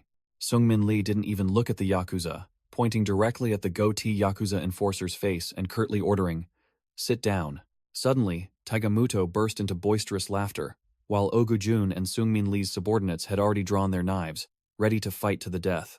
Taiga Muto arrogantly cracked his neck, growling, "It seems everyone expects too much from me, huh?" He donned his coat, turning his back to Seungmin Lee, and declared grandly, "But you're just deluding yourselves. I stand here as a loyal subordinate of Oyama Shogo." He was about to continue speaking about being ready to sacrifice his honor, when Seungmin Lee acted, a black-gloved hand clamping over the Yakuza's mouth. "Oh, really?" Seungmin Lee coldly uttered. "Then what good is being a mere vassal? I have no reason to continue this conversation with you." He pointed, his eyes sharp as he commanded. "Go call your boss here. After all, I have a debt to settle with him." The goatee Yakuza enforcer froze, completely shocked by Seungmin Lee's sudden change, while Haruto quietly observed from behind. The Ilhak Capital subordinates also looked tense, a bald one and a glasses-wearing one sweating profusely. Ogujun and another of Seungmin Lee's underlings, however, smiled with delight, enjoying their boss' sharp turn. Boris, the bald man on Seungmin Lee's side, smirked. "I was wrong. So this isn't just a matter of colors." He looked at Seungmin Lee from behind, muttering, "Has not a cat but a leopard, isn't he?" Taiga Muto remained frozen, his face blank with disbelief at what he had just heard. Seungmin Lee turned, his tone full of sarcasm. Is what I said so hard to understand? Suddenly, Taigamuto clutched his head and burst into maniacal laughter. Damn it, that really stings. The Yakuza suddenly knelt to the floor, his attitude changing 180 degrees. Chairman, I have been disrespectful. I had no idea you were such an important figure, and I have been remiss in my conduct. He bowed his head, solemnly declaring, I, Taigamuto, formally state once more. Taigamuto looked up, his eyes burning with fighting spirit. Chairman, I will defeat you right here. Please understand that this is the highest form of respect I can show, while still maintaining my loyalty and goodwill. Meanwhile, the goatee Yakuza enforcer was in utter panic, grabbing Ritsu and trying to flee. Let's go, Ritsu. Seungmin Lee simply called out a name coldly. Boris. No sooner had he spoken than Boris lunged like a ghost, grabbing the goatee Yakuza enforcer's face. Thwack. Boris said nothing, using absolute force to slam the Yakuza's head straight into the floor, neatly disposing of a small fry. Ryohei lay sprawled, his face covered in blood, completely shocked that he couldn't perceive Boris' movements. Ritsu cried out in alarm as Haruto suddenly appeared, raising a hand to stop Boris. Boris smirked, bringing a finger to his lips to signal silence, an act that was both obedient and defiant. Taigamuto knelt, panting, acknowledging the skill of Seungmin Lee's faction for being able to handle someone like Haruto so easily. Seungmin Lee looked at the Yakuza, sneering.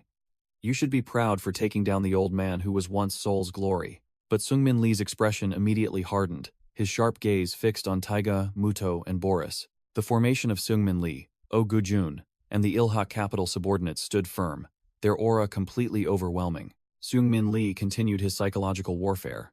What you broke was merely the glory of the past. You haven't even tasted my true skill yet. Suddenly, a voice rang out from behind.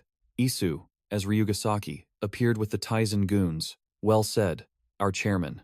Isu, as Ryugasaki, casually stepped forward, hands in his pockets, asking nonchalantly, By the way, does anyone have a lighter? Taigamuto was stunned, realizing the infamous Ryugasaki had arrived, but wondered why Isu wasn't present. At the same time, Gunji, Taiga's subordinate, paled as he looked at his phone. Gunji rushed to Taigamuto's side, holding out his phone for his boss to see. A shocking message appeared. Hanamdong has been taken. Taigamuto gritted his teeth. Taigamuto growled, asking where Daiki Otsuka was. Gunji tremblingly reported that Isu had gone to Hanamdong alone. Gunji delivered the shocking news. Daiki is dead. The scene was a ruined room with Daiki Otsuka's body lying in a pool of blood. Seungmin Lee turned, looking directly at Taigamuto, reiterating his previous offer. Seungmin Lee asked directly, Do you want to stop today and wait for next time, or... Isu and the Taizen subordinates stood in formation, ready to fight, while Seungmin Lee presented the other option. Step out here and finish this once and for all. Seungmin Lee looked at his opponent with an icy gaze, forcing Taigamuto to choose. What will you choose? Taigamuto flexed his biceps, his killing intent erupting, his name echoing like a declaration. He gritted his teeth, cursing Daiki under his breath for being a fool for warning him not to solo Isu. Taigamuto assessed the situation. Hanamdong was as good as gone. His faction had lost a crucial stronghold. His eyes blazing, Taigamuto snarled, deciding to go all in, to take Chairman Seungmin Lee's life right here. He repeated.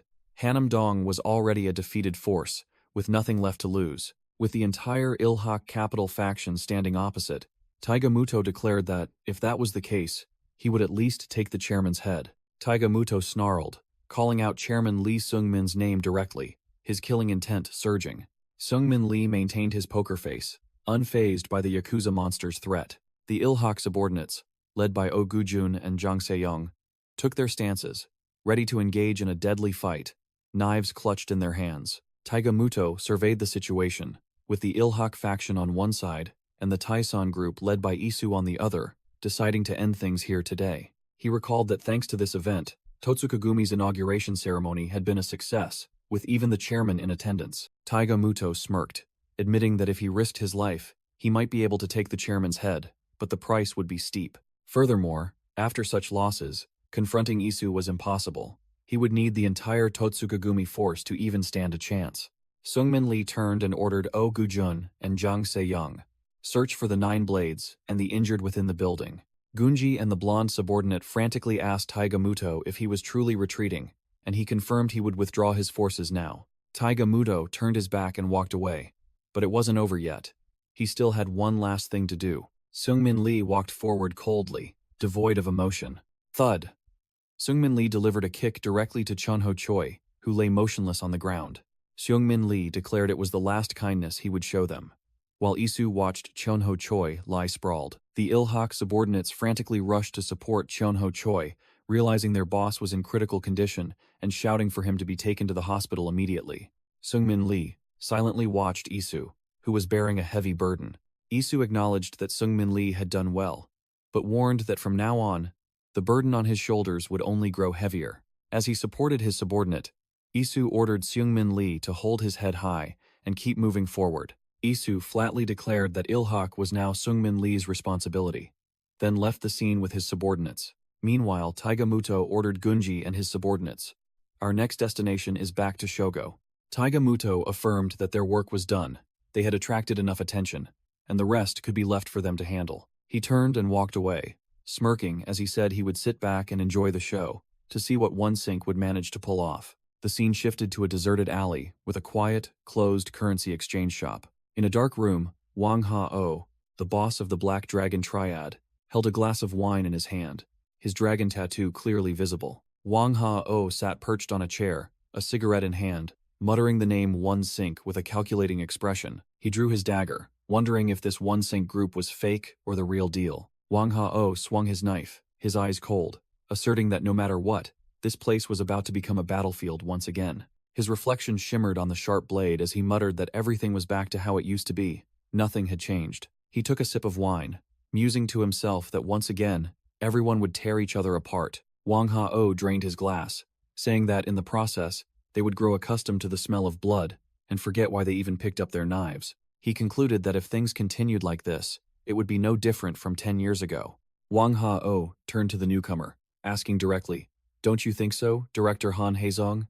While Han Haezong sat opposite him, with Ju Songtae and his henchmen behind him, Wang Ha-o poured wine, sarcastically remarking that Han Haesong had become quite successful, recalling the past.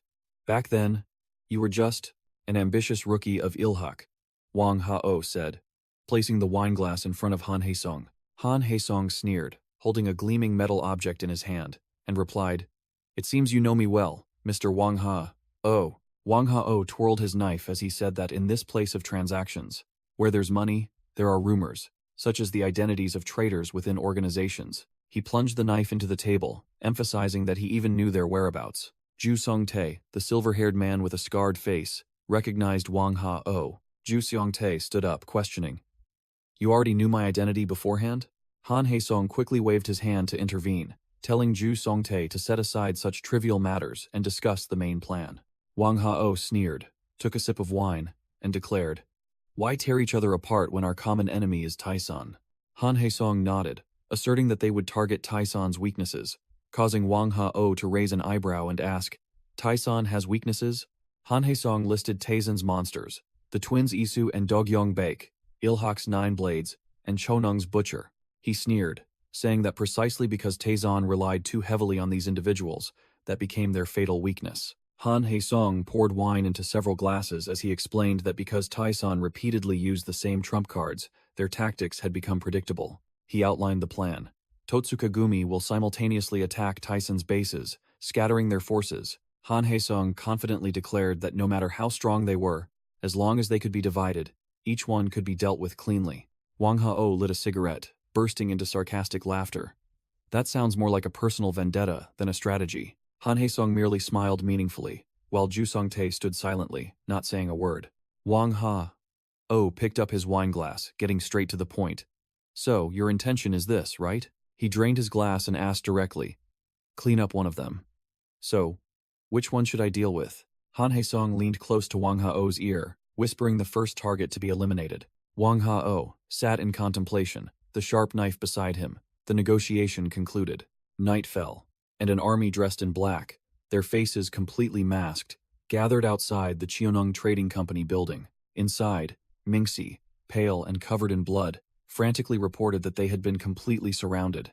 Yuhua Cha bowed her head, exhausted after the bloody battle. Mingxi, covered in blood, urgently reported, "The One Sync are everywhere. We have to get out of here fast." Yuhua Cha silently picked up an axe, plunged it into the table, and coldly ordered, "Get out." She decided to stay behind alone to block their path, despite Mingxi being behind her. Minxi frantically tried to dissuade her, yelling that she couldn't take on all of them alone, and they had to run now. Yuecha turned around, her eyes sharp. Run? Are you saying I'll lose? Without another word, Minxi pushed Yuecha into a room and slammed the door shut, shouting, "Don't come out!" Trapped inside, Yuecha pounded on the door, bewildered by what was happening. The scene inside the room showed despair. A Cheonong subordinate lay dead on the floor. Outside, Mingxi and a few remaining henchmen were facing a masked One-Sync squad. The One-Sync soldiers acted with extreme professionalism, one coldly drawing a knife to finish off a dying Cheonong subordinate. Through the crack in the door, Yuecha witnessed the massacre, her eyes wide with horror and rage. The sunglasses-wearing subordinate grabbed Yuecha, shouting her name while trying to pull her away. He and Mingxi worked together to push Yuecha into a safe room, shouting, "Close the door!" Slam! The door slammed shut right in front of the assassins. Mingxi used all his strength to push a table against the door, determined to defend it to the last. The One-Sync soldiers outside looked at the scene with contempt. "Ha! What kind of show are these gangsters putting on?" Mingxi and the sunglasses-wearing subordinate stood blocking the door, roaring a challenge. "Not a single one of you will get through. Come on, you bastards." On the stairs, other One-Sync soldiers were advancing, one grumbling, "What's taking so long? Still messing with those small fry?" Suddenly, a hand covered the One-Sync soldier's mouth from behind, and a knife cleanly slit his throat. Zion had arrived, his voice full of sarcasm. "Did you guys come here for a vacation or something?" Two One-Sync soldiers startled and turned around, seeing their comrade fall, an enigmatic shadow standing on the stairs. They immediately took a defensive stance, growling at the intruder. "Who are you?" Zion leisurely took off his hood, grumbling, "Ugh, it's stifling." He ran a hand through his platinum hair, annoyed it was tangled, his other hand gripping a karambit. One-Sync soldier recognized the deadly characteristic, quickly warning his comrades. "A blonde guy with a karambit. Be careful, it's him." The soldier called out Zion's identity. Li Xian, first captain of the Ghost Squadron. Zion, standing over the corpse, smirked with amusement. "Oh, you know me? Really?" Zion twirled the blood-stained karambit on his finger, his eyes sharp. "In that case," he sneered arrogantly, provoking the two frozen soldiers. "You shouldn't just stand there, should you?" The two One-Sync soldiers were still in shock, muttering Zion's identifying features, knowing they had run into the real deal. Zion casually stepped onto the stairs, repeating his sarcastic question. "Oh, you know me? Are you sure?" With that, Zion darted down like a ghost, his karambit ready to tear through anything. The soldier reflexively swung his knife to attack, but Zion easily dodged, even scoffing, "Not bad, not bad. Faster than I thought." But before the compliment finished, Zion delivered a devastating elbow strike to the soldier's face. "But try a little harder." The other soldier lunged down from above, attempting a sneak attack. But Zion had already moved a step ahead, lightning fast. The soldier's knife sliced through the air, a completely useless attack. Zion narrowly dodged the attack, simultaneously spinning to deliver a clean slash to his opponent's chest. He easily blocked the soldier's attack, completely dominating the fight. Zion deftly grabbed the enemy's knife-wielding arm, his tone casual as if joking. "Gotcha." Without hesitation, he forcefully slammed the soldier's head into the iron railing. The One-Sync soldier was eliminated, thrown away like a broken puppet, the battle ending swiftly. Zion grabbed his opponent's cap and smirked. "Why are you holding it so grotesquely?" Without another word, Zion swung his knife, delivering a fatal blow to the last One-Sync soldier's neck. He coldly looked at the two corpses he had just taken down. One lay sprawled at his feet, the other tumbled down the stairs. Meanwhile, elsewhere, the Cheonong thugs were cornered, grabbing chairs and axes to prepare for the final battle. Zion appeared before another group of mercenaries, looking weary. "Ha, still more? Hey, you Cheonong guys over there." He casually dusted his hands off, taunting the newly arrived Taizan goons. "I've already cleared out half of them. You guys should at least try to handle two, right?" Two masked Taizan enforcers stood silently, taking in the instructions from their senior. At the same time, Yuecha, heavily wounded, was held tightly by two of her loyal subordinates, Mingxi and the sunglasses-wearing subordinate. She struggled wildly, screaming to be released for a deathmatch, but the two subordinates refused to let go. Despite her resistance, they successfully locked Yuecha in a safe room. Immediately after, a gentle knock and a mocking voice echoed. "Excuse me?" Yuecha froze, recognizing the familiar voice, while the person outside threatened, "If you don't open the door, it'll break it down." Crash! The door was kicked open with a powerful blow from the outside, bursting inward. A woman with long black hair, sharp eyes, and covered in blood, stepped in. She stood amidst a corridor littered with corpses, proving she had single-handedly cleared out the small fry outside. Zion peered out from behind the door, grinning widely. "Long time no see, Miss Baekjung. I've come to pick you up." He looked at Baekjung with a radiant expression, asking if she had packed her bags to go home. Baekjung asked, bewildered, "What do you mean?" The scene shifted outside, where henchmen were gathering around a van. Inside the van, Zion snapped angrily. "What do you mean you're not coming back?" Baekjung coldly replied, "Just as I said, I'm staying here." With a resolute gaze, Baekjung declared flatly, "I will stay, defeat Wang Hao, and unite Chonung. That is why I am here." Inside the van, Zion lost his patience and snapped, "No, what I mean is, why are you so stubborn? Do you know how difficult it was for me to infiltrate this place?" Meanwhile, the Chonung thugs were helping the heavily wounded Minshi. The situation was dire, as all allied organizations were attacked simultaneously, clearly a strategy to disperse their forces. Zion continued to question Baekjung, his voice filled with irritation. "If we keep getting ambushed like this, how can we get reinforcements? Where do you get the nerve to insist on staying here?" He tried to persuade her one last time. "If the base is lost, we can retake it later. Now, let's regroup and assess the situation first." But Baekjung kept her head down, refusing to respond. Baekjung suddenly slammed her axe onto the van floor and roared, "I said leave me here. Are you deaf? I'll stay even if it kills me." Her eyes were filled with fierce determination. "I must make Chonung prosper. That is my mission." And yet, Zion smirked, his attitude shifting 180 degrees. "You're being so stubborn, it's annoying." "Hey, do you think I'm joking just because I'm being nice?" The assassin leaned in close, his smile vanished, replaced by chilling killing intent. "Or because I'm smiling. You think I'm not serious?" Quick as a flash, Zion drew his karambit knife, held it close to Baekjung's neck, his eyes sharp as razors. Baekjung didn't flinch, raising her axe in defiance. "You old fox, you dare challenge me?" Outside, as the Chonung thugs were helping Mingxi along, a car suddenly sped towards them at terrifying speed. Baekjung suddenly froze, realizing something was wrong, and silently listened to the situation outside. Zion also looked annoyed, admitting he didn't want to be here either. He only wanted to find the one who harmed Gyeongchun and tear him apart immediately. He buckled his seatbelt, clarifying his mission. "But that's not my mission. My mission is to safely escort someone like you." Zion slumped his head onto the steering wheel, his voice filled with helplessness, yet implying a threat. "So if you don't listen, I swear I'll lose it. Please, I'm begging you." He looked up, meeting Baekjung's eyes in the rearview mirror.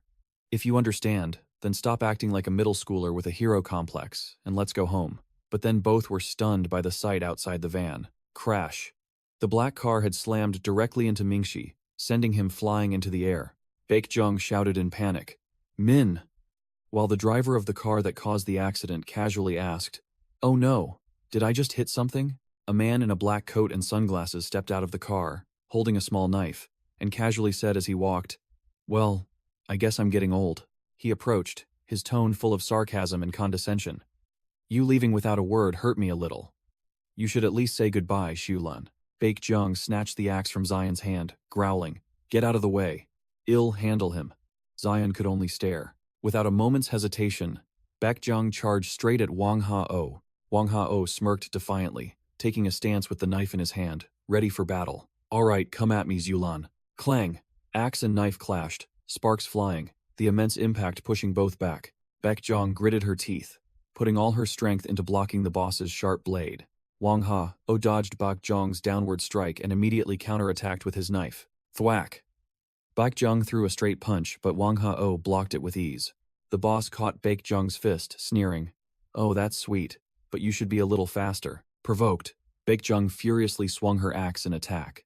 Wang Hao calmly dodged, scoffing, "No, you've lost your composure again." The boss continued to evade effortlessly, remarking, "Your attacks have become too predictable." Thwack! Seizing an opening, Wang Hao landed a hook punch squarely on Baekjung's jaw. Baekjung staggered backward, muttering, "Damn it, got hit in the chin." Wang Hao chuckled triumphantly, as if the outcome was already decided. "See? I told you." However, there was no fear in Baekjung's eyes, only a furious will to fight. She realized her opponent had also let his guard down after gaining the upper hand. Baekjung deliberately dropped her axe to the ground. Wang Hao immediately stepped on the axe, blocking her from retrieving her weapon. Baekjung froze, seemingly cornered, but it was just a feint. Taking advantage of the boss's moment of triumph, Baekjung spun around and delivered a high kick straight to his face. Baekjung's kick landed, sending Wang Hao staggering back, blood gushing from his nose. Wang Hao sneered, mocking. "You still haven't improved at all, Shulan?" He flung the dagger at Baekjung. Thunk. The dagger plunged into the ground, pinning Baekjung's coat and immobilizing her. Wang Hao turned, his tone condescending. "That's enough, kid. This greeting is getting a bit much." Zion advanced coldly, dagger in hand. "They say it's unsightly when old men act childish." Wang Hao took a stance, beginning to realize his opponent wasn't a pushover. "So, you're..." Zion stood beside the fallen Baekjung, taunting. "Excuse me, who are you again? I suddenly can't recall your face." He bent down to check on Baekjung. "Hey, unconscious already? I only didn't kill you because you interfered." Zion straightened up, declaring his takeover. "This place is mine now, old man. Got a problem with that?" Wang Hao shrugged, feigning no objection but his eyes full of scrutiny. "Well, I don't have any objections, but it feels a bit strange." Zion smirked, continuing to provoke. "Like a father whose daughter was stolen, right?" Wang Hao took an offensive stance, his killing intent erupting. "Precisely why. I'll be a little rougher." Zion was equally unyielding, taking a stance ready for battle. "It was just a joke, no need to get so tense." "That's annoying." Wang Hao narrowed his eyes behind his sunglasses, seriously assessing his opponent. Zion didn't take his eyes off him either, the scar on his cheek adding to his dangerous aura. Both lunged at each other like two predators, the real battle beginning. Flashback. Wang Hao took a drag from his cigarette, a look of smug satisfaction on his face. In the warehouse, he looked down at Shulan, who was kneeling, uttering contemptuous words. "You haven't improved at all, have you?"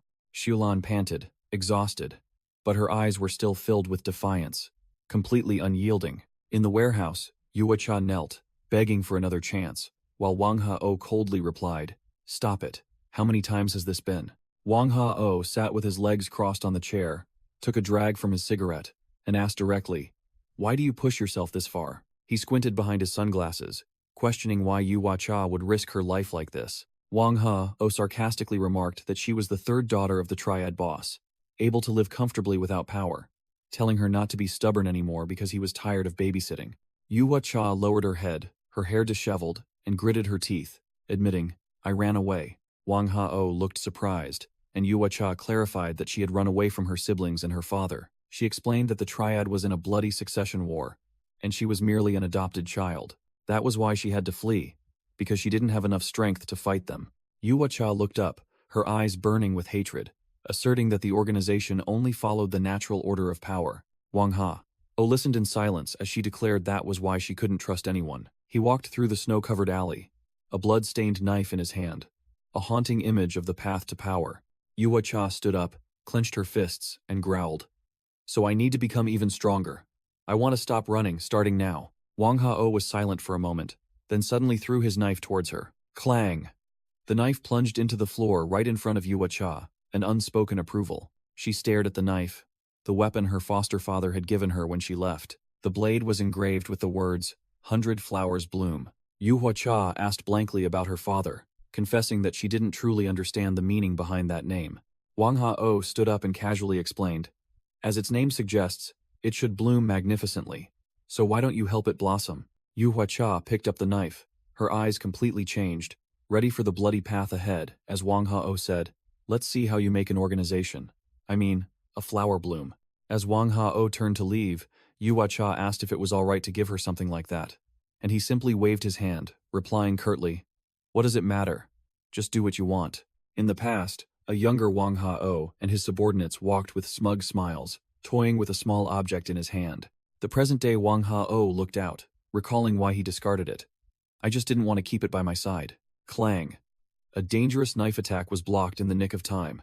Zion suddenly appeared, holding a knife to Wang Hao's throat, and confirming his target's identity. "So, his name is Wang Hao, one of One Sync's leaders." With an arrogant smile, Zion withdrew his knife, ready for battle. "Let's see how good he really is." Zion lunged forward, swinging his knife in a flash attack. Wang Hao casually raised a hand, easily blocking Zion's punch as if swatting a fly. Without hesitation, Wang Hao delivered a kick that sent Zion flying backward. Gripping his cleaver, Wang Hao swung a deadly downward slash, Zion dodged by a hair's breadth, his eyes gleaming with madness and delight. He braced his hands on the ground, performing a flip to evade Wang Hao's devastating slash. Wang Hao looked at Zion, recognizing the familiar fighting style and weapon, and said disdainfully, "Isu's people are truly a nuisance." Zion landed, taking a stance with his dagger, provoking, "Your skills are commendable. Come at me." Wang Hao suddenly noticed his sleeve was torn, blood seeping out, and he muttered, "You're surprisingly nonchalant." In the distance, Chonung's subordinates were helping each other flee. One of them exclaimed in terror, "That blonde guy from Taizan. I knew he was strong, but not that strong." Zion licked the blood from his finger, silently assessing. On par with Master Wang. No, even stronger. Wang Hao tossed his cigarette, finally getting serious. "All right, now my body's starting to warm up." Zion glanced at the retreating subordinates, calling out loudly, "Hey, Uncle Jin Wong," he ordered. "I'll try to stall this old man for as long as I can. You guys keep a close watch and get out of here quickly. Understood?" Zion turned back to face Wang Ha. A challenging smirk on his face. Don't misunderstand. I'm not saying you'll lose. Dealing with an old man like him is just child's play." Wang Hao stood in the alley, drawing his curved blade from his coat and ordering his subordinates. "The only problem is he might not be alone. You all go to the Tyson headquarters first. I'll catch up later." He lit a cigarette, his eyes sharp as he looked ahead, provoking, "So, when are you all going to start? Or are you just going to keep whispering amongst yourselves?" Zion smirked, holding his dagger ready, blood still stained on his face. "Well, shall we move on to the main event?" As soon as he finished speaking, Zion rushed towards Wang Hao, who was also charging forward. Wang Hao swung his blade with immense force, but Zion lightly glided past, evading the attack by a hair's breadth with terrifying speed. Zion closed in, delivering a lightning-fast stab aimed at Wang Hao's throat. Clang! Wang Hao managed to raise his hand to block it in time, grabbing Zion's wrist, the dagger mere centimeters from his face. "Oh my. I thought this was just the warm-up." Without a hint of hesitation, Zion spun around, using his other hand to parry Wang Hao's blade, continuing the fight at extremely close quarters. Their hands locked tightly together, a pure test of strength and skill in the midst of battle. Wang Hao strained with all his might, pushing Zion back and swung his blade down once more. But Zion dodged it with a swift movement, simultaneously delivering a kick straight to the boss's stomach. The kick sent Zion stumbling back, but he maintained his balance, while Wang Hao only staggered slightly. Wang Hao bent down, smirking to himself. "I thought there was no other way to deal with Isu." He looked at Zion, who was holding his stance, admitting, "However, this kid will give me some trouble." From the perspective of a Chonung subordinate lying flat on the ground, the battle between the two monsters was just a blur of speed and power. Zion gritted his teeth, his eyes sharp, with no intention of backing down. Meanwhile, the Chonung subordinates were helping each other, trying to crawl to the waiting truck to escape. Shulan, severely wounded and being helped away, turned her head to look at the battle with a face full of hatred. Just as the truck started to move, Wang Hao unexpectedly ignored Zion, dashing like lightning towards the truck, intending to block its path. He landed on the ground after the truck had escaped, realizing he had been tricked, and sneering. So this was a stalling tactic? Zion smirked, realizing his opponent's intention. What? Stalling? The high-speed battle erupted. Wang Hao swung his blade in attack, while Zion deftly dodged. Wang Hao continued to close in, delivering a dangerous sword strike. He threw his blade towards Zion, but it was met with a light parry. Zion seized the opportunity, rushing forward with the dagger in his hand, his eyes sharp. He roared in his mind, "This is my chance. Wang Ha. This time I'll definitely take you down." Zion stomped his foot to gain momentum, preparing to deliver the finishing blow. Zion's gaze locked onto his target, his killing intent surging. Suddenly, a blonde figure lunged from behind, but Zion was even faster, spinning around and seizing the intruder. Zion recognized the newcomer, grinning arrogantly. "Oh, look who it is." The blonde man was Ishizuka Kaito, a Yakuza assassin, and Zion greeted him with a sarcastic remark. Wang Hao sighed in relief, confirming the reinforcements had arrived. "Shogo's assassin. You finally made it." Wang Hao sneered, revealing his hand. "My apologies, but I was the one stalling." Zion, still holding Kaito tightly, taunted. "How are you? Is your leg fully healed yet?" He tightened his grip, growling. "Or should I take your arm this time?" Kaito gritted his teeth, his eyes blazing. "You fool." Just then, a tattooed giant, Onizuka Nobuhiro, appeared like a demon, raising his battle axe high. Crash! Nobuhiro, without hesitation, slammed the axe straight into Kaido's face to break the hold. The incredibly powerful impact sent both Zion and Kaido flying in opposite directions, leaving Wang Hao stunned. Nobuhiro stood tall, weapon in hand, while Wang Hao exclaimed in shock. "Even you've shown up?" Zion looked straight at the giant Onizuka Nobuhiro, taunting him with a smirk. "Oh, sorry, but I don't seem to remember your name." Nobuhiro roared, his face contorted like a demon, drooling profusely. It seemed his condition was worsening. Suddenly, other footsteps approached from behind. Zion spun around, alert to the newcomer. A new group appeared, led by Yaksha, brandishing a curved blade, exuding murderous intent. Wang Hao saw the new arrivals, curling his lip into a sneer. "Look at these guys, playing dirty, aren't they?" He glanced at his knife lying abandoned on the ground, and growled. "Does this mean we caught one with this?" Wang Hao roared, pointing at Yaksha. "Hey, you damn old fox." Zion was stunned, unable to believe his eyes. "Huh? What is it? Hey, why are you back here?" Yaksha picked up Wang Hao's knife, her eyes sharp as daggers. She growled. I told you I'd kill you if you interfered, didn't I?" Wang Hao curled his lips into a condescending smile, acting superior. He dramatically raised a hand to his face, his voice dripping with sarcasm. "Master Wang, no, Wang Hao." Yaksha pointed her weapon directly at him, declaring loudly. "Your opponent is me now," she growled. "This time, I'll take you down." While the entire battlefield held its breath, Zion gritted his teeth, muttering irritably to himself. "Ugh, why did she come back? This idiot, seriously." Zion growled. "Stay still. I'm already pissed off enough." Then charged straight at Nobuhiro and Kaito. Quick as lightning, Zion knocked away Kaito's knife, who had just scrambled back to his feet. He delivered a lightning-fast strike to Kaito's nape, neutralizing the blonde assassin once more. Zion muttered as he struck. "Neither you nor that girl ever listened to me." Suddenly, a sinewy hand clamped tightly around Zion's wrist, stopping his attack. Zion was stunned. Onizuka Nobuhiro clutched Zion's hand tightly, his voice full of sarcasm. "Oh, I thought you didn't feel pain. It probably doesn't hurt, right?" Without another word, Nobuhiro swung his axe in a clean arc, forcing both Zion and Ishizuka Kaito to leap back to dodge. Zion landed, glaring at the madman, while Nobuhiro roared. "This time I'll definitely catch you, you rat." Suddenly, a Taizan masked enforcer approached from behind, locked Zion in place, and declared, "Got him." Seeing his prey restrained, Nobuhiro grinned wildly, raising his axe, ready to finish him off. Slash!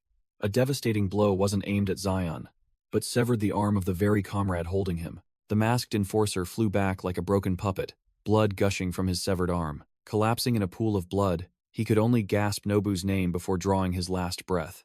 Zion glared at Nobuhiro, his face full of annoyance. It's this bastard again. Seizing the opportunity, Kaito had recovered and charged at Zion once more. The remaining Taizan soldiers rushed forward, shouting at Nobuhiro. "Are you out of your mind? Can't you even tell friend from foe anymore?" Nobuhiro now looked like a true demon, his eyes rolled back, foaming at the mouth, completely out of control. He let out a mad roar. "I'll kill them all of Taizan," then swung his axe, attacking his own comrades. "Get away! If you interfere, you'll be dragged into it," Nobuhiro screamed, frantically searching for his true target. Meanwhile, Zion had turned the tables, pinning Kaito to the ground with a knife at his throat. Nobuhiro was still screaming, "Die, Taizan," in the background, ignoring the battle between the other two. Kaito delivered a cunning kick, sending Zion flying and escaping the bind. Zion clutched his bleeding side, cursing under his breath. "Damn it, it's really annoying when those two keep teaming up on me." Now, Nobuhiro was slowly advancing towards the injured Kaito, his crazed eyes unable to distinguish friend from foe. Observing the chaotic situation, Zion glanced at Yaksha, who was confronting Wang Hao, and thought to himself, given this situation, it's a good thing she came back. Wang Hao threw a punch, thinking to himself, it's a good thing I don't have to deal with the other guy too, or it would be a real struggle. He kicked Shulan away, remarking with delight, "Now this is great." Utter chaos. Shulan gritted her teeth and stood up, her hand still gripping her curved blade, growling. "It's not over yet." Wang Hao casually dodged Shulan's blade, looking surprised. "Oh? You've made some progress, haven't you?" Immediately after, he delivered a devastating punch straight to Shulan's face, giving her no chance to resist. Shulan flew backward, blood splattering, bitterly admitting in her mind that this man was still on a different level. Crash! Wang Hao stomped his foot on the ground just as Shulan fell sprawling, sending her weapon flying, then sneered. But you're still the same. He approached Shulan, who lay slumped on the ground, calling her by name. Shuran. Wang Hao looked down at his former subordinate with a condescending gaze. Disciplining you brings no satisfaction at all. The scene shifts to the other battle. A dagger plunged into Ishizuka Kaito's hip.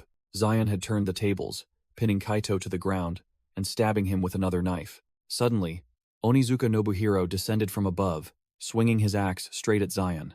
Zion reacted incredibly fast, grabbing Kaito's arm to use as a shield. Clang! Nobuhiro's axe blade struck his own comrade's arm, which Zion used to block the blow. Zion held Kaito tightly, looking up at Nobuhiro, who was in a frenzy. Without a moment's hesitation, Zion raised his knife, preparing to finish off Kaito. Slash! The blade plunged deeper into Kaito's side, blood gushing out. Zion gritted his teeth, looking annoyed. Hey, even if you don't feel much pain, this is too much. He continued to twist the knife forcefully, increasing the damage to the resilient Yakuza. Nobuhiro roared madly. Die! I told you to die. While Zion looked up and cursed inwardly. This lunatic again. Zion held Ishizuka Kaito tightly, his voice full of sarcasm. Hey, you said you don't feel pain, right? Crash! Onizuka Nobuhiro furiously brought his axe down, but Zion was a step faster, neatly dodging and letting Ishizuka Kaito take the full force of the chop to the arm. Zion still held the blonde man as a shield, while Onizuka Nobuhiro continued to swing his axe wildly. Zion frowned, muttering that this situation was more troublesome than he had imagined. From the shadows, a group of masked enforcers armed with daggers appeared, whispering to each other, "Hey, he's getting tired. Get ready." Zion glanced at them, immediately recognizing the presence of new enemies. Damn it, these dogs are here too? He knew prolonging this battle was a disadvantage. He needed to deliver a decisive blow to wipe them out. Instead of retreating and dodging, Zion decided to go all in, charging straight forward because this battle would never end if he kept defending. He stomped his foot hard on the ground, building momentum to charge straight at Onizuka Nobuhiro. Onizuka Nobuhiro didn't expect Zion to charge straight in. He swung his axe, but it was too late. Whoosh! Zion narrowly dodged the blow, simultaneously spinning and delivering a clean slash to the giant's chest. Onizuka Nobuhiro roared in pain as blood gushed from the deep cut. Zion coldly declared, "One down," then immediately shifted his target to the other one. Ishizuka Kaito lunged to attack, swinging his knife at Zion. Zion easily dodged the attack. The blonde man pointed at Zion's leg, sneering, "Hey, that right leg your captain slammed hasn't fully healed yet, has it?" Zion froze, clutching his still throbbing ankle, as if the words had struck a nerve, but it was just a trap. Just as Ishizuka Kaito thought he had the upper hand, Zion delivered a kick to his standing leg. He growled, his fist clenched tight. Normally I don't like using my fists, but… wham! A devastating punch landed squarely on Ishizuka Kaito's face, the force strong enough to create a shockwave. Ishizuka Kaito was instantly knocked out, his eyes rolled back, completely unconscious. Zion stood over the unconscious Ishizuka Kaito, the blonde man's knife lying beside him. Zion gasped, confirming his opponent was out. But his own body was also exhausted. The masked enforcers saw their two main forces defeated and realized this was a golden opportunity to attack while Zion was exhausted. Zion looked up, noticing the entire group charging at him like moths to a flame, his face still cold, thinking this was their chance. Zion tightened his grip on the dagger, preparing for round two. "You bastards are still too green," Zion growled, charging straight into the enemy formation. He dodged a knife strike, simultaneously using his other hand to block an attack from another man. Zion's eyes were sharp. He grabbed one man's knife-wielding arm, blood gushing from the wound on his shoulder. A clean slash cut across the assassin's neck, blood spurting like a geyser. Zion spun around, delivering a sweeping kick to take down one man, while dodging the other's knife. But another man had closed in from behind, swinging his knife straight at Zion's back. Blood splattered from Zion's shoulder as the knife grazed him. He gritted his teeth, realizing these weren't mere small fry. The Yakuza subordinates watched from a distance in horror. Even Mr. Nobu and Mr. Kaito were defeated. "If we rush in, we'll only die." A figure in a white suit stepped forward, blocking the retreating subordinates.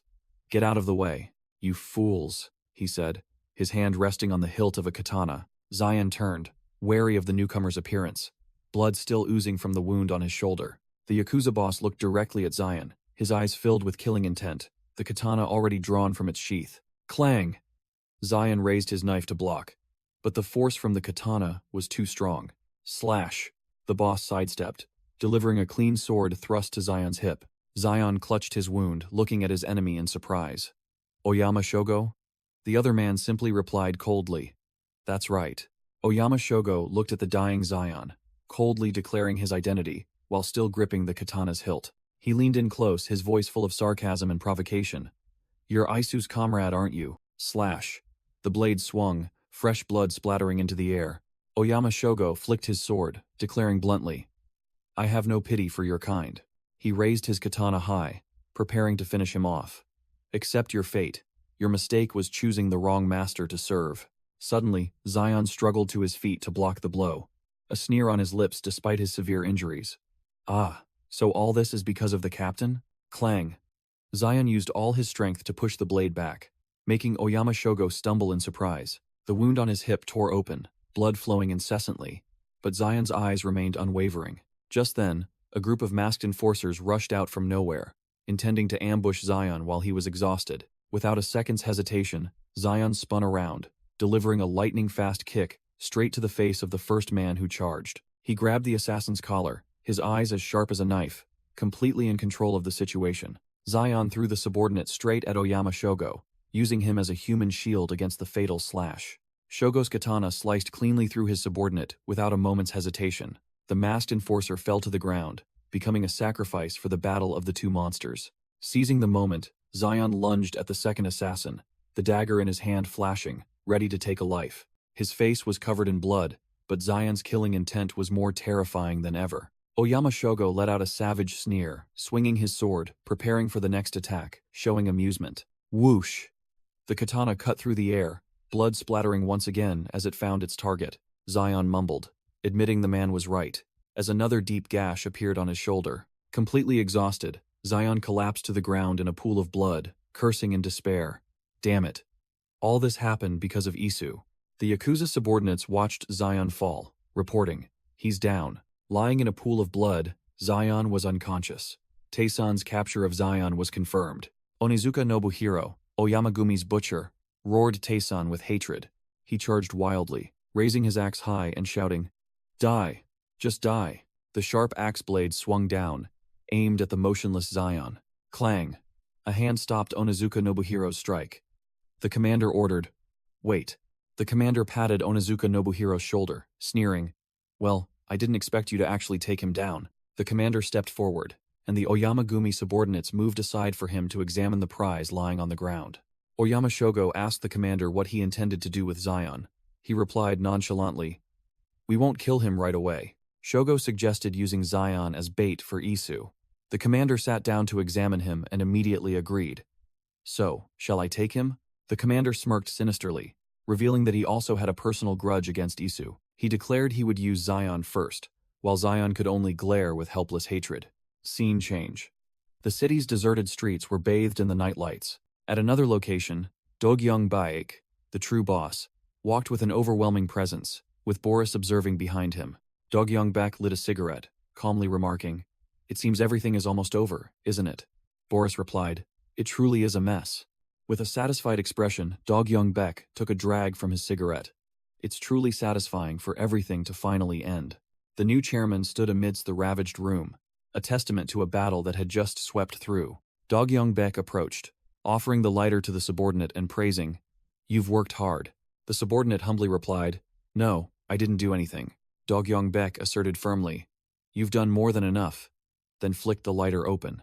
Dogyung Baek lit his cigarette, nonchalantly declaring, Everyone has their own role.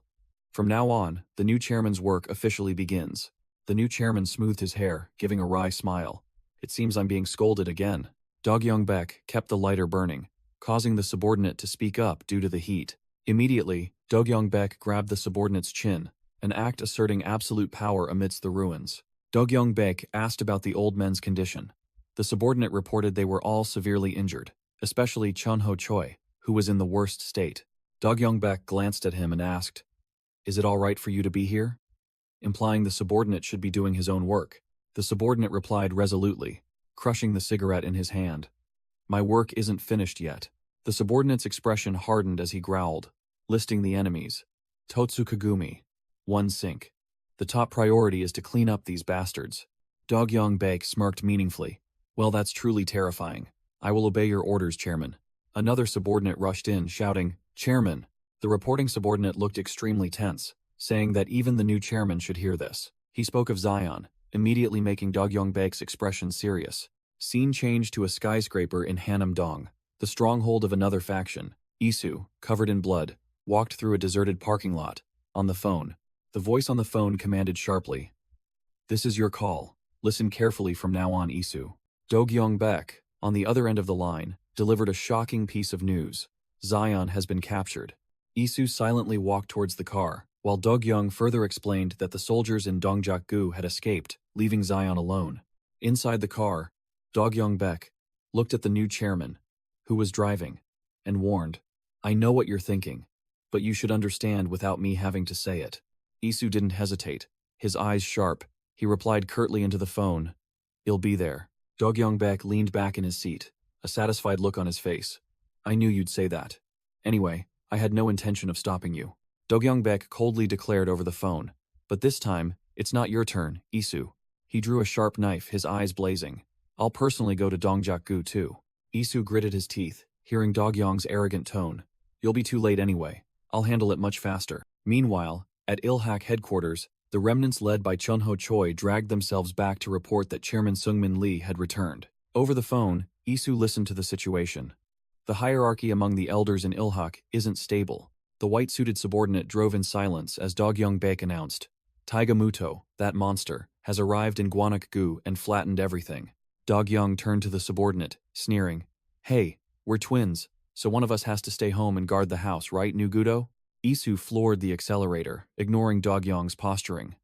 Our Isu has been well-behaved lately, hasn't he? Boris is already there, so there won't be any problems. Isu snarled into the phone, without an ounce of compromise. I'm going there too, don't even try to convince me otherwise. Dogyong Baek's car pulled into a parking lot, where dozens of sleek black cars were neatly lined up, awaiting orders. Dogyong stepped out of the car, a challenging smirk on his face. Waiting for you would only make it take longer. Come if you want, do whatever you like. Isu lost his composure, yelling into the phone, I'm going in first. Wait, what if you're in danger too? Dogyong Baek burst into delighted laughter, playing with his hair tie. Oh my god, I can't believe it. He began tying his hair back, his voice filled with bloodlust. Ever since your special unit appeared, my reputation has hit rock bottom. I'll use this opportunity to show you all. Dogyong stood tall, followed by his subordinates, hanging up decisively. What the real Oyama Ryugasaki is like. Dogyong ordered the white-suited subordinate. Gudo, step back a bit. It's been a while since I've moved. I'll start with a light warm-up. Before Dogyong Baek was an army bristling with weapons, he merely commented casually, Well, quite a crowd has gathered. The mercenary commander broke out in a cold sweat, realizing this bloodlust wasn't Isu's. The enemy soldiers stirred, one of them recognizing the newcomer. It's Ryugasaki. Why is he here? Dogyong Baek stood towering, his tattoo visible, his eyes sharp as daggers, ignoring the small fry's question. Who is Ryugasaki? Without another word, Dogyong Baek charged forward, his footsteps ringing out decisively. He single-handedly tore through the formation of the masked mercenaries. A man with 2 knives lunged to block his path. Dogyong Baek merely smirked. Trying the same old tricks on me again? Dogyong Baek used his bare hand to block the soldier's face directly, his speed far exceeding his opponent's reflexes. With a swift flick of his wrist, he both slashed his opponent's arm and disarmed him of his knife. The knife had now changed hands, resting neatly in Dogyong Baek's grip. Without hesitation, he swung the knife, stabbing the soldier directly amidst the man's desperate scream. The dagger plunged into his opponent's neck, blood splattering everywhere. Dogyong Baek's face was splattered with blood, his eyes glowing wildly red, radiating immense bloodlust. The first soldier collapsed, and the rest of them froze, not daring to move. Dogyong Baek jutted his chin out challengingly. All right, don't just stand there like statues, hurry up. He licked the blood from his hand, a devilish smile spreading across his face. It's been a long time since I've been in such a good mood. Scene shifts to Tokyo, a voice echoed in the skyscraper, later than I thought. A powerful gray-haired elder wearing glasses adjusted his tie, asking, Has everyone arrived? A subordinate walking beside him reported, Yes, everyone is seated. But Chairman, you are 3 minutes late. The chairman, Oyama Tetsuji, replied indifferently. Oh? I suddenly miss Gunji. The subordinate immediately reported. Speaking of him, there's just been news from Korea. He flipped through the documents. It seems Totsukagumi and Tae-san have clashed. The subordinate continued. You instructed me not to interfere with matters in Korea, but since it concerns Ryugasaki, I've been keeping an eye on the situation. He offered his final assessment. Based on the current situation, it's likely that Tae-san will lose to Totsukagumi. Oyama Tetsuji, the boss of Oyama-gumi, asked his subordinate, "Do you really think so?" The subordinate was flustered as Oyama Tetsuji brought up being 3 minutes late again. On the rooftop, Oyama Tetsuji lit a cigarette, the atmosphere tense. Oyama Tetsuji suddenly cut to the chase. What do you think of Oyama Ryugasaki? The subordinate cautiously asked for his boss's meaning, while the old boss offered him a cigarette. Oyama Tetsuji allowed his subordinate to speak freely, without holding back. The subordinate began to pour out his thoughts. I always thought Oyama Shogo would be Oyama's successor. He asserted that Oyama Shogo was the rightful heir, while the old boss silently lit his cigarette. A flash of an image. Oyama Shogo, sitting in a pool of blood, katana in hand, exuding the aura of a ruler. The subordinate admitted that many factions also hailed Oyama Ryugasaki as the successor, but he expressed doubt. However, I'm not sure if he's skilled enough to live up to that reputation. He recalled the image of Dog-Yong-baek, Oyama Ryugasaki, bare-chested and tattooed, looking too carefree, and commented, "He's too light-hearted and nonchalant to be called an Oyama man." The subordinate confidently added that most of the younger members in the organization felt the same way. Oyama Tetsuji merely gave a faint smile. Oh, you think so too? The old boss seemed to agree. Indeed, many things have changed since Oyama Ryugasaki came to Korea. You must be referring to the incident 5 years ago? Oyama Tetsuji crushed his cigarette, his voice filled with feigned regret. That's right. It still pains me to think about it. I shouldn't have let a man like that leave. The subordinate concluded. In short, what I mean is that he has changed too much now. Oyama Tetsuji turned back with a mysterious smile. That's because you don't truly know who Oyama Ryugasaki is. Scene change, a voice commanded, "Subdue him," and a group of masked enforcers rushed to attack Dog-Yong-baek. Dog-Yong-baek, knife in hand, coldly faced 3 masked assassins, showing no sign of being light-hearted or nonchalant. Dog-Yong-baek smoothly dodged a masked enforcer's stab. The assassin's eyes widened in horror as Dog-Yong-baek stopped his knife with bare hands. Without a word, Dog-Yong-baek plunged 2 fingers directly into the assassin's eyes, making him scream in agony. He spun around, using the very knife of the blinded man to impale another. While the second assassin was still stunned, Dog-Yong-baek had disarmed the third and was ready to finish him. A clean cut, and the assassin's throat spurted fresh blood. Dog-Yong-baek kicked one of them squarely in the chest, sending him flying. The assassins cursed angrily, remarking that Dog-Yong-baek only knew how to scurry around like a rat. Dog-Yong-baek weaved and dodged like a dance of death, easily evading the knives of the small fry. He flashed a savage smile, covered in blood, but his eyes were still razor-sharp. A surviving assassin stood watching his 3 comrades lying scattered, shocked that Dog-Yong-baek had dispatched them in an instant, and wondered if his skill was on par with Isu's. Dog-Yong-baek ran a hand through his hair, visibly annoyed, being compared to Isu again. With bloodshot eyes full of killing intent, Dog-Yong-baek growled. Fine, I'll make your wish come true. A bald attacker Ali and a spiky-haired attacker charged forward, the spiky-haired attacker yelling, Oyama Ryugasaki. Dog-Yong-baek turned, seemingly surprised to hear that name. The spiky-haired attacker flew forward, a large cleaver in hand, shouting, Finally, finally, we meet again, Oyama Ryugasaki.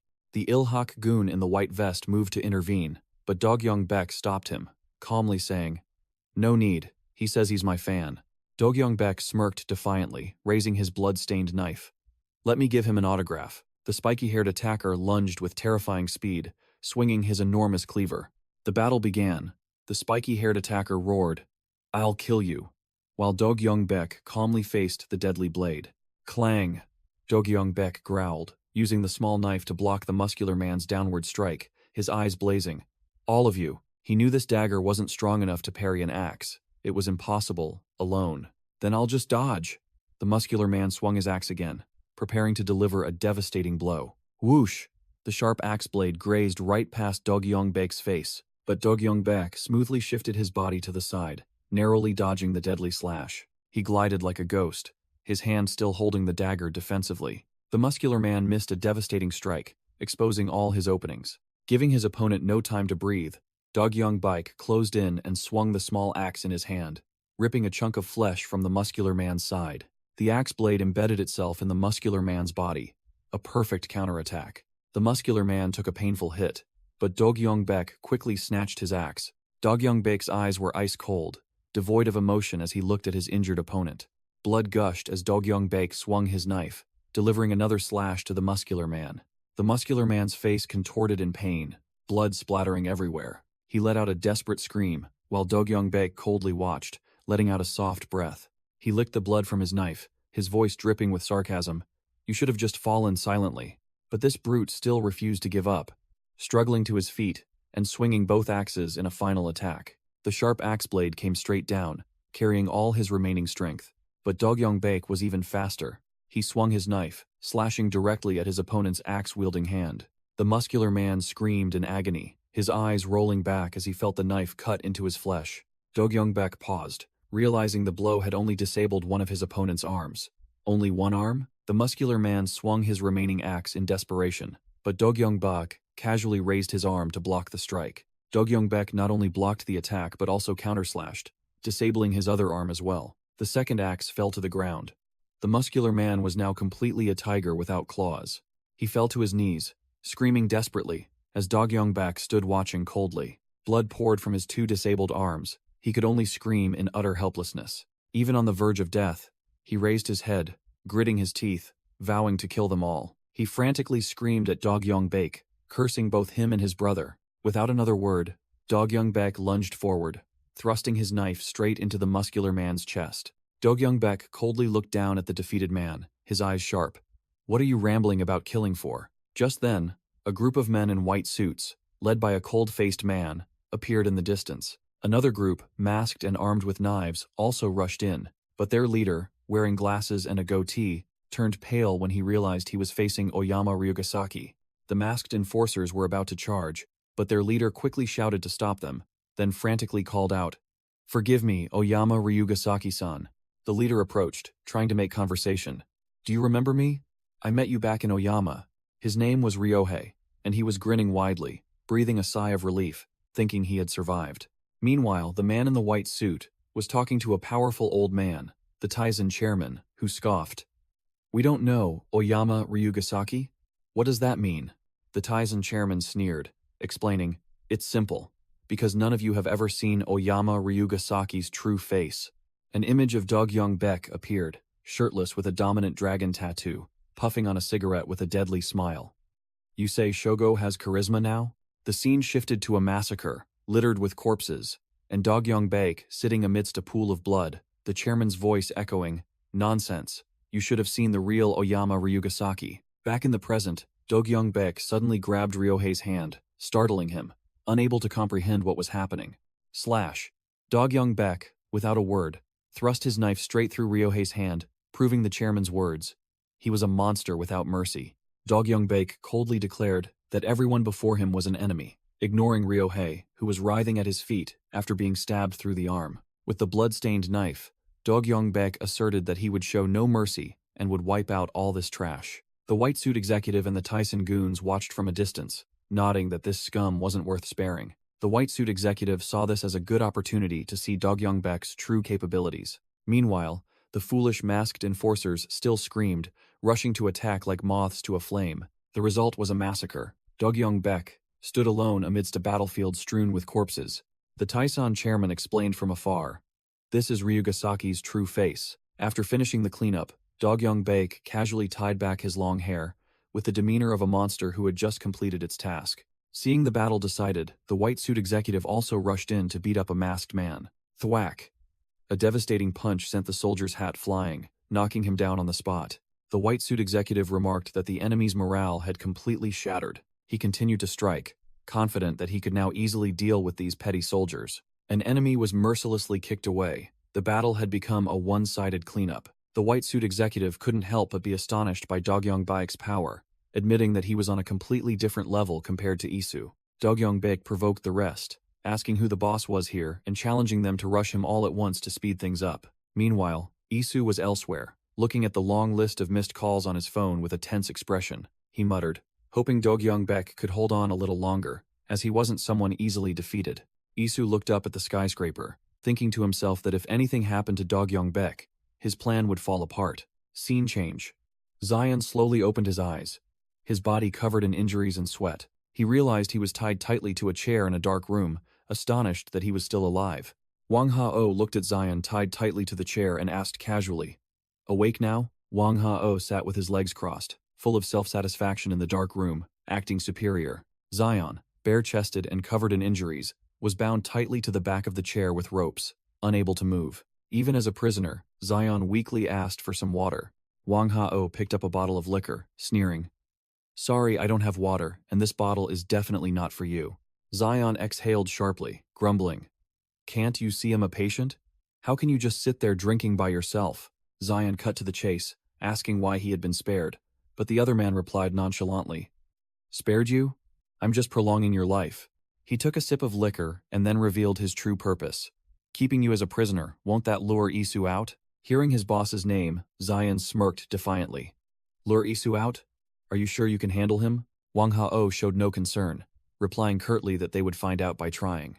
Zion cursed inwardly, trying to flex his arms, but the ropes were too tight, realizing escape was impossible. He lowered his head, admitting that his physical condition was extremely poor. Wang Hao placed the glass of liquor on the table, looked at Zion's reflection in it, and mockingly advised, "It's best not to think about useless things anymore." He stood up, effortlessly picking up his chair. He slowly approached, placing the chair directly in front of Zion. He leaned down, looked directly at Zion and asked condescendingly, "Do you think you can win this time? That's the truth, isn't it?"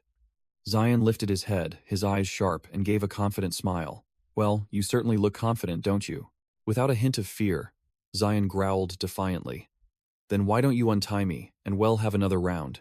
Wang Hao sneered at the provocation, deeming Zion to be playing cheap tricks. He returned to his seat, picked up his binoculars or liquor bottle, and drank, ignoring Zion, who was cursing furiously in helplessness. "I don't want to." What a cheap provocation. Zion, though tied up, didn't forget to taunt. "Come to think of it, what happened to your opponent, Shulan?" The Ilhak advisor poured wine, his voice casual. "We couldn't catch her." Zion looked surprised. "You let her get away?" The advisor sneered, admitting, "Yes, I had her, but I lost her." Zion clenched his bound fists, repeating the question incredulously. "You let her get away?" Zion sneered contemptuously, his voice full of sarcasm. "That's a ridiculous thing to say. Someone like her escaped on her own?" The Ilhak advisor just smiled sinisterly, seeing through Zion. "It seems you're not very good at lying either, are you?" The scene shifts to a dark, filthy alley under flickering streetlights. Shulan, looking haggard and with a few scratches, stared blankly up at the night sky. It turned out she was sprawled on a pile of trash bags, surrounded by empty bottles. Shulan jolted awake, sat up, and cursed. She clutched her head in pain and despair, asking herself, "What the hell are you doing here, you crazy woman?" Beside the pile of trash where Shulan slumped, her curved blade lay abandoned. Elsewhere, under a large bridge, night enveloped the water's surface. Whoosh! A black car sped like a bullet down the empty road. Isu, the Tizen executive, was at the wheel, his face tense and bloody, clearly on the run. The car hurtled through a tunnel, its speed unwavering. Suddenly, another car from behind accelerated, ramming into the executive's rear. Two more cars quickly closed in, blocking the front and rear, trapping the executive in a pincer movement. An operative in tactical gear stepped out of the lead car, advancing menacingly towards the target. Isu, the Tyson executive, looked through the shattered window, his face cold as he confronted the newly appeared enemy. A 1-Sync squad member reported over the comms, Team 6, confirming Isu's location near Daegyo. The 1-Sync forces, fully armed, had completely surrounded the target's car. From above, a formidable force had sealed off the road, cornering Isu with no escape, and even calling for reinforcements. Inside the wrecked car, Isu heard the word surrounded and merely sneered. He calmly stepped out of the car, covered in blood but his demeanor utterly composed, lighting a cigarette and asking, "Surrounding me?" Isu took a drag from his cigarette, his sharp eyes fixed on the soldiers. "You must be mistaken, aren't you?" A 1-Sync soldier scoffed. "Is that really Isu? He looks like a petty thug but was immediately cut off by the captain." "Shut up. Plenty of guys have died thinking that." The captain received a new report over the comms, announcing that reinforcements from an affiliated organization were being deployed. After hearing the order, the captain simply replied, "Understood." He turned and ordered his soldiers, Reinforcements are coming. Just stall until they arrive. While Isu leaned against the car, observing coldly. Hearing the words reinforcements, Isu drew his dagger, a faint smile on his face. If they're coming, tell them to hurry up. I'm in a hurry, he declared, his killing intent beginning to spread. Without warning, Isu flicked his half-smoked cigarette directly at a one-sync operative. The operative flinched and dodged instinctively, cursing at the sudden attack. He muttered about restricted vision and tried to keep his distance. But just as he regained his composure, Isu's blade was already at his stomach. Whoosh! A clean slash tore through the tactical gear, fresh blood splattering. Another operative lunged from the side, swinging a knife, aiming for a sneak attack. Isu glanced over, his speed lightning fast, raising his hand to block the opponent's stab, seizing his wrist tightly. He twisted the operative's arm back with force, then delivered a devastating elbow strike directly to the face, stunning his opponent. Giving his opponent no time to recover, Isu lunged and plunged the dagger straight into the chest of the operative, whose arm he had just twisted. The entire one-sync squad lay scattered on the floor, weapons strewn about after Isu's sweep. Another one charged forward, determined not to let his comrades fall in vain. Isu deftly dodged the attack, then sliced his knife cleanly across his opponent's heel, making him lose balance. He spun around, using one leg to kick away an incoming assailant, while his other hand conveniently carved into another closing in. Blood streamed from the wound on his hand, but Isu maintained a firm grip on his knife, his gaze unwavering. He twisted to evade a slash, then delivered a powerful spinning kick to the side of another operative.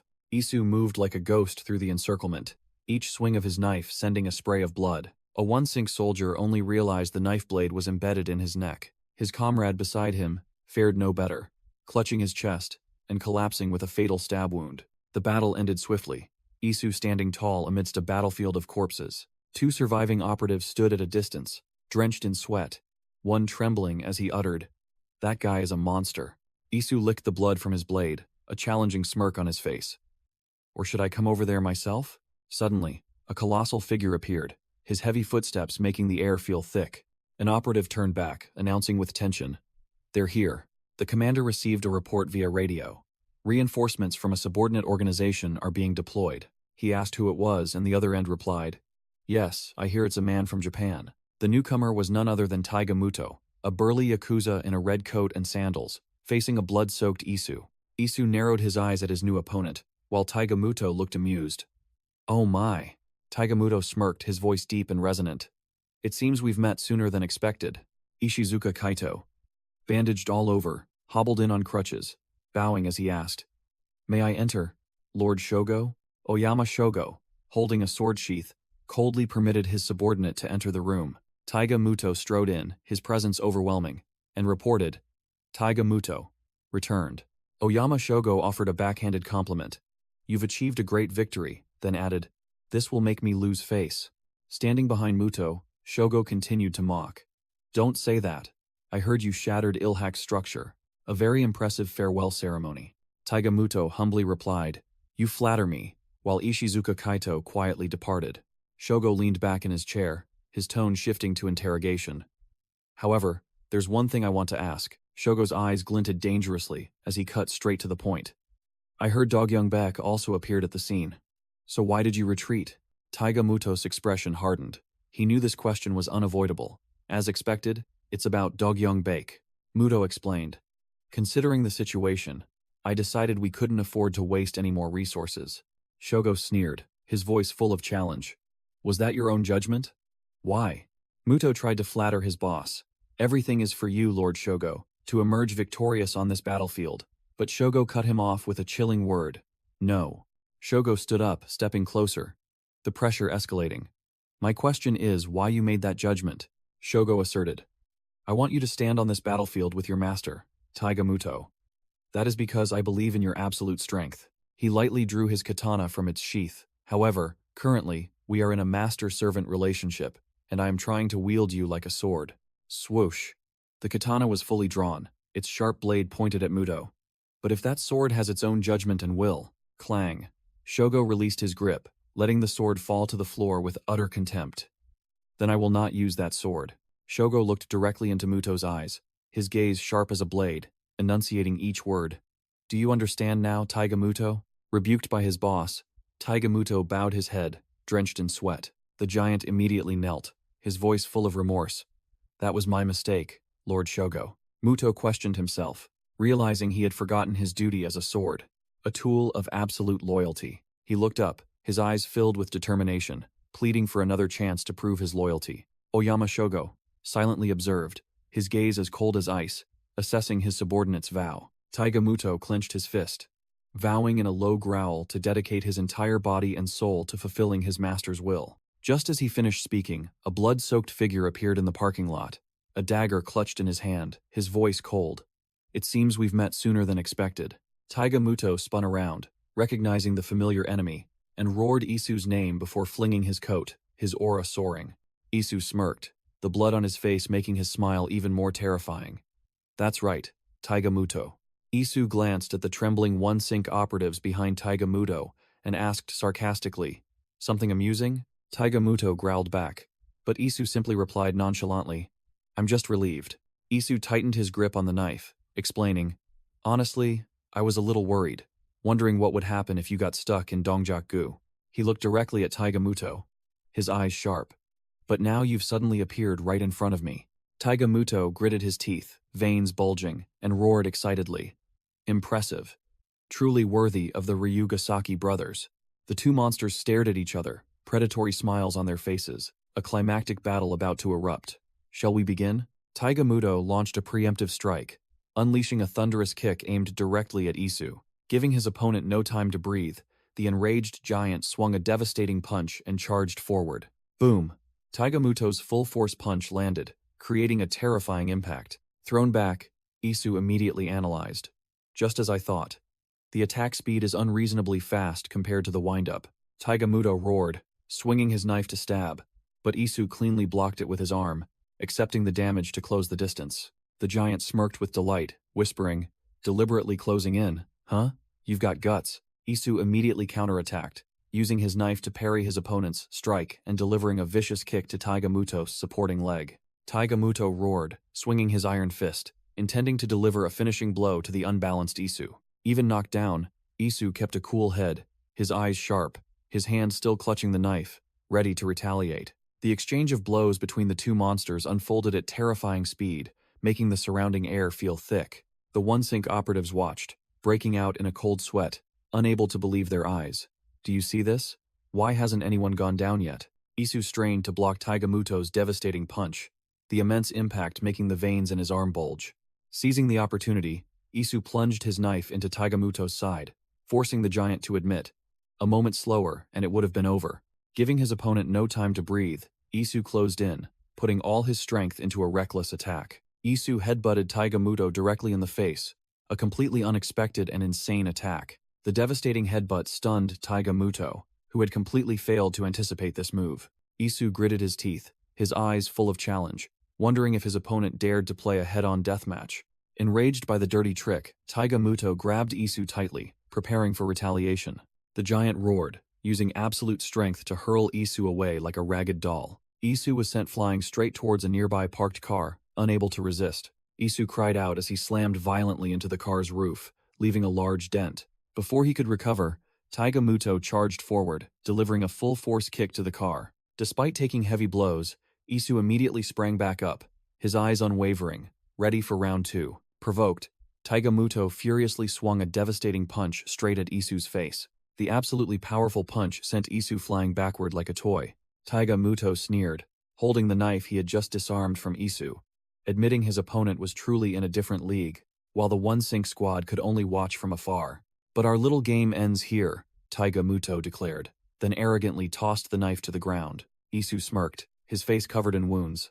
"So it was just a game?" "A bit disappointing," Isu said, tearing off his tattered vest. Tossing his vest aside, Isu charged straight at Muto, determined to fight bare-handed to the death. Isu threw a lightning-fast, vicious left hook, embedding it directly into the giant's jaw. Giving his opponent no time to breathe, Isu followed up with another thunderous right punch. Isu coldly assessed, "In terms of raw strength, he has the upper hand. If that's the case, he'll just keep pushing forward," Isu roared, pressing on with another punch. Maintaining his distance, Isu prepared to unleash his next attack, his eyes sharp as razors. Another powerful right hook slammed into Muto's face, sending the giant stumbling back. Muto had to dig his flip-flops into the pavement with all his might to stay upright after Isu's combo. The giant laughed maniacally, With a stage so elaborately set, what's the rush? Muto countered with a devastating hook to Isu's stomach, aiming to end the fight. Despite taking the full force of the punch, Isu gritted his teeth, endured, and seized Muto's wrist. Muto was stunned, unable to comprehend how Isu had blocked his attack. Capitalizing on his opponent's surprise, Isu spun, putting all his strength into a brutal knee strike directly to Muto's face. Even as his collar was gripped, Isu gritted his teeth and endured, his gaze unwavering before Taiga Muto's strength. Muto roared, "It's not over yet!" then used his absolute strength to brutally slam Isu to the ground. The one-sync squad watched from a distance, one of them muttering in astonishment. Is Isu being pushed into a corner? Pinned down by Muto? Isu quietly thought. It's been a long time since I felt like this, slammed to the floor. Muto smirked, recalling the times his old masters had beaten him, but he didn't realize Isu had already begun his counterattack from below. Isu swiftly locked Muto's arm, making the giant gasp in surprise. You play joint locks too? Giving his opponent no time to react, Isu used the leverage from the lock to reverse the situation, lifting Muto's massive body clean off the ground. Crash! Isu slammed Muto onto the pavement with even greater force, returning the favor with interest. Muto landed unsteadily, struggling to keep his balance on his flip-flops. The giant staggered, telling himself to calm down, while Isu stood firm, ready for the next assault. Isu growled, "Because it's not over yet," and spun, unleashing a thunderous roundhouse kick at Muto. The kick landed squarely on his side, the immense impact sending Muto flying straight into the railing. The one-sync soldiers froze, unable to believe their eyes. Is it over already? Isu watched Muto struggling to get up, and the giant let out a delighted laugh. Ha ha. You really are. Blood dripping from his mouth, Muto looked at Isu with admiration. As expected, top-tier stuff. Isu grabbed his tattooed arm, his voice icy. Stop talking nonsense and get up. I'll continue. Isu stood tall, his aura undiminished. Again. And forever. Muto leaned against the railing, panting, completely overwhelmed by Isu's indomitable fighting spirit. Isu casually adjusted his collar. Despite being covered in blood, his demeanor remained as cold and dominant as if no battle had occurred. Muto, his mouth full of blood, flexed his arm muscles, his eyes still burning with fighting spirit. He clenched his fist, facing Isu, who stood firm, also covered in blood. Isu looked back coldly, uttering a single sentence. Now I understand. Muto began to reminisce, recalling their first meeting. Back then, I planned to ambush you from behind. Isu merely listened in silence. Recalling that moment, Muto admitted he had been completely overwhelmed by Isu's aura. The giant had mistaken it for defeat, looking at Isu's steadfast back in the pouring rain. But now I realized Taiga Muto was standing upright, still wearing his familiar flip-flops. That is pride, the desire to defeat you, a man's fighting spirit. Taiga Muto placed his hand on his chest, admitting he had been too arrogant and forgotten these primal emotions. He thanked Isu for enlightening him, but Isu simply replied, "If you're going to keep spouting nonsense, it'll have to stop you. You're just wasting time." Taiga Muto didn't care. He crossed his arms, declaring, "Then, this is how I'll repay you. A token of gratitude." He stood tall, his aura exploding. He spread his hand out in front of Isu, like an invitation. "So you can fall in satisfaction." Taiga Muto tensed, preparing to unleash a full power strike. Whoosh! The giant lunged forward, a devastating punch aimed directly at Isu. Isu was sent flying backward by the punch, seemingly having taken the hit. But no. Isu's hand had completely caught Taiga Muto's fist, effortlessly blocking the attack. Isu spun around, using his opponent's momentum to launch a lightning-fast counterattack. Isu spun around, delivering a lightning-fast high kick directly to Taiga Muto's face. With cold eyes, Isu taunted, "Didn't you say you'd take me down?" Taiga Muto roared, swinging his arm to attack, but Isu blocked it with ease. "Are you just going to block?" Isu growled, clenching his fist, preparing for a retaliatory punch. Whoosh! A devastating hook punch made Taiga Muto stagger. Immediately, Isu grabbed Taiga Muto's wrist tightly, locking down his next attack. Taiga Muto was stunned by Isu's speed and technique, completely unable to react. Isu gave his opponent no time to breathe, continuing with a straight punch to the face. Seizing the opening, Isu spun around, delivering a dangerous high kick to the giant's jaw. Isu frowned slightly, assessing his own technique. A close-range karate high kick? Isu's fist clenched tighter, concentrating all his strength into one point. Thud! An earth-shattering punch landed directly in Taiga Muto's stomach. Taiga Muto took a heavy blow, but still tensed and stood firm, his eyes unwavering. Isu also felt the recoil. His nose started bleeding, but his eyes remained sharp as blades. Without a moment's pause, Isu lunged forward, delivering another decisive punch. Wham! The second punch landed directly in the center of Taiga Muto's chest, its impact spreading outwards. Isu stood firm, his eyes blazing, completely overwhelming in aura. Taiga Muto was knocked backward, blood gushing from his mouth, his face showing clear astonishment. Both were pushed back by the force of the blows, creating a short distance after the earth-shattering exchange of techniques. Isu slid back a step, gathering momentum for his next attack. But Taiga Muto was faster. The giant lunged forward, delivering a devastating punch to Isu's face. The punch landed directly on Isu's jaw, the force so strong it distorted his face.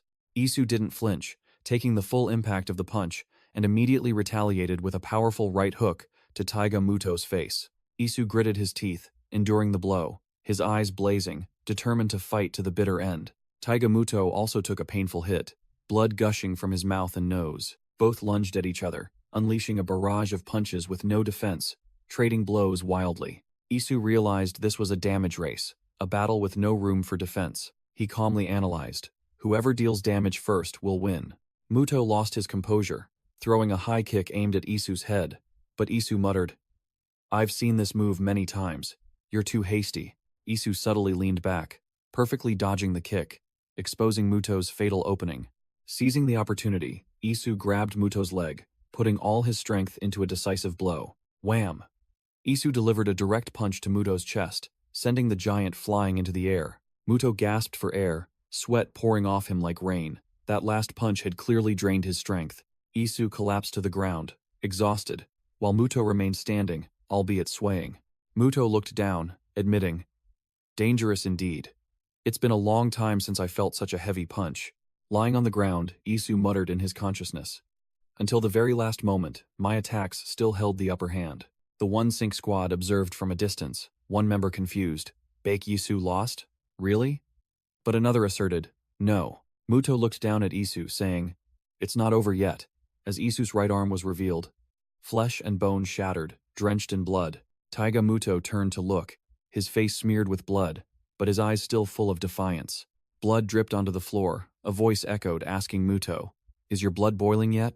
Isu staggered to his feet, covered in blood, growling, "Do you guys think this is a game?" He gritted his teeth, feeling the blood surging through his veins. With fiery eyes, Isu declared, "I'll make you understand." Standing opposite Muto, Isu continued, challenging him to experience being boiled dry. Without another word, Isu charged straight at Muto like an arrow. Muto calmly analyzed. Fast, but too monotonous. Wham! Isu delivered a direct punch to Muto's face. The giant Muto raised his arm to block, stopping Isu's attack. Isu didn't stop, continuing to swing another punch at his opponent's face. Muto was stunned, unable to believe it. What is this? Where is this power coming from? Thud. Isu put all his strength into a powerful uppercut to Muto's stomach. Muto realized a horrifying truth as he grabbed Isu's shirt. No, it's even stronger than before. The giant retaliated with a devastating kick to Isu's side. Muto narrowed his eyes, carefully observing Isu's strange defensive stance. Isu braced himself for the blow. Muto muttered, "Is this a Kyokushin defensive stance?" Exploiting the opening, Isu thrust a dangerous elbow strike into Muto's stomach. Muto was knocked back, but he smirked, remarking, "Your strength is weaker than before." Muto roared, "Just as I thought, you're tired." Then unleashed an overhead hammer punch onto the unbalanced Isu. Wham! Muto's punch landed squarely on Isu's face, the impact force enough to distort the very air. Muto froze, unable to believe his eyes. What the hell? But Isu didn't go down. He spun in midair and delivered a hook kick to Muto's hip. Muto fell backward onto the floor, blood streaming from his nose, but he smirked with defiance. Isu landed, giving his opponent no second to breathe, rushing to stomp on Muto and muttering, "Is this the legendary boiling blood sensation?" Thud. Muto rolled out of the way just in time, Isu's stomp only shattering the ground, while the Taizen goons watched in silent awe from a distance. Isu stood upright, his face covered in blood, but his eyes were still as sharp as knives, showing no sign of giving up. Muto sprang up, grabbed Isu's leg, and growled with contempt. "You truly are pathetic, Bake Isu." The giant swung a direct punch at Isu, who was in a difficult position, a head-on exchange. Isu staggered back, his mind in disbelief. "Damn it! He's still not down?" Tagamuto slowly approached, a puzzled expression on his face. "What's with this boiling blood?" he muttered, analyzing and provoking. "It's not that I don't understand, but I just wonder what made you like this." However, Tagamuto cracked his knuckles, preparing for a proper torture session. He flashed a savage grin, blood staining his mouth. "Perhaps I'll enjoy this a little longer. Is that all you've got?" "No." Isu quietly bent down and picked up a dagger from the ground. He gripped the dagger tightly in his hand, his tattooed arms stained with blood, his aura completely changed. Isu took a stance, gripping the dagger with both hands, his eyes intensely focused. The brawling was over. Now it was time for a deathmatch. Facing the sharp blade, Tagamuto showed no fear. On the contrary, he broke into an excited grin. The real weapons were out. The true battle was just beginning.